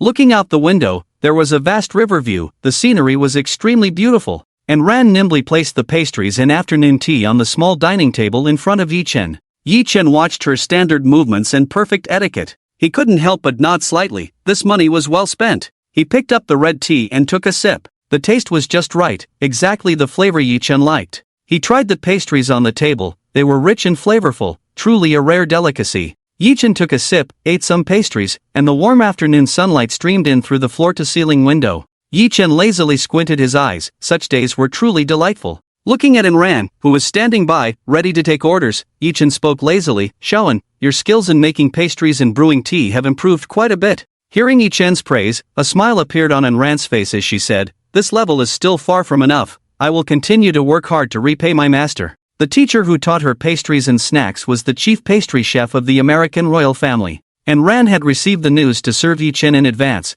and during those days, she didn't know how many precious ingredients she used, practicing diligently. She even worked day and night, striving for perfection. Even her usually strict American teacher was moved by her dedication. The final products handed to Yi Chen were recognized by her teacher as well. But Ran didn't want to take credit for these things. She just wanted to dedicate her best to Yi Chen. Hearing Ran's response, Yi Chen looked at her deeply. This girl thought that if she didn't say anything, he wouldn't know anything? He was bored all day, and here was the even more boring Xiao Chang gossiping with him. The topics of conversation were always related to women. Xiao Chang reported to him daily about the status of this prospective maid. According to him, he had never seen someone as determined as Ran, even when he was training soldiers in the army. It should be noted that Xiao Chang's previous unit was the country's top elite force, consisting of the best of the best. To receive such comments from Xiao Chang showed how resolute Ran was. Come sit down and have some food. Yi Chen filled an empty teacup with red tea and gestured. This isn't following the rules, is it? Ran felt a bit anxious. The education she received was to absolutely obey her master and not to overstep boundaries. Dining with her master clearly violated the rules. Yi Chen looked at her anxious expression, raised an eyebrow, and smiled at Ran's slightly flushed face, saying, "What rules? I am your master. I am your rule." Upon hearing this, Ran's face turned crimson, and she sat down a bit uneasily. Then I will listen to my master. Yi Chen sighed inwardly. Although this girl had received such training, she still blushed easily in front of him. He took another sip of red tea and placed the teacup on the small dining table. Yi Chen stared at Ran, and Ran felt a bit uncomfortable under his sudden gaze. She hesitantly asked, "Are you a bit afraid of me?" Ran stammered, "No, I just..." Yi Chen released his gaze from Ran and smiled gently. "Xiaoan, if you keep this up, I won't dare to use you." Hearing this, Ran's expression changed drastically, and she hurriedly stood up, saying, "Master, is there something I did wrong? I can change it. Please don't." Why was this girl reacting so strongly? He had only said half of his sentence. Yi Chen looked at Ran with amusement and gestured for her to sit down. Yi Chen slowly opened his mouth and said, "I think our way of getting along is not good. You still haven't figured out your position." Ran looked at Yi Chen with some confusion and weakly asked, "Master, what kind of position do you need? I can work hard for it." Yi Chen took a piece of pastry, chewed it slowly, and looked deeply at Ran. After a while, he slowly said, "Although what you're doing now is the work of a maid, what I want is a loyal confidant who can help me keep secrets. Do you understand what I mean?" Ran was a bit confused but immediately began to express her determination. "I will never betray Brother Yi. You gave me a chance to start over. I would rather die." Ran panicked and even forgot to call him master. Upon hearing her words, Yi Chen's face showed a hint of a smile as he said, "I know your intentions, otherwise, I wouldn't have given you this opportunity. Now, let's set 3 rules. Are you willing?" Ran nodded vigorously. Yi Chen said slowly, "The first point is that you can just call me Brother Yi from now on, and I will still call you Xiaoan." After hearing this, Yi Chen felt a bit strange thinking that someone would always call him that in the future, especially since he was training Ran as a confidant, not engaging in any kind of restricted play. Upon hearing this request, Ran's face showed a serious expression, and after a while, she slowly said, "Brother Yi, let's just call each other that privately. In public, I still have to call you master, otherwise, it would disrupt the rules." Yi Chen found this acceptable and agreed to Ran's suggestion. "The second point is that if you have any issues, you must tell me immediately. I will solve them for you. I don't want your problems to affect my life." Yi Chen had thought carefully about this point. If someone under him had any leverage in someone else's hands, it could backfire. Ran was clearly hiding something, and Yi Chen didn't want this to become a potential threat to himself. Upon hearing this, Ran's face showed a clear look of confusion, and after a long time, she nodded vigorously and said, "If I encounter any issues, I will resolve them properly and absolutely will not affect Brother Yi." Yi Chen's gaze deepened as he looked at Ran and continued, "The last and most important point is that during your service in my house, everything you see and hear must not be leaked. Can you do that?" This was also the point Yi Chen valued the most. Even though he was sure Ran was not the kind of person who would betray him, he still needed to remind her. Hearing this, Ran stood up solemnly and faced Yi Chen. Yi Chen looked at her serious expression and couldn't guess what she was about to do. Suddenly, she knelt heavily on the ground with a thud. Clang, clang, clang. She knocked her head 3 times towards Yi Chen, fingers upright, swearing to the heavens. "I, the believer in Ran, have received great grace from Yi Chen.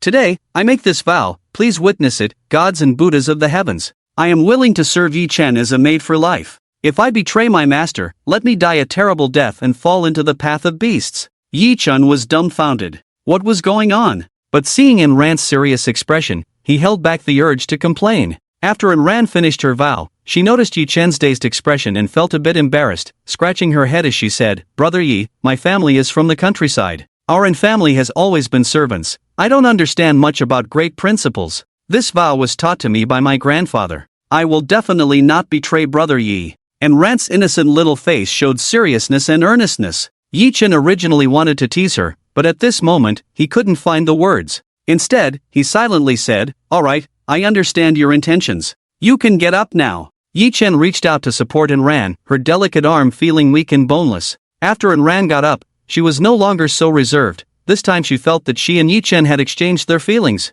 "Brother Yi, what are your plans next?" Ran asked Yi Chen while munching on a small pastry. Her eating style resembled that of a cute little animal, with crumbs unknowingly sticking to her mouth, completely unaware of it. Yi Chen looked at her adorable appearance and couldn't help but smile knowingly, saying, "I might be moving back to my family's villa soon." Ah. Ran found it hard to digest this news for a moment, as she had gotten used to serving Yi Chen these past few days. Hearing that he was leaving, and with her classes still to continue, she didn't know what to do. Ran looked at Yi Chen with a hesitant expression, her pitiful eyes resembling a small animal afraid of being abandoned by its owner. "What should I do? Brother Yi?" Yi Chen suddenly met Ran's pitiful gaze and felt a pang in his heart. His expression became slightly deeper. He reached out and gently wiped the crumbs from the corner of Ran's mouth with his thumb, the motion slow but quickly completed. The warm touch lingered on Yi Chen's fingertips. Looking at Ran's suddenly flushed, youthful face, Yi Chen said lightly, "You? Of course, you will come home with me to serve." Yi Chen reached an agreement with the trainer Xiao Chang, and Ran would start her job at Yi Chen's villa. As for her classes, she would come over every day to study. After all, Yi Chen was alone and didn't have much that needed attending to, and Ran's work was relatively easy, so it was fine for her to start working while training. Under the assessment of the training center, Ran signed an employment agreement with Yi Chen. Yi Chen was not stingy about such matters. The salary for a junior maid was only 10,000. He felt a bit embarrassed to mention such a small amount. Yi Chen offered Ran a contract with a monthly salary of 50,000, which thrilled her. "All right, you can stay in this room from now on." Yi Chen took Ran back to his small villa and assigned her a pretty decent room. Ran followed Yi Chen into the room. She was very familiar with this room, having come here countless times during the house viewing and handover. She never imagined that one day she would live in such a luxurious villa. Ran carefully examined the room Yi Chen had arranged for her. It was larger than the apartment she had previously shared with someone. Just the area of this room was about 30 to 40 square meters. It had a soft and comfortable big bed, wide floor-to-ceiling windows, an exquisite dressing table, and various furniture and appliances. She had fantasized about how she would have a perfect room of her own after becoming wealthy. But at this moment, she realized that her imagination could not compare to the arrangement and luxury of this room. Seeing Ran's dazed expression, Yi Chen chuckled and asked, "What's wrong? Don't you like it? There are a few more rooms left. You can choose anyone to stay in." Yi Chen hadn't specifically chosen this room. He just thought it was a suitable distance from his own room, so he brought Ran to take a look. The arrangements of the other rooms were not much different from this one. Hearing Yi Chen's words, Ran finally calmed down from her excitement. She quickly shook her head, but then seemed to realize something was off and quickly nodded instead, leaving Yi Chen confused. After a while, she spoke with excitement, "I never dreamed I would live in such a room.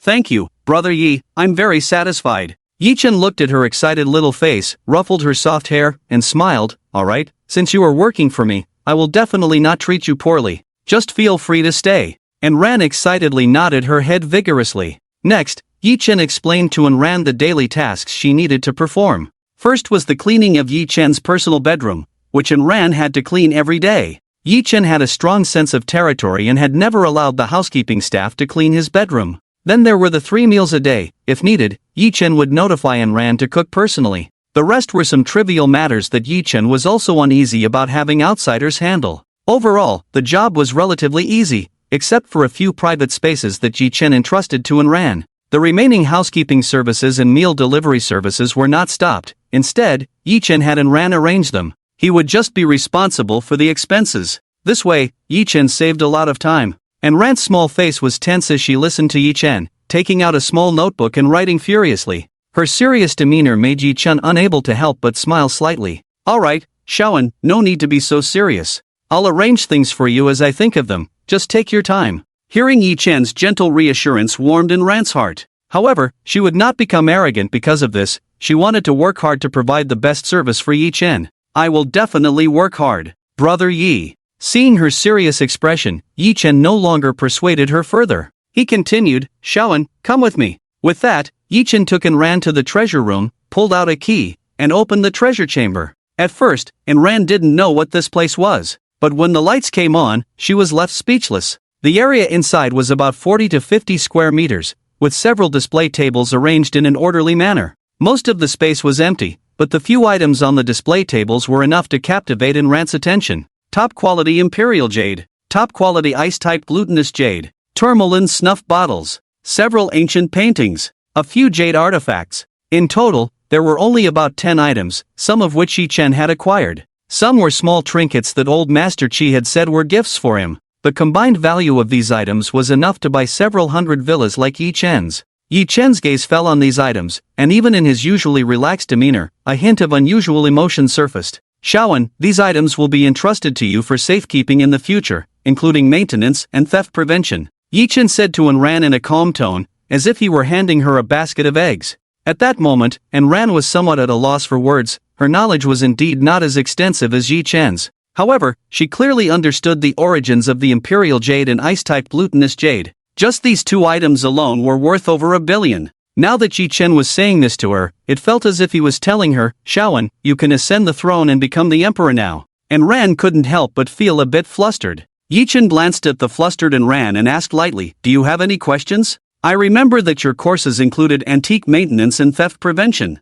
Hearing this, Ran steadied her heart. She couldn't let Yi Chen down. She gathered her courage and said, no problem, I will take good care of these items. Yi Chen smiled with satisfaction and handed a key to Ran. Ran carefully accepted it. Oh, and Yi Chen seemed to remember something and took out a black gold card from his pocket, handing it to Ran. This card is my supplementary card, and the limit is. When it came to the limit, Yi Chen hesitated slightly, as he had forgotten how much it was. Well, anyway, you won't be able to use it all up. You can check it out when you have time. This card is for daily household expenses, just remember to keep track of the accounts. Ran took the supplementary card with a hint of confusion. She firmly believed Yi Chen's vague words. After all, she wouldn't be able to use it all. After explaining these matters, Yi Chen took and ran out. Yi Chen was still driving his car, and he hadn't changed his ride. It was still this Bugatti X6. Although a car worth over 20 million didn't quite match his status, it was his first car, and it held a different significance for him. Brother Yi, where are we going? To buy you a car. Ha? What car are you buying for me? I don't want it. Ran repeatedly refused upon hearing Yi Chen's words. Yi Chen chuckled and said, have you ever seen a maid taking the bus to buy a car? Besides, there's no bus here. Ran felt a bit embarrassed and stammered, unable to find the words. Yi Chen continued to tease her with a smile. Could it be that you want to drive my car? I don't mind, but I think this model doesn't quite suit you. The appearance of this Bugatti was indeed a bit too fierce for a girl. Yi Chen thought about it. A petite girl like Ran driving this car created an unexpectedly cute contrast. Ran seemed to still be struggling to accept it. Recently, she had interacted with many other maids at the training center. Although they all drove their employers' cars for errands, it was unheard of to have a car specifically assigned for a maid. They usually got old cars that the family didn't use much for shared use among the servants. Brother Yi, I really... Before Ran could finish, Yi Chen interrupted her with a smile. Alright, this car is registered in my name, you just need to use it. Do I really need the consent of a little maid like you to buy a car? With that, Ran had nothing more to say. Shudu Peace Car Market. This was the largest car market in Shudu, selling everything from low-end family cars to top-tier supercars. Yi Chen skillfully parked the Bugatti in a spot at the market. He got out of the car with Ran. At the same time, countless eyes turned towards them from all directions. They were fixated on the distinguished Yi Chen stepping out of the driver's seat, dressed in high fashion. They were almost rushing over from the store to snatch this quality customer. However, Ran, following behind Yi Chen, did not receive the same attention. Today, Ran was dressed in her casual clothes. It wasn't a big brand, it was just a colorful little dress that a typical girl would like. They were all off-brand, and the quality and style couldn't compare to luxury items. The salespeople at the car market were the best at judging people. A young girl dressed simply and modestly like her would not even receive a glance if she weren't following Yi Chen. Yi Chen himself didn't think much of it. He actually found Ran's outfit today quite refreshing and elegant. A light blue silk shirt paired with a white pleated skirt and a pair of crystal lotus sandals. Very charming and extraordinary. He didn't have much pursuit for luxury goods, he just got used to wearing high fashion. Moreover, he wore tailored designs that suited his style, which is why he always dressed this way. He looked at Anran, who managed to wear such a fresh style with clothes that weren't considered big brands, and he appreciated her taste. Yi Chen took Anran to a Rolls-Royce dealership. Anran looked at the familiar logo in the luxurious, spotless showroom that seemed to have no dust, feeling overwhelmed. Yi Chen noticed Anran hesitating and asked with curiosity, "What's wrong? Don't you like this brand? I saw a few ladies' models from them that would suit you, let's go in and take a look." Anran quickly shook her head and said, "Brother Yi, you just pick what you like." Yi Chen chuckled, "This car is for you to drive, you should choose a style. I'll pick an SUV model, how are you going to drive it out?" Upon seeing the distinguished guest enter, the receptionist hurriedly came out to greet them. "Welcome, sir. How may I assist you?" The one who came was a female salesperson, around 30 years old, with a warm and friendly smile. Her round face instantly lifted one's spirits. "Show us your ladies' sedans." Upon hearing Yi Chen's words, the female salesperson looked a bit surprised as she glanced at Anran, who was quietly following behind him. A knowing smile appeared on her face. "Please follow me." The female salesperson led the two to a white sports car. She introduced, "This model from the Rolls-Royce Phantom series has always been our best seller. Many successful women choose this model." The salesperson continued to speak enthusiastically, while Yi Chen took a brief look at the car. In terms of appearance, it was indeed designed for women. However, the style of this car seemed more suited for successful women in their 30s, and Anran's temperament didn't quite match this vehicle. There weren't many cars designed for women nowadays. The few he had seen earlier were either outdated or bizarre. This one was relatively normal. Yi Chen glanced at Anran, who was staring intently at the car, and smiled, "Shawan, why don't you give it a try?" "Ha?" Anran looked a bit flustered, as the price of the car was boldly displayed. 8 million. Yi Chen didn't even ask about the price and just let her test drive. Seeing her hesitation, Yi Chen grew slightly impatient. "What are you dawdling for? Go ahead and try it. If it doesn't suit us, we can look around some more." "Oh, okay." Anran fumbled to open the car door and began to test drive. Generally, there would be someone specifically assigned to guide the test drive process, but Anran had no idea about these things. When Yi Chen told her to get in, she did. The salesperson hesitated, wanting to say something, but didn't dare to speak further under Yi Chen's cold gaze.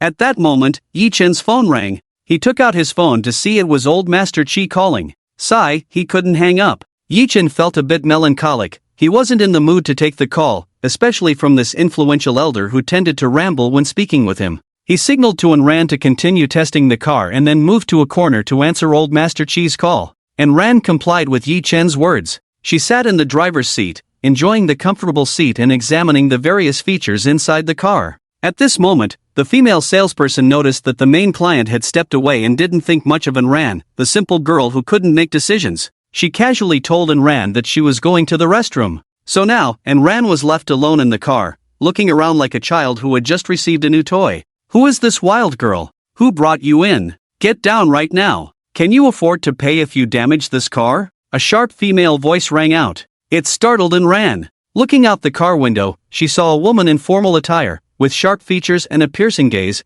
pointing at her and shouting. Anran immediately felt flustered. At that moment, Yi Chen was still on the phone, and the female salesperson who had said she was going to the restroom had yet to return. She was trying to start the vehicle. With the woman shouting at her, she accidentally pressed the accelerator. The car crashed straight into the showroom wall, creating a dent. Only then did she panic and hit the brakes. Next, she heard the woman screaming frantically, "Catch this wild girl." By the time Yi Chen heard the commotion and rushed back, he saw the damaged vehicle, the dented wall, and Anran being escorted by several men in sales uniforms. At this moment, there were red marks on Anran's neck and face, as if she had been beaten. In front of her stood a woman who looked far from kind, chattering incessantly and even reaching out to scratch Anran's face. "You filthy bitch, you have no money? How dare you touch my car here without money? I'll sell you to a brothel if I have to, but I will get my money back from you today." The sharp-tongued woman was mercilessly berating Anran. Tears were welling up in Anran's eyes. She was being held by several men and publicly humiliated. She was already a girl with thin skin, and at this moment, holding back her tears was all for the sake of not losing face for Yi Chen. Just now, she had accidentally pressed the wrong pedal because she hadn't figured out the vehicle's structure, leading to this tragedy. The thought of the losses she had caused and the price of that vehicle made her feel utterly despondent. Anran gritted her teeth against her fear. "I will definitely pay you back. I still have over 100,000 on me, let me go, and we can talk this over." The male salesman and the sharp-tongued woman couldn't help but snicker at her words. One of the men holding her said, "Sister, even if you had $1 million, it wouldn't be enough to cover this. If you don't give us an explanation today, no, you can't do this." And Ran cried out in despair, tightly shutting her eyes. But the next second, when she thought the humiliation was about to come, she felt herself falling into a warm embrace, the faint scent of cologne mixed with the masculine scent of a strong body filling her nostrils. It made her feel warm and safe. If she could, she wanted to hide in such a haven forever. Slowly, she opened her eyes and saw Yi Chen's perfect jawline and handsome face. At that moment, Yi Chen looked like a vengeful spirit, coldly glaring at the few male salesmen who had collapsed to the ground. He held the frightened Ran in his arms. Looking at Ran, whose eyes were glistening with tears, Yi Chen gently comforted her. "It's okay, Shaoan.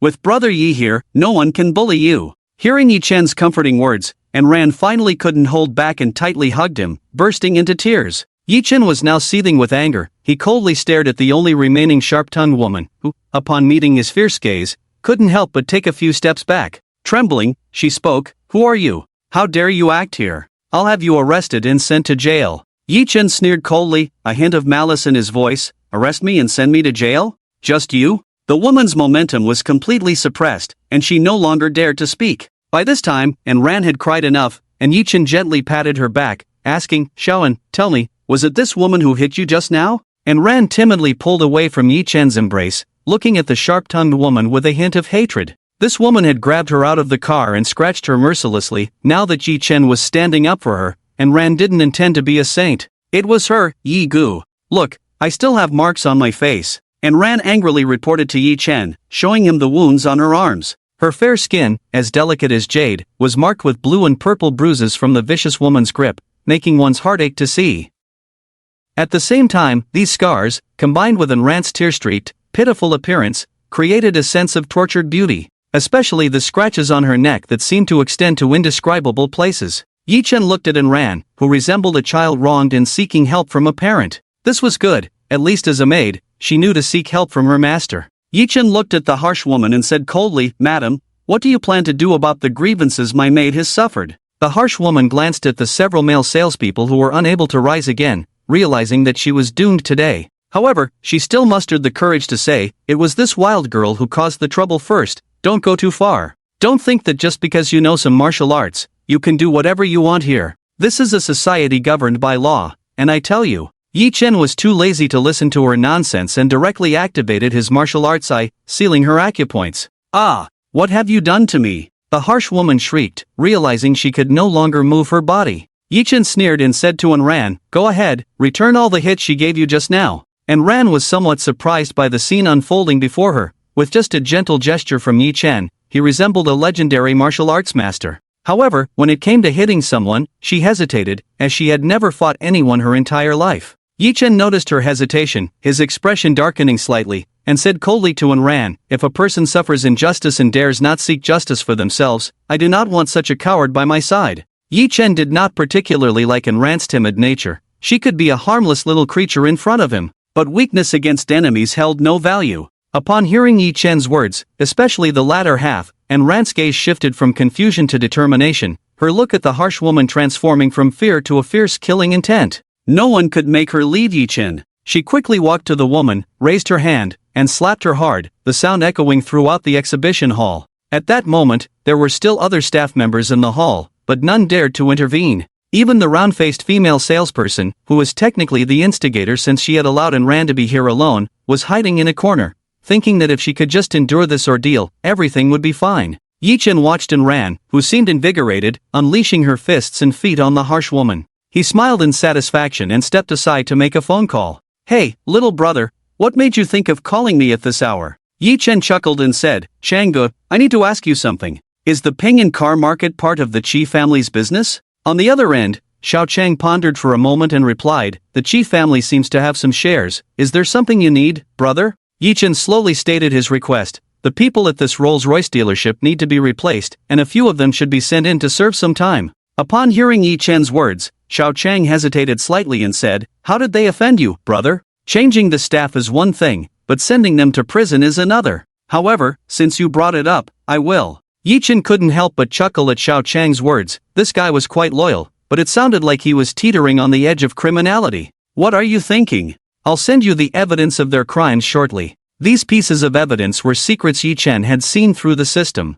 The few people who had just acted out, including that woman and even the salesperson, had committed various offenses. Misappropriation of funds, deception, and violations of company agreements. Some things were well known among everyone. As long as they weren't openly discussed, the company wouldn't make too much of a fuss. But now, with Yi Chen's actions, the higher-ups would have to take this matter seriously and expose all the shady dealings. Serving time was inevitable. Alright, as long as there's evidence, it will be easier to handle. I'll arrange for someone to take care of this for you. Yi Chen glanced at the sharp-tongued woman who had been beaten into a pig's head by Enran. He nodded in satisfaction and waved for Enran to leave with him. After Enran had given that woman a good thrashing, she suddenly realized that the feelings that had been weighing her down for so long had lifted. Just as Yi Chen said, if one doesn't dare to seek justice for the grievances they have suffered, then what's the point of living? At that moment, after violently beating that woman, Enran felt an immense sense of joy and relief. The grievances she had just endured had long since vanished.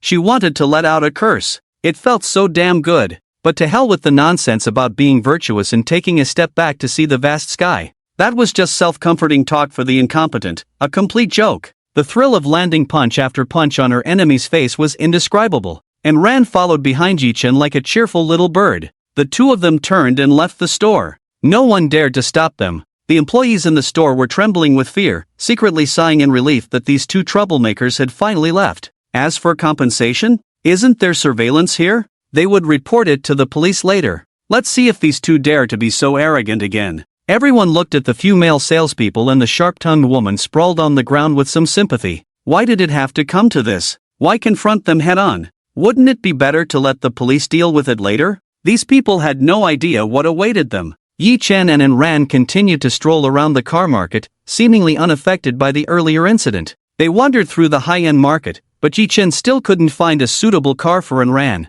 He began to think that maybe they should just have a manufacturer customize one. After finishing the high-end market, it was now Enran's turn to lead Yi Chen around. She walked and looked around like a child who had never seen the world. Suddenly, she stopped in her tracks. Her gaze was fixed on a car. Her eyes sparkled with excitement. Seeing her expression, Yi Chen curiously followed her gaze. BMW Mini Cooper 1.6T Cooper S Cabrio, value, 500,000, this girl likes this car? Yi Chen no longer held the same admiration for the BMW brand as he did when he was still a working-class man. In fact, if he were to change cars now, BMWs were no longer within his consideration. However, the Mini series under BMW still had its charm. The series was originally created with the idea of making compact cars. Unexpectedly, this small car turned out to be uniquely crafted and distinctive. It became very popular, especially among women. For many women, owning a Mini is a dream. This car even has a quirky nickname, the Mistress Car. Yi Chen looked at the Mini's exterior. The shell was primarily yellow, with a convertible design, a petite body, and the headlights and tires appeared particularly large. Overall, it looked exceptionally cute. That was the only word Yi Chen could think of. He had never considered driving such a strange-looking car. But looking at Enran's sparkling eyes, Yi Chen suddenly felt that her big eyes resembled the two big, round headlights of the Mini. They looked adorably cute. Although this car was relatively inexpensive, given Enran's personality, if she were to drive a car worth tens of millions, she would probably handle it as carefully as if she were taking her ancestors to a grave. This style suited Enran quite well. However, Yi Chen didn't speak first, and sure enough, Enran stopped and looked at him hesitantly. Ego, how about we buy this car? Yi Chen did not immediately agree but looked at Enran with a half-smile. What's wrong? Do you like this model? Enran nodded excitedly like a chick pecking at rice. Yes, ever since I learned about cars, I've always wanted to own this one. Yi Chen observed her excited demeanor and pretended to be serious. But this car is too cheap, it would lower the status of my garage. What should we do about that? While saying this, Yi Chen stroked his chin as if deep in thought. Upon hearing Yi Chen's words, Enran's face showed disappointment. As a maid, she had to listen to her master's words. Seeing Enran's aggrieved expression, as if she had lost her favorite candy, Yi Chen fixed his gaze on her and revealed a mischievous smile. Actually, it's not impossible to buy it. Enran seemed to reignite her fighting spirit, looking intently at Yi Chen. She was eager to see what he would say next. Yi Chen, noticing Enran's serious expression, grinned and said, "Beg me, and I'll buy it for you." Enran was momentarily taken aback, not expecting Yi Chen to make such a request. but seeing the mischievous smile on his face, she knew he was just teasing her. She wasn't one to shy away from a joke, so she turned and hugged Yi Chen's arm. In a sweet voice, she said, good master, please buy me this car. Pretty please. Yi Chen was caught off guard by Enran's antics. He felt an inexplicable softness in his arm, along with her childlike charm. His gaze deepened, wishing he could transform into a wolf right then and there, to devour this little enchantress. Yi Chen's expression slightly faltered. Suppressing his voice, he said, go test drive it. If there are no issues, I'll settle the bill. Yay! Enran released Yi Chen's arm and excitedly dashed toward her beloved little car. Yi Chen could still feel the lingering warmth and fragrance in his hand, cursing under his breath, what a little enchantress. In the end, Yi Chen helped Enran secure the car. Enran looked at Yi Chen with excitement and gratitude. When it came time to sign the contract, Yi Chen naturally wrote Enran's name on it. Enran noticed this and quickly spoke up, Yi good, didn't we agree that the car would be registered in your name? Yi Chen smiled lightly, speaking in an undeniable tone, today, it's my fault for not keeping an eye on you, so this car will be your welcome gift. Don't refuse it. Hearing Yi Chen's assertive words, Enran stammered, then thank you, Yi gu, I will definitely. Alright, my ears are about to get calloused from hearing you, Yi Chen interrupted, shoving the signed contract into Enran's hands. Hold on to this, the car is yours now. Enran held the contract, momentarily dazed. Looking at the cute and charming shape of the mini car and the slightly smiling Yi Chen, she realized that her first car in life was a gift from this man before her. A month passed by unknowingly. During this month, Yi Chen was so bored he felt like he was going to grow grass. Now he lacked nothing, he had a car, money, a house, and a woman. Yi Chen looked at Enran, who was busily preparing lunch for him, as a rich aroma wafted from the half-open kitchen. Enran wore a lace-trimmed apron and a white beret, tying up her hair. She was focused on handling the ingredients, with fine beads of sweat forming on her forehead. She looked incredibly serious. Ever since Enran took on the responsibility of cooking for Yi Chen, she rarely let him order takeout. She even specifically asked Yi Chen to let her study under a master chef. Yi Chen agreed to her request, allowing her to learn several exquisite dishes from a national banquet master. She hadn't learned much, specifically choosing dishes that Yi Chen liked to eat, putting in the effort to think them through, and even boldly making improvements based on Yi Chen's taste. Now Yi Chen had gotten used to her modified flavors. He was quite accepting of her intentions. This money was truly well spent. Before long, lunch was ready. A steamed base, a bowl of baby bok choy in broth, twice cooked pork, a bowl of ginseng chicken soup, 3 dishes in one soup, with generous portions. Enran invited Yi Chen to take a seat and served him rice, only sitting down next to him after he was settled. This was Yi Chen's suggestion, asking her to join him for the meal. At first, Enran wasn't used to it, but after more than a month, what was once unfamiliar had become a habit. Yi Chen, as an employer, was far better than those she had encountered in her training class. He was handsome, gentle, and considerate. He had no airs about him and never acted out of line. Even when she made mistakes, he never scolded her. Instead, he pointed them out lightly, encouraging her to remember them. When in a good mood, he would even joke with her, sharing harmless banter. Sometimes, she even regarded this young man as an older brother, treating him like family. Especially at this moment, with the aroma of the food filling the air, it created a warm atmosphere. Yi Chen first tried the steamed base. This fish was airlifted from the coastal area by the Hai Tian restaurant. It was caught early in the morning by fishermen from the Suzhou and Hangzhou region, and this season was truly the best time for bass. The base raised in the famous Taihu Lake was oxygenated and packaged right after being caught, then airlifted back to Shudu. Just the transportation cost alone could buy several trucks of fish. But there were always people willing to pay for good food. Yi Chen was one of them. When Enran first suggested cooking, she intended to help Yi Chen save money. However, after coming into contact with these precious ingredients,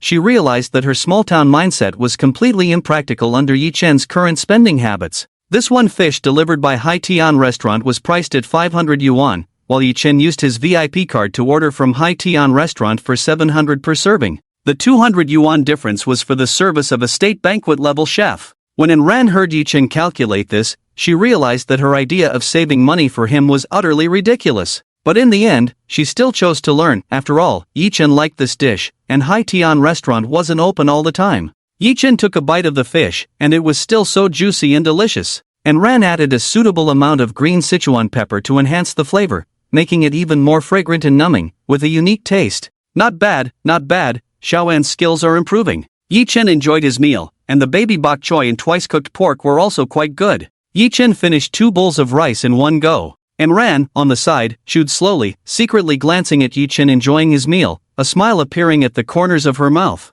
Alright, I'm full. Shaoan, you should eat more. Yi Chen put down his bowl, leaning back in his chair in satisfaction. And Ran looked at the dishes in front of Yi Chen. He had taken care of most of the fish by himself and had eaten quite a bit of the meat, while the baby bok choy had only been slightly touched. The chicken soup in front of him hadn't been touched at all. And Ran frowned slightly, her tone carrying a hint of playful dissatisfaction as she said, Yi Gu, why aren't you drinking the soup? I started simmering it early this morning. After saying that, she pouted and opened the soup bowl, revealing ginseng stewed with free-range chicken. And Ran had skimmed off the floating oil from the chicken soup, even removing the tough breast meat, leaving only the tender and flavorful thigh and wing meat. The entire soup had a rich, bright yellow color, with an enticing aroma, and a few ginseng roots seemed to float just beneath the surface. It was truly mouth-watering, and just by looking at it, one could tell how nourishing this soup was. However, when Yi Chen saw and Ran handing him the soup, he asked with a strange expression, "Didn't I tell you not to listen to that fool Xiao Chang? Every day it's either ginseng or reishi mushrooms for me. Do I really look that weak?" And Ran looked at Yi Chen with a hint of helplessness. "But Brother Chang said you've been training hard with him every day, and I should make sure you get some nourishment. These herbs were sent over by Brother Chang." Yi Chen's eyes nearly burst into flames. He knew that Xiao Chang, that mischievous friend, had no good intentions. He was aware that he and Ran shared a room, and every now and then, Xiao Chang would send over these nourishing herbs,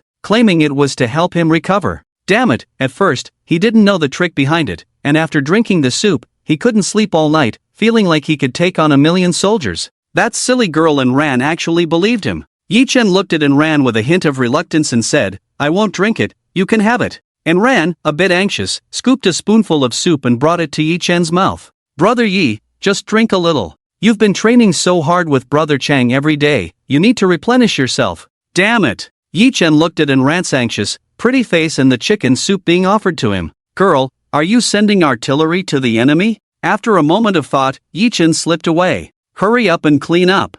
I need to head out soon." And Ran watched Yi Chen's retreating figure, which seemed to have a hint of fleeing. "Brother Yi, why do you seem so strange today?" Sticking to her principle of not wasting, and Ran finished the bowl of chicken soup that was meant for Yi Chen in one go. After drinking it, she felt a bit hot. Her fair face flushed, as if she had drunk fake wine. And Ran stubbornly sat in her seat for a while to adapt to this change. She could feel the rhythm of her body. After a moment, she sighed softly, "This chicken soup really is nourishing. Why doesn't Brother Yi like to drink it?" The following days remained calm and uneventful. Yi Chen continued to go to the Qi family's base every day to learn various combat techniques from Xiao Chang, as well as the flying skills Xiao Chang had promised to teach him. Although it was still quite boring, it was manageable, and Ran's work was also progressing well. After professional training, she had taken on the appearance of a competent housekeeper. Yi Chen was very satisfied with this investment. His relationship with Ran was no longer just an employer-employee one. And Ran sometimes proposed her own ideas, all from Yi Chen's perspective, even points that Yi Chen himself hadn't considered. Yi Chen was pleased and gave her a significant raise. That money-loving girl was overjoyed. "Hey, little brother, haven't you won that girl over yet?" Xiao Chang, drinking, nudged Yi Chen's shoulder. Yi Chen rolled his eyes at Xiao Chang helplessly and said, "What nonsense are you talking about? We're just employer and employee, don't think too much. Come on, I can see you're just pretending. That girl has feelings for you, can't you tell?" Xiao Chang downed a glass of wine, secretly lamenting the state of the world. All the top-notch women flocked to this kid, while he remained a lonely bachelor. Hearing Xiao Chang's words, Yi Chen chuckled softly. "And Ran has feelings for me? He didn't seem to feel that way at all. Forget it, let's not talk about that. Today, the two of us are out drinking, why discuss such things? Come on, let's drink." At that moment, Xiao Chang and Yi Chen were at a street stall drinking. They had originally planned to meet a few other brothers, but they were all busy. "Not long ago, thanks to Yi Chen, I made a bit of profit from the last stone gambling, and I've started to dabble in some small investments and businesses. It's hard to gather everyone at once. Only Yi Chen and Xiao Chang have the time to hang out. This place isn't far from the city center, and it's not exactly high-end, but the barbecue and homemade beer here have a unique flavor. It's a long-time gathering spot for the guys." Xiao Chang filled a cup with beer and clinked it with Yi Chen's. "Boss, bring us 20 more skewers of meat." Seeing that the food was running low, Xiao Chang shouted for more. "Shangge, let's call it a night." Yi Chen was already a bit tipsy and full. 20 skewers of barbecue might not cost much, but wasting delicious food is a shameful act. Xiao Chang looked at Yi Chen with a mischievous smile. What's wrong? Are you in a hurry to go back and see the girl? Look, Xiaoan is right behind you. Seeing Yi Chen a bit drunk, he felt like teasing him and casually pointed behind him. Yi Chen, slightly dazed from the drinks, turned around and squinted his eyes. The system activated in an instant. This system not only granted various strange abilities to his eyes but also greatly enhanced his vision. Clearly seeing the direction Xiao Chang pointed, Yi Chen squinted his eyes and said with some confusion, "What's that girl doing out at this hour?" Ha! Now it was Xiao Chang's turn to be surprised. He had just pointed casually, but Yi Chen seemed to have really seen something. He thought Yi Chen was joking, but after taking a closer look, a figure several hundred meters away seemed to resemble and ran. This was the limit of Xiao Chang's vision as a skilled sniper. He didn't dare to confirm if that figure was Enran. His brother was truly something unusual. Before he could ask further, he saw Yi Chen with a serious expression walking towards Enran. "Hey, wait up, brother. You said you have no feelings for this girl, but you're rushing over like you're going to catch her in the act?" Xiao Chang shouted while keeping pace with Yi Chen. At this moment, Enran was looking at the two men in front of her. Her face was cold. She knew Yi Chen was at a gathering with his brothers, and after finishing her class, she thought she'd come by to check on him. She always worried about Yi Chen in various situations, and after spending some time together, Enran realized that while Yi Chen was very reliable in major matters, he was often a bit muddled in smaller things. Concerned about Yi Chen's situation, she came to see him. At this moment, she didn't realize that her concern for Yi Chen had surpassed that of a maid for her master, but she didn't expect to run into these two people here. Looking at the middle-aged man and woman in front of her, Enran felt no emotion at all. The middle-aged woman looked greedily at Enran's BMW Mini and the luxurious high fashion she was wearing. This car was a gift from Yi Chen, and the high fashion was something Yi Chen arranged for Enran when he ordered from a luxury company. At that time, Yi Chen gave a reason: "My maid can't dress too shabby and embarrass me." And so her wardrobe was filled with various luxury custom-made clothes. Enran didn't covet these luxuries, she only cherished Yi Chen's thoughtfulness towards her. Today, she wore a golden silk long dress for her etiquette class, made with thin gold flakes, dazzling and brilliant. The originally youthful Enran looked more regal in this outfit. The middle-aged woman reached out to touch Enran's dress, but Enran noticed her dirty hands and couldn't help but take a step back. The middle-aged woman felt greatly insulted and said sarcastically, "Oh, I didn't expect you to hide from us for so long, and now you've become a golden phoenix. That's quite something." Enran said coldly, "Zhang Lingron, if you have something to say, just say it.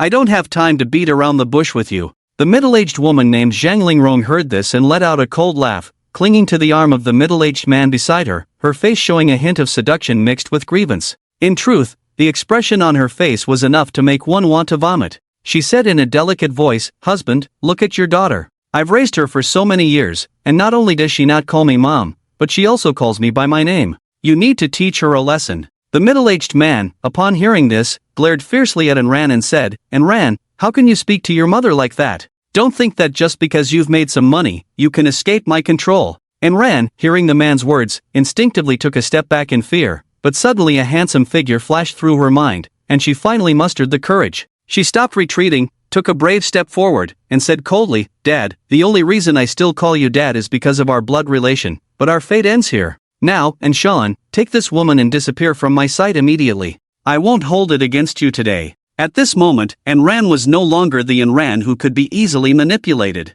With her master Yi Chen's abilities, she no longer regarded such scum as a threat. And Sean, hearing his daughter's defiance, not only did not get angry but instead smiled with a sinister expression. He slowly took out a jar from the snakeskin bag he carried with him. When Enran finally saw the jar, she couldn't help but gasp in shock, and then she covered her mouth with both hands, tears instantly streaming down her face. And Sean looked at Enran's expression with satisfaction and said softly, "What are you still standing there for? Come over and tell your mother how you disobeyed your father." Enran looked at the jar in Shan's hand, her whole body trembling with anger. Tears flowed down uncontrollably. This was her mother's ashes. Her mother was a college student who had been trafficked to the mountains to be given to Shan, this old bachelor. After giving birth to Enran, she could no longer conceive. Later, after Zhang Lingrong came along, her mother was driven to hang herself by these two wretches. Enran had personally placed her mother's ashes into this urn. This was a nightmare she could never forget in her life. She stopped crying, her trembling finger pointing at Shan.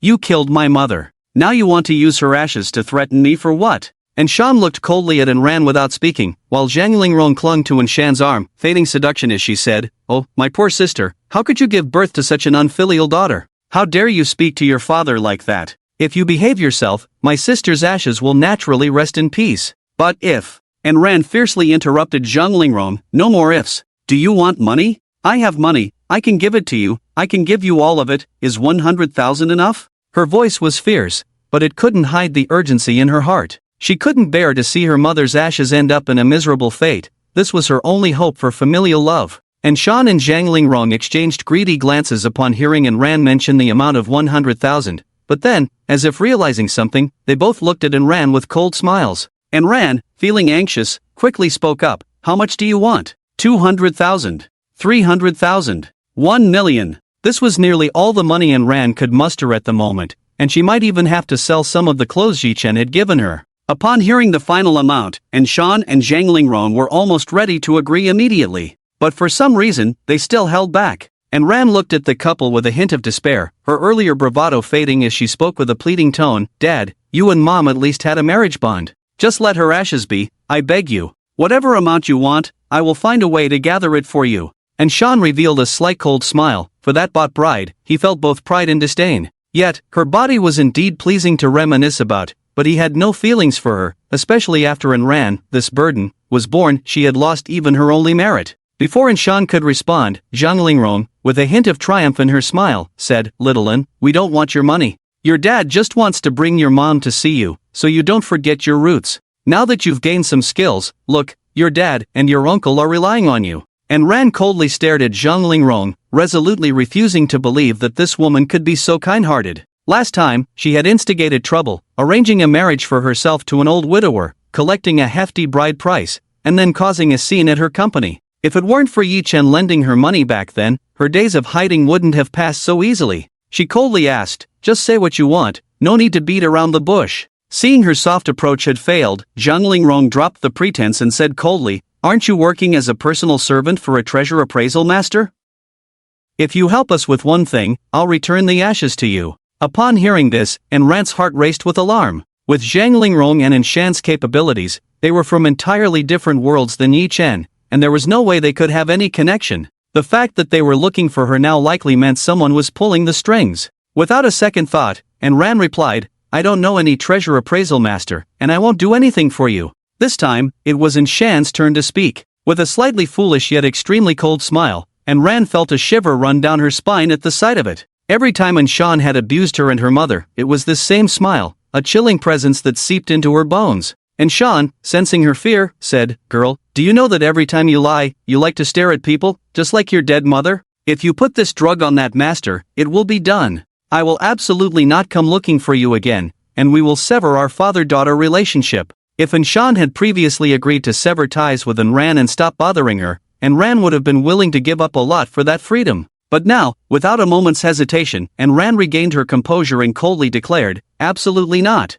Yi-Chen was now the meaning of her life. Betrayal was out of the question. And Shan was momentarily taken aback. He had never expected his daughter to defy him so fiercely. The usually timid girl seemed like a different person, reminiscent of his late wife. He had wanted to enjoy this daughter, but the once weak wife had dared to fight back, and Shan's face showed painful memories as he glared at An Ran.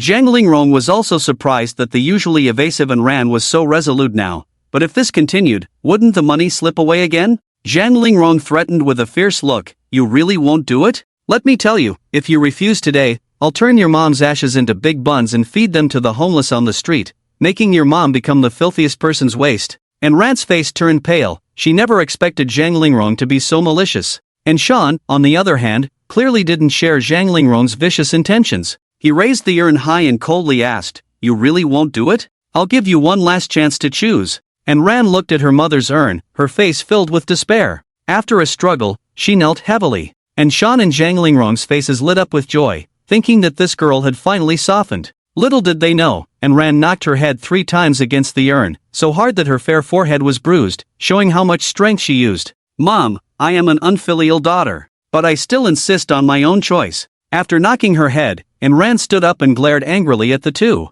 And Shan, Zhang Lingrong, you two bastards, I will never do this for you. Alright, you ungrateful wretch, this is what you brought upon yourself. And Shan pretended to throw the urn down, planning to smash it and then capture An Ran, believing that he could make this happen. As An Ran saw her mother's ashes about to turn to dust, despite all the psychological preparation she had done for herself, tears surged uncontrollably. Just as Inshan was about to act, a graceful and deep voice echoed in his ear, "If you dare to throw it today, I will make you chew on the ashes of your ancestors." In that moment of Inshan's slight daze, he suddenly felt the urn lighten in his hand. The urn he was holding had fallen into the hands of a tall, strong man dressed in a black tank top and flip-flops. Immediately, his legs went weak, and he collapsed helplessly to the ground. From behind him, a handsome man in a white short-sleeved shirt and colorful shorts, wearing flip-flops, slowly walked out. And Ran looked at Yi Chen, who seemed like a divine warrior, and also at Xiao Chang. Unable to help herself, she rushed into Yi Chen's arms, her voice trembling slightly as she said, "How did you get here?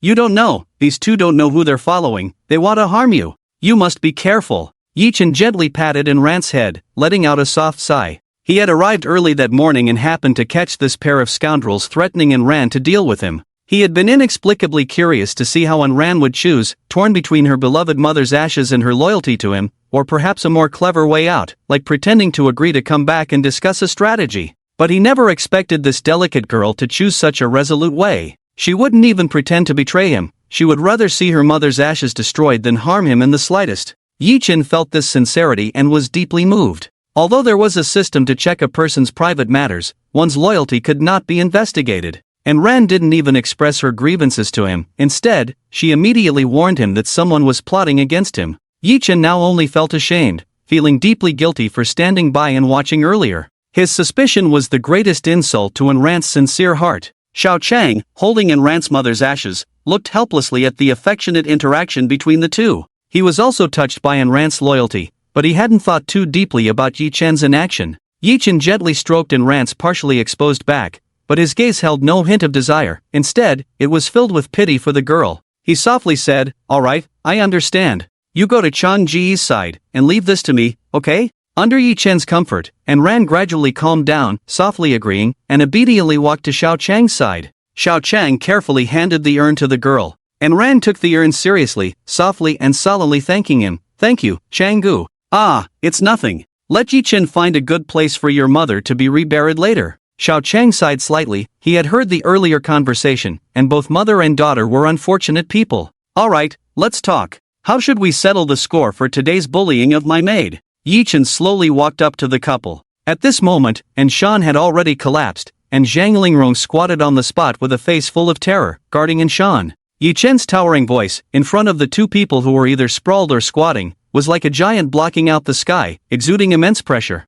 Under this aura, Zhang Lingrong didn't dare to stand up at all. She could only weakly say, "What do you want?" Because the client had previously shown them a photo of Yi Chen, so they had already recognized that this was Ran's employer, the person they were planning to harm. For such a big shot, it would be too easy for him to deal with them. "What do I want?" Yi Chen sneered. "Did the person who commissioned you not tell you what the consequences of opposing me would be?" This sentence was laced with a strong killing intent. This frightened the couple. Zhang Lingrong was rendered speechless. And Shan, on the other hand, was clearly able to handle the situation a bit better. He thought of the bargaining chips he still had. Half collapsing, he said, "Sir, please let us go. I will tell you everything about the plot against you. We are just pawns in someone else's game. I am willing to make amends." Upon hearing this, Yi Chen found it amusing. Someone was trying to negotiate with him using secrets hidden in their minds. It was no different from offering him $100 to let them go. Although in both scenarios, he had no intention of sparing these two.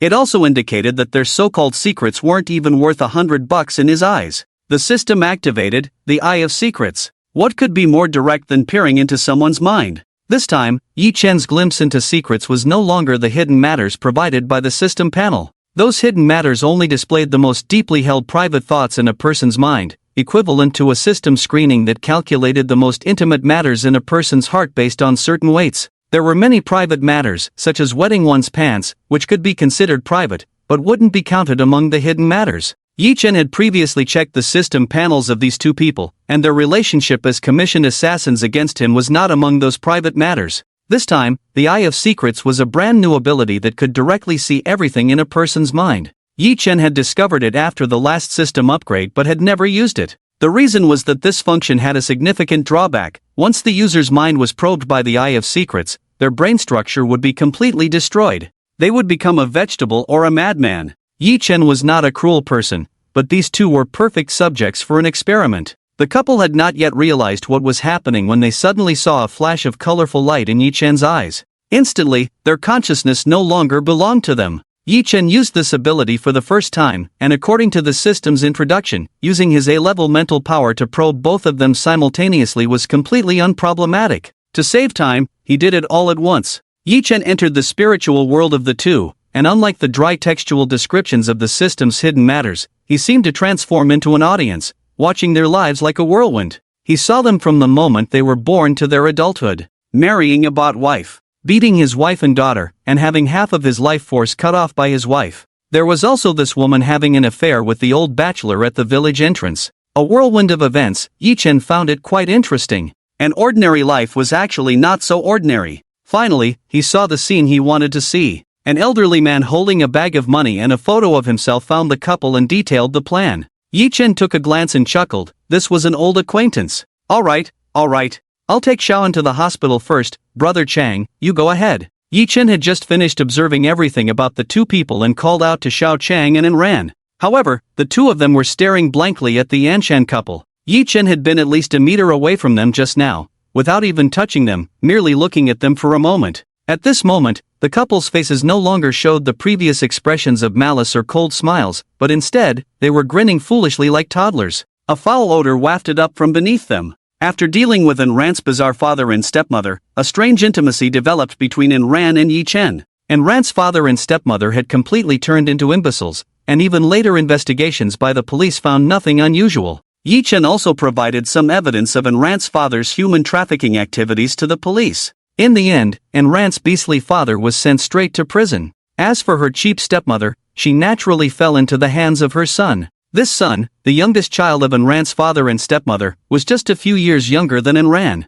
He was already a good-for-nothing, and now with his mother going mad, and his father in prison, this kid from the N family completely broke down. At his age, he had no proper job, and suddenly his parents were in trouble, plus he had to deal with a mentally incapacitated mother. Life was simply unbearable. But somehow, he came up with a terrible idea and let his mother engage in prostitution locally. She catered to old men, charging a few bucks each time. Later, the police raided the place, and the youngest son of the Yin family followed in his father's footsteps to prison. Meanwhile, the stepmother, Zhang Lingrong, fell ill and had no one to care for her, eventually starving to death in her home. At that time, the room was extremely foul-smelling. It was an old house in the mountains, and the couple had no relatives. It was unclear who set fire to their house. Zhang Lingrong's rotten corpse was burned along with the house, leaving everything clean. Ah, you're going to the United States for half a month? Yi Chen heard Enran report her itinerary and wore a faint look of melancholy. Seeing Yi Chen's handsome face showing slight displeasure, Enran, with a conflicted expression, said, "How about I talk to the trainer and go another time?" Yi Chen waved his hand. He had just recently gotten used to having someone around to take care of him so attentively. This trip to the United States was also arranged by the training program, allowing Enran to study with the royal family, which was a great opportunity for her to enhance her experience and skills. After all, he would benefit from it too. Alright, you should go. Remember to tell the designer at Chanel to make you a few more outfits. Their style is more suited to the aesthetic of the American royal family. Is the money enough? Don't be stingy when you get there. Buy whatever you want, have fun, I'll reimburse you. If you need anything, remember to contact me, or just reach out to the Chi family. Don't suffer in silence. Yi Chen kept rambling on, and he had developed a bit of genuine affection for this little girl. Hearing Yi Chen's chatter, Enran smiled with her eyes squinted, and when Yi Chen finally finished, she gave him a big hug. Alright, brother Yi. I will be back as soon as possible. I've arranged the meal plan and schedule for you here. Remember to stick to it. After Yi Chen finished his rambling, Enran began to chatter again. It was just a matter of a month, but the two of them acted as if they were parting for life and death, yet they were both enjoying it. Ha! You arranged a month's worth of meals? Yi Chen, upon hearing Enran's arrangements, slapped his forehead as if he had thought of something. Enran blinked her big eyes at Yi Chen, a bit puzzled, and asked, "Yes, is there something wrong with that?" Yi Chen said somewhat awkwardly, "I got so busy that I forgot to tell you, I'm going home for a trip this month." A few days later, in a residential community in Shudu, Yi Tiangang was at that moment in the living room, boredly watching TV while peeling garlic. Looking at his youngest son sprawled on the sofa, Yi Ling was intently focused on his phone. Anger surged within him, and he pushed his youngest son with annoyance. "You little brat, after today, you'll be 18 years old. All you do is play with your phone. Go downstairs and bring me a beer, your brother is coming back today. Hearing his father's words, Yiling snapped out of his phone trance and exclaimed excitedly, "What? Brother is coming back today? Why didn't he tell me?" Today was Yiling's birthday, and his brother had always treated him well. He would definitely bring gifts. Yi Tiangang replied irritably, "How would I know? Go ask your brother. That little brat only comes home once every few months, who knows what he's been up to? Honey, once you're done peeling the garlic, bring it to me quickly, I need it urgently." A lively female voice came from the kitchen, and Yi Tiangang immediately lost his authoritative tone with his son, his voice softening considerably. Coming. Don't rush me, my dear wife." Yiling couldn't help but roll his eyes at the way his parents interacted. Both were nearing 50 yet still so lovey-dovey. This family was Yi Chen's family, father Yi Tiangang, mother Zhou, and younger brother Yiling. Yi Tiangang and Zhou met while working at a national chemical factory. They didn't come from any prominent background. The only highlight was that they were the most attractive people in the factory, with many admirers. Who would have thought that these two would end up together, breaking the hearts of countless infatuated suitors? They knew and loved each other, supporting one another through over 30 years of ups and downs, raising two sons. The elder son, Yi Chen, graduated from Shudu University, a prestigious university. The younger son, Yiling, was in his senior year at a high school in Shudu. The family had come this far without great wealth, but the atmosphere at home had always been good. "Honey, what do you think Jun has been working on lately? The money he sends back is increasing," Zhou said while chopping vegetables, chatting with Yi Tiangang. Upon hearing this, Yi Tiangang frowned slightly. "I asked him, that kid said he would tell us when he comes back." "Don't worry too much, it's a good thing if our son can make money." Although Yi Tiangang comforted his wife with his words, he still felt uncertain. In the past few months, Yi Chen had transferred nearly $1 million to their family account, which was a lifetime savings for a working-class family. All right, let's not talk about this. Cut that meat for me." Suddenly, the doorbell rang from outside. Yi Tiangang dried his hands and, with a happy expression, prepared to welcome his son home. When he opened the door, his expression slowly turned a bit pale. Outside stood a middle-aged couple and a young man, along with a stunningly beautiful woman. "Old Ji, long time no see. My son is back today, I brought him over to visit," the woman among the middle-aged couple said with a hint of pride. Yi Tiangang helplessly opened the door wider, welcoming them in. "Come in and have a seat." The man among the middle-aged couple was Yi Tiangong's cousin, named Huang Dong. The woman was Huang Dong's wife, named Wang Shi. In fact, it was quite common for cousins to visit each other, but the reality was that these two brothers had never gotten along well. The reason isn't about dividing inheritance or anything like that. Yi Chen's grandparents are still alive and well. The main issue lies in the romantic entanglements. Back in the day, Huang Dong had a crush on Yi Tiangong's current wife, Zhou. Meanwhile, Wang Shi fell head over heels for the handsome Yi Tiangang. At that time, they were all workers at the factory, and without this romantic drama, their relationships were actually quite good. However, when Yi Tiangang and Zhou got together, it became a big deal. Huang Dong and Yi Tiangang ended up in a fight, and Wang Shi, who was Zhou close friend, also severed ties with her. Yi Tiangang and Zhou felt wronged, as it was just unrequited love from these two, yet they ended up being treated like sinners. Perhaps it was a case of karma. This pair of lovesick individuals found solace in each other and eventually ended up together. Afterward, this couple quit their jobs to start a business and made quite a fortune. After getting rich, perhaps to make up for past regrets, they even reconciled with Ye's parents. Their aim was surprisingly to subtly pressure the Yi family.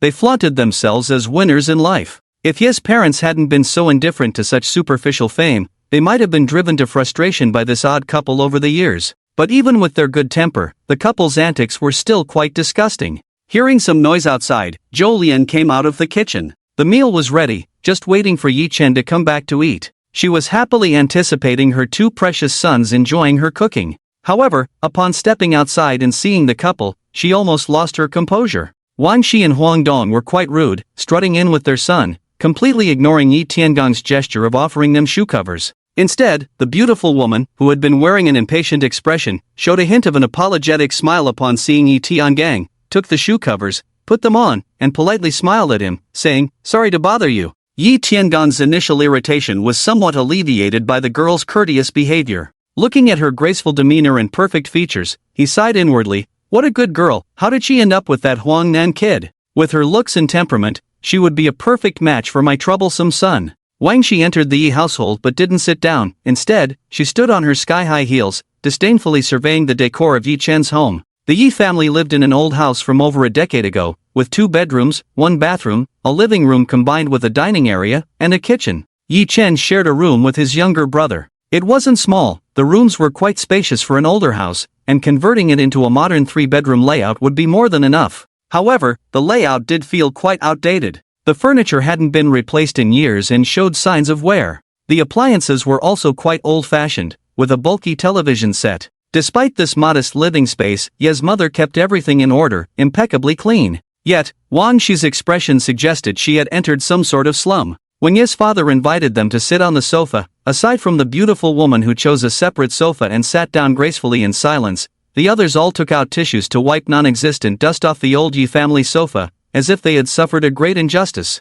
"I say, cousin, you've saved quite a bit over the years. Why are you still living in a place like this?" Huang Dong, Yi Tiangong's cousin, remarked. Thankfully, Yi Tiangang was someone who valued his reputation, otherwise, he would have kicked these people out long ago. "Well, I'm saving up to buy houses for the 2 kids below when they get married, so for now, we're just living like this." Yi Tiangang had just spoken and found a place to sit down. Zhou Lian, who had come out of the kitchen, also sat next to her husband, looking unhappy as she accompanied this group of uninvited guests. At this moment, the living room of the Yi family was filled with an awkward atmosphere. Wang Shi, with a shy expression, spoke up, "Lian, where does your little June work? It's been so many years since we last met, I don't even know if I'd recognize him." Upon hearing Wang Shi's sarcastic tone, Zhou Lian suppressed her anger and replied, "He was working at some Wama before, but he recently changed jobs." "Oh, why did he change jobs? Jobs are hard to come by these days. Your son graduated from Shudi University, right? Finding a clerical job that pays 3 to 4,000 should be easy."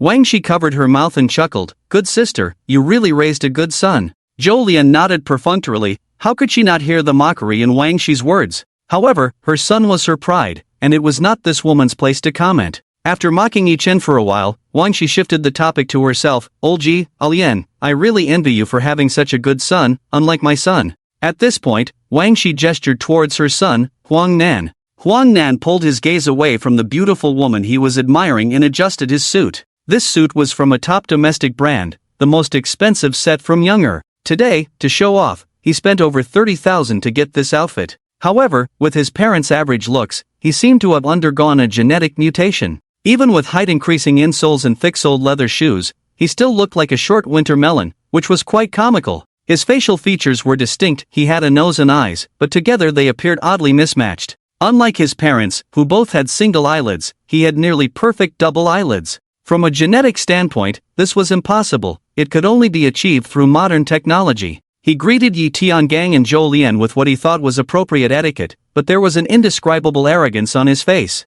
Wang Shi looked at her obedient son with satisfaction and said, "My son just graduated from Harvard last year and is now in investment banking. What's his monthly salary? Oh right, how much does your son make?" Wang Shi not only wanted to boast but also to engage others. Zhou Lian shot her a glance, unwilling to speak. Wang Shi was unfazed. She always thought this was Zhou Lian showing weakness. She continued, with her head held high, "At Shudi University, if he's doing well, it's just over 10,000. My son graduated from Harvard and now makes 50,000 a month." After a round of boasting, Wang Shi turned the topic to the stunning beauty sitting quietly beside them. "Look, this is my son's girlfriend," Wang Shi said, shifting the conversation to the beautiful woman. To her surprise, the beauty showed no reaction and seemed slightly dazed by their conversation. Wang Shi was displeased and wanted to call out the beauty's name, only to realize she didn't even know it. She nudged her son, and Huang Nan finally caught on. He cleared his throat and said to the beauty, "Say hello to Uncle Yi and Aunt Zhou."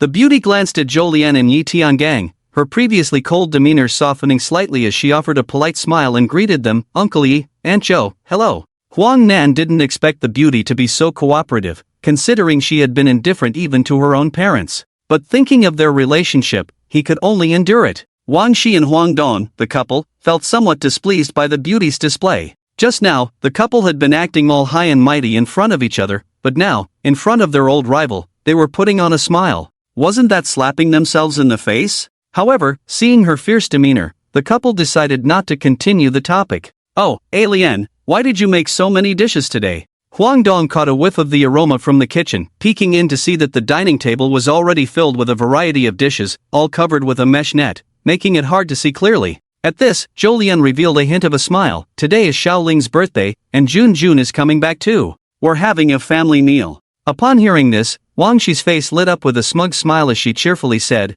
I didn't expect it to be so coincidental today, with Xiaoling's birthday. As her aunt, I have to contribute something. After saying this, she pulled out a stack of money from her wallet, seemingly dissatisfied with the amount, and took some back, counting it carefully. She tossed the money onto the coffee table. Alien, just take this money. I remember Yiling is going to college soon, and I see your family is tight on expenses, so consider this my contribution to him. Once he gets into college, I'll give him a red envelope. Make sure to contact me then. Jolien held back her anger, almost unable to resist throwing the money back at this idiot's face. Over the past few years, this couple had gotten rich and had become increasingly arrogant. This was not a contribution at all, but a blatant insult. They might as well be throwing money at their own heads. No need, we're just having a family gathering. No need for a treat, so let's skip the contribution. Yes, you see how your family is doing, so don't be polite with me. The two sides were locked in a dispute, and it looked like a confrontation was about to erupt. At that moment, a beastly roar of a car engine shattered the tranquility of the living room. The Yi family lived on the second floor, with a balcony facing the driveway and parking spaces outside. Even sitting in the living room, they could clearly see what was happening outside. The sound came from the driveway, and everyone's attention was immediately drawn to it. Following the noise, a sleek black sports car had parked right in front of the Yi family's balcony. Wow, that's a Bugatti! The exclamation came from Huang Nan. No young person could resist the allure of such a top-tier luxury car. Of course, this excluded the beautiful woman beside him, who was almost speechless. Son, what's a Bugatti? I think this car looks pretty nice. Why don't we buy one too? Wang Shi said to her son while casting a disdainful glance at Ye's parents. By the way, do you guys have a car? In Shudu, it's really inconvenient without one. We have 3 cars, a BMW, a Benz, and a Jeep. Sometimes we can't even drive them all. Ye's parents couldn't be bothered to respond to this idiot, but they indeed didn't have a car, making it hard to engage in this conversation. They were currently saving money for their child's wedding and education, so there was no need to compare with such people. However, not having a car didn't mean they were ignorant about them. Ye's father had once been a young man chasing after trends and was quite knowledgeable about luxury cars. This Bugatti was also his dream car, and he was well aware of its value. He coldly replied, some people aren't afraid of the wind blowing their tongues away. You could sell your factory and still might not be able to afford this car.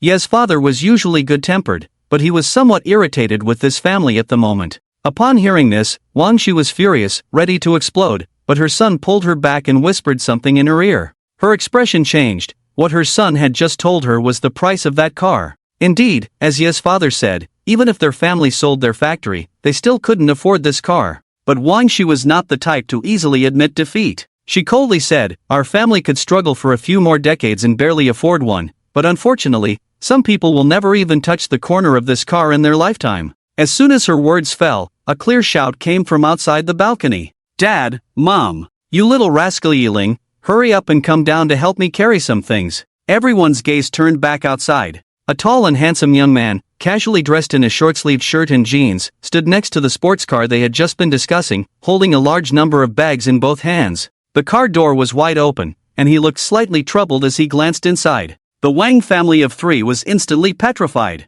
Just moments ago, they had been mocking others for not being able to afford this car, and now it turned out to be their sons. Ye's father and mother completely ignored the bizarre thoughts of the Wang family and were just overjoyed that their son had returned. The sports car they had just mentioned? Right, their son had driven a sports car back. Never mind, nothing was more important than their son being home. Ye's father and mother approached Yi Chen's sports car. And there was also Yi Chen's younger brother, Yiling. Ye's mother held Yi Chen's arm, her tone a mix of complaint and excitement as she said, you little rascal, what have you been doing these past few months? You didn't even tell the family. Do you want me to worry myself to death? Yi Chen smiled helplessly and said, Mom, it's my fault. I'll explain everything to you later. This time, I came back to bring you all some enjoyment. He had originally planned to return home earlier, but various matters had delayed him. Most importantly, Yi Chen didn't want his family to be too involved in his affairs, so he had taken some confidentiality measures through the Qi family, which allowed him to come home. Ye's father looked at his spirited son and patted his shoulder hard, nodding in satisfaction as he said, a good man aims for the world. It's a good thing to go out and explore, just remember to let the family know you're safe.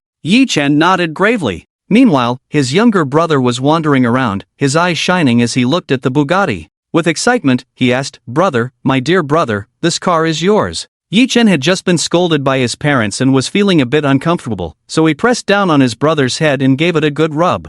"Stop talking nonsense, help me carry the gifts up first." At this moment, everyone's gaze fell on the back seat of the sports car, which was filled with a large number of packages. It looked like a lot, but they weren't heavy. Yi Chen handed the lighter items to his parents to carry, while the heavier drinks he gave to his younger brother. This made Yi Ling feel quite frustrated. With a car full of things, the family easily carried them upstairs. Before Yi Chen even stepped into the house, he could smell the delicious food his mother had made, and he smiled as he joked with her, "Mom, your cooking skills are still so amazing." Receiving her son's praise, Ye's mother beamed with pride, but her words were still sharp. "You little rascal, you've always been sweet-tongued, unlike your father." The innocent Ye's father looked helplessly at his wife and son, letting out a sigh. In just a few short steps, the family had already started joking around. It was clear how harmonious and happy this family was. Stepping into the house, the familiar environment welcomed him. This was the home Yi Chen had lived in for over a decade. Even with his current status, he had deep feelings for these old belongings.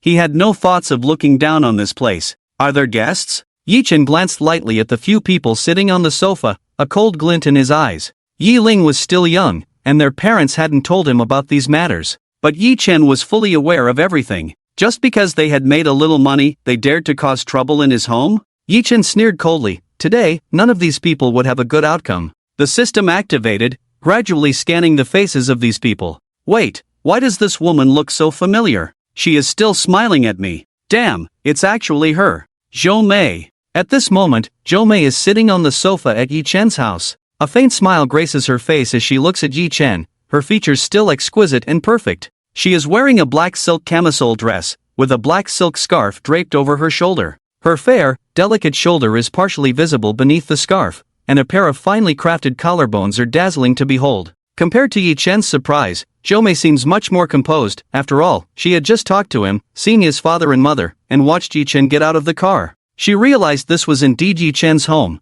The world is truly small, and she ended up in the lair of this nemesis. However, what a coincidence, just a few months ago, Yi Chen was suffering under her command. Zhou Mei boldly greeted him, "Long time no see, I didn't expect to run into you here." Yi Chen also relaxed, smiling lightly as he replied, "It is quite a coincidence, but since you're at my house, let's have a meal together later." At this moment, Yi Chen's system had not shut down. Zhou Mei's panel reappeared before him after a long time. Zhou Mei age, 29 height, 173 cm weight, 55 kg measurements, 97, 60, 94 attractiveness, 92 experience, 2 evaluation, 93 company supervisor, decisive and quick-tempered. Secret, father is seriously ill, details available. There was nothing particularly different compared to the last time. Just that this experience inexplicably increased by 2. Yi Chen thought for a moment. Zhou Mei's learning experience also happened to be 2. This system is reasonable. Watching Yi Chen greet Zhou Mei familiarly, Huang Nan's face was turning green. Wang Shi sensed something was off and subtly said, "Nephew, do you know your brother's girlfriend?" Yi Chen glanced at the oddly behaving Huang Nan and thought, "Come on, this cheap brother looks really pathetic. He is not as good-natured as his parents. They could maintain a facade of peace for the sake of the older generation, but Yi Chen is notorious for his bad temper at home." He had never given these top-notch relatives a good face in front of him. Yi Chen did not answer Wang Shi but teasingly asked Zhou Mei, "Supervisor Zhou, when did you find such a boyfriend, TSK. Zhou Mei's face flushed red from Yi Chen's words, unsure how to explain. Wang Shi, however, was displeased and coldly mocked, "Nephew, don't think just because you've made some money you can look down on us. Look at my daughter-in-law, she has both figure and looks. I heard from your mom that you still don't have a girlfriend. You're not young anymore, if you don't." At this point, Zhou Mei had already turned into a daughter-in-law in Wang Shi's mouth. Yi Chen sneered, looking at Zhou Mei, and beckoned with his finger, "Come here." Zhou Mei's face turned bright red from Yi Chen's frivolous gesture. If it were someone else, she would have flipped out on the spot. But at this moment, she inexplicably walked over to Yi Chen's side. "Supervisor Zhou, why don't you tell everyone what your relationship is?" Yi Chen had already seen through this secret, but it would be inappropriate for him to say it. It was more fitting for Zhou Mei to reveal the truth. Zhou Mei hesitated, unwilling to speak. Yi Chen gently touched her fragrant shoulder and said in a low voice, "Don't be afraid. I know you didn't do this willingly, just say it. If anything happens, I'll take the blame." Yi Chen's words steadied her heart. Zhou Mei took a deep breath and slowly said, "All right, madam, please don't humiliate yourself by saying such things. Upon hearing this, Wang Shi and his wife were instantly stunned. Beside them, Huang Nan looked anxiously at Zhou Mei, his face pleading with her not to reveal the truth. However, Zhou Mei completely ignored him and continued, "I'm Huang Nan's rented girlfriend, I'm really sorry for deceiving you all." Wang Shi looked at Huang Nan in disbelief, shocked that her obedient son would deceive her like this. "What's going on? Explain yourself." Wang Shi grabbed Huang Nan by the ear, her usual fiery temper showing no regard for the many onlookers. "Ah, Mom, I was wrong. I'll tell you, this woman is my rented girlfriend, 10,000 a day. Didn't you say the wives I found before lacked charm? I specifically found someone like her, she's even a company executive." Huang Nan covered his ears and revealed the truth. Upon hearing this, Wang Shi felt the situation was manageable. But at that moment, she was more concerned about her son, especially since Zhou Mei had taken such a large sum of money and refused to cooperate. It was simply consumer fraud. Wang Shi, focused on defending her son, had long forgotten the old saying that trouble comes from the mouth. She coldly scrutinized Zhou Mei and scoffed, "I thought you were some kind of fairy, but it turns out you're just a cheap whore. 10,000 a day? Is your service diamond-studded or gold-plated? You took the money and still won't do your job. Do you have any professional ethics left?"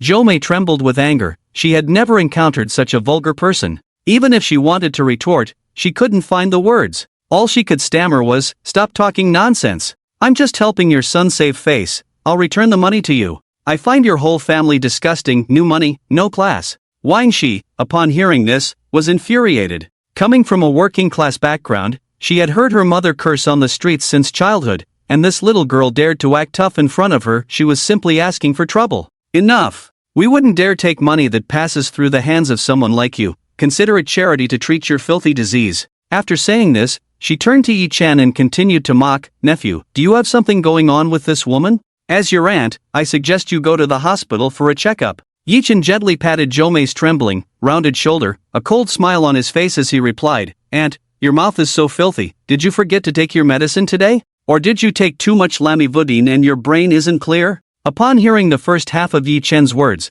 Wang Shi thought he was going to curse with her. She was eagerly preparing for a big showdown. But upon hearing the latter half, Wang Shi's face turned ashen. At that moment, aside from Yi Ling, Zhou Mei, and Huang Nan, who were all in a daze, the others looked at Wang Shi in shock. Huang Dong, suppressing his anger, sternly rebuked, "Yi Chen, stop spouting nonsense, how could your aunt take lamivudine?" Although he said this, he inadvertently kept his distance from Wang Shi. Yi father and Yi mother, upon hearing their son mention Wang Shi taking that medication, pulled Zhou Mei and Yi Ling back a step.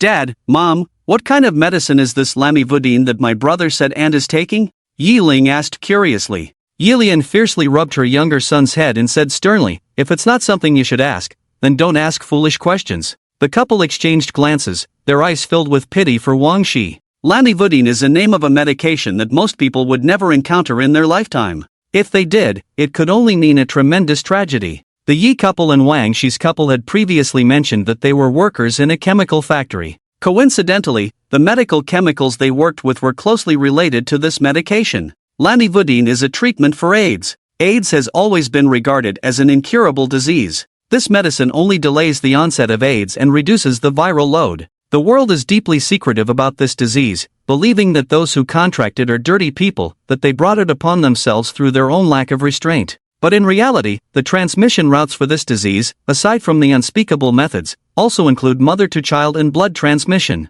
In earlier years, in some impoverished areas of certain countries, there were people who sold blood for a living, leading to widespread transmission of AIDS. At this moment, everyone was tight-lipped about Wang Shi, and the Yi couple naturally believed their son's words. Although Huang Dong claimed not to believe it, his body language betrayed his distrust. No one can remain calm in the face of this disease. Wang Shi's face turned pale as she said, "What nonsense are you talking? How could I possibly have that filthy disease?" "I think it's you." Yi Chen smiled faintly, his gaze towards Wang Shi filled with disgust. Wang Shi was indeed quite interesting. Previously, he had heard his mother ramble on about their youth, and Wang Shi had a fondness for her father. To put it nicely, one could say she was enamored with his physique, but to put it bluntly, she was promiscuous. At that time, there were several men in the factory who were dating her simultaneously, so his father never considered her at all.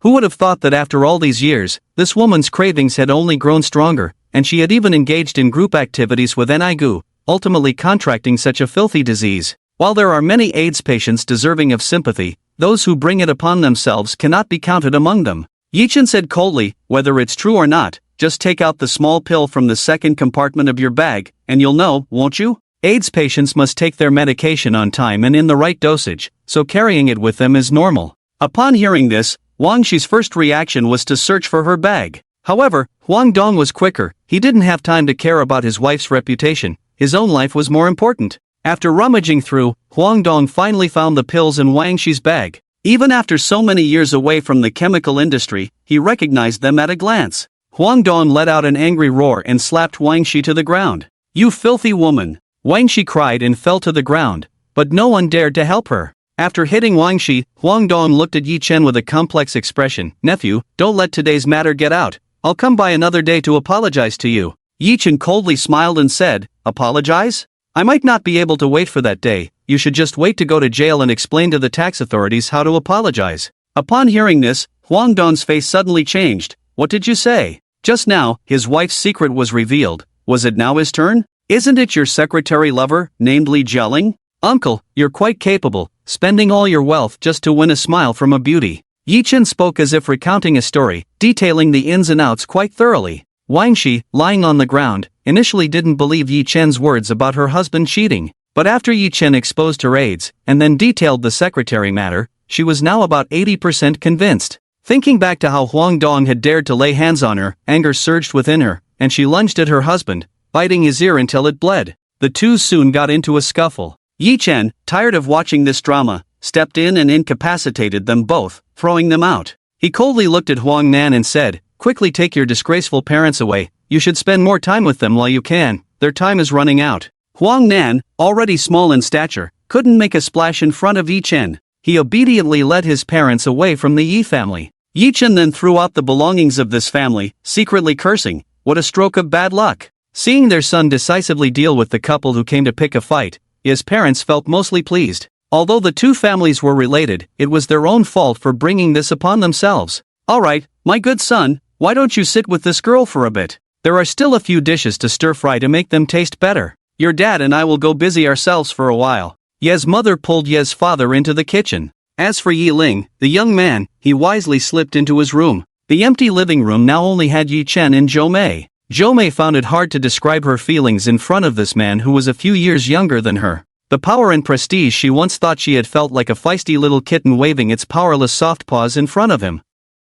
This man had once had at that time, she wished they could both perish together. Yet he had saved her from danger multiple times. Her feelings for him were truly hard to express, but one thing was certain, he was the only man who had ever entered her heart over the years. Yi Chen looked at her calmly, and Zhou Mei, seeing the depth in his eyes, felt flustered and wanted to explain. "Yi Chen, things aren't as you think, Yi Chen waved his hand, pointing to the sofa and said lightly, "Lie down." 2 minutes later, Zhou Mei covered her ample backside, wanting to cry but having no tears. It hurt so much. Yi Chen felt the lingering warmth in his hand, smooth and refreshing like congealed fat. He said lightly, "Get up, I'll let you off this time. Dinner's ready, dinner's ready." With Ye's mother's shout, the living room became lively again. Yi Chen had been talking to Zhou Mei when he heard his mom say dinner was ready. He turned and went into the kitchen to help serve the dishes and get bowls and chopsticks. Zhou Mei hesitated slightly, wanting to help, but Yi Chen smiled and pressed her back down onto the sofa. "Alright, you're a guest in my home now. How can I let a guest do the work?"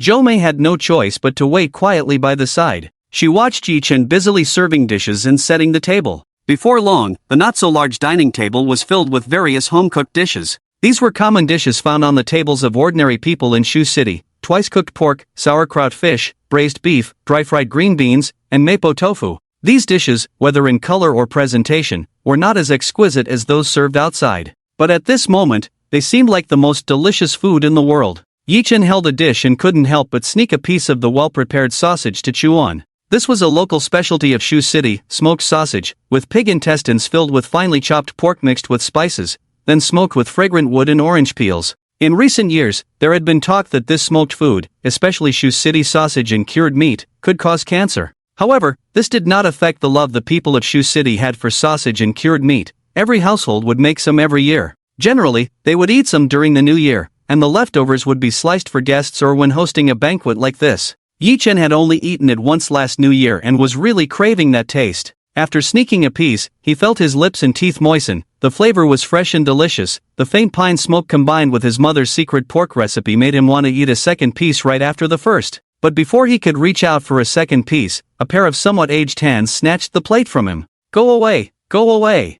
I told you to serve the dish, not to eat it yourself. How old are you now?" Ye's mother, Jolien, caught her son in the act and immediately stopped him. No matter how old he was, a child stealing food would always be scolded by their parents. Yi-chin felt a bit embarrassed. The food at home always tasted better than what was on the table. The family was together, and Ye's mother would occasionally nag, but generally, she wouldn't stop it. However, seeing Ye's mother with a slightly serious expression, Yi-chin realized there was a problem. Jo-mei was sitting on the sofa, covering her mouth and stifling a laugh, looking at Yi-chin with a teasing gaze. It was the first time she had seen this childish side of Yi-chin, which contrasted with his previous mature and steady demeanor, as well as his playful antics. Somehow, it added a touch of cuteness. Damn, this time he had embarrassed himself greatly and even forgot about this main character here. Yi-chin forced himself to remain calm and left the scene of the incident. The dishes were finally served, and the Yi family of four, along with the unexpected Jo-mei, gathered around the table. Jo-mei sat in her place, while Ye's father, mother, and younger brother casually observed her.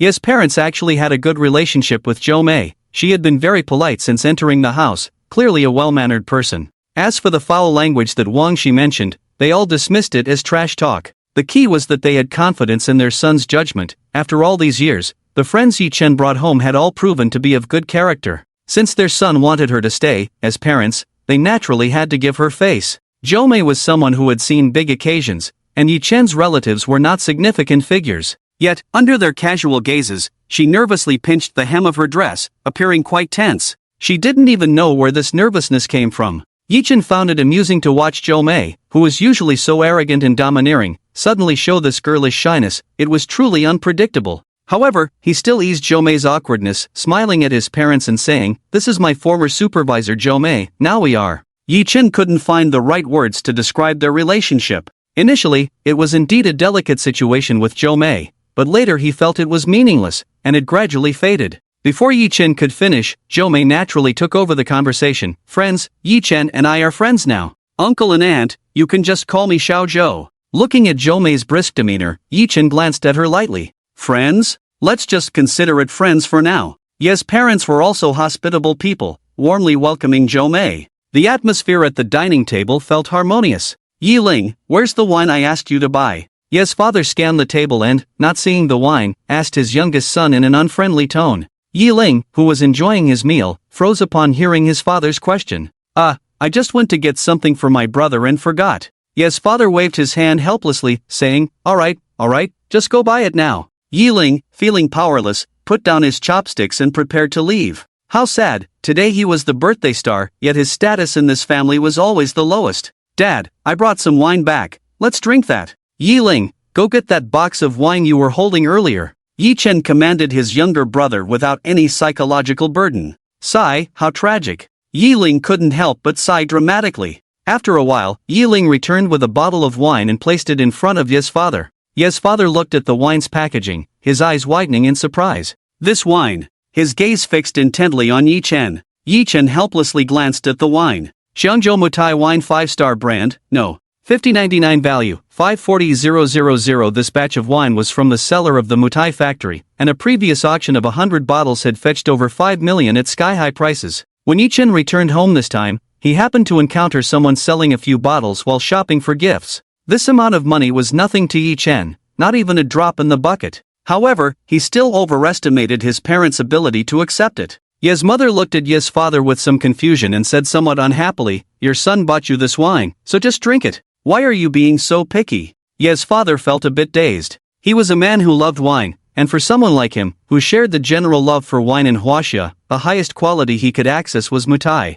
He had tasted Mutai priced in the hundreds per bottle and was a seasoned enthusiast of the brand. The bottle Yi-chin brought out, with its packaging and special markings, was clearly from the batch of sky-high priced Mutai that had caused a nationwide sensation a few years ago. "Drink this? One sip, and I could lose a bathroom in a house located in the most prosperous area of the city center." Thinking about the box Yi-ling had brought up, it seemed to be filled with this wine. Ye's father felt a wave of confusion wash over him. Yi-chin noticed his father's expression, a mix of desire and hesitation, and a faint smile appeared on his face. He took the bottle, twisted the cap off with force, and the rich aroma of the wine filled the entire living room. Even Ye's mother, who never drank, exclaimed that it was indeed good wine. He first filled a glass for his father, then poured one for himself. "Come on, Dad. Let's have a toast." Yi Chen raised his glass to his father. Ye's father, with a slight tremor in his hand, lifted his glass and clinked it with his son's. He took a gentle sip of the exquisite wine. It was indeed a flavor that could not be compared to any wine he had tasted before, and for a moment, Ye's father was reluctant to swallow it.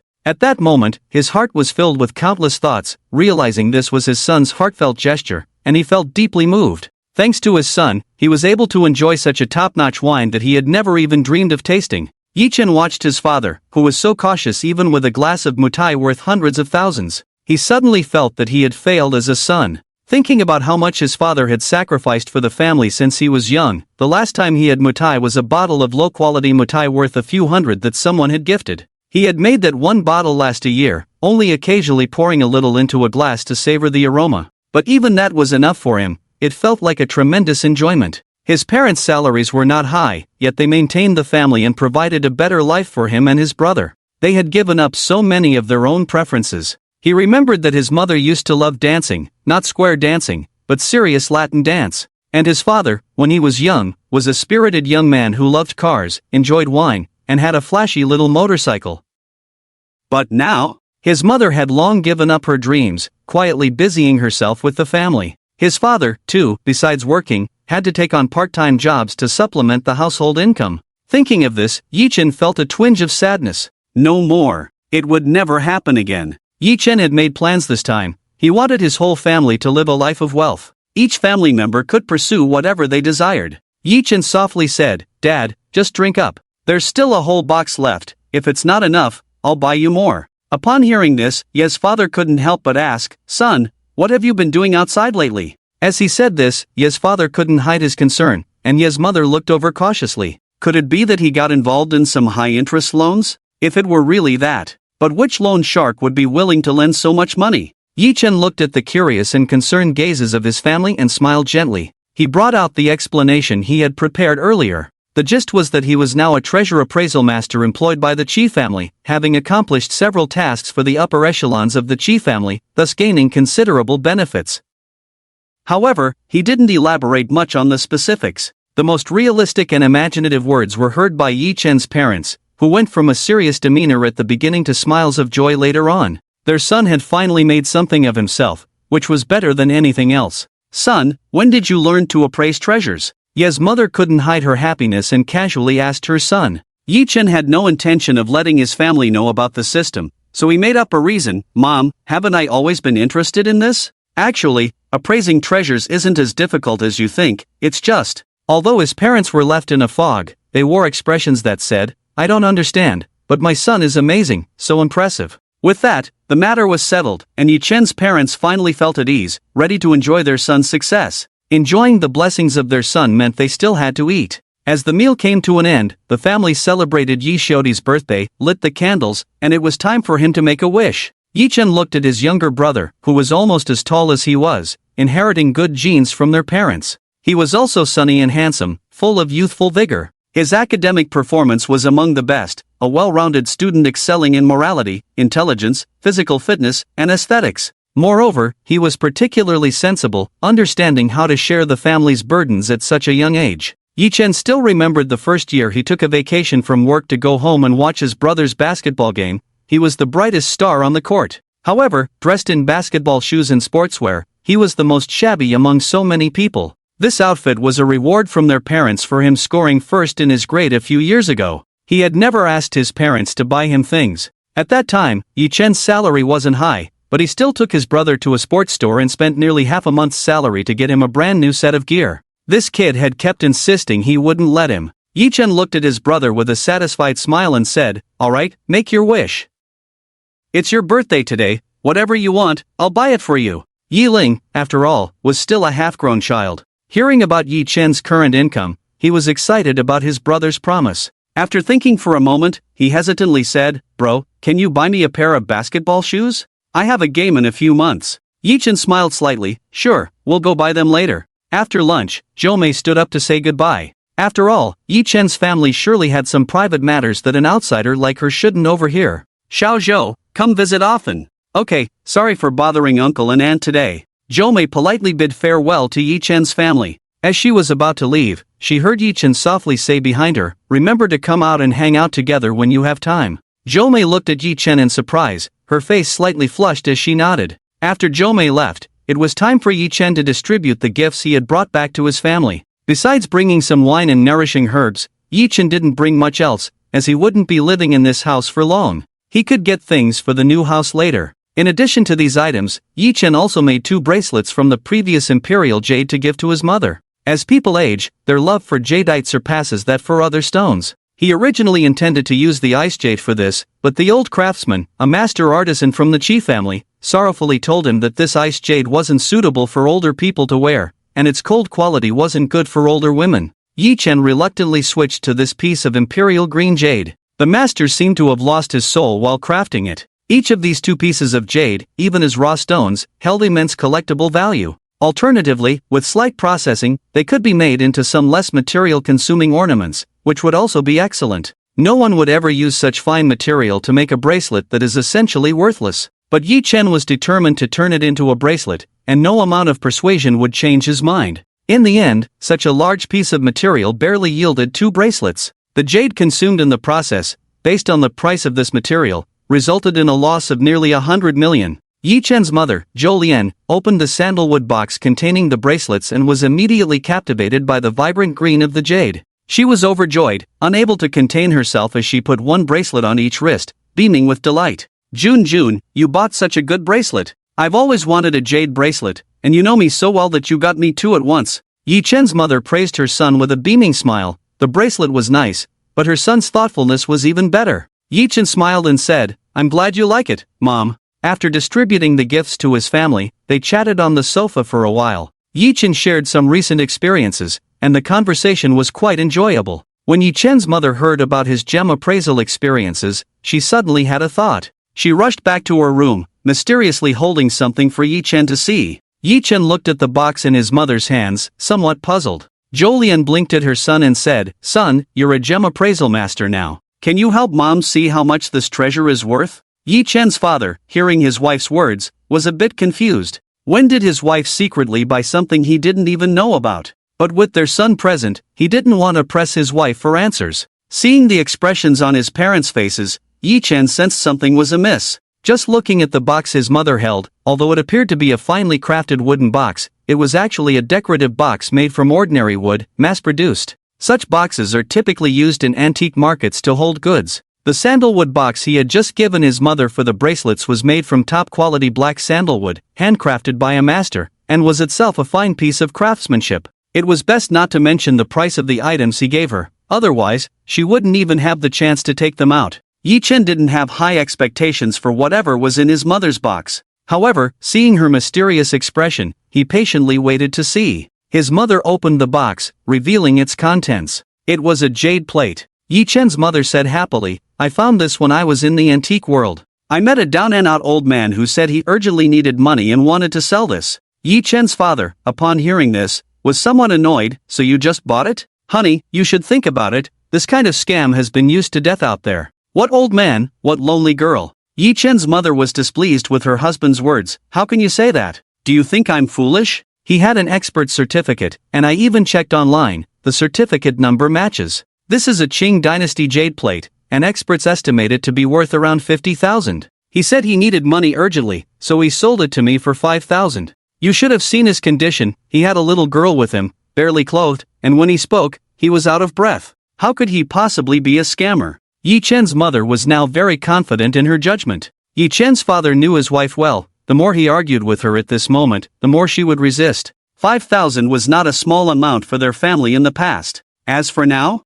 their son had just given them each hundreds of thousands in pocket money, so he decided not to argue with her over this small sum. Seeing her husband's disbelief, Yi Chen's mother looked intently at Yi Chen. Dear son, take a look and see if this is a good thing. Yi Chen gazed solemnly at the jade plate. Imitation white jade lotus plate, value, 100, he pretended to examine it closely, and after a while, he slowly spoke, Oh, my mom is really something. This is a genuine item. I reckon it could sell for over 60,000. Upon hearing this, Yi mother displayed a look of surprise. Yi father looked at Yi Chen in disbelief. Even Yi little brother sensed something was off and looked at his brother with confusion. Yi Chen secretly exchanged glances with the other two men. It wasn't worth it to upset mom over $5,000. This father-son trio had always teamed up to deceive Yi mother for their own gain, and they instantly understood Yi Chen's meaning. Oh dear, I must be blind. My wife is truly capable, she can find treasures like this. Yes, yes. Mom is amazing. My mom is different, I have connections for this kind of thing.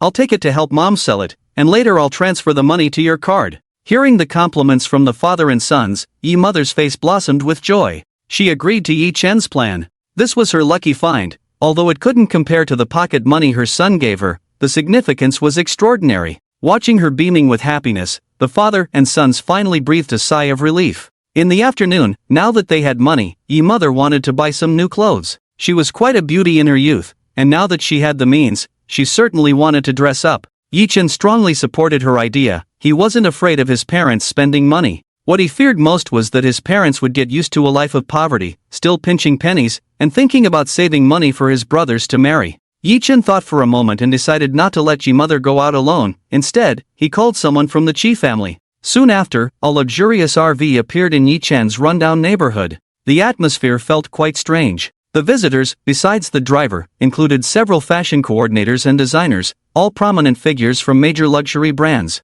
They were dressed in particularly stylish and fashionable attire. Yi father and Yi mother were escorted onto the RV by Yi Chen. Faced with a group of people who clearly belonged to a different social class, greeting them respectfully, they had someone constantly serving tea and water beside them. They could vaguely hear several designers still debating. I think MS. Joe's temperament matches perfectly with our Dior chief designer's latest piece. I think you're dreaming. This MS. Joe is the earthly Chanel. Our Chanel designer will tailor something just for her. Our LV's noble style also fits quite well. Several top designers were arguing fiercely over Zhou Lian's outfit. If they weren't all respectable people, they would have almost come to blows. A male designer nearby, hearing the heated argument, said softly, "Leave MS. Joe's design to you. Our Armani menswear is custom made for Mr. Yi, so let us handle that." Upon hearing this man's words, the arguing women stopped, glaring at him and in unison said, "You're dreaming." What a joke! With the highest standard of reception from the Chi family, these two middle-aged individuals, although they usually commanded respect in the fashion world, could only recognize one name. Although they looked ordinary, their youthful beauty was still evident. The order from above was to ensure these two had a perfect shopping experience at Chi's and a complete transformation. The compensation offered by the Chi family was also quite impressive. The fashion coordinators, being the best in the industry, had fought hard for this opportunity. They represented not only Chi's but also their respective brands.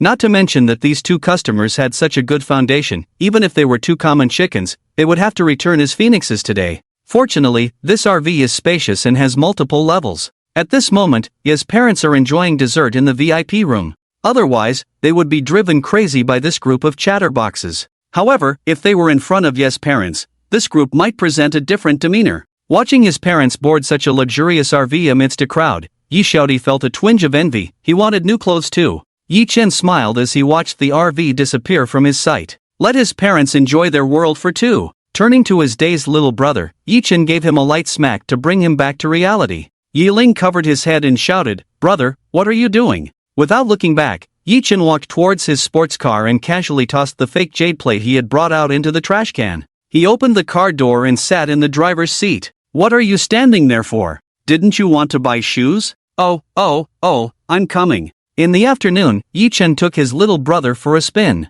They arrived at a commercial street filled with sports goods stores. It wasn't that he didn't want to buy his brother those luxury brands, it was just that he was currently preparing for the college entrance examination. Such material indulgences would distract him. Yi Chen had considered sending his brother abroad for studies. After all, prestigious schools overseas are mostly private institutions. Although they rank high globally, they are essentially established by the elite. Many well-known entrepreneurs in the country spend money to get their children enrolled. The funniest part was when a famous entrepreneur claimed to support the country's education by donating $100 million to Harvard, citing it as aid for international students. The host quickly countered, asking why he didn't donate to schools in Huaxia if he truly supported national education. Those who can attend Harvard are either wealthy or on full scholarships. Later, it was revealed that he donated money to get his daughter into Harvard. He felt that the money shouldn't go to waste, creating a farcical situation. Yi Chen found it amusing at the time, but if it were his turn, spending $100 million to secure a Harvard degree for his brother seemed like a worthwhile investment.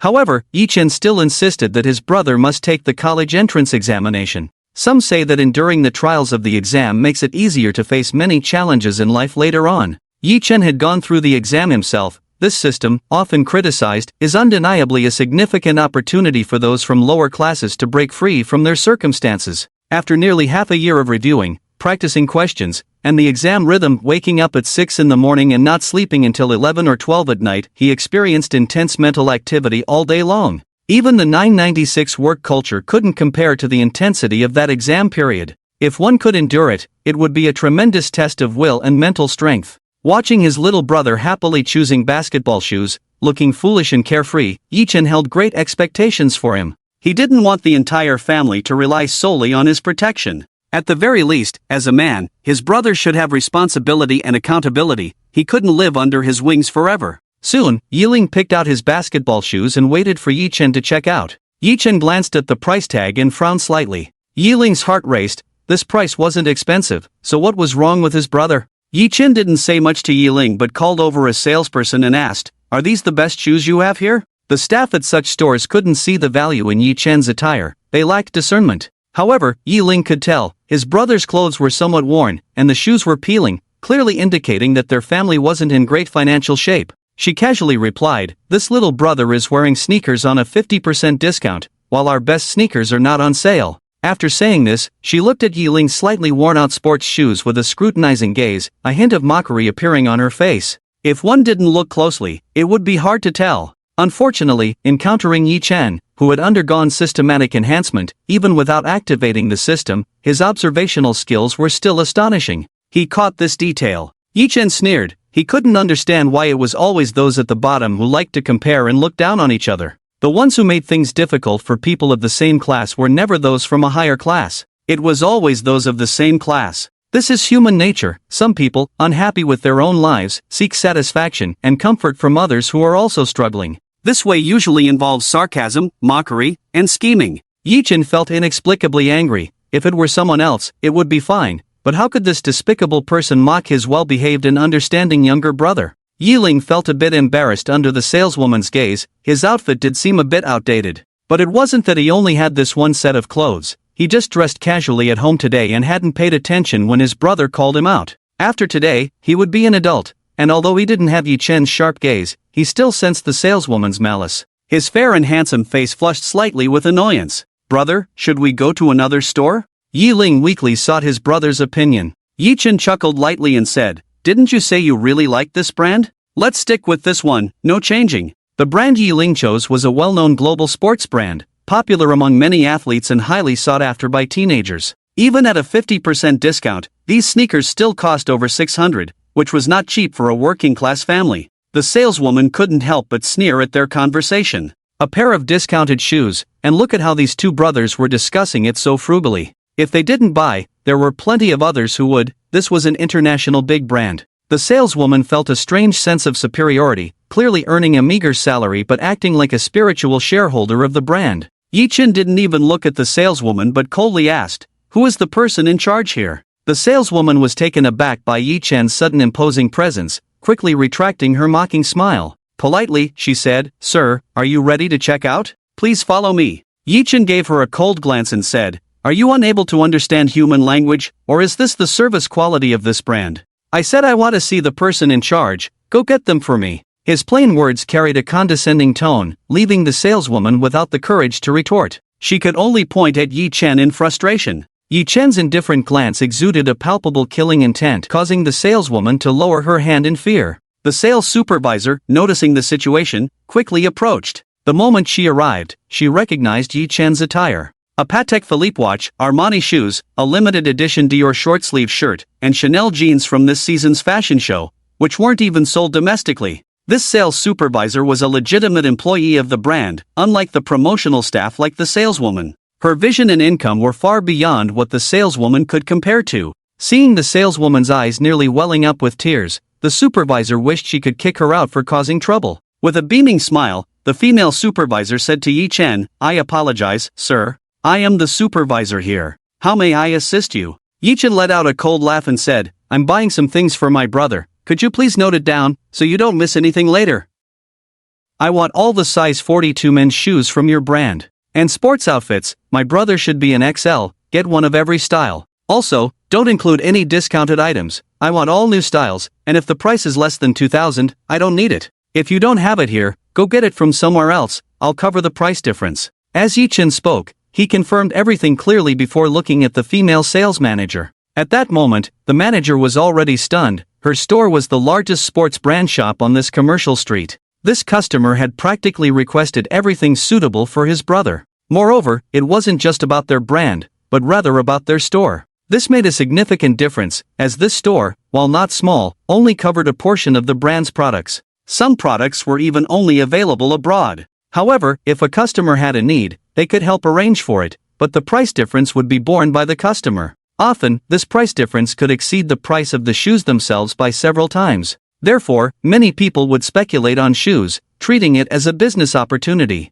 The sales manager pondered his words and suddenly thought of something even more terrifying. Her voice trembled as she asked, Sir, when you say all men's shoes from the brand, does that include the star boots designed for sports stars by our brand? Those are designed based on individual circumstances, and the design fee needs to be calculated separately. Yi-chan shot her a cold glance, of course it includes. Does your store not have the authority for this? Upon hearing this, the sales manager was so happy she could hardly contain herself. A pair of these custom-designed boots cost around 60 to 70,000, with the most expensive even reaching over 100,000. She had never doubted whether this person could afford it, just the watch on his wrist could buy the entire store. Her only thought now was to keep this big client, as even sports stars weren't extravagant to this extent. No problem, sir. I'll prepare a budget for you right away. I'll arrange for delivery as soon as possible. This manager was indeed a sales elite, quickly filtering according to Yi-chan's requirements on the app. In no time, she came up with the price. Sir, according to your request, there are a total of 67 pairs of shoes this season priced over 2,000, plus 39 sets of sports outfits, and 23 pairs of high-end custom boots.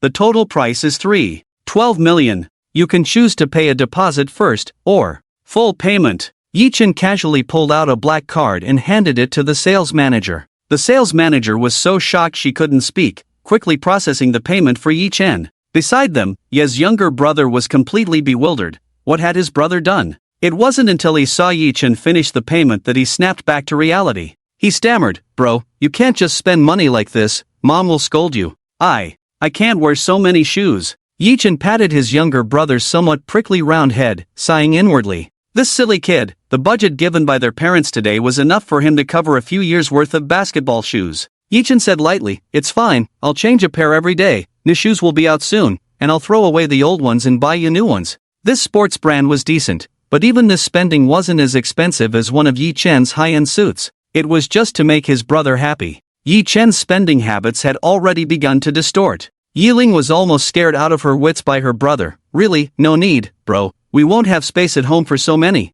It's fine, then we'll just move to a bigger house. Yi-chan recalled the set of riverside villas that the old man from the Chi family had given him, 3 stories high with a basement. It would be just fine to carve out 2 rooms for this kid to use as a dressing room. Previously, Yi-chan had thought he shouldn't spoil his younger brother too much, lest he become too pampered. However, with such a sensible brother, a little indulgence wouldn't hurt, right? Just in terms of daily needs, but if it came to principal issues, he would still need to be strictly disciplined. As for that female salesperson, she had quietly walked away as soon as the supervisor arrived. It wasn't until the 2 brothers left that she let out a silent sigh of relief. Thankfully, this wealthy man hadn't caused her any trouble. But when she looked up, the sales supervisor, who had been flattering Yi-chan just moments ago, was now staring at her coldly. Supervisor, you really scared me today. The female salesperson still looked a bit off, pouring her grievances to the supervisor, who usually wasn't too imposing and even cared about the employees' situations. She thought the supervisor had come to comfort her after the scare. However, the female supervisor listened to her and said, Enough, hurry up and pack your things.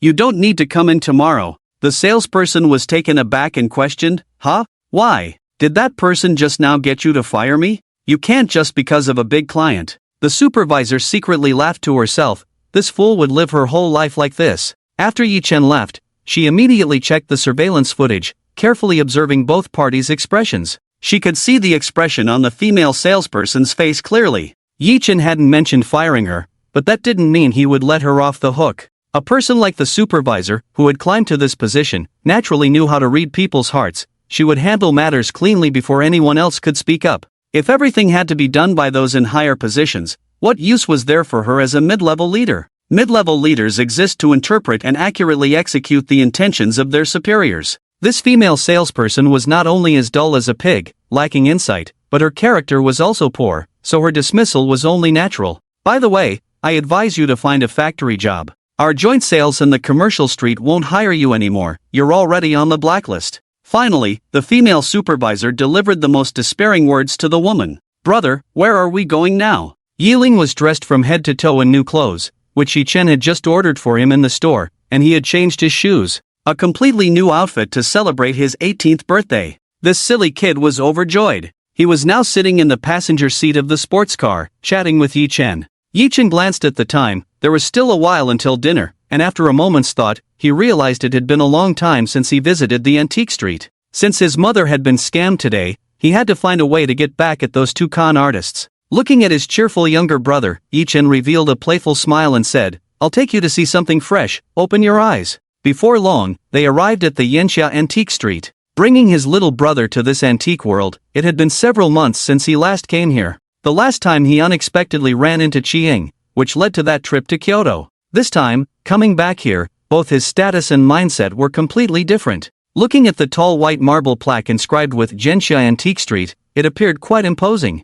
However, the items inside, from Yi Chen's current perspective, seemed somewhat beneath him. Today, he was just here to relieve boredom, casually looking to see if he could find the two scammers who had deceived his mother. He needed to deal with them properly. Just because he didn't care about that little money didn't mean he could easily let those two go after his mother had been scammed. Yi Chen strolled through the antique street with his younger brother. A pair of brothers, both strikingly handsome. The elder brother is tall and elegant, with an otherworldly demeanor. Every gesture he makes carries a certain grandeur. The younger brother, on the other hand, is a sunny, handsome boy, looking somewhat foolish as he follows his brother around like a little dog. Passers-by or vendors can't help but steal a few glances at the duo. This is Yi Xiaoti's first time in such a place, and he appears quite interested in the array of cultural artifacts and paintings lining the streets, as well as their price tags. Brother, is your job now just to deal in these things? The younger brother eagerly asks Yi Chen. Yi Chen, at a loss for words, knows he doesn't just deal in these items. His work involves finding genuine treasures among this mixed bag of goods.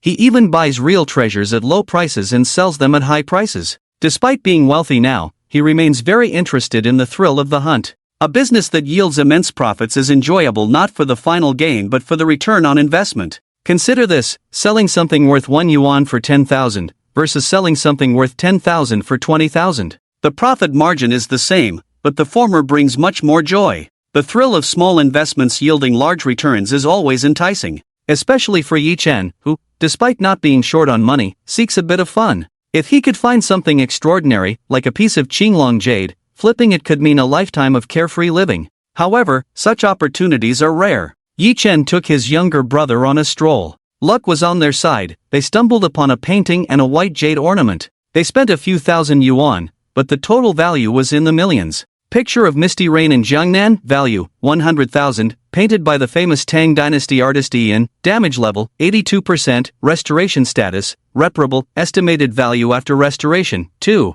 1 million, white jade lotus plate, value, 1. 3 million, Qing Dynasty tribute, for nobility, well preserved, no need for restoration. These were the two treasures Yi Chen had acquired. One was an ancient painting in such poor condition that it needed restoration, but with his current skills, fixing it would be a matter of moments. The other was a white jade lotus plate that the shopkeeper was selling as a modern craft. They were priced at several tens of thousands, but Yi Chen managed to haggle them down to just a few thousand. Yi Xiaoti, still in shock, had never seen his brother, who had just bought him shoes and clothes so generously, now acting so frugally. No way, no way. Look at this jade, it's not even translucent, clearly just scrap. 50,000? I'll give you 2,000 at most. Are you selling or not? Fine, I'll add another 200. Stop talking so much, if you don't sell, I'm leaving. That big glass guanyin statue over there was only 1,800, my offer is already generous. How could his brother be so skilled? Even their mother doesn't bargain like this when buying groceries.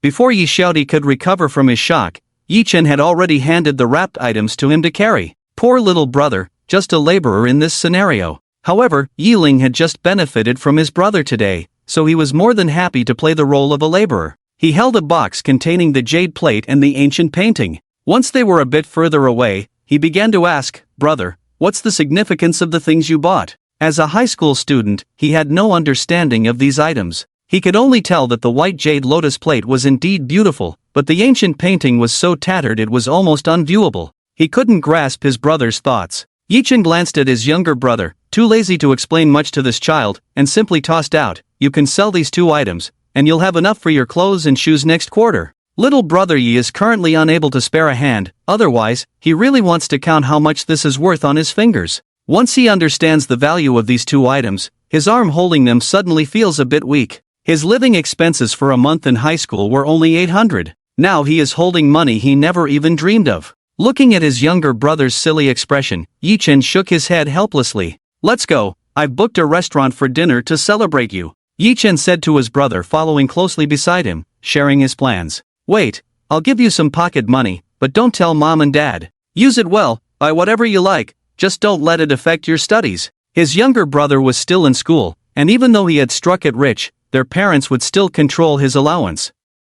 It was better for him, as the older brother, to give him some. He trusted this sensible kid more. The 2 brothers chatted as they walked towards the exit of the antique street. Yi-chen pondered over this trip, having picked up 2 bargains that amounted to what many people could save over several lifetimes. This money came too easily. Unfortunately, he didn't encounter the 2 scammers his parents mentioned. Yi-chen felt a bit regretful. Suddenly, they reached a quieter spot on the antique street. An old, faint voice called out to him, "Little brother, I have good things here, do you want to take a look?" Following the direction of the voice, Yi-chen saw a corner by the street. An elderly man with a kind face wore ill-fitting clothes, and his tattered shoes even revealed his toes. Beside him was a little girl, also dressed in obviously ill-fitting clothes, but her small face was exquisitely beautiful. Dirty and with big, watery eyes, she looked truly pitiful. She was the kind of little girl that made bad uncles want to give her lollipops and women want to hold her in their arms. Yi-chen paused, glancing at the 2 of them.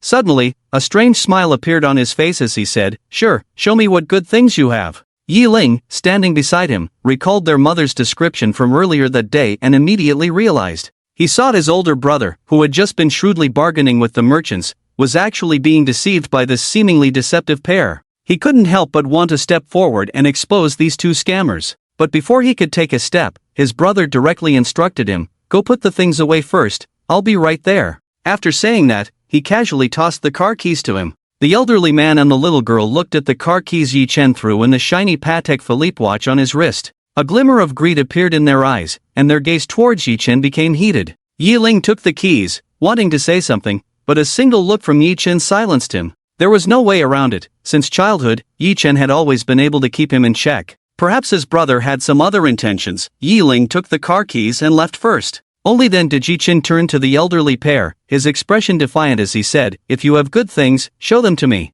I'm not short on money, if you dare to scam me, hum." Now, Yi-chen had the air of a nouveau riche, looking at this pair with the same disdain one would have for a pile of dog poop by the roadside. The elderly pair, seeing his demeanor, were not the least bit angry. Instead, they felt ecstatic inside. Today, they had caught a big fish. The little girl still timidly shrank against the wall, while the kindly-looking old man approached with a respectful smile. He spoke pitifully, "Little boss, at my age, it's not easy to take care of a little girl." Yi-chen impatiently interrupted him, "Stop talking nonsense. If you have nothing, just get lost." The old man was choked up, and the expression on his face could no longer be maintained. He cautiously took out a brocade box from his bosom and opened it mysteriously. Pretending to be sorrowful, he said, "At my age, I rely on this girl for companionship.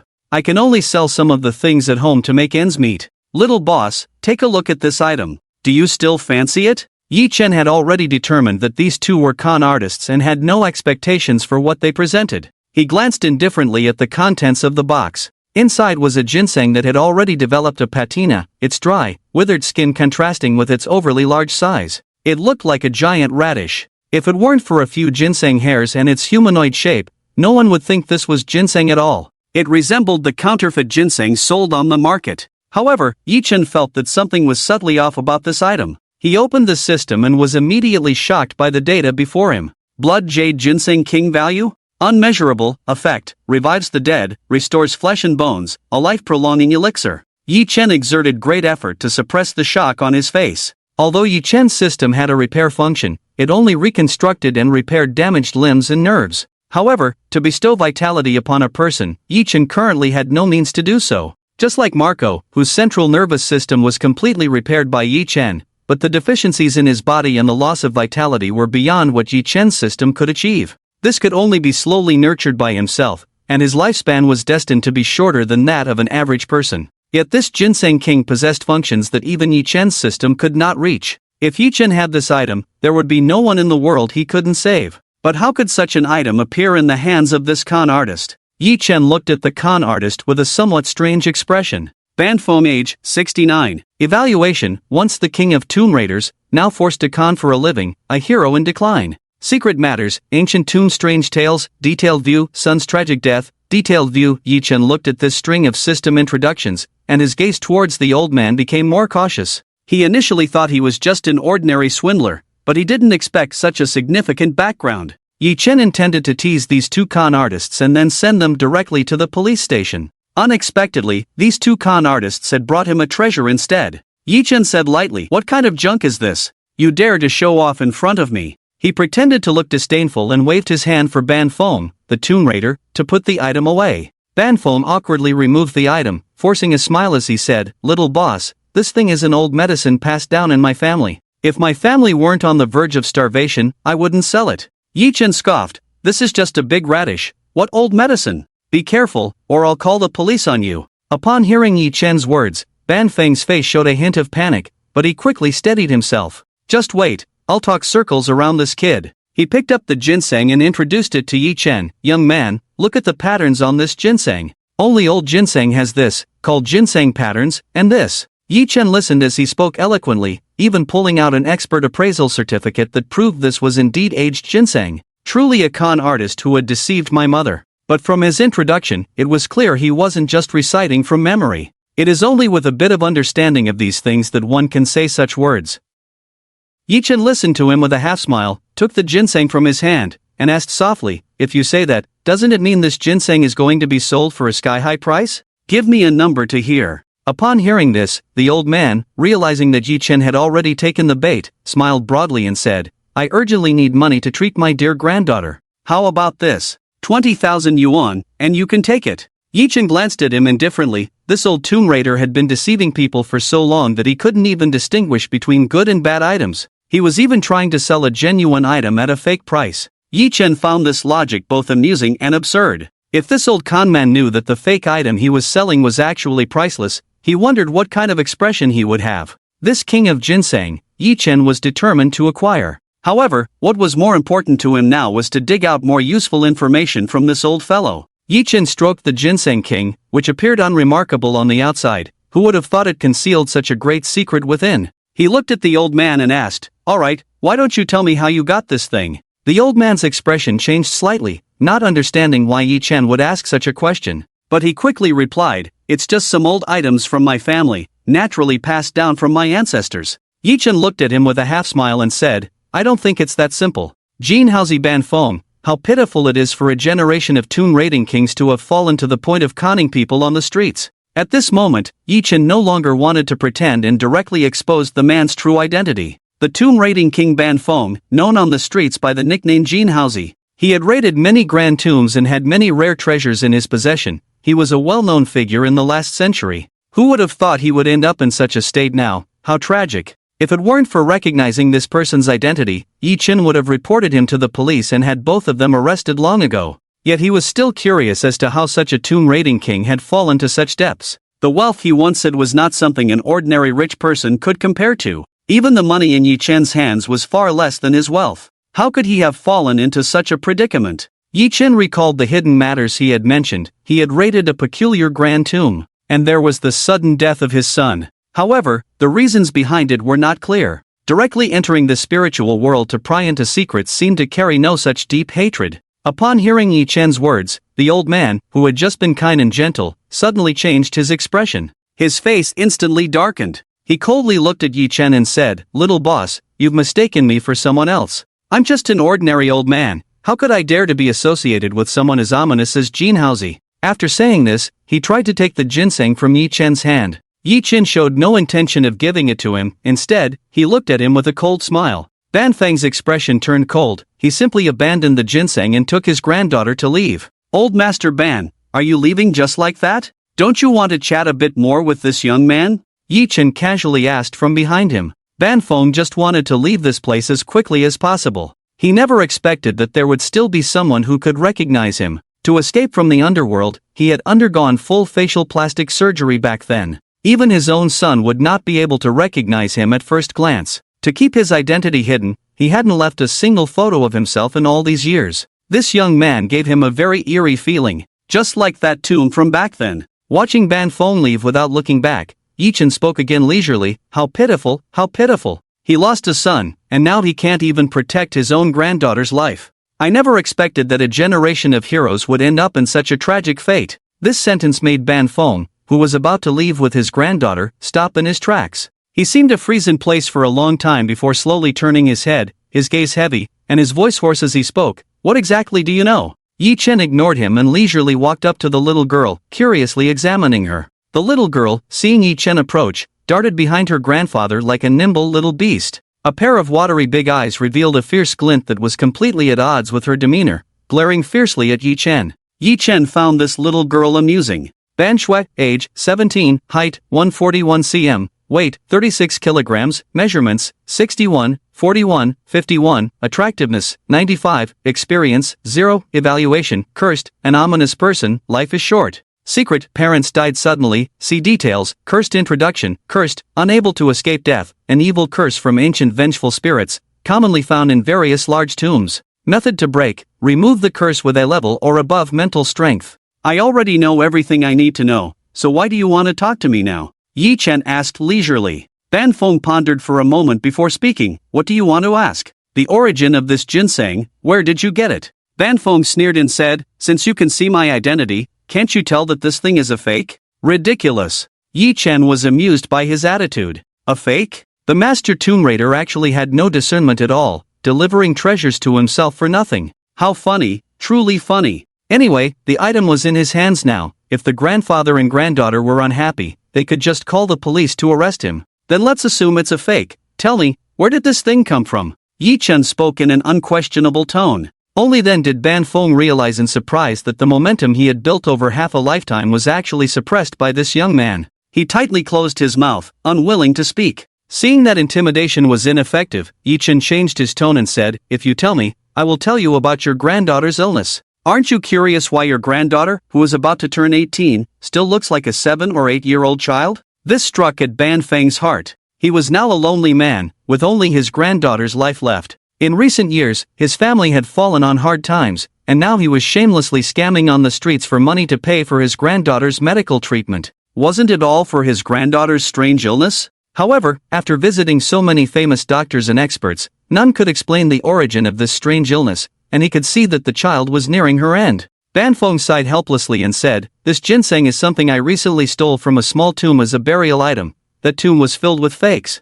I'm already old and can't move much. I only thought those things were somewhat well made, so I did such a shameful thing. Indeed, he was once a king of tomb raiders, but now he had to rely on scamming to make a living. It was truly embarrassing for him. Yi Chen nodded slightly, fulfilling his promise. Your granddaughter's illness is a curse. Your son also died under this curse. It's your fault for disturbing things you shouldn't have. Upon hearing this, the old man suddenly realized. He looked at Yi Chen as if he were a deity. Master, how do you know? And how do you know about my son's death? Do you have a way? This king of tomb raiders, Ban Feng, immediately bowed and asked Yi Chen. Since he knew about his son's tragic death and determined that his granddaughter was cursed, he connected the cause and effect and suddenly understood. Indeed, his son had meddled with things he shouldn't have and died a tragic death. He never expected that his granddaughter would meet such a fate as well. Yi Chen, with a smile that was not quite a smile, tossed down a business card and said, I can help you. When you decide what sincerity you should offer, come find me at this address. With that, Yi Chen turned and left. Ban Feng did not chase after him but picked up the business card, his face dark. Could it be that this person had seen through his hidden secret? Yi Chen had made dinner reservations at the Hai Tian restaurant. It had been a long time since he had treated his parents to a good meal, and this was a perfect opportunity. Yi Chen had indeed gained a lot during his time at the antique street today. However, the greatest gain was not the king of ginseng but the encounter with the Tomb Raider king, Ban Feng. He had caught a glimpse of his biggest secret, the strange tales of ancient tombs. According to his secretive descriptions, this was the largest and most luxurious ancient tomb he had ever seen. Moreover, it was hidden very well. He had also obtained valuable items there. But now, his body was no longer what it used to be, otherwise, returning to the ancient tomb for a comeback would not be a problem. Seeing this secret, Yi Chen had his own plans. Such a large mysterious tomb certainly could not be abandoned. He would let Ban Feng lead the way, and it would also be a considerable income. Furthermore, according to Ban Feng's memories, there were many extraordinary places within that ancient tomb. Even just wandering around outside had yielded significant benefits. Yi Chen did not directly use the Eye of Secrets to plunder Ban Feng's memories because this person still had value in being alive. An old horse knows the way. As a former Tomb Raider king, his experience was invaluable. Even if he was willing to make a comeback, there would still be plenty of organizations inviting him to join. However, Yi Chen held a deadlock over him, which was his granddaughter. Only he could cure her illness. To be safe, Yi Chen contacted the Qi family to monitor the movements of the two, now just waiting for Ban Feng to come to him and pledge allegiance. However, there was no need to think about so much right now. Today was a day for the family to be happy together, and Yi Chen did not want to be filled with calculations at this moment. He had already parked the car and was waiting at the Hai Tian restaurant with Yi Xiaodi for his parents. Originally, Yi Chen was just casually waiting here. But when the Manager Wu, found out, he brought a group of welcoming staff to stand at both sides of the entrance, waiting with Yi Chen. Yi Chen was somewhat bewildered by this display and awkwardly said, "Manager Wu, this isn't necessary." Hearing this, the plump Manager Wu became unusually assertive, mainly because he could tell that Yi Chen's tone was merely awkward rather than a refusal. Such a good opportunity to curry favor, Manager Wu certainly would not let it slip by. He adjusted his expression and said, "Mr. Yi, this is our restaurant's rule. For every one of our special VIPs, we must extend the most grand reception. Moreover, since this is your family banquet, we must make the arrangements even more splendid. We want your esteemed parents to feel at home." His words were so straightforward and relaxed that Yi Chen didn't know how to dissuade him. Forget it, let him be. He still had to get used to having a few sycophants around him, but those who did well should be rewarded. Manager Wu did not stay by Yi Chen's side the whole time but was busy directing the work. "Flowers, flowers. I don't want any domestic ones. Bring me the flowers from the American Rose Garden. As for the fireworks, remember the rhythm. Whoever dares to mess it up, don't bother coming tomorrow. Everyone, pay attention to your attire and expressions. Hey, you there, hurry up and change. How dare you come here with wrinkles on your suit? And where's Master Huang? Why hasn't he arrived yet?" Manager Wu's passionate arrangement of work left the surrounding staff stunned by his abundant enthusiasm. A timid voice replied, "Master Huang is on vacation today." Master Huang is the signature chef here, a state banquet-level chef who only comes once a week, but in that one visit, he earns more than a regular chef does in years. "Didn't I tell you that he must be here today? There's half an hour left. Tell him if he can't make it, there's no place for him in all of Huaxia, and he should go back to his hometown." Manager Wu shouted fiercely. The assistant beside him weakly said, "Isn't Master Li here today?" "Mr. Yi ordered Sichuan cuisine, and both Master Huang and Master Li are Sichuan chefs." Manager Wu shot a resentful glance at the assistant and sneered, "What do you know? The mapo tofu made by Master Huang is a dish Mr. Yi orders every time he comes. Master Li's dish, while tasty, can't replicate the flavor of Master Huang's. I've already studied it. Master Li's boiled cabbage is also something Mr. Yi loves, but Master Huang's." The assistant was left speechless. Most people would consider themselves lucky to eat dishes from a state banquet master. Even the powerful in Shuda had to make reservations. But this Mr. Yi came for a meal, and the manager was actually nitpicking the master's dishes. It was like picking bones from an egg. However, thinking about why this manager could stand firm, the assistant had some insights. Only those who know how to flatter can have everything in the end. Finally, the RV bringing his parents stopped in front of the Haitan restaurant. Immediately, a waiter rushed forward to open the door for them. Ye's father and mother stepped out gracefully. Ye's mother wore an elegant black silk long dress, her face adorned with exquisite makeup, and her previously dry and yellow hair was now glossy and long. Around her neck hung a stunningly beautiful diamond necklace with huge pigeon eggs, along with various accessories. Ye's father was dressed in a high-end suit, wearing soft leather shoes, and had a vintage Patek Philippe watch on his wrist, looking quite distinguished. Although Ye's parents had a solid foundation in looks, The years had taken a toll on their faces, and their usually simple attire made them appear less impressive. However, after this transformation, it truly echoed an old saying, "Clothes make the man." With their outfits and makeup, they looked at least 10 years younger. Originally in their 40s, they now appeared to be in their early 30s. A handsome man and a beautiful woman, a match made in heaven. Yi-chan smiled at his parents, very pleased with their transformation. His younger brother, Yi-xiaodi, was also stunned. Being much younger, he had rarely seen his parents when they were young. At this moment, he almost didn't recognize them. "Brother, is that our mom and dad?" Seeing his younger brother's dazed expression, Yi-chan patted his head and slowly walked towards their parents. Although Ye's parents looked radiant, they were still feeling uncertain inside. After all, they had spent the afternoon being pampered by a group of people, lavishly shopping among luxury items they could only admire from afar before. Some things they just thought looked good. After a few glances, someone would immediately pack them up for them. Those luxury items they once thought they would never touch now felt as common as everyday goods. If it were just up to them, given their usual frugality, they might have only picked a few items. But Yi-chan had set a target for the designers, 20 complete outfits for each of his parents, along with various accessories and watches. It could only be more, not less. For this, Yi-chan directly invested 50 million, ready to adjust as needed. The Yi parents, who had lived a simple life for half their lives, were now in a daze, until they saw their two handsome sons walking towards them. Yi-chan looked at his parents with a beaming smile and pretended to be surprised, saying, "Oh, where did these handsome guys and beautiful ladies come from? I can hardly recognize them." Ye's mother playfully tapped her son, and Yi-chan grinned and dodged. With a hint of laughter, Ye's mother teased, "You're all grown up, yet still so slick with your words." Yi-chan linked arms with his mother and laughed. "No matter how grown up I am, I'm still mom's son. Come on, let's have a good meal together today." Ye's father watched the family joyfully bustling about and shook his head with a smile. The group entered the Hai Tian restaurant amidst the fanfare of the waitstaff and flowers. Ye's mother was quite pleased, dressed elegantly, with flowers, fireworks, and a red carpet, as if she were on a fashion show. After all, she used to be a beauty, and there was no reason not to enjoy beauty. The family happily made their way to a private room. Today, Yi-chan had specifically booked the largest and most luxurious private room here. It wasn't to show off wealth, but simply to share the best experience with his parents. Ye's parents entered the private room. Upon seeing the vast space, nearly as large as their home, around 70 to 80 square meters, they were astonished.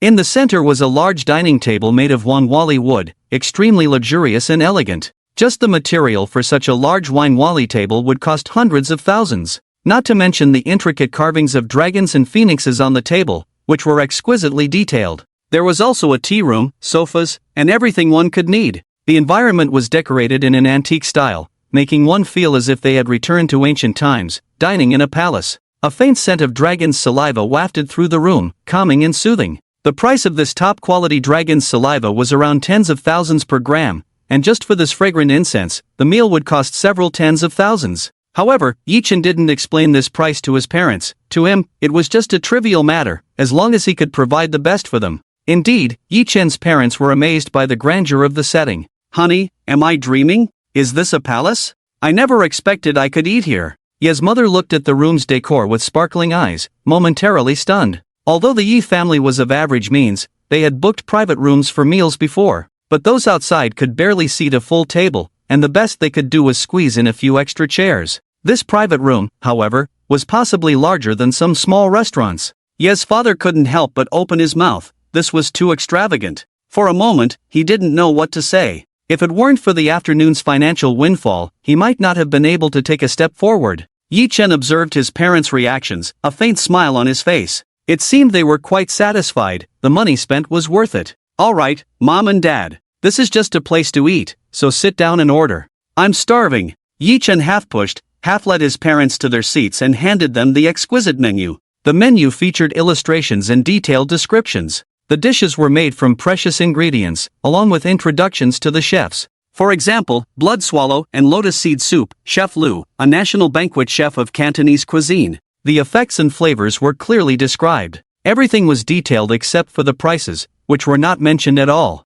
For those dining in this private room, the price was already a trivial matter. Yi-chan's parents looked at the dazzling array of dishes, momentarily overwhelmed. After a long while, they managed to order just 2 dishes, a simple boiled cabbage and a mountain delicacy soup. Yi-chan took the menu and frowned slightly. "Mom and Dad, if you only order this little, how are we all going to have enough to eat?" Yimu said somewhat awkwardly, those dishes look so expensive. Even with money, we should still save a bit. You brothers should order a couple more meat dishes. Your dad and I will be fine with some vegetarian dishes. Yifu nodded in agreement and earnestly told Yichen, even with money, we can't be extravagant. As long as our family has enough to eat, that's good enough. Listening to his parents and watching them order 2 dishes, Yichen smiled knowingly. Coincidentally, the price of those 2 vegetarian dishes was among the most expensive on the menu. The complex process of preparing the boiled cabbage, combined with the precious ingredients used here, meant that a few small cabbages required dozens of pounds of meat to accompany them.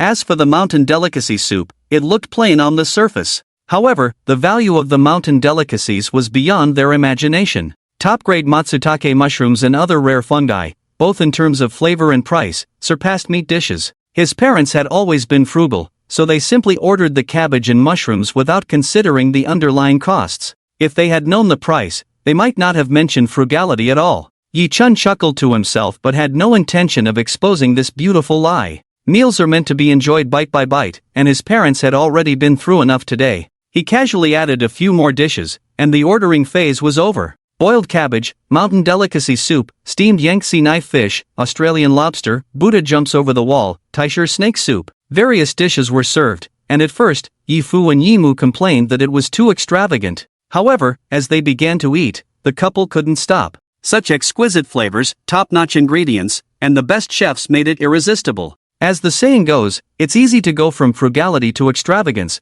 but hard to go from extravagance to frugality. Watching his family indulge in the food, Yichen smiled. Let it be extravagant, after all, with the money he had, he could afford this kind of dining for several lifetimes. After a hearty meal, Yichen began to express his plans. Mom and Dad, don't you think it's time for us to change houses? The old one is just too small. Yichen's parents nodded in agreement. It is time to change. We originally planned to save for each of you brothers to have a house as a wedding gift, but now the housing prices only cover the down payment for 2 houses. Exactly, it's hard to find houses in this area now, and the prices for new developments are just too high. Listening to his parents complain about these matters, Yichen felt a twinge of guilt. His parents had spent their whole lives supporting him and his brother, and now he could finally repay them. Mom and Dad, let's move. I'll take you to the new house right away. Yichen made the decision, and his parents listened to their son. After dinner, Yichen personally drove his parents to the riverside villa. This place wasn't far from their home. It seemed isolated in a paradise, but the surrounding environment was quite good, with complete infrastructure and entertainment facilities. Yichen brought his family to this 3-story riverside villa. Standing at the entrance, Yi Xiaodi was momentarily stunned and exclaimed, "Am I dreaming?" In the blink of an eye, autumn was approaching in Shudu. However, the autumn in Shudu was still hot, showing no signs of cooling down. Yichen lazily lounged on a deck chair by the swimming pool in the villa's backyard, watching his parents, an old couple, play in the pool, flirting with each other. He couldn't help but lament the fact that he was still single. The Yi family had already moved into the villa for a week, and now that Enran wasn't at home, Yichen rarely had time to stay and accompany his parents. The first couple of days were fine, but after a few more days, his parents began to complain about him. His existence was like a big light bulb. So usually, he would leave early in the morning to buy some things for the new house, returning only when it was time to sleep. Now, his parents had lost interest in their son.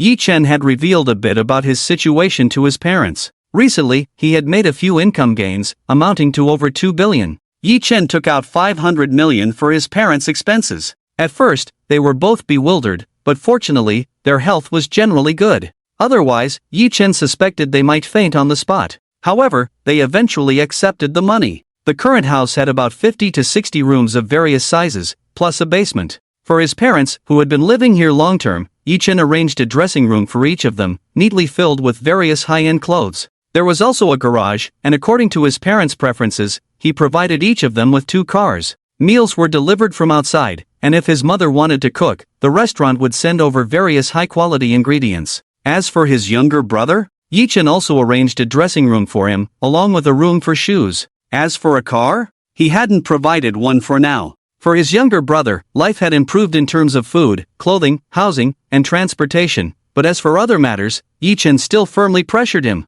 For example, his studies and the upcoming college entrance examination. He repeatedly reminded him not to take advantage of his family's wealth and become a spoiled rich kid. Now, his parents no longer had to worry about making a living and had more time to pressure his younger brother. For a time, his younger brother had become the most unfortunate person in the family. Yi Chen lazily sipped juice beside him, watching his parents playfully interact. Suddenly, his phone rang. Shi Ying? What could she want at this hour? It was around 3 in the afternoon on a weekday. Weren't workers usually busy at this time? Yi Chen answered the call. Hello? What does Miss Chi want with me at this hour? On the other end, Shi Ying chuckled softly. What's wrong? Do I need a reason to call Master Yi? Yi Chen smiled lightly. Of course not. If the beautiful Miss Chi has something to discuss, I am honored. Hearing Yi Chen's teasing, Shi Ying's cheeks flushed slightly. After getting familiar with him, he spoke more casually. No man had dared to say she was beautiful before. They were usually intimidated by her icy demeanor.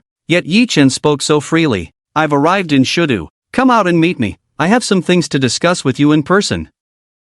Shi Ying brought the conversation back to the point, and Yi Chen felt puzzled. Although he was nominally a consultant at the Chi family, everyone knew it was just a title. He didn't receive a salary. Why did Shi Ying's tone suggest she wanted to assign him some tasks? Yi Chen frowned slightly and asked, what is it? Why do we need to meet? Shi Ying laughed. What's wrong? Are you unwilling to meet me? If I need to find you, it must be a good thing. Yi Chen, feeling helpless, agreed to meet Shi Ying. Last time, she had lost a lot of money in the stone gambling, and he had benefited greatly from it. Now was the time to return the favor. It wouldn't be right not to go. When Yi Chen arrived at the Chi family's base in Shudu, it was already 4 in the afternoon. The Chi family's base was located in a wooded area by the river in Shudu. The scenery was exceptionally beautiful. This base was a gathering place for several large companies of the Chi family. It was essentially a large industrial park, but the buildings inside were all modern office structures. Besides the work area, there was also a residential area. Today, Yi Chen was visiting the residential area here. The residential area is divided into several parts, with one section consisting of apartment buildings for ordinary employees and another part featuring independent villas for executives. Shi Ying has taken over quite a few industries in Shudu, and she also has her own villa here. Yi Chen's license plate data had long been entered into the Chi family's system. The Chi family's residential area is heavily secured, with guards stationed every few steps and checks every few paces. However, Yi Chen passed through without any obstacles, and all checkpoints turned green for him. The guards stationed around saluted him as they sought his car. Yi Chen drove according to the location sent by Qi Ying, heading east and west until he finally arrived at Qi Ying's private villa. This villa is built against the mountain, with a small waterfall cascading down the cliff. It is quite secluded, with only this villa and some woods nearby. Besides the sound of flowing water, one can hear the chirping of birds and the buzzing of insects. It is exceptionally tranquil, refreshing the mind and spirit. The villa itself is not large. Apart from a front yard, it is a 2-story wooden structure.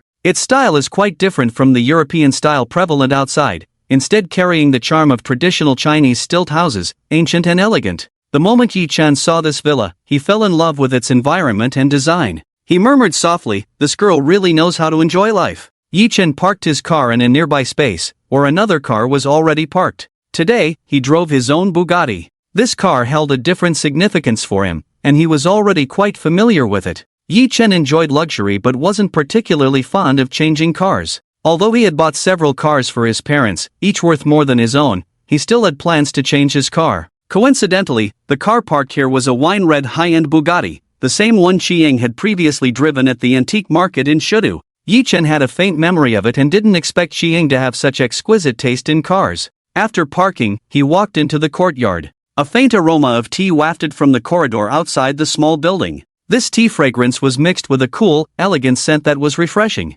Following the scent, Yi Chen looked over and saw a beautiful woman in the corridor, quietly brewing tea with a small charcoal stove. A clear, cool voice rang in his ears. "Why are you still dawdling? Come sit." Yi Chen looked at Qi Ying, who was brewing tea. Her outfit today was particularly novel. She wore a flowing long dress in deep purple with wide sleeves, ethereal and graceful, exuding an air of nobility. Her long hair was styled into a cloud-like bun resembling a white bird, exuding an extraordinary demeanor. Her eyes still held the distant beauty of autumn waters, captivating and enchanting. The cold aura on her face had melted away, replaced by a hint of a smile as she looked at Yi Chen. Qi Ying smiled lightly. "Why are you standing there? Come and sit." For a moment, Yi Chen was entranced by Qi Ying's appearance today. In this scene, if he weren't fully aware, he might have thought he had wandered into a temple of elegance. Yi Chen walked to the corridor, just about to step forward when he heard a cool voice. "Take off your shoes." Only then did Ji Chen notice that Qi Ying's bare feet were exposed beneath her flowing dress, glistening like jade.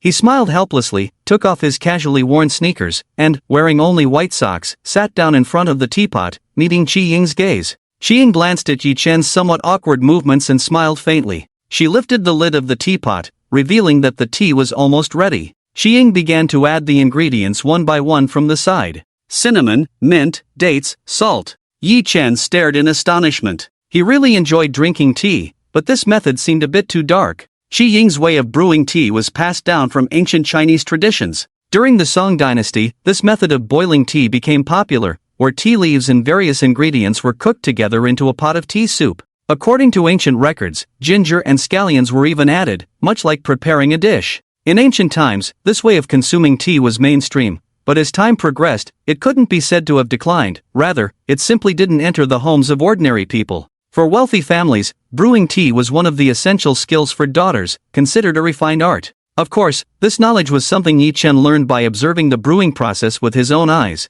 thanks to the system's introduction. Sometimes, Yi Chen found that this system could even serve as a search engine, providing explanations that were even more comprehensive. Watching Qi Ying add these ingredients, Yi Chen couldn't help but secretly sigh in relief that she hadn't included soy sauce and ginger, or else this concoction would have turned truly dark. Qi Ying noticed the strange expression on Yi Chen's face and smiled lightly, teasing, "I've been doing this for over a decade, it won't kill you." Yi Chen smiled but remained silent, still somewhat skeptical. Qi Ying chuckled and said no more. Before long, the tea soup was ready. She took out 2 purple clay tea bowls, filled them with a spoon, and handed one to Yi Chen. "Give it a try." Yi Chen accepted the tea bowl with a smile. The aroma alone was particularly enchanting. With a sense of curiosity, Yi Chen rotated the tea bowl and took a careful sip. Qi Ying watched this small action of his and couldn't help but smile knowingly. This action, called turning the bowl to retain the fragrance, was something only a connoisseur of tea would do instinctively. Today, she had simply thought of brewing some tea on a whim, not expecting that Yi Chen would also understand tea. Her beautiful eyes held a hint of anticipation as she looked at him. As soon as the tea entered his mouth, the flavor was unlike the usual brewed tea. If brewing tea was about savoring the essence and taste of the tea itself, then this boiling method was more like a myriad of flavors from the world. Sweet, sour, bitter, spicy, salty, every taste was present, distinct in layers. After experiencing these 5 flavors, a serene and transcendent tea fragrance emerged from his taste buds, as if he had casually observed the myriad forms of the world, watching the clouds roll and unfold in the courtyard. The sound of flowing water, the chirping of birds, the tranquil whisper of the wind, the drifting white clouds, and the smiling beauty. Yi Chen savored the tea, feeling everything around him. Everything was simply indescribable. After finishing a sip of tea, Yi Chen squinted his eyes and exclaimed 3 times, "Wonderful, wonderful, wonderful." Qi Ying's smile deepened. She could tell from Yi Chen's expression that he had grasped the true essence of this pot of tea. At this moment, saying more would only detract from the beauty. Silence spoke louder than words. While Yi Chen was savoring the tea, Qi Ying took out a box of exquisite pastries from a nearby black sandalwood food box and placed them in front of him. "Have some tea snacks, they taste pretty good." After just tasting the tea, the distinct flavors of the tea soup paired with the snacks were, of course, even more perfect. Looking at the beautifully arranged pastries, sugar-steamed cheese, crab roe pastry, osmanthus sugar-steamed chestnut cake, dragon beard milk cake. Each was intricate and required great effort to make. Take the sugar-steamed cheese, for instance. It even appeared in the classic Chinese novel Dream of the Red Chamber. This dish, even for a wealthy family like the Jia family, was not something they could enjoy often. The ingredients and cooking time were all carefully selected, overseen by a master chef. Seeing Qi Ying bring out 7 or 8 plates in a row, Yi Chen was slightly surprised and asked, "Did you make all these?" Based on the principle of first impressions, this conclusion was not hard to draw. To everyone's surprise, when Qi Ying heard Yi Chen's question, she paused slightly in her action of arranging the tea snacks. Then, with a hint of embarrassment, she spoke up, "It wasn't made by me, I ordered takeout from the Hai Tian restaurant." Deep down, she was puzzled by her own emotions. As a pampered young lady, it was already impressive that she could brew tea. How could she possibly make such complicated pastries? This should have been a matter of course, so why did she feel embarrassed? Yi Chen, upon hearing this, clearly did not catch the nuance in Qi Ying's tone and instead nodded. Just looking at the quality of these pastries, one could tell that they required decades of skill to master. Qi Ying was still quite young, and managing a publicly listed company so successfully was already no small feat. To have such culinary skills, she must be a genius. Yi Chen scooped a spoonful of sugar-steamed pastry and put it in his mouth. The rich milky flavor melted in his mouth, incredibly delicious. Yi-Chen closed his eyes in enjoyment, savoring the taste, and exclaimed, "This must be Master Wang's craftsmanship. It's truly exceptional. No one else can replicate this flavor." Speaking of food, Yi-Chen had indulged in quite a few delicacies recently, so he began chatting with Qiying about the tea snacks. "This crab roe pastry is also quite good, you should try it. This should be Master Lu's handiwork, only he knows how to steam this pastry just right, and I really like it." As he spoke, Yi-Chen not only enjoyed his own food but also served Qiying a generous amount of pastries. Qiying chewed slowly, her beautiful eyes occasionally glancing at Yi-Chen as he ate with delight, a smile creeping onto her lips. "Hey, I just realized that all these things are my favorites. How did you know?" After eating several snacks, Yi-Chen noticed this detail: all the snacks were things he often ordered, and even his favorite chef hadn't changed. If it were just a coincidence, it was a bit too coincidental. Yi-Chen looked at Qiying with a smile in his eyes. Qiying felt her face flush under Yi-Chen's gaze, and after a moment, she said, "It was Manager Wu who told you I like these. I had all the chefs come over to prepare a feast." Upon hearing this, Yi-Chen didn't doubt it. He was quite familiar with Manager Wu's knack for pleasing others. He could remember all of Yi-Chen's little preferences. "Not bad, not bad," Yi-Chen teased lightly. "Manager Wu is indeed reliable. Are you considering giving him a raise?" Qiying seemed to ponder seriously for a moment before slowly replying, "Yes, definitely." Yi-Chen and Qiying enjoyed their tea and snacks, chatting leisurely for quite a while about food, the stock market, and luxury goods. Although they hadn't met often, their conversation was quite pleasant. After finishing a small sweet pastry and taking a sip of tea, Yi-Chen finally remembered the main reason he had come today. "By the way, you called me over because you had something to tell me, right?" Upon hearing this, Qiying seemed to suddenly remember and said, "Look at my memory, I almost forgot the main point. This matter was arranged by my grandfather, and since I was heading to Shudu, I came to pass on a message." "Arranged by the old man?" Yi-Chen stroked his chin, his expression slightly darkening. Matters arranged by such a figure were generally not trivial. He still relied on the Qi family in many ways. While others might be fine, he couldn't easily refuse the old man's arrangements. As Yi-Chen pondered, Qiying, with a hint of a smile on her pretty face, spoke again, "Don't get too tangled up.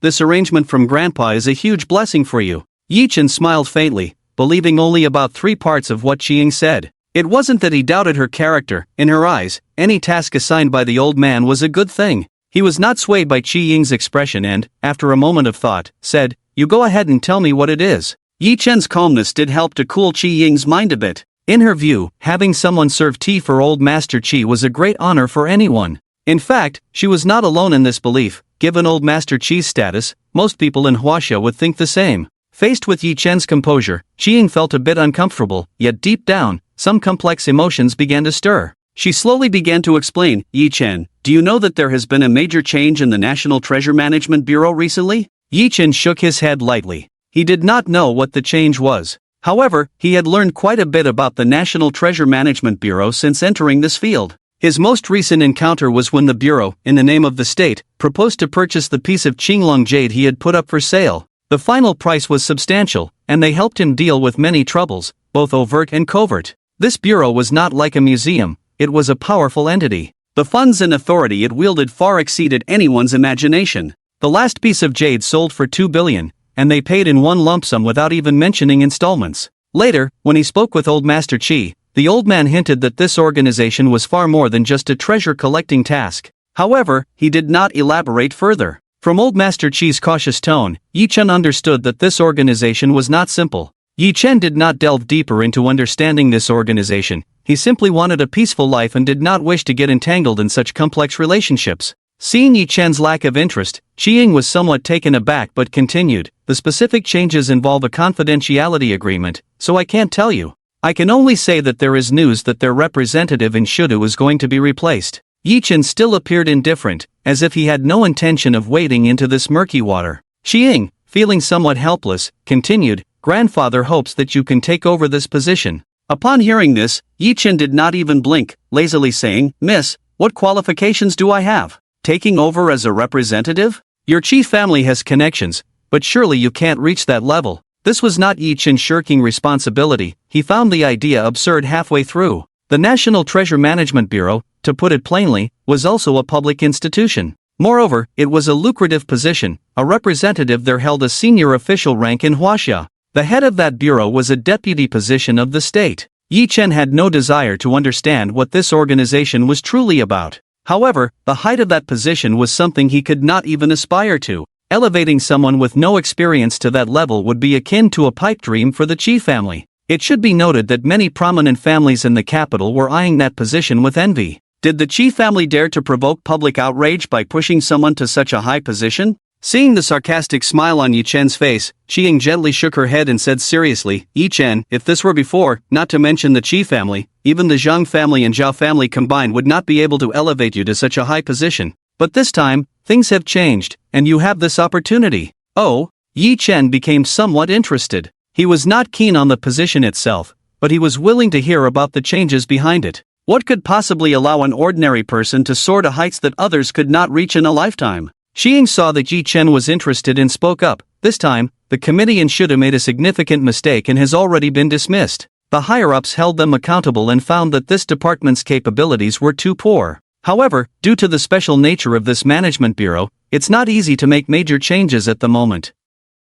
In the end, we decided to find a committee member who can hold the situation together. As Qiying said this, her beautiful eyes sparkled slightly as she fixed her gaze on Yi Chen. Yi Chen felt a bit uncomfortable under her gaze. Slightly puzzled, he pointed to himself and said, "You don't mean that the committee member who can hold the situation together is me, right?" Qiying nodded, a bit excited as she said, "Of course it's you. The Management Bureau, after all, primarily focuses on understanding and appraising treasures. Your abilities are so impressive that even my grandfather praises you endlessly." Yi Chen was somewhat taken aback. If it were just about understanding and appraising treasures, he would dare to claim the top spot in the world. However, he felt that this matter was far from simple. After thinking for a moment, a smile appeared on Yi Chen's face as he asked Qiying, "If that's what old Master Qi thinks, then what does Miss Qi think?" Qiying was slightly taken aback by Yi Chen's question, her face flushed a bit. After a moment of thought, she finally spoke, "I don't understand this field as deeply as my grandfather, but you are the most outstanding person I've seen in this regard. You are fully deserving of the title of master." In Qiying's words, Yi Chen sensed sincerity and affirmation, which he greatly appreciated. He knew that for someone as proud and noble as Qiying, getting her to tell a lie was harder than anything else. Yi Chen smiled slightly and looked at Qiying's slightly evasive, glass-like beautiful eyes, slowly saying, "I didn't expect Miss Qi to hold me in such high regard. I feel unworthy." Qiying explained the stakes to Yi Chen. This committee position would be a significant elevation in social status for him. Although Yi Chen was extremely wealthy now, he was still an ordinary citizen. When faced with high-ranking officials, he wouldn't be able to handle it independently. Relying on the Qi family would always be a last resort. Yi Chen also had to consider that this was definitely an opportunity for him. But if he really took that position, he might not have such a peaceful life anymore. Yi Chen had never had grand ambitions. His goals had always been clear since childhood. While other kids dreamed of getting into Tsinghua or Peking University, Yi Chen was different. Back then, he was just an elementary school student, and he was determined to get into Shuda University. It was close to home, and he didn't want to leave Shudu. At that time, some laughed at him for lacking ambition. But years later, how many of those who aimed for Tsinghua or Peking University actually achieved their goals? Instead, Yi Chen focused on Shuda University and worked hard. In the end, his scores were just right, and he got into this prestigious school. Later, when his parents talked about this, they commented on their child. Although he seemed lazy and lacked ambition, once he set his mind on something, he would not turn back even if he hit a wall. He had a clear purpose from a young age. In Yi Chen's plans, being an official was never part of his blueprint. If it weren't for this system he obtained, he might have been thriving under Zhou Mei, getting promotions and raises, and preparing to start a family with a girl he liked. But the turning point in his life was the emergence of this system. Using this system meant he could never become an ordinary person. Just his current wealth had already crossed the line for an ordinary person. Power and wealth. Only with power can one attain wealth. Without power, how can one gain and maintain wealth? Regarding Qiying's proposal, Yi Chen did not outright refuse, but he also did not agree. Observing Yi Chen's contemplative expression, Qiying let out a slight sigh and said, "Think it over and then talk to me. My grandfather said it also depends on your willingness. If you are unwilling, you will still be our honored guest at the Qi family, and I can guarantee you that." This was also the intention of old Master Qi. These elders had already noticed Yi Chen's laid-back personality, which did not seek power or profit. He did not hold out much hope for this matter. After all, Yi Chen was not yet a member of the Qi family. They could only try to win him over, not impose their will. Upon hearing Qi Ying's words, regardless of how sincere they were, Yi Chen felt quite satisfied with the Qi family's attitude towards him. Thank you, the Qi family has helped me a lot, and I have always remembered that. I just need to think about this matter a bit more. If there's anything else you need help with, feel free to ask. Yi Chen's main network of relationships was indeed centered around the Qi family, and having benefited from them, it was only right that he did not take advantage of their kindness. This matter was certainly more beneficial than harmful for him, but he still could not get over that mental hurdle. However, he still needed to express his stance. If the Qi family had any matters, he could also provide some assistance, not just be a freeloader. Hearing Yi Chen's words, Qi Ying smiled lightly and said, "Alright, Master Yi is so straightforward. We at the Qi family will not be polite." Yi Chen nodded in satisfaction. If Qi Ying had rejected his words, it would have indicated that the Qi family did not regard him as their equal. But Qi Ying's enthusiastic acceptance made him feel respected. Qi Ying then playfully changed the subject, saying, "You see, it's quite a coincidence. Besides discussing that matter with you, I also need your help with something else. I wonder if what Master Yi just said still counts." Yi Chen looked at the rare playful expression on Qi Ying's face and chuckled. "When has Miss Qi ever asked me for something that I refused?" Qi Ying's face lit up with joy as she expressed her request. "My mom is about to celebrate her 50th birthday, and I want to give her some jewelry or something. I've been searching for a long time but haven't found anything suitable." At this point, Qi Ying looked at Yi Chen with anticipation and said, "Can you go shopping with me?" Seeing the hopeful look on Qi Ying's face and thinking of her background as a child born out of wedlock, Yi Chen felt a strange sense of empathy. He had already promised that he would help the Qi family with their matters. Even without that promise, as a friend, Yi Chen would not refuse Qi Ying. He readily agreed, "Sure, do you have anything else to do later?" Qi Ying did not expect Yi Chen to respond so readily, and she felt a wave of warmth in her heart.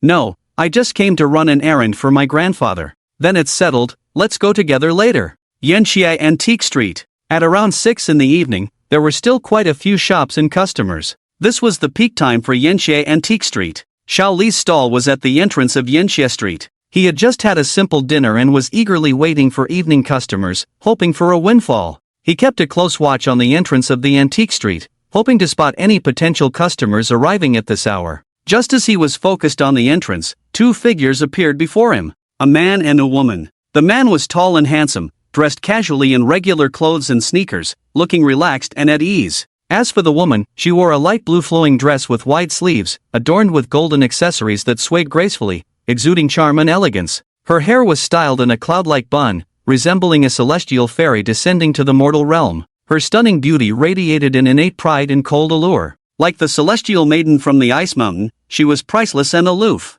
Yet at this moment, despite exuding an aura that warned others to keep their distance, her eyes sparkled with laughter as she chatted with the handsome man beside her. Xiao Li watched this perfect figure and her playful banter with the man, his heart filled with an endless jealousy. It was one thing for the man to be handsome, but to have such a stunning beauty talking to him while he remained so nonchalant. Yi Chen, however, was not being indifferent. He simply felt the weight of too many unfriendly gazes around him. What a burden. "Can't you wear something more casual?" Yi Chen couldn't help but complain to the instigator of this situation. Although she had dressed elegantly in their previous encounters, nothing compared to the stunning effect of her antique-style clothing. Qi Ying's aura, paired with such attire, made her seem as if she had stepped out of a painting of a celestial maiden. She was untouched by the mundane, high above the rest. With her beautiful, watery eyes fixed on Yi Chen, Qi Ying blinked helplessly and said, "Don't I look good like this?" Yi Chen hadn't expected that Qi Ying was actually a fan of Hanfu. It was a tradition in her family, after all, being descended from nobility of the previous dynasty.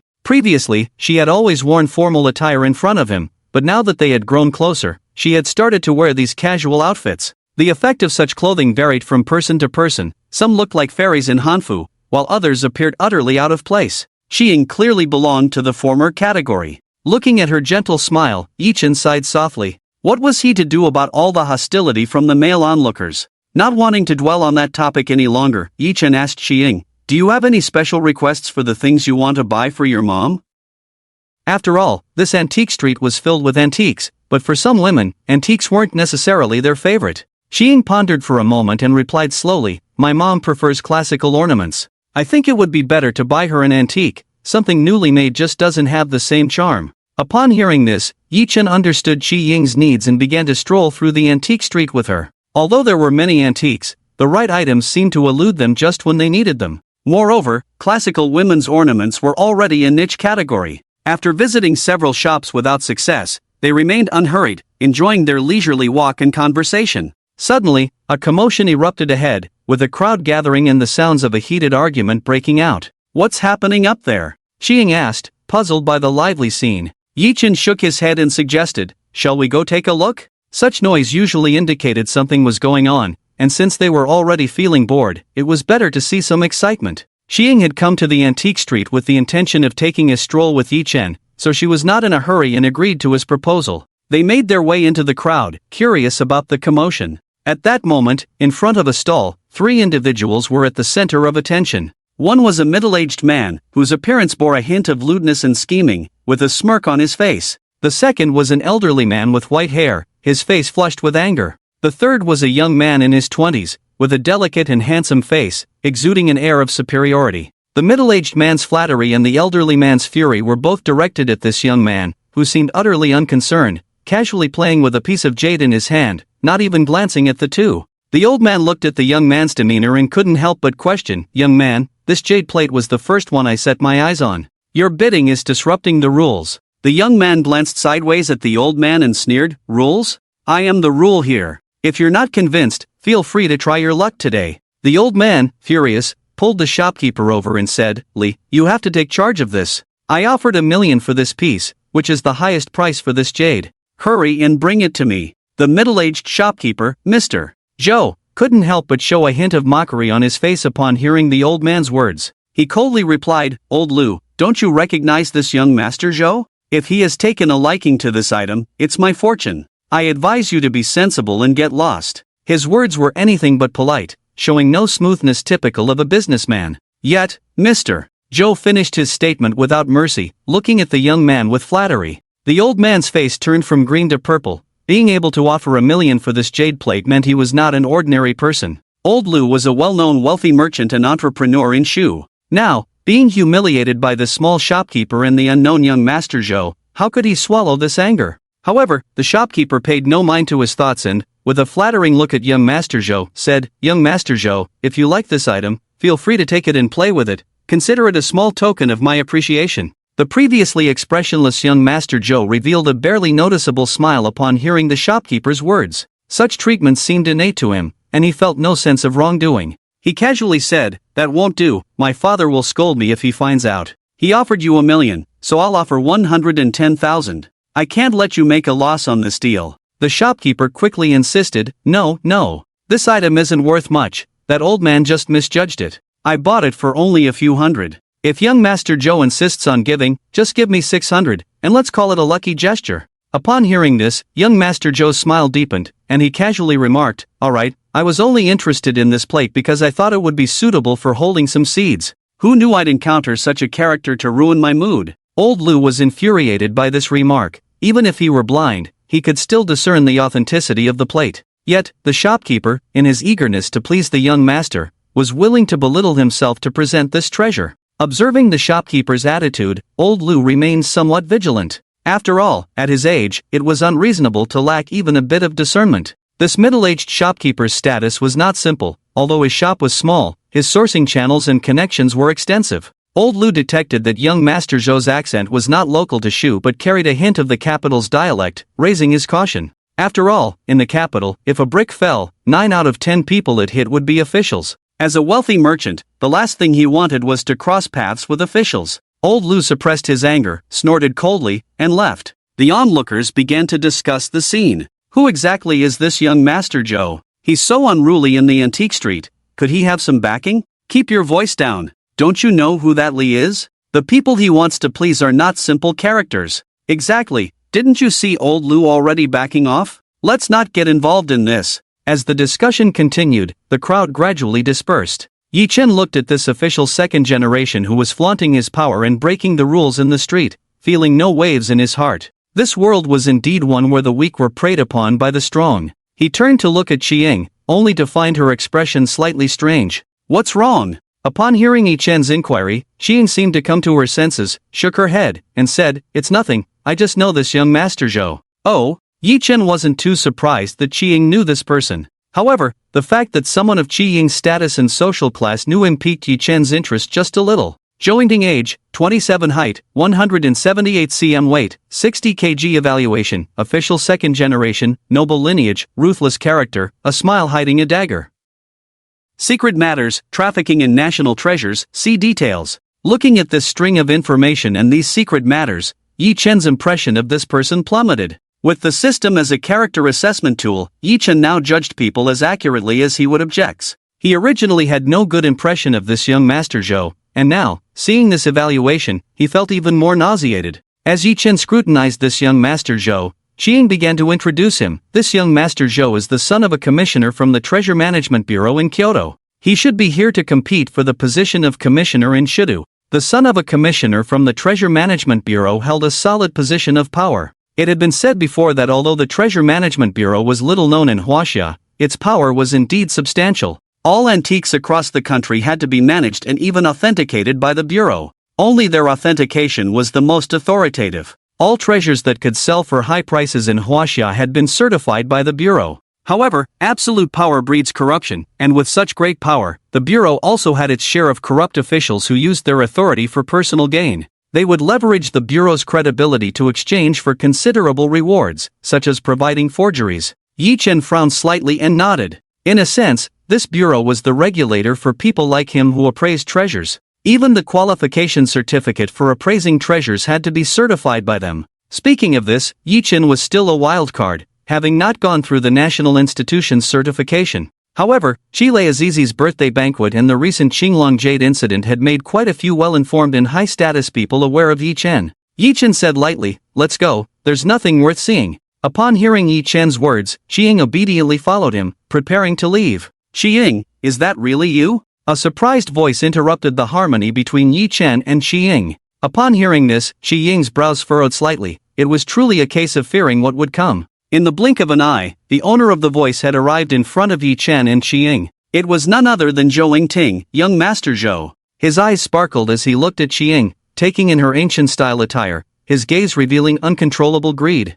Young Master Zhou smiled and asked, "Qiying, why did you run away when you saw me?" Qiying's face turned awkward at this moment. If she were alone, she might have easily dismissed this person, but for some reason, she felt an awkward emotion now. She glanced at Yi Chen beside her and found him observing young Master Zhou with a slightly heavy gaze, showing no intention of speaking. Qiying forced herself to say, "Aren't you busy, young Master Zhou? My friend and I have things to do, so we won't disturb you." Upon hearing this, young Master Zhou finally noticed Yi Chen standing beside her. This man was nearly half a head taller than him, and with his handsome attire, even someone as proud as Zhou Yingting felt a bit overshadowed. It must be admitted that this man was indeed impeccable in appearance, completely overshadowing the aura of superiority that he had cultivated over the years with his natural calmness and unyielding presence. Just looking into the deep gaze of this handsome man seemed to steal one's soul. However, after all this time, young Master Zhou was only momentarily startled, his face showing no signs of fear. He had originally intended to steal a glance at Yi Chen,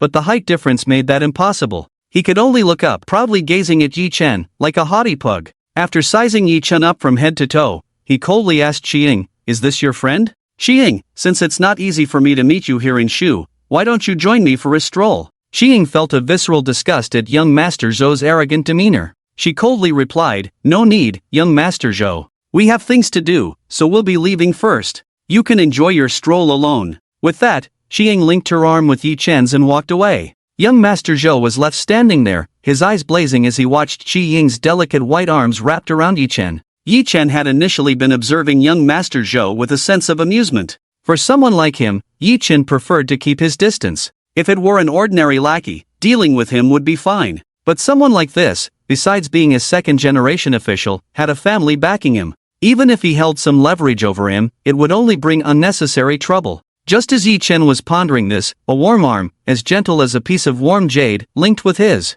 He was wearing a short-sleeved shirt today, leaving his arm exposed. Yi Chen looked at Qiying in surprise, feeling the warmth radiating from her fair skin. It was cold yet carried a hint of warmth, making him feel particularly comfortable. Seeing Qiying puffing up in anger as she pulled him away, Yi Chen was momentarily stunned. Then he reacted and said, "All right, miss, are you treating me like a tool?" Upon hearing Yi Chen's words, Qiying realized she had finally shaken off young Master Zhou's clinginess. She slowly released her hold on Yi Chen's arm and said with a hint of apology, "Sorry, I was a bit abrupt." Yi Chen smiled, still feeling the warmth she left on his arm. What's wrong? Is that guy still pursuing you? I think he has decent conditions. Having looked into that person's background, Yi-Chen knew that although his character was lacking, his looks and family background were indeed a match for Chi-Ying. Yi-Chen thought this and casually joked. However, he never expected that his words would provoke such a strong reaction from Chi-Ying, who had just been so amiable. Her expression suddenly changed, and with a hint of anger and a touch of grievance in her beautiful eyes, she said, "What?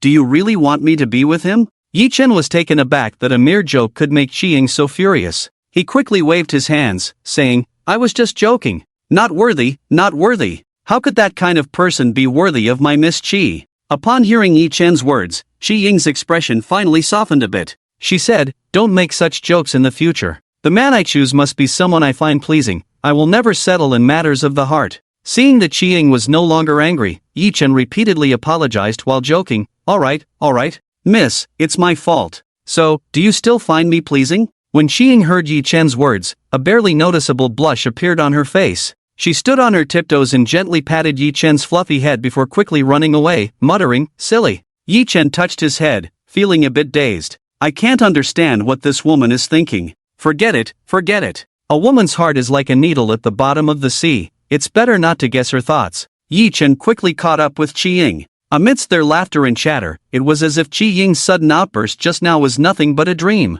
Yi-Chen couldn't help but marvel at this woman's ability to change her mood so quickly. But that's fine, she would have to stroll around with her previous icy demeanor. He probably wouldn't have been willing to come out today otherwise. Yi-Chen and the others wandered around, as if they were just watching a show. The surrounding shopkeepers didn't regard this young couple as big spenders. They looked more like a young couple aimlessly wandering through this antique street. "Boss, how much for this double fish pendant?" Yi-Chen played with the green jade double fish pendant in his hand, two koi carved from green jade. Green jade isn't particularly precious, but this material possesses a unique spirit. The carved items often appear lifelike. The two little fish seemed to leap out of the water, kissing in mid-air. They looked incredibly cute. Chi-Ying, watching the jade pendant in Yi-Chen's hand, suddenly found herself liking the design as well. However, she didn't show it. She knew that if the boss noticed her interest, they would be met with exorbitant prices. Moreover, the items Yi-Chen liked were definitely not ordinary. With such expectations, Chi-Ying prepared to witness an extraordinary bargain. To her surprise, the boss glanced at the green jade pendant in Yi-Chen's hand and said, "This jade is old stock. If you like it, you can take it for 20,000. After hearing the boss's price, Yi-Chen's expression remained neutral. He carefully examined the jade pendant, confirmed its excellent condition, and directly transferred the money to the boss. Chi-Ying watched this scene, feeling a bit dazed. Just like that? What happened to haggling and putting on a show? The last time Yi-Chen took her to find a bargain for that relic of guanine, he had pulled off quite a few tricks. This was his first purchase at this antique market today, and she thought the process would be exciting. Who knew it would be so dull? Just as Chi-Ying was lost in thought, Yi-Chen had already completed the transaction and returned to her side. Seeing Chi-Ying's dazed expression, Yi-Chen felt a bit puzzled. What was this woman thinking? Chi-Ying noticed Yi-Chen standing next to her and, still with a hint of hope, asked, "Is there something special about this green jade pendant you bought?" Upon hearing Chi-Ying's question, Yi-Chen smiled faintly and casually tossed the green jade double fish pendant to her. "Ah!" Chi-Ying exclaimed, quickly catching the pendant and examining it closely in her palm, afraid that it might get damaged due to Yi-Chen's rough handling. After finally checking it over, the pendant was still intact. Unable to hold back, Chi-Ying complained, "You really are so careless. What if such a treasure gets broken?" Hearing this, Yi-Chen realized she had misunderstood and shook his head with a faint smile, saying, "It's not a treasure, just an ordinary ornament, a gift for you." Chi-Ying, holding the pendant, was momentarily stunned, and after a while, she finally asked, "A gift for me? Why?" Although the green jade double fish pendant was exquisitely crafted, its meaning was not something that could be casually exchanged between friends. Long cherished in voice and fame, the double fish is sent from afar. The double fish leaps, and the two birds soar at times. The meaning of the double fish is generally something that lovers and confidants would exchange. Yi-Chen scratched his head slightly and said, "Consider it an apology for what I said earlier. I also think this jade pendant matches your outfit very well. I just happened to see it and bought it for you. If you dislike it." Chi-Ying squinted her eyes, hearing Yi-Chen babbling nonsense here. The slight flutter in her heart had already calmed down. She thought this kid had finally woken up, but who knew he was still the same old steel straight man. Chi-Ying looked at the exquisite and lovely double fish pendant in her hand, her gaze deepening slightly. She took a red string from her hair bun, threaded the double fish pendant onto it, and wore it on her chest. The jade pendant made of green jade indeed matched Qi Ying's outfit perfectly. It was as if it added the finishing touch, making her already ethereal appearance even more otherworldly. Qi Ying looked at the pendant with satisfaction, no longer troubled by her earlier thoughts. Although Yi Chen was a bit straightforward, his taste was still good. Yi Chen watched as Qi Ying deftly tied the double fish pendant, a faint smile appearing on his face. This was the first time he had given a gift to a woman since graduating. By the way, this pendant is a bit special. At this moment, Yi Chen revealed the secret of the pendant. This pendant was not just an ordinary trinket as he had claimed. After all, it was a gift. Giving Qi Ying something worth 20,000 yuan would be too embarrassing. Qi Ying became interested upon hearing Yi Chen's words. Indeed, she had guessed correctly. How could Yi Chen give her something so trivial? However, even if it was just a 20,000 yuan item, she would take good care of it. After all, this was also her first. But she still had expectations for Yi Chen's generosity, and Qi Ying looked at him curiously, waiting for his explanation. Yi Chen merely smiled at her, shook his head, and said, "Be patient, you'll know its wonderful use if you wear it a bit longer." Qi Ying looked at the jade pendant on her chest with anticipation. 1 minute, 2 minutes, 4 minutes passed. Qi Ying's anxious waiting gradually began to change her mindset. She felt a bit puzzled. Could it be that Yi Chen was just playing with her? Looking at Yi Chen's faint smile, Qi Ying quickly dismissed that thought. He wasn't the type to do such boring things. Just as Qi Ying was lost in her thoughts, a strange change occurred with the pendant. She felt a cool sensation emanating from the pendant. It coursed through her limbs, making her feel as if she were swimming freely in water, enjoying the bliss of the fish in water. Fortunately, her willpower was strong enough, otherwise, she might have moaned out loud in this public setting from the comfort. However, she still let out a few low whimpers. Ooh-ah-mm-mm. After about a few dozen seconds, the strange sensation finally faded. Qi Ying felt as if she had just awakened from a dream, her whole body relaxed. She felt that she was in the best mental state she had been in for a long time. All her fatigue had vanished. If it weren't for so many people around, Qi Ying would have even wanted to shout to the sky. At that moment, a gentle and rich male voice sounded in her ear. "How do you feel now?" Hearing Yi Chen's question, Qi Ying finally came back to her senses. Her eyes sparkled as she looked at Yi Chen and then at her double fish pendant. "Quick, tell me, what is going on?" Qi Ying's tone was filled with anticipation. That feeling just now was simply amazing. She felt completely relaxed, as if she were in paradise. This enjoyment was the greatest blessing for her. Everyone saw her full of energy and commanding presence throughout the day. She was a high and mighty female CEO, controlling the life and death of thousands of employees in her company. But the reality was that she still had to work in front of the computer. Some reports and documents even required her to do them herself. Meetings, negotiations. Each one was extremely exhausting. On the surface, she appeared glamorous, but privately she had long begun undergoing traditional Chinese medicine therapy to alleviate her poor physical condition. However, today, this double fish jade pendant completely surpassed the effects of her usual treatments.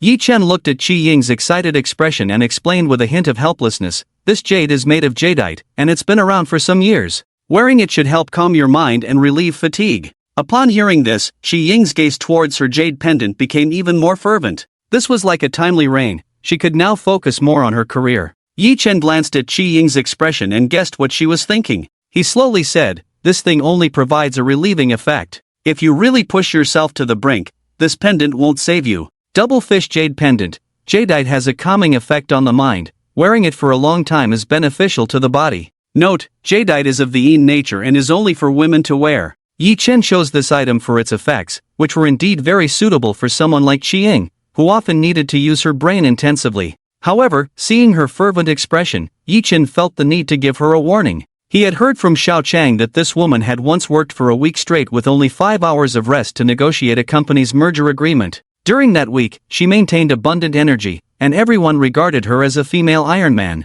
But after the agreement was signed, Qi Ying lay in the hospital for a full 2 weeks. At the time, it seemed unbelievable. Even Yi Chen admitted he couldn't do something so crazy. Back then, he and Qi Ying didn't have the relationship they had now. Besides admiration, he also felt that this woman was not someone to be trifled with. However, through subsequent interactions, he gradually discovered that Qi Ying was merely using her hard exterior to protect her fragile inner self. Essentially, she was still a little woman yearning to be protected and cherished. After hearing Yi Chen's words, a hint of disappointment appeared on Qi Ying's face. But then she thought, what in the world could completely cure all ailments? She was already very content with this item. Thinking about the price Yi-chen had paid for it, 20,000 yuan? A full-body therapy session for herself cost several tens of thousands. And it was painful. Qi-ying, being accustomed to business, secretly calculated. Considering her personal situation, she absolutely wouldn't sell this item for less than 100 million. Even if offered 100 million, she wouldn't part with it. Besides its miraculous effects,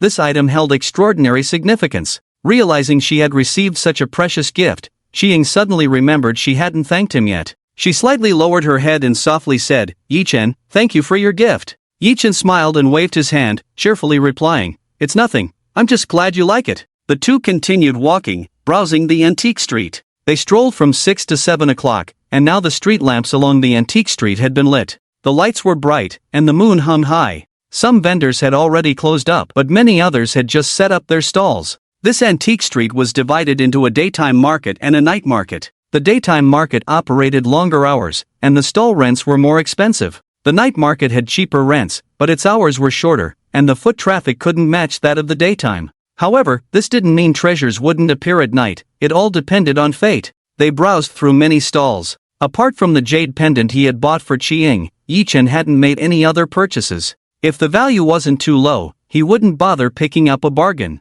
Even if the items were genuine, he simply had no need for a collection. After wandering around, they had already covered more than half the street. At this moment, Qi-ying and Yi-chen each held a large white cotton candy. Qi-ying's delicate little mouth opened slightly as she took small bites of the fluffy strands of cotton candy. Yi-chen felt a bit awkward. He never expected this usually aloof Qi-ying to show such a childlike side when they were alone together. He chewed on the cotton candy absent-mindedly, the sweet taste spreading across his taste buds. It was made by an old vendor on the street using a nearly broken machine. It was just made of white sugar, without any colorful additives. What resulted was a fluffy, cloud-like mound of cotton candy. The taste brought back memories of childhood, and the sweetness was truly nostalgic. It had been over a decade since he last had it, and he had casually taken a bite, not expecting to become addicted. The two of them quietly finished off the large cotton candy. Looking at the bamboo stick left in each other's hands, Yi-chen and Qi-ying exchanged smiles. "I didn't expect you, a female CEO, to love this." If Xiao Chang knew, he would definitely drop his jaw. Yi-chen teased Qi-ying. Just after finishing the cotton candy, Qi-ying, feeling a bit childish, pouted her lips and said angrily, "It's fine, if he finds out about this, I'll deduct his year-end bonus." Yi-chen couldn't help but chuckle at her mix of firmness and childishness. He slowly reached out his hand and gently wiped his thumb across Qi-ying's lips. Her face immediately turned crimson, and she stammered, "What are you doing?" Yi-chen squinted his eyes in laughter, showing her the white strands on his thumb, grinning as he said, "Which little glutton can't even eat cleanly?" Qi-ying was extremely embarrassed and chased after Yi-chen to hit him. Yi-chen quickly turned to dodge. He joked, "Oh no, the young lady has caught me red-handed, she's going to silence me." A spark of mischief ignited in Qi-ying's beautiful eyes as she continued to chase Yi-chen. "You little thief, let's see if I won't teach you a lesson today." "Ah, young lady, please spare me." "You wish." The two of them played around for a while on the relatively empty street before stopping their antics. After all, they were both adults, and the momentary childishness couldn't be maintained forever. Qi-ying was slightly out of breath, the earlier play had tired her out a bit. Yi-chen looked at her with a hint of concern and said, "You can't keep this up, you should exercise more regularly. How about we head back today?" They had only been playing for a short while, yet Qi-ying was already panting, her face flushed. One might think she had just climbed Mount Tai. Qi-ying waved her hand lightly, saying, "I'm fine, just got a bit tired from running suddenly. It's getting late, Before she could finish her sentence, she noticed Yi-chen had slowly walked towards a stall. Qi-ying felt a bit frustrated. She had thought Yi-chen would come to support her, but he seemed so oblivious. However, seeing the expression on Yi-chen's face, she quickly dismissed that thought. Yi-chen had originally opened the system to check on Qi-ying's physical condition, but just as he opened the system, he caught a glimpse of a faint golden light floating from a nearby stall. According to the system's grading, this golden light indicated a treasure worth at least tens of millions. With Yi-chen's keen eyesight, he quickly discerned the true nature of the object. It was a hairpin. Nine-tailed phoenix hairpin value, 20 million damage level, 50% reparable status value after repair, 50 million treasure appreciation. A hairpin worn by Empress Louis of the Song dynasty, the nine-tailed phoenix is exclusive to the Empress. Yi-chen looked at this unremarkable hairpin, which now only vaguely resembled its original form. The so-called phoenix tail was no longer discernible. A 50% damage level was not something to be overlooked. If it weren't for this system, Yi-Chen would never have been able to identify it on his own. However, the origin of this hairpin intrigued Yi-Chen. Empress Louis of the Song Dynasty. She was indeed a formidable figure. Born into a humble family, she eventually wielded immense power.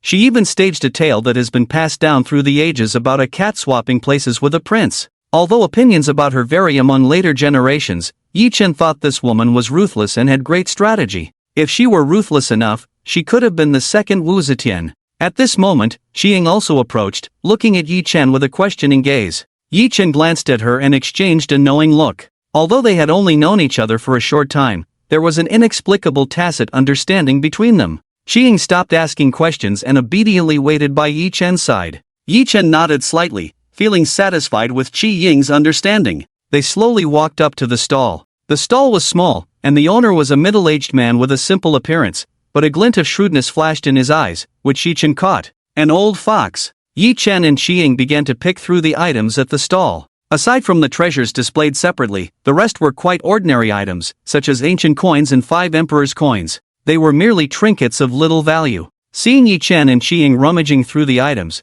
the middle-aged man did not pay them much attention. He politely greeted them, "Feel free to look around. If you find anything you like, we can negotiate the price." Yi-Chen nodded in acknowledgement, while Xiying maintained her aloofness, casting a cold glance at the shopkeeper. The shopkeeper was taken aback by their attitudes, internally complaining, "What are they acting for? Young people, no manners." But despite his complaints, their appearance made him hesitant to provoke them. It's said that the more attractive a person is, the more imposing they appear. Those who are less attractive, even when angry, look like ugly monkeys. In contrast, Yi-Chen and Xiying, with their looks, could mesmerize others with just a faint smile. A cold glance from them could send chills down one's spine. This was an aura that came naturally, something that couldn't be learned. Yi-Chen intentionally acted this way. He didn't want to leave the shopkeeper with a friendly impression. Only by treating him coldly could he create a sense of psychological pressure. It was one thing for him, but he didn't expect Xiying to follow his lead without any hints. This tacit understanding made Yi-Chen marvel at Xiying's cleverness and the bond between them.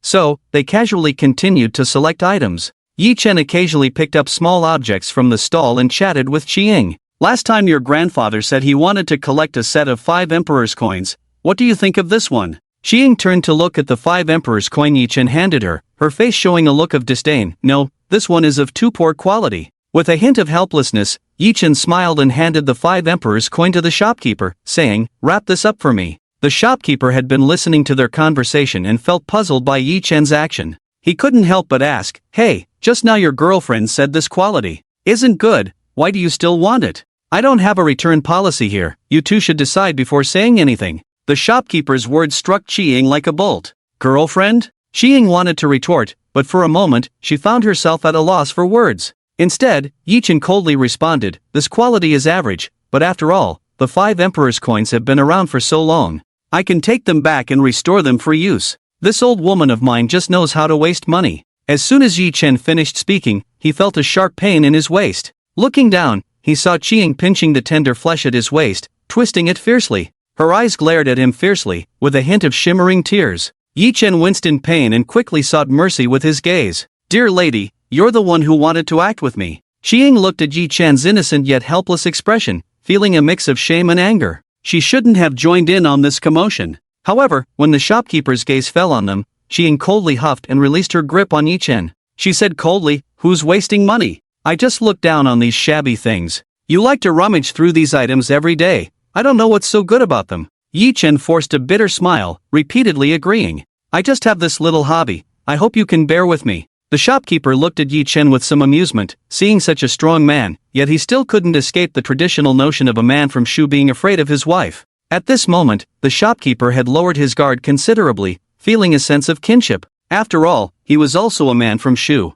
Next, as Yi-Chen sought Xiying's opinion, she wore a face of disdain. But Yi-Chen, undeterred, still bought some old items. Finally, that 9-tailed phoenix hairpin. "Wife, let me tell you, if I fix this up for you, it will definitely look good." "Boss, this one is 600, right? 1,000 is too expensive. I've already used up my monthly allowance." Alright, I'll give it to you for 600. "Okay, wrap it up for me." Yi-Chen finally succeeded in bargaining and handed the hairpin to the shopkeeper. While the shopkeeper was wrapping it, he exchanged a glance with Xiying. Success! At that moment, a cold voice interrupted. Boss, I want that hairpin. This cold voice shattered the harmonious atmosphere. Yi Chen looked at the newcomer with indifference. The person was Zhou Yingting, the young master he had met before. He was now looking at Yi Chen with a half-smile. Xi Ying felt an inexplicable surge of anger upon seeing this man. This Zhou young master was simply unreasonable. He had previously snatched someone else's antique in the street, and now he had his eyes on this one. Before Yi Chen could speak, Xi Ying coldly asked, Zhou young master, what do you mean by this? Zhou young master looked at Xi Ying, his fierce expression softening a bit, but he still spoke with an unfriendly tone. I have my eye on this hairpin. I wonder if your friend would be willing to part with it. He had been wandering around and happened to see Xi Ying with this guy. Seeing the two of them being so affectionate, it was infuriating that this guy even had the audacity to call Xi Ying wife. What was even more maddening was that Xi Ying, who usually treated him coldly, was actually playing along with him. Allowing another man to take advantage of the woman he had feelings for was something Zhou Yingting could not swallow. But after all, he was skilled in the family tradition. Seeing Yi Chen and Xi Ying playing a game, he also recognized Yi Chen's intention, which was that unremarkable hairpin. Although he couldn't discern the hairpin's origins, it didn't stop him from wanting to annoy Yi Chen. Shopkeeper, I want that item, wrap it up for me. Zhou Yingtian completely ignored the opinions of the two and directly ordered the shopkeeper.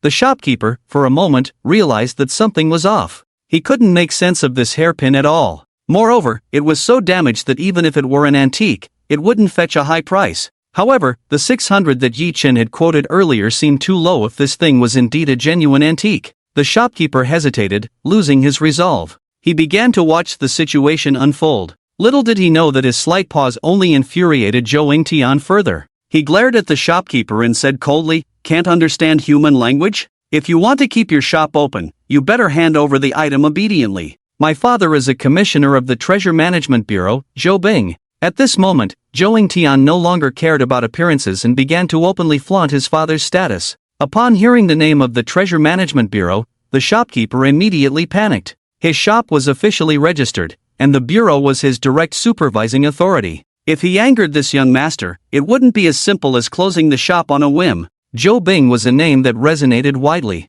Each major province in the country had one commissioner for the Treasure Management Bureau. With such a vast area as Huaxia, there were only about 20 to 30 provinces in total. In some economically underdeveloped regions, the bureau wouldn't even send commissioners to be stationed there. Zhou Bing, however, was the commissioner for the capital. The capital is close to the center of power. A bureaucrat from the capital wields far more influence than local officials. Zhou Bing could be considered a powerful figure within the bureau. Angering him could mean trouble, not only for the stall but perhaps even for the entire antique street. Upon hearing about young Master Zhou's background, the shopkeeper immediately dared not hesitate any longer and submissively said, "Young Master Zhou, please don't take offense. It's my fault for not recognizing a mountain for its height. I'll wrap this item up for you right away. Just take it as a bit of fun, and let's not discuss the price." The speed at which the shopkeeper changed his attitude was astonishing. Zhou Yingtian's face broke into a smug smile upon hearing this. He clearly enjoyed the shopkeeper's attitude,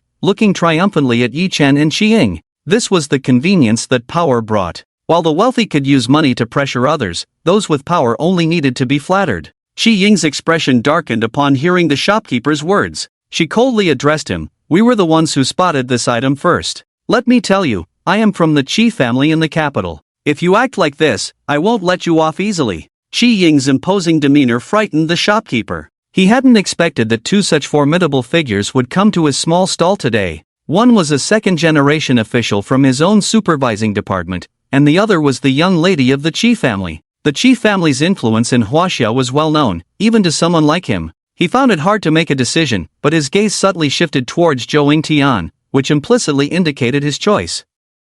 After all, his livelihood was more important. If these two families targeted him, it would be the repercussions from the Treasure Management Bureau that he couldn't bear. After all, they could easily issue a certificate declaring all his collections as fakes. The Qi family, on the other hand, was mostly a commercial empire. The few who were in politics held such high positions that they would never target a commoner like him. Moreover, among the dozens of commissioners of the Treasure Management Bureau nationwide, none bore the surname Qi. In comparison, the shopkeeper had already made his choice in his heart. He couldn't afford to play deaf and mute today. If he didn't take a side, he would be the first to be dealt with. Zhou Yingtian caught the shopkeeper's gaze, and the smile on his face grew even more pronounced. He even gave the shopkeeper an appreciative look. He leisurely said to Chi-Ying, "Miss Chi, although your Chi family is large and prosperous, our Zhou family is not to be underestimated. If you think you can coerce me with your power, I will absolutely not agree. Moreover, your Chi family's influence, trying to meddle in the territory of our Treasure Management Bureau, is rather overestimating yourselves.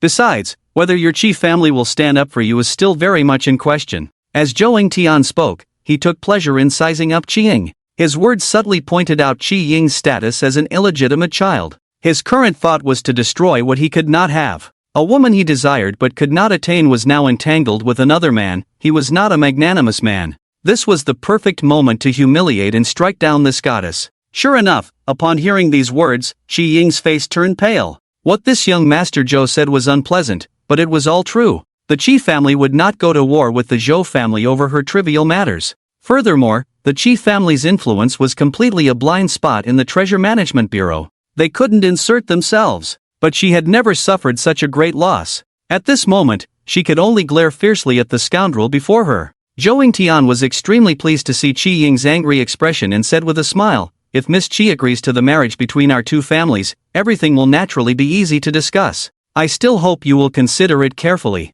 At this moment, he brought up old matters. Now was the time when Chi-Ying's momentum was at its lowest. Young Master Zhou, feeling triumphant, was like a victor making demands of his captive. But a cold voice suddenly rang out. "I see nothing to consider. A piece of trash like you is not worthy of her." The sudden voice was filled with sarcasm. Young Master Zhou looked angrily at the person beside Chi-Ying. Yi Chen. He was now coldly staring at young Master Zhou. Towering over him by half a head, it felt as if he was looking down on him, like the gaze of a celestial being. Under this pressure, young Master Zhou, who had been about to curse, suddenly swallowed his words. For a moment, he was so taken aback by this aura that he couldn't speak, but he quickly calmed down. "I am Zhou Bing, the son of a committee member of the Treasure Management Bureau in the capital. How could I be afraid of this unknown brat? What is he even worth?" Indeed, Zhou Tian had never regarded Yi Chen highly. Even in their two previous encounters, aside from the two exchanges of glances where he was completely defeated, he had not spoken a word.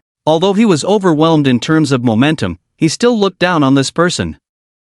In all of Huaxia, there were only a handful of people who could make young Master Zhou bend. It should be noted that aside from his father, the Zhou family behind him also held a significant position in Huaxia. Born into nobility, a true aristocrat, there were already too few people in this world who could make him feel awe. At this moment, he had regained his confidence. The previous times he had been overwhelmed by Yi Chen's aura had now turned into a surge of anger. Damn, that detestable brat. One look and you could tell he was a show-off. I am no longer afraid. After boosting his own morale, he shouted loudly at Yi Chen, "You piece of trash, if you keep talking nonsense here, I will make you disappear from this world." Upon hearing this feeble threat, Yi Chen coldly smiled. "What? I'm just here to buy something, and you were rude first. When did your Zhou family's power become so great that you want me to disappear?" Young Master Zhou's face darkened as he said, "With just you dare to speak about our Zhou family? We have countless ways to make you disappear, just wait and see." At this moment, he disregarded the presence of others and shouted out loud. He still had some reservations about Chi-Ying, but when it came to someone like Yi Chen, a lowly commoner, he had plenty of ways to deal with him. Upon hearing young Master Zhou's words, Yi Chen's expression darkened slightly. "I don't know what methods you have to make me disappear, but feel free to share them with me. As a mere common citizen, I've never seen such a grand display." Zhou Tian, seeing Yi Chen's unyielding demeanor, coldly said, "You worthless life, no one would care if you died. Buried alive, drowned at sea. I could wipe out your entire family as easily as squashing a nest of ants." With Zhou Tian's harsh words, Yi Chen's face grew increasingly grim. He knew that what this person said was true. The vendor who had extorted Chi-Ying in the antique street had also been secretly executed by the Chi family. These families always had some unspeakable methods. But upon hearing young Master Zhou mention dealing with his family, Yi Chen's gaze turned sharp, locking onto Zhou Tian, instantly leaving him speechless with fear. Of course, Zhou Tian would not admit to being frightened. He feigned calmness and looked at Yi Chen, saying, "What's wrong? Are you scared now? Kneel down and bow 3 times, and I might spare your worthless life." Chi-Ying could no longer stand by and listen. She stepped in front of Yi Chen, coldly looking at Zhou Tian and said, "Yi Chen is one of us from the Chi family, a guest of my grandfather. If you want to harm him, our Chi family will definitely tear apart our relationship with your Zhou family." The protective intent in her words was evident. However, Zhou Tian ignored Qi Ying's words and instead looked at her with amusement, saying, "What is he to your Qi family? Just a commoner. If I deal with him, I can bring gifts to old Master Qi to make amends. You really overestimate this kid's value, or is it that Miss Qi has feelings for him?" As he spoke, Zhou Tian's expression grew darker. His gaze towards Yi Chen was filled with intense killing intent. Yi Chen was truly enraged at this moment. He coldly pushed Qi Ying aside. Regardless of the education he received growing up or his pride as a man, he would not allow himself to hide behind a woman. Zhou Tian dared to humiliate him like this simply because he saw him as a powerless commoner. But today, he would let this lofty young Master Zhou see what it meant to provoke a man to anger, to have two bodies fall, blood flowing 5 steps, and the world draped in mourning. Of course, today there would only be one body, and there would be no bloodshed. As for the mourning, that would be left for the Zhou family. Yi Chen's gaze no longer focused on Zhou Tian but shifted to Qi Ying beside him, his expression still somewhat normal, completely devoid of the carefree demeanor from earlier. Qi Ying noticed the look in Yi Chen's eyes and felt a slight pang in her heart. Had she done something wrong? Why was he unhappy? She cautiously looked at Yi Chen. Although Yi Chen was in a bad mood, he wouldn't lash out at Qi Ying. It was just that being treated as a vassal of the Qi family truly displeased him. He asked Qi Ying, "Does your Qi family have people at the customs?" Qi Ying was slightly puzzled by Yi Chen's question. He had never shown interest in the Qi family's influence, but since he asked, there must be a reason. Qi Ying nodded slightly and said, "At customs across Huaxia, our Qi family has people in leadership positions. What do you need this for?" Yi Chen nodded slightly, signaling Qi Ying to take out her phone. He sent some information to her phone. "Take a look. If there are no issues, you can notify the customs to arrest someone." Qi Ying looked at the information Yi Chen had sent her through the phone. At first, she didn't pay much attention, but upon a second glance, her eyes widened in shock. Bronze Buddha heads, zodiac bronze statues. Each of these is a national treasure. Coupled with some transaction records and details about the buyers and sellers provided by Yi Chen, Qi Ying's face turned pale. After a moment, Qi Ying finally asked Yi Chen with a serious expression, "Is what you said true?" "Yi Chen, this is not something to joke about." Yi Chen nodded slightly and replied, "You can have someone investigate it thoroughly." Hearing Yi Chen's firm words, Qi Ying no longer hesitated. She turned to contact the Qi family's influence at customs. When she made the call, she already sensed the kind of upheaval this would cause. This matter was no longer something Yi Chen could handle alone. If it weren't for the Qi family as a backing, Yi Chen's actions could have pushed him to a dead end. "Alright, I'll send the items to you right away. I'll personally talk to Grandpa about it." "Okay, I understand. Second uncle." Qi Ying ended the call shortly after. Zhou Tian watched the two of them play off each other and couldn't help but sneer, mocking, "What's wrong? Miss Qi sees her pretty boy being bullied and wants to find someone to vent her anger?" After he said this, he didn't receive the reaction he expected from Qi Ying. She merely glanced at him indifferently, her gaze filled with pity. Zhou Tian was taken aback by Qi Ying's inexplicable look. He read the meaning in her eyes, which was full of compassion, as if she were looking at a dying mad dog. "This woman! How dare she look at me like that?" Zhou Tian felt a surge of anger from her gaze. Wasn't he the one in the advantageous position in this situation? Why did these two not show any signs of submission? Infuriating. Zhou Tian wanted to mock them further, but looking at their calm demeanor, he found that anything he said would be futile. He could only weakly ask, "Miss Qi, what do you mean by that?" Qi Ying coldly smiled and said, "I used to think Zhou Gongzi was just a spoiled rich kid, but I didn't expect you to do something so treasonous." This statement struck Zhou Tian's heart hard. How could he not be aware of the good deeds he had done? Selling national treasures, in his view, was merely trading his own items for some cash. With his father's status, the national treasures managed by the Treasure Management Bureau were like his personal museum. However, doing such things frequently didn't mean he wouldn't mind if they were leaked. Once the act of selling national treasures was exposed, what awaited him would be disaster.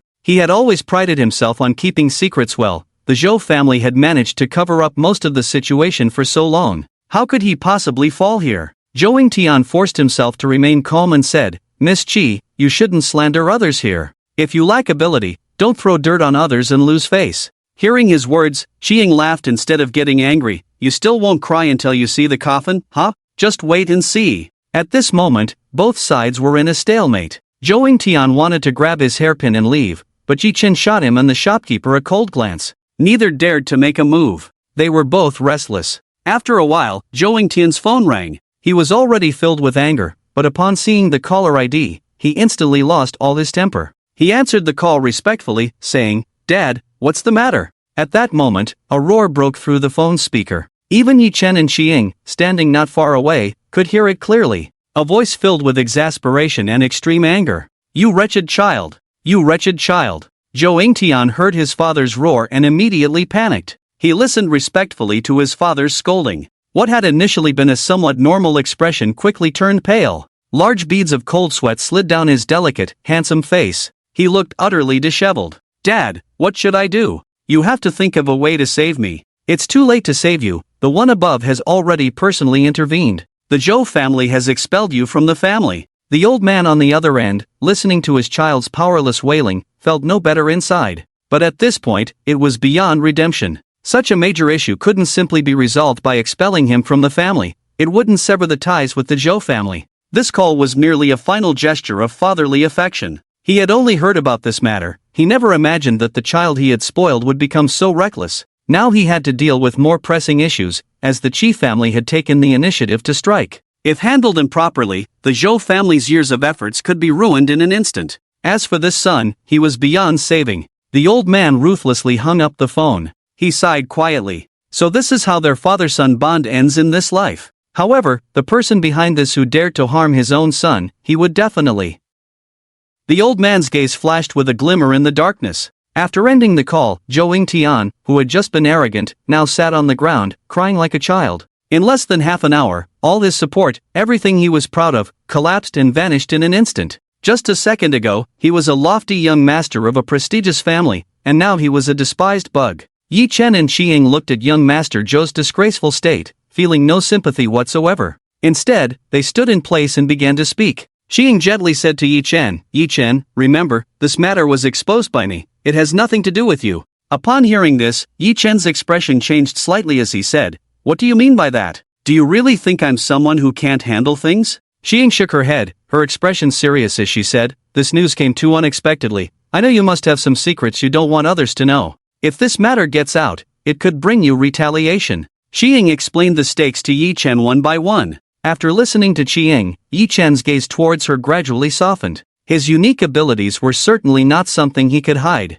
Especially when it came to reading people's hearts, he had repeatedly demonstrated his extraordinary information-gathering skills. However, the people around him had been tactful enough not to ask, but that didn't mean they wouldn't suspect. Clearly, this was not a time to expose himself. If the Zhou family pursued the matter, his abilities would inevitably be revealed to the public. This would be greatly disadvantageous for him. And Xi Ying, from the beginning of their mutually beneficial relationship to now actively thinking of him, even taking on this matter herself, had saved him a lot of trouble. But that didn't mean Yi Chen would accept it without reservations. Now, it seemed there were no other options. Analyzing from a realistic perspective, Xi Ying's social status and network far exceeded his own. For the first time, Yi Chen felt a desire for power. He realized that having money or a system was no longer enough to solve all problems. Sometimes, even if he didn't stir up trouble, standing at this height, trouble would come knocking at his door. Regarding Xi Ying's previous campaign for a position in the Shu Capital Treasure Bureau, Yi Chen began to seriously consider the feasibility of the matter. Xi Ying watched as Yi Chen fell into deep thought, and with a gentle sigh, she said, it's all my fault.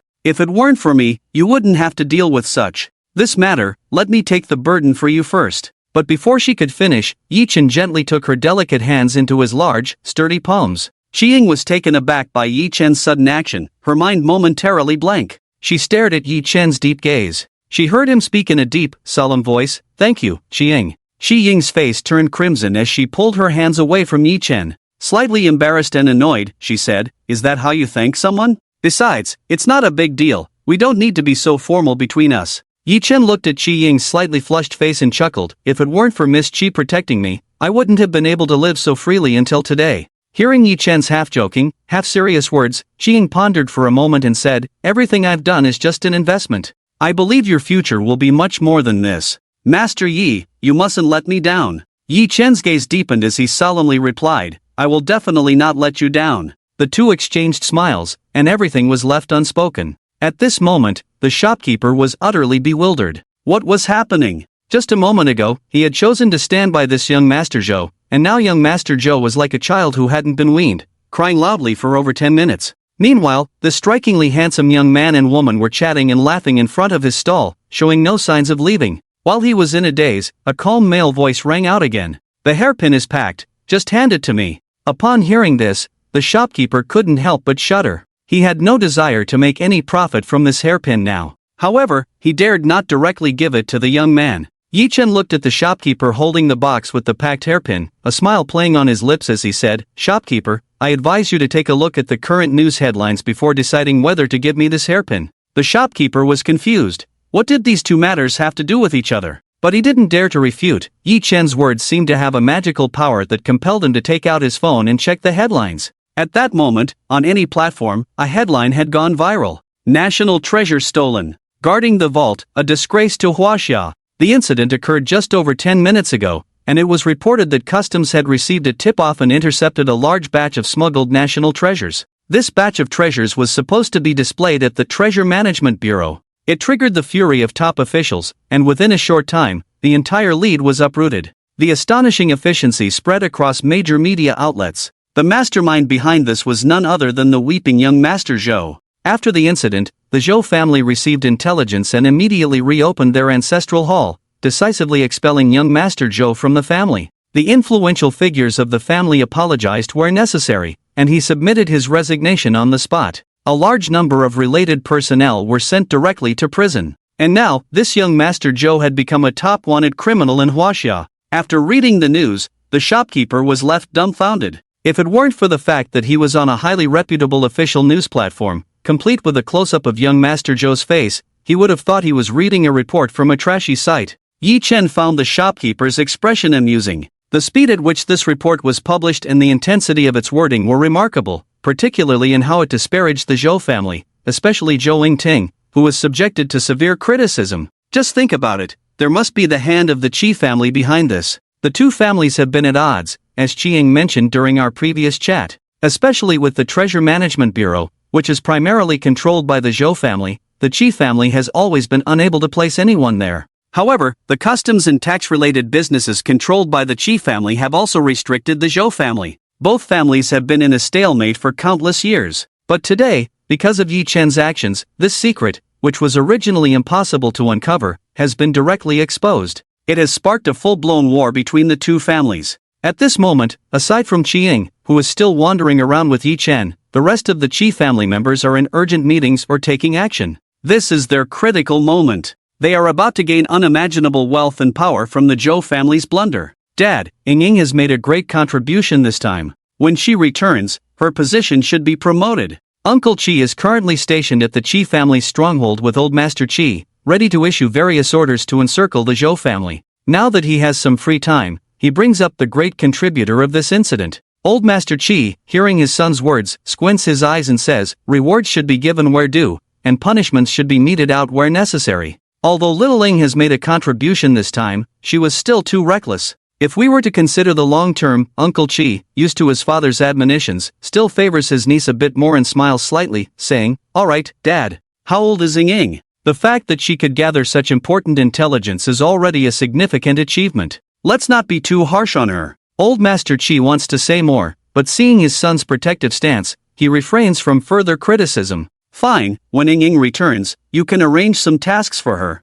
This family ultimately needs your generation to support it. However, just thinking about how that old Zhou is suffering this time brings me joy. Old Master Qi also shows a hint of a smile. Uncle Qi, seeing his father's expression, can't help but let his lips curve upward a bit. For the first time in their long-standing conflict with the Zhou family, the Qi family has gained such a significant advantage. By the way, where is Ying now? Old Master Qi, prompted by his son's question, suddenly remembers Qiying. Uncle Qi thinks for a moment. After all, both of them are busy people, and Qiying doesn't report her itinerary to them. I think she went to Shudu, saying she needed Master Yi's help with something. Uncle Qi finally recalls this detail. Master Yi? Old Master Qi muses over the name, falling into thought. Have you finished? Can you give me the item now? Yi Chen asked the dazed shopkeeper lightly. The shopkeeper, startled, seemed to snap back to reality. Looking at Yi Chen's handsome face, his mind raced to analyze the situation. After a moment, he beamed and handed over the box containing the hairpin.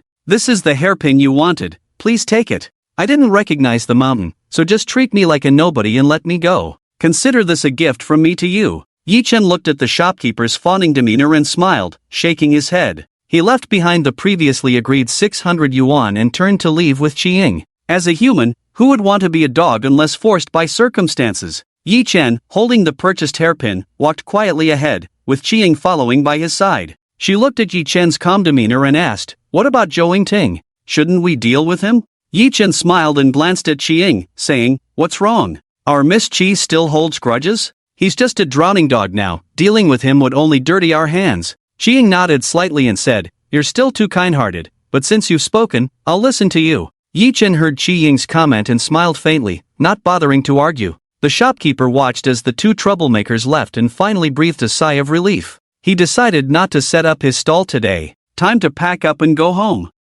Where did that young Master Zhou go? When did he run to the roadside, and why is he still pulling down his pants? Wait, what is he holding in his hand? When the shopkeeper saw young Master Zhou's actions clearly, he quickly covered his mouth. At that moment, young Master Zhou was pulling down his pants to relieve himself, a silly grin plastered on his face. "Good morning, miss." Yi Chen, wearing a bathrobe that revealed his fair and muscular chest, lazily walked into the living room of the small building where Qiying had stayed yesterday. Qiying was dressed in a silk nightgown, her hair wrapped in a sleep cap. She sat with her legs crossed on the sofa, slumped in a relaxed position while scrolling through her phone. Her face still bore a hint of sleepiness, untouched by any makeup. She remained strikingly beautiful, with a few strands of messy hair escaping the cap, softly falling across her smooth forehead. Qiying glanced at Yi Chen's attire, and a faint blush crept onto her cheeks. She threw a pillow at him, saying, "Put on some proper clothes, looking like this is so embarrassing." Yi Chen caught the pillow with a smile and tossed it aside. He opened his arms wide and spun around. "What's so embarrassing? I think it looks great. Look at these muscles, miss, want to touch?" Qiying retorted, "Get away, you big pervert." Upon hearing this, Yi Chen grinned mischievously and pretended to pounce on Qiying. She squealed and dodged repeatedly. After some playful antics, the two finally settled down. Watching Qiying catch her breath, Yi Chen smiled faintly and tossed out a box. Qiying opened the box with great interest. Yesterday, she had expressed significant doubt about Yi Chen's idea of repairing the hairpin. After all, appraising and repairing treasures were two different matters. If anyone else had said that, she would have outright refused. But with Yi Chen, she always held a sense of expectation. She carefully opened the box. A brilliant golden light shone forth, nearly blinding her. Once Qiying saw the hairpin's appearance, all her previous emotions transformed into awe. Perfect. This was Qiying's evaluation of the hairpin. The hairpin was made entirely of a gold and bronze alloy. Last night, it had been a dull black, but now it shone with brilliance. What had been a bare hairpin was now adorned with countless decorations. The nine-tailed phoenix hairpin. This hairpin truly lived up to the name Yi Chen had given it. The 9 tail feathers crafted from gold leaf were lifelike, accentuating the hairpin's main body. It was simply a magnificent sight of a phoenix in flight. There were also various exquisite details, such as the phoenix head at the top, the head feathers, and the emerald embellishments. This could hardly be called a restoration. Compared to before, it was as if a perfect work of art had been created. Qiying was someone who paid great attention to appearances, whether in clothing or accessories. She had her interests. However, the artistic value of this hairpin had transcended her aesthetic range. It had elevated her sense of beauty. Just looking at this hairpin, she could feel the presence of beauty in art. Perfect. Perfect. Perfect. At this moment, Qiying could think of no more words to praise the hairpin. Yi Chen watched as Qiying's eyes sparkled, unable to help but shake his head slightly. Restoring such an item was merely a blink of an eye for him, but seeing Qiying so enamored with it was quite something. "Are you satisfied with the 9-tailed phoenix hairpin?" Qiying heard Yi Chen's question and looked at him with shining eyes, filled with admiration. How can there be such a stunningly talented person in the world? A handsome appearance is one thing, but this inner quality. Not only is he knowledgeable and talented, but he is also a remarkable appraiser of treasures. Even this restoration work showcases his exceptional artistic skills. She had seen many outstanding men, but only Yi Chen truly captured her heart. Qiying's voice trembled slightly as she spoke. "I'm satisfied, Master Yi, I'm so satisfied." Upon hearing Qiying change her address for him, Yi Chen understood her current state of mind. She was indeed satisfied. "Then I can consider myself fortunate not to have let you down." Qiying shook her head repeatedly at Yi Chen's modesty, saying, "No, no, no, you have performed at a divine level. To be honest, if this piece weren't for my mother, I would really be reluctant to part with it." As she spoke, Qiying picked up the hairpin and admired it with rapt attention. "By the way, you haven't told me the origin of this hairpin yet." After admiring the hairpin, Qiying began to inquire about its history. Yesterday, Yi Chen had only mentioned that it was an antique, and now she was eager to know everything. Yi Chen, seeing her anxious expression, lazily reclined against the sofa cushion and recounted the hairpin's origin. This hairpin was given to Louis, the ultimate strong woman of the Song dynasty, by Emperor Zhenzong on the day she became empress. This legendary woman, originally a peasant girl from Shu, rose to become empress and then empress dowager. Ultimately, she wielded immense power, truly a rare and extraordinary woman. Look here. Yi Chen leaned closer to Qi Ying, gently pointing out a part of the seal script on the hairpin. Qi Ying felt Yi Chen's breath, filled with hormones, brush against her cheek, making her slightly uncomfortable as she shifted. Yi Chen noticed Qi Ying's movement, chuckled softly, and closed the distance a bit more. Rascal! Qi Ying muttered under her breath. She stopped worrying about that and instead focused on the seal script Yi Chen was pointing at. She tried to decipher it but found she couldn't understand it. She looked at Yi Chen with a pleading gaze. Yi Chen, looking into Qi Ying's sparkling eyes, smiled lightly and said, "This is Louis' title, Empress Zhang Xianmingsu." He guided Qi Ying's hand, pointing to the seal script, translating it word by word for her. Qi Ying listened with great interest. This seal script was something that a non-professional could never hope to understand. She had no thought that Yi Chen was deceiving her. This item would later be sent to the Treasure Management Bureau for appraisal. Although Qi Ying felt there was no need for that, she was already a little fan of Yi Chen. She continued to listen to Yi Chen tell the story of the hairpin. As a science student, she wasn't very familiar with ancient history. However, Louis' story was indeed fascinating, especially how she held power in the court, which stirred Qi Ying's emotions. By the way, the most famous incident involving her is undoubtedly the cat replacing the crown prince. Seeing that Qi Ying was interested, Yi Chen elaborated a bit more. Qi Ying was indeed intrigued and urged, "Hurry up and tell me." With a faint smile, Yi Chen began to narrate the story. It was about how Louis, in her quest for favor, swapped a cat for the son of another concubine to raise as her own. The twists and turns of the story had been detailed in many dramas. Yi Chen was getting into the story but didn't notice that Qi Ying's expression was becoming increasingly strange. In the end, did the crown prince discover the truth? Qi Ying suddenly interjected. Of course he did, such a big matter. How can paper contain fire? Is that it? Yi Chen stood in front of the car, watching Qi Ying drag her luggage toward the private airport of the Qi family to board the plane. Yes, I still have matters to attend to in Kyoto when I return. Let's get together again when we have time. Qi Ying lazily brushed her long hair that had fallen across her chest, her eyes smiling as she looked at Yi Chen. Over the past few days, Yi Chen had helped her with a gift for her mother and had taken her around to have some fun. It was indeed a rare memory in her busy life. Yi Chen shrugged his shoulders and said helplessly, "Alright then, let's meet up again when we have time." He casually handed Qi Ying her luggage. It was a small travel bag, really. Inside were Qi Ying's daily necessities and gifts to take back. Qi Ying smiled faintly, accepting the bag and casually slinging it over her shoulder. There was still some time before boarding. Qi Ying wanted to chat with Yi Chen a bit more and casually said, "Do you remember that Zhou Ting from before?" Yi Chen nodded slightly and replied nonchalantly, "That was just a few days ago, how could I forget? What happened to him?" Qi Ying hesitated slightly but still spoke up. "A few days ago, someone was sent to capture him. They found out he had already passed away." Yi Chen's eyelids lifted slightly. Such a talented person, although he had meddled a bit and used the system to directly damage his brain, turning him into a fool who only liked to eat feces. But that wasn't a fatal injury, how could he possibly be dead? He voiced his confusion. Dead? Qi Ying's expression grew a bit serious as she said, "Yes, he is dead. He was found in a public restroom, and before he died, he was still." At this point, Qi Ying didn't want to describe the scene any further. Yi Chen naturally understood what this implied. His eye of secrets, besides being able to directly incapacitate a person's brain and turn them into a fool, could also give very simple suggestions. Although it was said to be simple, this kind of suggestion was made directly to the brain's consciousness, far more effective than so-called psychological suggestions. This Zhou Ting had often referred to himself as a worthless life. He had made him into a fool who would eat feces for the rest of his life, enduring the scorn of thousands. Of course, he hadn't told Qi Ying about this. She probably still thought Zhou Ting had gone mad. But how could merely eating feces cause a perfectly fine person to suddenly die? Yi Chen looked at Qi Ying with a puzzled expression. Qi Ying sighed lightly and said, "The cause of his death was a fatal blow from a sharp weapon. Our people investigated and found that his father came to Shidu after this incident. Moreover, on the day of the incident, his father's figure was also captured at the crime scene." Yi Chen's brows furrowed, finding it hard to imagine this fact. "Are you saying?" Qi Ying nodded gently and said, "Zhou Bing is indeed a ruthless person. He has been fighting against our Qi family for so many years, I didn't expect him to go this far." Zhou Bing was Zhou Yingting's father from the Capital Treasures Management Bureau. Yi Chen hadn't expected anyone to be able to kill their own son. However, his thoughts differed from Qi Ying's. Qi Ying didn't know Zhou Yingting's situation at the time. She only knew that Zhou's father killed Zhou Yingting just to silence him. But Yi Chen was fully aware. After searching Zhou Yingting's brain, he knew all of his secrets.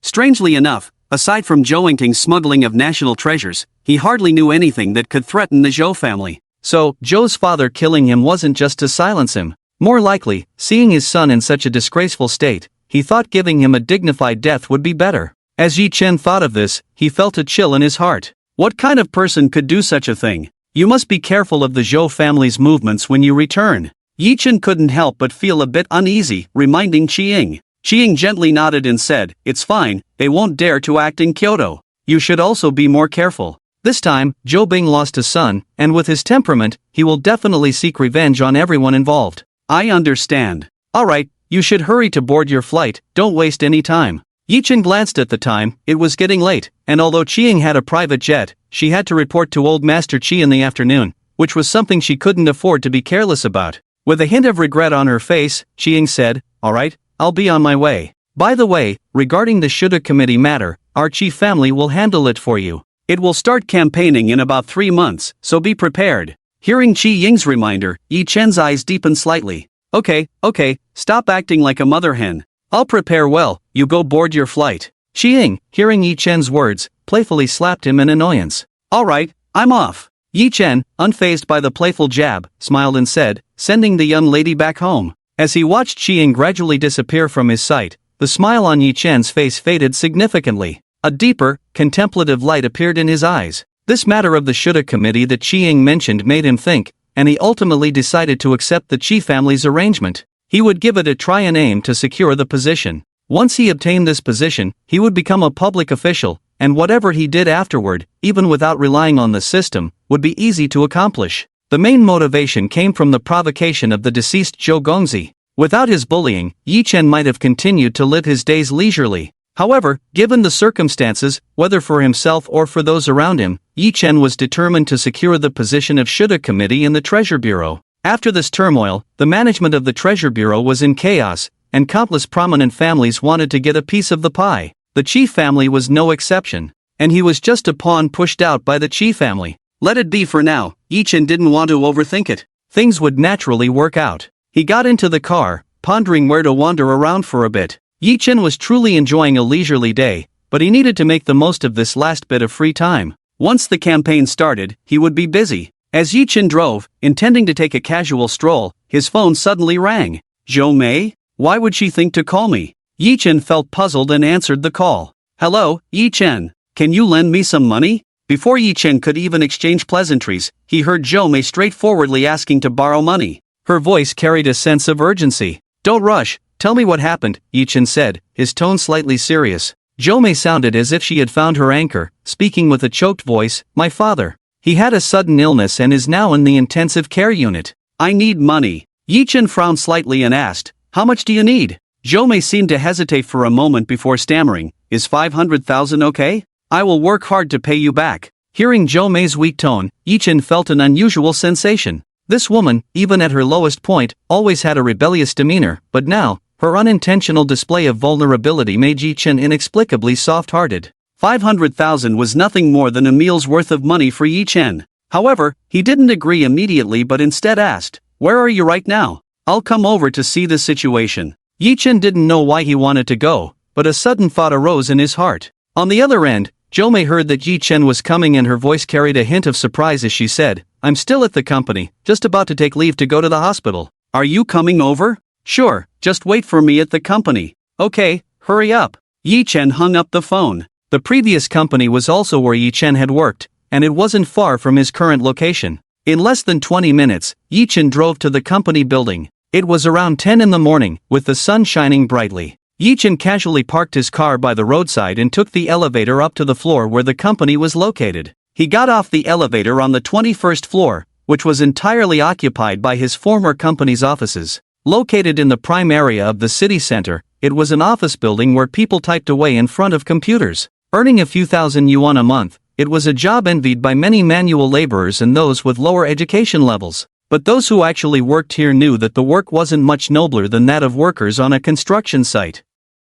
It was just a different form of migrant labor. Every day, they had to deal with tedious materials and produce a large number of boring reports and documents. Meetings were inefficient, mostly filled with leaders boasting and making empty promises. There were also unnecessary overtime hours and the pressure from superiors, workplace manipulation. All of this made people feel stifled and breathless. However, at this moment, Yi Chen looked at the large characters on the company's entrance, Huamao Limited. A faint smile appeared on his face. He had once been one of the corporate drones here. His boss was Jo Mei, and back then, he had wished he could have dealt with that woman harshly. There were also some hypocritical, boring colleagues. Every day when he came to work and saw those large characters, he felt a deep urge to vomit. But today, his mindset had completely changed. This small company was smaller than his own villa. The annual output value was something he could easily cover with just one of his treasures, enough to keep this company running for decades. Yi Chen chuckled and shook his head as he stepped through the company's doors. It was a busy time for the company. But in a busy company, there would always be someone idle. For example, the receptionist, Wang Ku, who, as a front desk staff, hardly had any busy moments. Plus, she was well connected. The manager here was her uncle. With that connection and her good looks, she could do as she pleased in the company. At that moment, she was crossing her legs, touching up her makeup, fantasizing about a wonderful encounter with a handsome guy from the office building. Just as she was lost in her daydream of romance, a man walked in through the front door. Wang Ku lazily lifted her head to take a glance. That one glance made it impossible for her to look away. The newcomer was a man, over 6 feet tall, dressed in a white t-shirt, black jacket, jeans, and a pair of sneakers. His sunny and handsome appearance belied his age, clearly in his 20s. Despite the youthful outfit, the logos on his clothes were not something a teenager could afford. A Chanel short-sleeve shirt, a Dior jacket, and Versace pants. The entire outfit was worth several years' salary for a white-collar worker.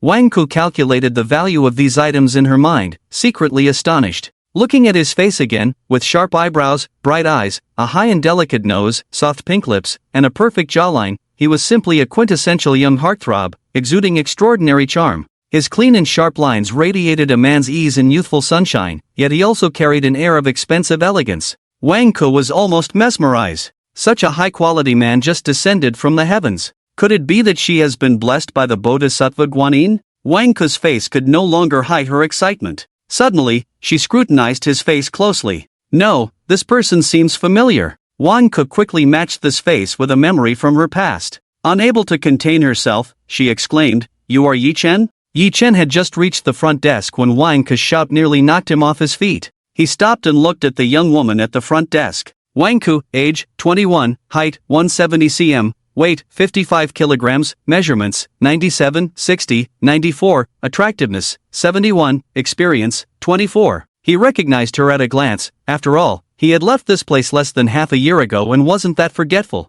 This girl, although a bit lazy at work and prone to daydreaming, didn't have any bad intentions. She could even joke around, and Yi Chen had no ill feelings towards her. He smiled and greeted her. "What's wrong? Can't recognize me after just half a year?" Wang Ku looked at Yi Chen in front of her, slightly confused, and stared at him a few more times. Only then did she match him with the person in her memory. In disbelief, she said, "What have you been doing this past 6 months? The change is too drastic. I almost didn't recognize you." In Wang Ku's memory, Yi Chen was someone who looked decent but dressed in ordinary clothes worth a couple of hundred or even just dozens. Coupled with the pressure of work, he often looked disheveled and even a bit sloppy. Yi Chen used to be one of the lowest-ranking employees in the company, earning less in a month than she did at the front desk. Wang Ku had little interest in someone who earned so little, dressed poorly, and didn't care much about their appearance, even if their face was decent. But now, every detail about him seemed meticulously designed. His outfit and appearance were completely transformed. His face, which used to have stubble and poor skin condition with acne scars, now looked smooth and fair, like fine jade porcelain. The maintenance was simply divine, even male celebrities couldn't compare. Hearing Wang Ku's words, Yi Chen chuckled softly. He still had some impression of his former self, and now, looking at old photos, he wouldn't even dare to recognize himself. He couldn't imagine how he had lived before. However, Yi Chen had no intention of answering Wang Ku's question. Instead, he said lightly, "Help me connect to Jo Mei's office phone." Are you looking for Supervisor Joe? Aren't you? Wang Ku was slightly puzzled by Yi Chen's request. There had been rumors in the company about Jo Mei and Yi Chen, saying that Jo Mei had forced Yi Chen to leave. However, that woman did indeed have a rather poor attitude towards employees. Yi Chen glanced at his phone. He had just called Zhou Mei, but no one answered. What was going on? Didn't they say it was urgent? Just call me back. Yi Chen didn't want to explain Wang Ke's doubts and directly ordered her. Wang Ke was momentarily taken aback by Yi Chen's tone. This wasn't typical of him. Recently, he had been in places where everyone catered to him, and this commanding tone had naturally formed. Wang Ke felt it was strange but dialed the number for Yi Chen. Beep, beep, beep. After a series of busy signals, still no one answered. Wang Ke looked at Yi Chen helplessly. There's no one in Supervisor Zhou's office. Yi Chen nodded slightly and turned to walk into the company. Wang Ke stared blankly as Yi Chen entered the company, completely forgetting everything else. Yi Chen no longer belonged to this company, and he had to go through a visitor registration process just to be let in. Yi Chen furrowed his brows and knocked on Zhou Mei's office door. After a while, the door opened, but it was not Zhou Mei, it was one of her assistants. Yi Chen looked at the assistant's curious expression and asked, "Where's your supervisor?" She went to ask President Wu for leave. It seems there's something urgent. President Wu? The president of this company. Although this company was nothing significant in Yi Chen's eyes, it was still considered a good employment choice by many job seekers. President Wu was the founder of this company, having built it from scratch. From a small workshop of just a few people to a complete limited liability company with hundreds of employees. For an ordinary person, someone like him could be considered a definite winner in life. During the initial training, President Wu had come to speak, sharing his journey from starting with nothing to achieving success. Then he went on about his social experiences and life lessons, rambling on for hours without seeming tired. Yi Chen had always found this person annoying, a typical representative of a greasy successful individual. Alright, I'll just wait for her over there, Yi Chen said, slowly making his way to President Wu's office. Zhou Mei might have been caught up asking for leave from President Wu. That peculiar flower had never been lenient when it came to making things difficult for employees. No matter how big the issue, if you wanted to take leave, she would first make things hard for you before reluctantly agreeing, as if it were a great favor. However, this was Zhou Mei's work matter, and Yi Chen had no intention of intervening. Arriving at the door of President Wu's office, he could hear voices of both men and women inside. He waited quietly. President Wu, I really have something urgent. I just need to take the afternoon off. Zhou Mei looked at the balding man in front of her, her voice trembling with urgency. The phone she held in her hand was now turned off. She was still waiting for Yi Chen to pick her up and for her family to update her on her father's condition. At that moment, her mind was in chaos, but President Wu merely raised his eyelids slightly upon hearing her words. His fish-like eyes roamed over Zhou Mei's perfectly shaped figure wrapped in a black uniform. He licked his lips lightly. After a while, he spoke in a condescending tone, as if lecturing her. Xiao Zhou, you've taken quite a few leaves recently. Look at your current performance. The report has already come out today. How am I supposed to explain this to the shareholders? President Wu tapped a stack of reports in his hand, gazing at Zhou Mei with a hint of disdain. Zhou Mei bit her red lips tightly. She knew what President Wu was holding. It was the performance report for her department for the month. Due to her father's serious illness recently, Zhou Mei had been less focused on work. The report was indeed not great, but it was still within a normal range. However, President Wu kept reading from the report, constantly nagging her. In short, he was just looking for trouble. At that moment, she wished she could slap the report on his face and walk away. But reality told her she had no right to do so. Her father was relying on her salary for survival. She lowered her proud head and quietly listened to her boss's scolding, feeling an unbearable heaviness in her heart. As she listened, her thoughts drifted elsewhere. She suddenly remembered that handsome face. Did that guy feel as frustrated as she did when she scolded him back then? Thinking of this, Zhou Mei's melancholy lifted considerably. President Wu looked at Zhou Mei with her head down, appearing anxious, and felt very satisfied. No boss likes to see their employees not submit to their authority. Alright, you can take this leave for now. Mr. Wu finally relented. He was well versed in the art of giving a slap and then offering a candy. When Zhou Mei heard Mr. Wu's agreement, she finally breathed a sigh of relief. Thank you, Mr. Wu. I'll take my leave now. Zhou Mei turned to leave this dreadful place. Wait. Seeing Zhou Mei so eager to leave, Mr. Wu frowned slightly and called out to her at a leisurely pace. Zhou Mei, helpless, stopped in her tracks and turned to look at the balding, greasy middle-aged man again.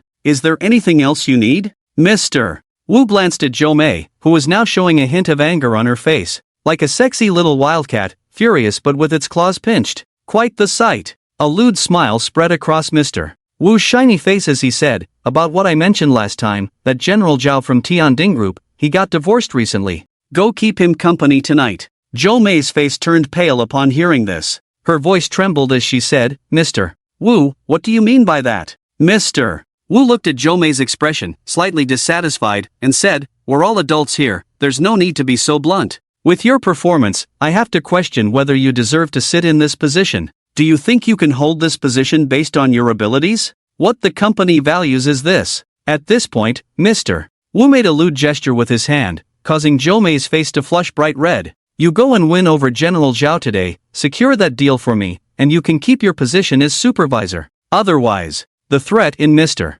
Wu's words was already evident. Zhou Mei glared at Mr. Wu fiercely and said, I earned this position based on my performance. I went to accompany clients when you asked me to, but this matter. I'm sorry, I can't do it. Mr. Wu narrowed his eyes, picked up the teacup on the table, skimmed off the foam with the lid, and pretended to drink deeply. He said in a low voice, I've heard about your father's illness. At this point, you have no choice. If you refuse today, I guarantee no company in the industry will dare to hire you. Zhou Mei was furious, her eyes seemed to blaze with fire. She slammed the door and left. Sitting in his office chair, Mr. Wu smiled faintly and said, Supervisor Zhou, I'm waiting for your good news. What's wrong? Seeing Zhou Mei storm out of Mr. Wu's office with red eyes, Yi Chen stood up from a nearby seat and asked softly. Zhou Mei didn't expect Yi Chen to be waiting here. She quickly composed herself, wiped away the non-existent tears at the corners of her eyes, and forced a smile as she said, It's nothing, sorry to keep you waiting. Let's go. With that, she walked ahead briskly. Yi Chen looked at the office door that had not been closed with some confusion. Inside, Mr. Wu, that middle-aged balding greasy man, was leisurely sipping tea. Watching Zhou Mei walk away, Yi Chen's initial curiosity about the situation faded for the time being. He followed closely behind Zhou Mei as they left. As they passed through the employee area, their appearance caused quite a stir. Hey, isn't that Supervisor Zhou? Why does she look so angry? The one behind her must be Yi Chen, whom Wang Ke mentioned. You can't deny it, he really does look good in that outfit. It brings out his whole demeanor. Yeah, I thought Mr. Wu had hired a male model for an advertisement. But how did Yi Chen and Zhou Mei end up together? Everyone watched as Yi Chen and Zhou Mei hurried along, yet there was an inexplicable sense of harmony between them. Those who knew about their previous relationship were also dumbfounded. Could it be that the poor boy has made a comeback and is now pursuing his female boss? Don't say, it really does seem like that. Yi Chen has really made it. Even a woman like Zhou Mei can be taken down by him. This was said by a few male colleagues, who both hated and feared Zhou Mei, the supervisor. However, they unanimously praised her beauty. Get in the car. Yi Chen opened the passenger seat for Zhou Mei. He quickly went around to the driver's seat, ready to start the car. Zhou Mei looked at the passenger seat of the Bugatti, her gaze slightly dazed. In that position, there were things she was unwilling to recall. What are you dawdling for? Isn't your father waiting for you in the hospital? Yi Chen tapped his fingers on the steering wheel, urging Zhou Mei, who looked a bit confused. Zhou Mei met Yi Chen's clear gaze and, feeling a bit embarrassed, said, It's fine, let's go. This person is really strange today. Yi Chen started the vehicle and drove towards the address Zhou Mei provided. Dad, don't scare me. Doctor, what's wrong with my dad? Zhou Mei panicked, gripping her father's frail hand, having lost her composure. A doctor in a white coat hurried over to check the situation. The patient's condition is critical. Hurry and take him to the emergency room. Family members, please prepare to sign the surgery notification. Dad, you mustn't be in trouble. Zhou Mei couldn't hear what the doctor was saying. Instead, she held onto her father's hand tightly. Just a moment ago, her father had been talking to her, but the next moment, he coughed up blood and fainted. This made her feel like she was about to collapse right there. Her father's illness, no matter how unwilling she was to admit it, now that he was in the operating room, whether he could survive was a huge question mark. Miss, please let go. The patient needs immediate rescue. Zhou Mei was reluctant to release her grip, causing significant difficulties for the emergency response. A few doctors exchanged glances and decided to step forward to pull the woman away. If this patient died here, they would also bear responsibility. But the young, handsome man beside them glanced at them lightly. The doctors hesitated to act. That glance contained no special emotions, no threats, no intimidation. Nothing at all. Just a simple, indifferent look, yet it carried an imposing aura that made the doctors feel pressured. Doctors, please wait a moment, let me talk to her, Yi Chen said politely. He held no particular prejudice against these doctors who saved lives. He walked over to Jo May's side and gently patted her shoulder. "Don't cry, let the doctors take a look at your father first." Hearing the deep, gentle voice, Jo May regained some composure. She released her father's hand and turned to lean into Yi Chen's embrace. Yi Chen was momentarily taken aback. But Jo May couldn't care less. She leaned against Yi Chen's solid chest and cried uncontrollably. Yi Chen felt a wet sensation on his chest. The delicate body in his arms trembled slightly. His previously suspended hand gently fell on Jo May's thin back, stroking her softly, as if comforting a frightened fawn. He gently traced her slender spine and delicate shoulder blades, again and again. Jo May gradually calmed down. The doctors watched the scene, exchanging glances, their eyes revealing helpless smiles as they pushed Jo May's father into the emergency room. "All right, it's okay. Your father will surely be blessed," Yi Chen softly comforted Jo May. But in his heart, he knew that Jo May's father was actually at the end of his rope. He had already used the system to observe Jo May's father's condition. Patient, Zhou Tianming, condition, lung cancer, body extremely weakened, repair conditions, achieve A level or above mental strength, achieved. Note, physical damage cannot be repaired with mental strength, only rare materials can heal. Zhou's father being able to live until now is already a miracle. Perhaps he is just waiting to see his daughter for the last time. I have my ways, but in such a public setting, there's nothing I can do. Moreover, curing cancer has implications that I might not be able to handle right now. Yi Chen would never take such a huge risk to expose his system to cure a stranger. Even if I wanted to save him, it wouldn't be in such a conspicuous place. For now, I can only see if this old man has the fate to wait for my intervention. Yi Chen was lost in thought, letting out a slight sigh. At this moment, Jo May in his arms gently lifted her head. Her beautiful eyes, shimmering like water, were slightly red as she looked at Yi Chen, her expression indescribably pitiful. "Thank you, Yi Chen. It's nothing, you don't need to be so polite about this small matter." Yi Chen's words were not just polite, his feelings for Jo May were extremely complex. From initial hostility to playful teasing after suddenly becoming wealthy, and then to repeated encounters, he gradually discovered this strong woman had many lovable traits. Coming here today, he couldn't help but feel a bit of personal emotion, but Yi Chen couldn't quite articulate what that feeling was. Looking at Jo May's flushed face as she gazed at him, Yi Chen felt a wave of heat. He gently pushed her away. "I'll go pay for you first." Yi Chen sat with Jo May at the entrance of the emergency room. It was already past 7 in the evening. 3 hours had passed since Zhou's father entered the operating room. Jo May tightly held Yi Chen's hand, her eyes fixed on the door of the operating room. Yi Chen didn't push her away, he only felt the dampness in her palm. Jo May's fragrant sweat had soaked their clasped hands. Finally, the operating room light changed from red to green. Jo May let out a breath, pulling Yi Chen to the door of the operating room. The doctor pushed Zhou's father out. Jo May wanted to see her father but was stopped by a nearby doctor. "The patient is temporarily out of danger and needs to be transferred to a sterile ward. You can visit tomorrow morning." Yi Chen glanced at the bed where Zhou's father lay, confirming through the system that he was indeed temporarily out of danger. One couldn't help but marvel at the superb medical skills of these modern-day angels in white. A dying person had been given a new lease on life. "All right, uncle is fine now. Let's go eat something. We'll come back to see him tomorrow morning, okay?" Seeing Jo May's impatience, Yi Chen spoke to her in a tone as if coaxing a child with a lollipop. Upon hearing Yi Chen's words, Jo May was clearly comforted and nodded obediently. Yi Chen then led her out. "What do you want to eat? Just choose anything." Yi Chen took Jo May to a restaurant near the hospital, which was just an ordinary establishment, not anything fancy. But for most people, it could be considered high-end. Yi Chen, with his current status, didn't care about the money. He had spent the whole day with Jo May.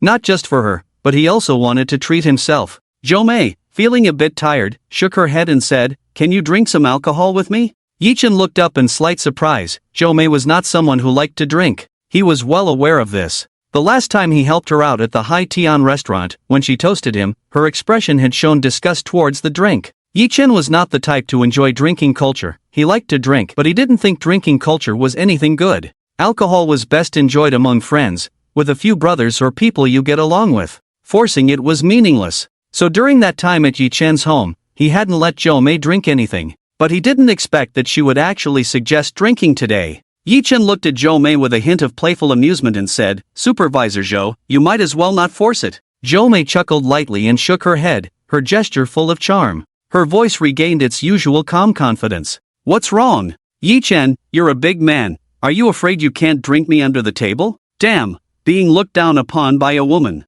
Yi Chen waved for the waiter to come over. he said cheerfully, "Bring me 2 bottles of the 1954 Fetal Mutai." The waiter was slightly taken aback by Yi Chen's order and, with a trembling voice, said, "Sir, we don't have that vintage of Fetal Mutai. Would you like to switch to the 1972 instead?" What a joke! The 1954 Fetal Mutai is from the earliest batch produced by the Mutai distillery. Although the production was large, it couldn't withstand the consumption by the wealthy. Now, only top billionaires still drink it. Ordinary wealthy people treat this vintage of Mutai as a collectible, asking for the 1954 Fetal Mutai right off the bat. If it weren't for the luxury items he was wearing, he would have thought someone was trying to make a scene. Upon hearing the waiter's words, Yi Chen frowned slightly. The 1972 vintage of Fetal Mutai, while also a successful batch, was still quite a difference from the 1954 in terms of flavor and aroma. For an average wine lover, let alone the 1972, even the most recent Fetal Mutai would be a great enjoyment.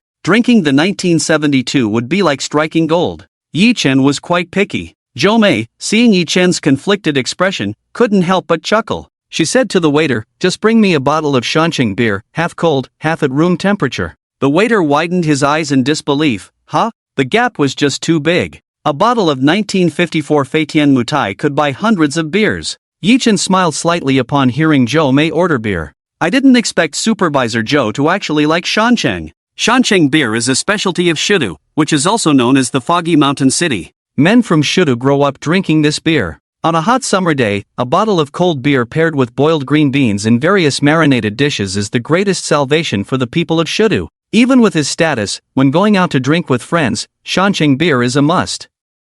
It surprised him that such a refined woman like Zhou Mei enjoyed a beer that costs just a few bucks a bottle. Zhou Mei looked at Yi Chen's expression and laughed lightly. "Am I not a Shidu girl? What's wrong with drinking a Shanqing?" She spoke in authentic Shidu dialect. Yi Chen couldn't help but chuckle, saying, all right, let's drink this. Waiter, bring us a spicy hot pot, pickled pig liver, and a few plates of your marinated dishes." Zhou Mei added, "and a mapo tofu, kung pao chicken." The waiter looked at what was supposed to be a high-spending table, now turned so down-to-earth, feeling like crying without tears. But under Yi Chen's piercing gaze, he slinked away to prepare the food. Soon, the dishes were ready. "Come on, let's drink." The two filled their glasses with beer and, as per tradition, took a drink. Zhou Mei, shedding her previous restraint, downed a large glass of beer in one go. Good drinking capacity. Yi Chen praised as he watched Zhou Mei finish her drink without batting an eye. Zhou Mei waved her hand lightly, smiling charmingly. "This is nothing, let's have another."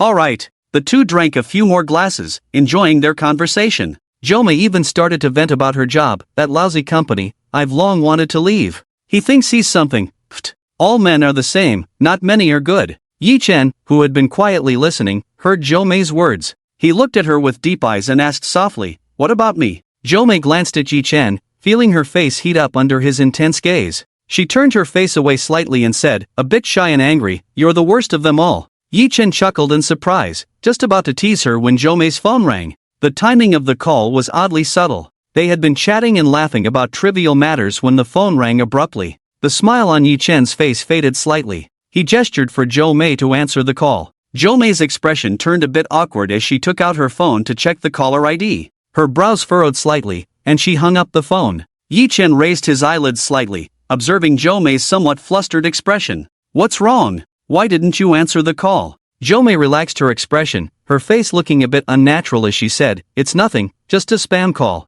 I need to go to the restroom." With that, Zhou Mei hurriedly headed towards the restroom with her phone in hand. Yi Chen didn't think much of it. After all, everyone has their own little privacy, and he didn't need to pry into everything. On the other side, as soon as Zhou Mei stepped out of the private room, the smile on her face vanished, leaving only a cold frost. The phone rang again. Zhou Mei looked at the caller ID with disgust. Mr. Wu, the big boss of Huamao Company, her direct superior. She had just hung up on his call, but clearly, she didn't have the ability to ignore him a second time. A wave of disgust washed over Zhou Mei as she pressed the answer button. Mr. Wu, what do you want? On the other end, Mr. Wu's greasy, low-pitched voice came through. What's wrong with you? You dared to hang up on me just now. Mr. Wu expressed his dissatisfaction with the earlier call being cut off. Zhou Mei's face turned indescribably ugly as she replied coldly, I was inconvenient just now. If you have something to say, just say it. Hearing Zhou Mei's unfriendly tone, Mr.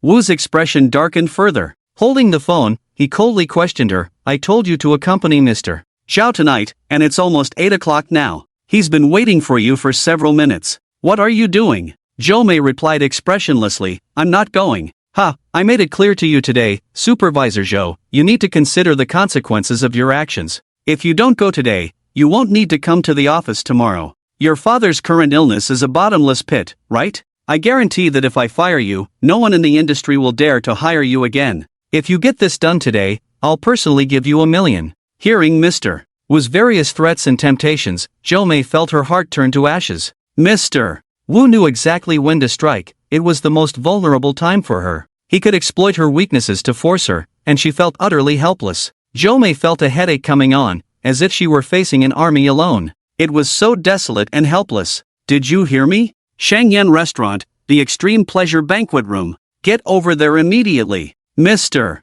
Wu coldly dropped an address before hanging up the phone. Zhou Mei heard the dead tone and smiled self-deprecatingly. Shangyan Restaurant. Isn't that the very place she was at now? What a coincidence. Was fate really going to bring her down here today? Zhou Mei sighed helplessly. She sent a message to Yichen, I have something to take care of, so I'm leaving.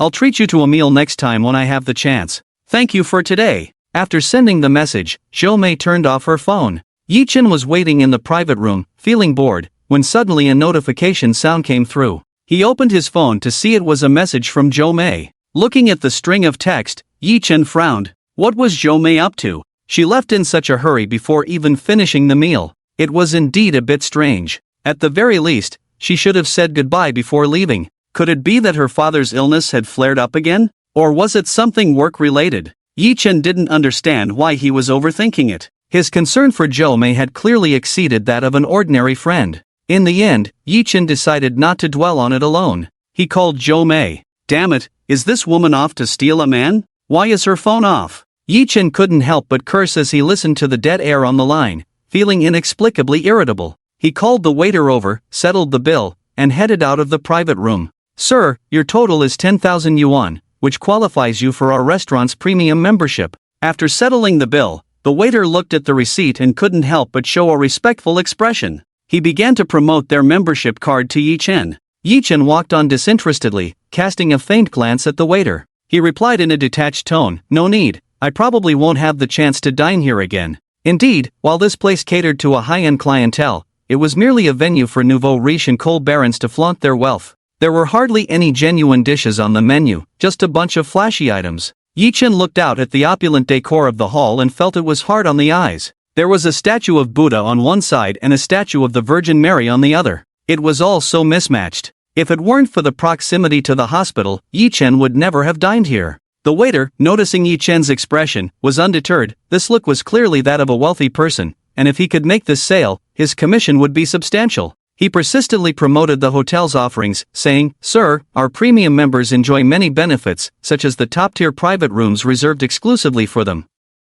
This room even comes with KTV, a mahjong parlor, and a private lounge. You can even look, that room over there is our top-tier room, the ultimate feast. Yichen felt no interest in the overly rustic private room the waiter was describing. Even with his good temper, he was now annoyed by the waiter's persistence. Just as he was about to tell the waiter to back off, his eyes inadvertently glanced at the room the waiter pointed to. Instantly, his expression darkened. After sending the message, Zhou Mei reflected on the unpredictability of fate. She then arrived at this private room of General Zhao. Looking at the group of boorish men before her, Zhou Mei felt a deep sense of disgust. She had come here just to get through it. To be safe, she insisted on opening the door to the private room. Director Zhou, I've admired you for a long time. You must drink this toast. General Zhao looked at the cold expression of the beauty before him, feeling a surge of excitement. This little wildcat had always eluded his control. If it weren't for the right timing and circumstances, such good fortune wouldn't have come his way.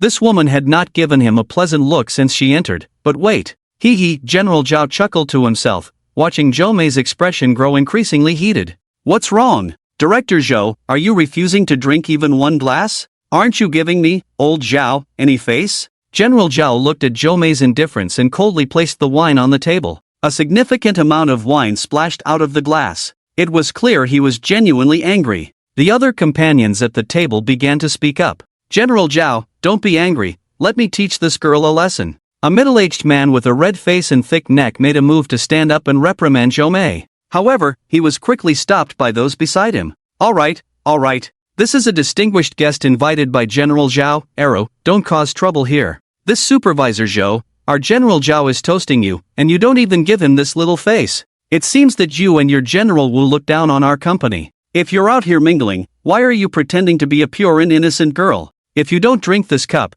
just wait to be fired by your General Wu. The dining table was filled with so-called successful middle-aged men of similar age to General Zhao. They had come here today at the invitation of General Wu, saying they wanted to try something new. They looked at Zhou Mei with subtle expressions. Under the pressure, Zhou Mei's expression couldn't help but shift. She reluctantly spoke, I'm not feeling well lately, it's inconvenient for me to drink, I'm sorry. Hearing Zhou Mei's noticeably softened tone, General Zhao's face brightened. He said leisurely, Supervisor Zhou, let's not beat around the bush. We all know why your General Wu sent you here. But old Zhao, don't like to force things. If you drink this cup, we can consider ourselves friends, and I won't push you for anything. Upon hearing General Zhao's words, Zhou Mei's expression eased slightly. If just drinking one cup could resolve this matter, it was something she could accept. She looked at General Zhao seriously and asked, Are you serious? If I drink this cup, will you let me go? General Zhao looked at Zhou Mei's wary expression and laughed heartily. Supervisor Zhou, look at this bright day.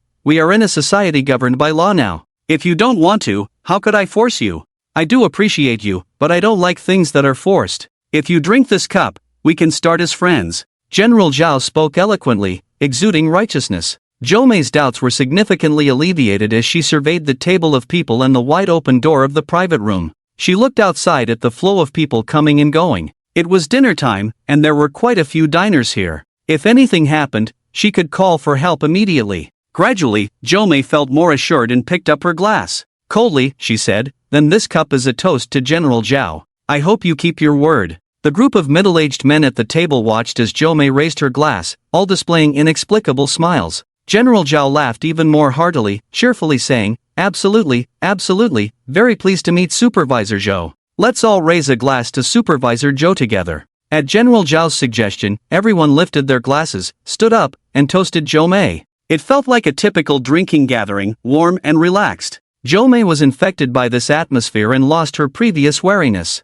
She stood up gracefully, slightly gesturing with her glass. Supervisor Zhou, feel free, let's drink to respect. After the group toasted, they all downed their fine wine. Zhou Mei's brows furrowed slightly, feeling something was off. But with everyone watching her, she had no choice but to drink. Holding her glass, she tilted her head back, revealing her beautifully slender neck like a swan, slowly bringing the glass closer to her red lips. As everyone watched Zhou Mei drink, a few couldn't help but lick their lips. Almost there, just about to drink. Everyone's gaze was fixed on the glass in Zhou Mei's hand. With every inch the glass came closer, the excitement on their faces grew. Soon, it would be a moment of joy. Everyone was so excited they could hardly contain themselves. Crash! The sound of a wineglass shattering on the floor was so piercing in the large private room. The spilled wine quickly evaporated, filling the air with a fragrant and enchanting aroma. For a moment, the once boisterous room fell into an eerie silence. Everyone stared at the unexpected intruder. Tall and dressed casually, he exuded an inexplicable air of nobility. His handsome face wore an extremely cold expression that made it hard to look directly at him. Those present were no strangers to celebrities, but looking at the man before them, they suddenly felt that the stars they had seen before were nothing but a bunch of country bumpkins in comparison. They should have stood up to reprimand him for daring to enter and ruin the good time of the room, but at that moment, no one dared to speak. The pressure he exuded was simply overwhelming. Zhou Mei looked at Yi Chen, who was coldly staring at her, feeling extremely awkward, her face flushed, unsure of what to say. She had lied to Yi Chen, saying she had to leave for something, but here she was, caught drinking with men under the same roof. Zhou Mei felt utterly ashamed. Clearly, she and Yi Chen had no substantial emotional relationship, nor did she have any ties to these people. Yet at that moment, her expression resembled that of a woman caught in bed by her husband. Under Yi Chen's sharp gaze, Zhou Mei instinctively lowered her head. Yi Chen looked at Zhou Mei, initially wanting to question her about why she had stood him up to drink with this group of inexplicable people. He had seen her surrounded by a group of men in the private room. He had to admit, he really wanted to give this woman another lesson. But seeing her pitiful appearance now, he found it hard to be harsh. The questions he had intended to ask turned into, "You woman, don't you have a brain? Whatever they give you, you just drink it?" Hearing Yi Chen's words, Zhou Mei timidly raised her head and stammered,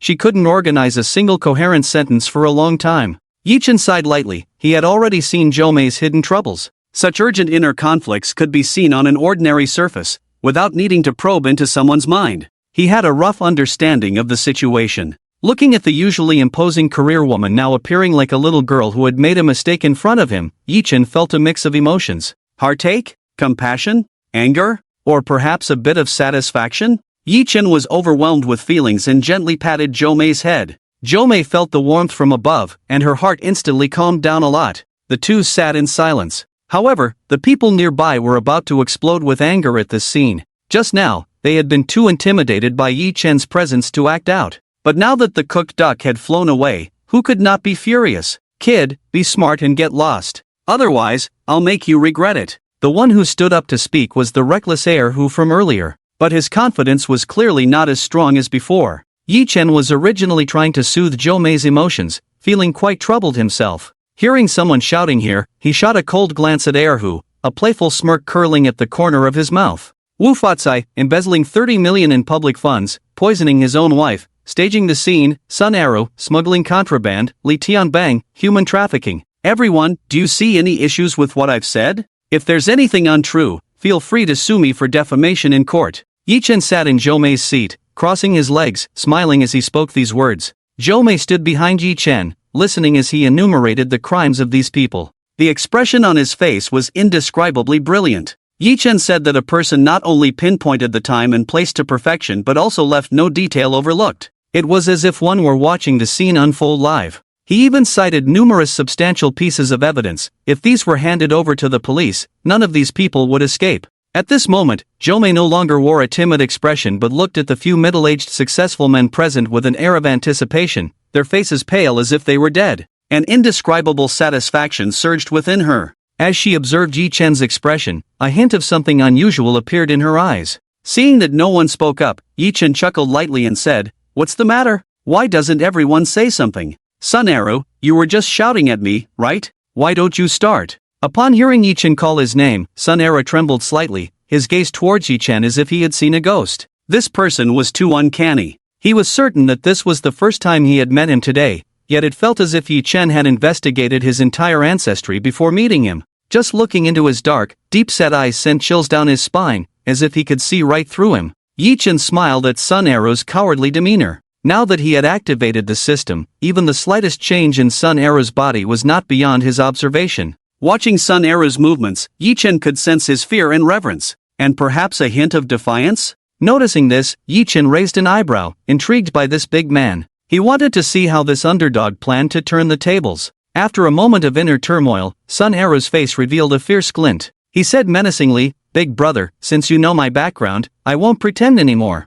But since you know what I do, you won't leave here alive today." The other few people present, whose secrets Yichen had exposed, turned hopeful eyes towards him upon hearing Arrow's words. After all, the only one with any fighting capability here was Sun Arrow. He was a genuine mercenary who had risked his life on the border, with blood on his hands. He could sit among this group of people solely because of his skills. Arrow, take care of him. Do it here, he can't leave alive.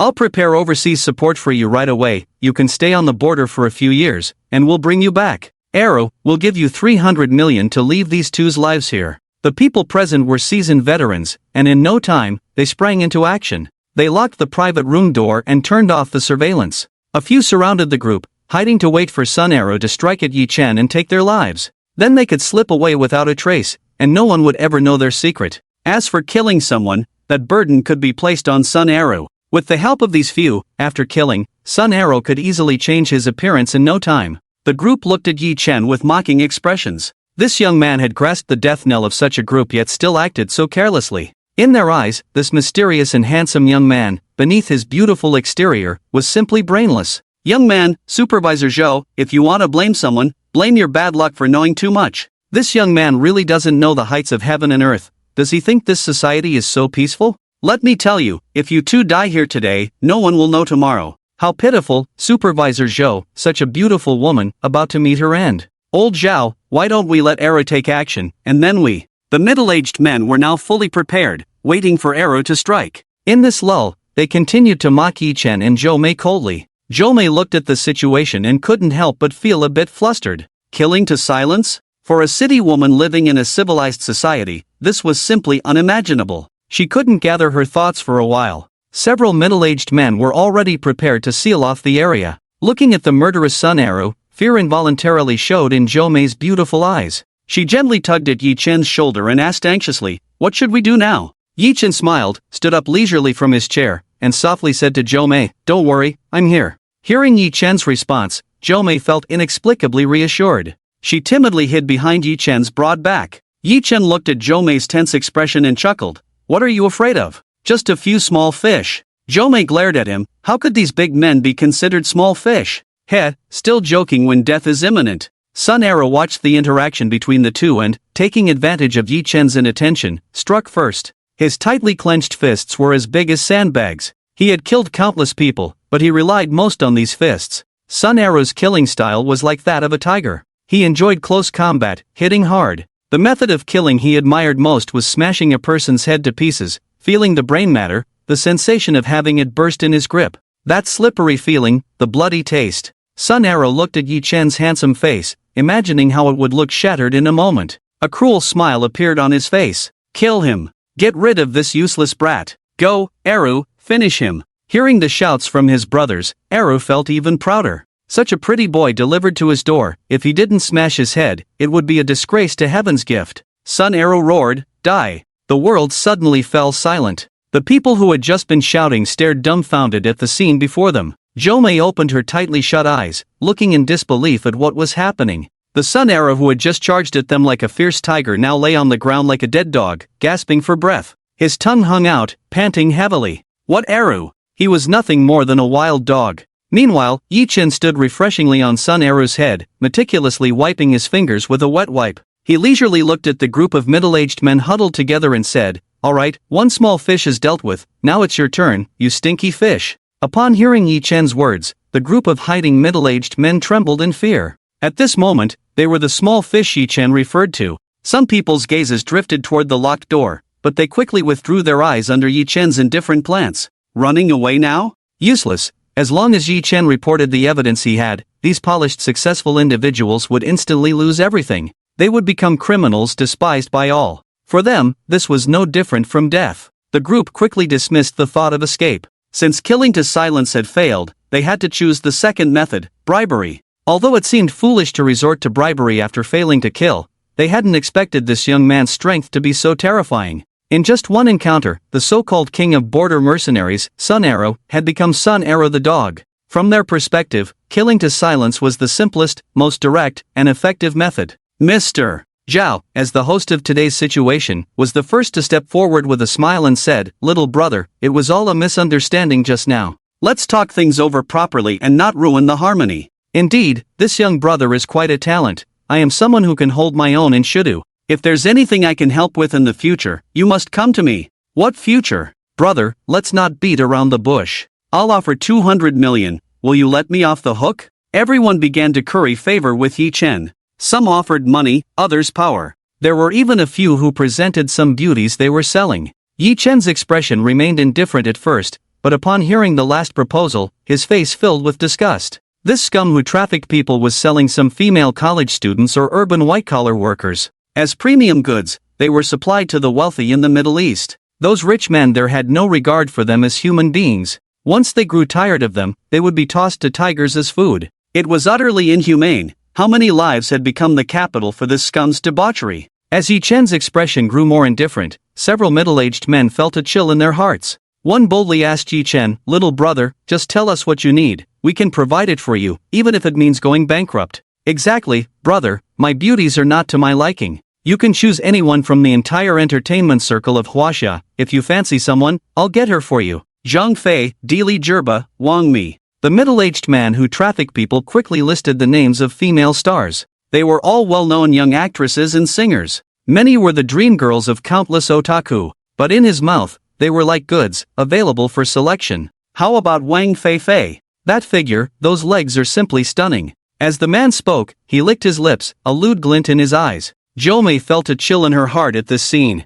Even she found it hard to resist these temptations. The amounts promised by these men had already reached over 10 billion, not to mention the power and beauties. She asked herself, if she were Yi Chen, she might not be able to withstand such temptations now. She considered herself not a vulgar person, but this heavy money and power had surpassed her imagination. However, upon hearing Yi Chen speak of these crimes, Zhou felt a moment of disorientation. At least half of these people deserved the death penalty. Especially that man who trafficked girls. As a woman, Zhou felt even more empathetic. Thinking of this, she felt ashamed of her wavering. Even for the sake of those innocent girls, she should not fantasize about accepting this unjust wealth. In a sense, that would make her an accomplice to this group. As Zhou thought of this, she suddenly realized she couldn't let this group of villains go. But what would Yi Chen think? She looked at Yi Chen's cold expression, unable to glimpse his inner thoughts for a moment. Would he accept it? Would he go against his conscience to take this unjust wealth? Would he be unable to resist the temptation of beauty and collude with these people?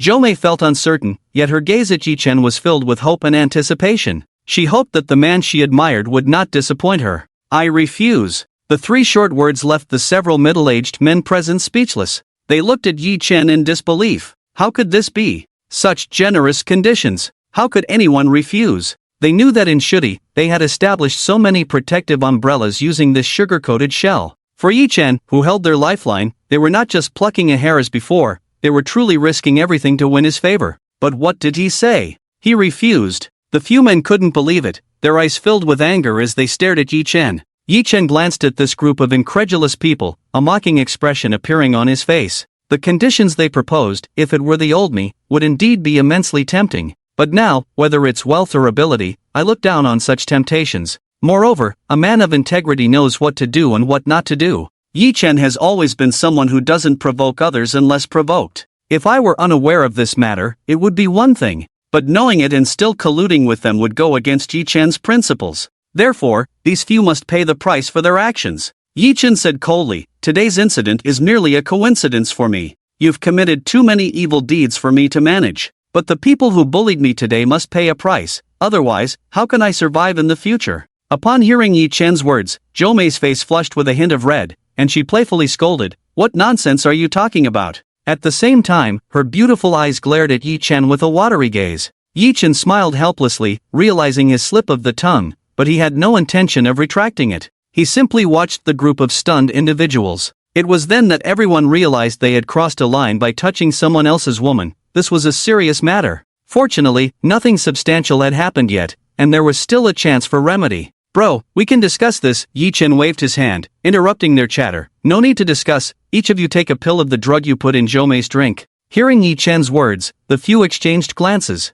They certainly knew what that drug was. It was a top-grade Yihuan San, which would fill a person's mind with nothing but the desire to mate. What did this person want to do? But Yi Chen didn't explain. Instead, he tossed the Yihuan San he had taken from Erhu to them. Under Yi Chen's oppressive gaze, they reluctantly swallowed the Yihuan San. Yi Chen didn't forget to feed a pill to the unconscious Erhu and released his acupoints. Watching Erhu slowly awaken and the others, who had taken the drug and were now flushed, Yi Chen smiled faintly and left the private room with Zhou. He locked the door behind them. At the moment Yi Chen left, the group understood his intentions. Despair and heated gazes exchanged among them. Yi Chen and Zhou didn't walk far outside the door. There was no sound from inside. It was indeed a top-tier private room. Yi Chen fiddled with his phone, and Zhou curiously asked, "Who are you calling?" Yi Chen revealed a somewhat mischievous expression and said, "I'm reporting a public orgy here." Finally, when the police arrived, the tightly shut door of the private room was opened. This time, it wasn't just any ordinary officer but serious criminal police. Yi Chen had directly reported the evidence of these scoundrels through the Qi family's connections. He had only been joking about calling the police to tease Zhou. For such a significant matter involving multiple aspects, Yi Chen didn't want to get himself involved. Thus, the advantages of the Qi family became evident. At this moment, Yi Chen took Zhou to a nearby private room and set up another table, as they hadn't eaten yet. Hearing the uproar outside, the criminal police brought out naked men, their bodies covered in various strange marks and filth. Looking at the frustrated and troubled expressions on the faces of the police officers, Yi Chen merely glanced and then withdrew his gaze. As the instigator, he didn't want to expose himself here. As for the good deed he had just done, Yi Chen tried his best to forget it. Zhou, curious, looked outside and instantly understood the scene before her. However, she didn't feel disgusted by their plight. Instead, she thought about herself. If Yi Chen hadn't appeared in time, what would the consequences have been? She could hardly imagine whether she would still be standing here. Just now, there were human traffickers inside. As Jo-mei calmed down and thought about it, she immediately realized the hidden truth behind the drinking party at that table. The reality was far more disgusting than she had imagined. Her gaze fell on Yi-chen. He was currently gnawing on a chicken wing, looking adorably silly. There was no heroic demeanor of someone who had just rescued a girl from almost falling into a web of evil. It seemed as if he hadn't taken the matter to heart at all, as if it were just a casual act. From the time they started eating until now, Yi-chen hadn't even mentioned the incident once. Jo-mei looked at Yi-chen, lost in thought. She had been in society for nearly 7 or 8 years. Nowadays, there are very few people willing to lend a helping hand when others are in trouble. Moreover, after helping, many would seek to leverage that favor for their own gain. But Yi-chen, time and again, whether out of his own volition or under duress, had rescued her. He had never once mentioned repayment. But thinking about it, what could she possibly offer him in return? He was no longer that little employee she could easily manipulate back in the day. The current Yi-chen had less and less interaction with her. She had also seen some women around Yi-chen. Those women, regardless of their family background or talents, were always above her. Especially that woman named Chi-ying from Kyoto. She had once seen Yi-chen and her laughing and shopping together during a casual outing. The grace and beauty of that woman made Jo-mei feel inferior. At that time, besides feeling self-conscious, she also experienced a strange emotion. She hadn't understood it before, but after going through several events, she finally realized. Yi-chen had helped her out of difficult situations multiple times, even staying by her side during her toughest moments. Various memories surged in her mind, and Jo-mei finally understood. That feeling back then was called jealousy. With this realization, Jo-mei's heart skipped a beat. Could it be? Had she fallen in love with Yi-chen? Looking at Yi-chen, who was still engrossed in battling the braised chicken wing, his handsome face was filled with concentration, exuding not only a manly toughness but also a hint of youthful innocence. His dark eyes, at first glance, seemed pure and innocent,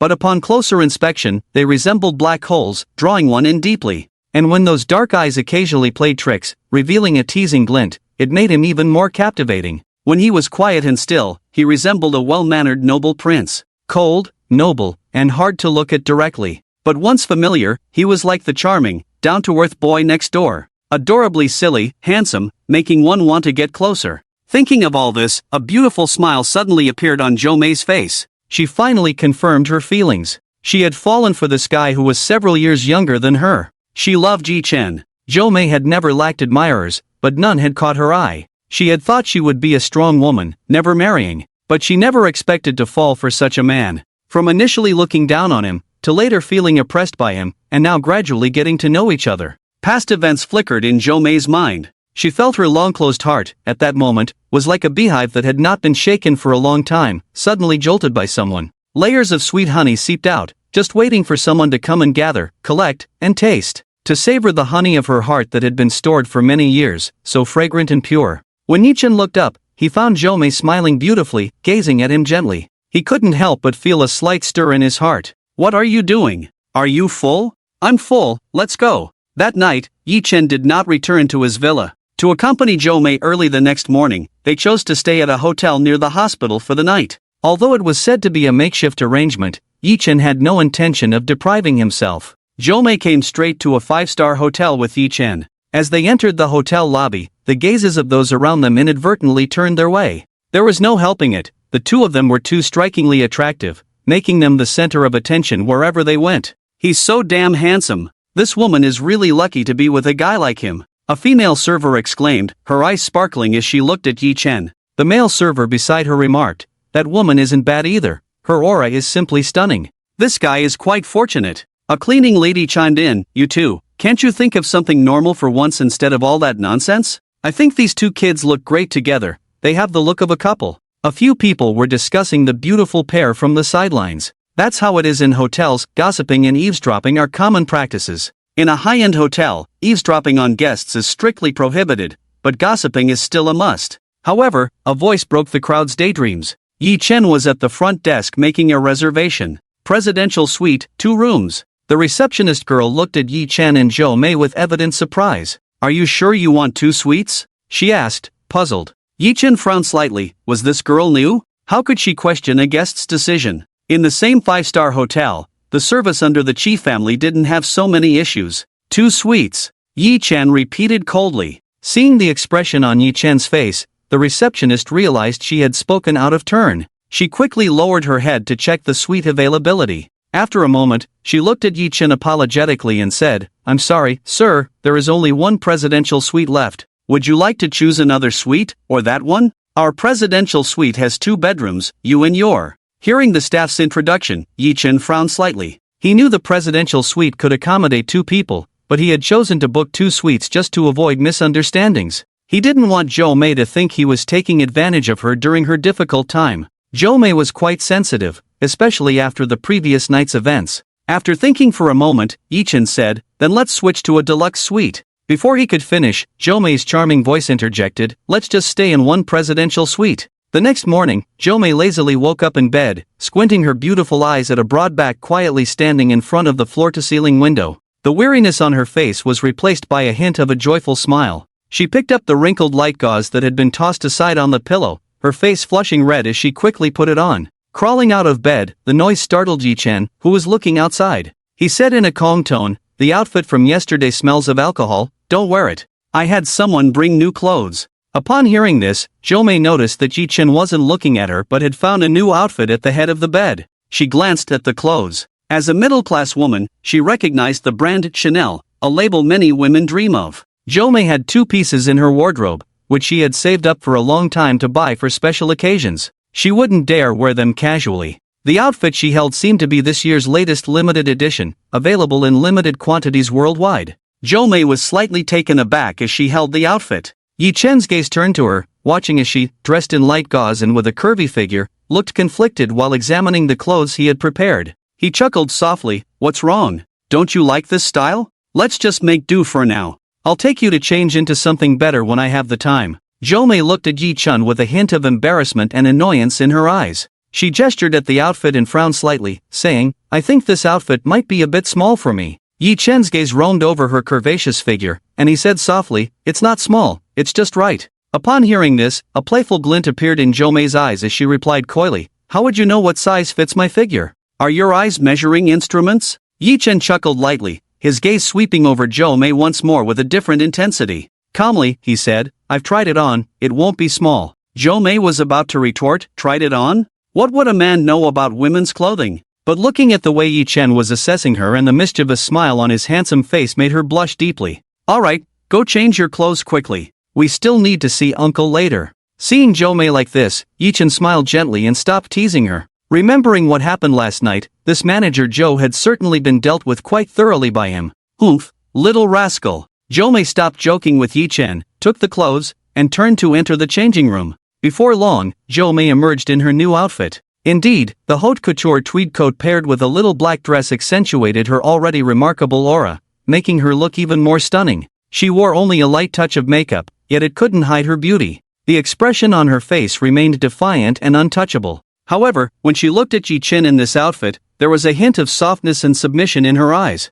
"How do I look?" Jo-Mei nervously lifted the hem of her dress and twirled around to show Yi-Chen. "I still think it's a bit small." Yi-Chen gazed deeply at Jo-Mei. This haute couture looked absolutely perfect on her, with that waist and those curves. "It's not small, it's just right." "Really?" Jo-Mei asked, half in disbelief, but her face still showed delight. "This is the first time I've worn such an expensive outfit. I didn't even know." Yi-Chen waved his hand lightly. "Don't talk to me about that, we should head out to see Uncle." Jo-Mei looked at Yi-Chen's indifferent expression, momentarily at a loss for words. She was now wearing the clothes she had once dreamed of. But what she truly wanted was just Yi-Chen himself. Clinging to him now, who knows how many people would gossip. But she wouldn't regret it, thinking of what happened last night. She could feel that Yi-Chen had some unusual feelings for her. At least it wasn't just her chasing after him. That was enough. Memories drifted back to last night, and a blush crept onto Jo-Mei's face. Little rascal. When Yi-Chen brought Jo-Mei to the hospital, Ye's father had already regained consciousness. However, he could no longer speak. Jo-Mei looked at her father in this state, tears streaming down her cheeks. Yi-Chen stood silently beside her, offering comfort without words. "Are you the patient's family? Let me explain the situation to you." A doctor in a white coat looked at the father and daughter and couldn't help but sigh softly. They say working in a hospital is a dual torment of mind and body. Even after witnessing so many partings between life and death, each time it still weighed heavily on the heart. Jo-Mei saw the doctor's expression and took the tissue Yi-Chen handed her to wipe her tears. "Let's talk outside." The patient's condition has stabilized for now, but considering his situation, we cannot perform this surgery. The doctor looked at Jo Mei and Yi Chen's increasingly grim faces but insisted on finishing his statement. This means that the family of the patient is being asked to give up treatment. However, it is not stated so explicitly, as the hospital cannot appear so incompetent. When Jo Mei heard the doctor's words, her heart sank. Although she had been mentally prepared, accepting it was still too difficult. She choked back tears and asked, "Doctor, are you saying we should give up treatment?" Hearing the family ask so directly, the doctor did not beat around the bush. He said frankly, "That's right. This patient's cancer is already in the late stage, and continuing treatment only increases the patient's suffering. For late-stage liver cancer, with current medical technology, the most optimistic outcome is just 1 more year to live, and the quality of life is extremely poor." Listening to the doctor's words, Jo Mei's face grew paler, and she collapsed into Yi Chen's arms, crying. Yi Chen sighed helplessly. "All right, doctor, you can go back to your work." After sending the doctor away, Yi Chen looked at Jo Mei in his arms with a mix of sorrow. He let her cry freely against him. Seeing the usually proud supervisor in such a pitiful state, Yi Chen felt an indescribable emotion in his heart. He was also pondering something. After a moment, he slowly spoke, "Don't cry. If this hospital isn't good, we'll change to another one." Upon hearing Yi Chen's words, Jo Mei immediately stopped crying. She looked at him with a mix of confusion and hope. She knew that Yi Chen was from a completely different world than hers. What if he really had a way? Her father wouldn't have to die. But it was late-stage liver cancer. Even if Jo Mei believed in Yi Chen, she still maintained a basic level of rationality. She just stared at him. Yi Chen smiled and ruffled her hair, saying, "All right, uncle will be fine." A month later, Jo Mei was walking with her father in the green belt of the Shu Duqi family's villa area. She looked at her father, who was now not yet 60. He didn't look old, but wrinkles had covered his entire face. The man who once filled her memories with vigor had unknowingly aged into this state. When her parents divorced, her father insisted on not remarrying to avoid her suffering. He raised her alone. The bond between Jo Mei and her father was quite deep. Now, looking at her father, Jo Mei felt not only happiness but also lingering doubts in her heart. After the hospital announced they would give up treatment, Jo Mei brought her father to the clinic recommended by Yi Chen. And just like that, her father's illness was cured. Just like that. In just about a week, her father transformed from a patient reliant on various machines to a normal person who could eat independently without medication. Even now, he was just slightly weak but could still take walks with assistance. Jo Mei had come here purely out of trust in Yi Chen. In her heart, she had actually prepared for her father's passing. But after seeing the treatment results, her first reaction was not joy but shock. If she didn't know her father's condition, she would have doubted that he had just caught a slight cold. This was late-stage liver cancer. Jo Mei looked at her father's rosy complexion and marveled silently. "Girl, why are you so worried all day? Isn't it good that your dad is better?" Old Zhou was quite optimistic. He had never achieved much in life, but he had such a beautiful daughter. He was open-minded about this illness, but he truly couldn't rest easy about his daughter. Now, with divine providence, a miracle had happened to him. It could only mean that old Zhou's life was not meant to end yet. But this daughter, worrying all day long, was something old Zhou truly couldn't stand. Jo Mei came to her senses only after hearing her father's words. She looked at her old man with a frown and said, "Dad, you had such a serious illness, and they cured you, yet you don't even know how they did it or who the doctor is. Can you be this clueless?" Jo Mei thought about how her father was completely in the dark about the treatment process. It made her feel a bit overwhelmed. If it weren't for Yi Chen bringing her to this hospital, she would have suspected that the people inside were performing some kind of ritual on her father. Moreover, the hospital had extremely strict regulations. Once a person entered, Jo Mei, as a family member of the patient, wasn't even qualified to visit. Initially, she was a bit upset and wanted to complain to Yi Chen. Yi Chen just smiled lightly and said, "That hospital operates like this. There's nothing we can do about it." However, the results of the treatment left Jo Mei with no room for anger. After her father was discharged and recuperated, both Jo Mei and he signed an extremely strict confidentiality agreement with the hospital. The fact that he had been cured of late-stage liver cancer absolutely could not be leaked. At that time, both of them were extremely puzzled. A hospital that cured liver cancer patients. They actually didn't want to promote it? Wouldn't that just blow up their reputation? But despite their confusion, they didn't dare to argue with such a powerful entity. They signed a very strict confidentiality agreement. Although it was strict, as long as they kept this secret, everything would be fine. If they violated the rules, the consequences would be unbearable. All right, I'm just glad I'm better. Let's not talk about this outside, remember, we signed a guarantee. Jo-mei's father truly knew nothing about the treatment process and had no memory of it at all. However, the memories of being in the hospital were still vivid, with various punctures and surgeries that had nearly left him half dead. While he had no recollection of the events, his body felt no pain at all. In fact, his constitution had improved quite a bit. The father and daughter chatted as they walked along the path in the green area, the atmosphere peaceful and serene. "Hey, Uncle, Jo-mei, when did you start strolling here?" Hearing that familiar male voice, Jo-mei's previously bored face lit up. She saw Yi-chan dressed casually, wearing a pair of relaxed slippers, walking towards them with a charming demeanor. "Yi, the busy man, how come you have time to come by today?" It had been a while since she last saw Yi-chan. Although she missed him,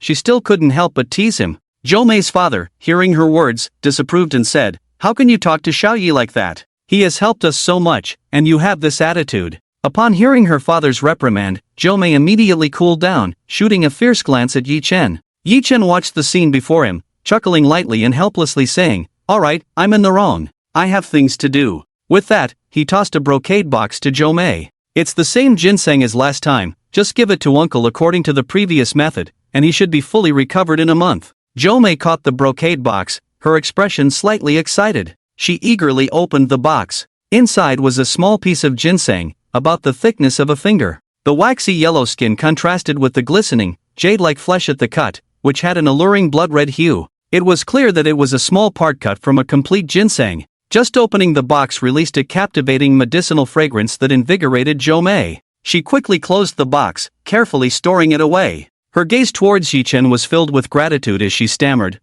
thank you." Father Joe looked at his daughter's antics, his eyes darting around. "I'm tired from walking, so I'll head back first. You two young people should explore a bit more." After saying this, he broke free from his daughter's support and walked away steadily. Jo-mei watched her father's departing figure, slightly surprised. "Isn't he able to walk by himself? Why do I still have to go out and support him?" Yi-chan chuckled softly at the father-daughter duo. The last time he had picked up this ginseng king from that tomb raider, he had given a small piece to the old man, who could have been walking independently by now. It was just his greed and the time spent alone with his daughter. Yi-chan had never exposed him. "Alright, let's go for a walk together." Yi-chan, not wanting to unravel the little act between the father and daughter, extended an invitation to Jo-mei. With a faint smile in her eyes, Jo-mei gently linked her arm with Yi-chan's. In a soft voice, she murmured, watching Jo-mei link her delicate arm with his. Yi-chan chuckled lightly and said nothing more. The faint fragrance from Jo-mei wafted into his nostrils. Combined with the well-maintained little park, it truly made one feel refreshed.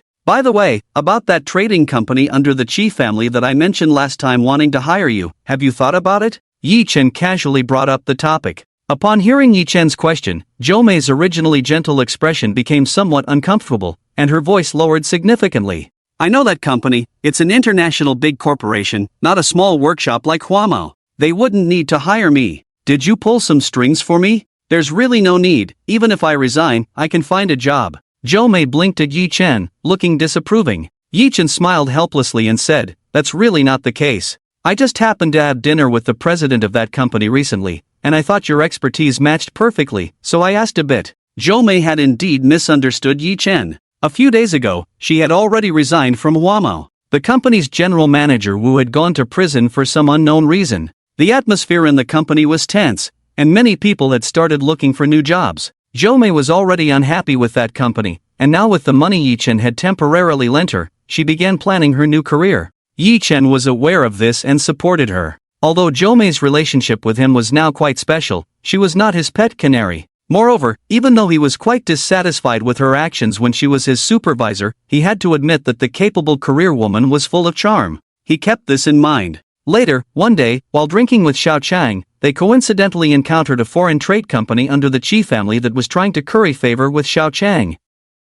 Thanks to Yi-chan's previous stone gambling success, Xiao Chang had successfully become the head of several major businesses in the Qi family's southwestern region. His status had suddenly become quite prominent. However, that day when Yi-chan invited him for drinks, he immediately pushed aside several important appointments to accompany Yi-chan. Coincidentally, the president of that listed foreign trade company was also there, serving tea and water beside Xiao Chang. Yi-chan casually chatted about him and learned of his identity. He then mentioned his own situation. The result was, as one could imagine, that company immediately approached Jo-mei, offering the most generous contract, along with the best treatment and position. At that time, Jo-mei thought she had encountered a scammer and ignored it. Later, she realized it was genuine and was left in a daze for a long time. However, she had never agreed to it, which was why Yi-chen asked today. As for pulling strings, Yi-chen had no such concept. Wasn't this a good opportunity presented to her? She could gain without spending a dime. They were more than willing to accept it.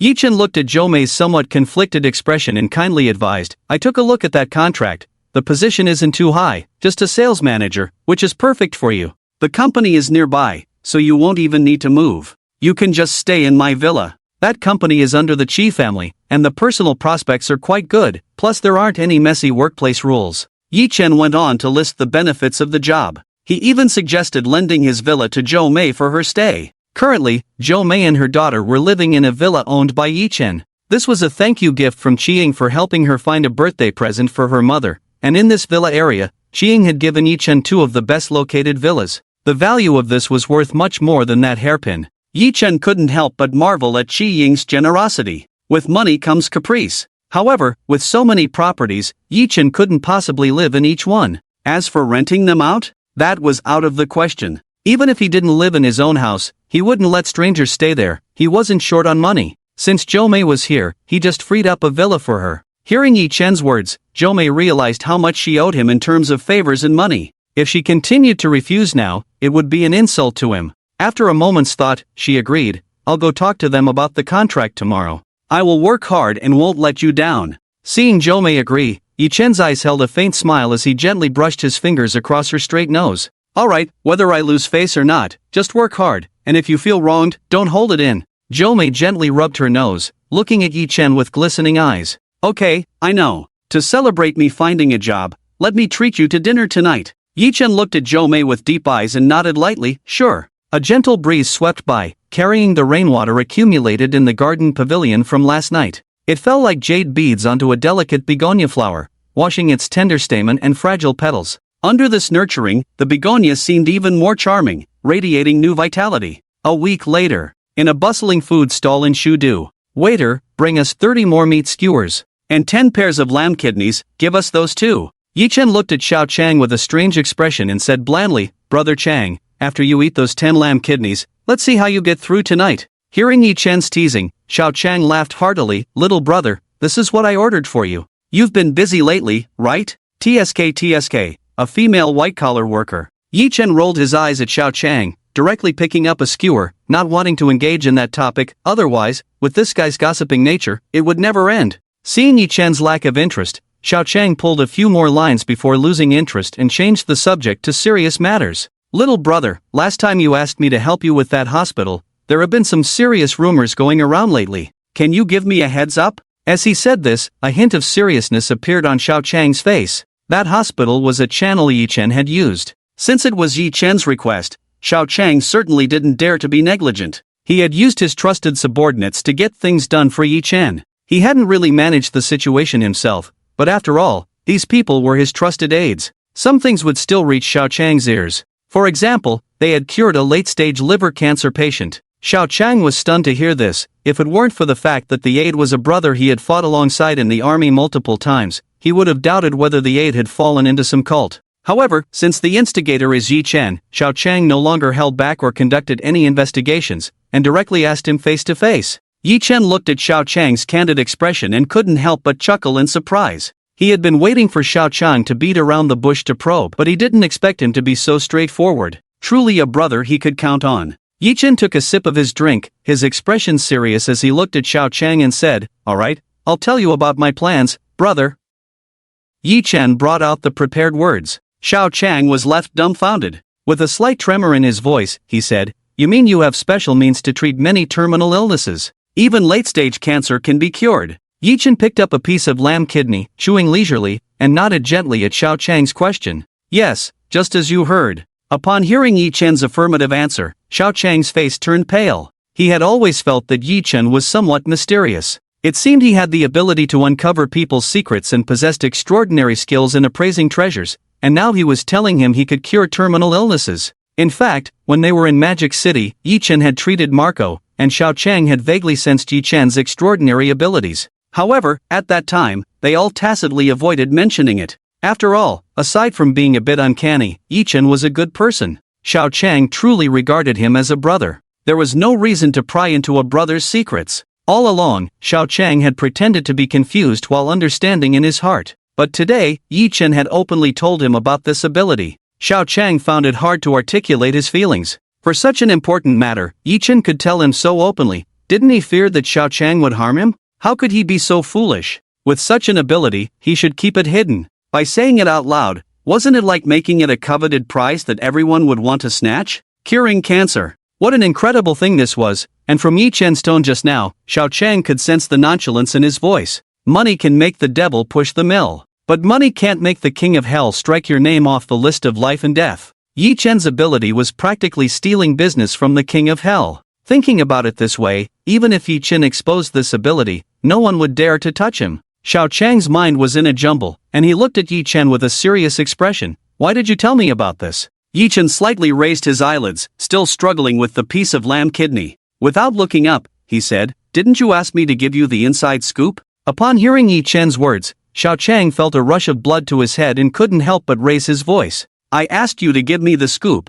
and you just spill it. Can't you pretend to be a bit clueless? Just say that the patient was cured thanks to the blessings of Guanyin Bodhisattva. You fool, luckily the people I arranged for you are all my trusted ones. If others find out, your peaceful days will be over." Xiao Chang turned his worries into a reprimand for Yi-Chen. Hearing Xiao Chang's righteous indignation, Yi-Chen's eyes sparkled with amusement. He felt no dissatisfaction with the scolding. On the contrary, he felt warm inside. How could he refute someone who cared so much for him? After Xiao Chang finished speaking, looking at Yi-Chen with an angry expression, he found that this rascal was still smiling at him. He felt a surge of anger but still said worriedly, "I'll keep this under wraps for you. That hospital can't open anymore. Don't worry, I'll deal with those in the know, and I won't say anything to the young lady." "Alright, Brother Chang. I understand your intentions, but that hospital still needs to operate. Sit down and let me explain." Yi-Chen. The meaning of Tianyi is that heaven has the virtue of nurturing life, leaving a glimmer of hope for all living beings in the world.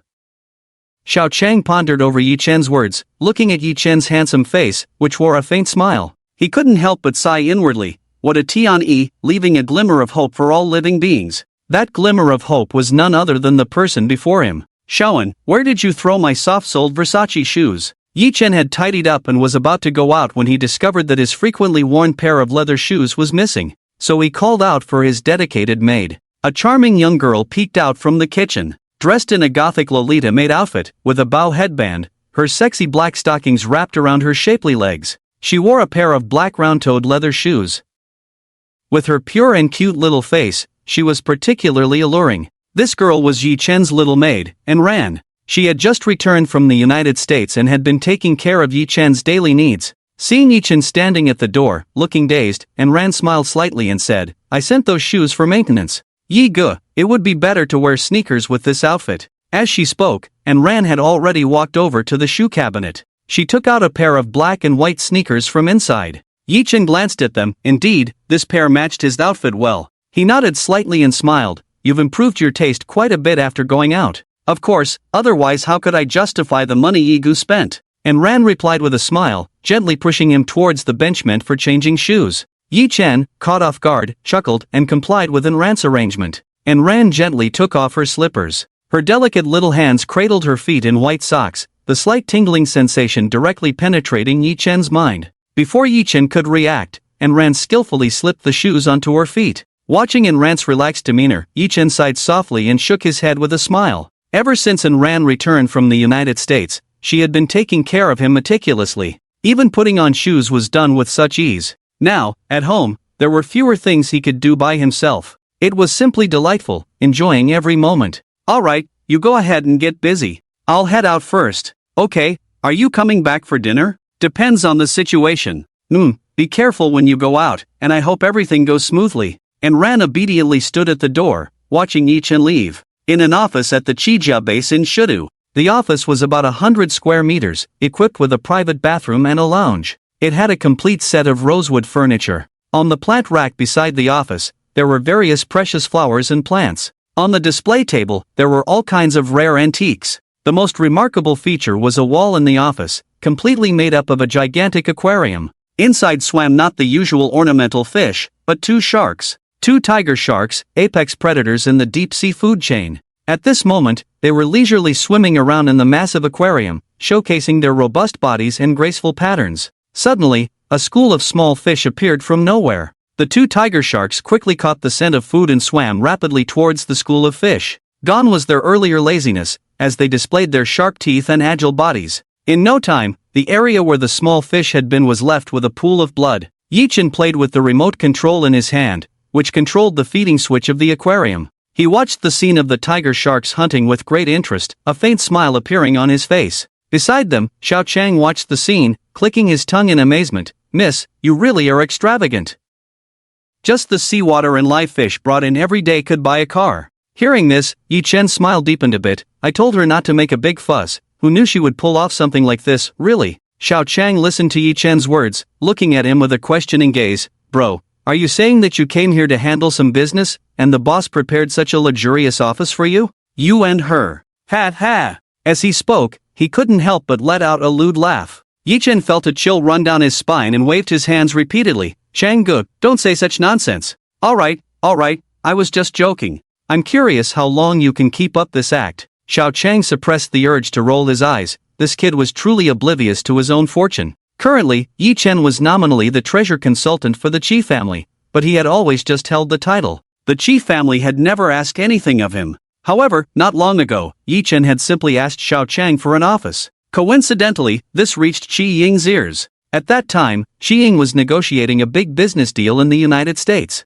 Yet, despite the ocean and time difference, she remotely commanded the arrangement of this lavish office. The expenses involved were no small amount. Just the antiques alone were genuine treasures. Originally, Qi Ying intended to pay out of her own pocket, but the elder of the Qi family found out. He personally ordered everything to be reimbursed and even took several precious items from his collection to decorate the office. As a result, it developed into the current situation. Xiao Chang looked at the casually placed white jade guanyin statue on the display stand and the emerald screen. He couldn't help but feel his heart tremble. This stuff combined could buy several buildings, yet here it seemed like the most ordinary decoration. Seeing Xiao Chang's dazed expression, Yi-Chen couldn't help but shake his head and laugh. "Alright, Chang-gu, let's talk about serious matters." Okay, look at me, I'm almost blinded by your office. Let's get down to business." Xiao Chang shook his head, snapping back to reality. He sat down on the rosewood sofa with Yi-Chen and lightly clapped his hands. Immediately, a beautiful maid served them fragrant tea. Xiao Chang's expression turned serious as he asked, "Little brother, the election system for the Treasure Bureau in Shidu has been announced, do you know?" Yi-Chen gently swirled the teacup in his hand, watching the calm surface of the tea ripple slightly. "I know, I came here today for this matter. So what are your plans? With this system out, there has already been some controversy regarding your candidacy, and both the miss and the old man are in a difficult position." Xiao Chang's expression was somewhat grave, speaking with a hint of caution. What could possibly put both the elder Qi and Qi Ying in such a predicament? This had to do with the qualifications for registration. Although the Treasure Bureau had softened its stance and made concessions, they had set up significant obstacles regarding the qualifications. There was only one requirement, but just that one made countless people hesitate. Candidates must possess a personal collection worth 200 billion to qualify for the election. It is worth noting that this is not cash. It is personal collection. Genuine antique collections. The Qi family could manage to come up with 200 billion just through Qi Ying. However, gathering such a vast collection was as difficult as climbing to the sky. One couldn't think of accumulating it by sheer quantity. There were also stipulations that required a certain number of items worth several billion. The number of national treasure-level collections, the quantity of calligraphy and paintings, the amount of jade artifacts. The Qi family started from business, and their collections in this regard are merely personal hobbies. They cannot be compared to the few prominent families that control the Treasure Management Bureau. Now, the trend in the antique market has changed. The value of genuine items has significantly increased. Even immediate acquisitions are as difficult as climbing to the sky. The premium has far exceeded 200 billion in value. Therefore, even the old Master Qi and Qi Ying face considerable obstacles when confronted with such a massive sum. The Qi family is not solely under the old Master Qi's control. A vast empire with absolute power is certainly not a good thing. In light of all this, the old Master Qi even personally called Yi-Chen to explain the situation. He did not mention that he would not take action but rather asked Yi-Chen to wait for a while. Yi-Chen sensed the old man's helplessness from his words and expressed understanding. But could things really be that simple? Kyoto, on top of Chi Tianshan, in a private large conference room. At this moment, a group of well-dressed men and women are seated inside. About 40 to 50 people. The oldest among them has gray hair, while the youngest has already reached middle age. Each person's face carries an inscrutable expression. Their eyes gleam with intelligence, as if they are quickly calculating something. They exude an aura of unspoken authority, the dignity of those in power. But at this time, they are all focused on the elderly man sitting in the first seat, whose eyes are half closed, face serene and calm, and expression steady. This man is the current head of the Qi family, Old Master Qi Tianyu. At over 80 years old, just his presence here suppresses the atmosphere in the room. To his right sits a stern-looking middle-aged man. His tiger-like eyes convey authority without anger. His face is righteous, exuding a heavy aura. This is Qi Tianyu's most beloved third son, the designated successor of the Qi family, Qi Guogang. Standing respectfully beside Old Master Qi is a striking figure. Today, in this setting, she wears a very formal black suit. Her stunning figure and the cold beauty reminiscent of a snow goddess are captivating. This person is Qi Ying, the eldest daughter of the Qi family, cherished by both the Old Master and Qi Sanshu. All eyes in the room are almost entirely on these three individuals. However, not every gaze is friendly, especially from the few elderly men close to Old Master Qi. Their looks are extremely unfriendly. Qi Ying senses the tension in the conference room, feeling a bit breathless. "Guogang, let's begin," the Old Master said lightly. As soon as these words were spoken, although no one spoke, the atmosphere in the room instantly became tense. Qi Sanshu nodded slightly, stood up, and said, "Everyone, today we are holding the Qi Tianshan conference. It has been a long time since our Qi family convened this meeting. What we are discussing today is the decision regarding our Qi family's candidacy for the Shuda Committee of the Treasure Bureau. Next, please take turns to speak, and then cast your decisive vote as senior members of the Qi family." Upon hearing Qi Guogang's words, the expressions of the crowd have turned quite serious. The Qi Tianshan conference is initiated by the family head. Those attending are truly high-ranking leaders of the Qi family. Only significant decisions or the use of substantial funds that determine the future direction of the Qi family can convene the Qi Tianshan conference.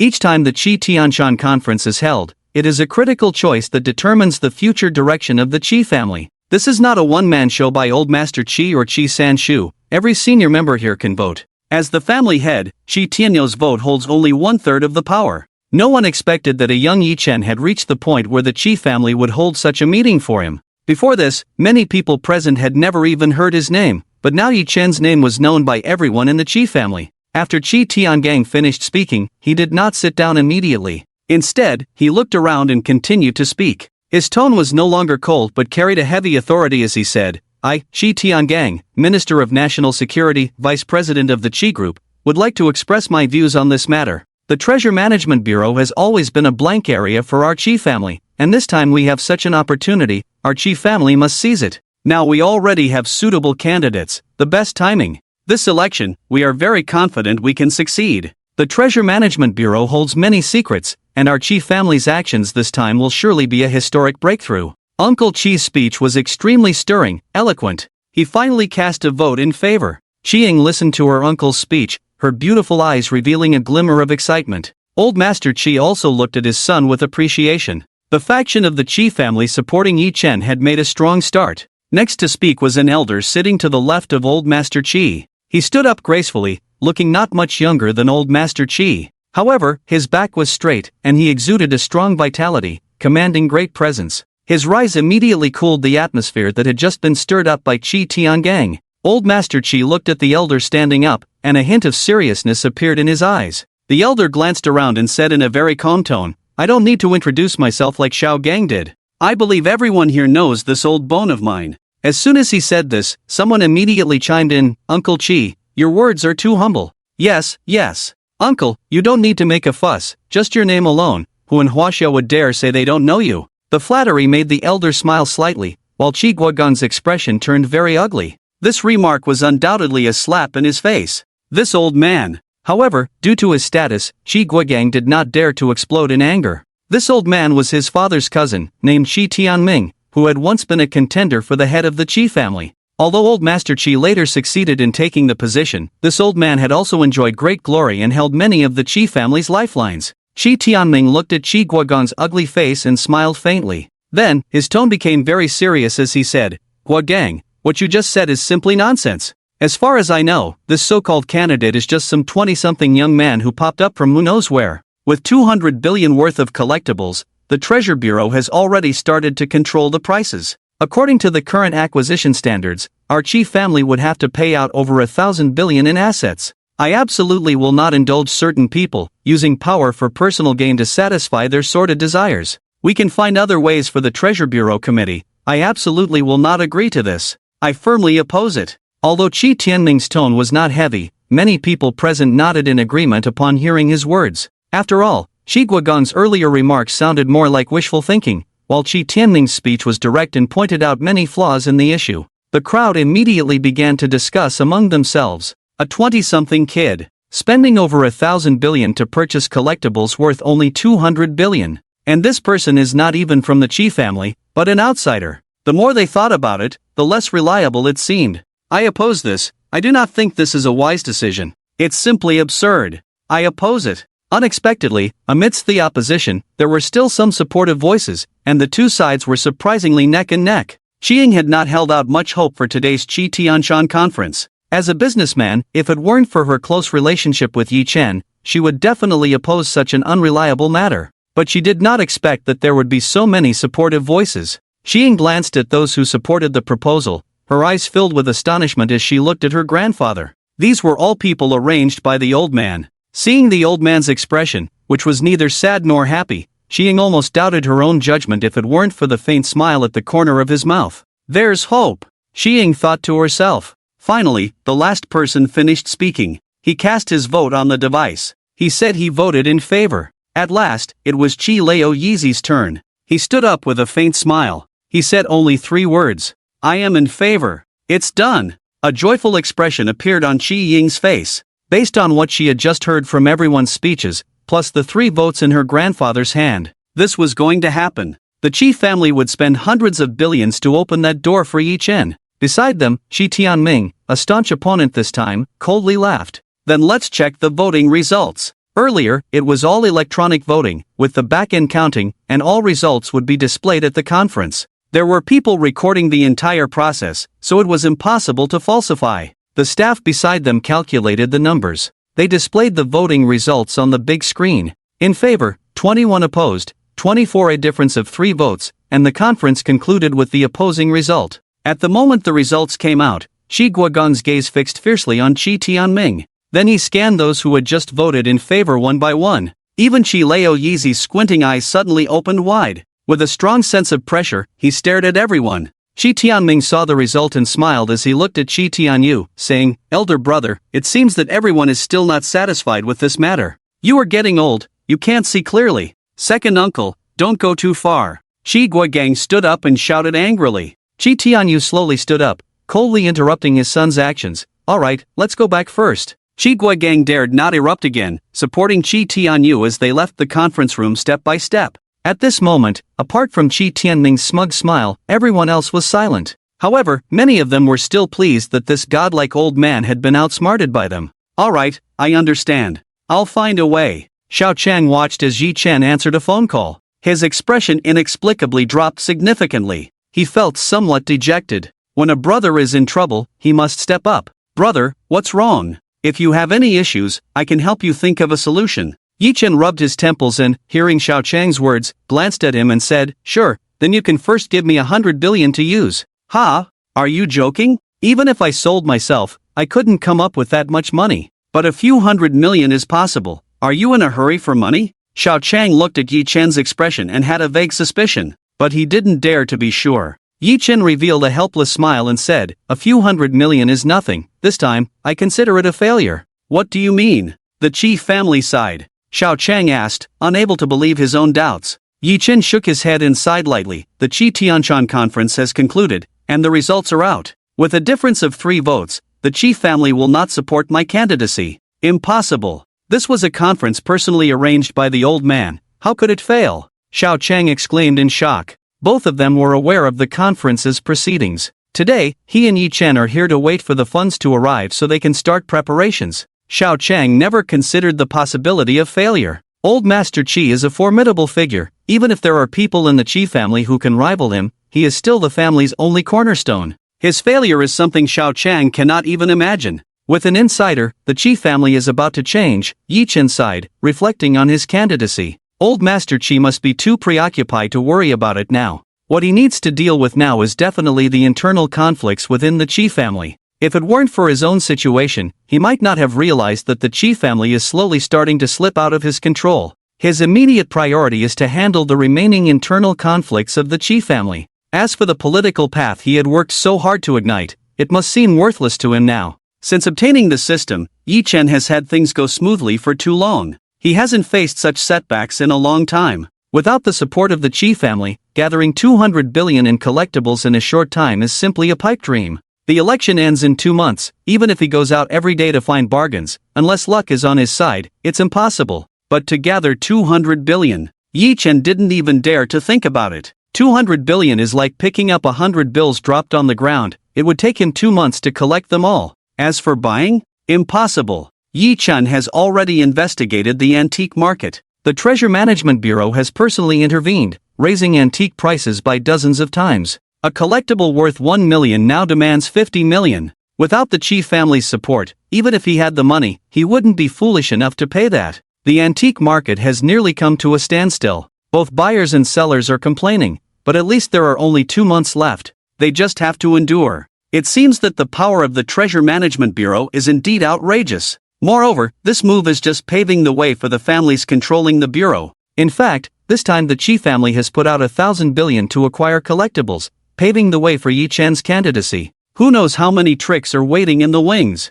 The hope is slim. Yi Chen shook his head, just thinking about it made his head hurt. But at this moment, besides the worry, there was also a hint of unwillingness in his heart. Initially, he wasn't very interested in being a member of the Management Bureau, but due to various reasons, he decided to give it a try. He even spent a lot of time preparing at home during this period. He came here today to wait for news. It has been more than a month. Today, he was suddenly told that it was hopeless. Although it was caused by various uncontrollable factors, Old Master Qi miscalculated, and the Treasure Management Bureau played dirty. It's frustrating, very frustrating. Yi Chen is particularly upset right now. He is the kind of person who either doesn't do something or does it exceptionally well. Such a sudden turn of events has rendered a month of effort wasted, pushing Yi Chen to the brink of frustration. Damn it, I'll get back at them. Yi Chen couldn't help but curse. Xiao Chang beside him could also feel Yi Chen's anger. He has been with Yi Chen for the past month, learning a lot about the Treasure Bureau's management committee. Xiao Chang has seen the effort Yi Chen has put in. In Xiao Chang's eyes, Yi Chen has always been carefree and unrestrained. He rarely cares about anything. It's rare for him to focus on something, and now it has all gone to waste. Xiao Chang also feels unfair for his brother. Damn those insiders, damn the Treasure Management Bureau. Brother, I will definitely help you vent this anger one day, Xiao Chang said fiercely. Yi Chen cursed and smiled faintly. Forget it, what's meant to be will be, and what's not meant to be cannot be forced. I just don't have the fate to be an official, I might as well be a good commoner. Yi Chen was quick to let go. A minor official held little allure for him now. With his current skills, he could easily stand out wherever he went. Xiao Chang looked at Yi Chen helplessly. After all, that was a member of the Treasure Management Bureau. A huge opportunity. Dealing with rare antiques, even without corruption, just being in that position meant a continuous flow of wealth. One must understand that even a prominent and wealthy family like the Qi family would find ways to get into the Treasure Management Bureau. Besides power, the profits within were shockingly high. Which of the major families controlling this bureau wasn't swimming in riches? Seeing Yi Chen's lack of enthusiasm, Xiao Chang couldn't help but want to give him a good slap. So lacking in ambition. Yi Chen looked at Xiao Chang's expression and joked, truly, the emperor isn't anxious, but the eunuch is. I haven't even thought about it, and you're still sulking. Oh, you little brother. Who are you calling a eunuch, and who's the emperor? Xiao Chang shot a fierce look at Yi Chen, slowly rising and cracking his knuckles. It's been a while since we've sparred. Let me see if you've made any progress. Yi Chen said this on purpose to change the subject. At this point, seeing his goal achieved, he smiled and said, alright, let's see what you've got. With the eye of martial arts activated, Yi Chen confidently engaged the system. After practicing hard for so long, combined with the system, he should still be able to hold his own against Xiao Chang. In less than 10 moves, Yi Chen was subdued by Xiao Chang. Sigh, my personal strength is still too weak. Yi Chen sighed slightly. Even with the system activated, he still couldn't see Xiao Chang's movements clearly.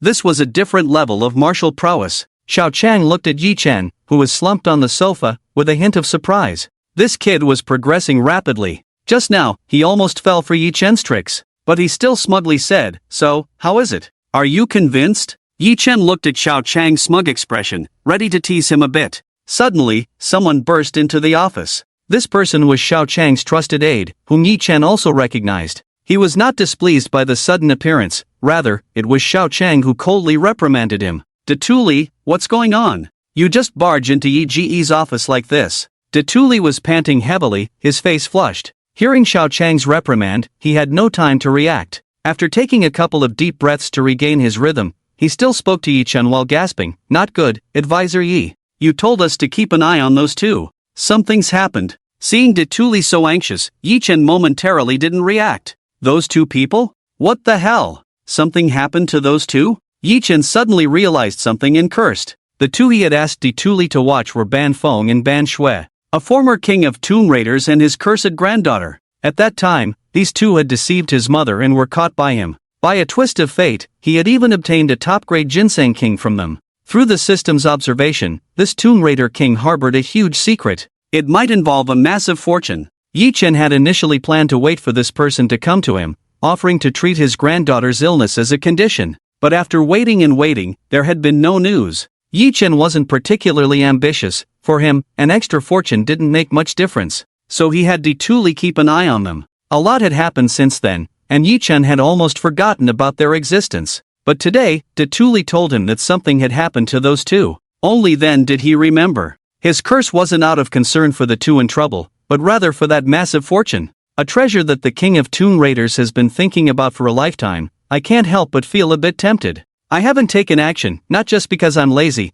but also because I'm waiting to cast a long line to catch a big fish. The worse that granddaughter's illness gets, the more that old man will be useful to me. Now suddenly being told that the fish is gone, and the line is gone too. How can I accept this? Bad luck this year. Yi Chen is even considering whether to go pay a visit to Guanyin Bodhisattva. Seeing Yi Chen's gloomy expression, Big Headley lowered his head in shame. "I'm sorry, Brother Yi, I messed up your business." Yi Chen shook his head, signaling that it was fine. If it's gone, then it's gone. As soon as Xiao Chang heard this, he couldn't hold back. He slapped Big Headley on the head. "You can't even handle one thing that Brother Yi entrusted to you. You're really going backwards. Look at how comfortable you're living in Shudu. Maybe I should send you to the army." Big Headley hugged his big head. Although his nickname is Big Headley, he still looks quite decent. A young man in his early 20s, just with a slightly larger head. He looks likable and honest. But this is just his appearance. The name Big Headley strikes fear in certain circles. He is extremely efficient, quick-witted, and ruthless.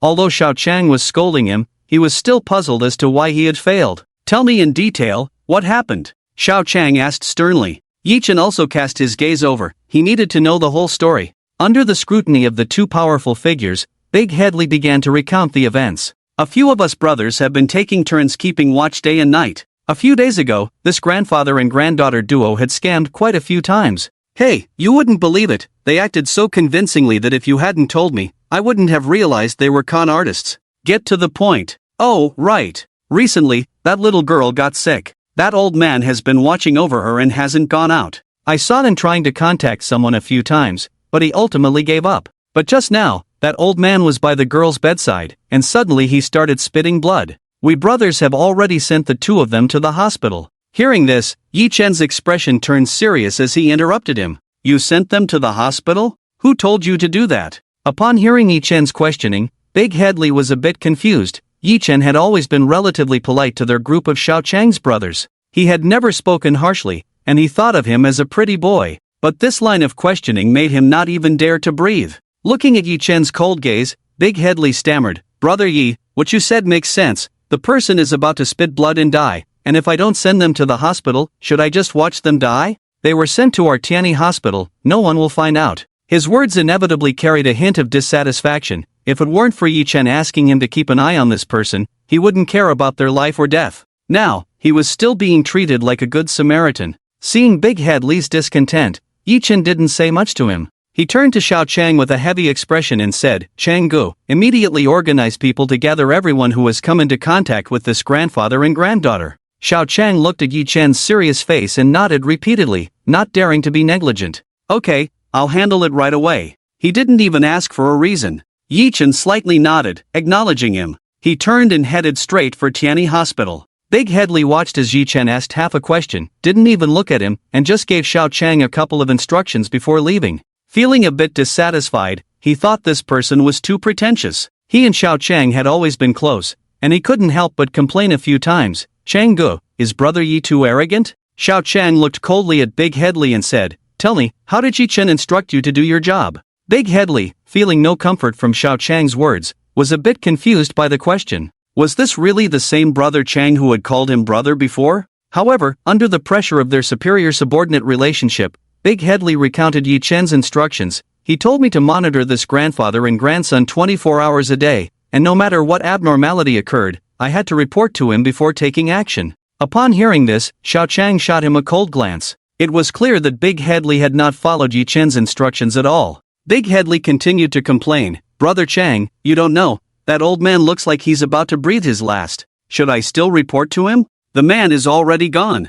I went all the way to bring him to our hospital and even came to report in person. You'd think he would appreciate it, but instead, he acts like this. Enough! Xiao Chang's furious shout interrupted Big Headley. Big Headley looked at Xiao Chang in disbelief. After today, you will go back to the army. Come back to work when you learn to follow orders. Xiao Chang had just said this, and Big Headley thought it was meant for Yi Chen. But now, he sensed Xiao Chang's determination. Xiao Chang had made up his mind. What kind of place was the army? It was a place specifically for toughening people under the Qi family. After years of struggling, he had finally climbed up to Xiao Chang's big tree. He had just started to make a name for himself. And now, this small incident had ruined his bright future. Big Headley looked at Xiao Chang with bloodshot eyes. Brother Chang, you're willing to throw away our years of brotherhood for this little pretty boy you've known for less than half a year. What is he worth? %yuan at hashtag with a crash. Big Headley was sent flying like a piece of paper onto the nearby aquarium. Two killer whales swam over, staring cruelly at the bloodied man through the thick glass, as if they wanted to swallow him whole. Big Headley was struck by Xiao Chang's slap, and the impact left him trembling all over. He looked at Xiao Chang, whose face was as cold as ice, more terrifying than the two killer whales behind him. He wanted to say something, but found that his jaw had been knocked loose by Xiao Chang's slap. He had never seen Xiao Chang like this before. The bloodthirsty look in his eyes seemed to want to take his life immediately. Xiao Chang looked at the disheveled Big Headley, took a few deep breaths, and slightly calmed his emotions. Suppressing his terrifying killing intent, he spoke in a tone so cold that it felt like winter to Big Headley. This is the first and last time. If I hear you say one bad word about Yi Chen again, you can use your life to pay for it. My brotherhood doesn't need someone like you to comment on. Chapter 187, Invasion, Failed? That's not right, Dr. Zhou. The patient has already been injected with medication, so why is there still no reaction? The little nurse looked at the doctor in the white coat beside her, puzzled. Dr. Zhou examined the various indicators displayed on the instruments and then glanced at the elderly man lying in bed. He stroked his chin in confusion. Strange, all the indicators on this device, such as the electrocardiogram and brainwaves, showed that this person had no vital signs at all. Yet, the old man's murky eyes were wide open, occasionally rolling around. He didn't look like a dead person at all. Instead, he appeared quite eerie. Hoo. The old man emitted a strange sound from his throat, as if something was stuck. It sounded hoarse and unpleasant. Both Dr. Zhou and the little nurse were startled. Just a moment ago, he had only been staring with his eyes open, but there had been no reaction to the outside world at all. But at this moment, this reaction was inexplicably a bit excessive. It was like the roar of a beast. Old man, how are you feeling now? Dr. Zhou said as he approached the old man to check on his condition. However, before he could get close, a loud shout came from outside the door. Don't touch him. Dr. Zhou was slightly taken aback, his expression darkening. Who dared to shout in the ward without considering where they were? Tianyi Hospital, with its backer possibly being someone from the Qi family, how could anyone dare to act recklessly here? But before he could explode in anger, several burly men in black quickly moved in and subdued Dr. Zhou.